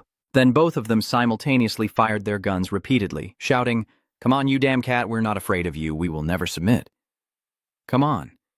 Human will is something you can't defeat. Andai gazed at everyone with sadness, softly calling out, Guys? Watching the guards being caught off guard and attacked, he was determined to find a way out quickly and do his best to lead everyone to safety. A moment later, along the corridor lined with the bodies of the guards, the white cat grinned cruelly and whispered, All these stupid protectors are dead. Have you found the correct escape route yet? As it finished, it leapt up, claws extended, and roared. Mio, die. Andi still focuses on her deductions. He desperately thought he still hadn't found the correct escape route. It seems I really have to stop here. The viewers immediately exploded in shock. Oh my God, is Anne really going to die? I can't accept this. I can't bear to lose him. Don't. Why did Ange do this to him after fighting so hard? Oh my God, please protect Anne. Don't let him die here. He shouldn't die here. He hasn't completed his mission yet. I pray to heaven. Suddenly, a force pushed the white cat hard against the wall. The audience gasped. Black General is really the Black General. The Black General has arrived. The white cat is so angry it's trembling, grinding its teeth and cursing. How could that Tojo bring such a strange creature along? I can't fight him. Running away is the best option. The viewer couldn't help but laugh out loud and say, This cat is really scared. It runs away as soon as it sees Tojo. Luckily it runs fast, or I could definitely hit it a few times. Do I understand why? How did you get here? Tojo smiled and replied, I went through the entire hotel and got a complete map, but I couldn't leave alone, so I came downstairs to find you. He smiled and extended his hand, saying, Thank you. But if you hadn't arrived just in time, I might have been eliminated. He shook hands and said, Don't say such polite words anymore. I have some important information I want to tell you. He asked what, and he quickly replied that our remaining time is almost up. After the event, the orange-red hatred began, and time fell into chaos. We only have 3 days to escape from here. Based on my calculations, there's less than an hour left. And Dee was stunned and exclaimed, Only an hour left? At that moment, Destruction appeared, holding another person in his hand, grinning and saying, I see both of you have been hiding here. Meeting you both is truly not easy. Ondi said Lukat. To Hugh asked softly, Lukat, did you kill Anva? Suddenly Lucas, looking exactly like him, approached and said, it was the shadow who killed Anva, disguised as Ondi to deceive me. The shadow directly killed him. Destruction laughed out loud. Actually, I can't even tell his true identity. Destroyer turned back with a teasing look and said, I see him as on to kill. In other words, right now I want to kill all of you. Lucas was stunned and shouted, What? He raised a hand to stop Destroyer from rushing forward but couldn't make it in time, only managing to reach out and shout, Destroyer, stop right now! He immediately froze and said, Damn it, you can actually control me. Based on what? Mental strength? Lucas didn't care and simply warned, I told you I won't let you keep losing control. I will try to restrain you. He smiled and said, All right, let's see how long you can keep me under control. Wait until his mind relaxes. Then I will kill you both. At this moment, the room begins to shake. To Hugh says, The final attack is about to begin. Look at the heavy bear and the doll. Ask the white bear and the doll to charge forward. Lucas also ordered to destroy them, so go ahead and fight. Eliminate the monsters inside these statues. He immediately ran over and replied, All right, I like doing this. The scene becomes chaotic, with the white bear, the doll, and the destroyer each fighting the monsters in different directions. Half an hour later, Undai softly says, No, these monsters can not only heal their wounds on their own, but also keep emerging, making it impossible to kill them all. Hugh pondered, continuing like this is not the way. It seems I can only use my talent to change the rules. The system quickly displayed an information panel, reminding me to activate the talent to change the rules. Rule change. Rule 20. If the light turns completely red and you haven't escaped the hotel or found a safe hiding place, trust me, grabbing the axe from the fire safety box is your last resort. Use the axe to end your life at the last moment to avoid becoming part of it. You can modify the rule by speaking out loud, whispering, or writing it down. He whispered to himself, changing the rule to be that when the light turns completely red, it will reveal its weakness. But as soon as he finished speaking, the system displayed a message. The talent modification failed. His pupils contracted in shock, thinking, Damn it, why did the modification fail? To Hugh frowned in thought. Could the reason for the failed rule modification be that the rules became too simple after the change? If rules can be changed at will, then passing through without injury by simply modifying them isn't too amazing, right? The world of strange things definitely wouldn't allow that. Tojo closed his eyes, deciding to try again, thinking it should be made a bit more challenging. Then he began to mutter and revise the rule. The rule was changed to, when the lights turn completely red, your final choice is to find its weakness. You need to lure the white cat. The white cat knows its own weaknesses. After fixing the rule, Hugh turned to tell Anj, I think I accidentally found its weakness. Anj was a bit confused by what he said, and asked again, what? And Hugh smiled and said, Basically, I will go catch the white cat now, then I can learn its weakness from its mouth. Ondi wondered, does the cat know its owner's weaknesses? Hugh confidently asserted. Of course, he secretly thought that the white cat actually didn't know its own weaknesses, but by changing the rules, he was ensuring that the world would transmit information about its weaknesses into the cat's mind. So now the cat must know its weaknesses, but still, Anne doesn't feel completely at ease. He said, but even if the cat knows its weaknesses, it's not easy to force it to betray its owner. Suddenly, a black circle appeared in front of the two of them, and the white cat suddenly flew out from it, yowling. Both ND and Tojo shared the same doubt. What's going on? Tojo quickly shouted, It wants to kill the cat. And sure enough, a red, fleshy hand is reaching out to squeeze the cat to death. Tojo immediately ordered the white bear, General Black, protect the white cat. White cat, overwhelmed with emotion, wiped away tears and admired Tojo and the strange creature's kindness. No, I never expected they would save me. I have always been loyal and devoted, yet my owner wants to kill me, and my enemies who are constantly hunting me end up saving me. I am truly a bit touched. Seeing the white cat tear up with emotion, Tojo guessed that it must feel the cat knows its own weakness and, to prevent betrayal, wants to kill it so its weakness won't be exposed, which also helps him save time on convincing the white cat. Tojo gently approached the white cat and asked softly, Do you think you can tell me what its weakness is now? The white cat hesitated and said, I can't tell. If I tell, my owner will definitely kill me. Tojo sat down facing the white cat. He patiently persuades the white cat.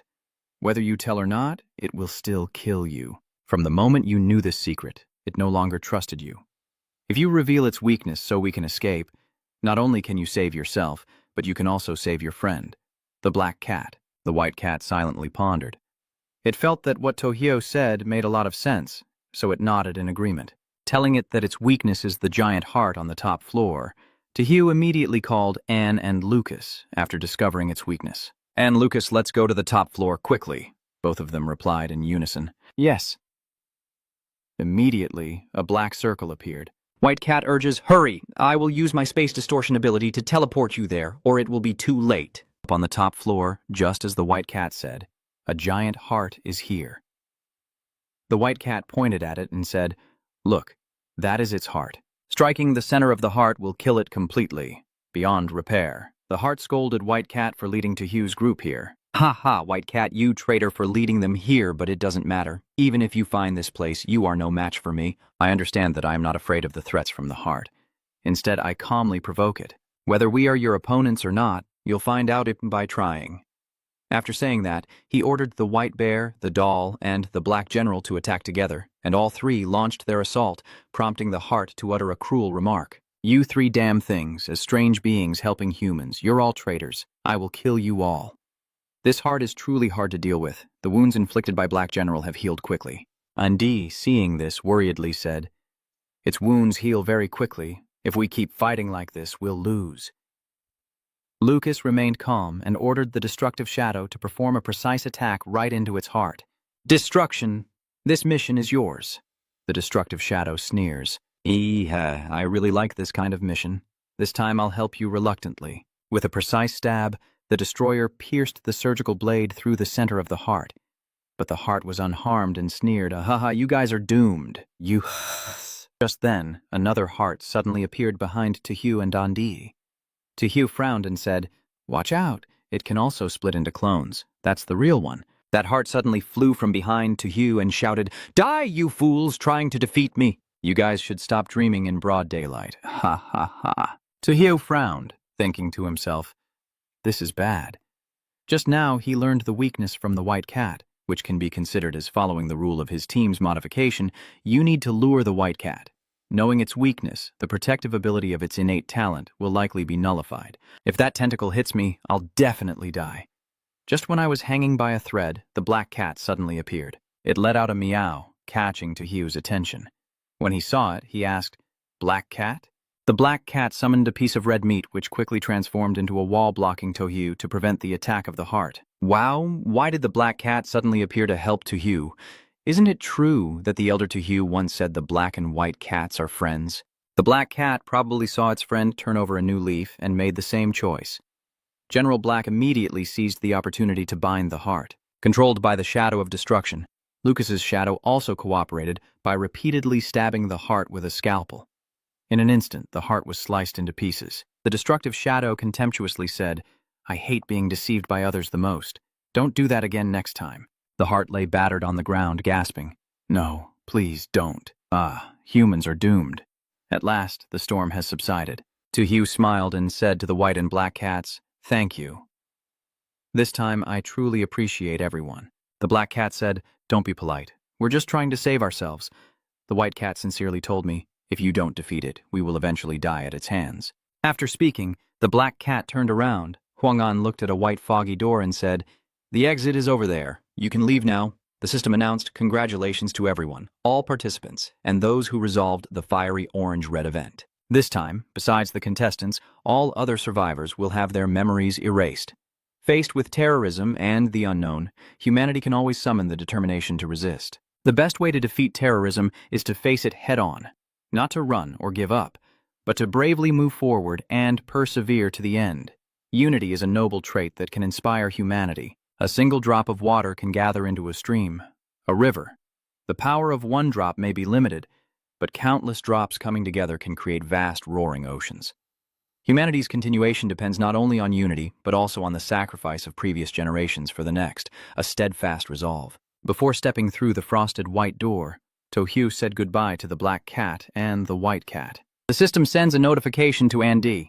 "Dear contestant, congratulations on leaving the Pink Peace Hotel. A head full of foresight and determination to face the unknown, bravely confronting danger to save others. Assessment through the 6-star Tin Hong Hotel Circle. Analysis through unity and determination. The reward for leveling up is a hidden reward. The origin of the bloodthirsty monster. A broken mirror shard.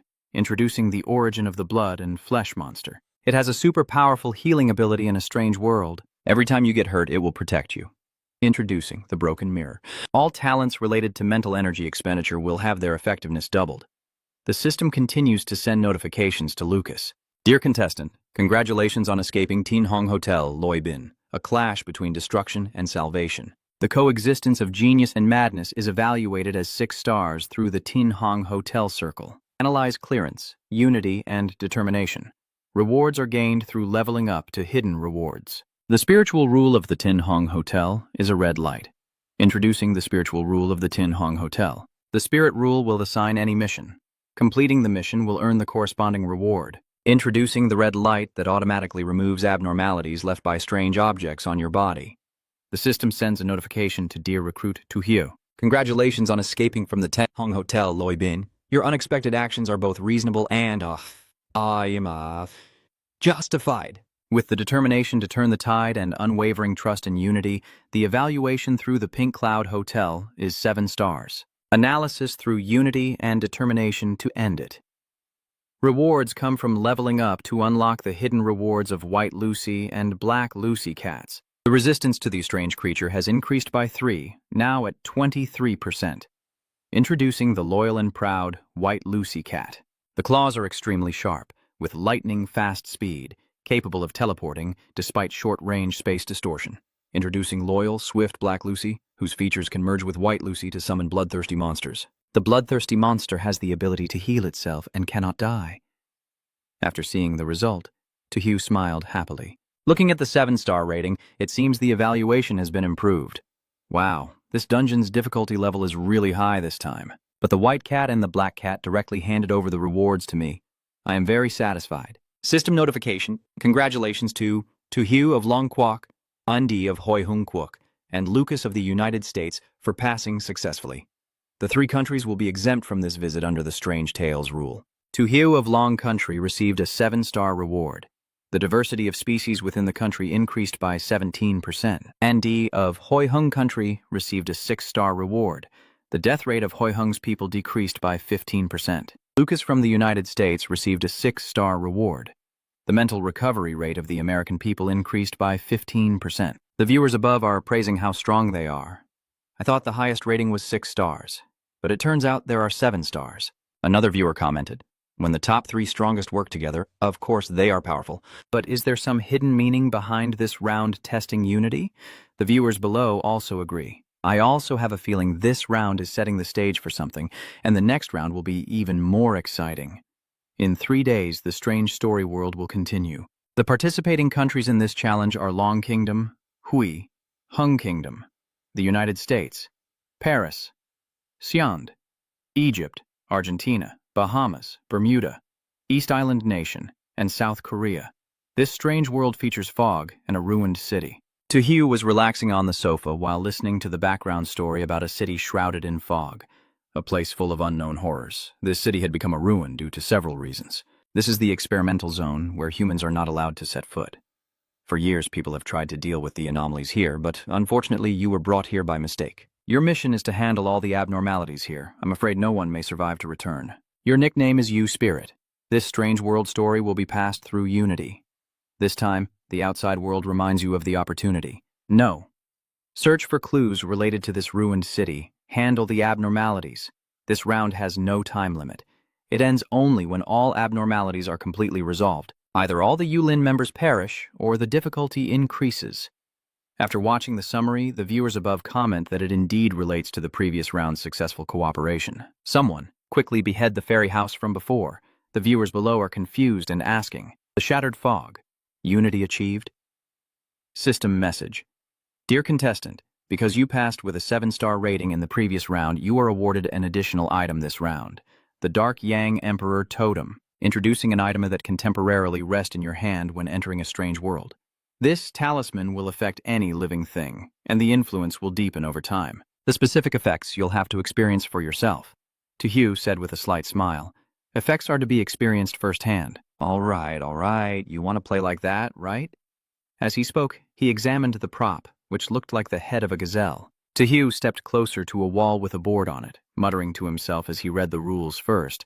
Everything else was secondary. On the board it says, "Before you undertake any mission involving the fog and the ruined city, read carefully the rules I left behind. This will save your life and your teammates' lives." The first rule is that the safe room is extremely secure.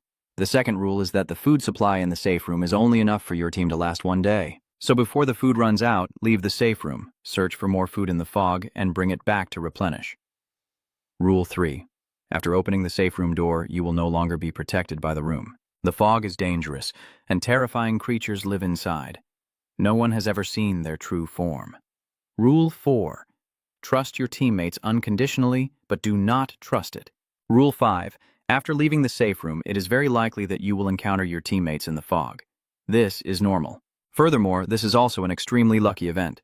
Rule 6. Each of your other teammates' safe rooms are independent. If you are brave and lucky enough to find the key behind the wall in the safe room, you can go to your teammates' safe rooms. Rule 7. There must always be someone guarding the safe room, or it will no longer be safe. Rule 8. Look for the lucky survivor, but be cautious of that person as well. They could save your life, or take it at any moment. Rule 9. Creatures in the fog are extremely dangerous. Normal weapons cannot harm them. The best option when encountering them is probably to run away. Rule 10. In the fog, if you see a temporary command post that is still intact, immediately stay away from it. No reason needed. Rule 11. Do not trust anyone. The final warning is to stay away from those monsters. After reading the rules, Tojo smiled and remarked that there are 11 rules here, along with monsters. This strange world is truly complicated. Moreover, such complex rules require coordination with other contestants, and any mistake could lead to unimaginable consequences. Tojo took a deep breath, approached a table, and said, "Phew, let's take stock of what's in the room. Let's see if there's enough for everyone to eat." There are 2 boxes on the table, one with water bottles and the other with rice meals. Tojo silently counts. If the second rule is correct, then the number of players participating in this World Challenge match is 20. There should be 20 portions of rice, but why are there only 19? Tojo turned to count the bottles of water and indeed exclaimed in surprise that 1 bottle was missing. I understand now. The rules say these foods will be shared among everyone. Therefore, as soon as another contestant starts eating, the amount of food here will decrease. But I want to know which hungry ghost just arrived and ate their fill. After about 10 minutes, Tojo quietly assessed that the food was no longer decreasing. It seems everyone still retains some reason. Anyway, if 1 person takes it, it's called taking. If 2 or more, it's stealing. Once a food fight breaks out, this supply of food and drink definitely won't last more than a day. But for the sake of long-term planning, it's still best to go out quickly and find new food. Tojo looked back at the rule list, pondering deeply. Then that would be a problem again. If I go out to find food, I will violate the second rule. The protection of the innate ability will disappear. If I don't go, I won't be able to activate the leader's effect. It's unlikely we'll achieve the maximum score after this round since it's a team-based game. According to the second rule, the amount of food in the safe room is only enough for your team to survive for 1 day. So, before it runs out, leave the safe room, search for more food in the fog, and bring it back. Tojo furrowed his brow and hesitated, realizing he could only choose between unity and his own talent. In the end, he found his answer. He said he's decided to go out and find food to bring back. Tojo picks up his gun and prepares himself. Then he pushed the door open with force and muttered, "This round, teamwork is the most important." Outside, the fog is thick and everything is desolate. Tojo decided that if she couldn't rely on her talents, she would have to prove her true strength. After walking a while, she sighed in boredom and muttered, "Damn it, this round doesn't let me bring those 3 strange items, only leaving you 2. Yeah, it's really boring." The 2 cats Tojo mentioned are White Cat and Lucy. The White Cat listened to his complaints and reassured him. "Rest assured, Lucy and I will take care of your safety and will not let you lose a single hair." Tojo listened and replied with satisfaction. "Sorry to trouble you guys." Suddenly, a beam of light shot straight down from the horizon, and the rain began to fall steadily. Tojo examined it and exclaimed in shock, "Is this acid rain?" The White Cat suddenly bristled and let out a sharp meow. Meow! The jellyfish chain around Tojo's neck also starts to glow. Tojo immediately raises his guard. He deduces that the glowing jellyfish cord is continuously active, so this rain will also affect the mind. Although I have the jellyfish cord, it's better to find a shelter from the rain quickly, just in case. Tojo looked around and saw a supermarket called Vangia nearby. He said to the White Cat, "This side of the supermarket hasn't collapsed completely, so we can go inside to shelter from the rain and also conveniently look for food." As Tojo approached the supermarket, he suddenly froze. From inside the store, a giant lizard-like monster was crawling out. He guessed this creature had a very unique shape. Could it really be the terrifying being mentioned by the rules? They are the experimental products of this ruined city. Without hesitation, Tojo decides to keep firing at the monster. He shouted, "Whether you're a test subject or not, it doesn't matter. I'll give you a pill and then we'll talk." The monster, hit by the bullet, let out a piercing scream. Soon after, it lay still and motionless. Tojo told the white cat, "White cat, go see if it's really dead yet." White cat immediately obeyed. Yes. When the white cat approached, the monster suddenly sprang to its feet. The white cat angrily scolds it. "How could you be so mean to Voduk to dare to ambush?" Angered by the monster, the white cat lunged at it, saying, "I will smash you to pieces." According to Rule 9, creatures in the fog are extremely dangerous and cannot be harmed with normal weapons. Meeting them might be better to run away is your best option. Tojo stood aside observing the situation and assessed that Rule 9 was correct. Hot weapons can't kill them. Luckily, I didn't rush forward myself, but these test subjects are no match for the white and black cats, so I can rest a little easier. Damn, the rain's getting heavier. We'd better hurry into the supermarket. As soon as he stepped inside the supermarket, Tojo was startled and exclaimed, "Huh? The red of fresh blood." He thought to himself that the blood of the white cat monster he had just killed had turned blue. So the red must be human blood. Besides me, someone else has been here. Tojo quickly heads to the supermarket's food section and stops in front of a shelf filled with canned goods. Tojo guesses that if someone really came here, they would likely leave clues. I need to quickly check around, both for food and for clues. As he walked past a shelf, Tojo suddenly stopped and noticed that most of the items here were already moldy. Just take everything that can be eaten. Although it's not like regular canned fish. People find it hard to swallow cat food, but in this situation, having any food at all is already good enough. So there's no need to be picky. With that in mind, he put a pack of instant noodles into his bag. Tojo glanced over to a corner of the supermarket, a bit surprised. Did he see the paper? Indeed, there was a piece of paper with writing on the floor. Tojo picked it up. It said, "You are being forced to participate in a top-secret biological experiment plan." At first, I strongly opposed this plan because it was too cruel. Besides using animals, they even conducted experiments on living people. My opposition was useless. I'm truly sorry, because what they've given is already too much. After reading, Tojo curled her lips. Experiments on living people. He contemptuously said it's really shameful. If you're human, you should have some final limits. Even if you give more, this kind of experiment shouldn't be done anymore. After walking around the supermarket, Tojo concluded that there probably are no more clues here. Let's go somewhere else to continue searching after the acid rain stops this afternoon. So, Mao Trang replied. Mao nodded in agreement. Just then, a figure suddenly rushed toward Tojo from afar. That person shouted, "Ah, save me, save me." Tojo stopped, wondering if there were still others. "Are you a contestant?" The person in the black coat hurriedly ran toward Tojo and shouted, "Help me, help me." Tojo silently assessed that person. No, this person is not a player. If those monsters really wanted to kill him, he probably wouldn't have made it here. Behind the person in black, a monster is indeed chasing him. He continues to call for help from Tojo. Help me, brother, quickly save me." Tojo pretended not to see him. He looked around and asked Vuvo, "Where is my brother who saved me? Where is he? Where did your brother hide?" The man in black shouted. "Brother, it's already that time. Stop joking. If you don't save me, I'll really die right in front of you." Tojo, pretending to be innocent, said, "I know you're in a hurry, but don't be anxious first. It's raining heavily, and I didn't bring an umbrella, so I can't save you either." The man in black was stunned speechless after hearing Toho's words, while the viewers above burst into laughter. What kind of show is a Master Tojo putting on that leaves him caught off guard? Another viewer chimes in, "Damn, you still need an umbrella to save someone, and this is acid rain. Does the raincoat work?" "Yes, the viewers below agree with you. You're right, but..." Tojo, the great master's specialty is not talking sense. Ha ha ha. The person in black, realizing they can't rely on Tojo, quickly takes care of themselves and runs into the supermarket. He kept cursing Tojo in his mind. Damn, this guy really is sick. I can only rely on myself. In an instant, he was standing in front of Tojo and turned back to reproach him. "Bro, everyone is a player. What does it mean that you see death but do not save?" Tojo lies without blinking. "I'm not a player." The man in black immediately cut off Tojo's answer, saying, "Stop talking nonsense. There's no one here but players. You can't fool me." Tojo chuckled softly and asked, "So what do you think my nickname is?"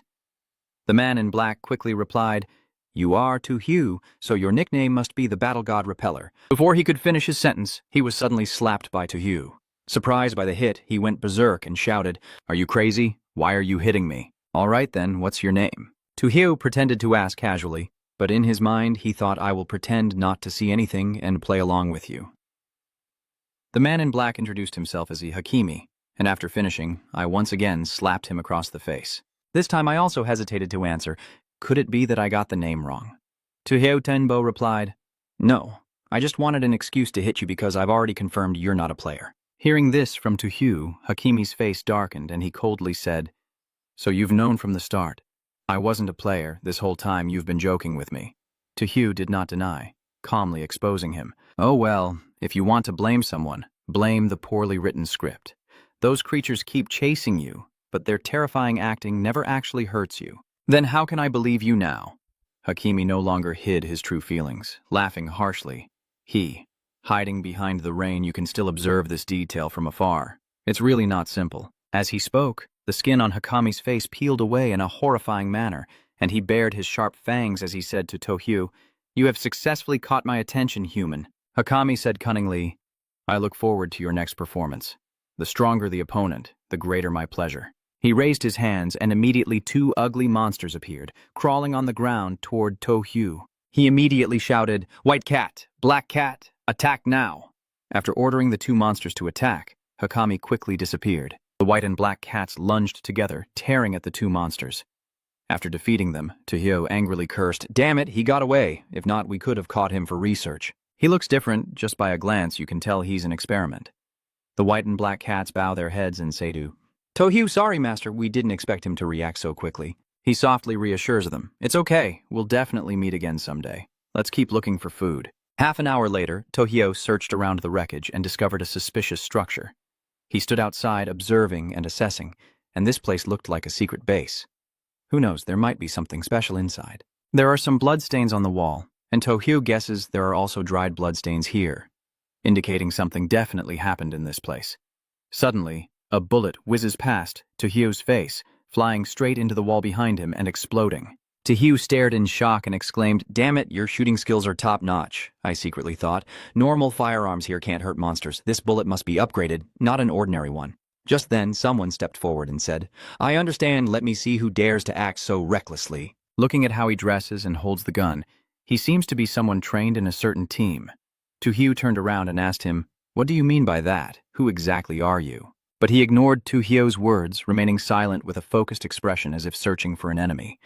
Then he frowned and muttered, "I must find them. I absolutely must." Then he quickly ran away, and Tojo and White Cat immediately chased after him, calling out, "Hey, stop right there!" A moment later, in the laboratory, Tojo entered to look for him, but the room was filled with the foul smell of the experiment inside the large tube. Tojo was stunned when he saw something and exclaimed softly. It turned out to be the experiment subject inside the large container breathing through a machine. He silently thought this experiment was truly crazy, using people as test subjects. And so many at that suddenly, someone's fist slammed into the thick glass with a loud sound, accompanied by a voice echoing his own foolishness. If not, they wouldn't have fallen into the enemy's trap. It turns out it was him, the one Tojo was chasing. The 8th rule appears, please find the lucky survivor, but be cautious of that person. That person could save your life, or take it at any moment. Tojo looked at him thoughtfully. It seems he is the lucky survivor mentioned in the rules. The people on ventilators in these jars are probably his teammates. And he kept trembling, repeating the same phrase. "It's all my fault, it's all my fault." You think that if the 8th rule considers us lucky to survive, then he must be the key factor to get through this round. I have to try to communicate with him first. Thinking that, I stepped forward and looked at him as he spoke. "Calm down, my brother, I want to ask you something." But before I could finish, he already pointed his gun at Tojo and looked at you with hostility. "I have to kill you. I have to wipe you all out." The White Cat jumps and knocks his gun away. He was caught off guard and fell backward, then stood up holding his wound, looking at Tojo in surprise. They're not the enemy. Suddenly he pulls out a smoke grenade, but I don't know what he's planning to do with it. He spoke, "You Lin squad won't attack non-enemies. I broke the rules. If they are still alive, they will probably scold me again." Then he said with a troubled look while throwing the smoke grenade, "I vow to spend my life as a frightened rookie rather than becoming the cold, heartless person I am now. But it's all too late to turn back." Then he took the chance while the smoke grenade was white and ran away. Tojo looked at him and said, "It seems that everything you just did was not your own intention, like post-war trauma." Then he sighed, "Those who survive are actually not that lucky." At this moment, Tojo suddenly remembered something and saw the white cat holding the document. He looked at it and said, "Good job, you really are impressive." He carefully looked at the notebook. It seems to be a record from a laboratory staff member. It says here that I was forced to participate in this biological experiment plan. I've never even dissected a fish before. They agreed to pay me a very generous salary. With that money, I could live worry-free for the rest of my life. This is an extremely cruel and twisted experiment. Currently, the machine and the creature's body are rejecting each other. If I hadn't already taken their money, I would never agree to work for them. Today, for the first time, the machine merged with a living creature. Although it didn't last long and the creature eventually died, we were overjoyed because we saw a glimmer of hope for success. Thanks to the previous success, we quickly developed a breakthrough technique to replace human limbs with machinery, and then we moved on to the next stage of the experiment, installing a permanently functioning heart into the creature. A man is holding the heart, preparing to implant it into the unconscious dog. Replacing a creature's heart with a mechanical one is extremely exhausting, but luckily for us, we succeeded. That man was pleased to see the experiment returning to normal without any symptoms, but later their demands became increasingly perverse. They want to transfer human consciousness into machines so it can live forever. People are forced to become test subjects in tanks, losing all sensation. For the past 2 years, I haven't kept any records. Since we started the Eternal Consciousness Project, all of our staff have been living and eating in this laboratory room. Treated like prisoners, the researcher looked out the window with a very dissatisfied expression. But the experiments always failed. Over time, my colleagues began to rebel, one after another, wanting to resign. Another researcher kept shouting loudly, "Let us out, we want to go home, we don't need money anymore. We want to go home." In the end, they were indeed sent back home, but their hearts returned while their bodies remained forever in the laboratory. Yes, they have become test subjects. The researcher noted, "I've started to attract attention lately. Maybe I can't keep writing in this notebook anymore. We are forbidden from recording any information during the experiment. If they find out, I probably won't survive the night." But the recorder ended with a mocking remark. "Do you think I stopped writing because I was afraid? What am I afraid of? The sky is clear, the land is vast, I am a rebel, and I am gone." Then the diary page became completely blank, with no words left. Tojo looked at the diary and spoke. Vi already said he would rebel. Crazy, huh? Why is there no writing at the back anymore? Are you trying to test this veteran officer? Is there any officer who can't handle this test? Suddenly, someone's voice echoes. "Hurry up and come get me, you idiot." I understand. Focus on listening to whose voice it is and then you can guess. The sound of children. Then that voice chuckled again. "Why are you so slow? You're not trying to catch up with me, are you?" I'm speeding up now. I understand the suspicion. Why is there a child's voice here? The rustling of a dress and footsteps in the misty white fog, looking like a girl running. There really is a girl running away, but she's the Long Kingdom player on Z. She was running and talking, not feeling happy at all. On G, I don't hang out with those fools, they're too stupid. Tojo slowly stepped forward and spoke. "Are you human?" On Chi nodded and looked at him to answer. "Are you telling me what to do?" "Of course I am human. Who are you? Why are you here?" Tojo looked at him and answered. But before responding to this question, he wanted to know why she was here. On Chi shyly scratched her face and said, "I don't know either, but this dream is really interesting. I'm very happy to be able to play with many people." He silently wondered if this was all a dream, and whether the girl was also a competitor but too young to realize it, thinking everything here was just a dream. So how did she survive until now? And how did she end up in this space of his? He pondered silently. Rule 5 says you might meet other teammates. Rule 6 states that finding the key can connect 2 spaces together. Rule 5 appears, indicating that after leaving the safe room, you are very likely to encounter teammates in the fog. This is normal. Moreover, it's also extremely lucky. Rule 6 also states that each teammate's safe room is independent. If you are brave and lucky enough to find the key behind the wall in the safe room, you can access your other teammates' safe rooms. Tojo wondered, if these 2 rules are correct, then it is indeed possible to shift between spaces. But how could the girl find the key so quickly at such a young age? Suddenly, something hook-shaped was heading straight for On Chi. It still looked confused, unaware of what was happening. Tojo shouted anxiously, "White cat, hurry and save her!" The white cat then darted like lightning. Suddenly time stopped, and a young woman's body emerged from On Chi's body. Then she viciously grabbed that hook-shaped beard and tore it in half. An-Chi hates bad people the most. Daring to attack the girl, it seems that you're tired of living. Tojo froze in place, surprised by the girl's actions. That's so brutal. So brutal. No wonder those monsters were chasing after her. The girl still thought she was just playing around. An-Zi coldly looked at the broken pile of strawberries and spoke. You villains, you can't hurt me. My sister will protect me. I understand your question. Was the woman just now your sister? An-Chi looked sadly at him and replied that being alone was very boring, so she often imagined having her sister to play with her. Sister An-Chi is actually just something I imagined. My sister always protected me in my dreams. Tojo thought. I just imagined that An-Chi really killed the monster, proving she exists.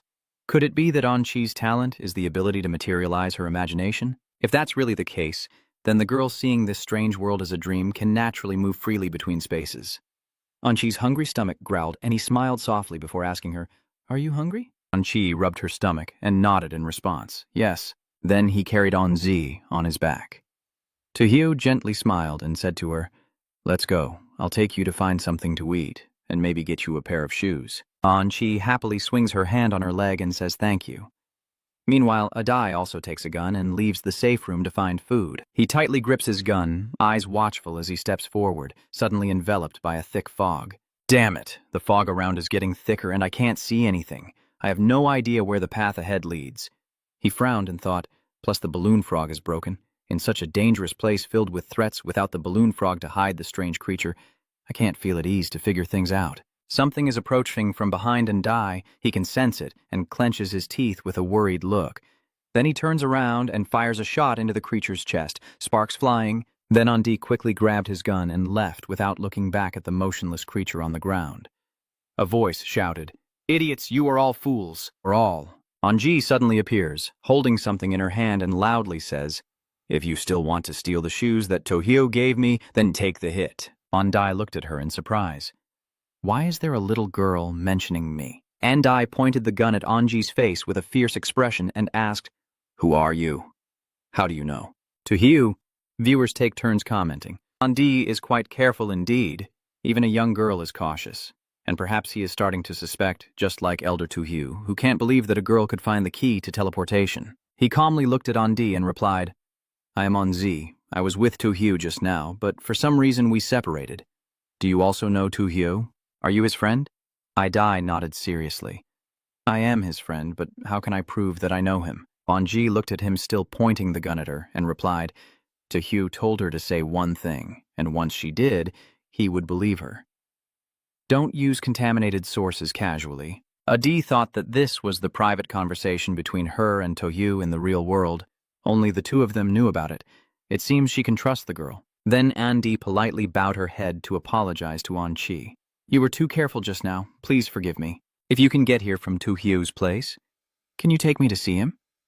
She looked up at him and said, This is her dream. She can only decide for herself where she wants to go. If you want to find Tojo, you need to find the key. That's what Tojo told you too. Adai pondered thoughtfully. So it turns out she got here not because of the key, but through another way. I don't know the specifics, but I think the girl has a special talent.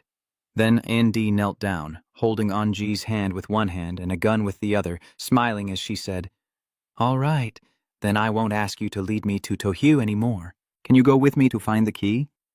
The girl smiled and replied, Of course, let's go now. While An-Chi and Adai searched for the key, Lucas was inside the safe room not going out, angrily noticing the food disappearing quickly and part of the gun being damaged, standing in panic as he looked at the broken weapons. He shouted, Fat, stop wasting food, and why are you destroying the guns too? Are these people crazy? The viewers' comments are not appearing. This round has just started. Who is the one wasting food after all? Destroying the guns as well. I've watched the live streams of all the players. I can give everyone an accurate answer that the players are from Korea, Southeast Asia, and Egypt. In every life, I want to see how bad their eating habits are. A voice echoes. I just went outside to check and it's so dangerous out there I'll definitely die here. A person is holding food to their mouth. It turns out to be the Korean player leading tie-dye. He held a bun in one hand and a bottle in the other, chewing and swallowing non-stop as he spoke. So before I die, I have to eat my fill. Even in death, I cannot be a starving ghost. His eyes are still fixed on the food box. The large number of national team players just said while smashing their guns, "I can't escape from here anymore. So I will destroy the weapons to see how they escape from here. But damn it, damn it." The viewers are outraged by his filthy actions and his selfishness. Oh my God, do these guys only have sewer water in their heads? They can even come up with such a despicable and lowly act. To be precise, they have no brains. The viewers are paying attention to the Egyptian player named Neep, quietly eating his food. How can a beauty like her do such a stupid thing with them? Is she scared? She didn't say anything, probably scared to death, and acted like this. You can understand, but too much understanding only harms yourself. After that, except for Tojo, Andi, Anchi, and Lucas, everyone else queued up to fight for food. The safe room's food was quickly gone. The food containers were all battered and dented. The next day, besides Tung Hathu Sat and Duan Tai Dai Jia, all the other contestants went out to find food, including Nep Thai. She calmly and confidently turned to walk away. Viewers commented, "I thought after last night everyone would stay in the safe room, but since they found food to bring back, someone else might eat it. No one wants to be a servant. I guess they're not just going out to find food, but trying to find the key that connects to another space mentioned in the rules." The 6 rules mention that each teammate's safe room is independent. If you are brave and lucky enough to find the key behind the wall in your safe room, you can access your teammates' safe rooms. Other viewers comment that the person who finds the key first will be able to access other spaces, making it easier to steal their items. Undai didn't return last night and is still searching for the key with Anchi, hoping they can find it before the others. Although we didn't find the key, we did find quite a bit of food. So that's okay for now. Let's go back to the safe room to eat and rest, then continue the search. It smiled and replied to him. Yes, Onji is very hungry now and wants to eat rice. Suddenly, a white shadow flashed past On's line of sight, startling him. Then the white shadow darted past in front of him and Anchi. Then Andi was surprised to see a key lying on the floor. Is this the key we've been looking for? He reached out and picked up the key. Anchi looked at the key in Andi's hand and asked him in surprise. This is the key left by the person earlier. Who is he? Adai looked at him with suspicion and responded, Maybe he's the lucky survivor mentioned in the rules. Then his face looked serious and worried as he continued, I really can't believe someone special left us the key. Anyway, we should go back and connect with the other spaces. In a strange room, Andi was so anxious he was sweating and muttering while holding the key, not knowing who owned the room, hoping for someone cooperative. Anchi stood behind, clasping his hands, and said, I will pray for you. The key was able to open that space. Unexpectedly, that space belongs to Tojo. He was surprised to see him, and Dee and he both happily spoke up. Tojo is Tojo. Anchi happily runs over and hugs him. I understand. You also smile very brightly. He looked at her and said that last time he suddenly couldn't find you anymore. He was worried something had happened to you. So you actually teleported to NG. Anchi smiled brightly and replied to him. That's right. I wandered through my dreams without knowing how, and unexpectedly met him. Tojo was startled. Master Adai stood beside him, ignoring it. He raised his hand to his mouth and cleared his throat before saying, No need to pay attention to this detail. Then he deliberately sounded the village drum. We took the opportunity to eat and rest a bit before setting out again. There's still a lot of information and items we need to find. All right. Very soon after that, Tojo, a Dion Chi after finishing eating, then set out again. They arrived at a very ruined place. The heavy breathing of strange creatures continued to echo as they lay injured and sprawled on the ground. Tojo asked curiously, What is that sound?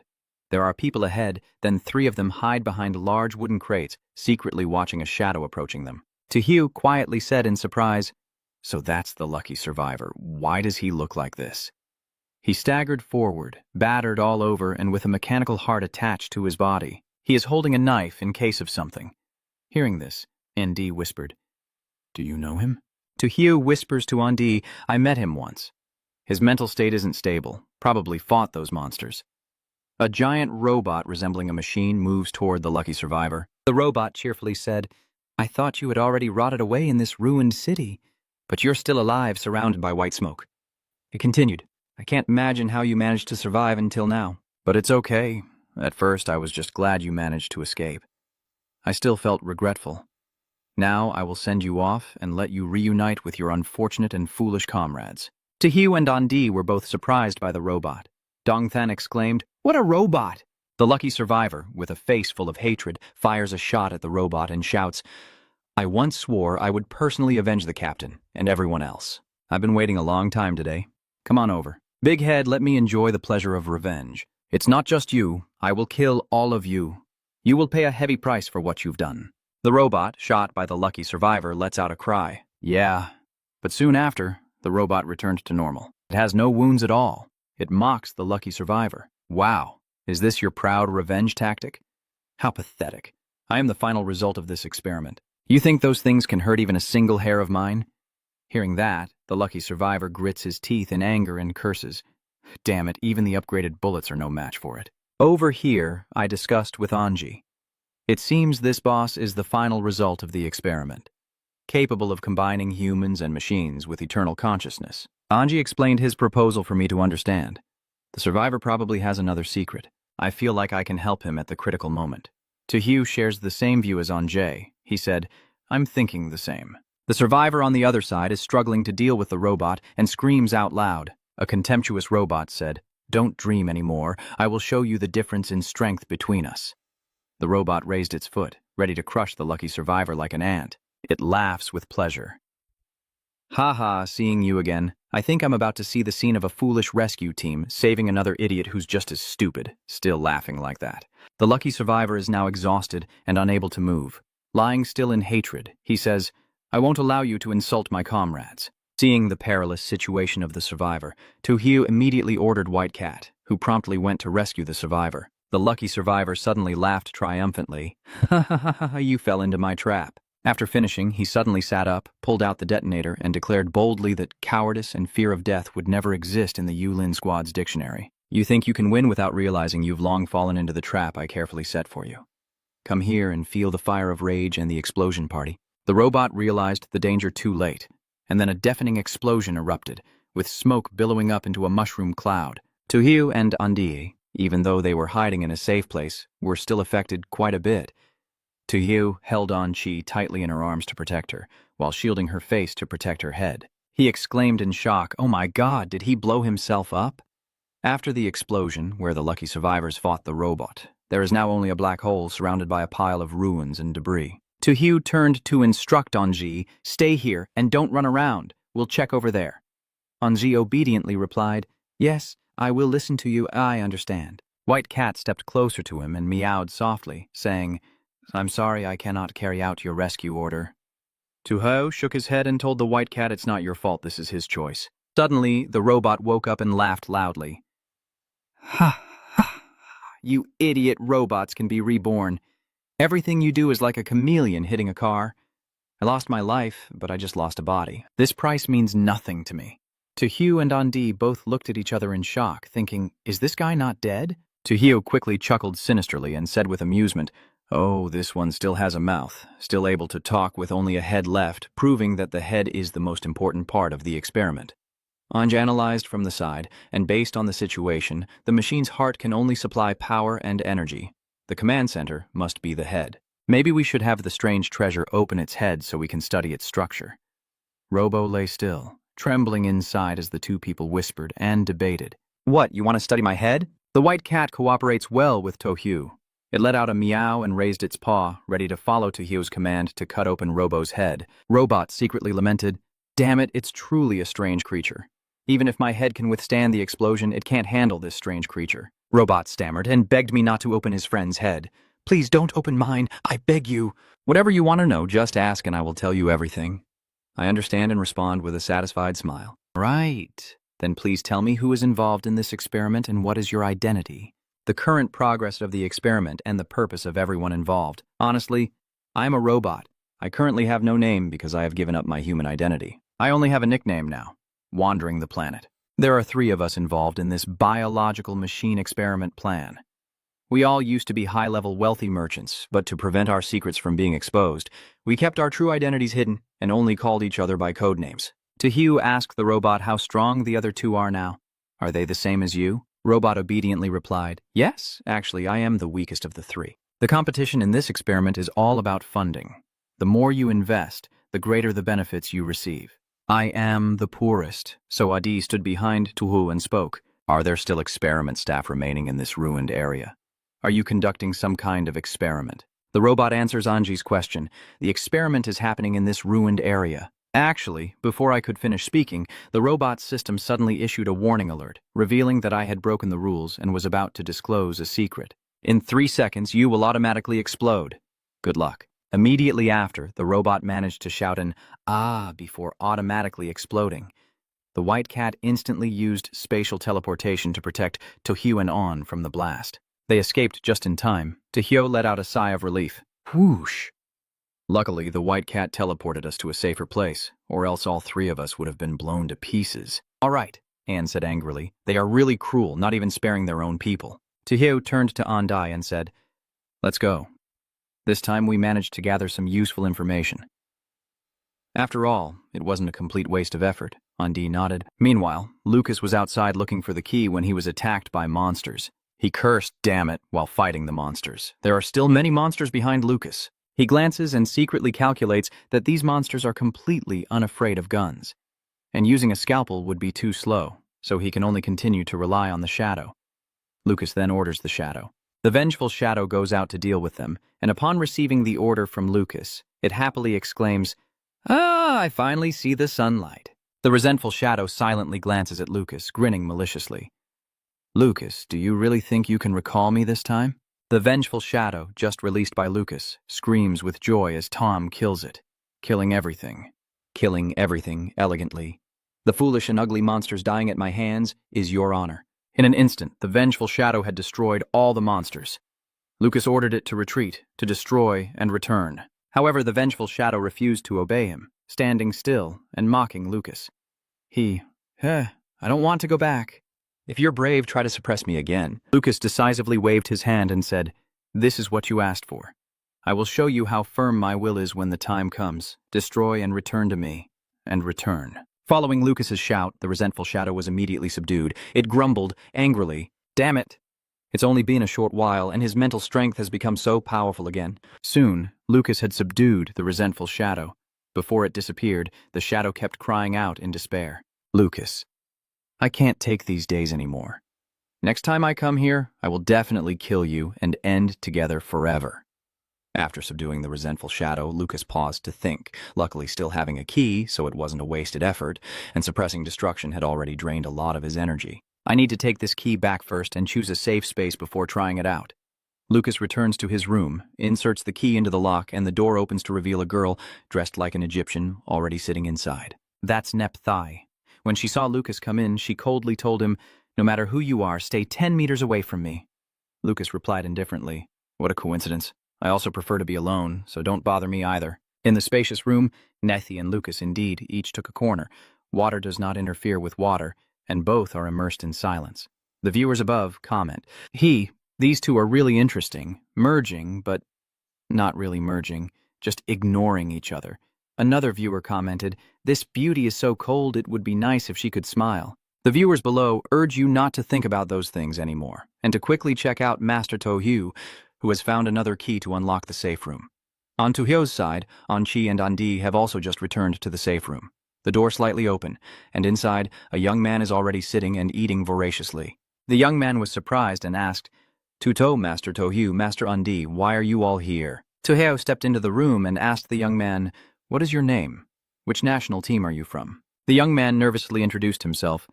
Tohyo Sr., I am Dan Tai-Dai." Coming from the So-Kim-Chi territory, An-Chi blinked innocently and asked again, "Dan Tai-Dai. What hiding Tai-Dai? What hiding Tai-Dai?" the young girl teased, causing Dai-Dai to be at a loss for words. Tohyo frowned and asked him, "Do you always stay in the safe room eating food?" Seeing the dangerous coldness on Tohyo's face, Duan Tai-Dai stammered and replied. He suddenly slapped himself in the face and kept apologizing.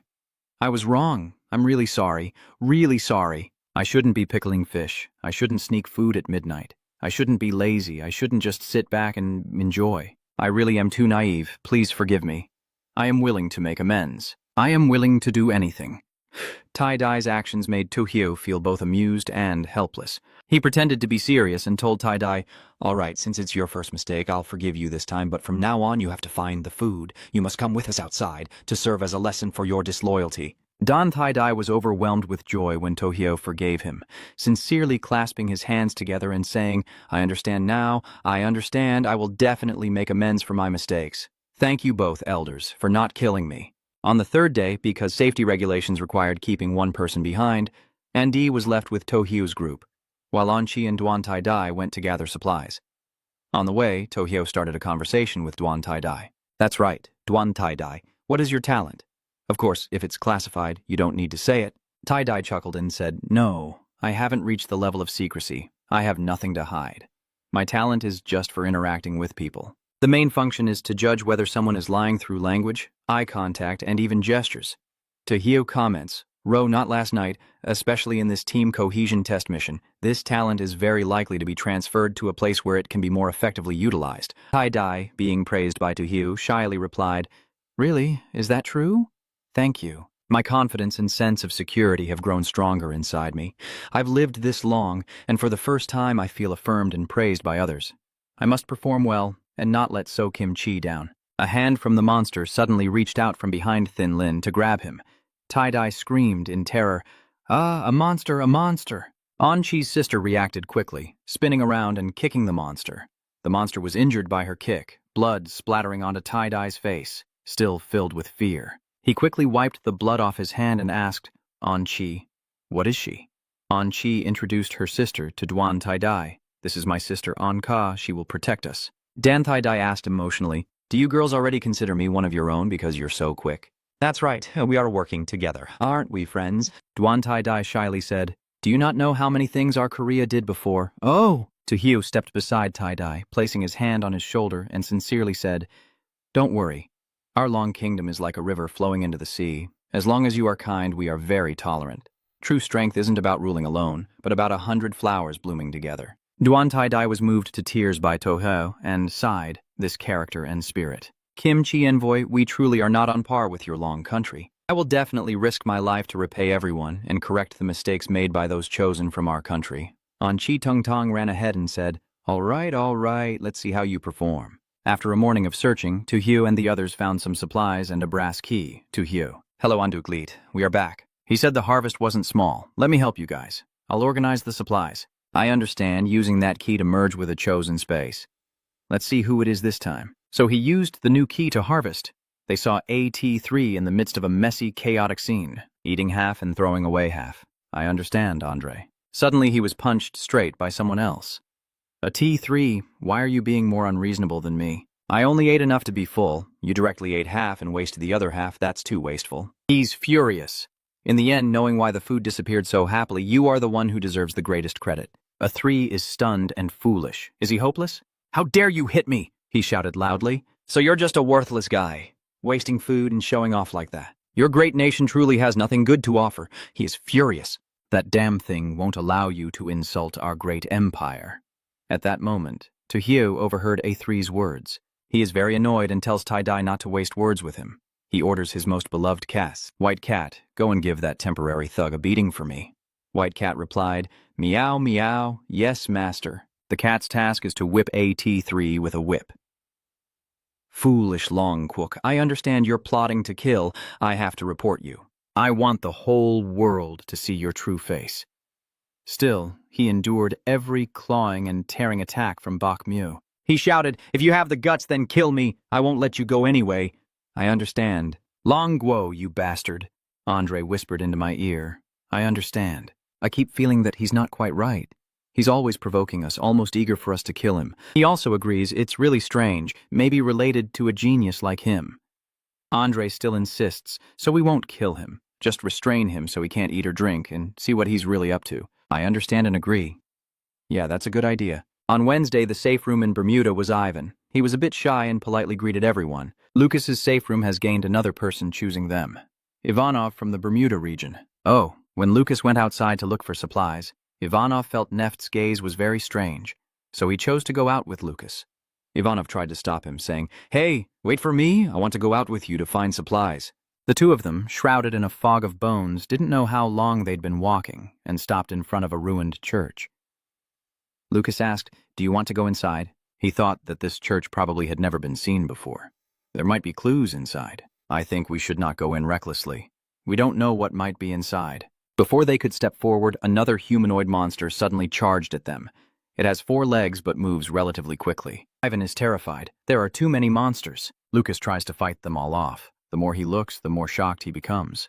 Pumin knew Lucas was strong, but didn't expect him to be this powerful. Could it really be Lucas? Could it be that this time Grayson influenced Lucas? Great friendship, a power to save. Lucas said, "Follow me, stay behind me, you can still be safe. If you leave on your own, I won't care about you anymore." So the two of them stepped inside the church, where the path to salvation lay in examining the contents of the box. He wondered, is there anything inside the box? At that moment, he saw a notebook, covered in dust and reflecting a reddish glow from the dim light. "I'm glad, this is great.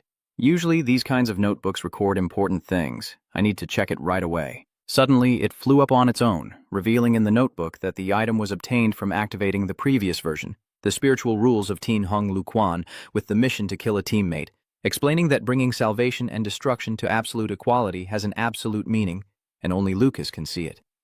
He wondered, absolute equality, killing a teammate, then I no longer have to worry about destruction happening, right? Now, the opportunity is right in front of us. Ivan asked, "What's wrong with you? What are you staring at me for? Do I have something on my face?" Lucas put the notebook away. "It's nothing. I just feel that having teammates isn't such a bad thing. I realize there are some things I can't solve with my strength alone. Lucas, let's go. Let's take this notebook back and share the news with others." He nodded. "Oh my God, Lucas really seems like a different person. I think we have reason to trust him." Wait for that image of destruction to reappear. Lucas can rely on his unwavering mental strength to overcome it. At the same time, Lucas and Divano also found the notebook. Tuhue took on Chi and Tai-Dai outside to look for supplies, leaving Undi safely inside the room to protect him. Inside, Tung Hatu is battered and lying on the ground, while Undi stands nearby using her ability with a thought. Tuhue and I both feel something's wrong this time. So before anything happens, let's try to influence this kid's future and see if we can find any clues. After using his ability, his eyes widened in shock as he muttered, "Damn it, I couldn't see any future for that kid. No matter what I do, his future remains uncertain. Could it be that his gift is to prevent me from investigating? Suddenly a door appears in front of him. He looked at it in surprise and whispered, "Someone new has arrived." The 3 of them quickly appeared in front of him. Antien's candidate, Obama, exclaimed upon seeing An, calling him Anji.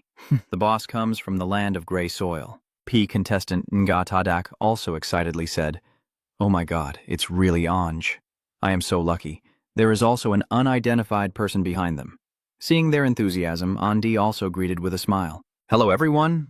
Obama also extended his hand, smiling and saying, "Old Master, we have admired you for a long time and hope to shake hands with you." Nga Tadak even exaggerated more, rubbing his hands and saying, "I want to shake hands and never wash them again. Just put them in the coffin."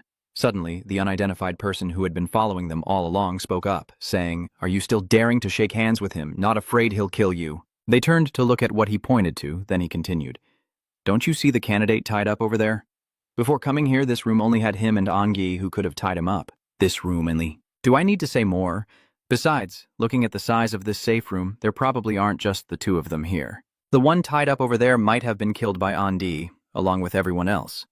Hearing this, Nyatadak looked displeased and responded, "What are you talking about? Why would Andai kill another candidate?" Obama also stepped forward to defend him. "That's right. I've watched the live stream and have never seen him harm anyone. He is a good person." Anj also casually explained a little, "I didn't kill anyone. The reason this guy is tied up is because he didn't finish speaking before the other interrupted. Stop making excuses. The truth is, we saw you harm another candidate, and we would never dare to trust you. If a D is accused, there's no point in explaining." He turned away and said, "You're too biased, I even doubt your motives. How about I try to predict your situation first?" That guy got angry after hearing what he said, thinking why he didn't argue back and just started making predictions. Then he realized he couldn't win and turned to persuade the 2 people beside him. Now, ND, starting to make predictions, which is the best opportunity for us to act first. "You 2 go for it." But they both said one after the other, "We can't attack on, we can't do it." That's Ann. We're basically no match for him, and he doesn't seem like the type to harm his own kind either. Hearing them say that, he slapped each of them and angrily said, "You 2 useless fools," and he also said, "Don't forget who saved your lives. If it weren't for me, you would have already died at the hands of those strange creatures. And now you dare to doubt me." Nyatadak, holding his face, replied, "Yes, you did save us, but how can we attack ND? We can't." He got even angrier after hearing what he said and said, What are you afraid of? Can the three of us not handle one person? Moreover, don't forget that Rule 11 says you can't trust anyone. And Die is a fake, so if you don't kill him, are you waiting for him to kill you? At this moment, Anne also interjected. Don't pretend anymore. I've figured out your identity. You're not even a candidate. So you figured me out so quickly. You two idiots wasting so much time. But so what if I was recognized? Do you think you can escape from here? As he spoke, his form also revealed itself. Behind that layer was a robot with something blazing red on its chest. He said, "No, there is no way out here. You can't leave. You will all die here. No one will survive." The object on his chest is a bomb. Before it explodes, and quickly used the original monster flesh and blood to block in front. The system display appears. You used the original monster flesh item. Describe its effects. It uses a super regenerative immortality ability from the story's clone, taking on all the injuries you suffer. He quickly pushed the other two aside and shouted to be careful. No one knows what happened after the explosion. That guy suddenly disappeared. Tung Hatu Sat's butt was torn by fire. His exposed buttocks angrily cried out, "My butt is so hot, my butt is so hot." Over there, Obama anxiously asked Hanani, Elder Indai, "Undi, are you okay?" He replied, "I'm fine." Nyatadak nearby also said emotionally, "That's great, Elder. It's good that you're okay." If we had killed you, I really wouldn't have the face to go on living. At this moment, Andi looked at his item shattered by the explosion, regretful, thinking, "It's a pity I lost a monster of flesh and blood. I must be more careful in the future." This is my only remaining protective card. The viewers also left comments. Lao Andi is truly kind to willingly use precious items to help strangers. Another viewer also expressed gratitude, saying, "Bahama, we will forever remember this kindness from Lao Andi." Anne believes we feel the same. At this moment, the Tohai group has returned, with Daidaji carrying a large bag and smaller ones behind him. Anh buộc vào và hỏi chuộc Anne, tới vừa nghe thấy tiếng nổ lớn. Có chuyện gì vậy? Ange replied that a robot disguised as a candidate had tried to use them to kill her, but they didn't believe it. The guy blew himself up after failing. It's our fault. We were exploited. Hearing that, Dam Chu thought for a moment, and then said, "If the robot creature disguised as a candidate is true, then perhaps some robots have already infiltrated us long ago." "Who could it be?" Anchi asked curiously. "Huh? Why is there a monkey here?" Tuhiu, along with Dai Tai, hadn't seen Tung Ha-thu sitting in the corner, so he wondered to himself, "Monkey? Which monkey?" Then Dai led her to stand in front of the girl and said, "Hey, little boss of mine, that's not a monkey. It's something children shouldn't see, not suitable for kids." Anchi Ngatho replied, "Why isn't it a monkey? I heard from the villagers that only monkeys have red butts." Tuho also said, "Anchi, be good, he's not a monkey, he's an orangutan." "Listen to me, Tuhiu, don't look at him or you'll go blind." "Fine, if Tuho won't let me see, then I won't look anymore." Duan Tai Dai also breathes a sigh of relief, thinking Toho's words are easier to use. Tung Hathusat, being called a gorilla, gets angry and shouts, "Damn it, idiots, you underestimate others too much. You're the gorilla, your whole family is a bunch of gorillas." One onlooker said with a laugh, "The kid's defenses are broken, just drag him out and beat him to death." But others said, "Wait before killing him until his talent is revealed, or we might fall into his trap." Just as they finished speaking, a flash of light suddenly appeared and more people showed up. Ange glanced over, realizing someone new had arrived. The person who appeared was Ji, a candidate of Silin. He was startled to see them and tried calling, "Elder O Tuhu, Elder on D." Next is the candidate from Bali Martin. Then comes the candidate from On to observe. He said, "I must be dreaming. I really saw a real person." Tuhyo smiled kindly, waved at them, and said, "Hello, everyone." Seeing their sudden appearance, someone suspiciously commented, "Their reactions are obviously strange. Could it be that those mechanical creatures are disguised again?" Someone else said, "They don't look like it. Rather, they seem to have formed a small team themselves, not wanting to cooperate with Lord Tuhyu." Another person gave an opinion. "I think it's also correct, and it's very clear that the young man in front is the leader of that team." "Hello, everyone. I am Diop from Silin. Very pleased to meet you all here. You might as well say what you want directly. There's no need to hide it." He smiled and said, "I really have nothing to hide from you two, actually, I want to say." He hadn't finished speaking when Anne interrupted. "I know you're talking about the newcomers you led, right? It's okay. We just haven't finished worrying about ourselves yet. But I have to remind you, wanting to prove yourself as a newcomer isn't something to blame. But there are many things. You still have to know your limits." Hearing that, Gio smiled and said, "We will prove ourselves." A few minutes later, Lucas's side also rejoined. Ivan enthusiastically said beside Lucas. I understand the elder. Elder Ann, that's great. I finally reunited with the three of them. From now on, all the remaining candidates have gathered together. The only thing is, the team is now divided into one squad and 3 small squads, all new members. One squad led by Joe, a 5-person squad led by Tojo and An, and another 2-person squad led by Lucas. At this moment, Lucas took out a notebook and handed it to the person next to him, saying, Ivan, I've already looked through that notebook, so just pass it to me. Ivan happily responded, all right. As he was about to take the notebook, he thought of me. Lucas suddenly learned how to share. He smiled and said, thank you. Tojo opened the notebook to look and glanced back, saying, let's look together since we'll face it all together in the end. Hearing this, Diop replied, I understand that the elder is a good person, willing to take us through the door. From now on, no matter what happens, I am willing to charge into the fire for him. The team members also said, I feel the same. The notebook states that they haven't received my previous journal and have also brutally disciplined me. But this cannot stop me. It only strengthens my resolve to continue my experimental recording process. A rebel will never compromise, he muttered as he read. They haven't received my previous notebook. The notebook still records that the experiment and eternal consciousness are ongoing. Recently, I've noticed the team leader becoming even more strange. She often works late into the night, to the point that I forget to eat and sleep, so I started to notice the strange behaviors of the team leader. Late at night one day, the team leader stayed up late with me during the experiment. I could tell that process was not part of the eternal consciousness operation, and I felt that she was secretly plotting something. This kept me awake all night. My instincts are always right.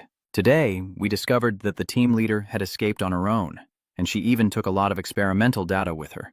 Everyone paused the experiment and started searching the city for her whereabouts. I found her, but I didn't alert anyone and quietly let her leave. Maybe I was wrong. At that moment, he turned around and said, go ahead, consider I never saw you. After releasing the team leader, she went silent to avoid hindering the progress of the experiment. We stopped looking for her and started the experiment from scratch.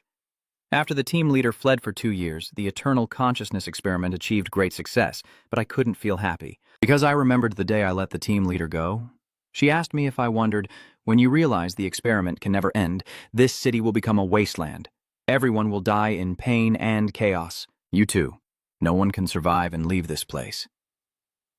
At first I didn't understand what the team leader meant, but when the acid rain fell, I stepped on the ground, cursed, and walked over the rubble. In the end, I realized that this experiment brought catastrophic destruction to the entire city.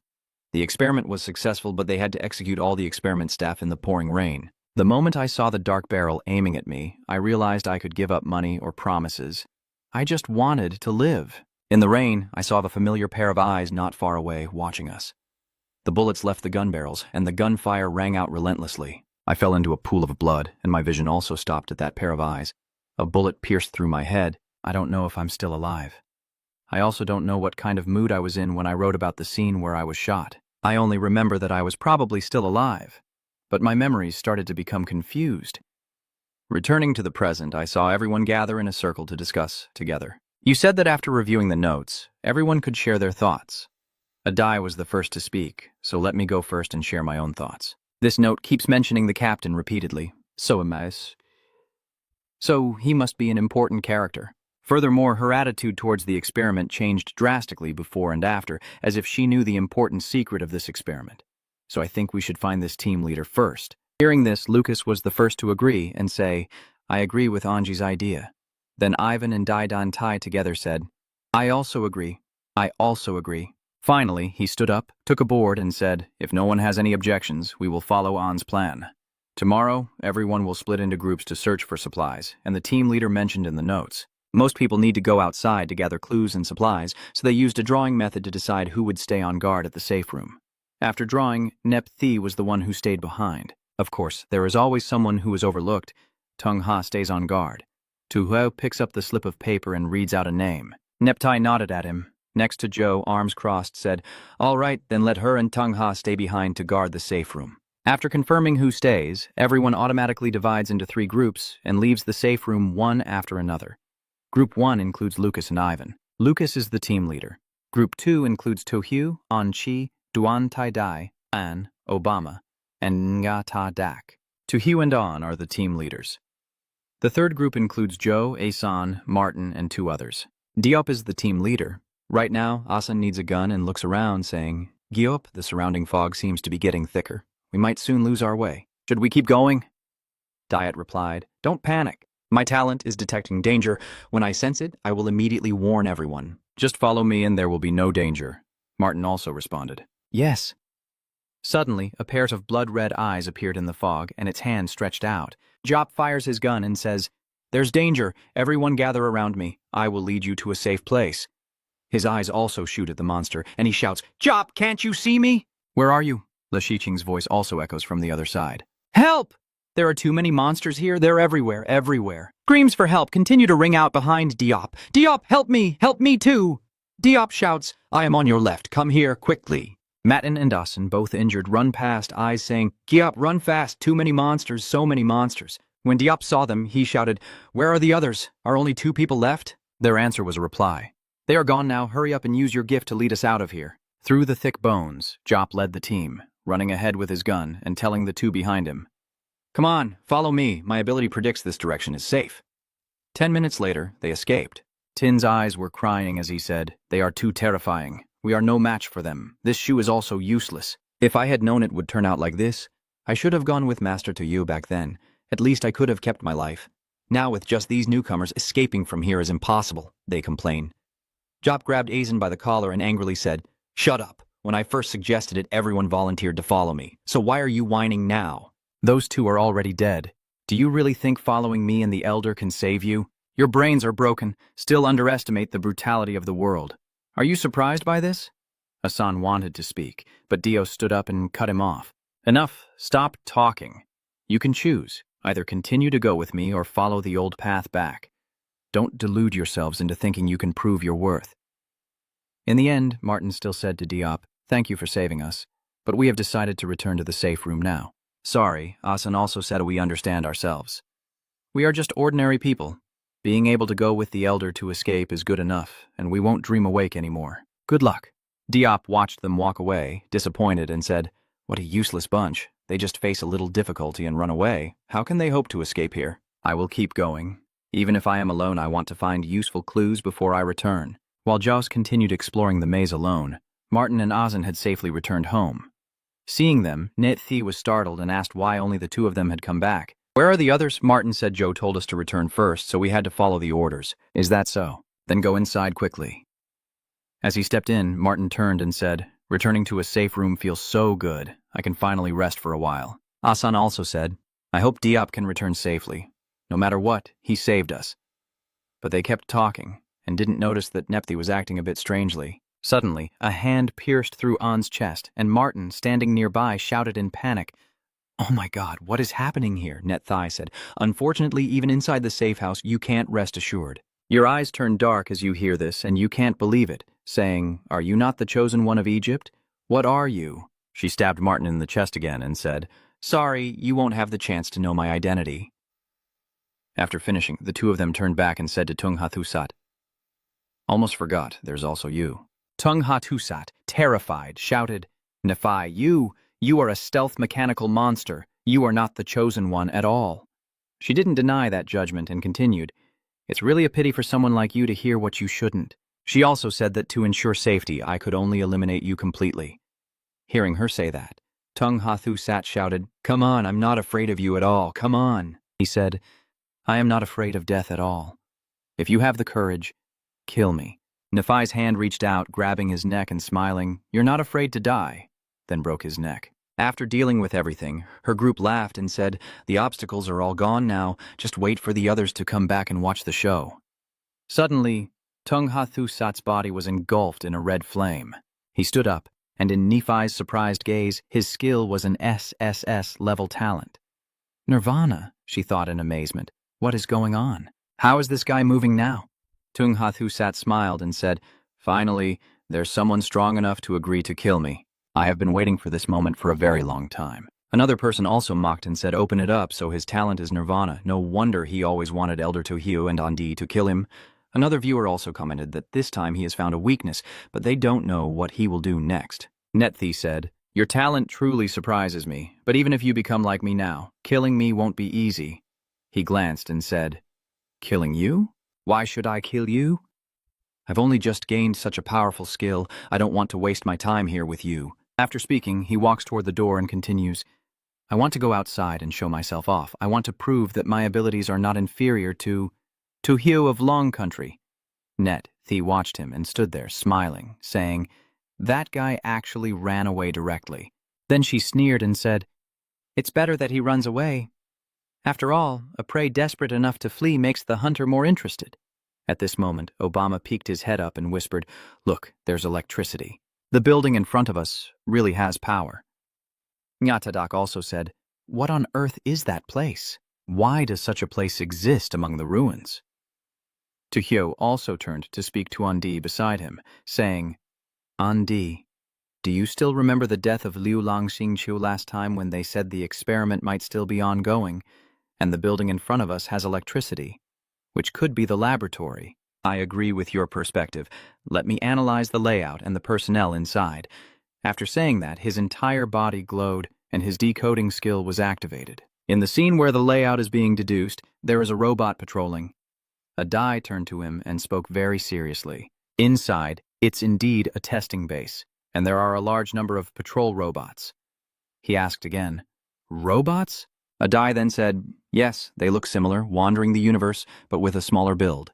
Finally, I understand. I'll go ahead and say, I will go in alone with Bok Mu to search. Everyone else waits here with Hak Mu. Adi refused to say, I will go with you. To Hugh expressed, no, it's easier for me to act alone, and Onzi and the others need your protection. Finally, he agreed and said, all right, be careful.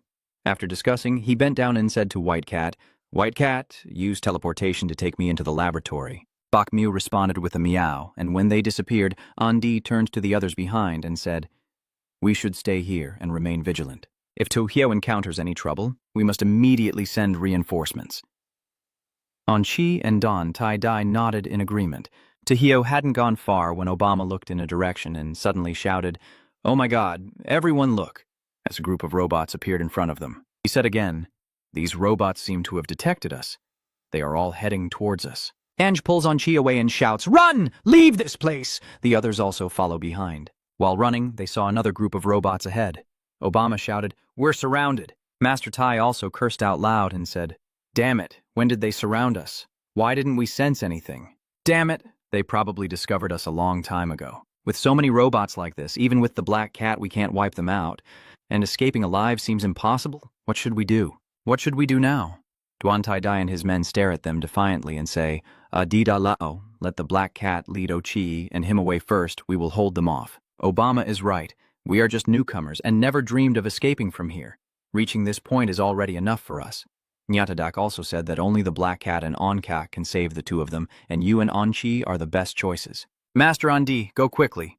Hearing that, Anne refused decisively and responded, no, I absolutely will not leave everyone behind. If I understand this, I won't do that either. Onji also tearfully said, I won't go anywhere either. Onji doesn't want to abandon his friends to escape. At this moment, the robot army approaches, emitting mechanical sounds as they reach the attack range and open fire. The three of them, leading Tai-Dai, huddled together to shield Anne and On-Chi. They had to endure the gunfire shot by the robots. On was stunned and shouted loudly, leading Tai-Dai. Finally, he revealed his reward from the previous round behind them. The system also displayed a notification. You used the reward from the previous round. The origin of the flesh and blood monster explains its effects. It has a super powerful healing ability. In this strange world, every time you get injured, it will bear the pain. However, the bullets still pierced through the flesh monster and lodged into Duan Tai-Dai's body. Duan Tai-Dai was shot into bloody flowers on his body, tears streaming down as he helplessly told Andy, hurry up and go, these two flesh monsters won't last much longer. Obama also weakly said, we're out of options. Let's go, at least don't let our sacrifices be in vain. On tears up and says helplessly, I will remember everyone. Then she turns around and shouts, Black Cat, On Gay, take me and On-Chi away. Finally, the black cat wrapped its tail around Undai and ran away, while On-Kak held On-Chi and strode forward. The mechanical voice rang out once again, detecting someone fleeing and firing shots to Tuitsong. As it spoke, a beam of light shot out from its body, and the bullet drew closer and closer to them. Andi looked back and thought to himself, this is the end. This bullet is meant for pursuit. Black Cat can't teleport, and even if he's faster, he can't dodge. In that moment of despair, he wondered if this was truly where it would end. Could this be the end of everything? Just as despair takes over, a man with platinum hair appears. He shouted at them to keep running and not to stop. Adai was startled and looked over. The object in the man's hand also flashed, and a dart shot straight into the pursuing bullet. At that moment, a flame suddenly burst into life, and the robotic voice echoed once more. The target is lost. The target is lost. At this moment, Andi is comforting Onzi, who is crying and pitiful. He said, "Onchi, don't be afraid. We have escaped. It's okay, it's all right now." Tojo also returned and stood before them. He sat down and asked, "What's wrong with everyone?" "What happened?" Adai asked, lowering her head. "Du led Taidao, Obama, and Russia. Teda to save me and Onji." Onji also cried and said, "My brother understands. I'm sorry, if it weren't for Onji, they might not have died." Understanding the situation, he gently patted her head and said, "Unchi, don't cry. This is just a game. The losers will go home, so you don't need to be sad. Got it?" The girl with tears on her face looked up and asked him, "Really?" "Really," he replied. "Yes, really." After a moment of sadness, Anne finally regained her composure and said to me clearly, "Do you know who saved us just before we escaped?" He asked again, "Who?" "The lucky survivor," Andi continued. And hearing that, he asked in confusion, "The lucky survivor? Weren't they beaten to death last time? Why is it appearing?"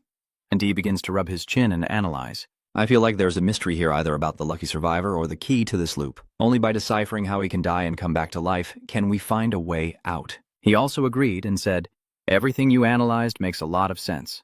I agree with your thoughts." After saying that, he stood up, took Onchi's hand, and continued, "But it's better if we go back home first." When we left, Nep Thi and Tung Ha were guarding the murder scene, and now some strange things must have already happened. When To Hugh and Onchi returned to the safe room, they happened to see Lucas and Jop. Ivan beside Lucas was no longer there, of course, indicating he had encountered trouble, and Jay is carrying a very heavy backpack. Given his injured appearance all over, these supplies are definitely not easy to come by. Everyone stayed silent. Geo directly started knocking on the door and shouted, "Open up! Nep! Thai! Let the assassin out! We found the supplies now. Hurry and open the door." Knocking on the door repeatedly. But no one responds. Dios wonders, why is there no movement inside the room? The 7th rule states that a safe room must always have someone staying to guard. If not, the safe room will no longer be safe. At this moment, Tuhio calmly said, "This door probably won't open anymore, because we broke rule number 7. Rule number 7 is correct." "What do you mean by that?" "Rule number 7 states that there must always be someone left in the safe room. We left 2 people not because of breaking rule A, but to explain my suspicion. I mean, one of us must stay in the safe room." Diop, understanding his meaning, exclaimed, "Our people." He meant that among the 2 we left behind, one is a fake candidate. He also said that if he kills the remaining person, then the safe room would be empty. He did not object and said, "Yes, I intentionally left Nepthai and Tha in the safe room because I suspected they are imposters, so they would reveal their identities themselves." "So if that's the case, if we find out, we won't lose a safe room either, right?" He replied, "No. The safe room in Onzi's space hasn't been merged yet. Now it's Lucas's turn to ask, but her safe room is empty and can't be opened." He didn't reply to Lucas, but handed the key to Anchi and said, "Anchi, show them your talent." The girl smiled and said to him, "Okay, I understand. I'll open the door for everyone to see in a moment." Then, she suddenly disappeared before Jyopi's astonished eyes. He turned to ask, why did she suddenly disappear? To explain that her talent is turning consciousness into tangible objects that can pass through space, so she can choose to pass through her safe room, then use the key she found to open the wall of the safe room. Go to the safe room in front of us, and open the door. Geo asked nervously, but if the fake candidate is still inside, wouldn't she be in danger? Anne beside her quietly said, "Don't worry, her sister is not someone easy to mess with." Inside the safe room, Anchi inserted the key into the lock. Net Thigh stood inside, waiting, and said, "You managed to get in after all. I really didn't see that coming." Then she stepped closer and said, "Unfortunately, you have only yourself to blame for that." Anji shouted, "Sister!" Now On-Go appears, grabbing her hand and saying, "You are not allowed to hurt Anji." Nethi, held tightly by the arm, shouted, "What are you again?" "Strange." She shouted, "You annoying little brat, I'll deal with you first and then take care of this little girl. Everyone, don't even think about running away or dreaming of stopping me from destroying all of you." Anji, while holding his ground, shouted, "Anchi, don't worry about your sister. Quickly open the door." The girl quickly ran to open the door and told everyone, I understand, big brother. Everyone, hurry inside. Diet was very surprised, Quatruong said. Oh my gosh, she really can do it. She really did it. This truly is a miracle that's hard for others to believe. Tojo suddenly said, let's go. We need to go in and help On Chi's sister. The mark of anicap flew far away as she smugly said, I can't believe she let that little girl open the door. She kept talking, but it's okay. If you go back to your room safely, you'll still be in trouble. At this moment, Tojo stepped in from outside and said, do you really think you're invincible?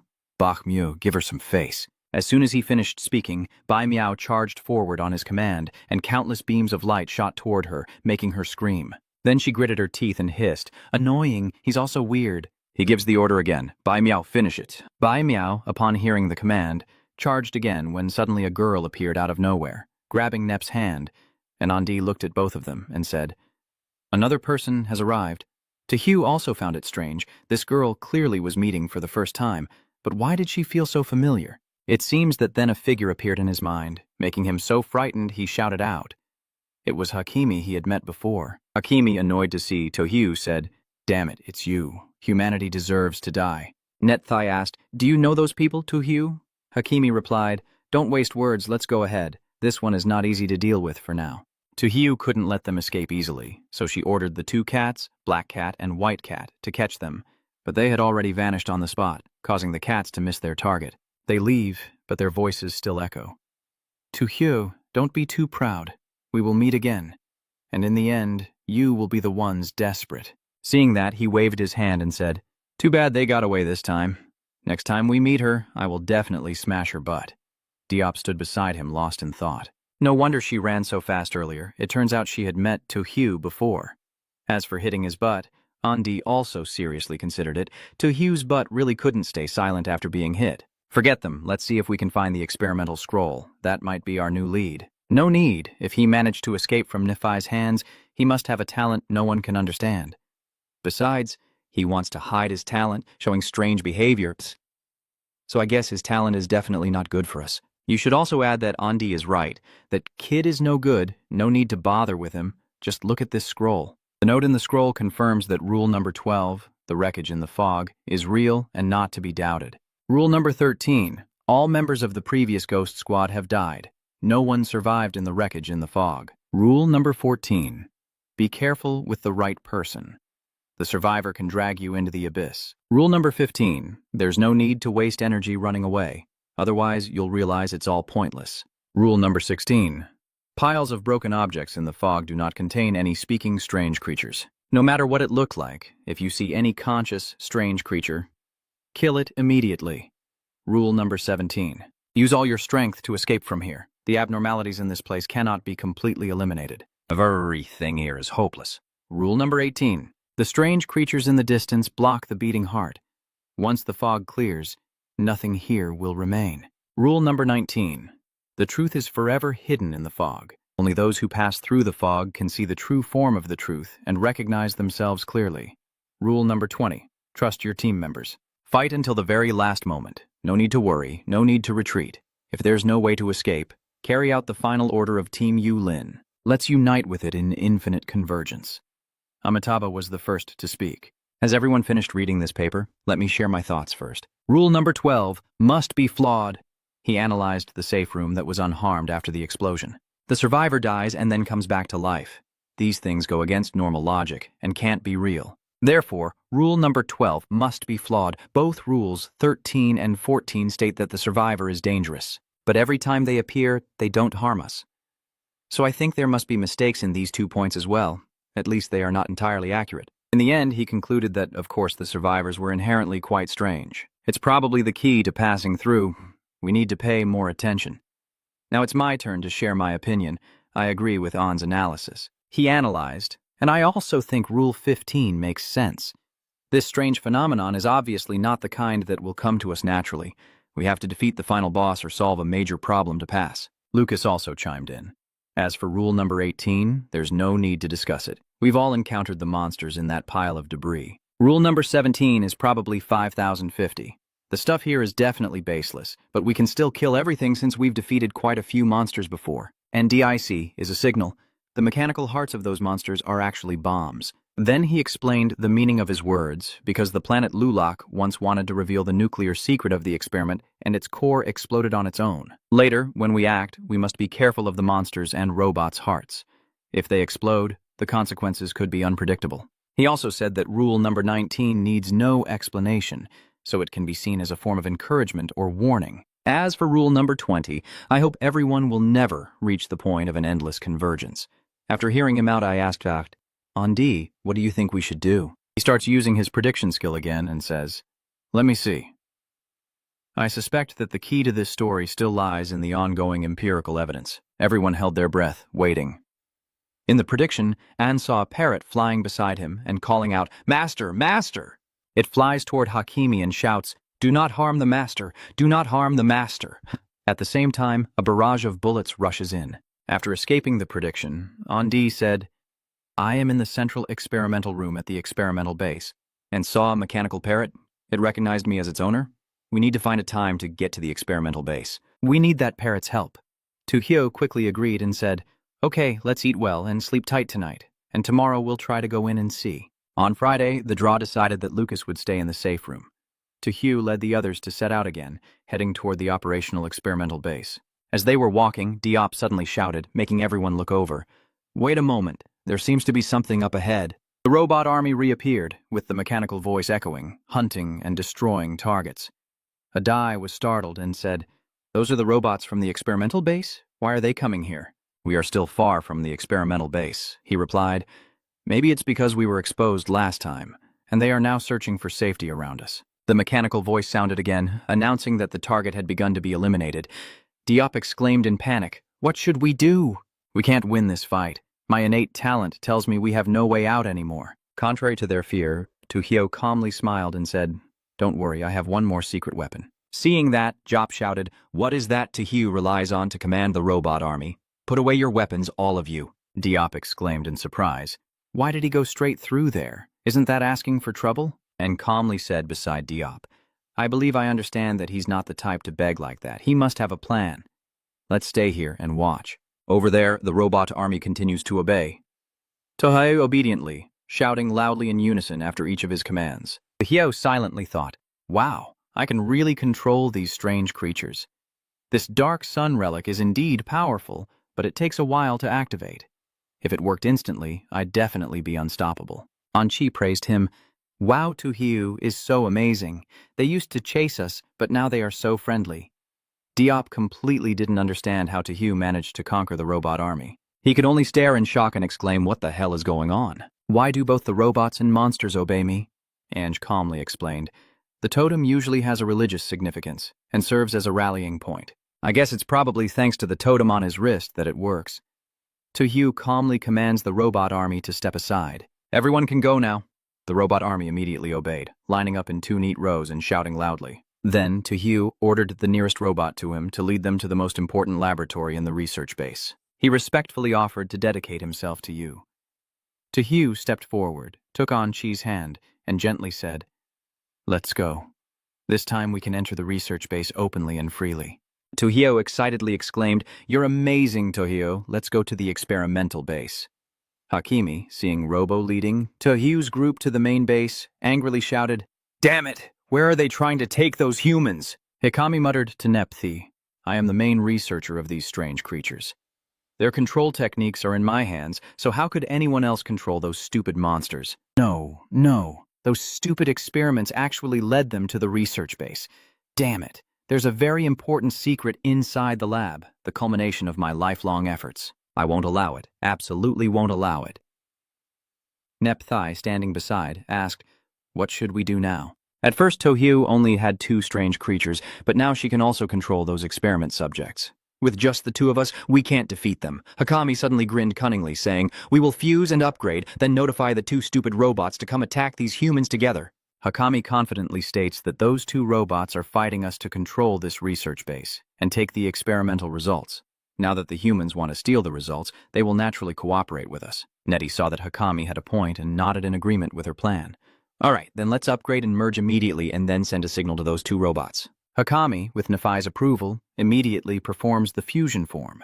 Hakami and Nephi's bodies instantly merge. Both of them shout in unison, Soon, the fusion is complete, and Hakami and Neph now appear together in the form of a sinister-looking robot. It grins maliciously. Hee-ha! Humans are doomed. You're finished. After a moment, a strange blazing red streak appeared on the horizon. What's going on? That damn woman dared to send a warning signal to us again. The green robot understood the signal and cursed. Damn it, it seems those humans have broken into the experimental base. The red robot's eyes immediately radiated with murderous intent as it loudly turned to deal with them. We absolutely cannot let them steal our experiments, Chungguo. Now in the laboratory, the robot politely reports to Tojo. Master, we are at the main laboratory. Tojo is pleased. He nodded and said, Yeah, you can go now. The man responded clearly. Tojo told the white cat to unlock the door. The white cat immediately clawed at the security lock, and the door opened. Tojo smiled and said to the white cat, Let's go in and take a look. Suddenly, a mechanical parrot flew out from inside and said, Look out, warning, look out, storm warning, storm, owner, owner. Tojo looked at the mechanical parrot with curiosity. The robot parrot quickly flew over to Ange and obediently landed on his shoulder. Tojo turned back to ask Anji, Ange, is that the machine parrot you mentioned before? Ange nodded. Yes, while I was speculating about the outcome, this parrot will be very helpful to us.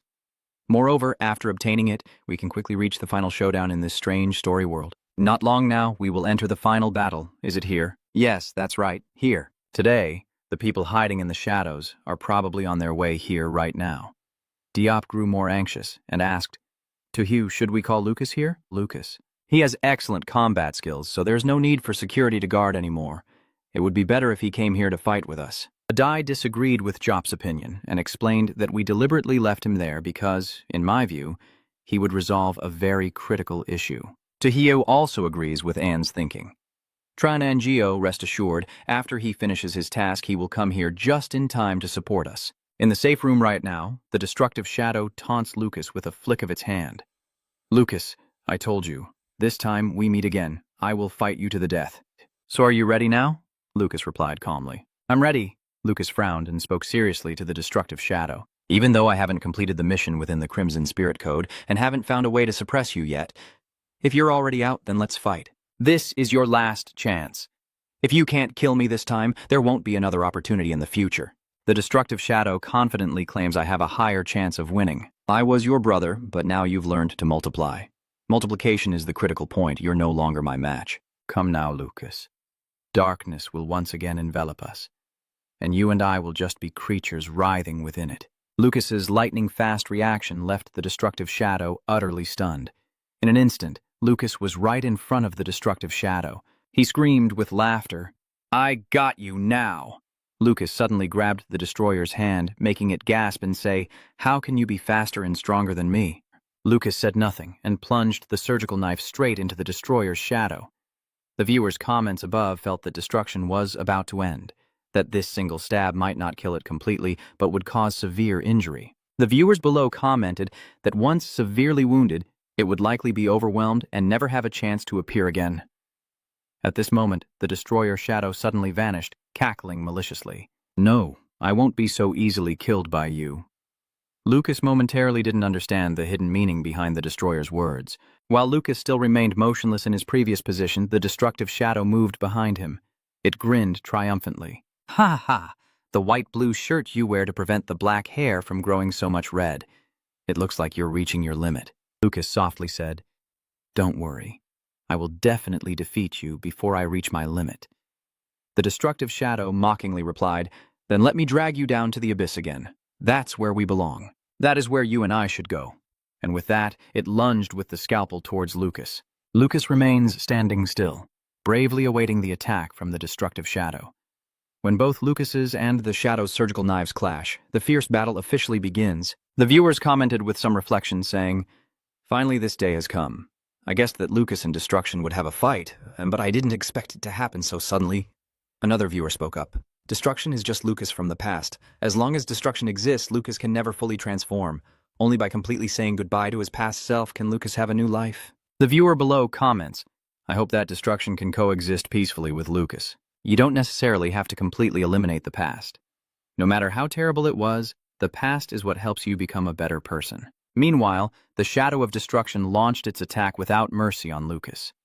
It swung the surgical knife, nearly striking him, but he quickly retreated just in time. The comment from the viewer above is true. Whether Destroyer or Lucas wins, I won't be happy.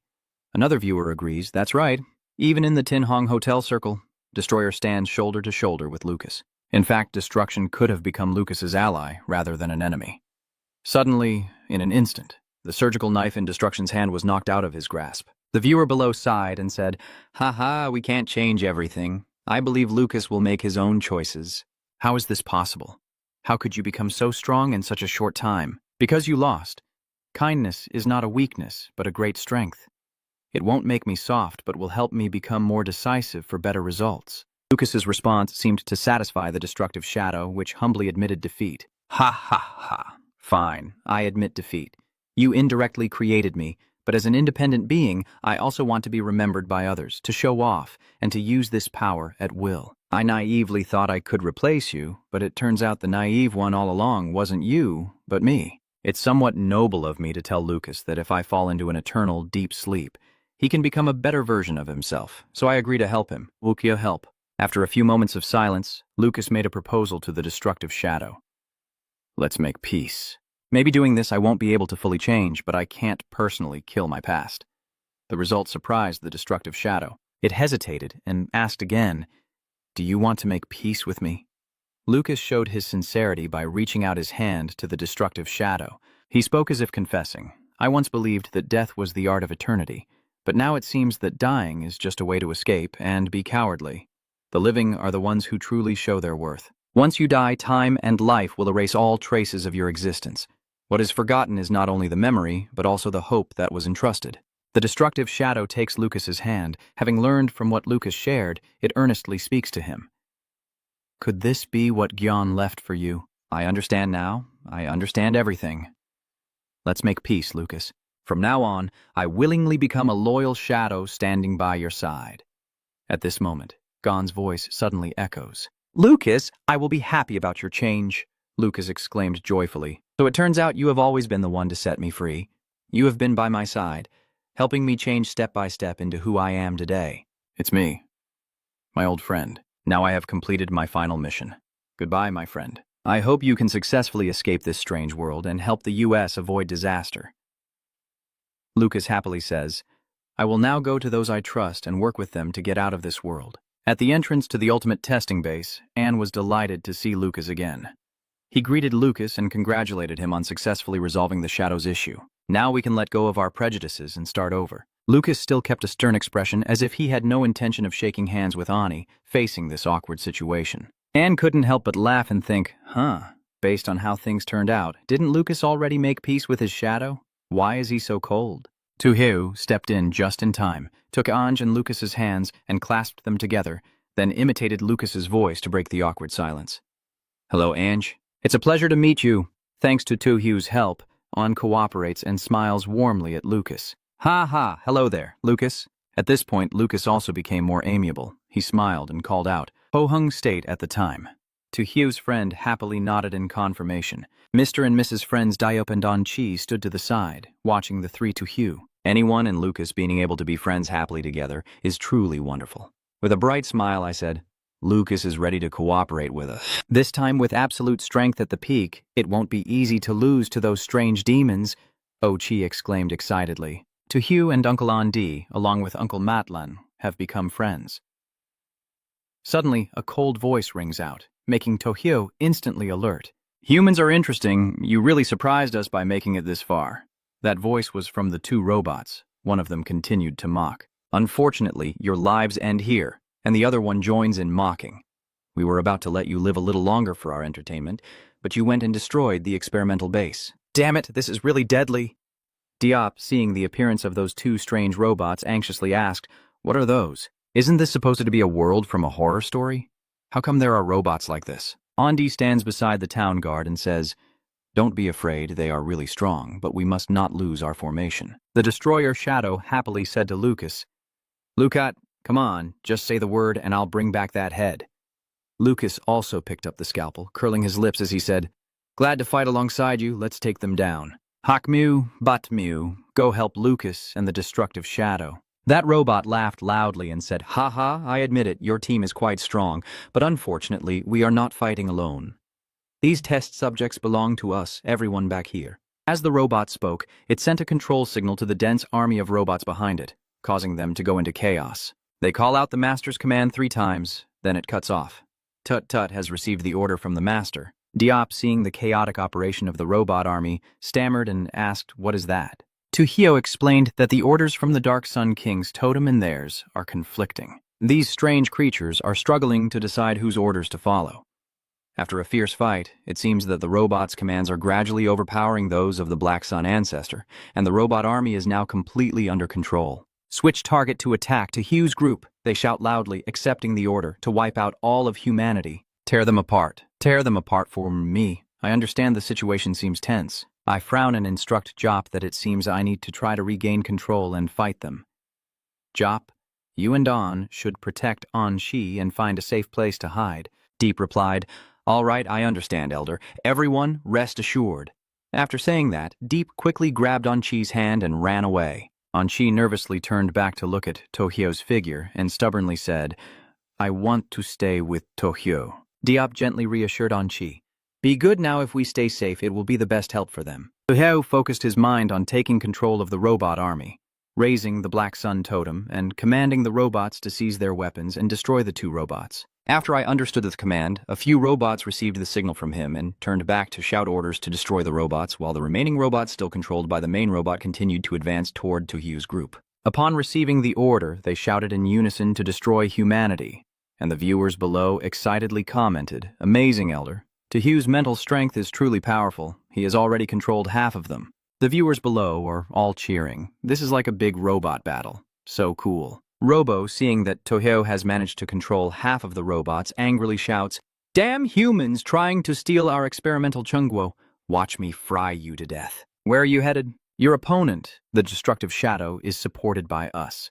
The robot becomes more and more enraged, pacing back and forth. Damn it, I'll deal with you first." The white cat and the black cat also teamed up with Lucas's group to pounce on the robot, meowing to imply that they are also here. The shadow of destruction said happily to Lucas, "At last we stand shoulder to shoulder. Ah, it's that feeling that makes people nostalgic. Killing truly is the only thing that can get me fired up." At this moment, Hikami and Nepth merge into the form of Robop and secretly observe the situation of both sides. They start fighting. Now only the weakest Anji is left. We must retrieve the 0 experiment sample. Seeing Hikami arrive, the robot parrot immediately shouted to inform Anji Hikami. At this point, Hikami is standing behind Anji and bitterly says, "Damn humans, the 0 number experimental subject is the result of our research. Give her back." When Anji saw her arrive, she curled her lips and said, "You're finally here. I've been waiting for you a long time." With that, An ordered the mechanical parrot. The parrot acted, and the mechanical parrot soared into the sky, flapping its wings. Feathers from the mechanical parrot instantly turn into darts and shoot straight at Hikami. The mechanical parrot scolds her, "Experiment, experiment, disgusting, disgusting." Hikami was wounded by the darts from the feathers, but she still stood calmly and smiled. "Ha ha ha, I didn't expect you to be able to tame the 0 experiment. You do have some skill." Soon, Hikami's wounds had fully healed. She feigned pity for Anji. Wow, her body's healing ability is so strong. This must be the fully upgraded version of Hikami. Another viewer also spoke up. If Tung Hathusat knew that what he had was only a fraction of the power, he would probably be crying his eyes out in the bathroom. The viewers below agree with the ones above. That's right. If he had just endured a little longer, he would have become the champion after being killed by the finished version of Hikami. Seeing Hikami recover quickly, the bird's gaze grew even more menacing. It seethed with hatred, cursing Hikami. Damn it, shoot you! Shoot the person!" As it cursed, the robotic parrot's eyes shot out 2 blazing red beams, aiming straight at Hikami. Has anyone noticed that the viewer above has this opinion? This robot parrot seems to harbor some hatred towards Hikami, almost wanting to push her into death from the start. Another viewer guesses that the parrot always mentions the experiment. I have a feeling Hikami is very likely the one who created it, and she is also the female captain mentioned in the last survivor's notebook. Wow, your analysis is very reasonable, but isn't it written in the notebook that she ran away? What happened afterward that caused her to become like that? The viewer above advises everyone to focus and watch because Tohyo the Elder will definitely reveal something later. Hikami can skillfully dodge the machine parrot's fierce attack. She warns the machine parrot, "No betrayal allowed. I'll give you one last chance. Come back to my side and I will forgive you." The viewer above was surprised to see Hikami easily dodge all the feathered darts and said, "Oh my God, she didn't get hit even once." Another viewer analyzed, but this time Hikami chose not to confront directly, showing that the red laser beam can also pose a threat to her. The viewers below speculate that if they could shoot this laser beam at them, they might still have a chance to win. The viewers above suddenly call out to everyone, "Everyone, look over there." Dai secretly picked up a gun from a robot and then sneaked around to the back. The viewers below skeptically say, "But can a normal gun like this really hurt Hikami?"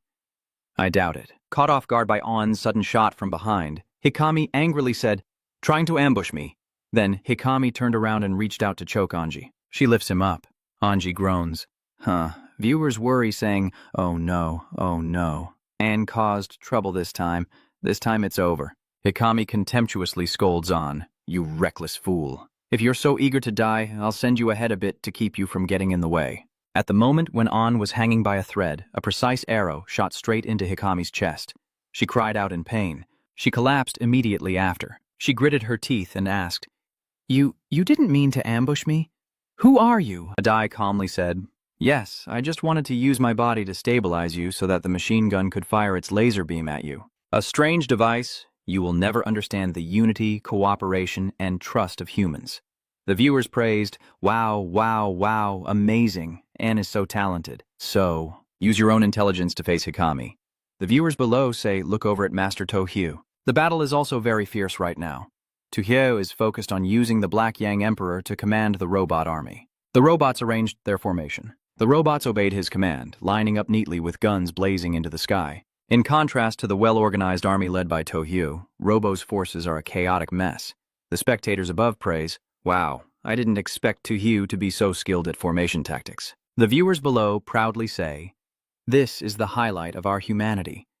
Even without absolute force, we have brains and faith, things that help us overcome challenges again and again." Robo is now exhausted, its machinery starting to malfunction, its speech stuttering and crackling as it processes humans. Failure. Crackle. Failure. The audience cheered happily. "We won. Master Tojo has secured the victory. We have won big." Tojo ordered the remaining robots to activate the self-destruct program. The robot army then shouted loudly. In an instant, a massive explosion occurred, and all the robots automatically detonated completely. The viewer above, a bit confused, asked why Master Tojo told those robots to self-destruct. Keeping them might still be useful for fighting. Another viewer explained, "Do you understand that the totem is in my hand? It's red to that extent, so it must have reached its limit." The viewers below conclude that it's better to destroy them. If the totem loses its power later, keeping them would only bring disaster. On Lucas's side, he and the destructive shadow work together seamlessly, both simultaneously throwing a series of cards at the remaining robot. Humans are so foolish. A single mysterious power hidden in a poker card is enough to hurt me." As it spoke, it revealed all the guns and bullets on its body. The robot suddenly lifted its leg, ready to stomp on the destructive shadow. It looks down on the brat and snaps, "Die." Thud! Robo's foot stomps right where the destructive shadow is standing. Lucas cried out in pain, and the destruction above also gasped in shock along with him. "Oh no, will Destroy die?" The viewer below is crying. Sob, sob, sob, sob. He just made peace with Lucas. I don't want to see him die. After stepping on the destructive shadow, the robot felt a bit strange. It wondered, why does the feeling under my feet feel so strange? Just then, a black streak suddenly appeared, followed by the familiar laughter of the destroyer shadow. I am the shadow. Do you think you can kill me this way? Am I being too naive? But I still have to thank you. This leg has helped me evolve and upgrade, allowing me to freely control my shape and form. Seeing the destroyer shadow unharmed, Robo was momentarily at a loss for words. You don't let Robo finish his sentence. The destructive shadow has already wielded the surgical spear towards him. Are you ready? I want to send you off now. Fake, you won't beat me. I am the result of countless experimenters' efforts. I will win. Oh no, don't cut my power, don't. The viewers below also agreed, saying it's amazing how robots are much stronger than humans, but also have a fatal flaw. Lose their control source and they're just scrap metal. LK silently thought, and at that moment, he quickly moved behind the robot. The robot, now weakened and trembling, shouted desperately, No, you damn creatures, using such despicable methods. I refuse to accept this. I refuse to die like this. Lucas ignored the robot's curses and decisively stabbed the surgical knife into its chest, causing it to scream in agony. Lucas quickly pulls out the surgical knife and escapes while the robot screams in despair. No. Immediately after, a huge explosion occurred, and a column of smoke rose into the sky. The destructive shadow lunged to pin Lucas down. Lucas moved carefully. The destructive shadow used its body to shield Lucas. The explosion passed and the smoke and dust dispersed. The destroyer shadow helps Lucas sit up and asks with concern, "Are you okay? Are you hurt anywhere?" Lucas shook his head. "No, just a minor bruise." Lucas gently embraces the destroyer shadow. "Thank you." "Destruction." The destruction shadow happily replied. "No need to be polite. We're one and the same." The viewers above said emotionally, "Wow, this scene is so beautiful. Everyone, I never expected that one day Lucas and Destruction would embrace each other so harmoniously." The viewers below speak up. "Everyone, look over there." The black and white cats are also close to finishing off the angry green father. Over there, the green father is surrounded by the white and black cats. "Blue father!" Cat angrily shouted.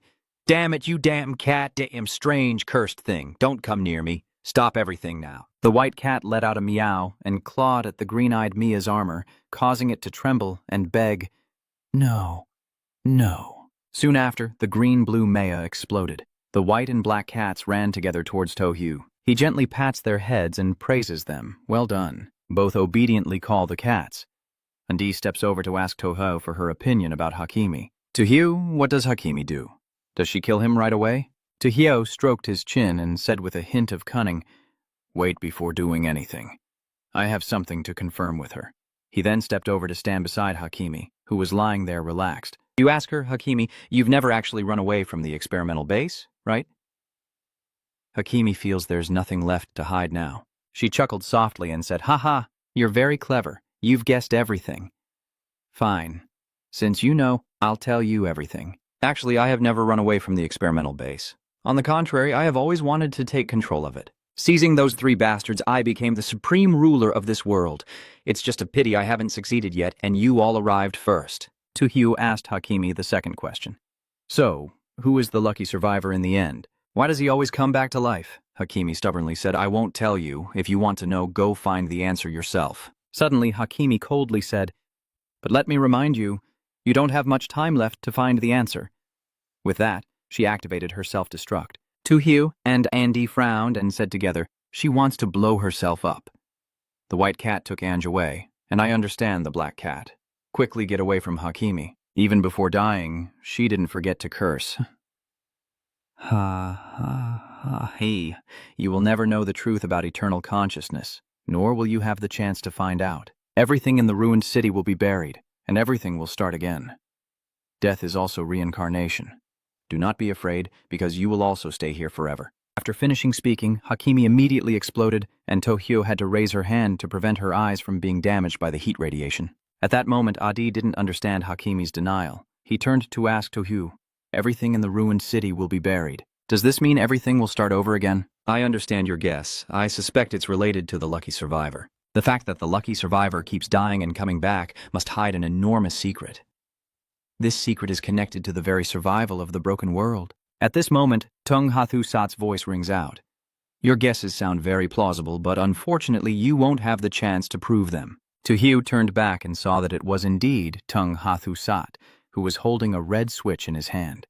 He grinned triumphantly and said, "I've been hiding all this time just to let the fishermen profit from your battle. There are countless bombs hidden here, just one gentle press and you'll all be reduced to dust." Tung Hathu Sat said smugly, "Goodbye." To Hyo Lung from the country, Andy Hoy, Hung Kwok, Lucas from the United States, the last person who can get through this copy is only me.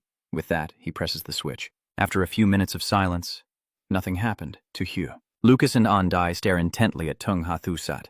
He is extremely confused and asks, "Why is this happening? I already planted the swarms, so why nothing happened? You're always busy dealing with the two mechas and Hakimi. You couldn't possibly find and destroy the bombs I hid," I asked him while continuously pressing the button. The lucky survivor, who had been standing behind Tung Hathu Sat without him noticing, pointed a gun at him and helped explain why the bombs he planted didn't explode. "The bomb you planted was secretly disarmed by me long ago." He directly turned around to question the survivor. Why did you help them? We're all competitors, so why did you help them and not me, you damn bastard? The lucky survivor calmly answered Tung Hathu Sat's question because his body had become like those cruel experiments, then decisively shot him dead. After finishing, the lucky survivor turned to Tohyo and said, Long Kwok, congratulations everyone, you succeeded, and you'll be able to leave this world safely very soon. Tohyo, however, didn't look very happy.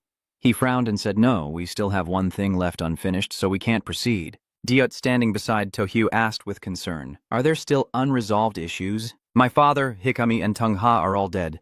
Elder, is there anything else we haven't finished? That is to help the lucky survivor find themselves again. Tohyo calmly explained, It was just now that I wanted to understand everything.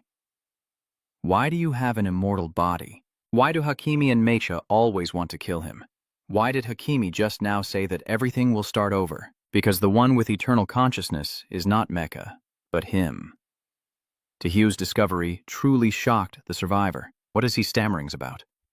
Tohyo stroked his chin thoughtfully and said, It seems you really don't remember anything. If that's the case, I don't mind helping you regain your consciousness.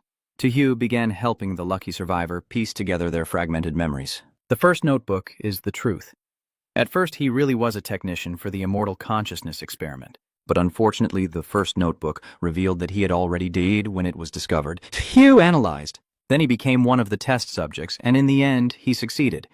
It also means his brain has turned into a conductor like a computer. They rebuilt a new world inside, and then inserted his consciousness into it.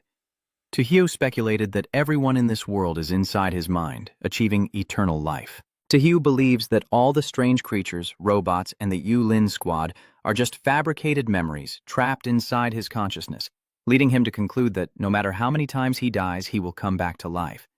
And if he doesn't die, they can never truly die. Because the nature of this world is like a video game, as long as the computer doesn't break, the dead can be resurrected unconditionally. Tohyo is determined that the only way to end this game is to remember everything so that the world consciousness can return to nothingness. After hearing my explanation, the last survivor tremblingly held his head and asked in anguish, Is it all fake? Is everything fake? Even my teammate, you're pretending to avenge me, is that also fake? No, this can't be happening. This can't be real. This isn't fake. My previous efforts to seek revenge can't be fake. Tohyo takes off the jellyfish necklace, steps closer to the survivor, and sympathetically says, I know uncovering the brutal truth is painful, but it's better to be awake in pain than to be used. The survivor, I hope this necklace can help you remember the truth and find yourself again. The jellyfish necklace instantly glows, bringing all the memories back to the survivor. Finally, he smiles contentedly and says, I remember now. I remember everything. I have been dead for a long time. My body is only a brain inside a nourishing solution in the laboratory. The moment I remembered everything was also when the lucky survivor's body gradually disintegrated. Before disappearing, he thanked Tohyo's team. Tohyo, thank you all for awakening me. If I keep living like this, I'd rather just die. The system also announced that the acid rain has stopped, but it will come back. As long as desire doesn't end, planting the seeds of evil will eventually make humans taste their own consequences. Dear contestant, congratulations on passing the debris and fog through evaluation, unity, helping each other, trust, compassion, dedication, sacrifice, and protection. The beautiful qualities of humanity have been perfectly demonstrated by you. Where light touches darkness, it will be pushed back. Do not envy the light. At this moment, you are that light, the collective evaluation in this broken world and fog. 7 stars remind us that rewards vary according to each person's level of dedication. Tohyo watched until the image of the lucky survivor disappeared completely, and then said goodbye to him. Goodbye. Although we don't know your name, we will always remember your image. Back in the real world in a mental hospital in the United States, a few days later, the strange world still hasn't appeared. Adi and Tohyo went together to the mental hospital where Lucas was receiving treatment. Tohyo spoke first, asking about Lucas. How has he been lately? Has your condition improved at all? Andi said excitedly from beside him. Maybe the strange world has been discouraged by us, so it hasn't appeared lately. They pause for a few seconds, and Andi guesses that they might be plotting something.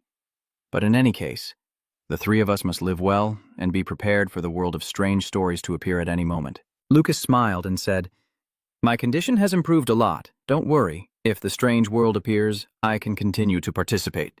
As he spoke, he reached out his hand to shake hands with Tohyo and Andi. Tohyo and Andi immediately took Lucas's hand. and Dee agreed with Lucas. Okay, it's settled. Tu Hiu also spoke up. One word was enough.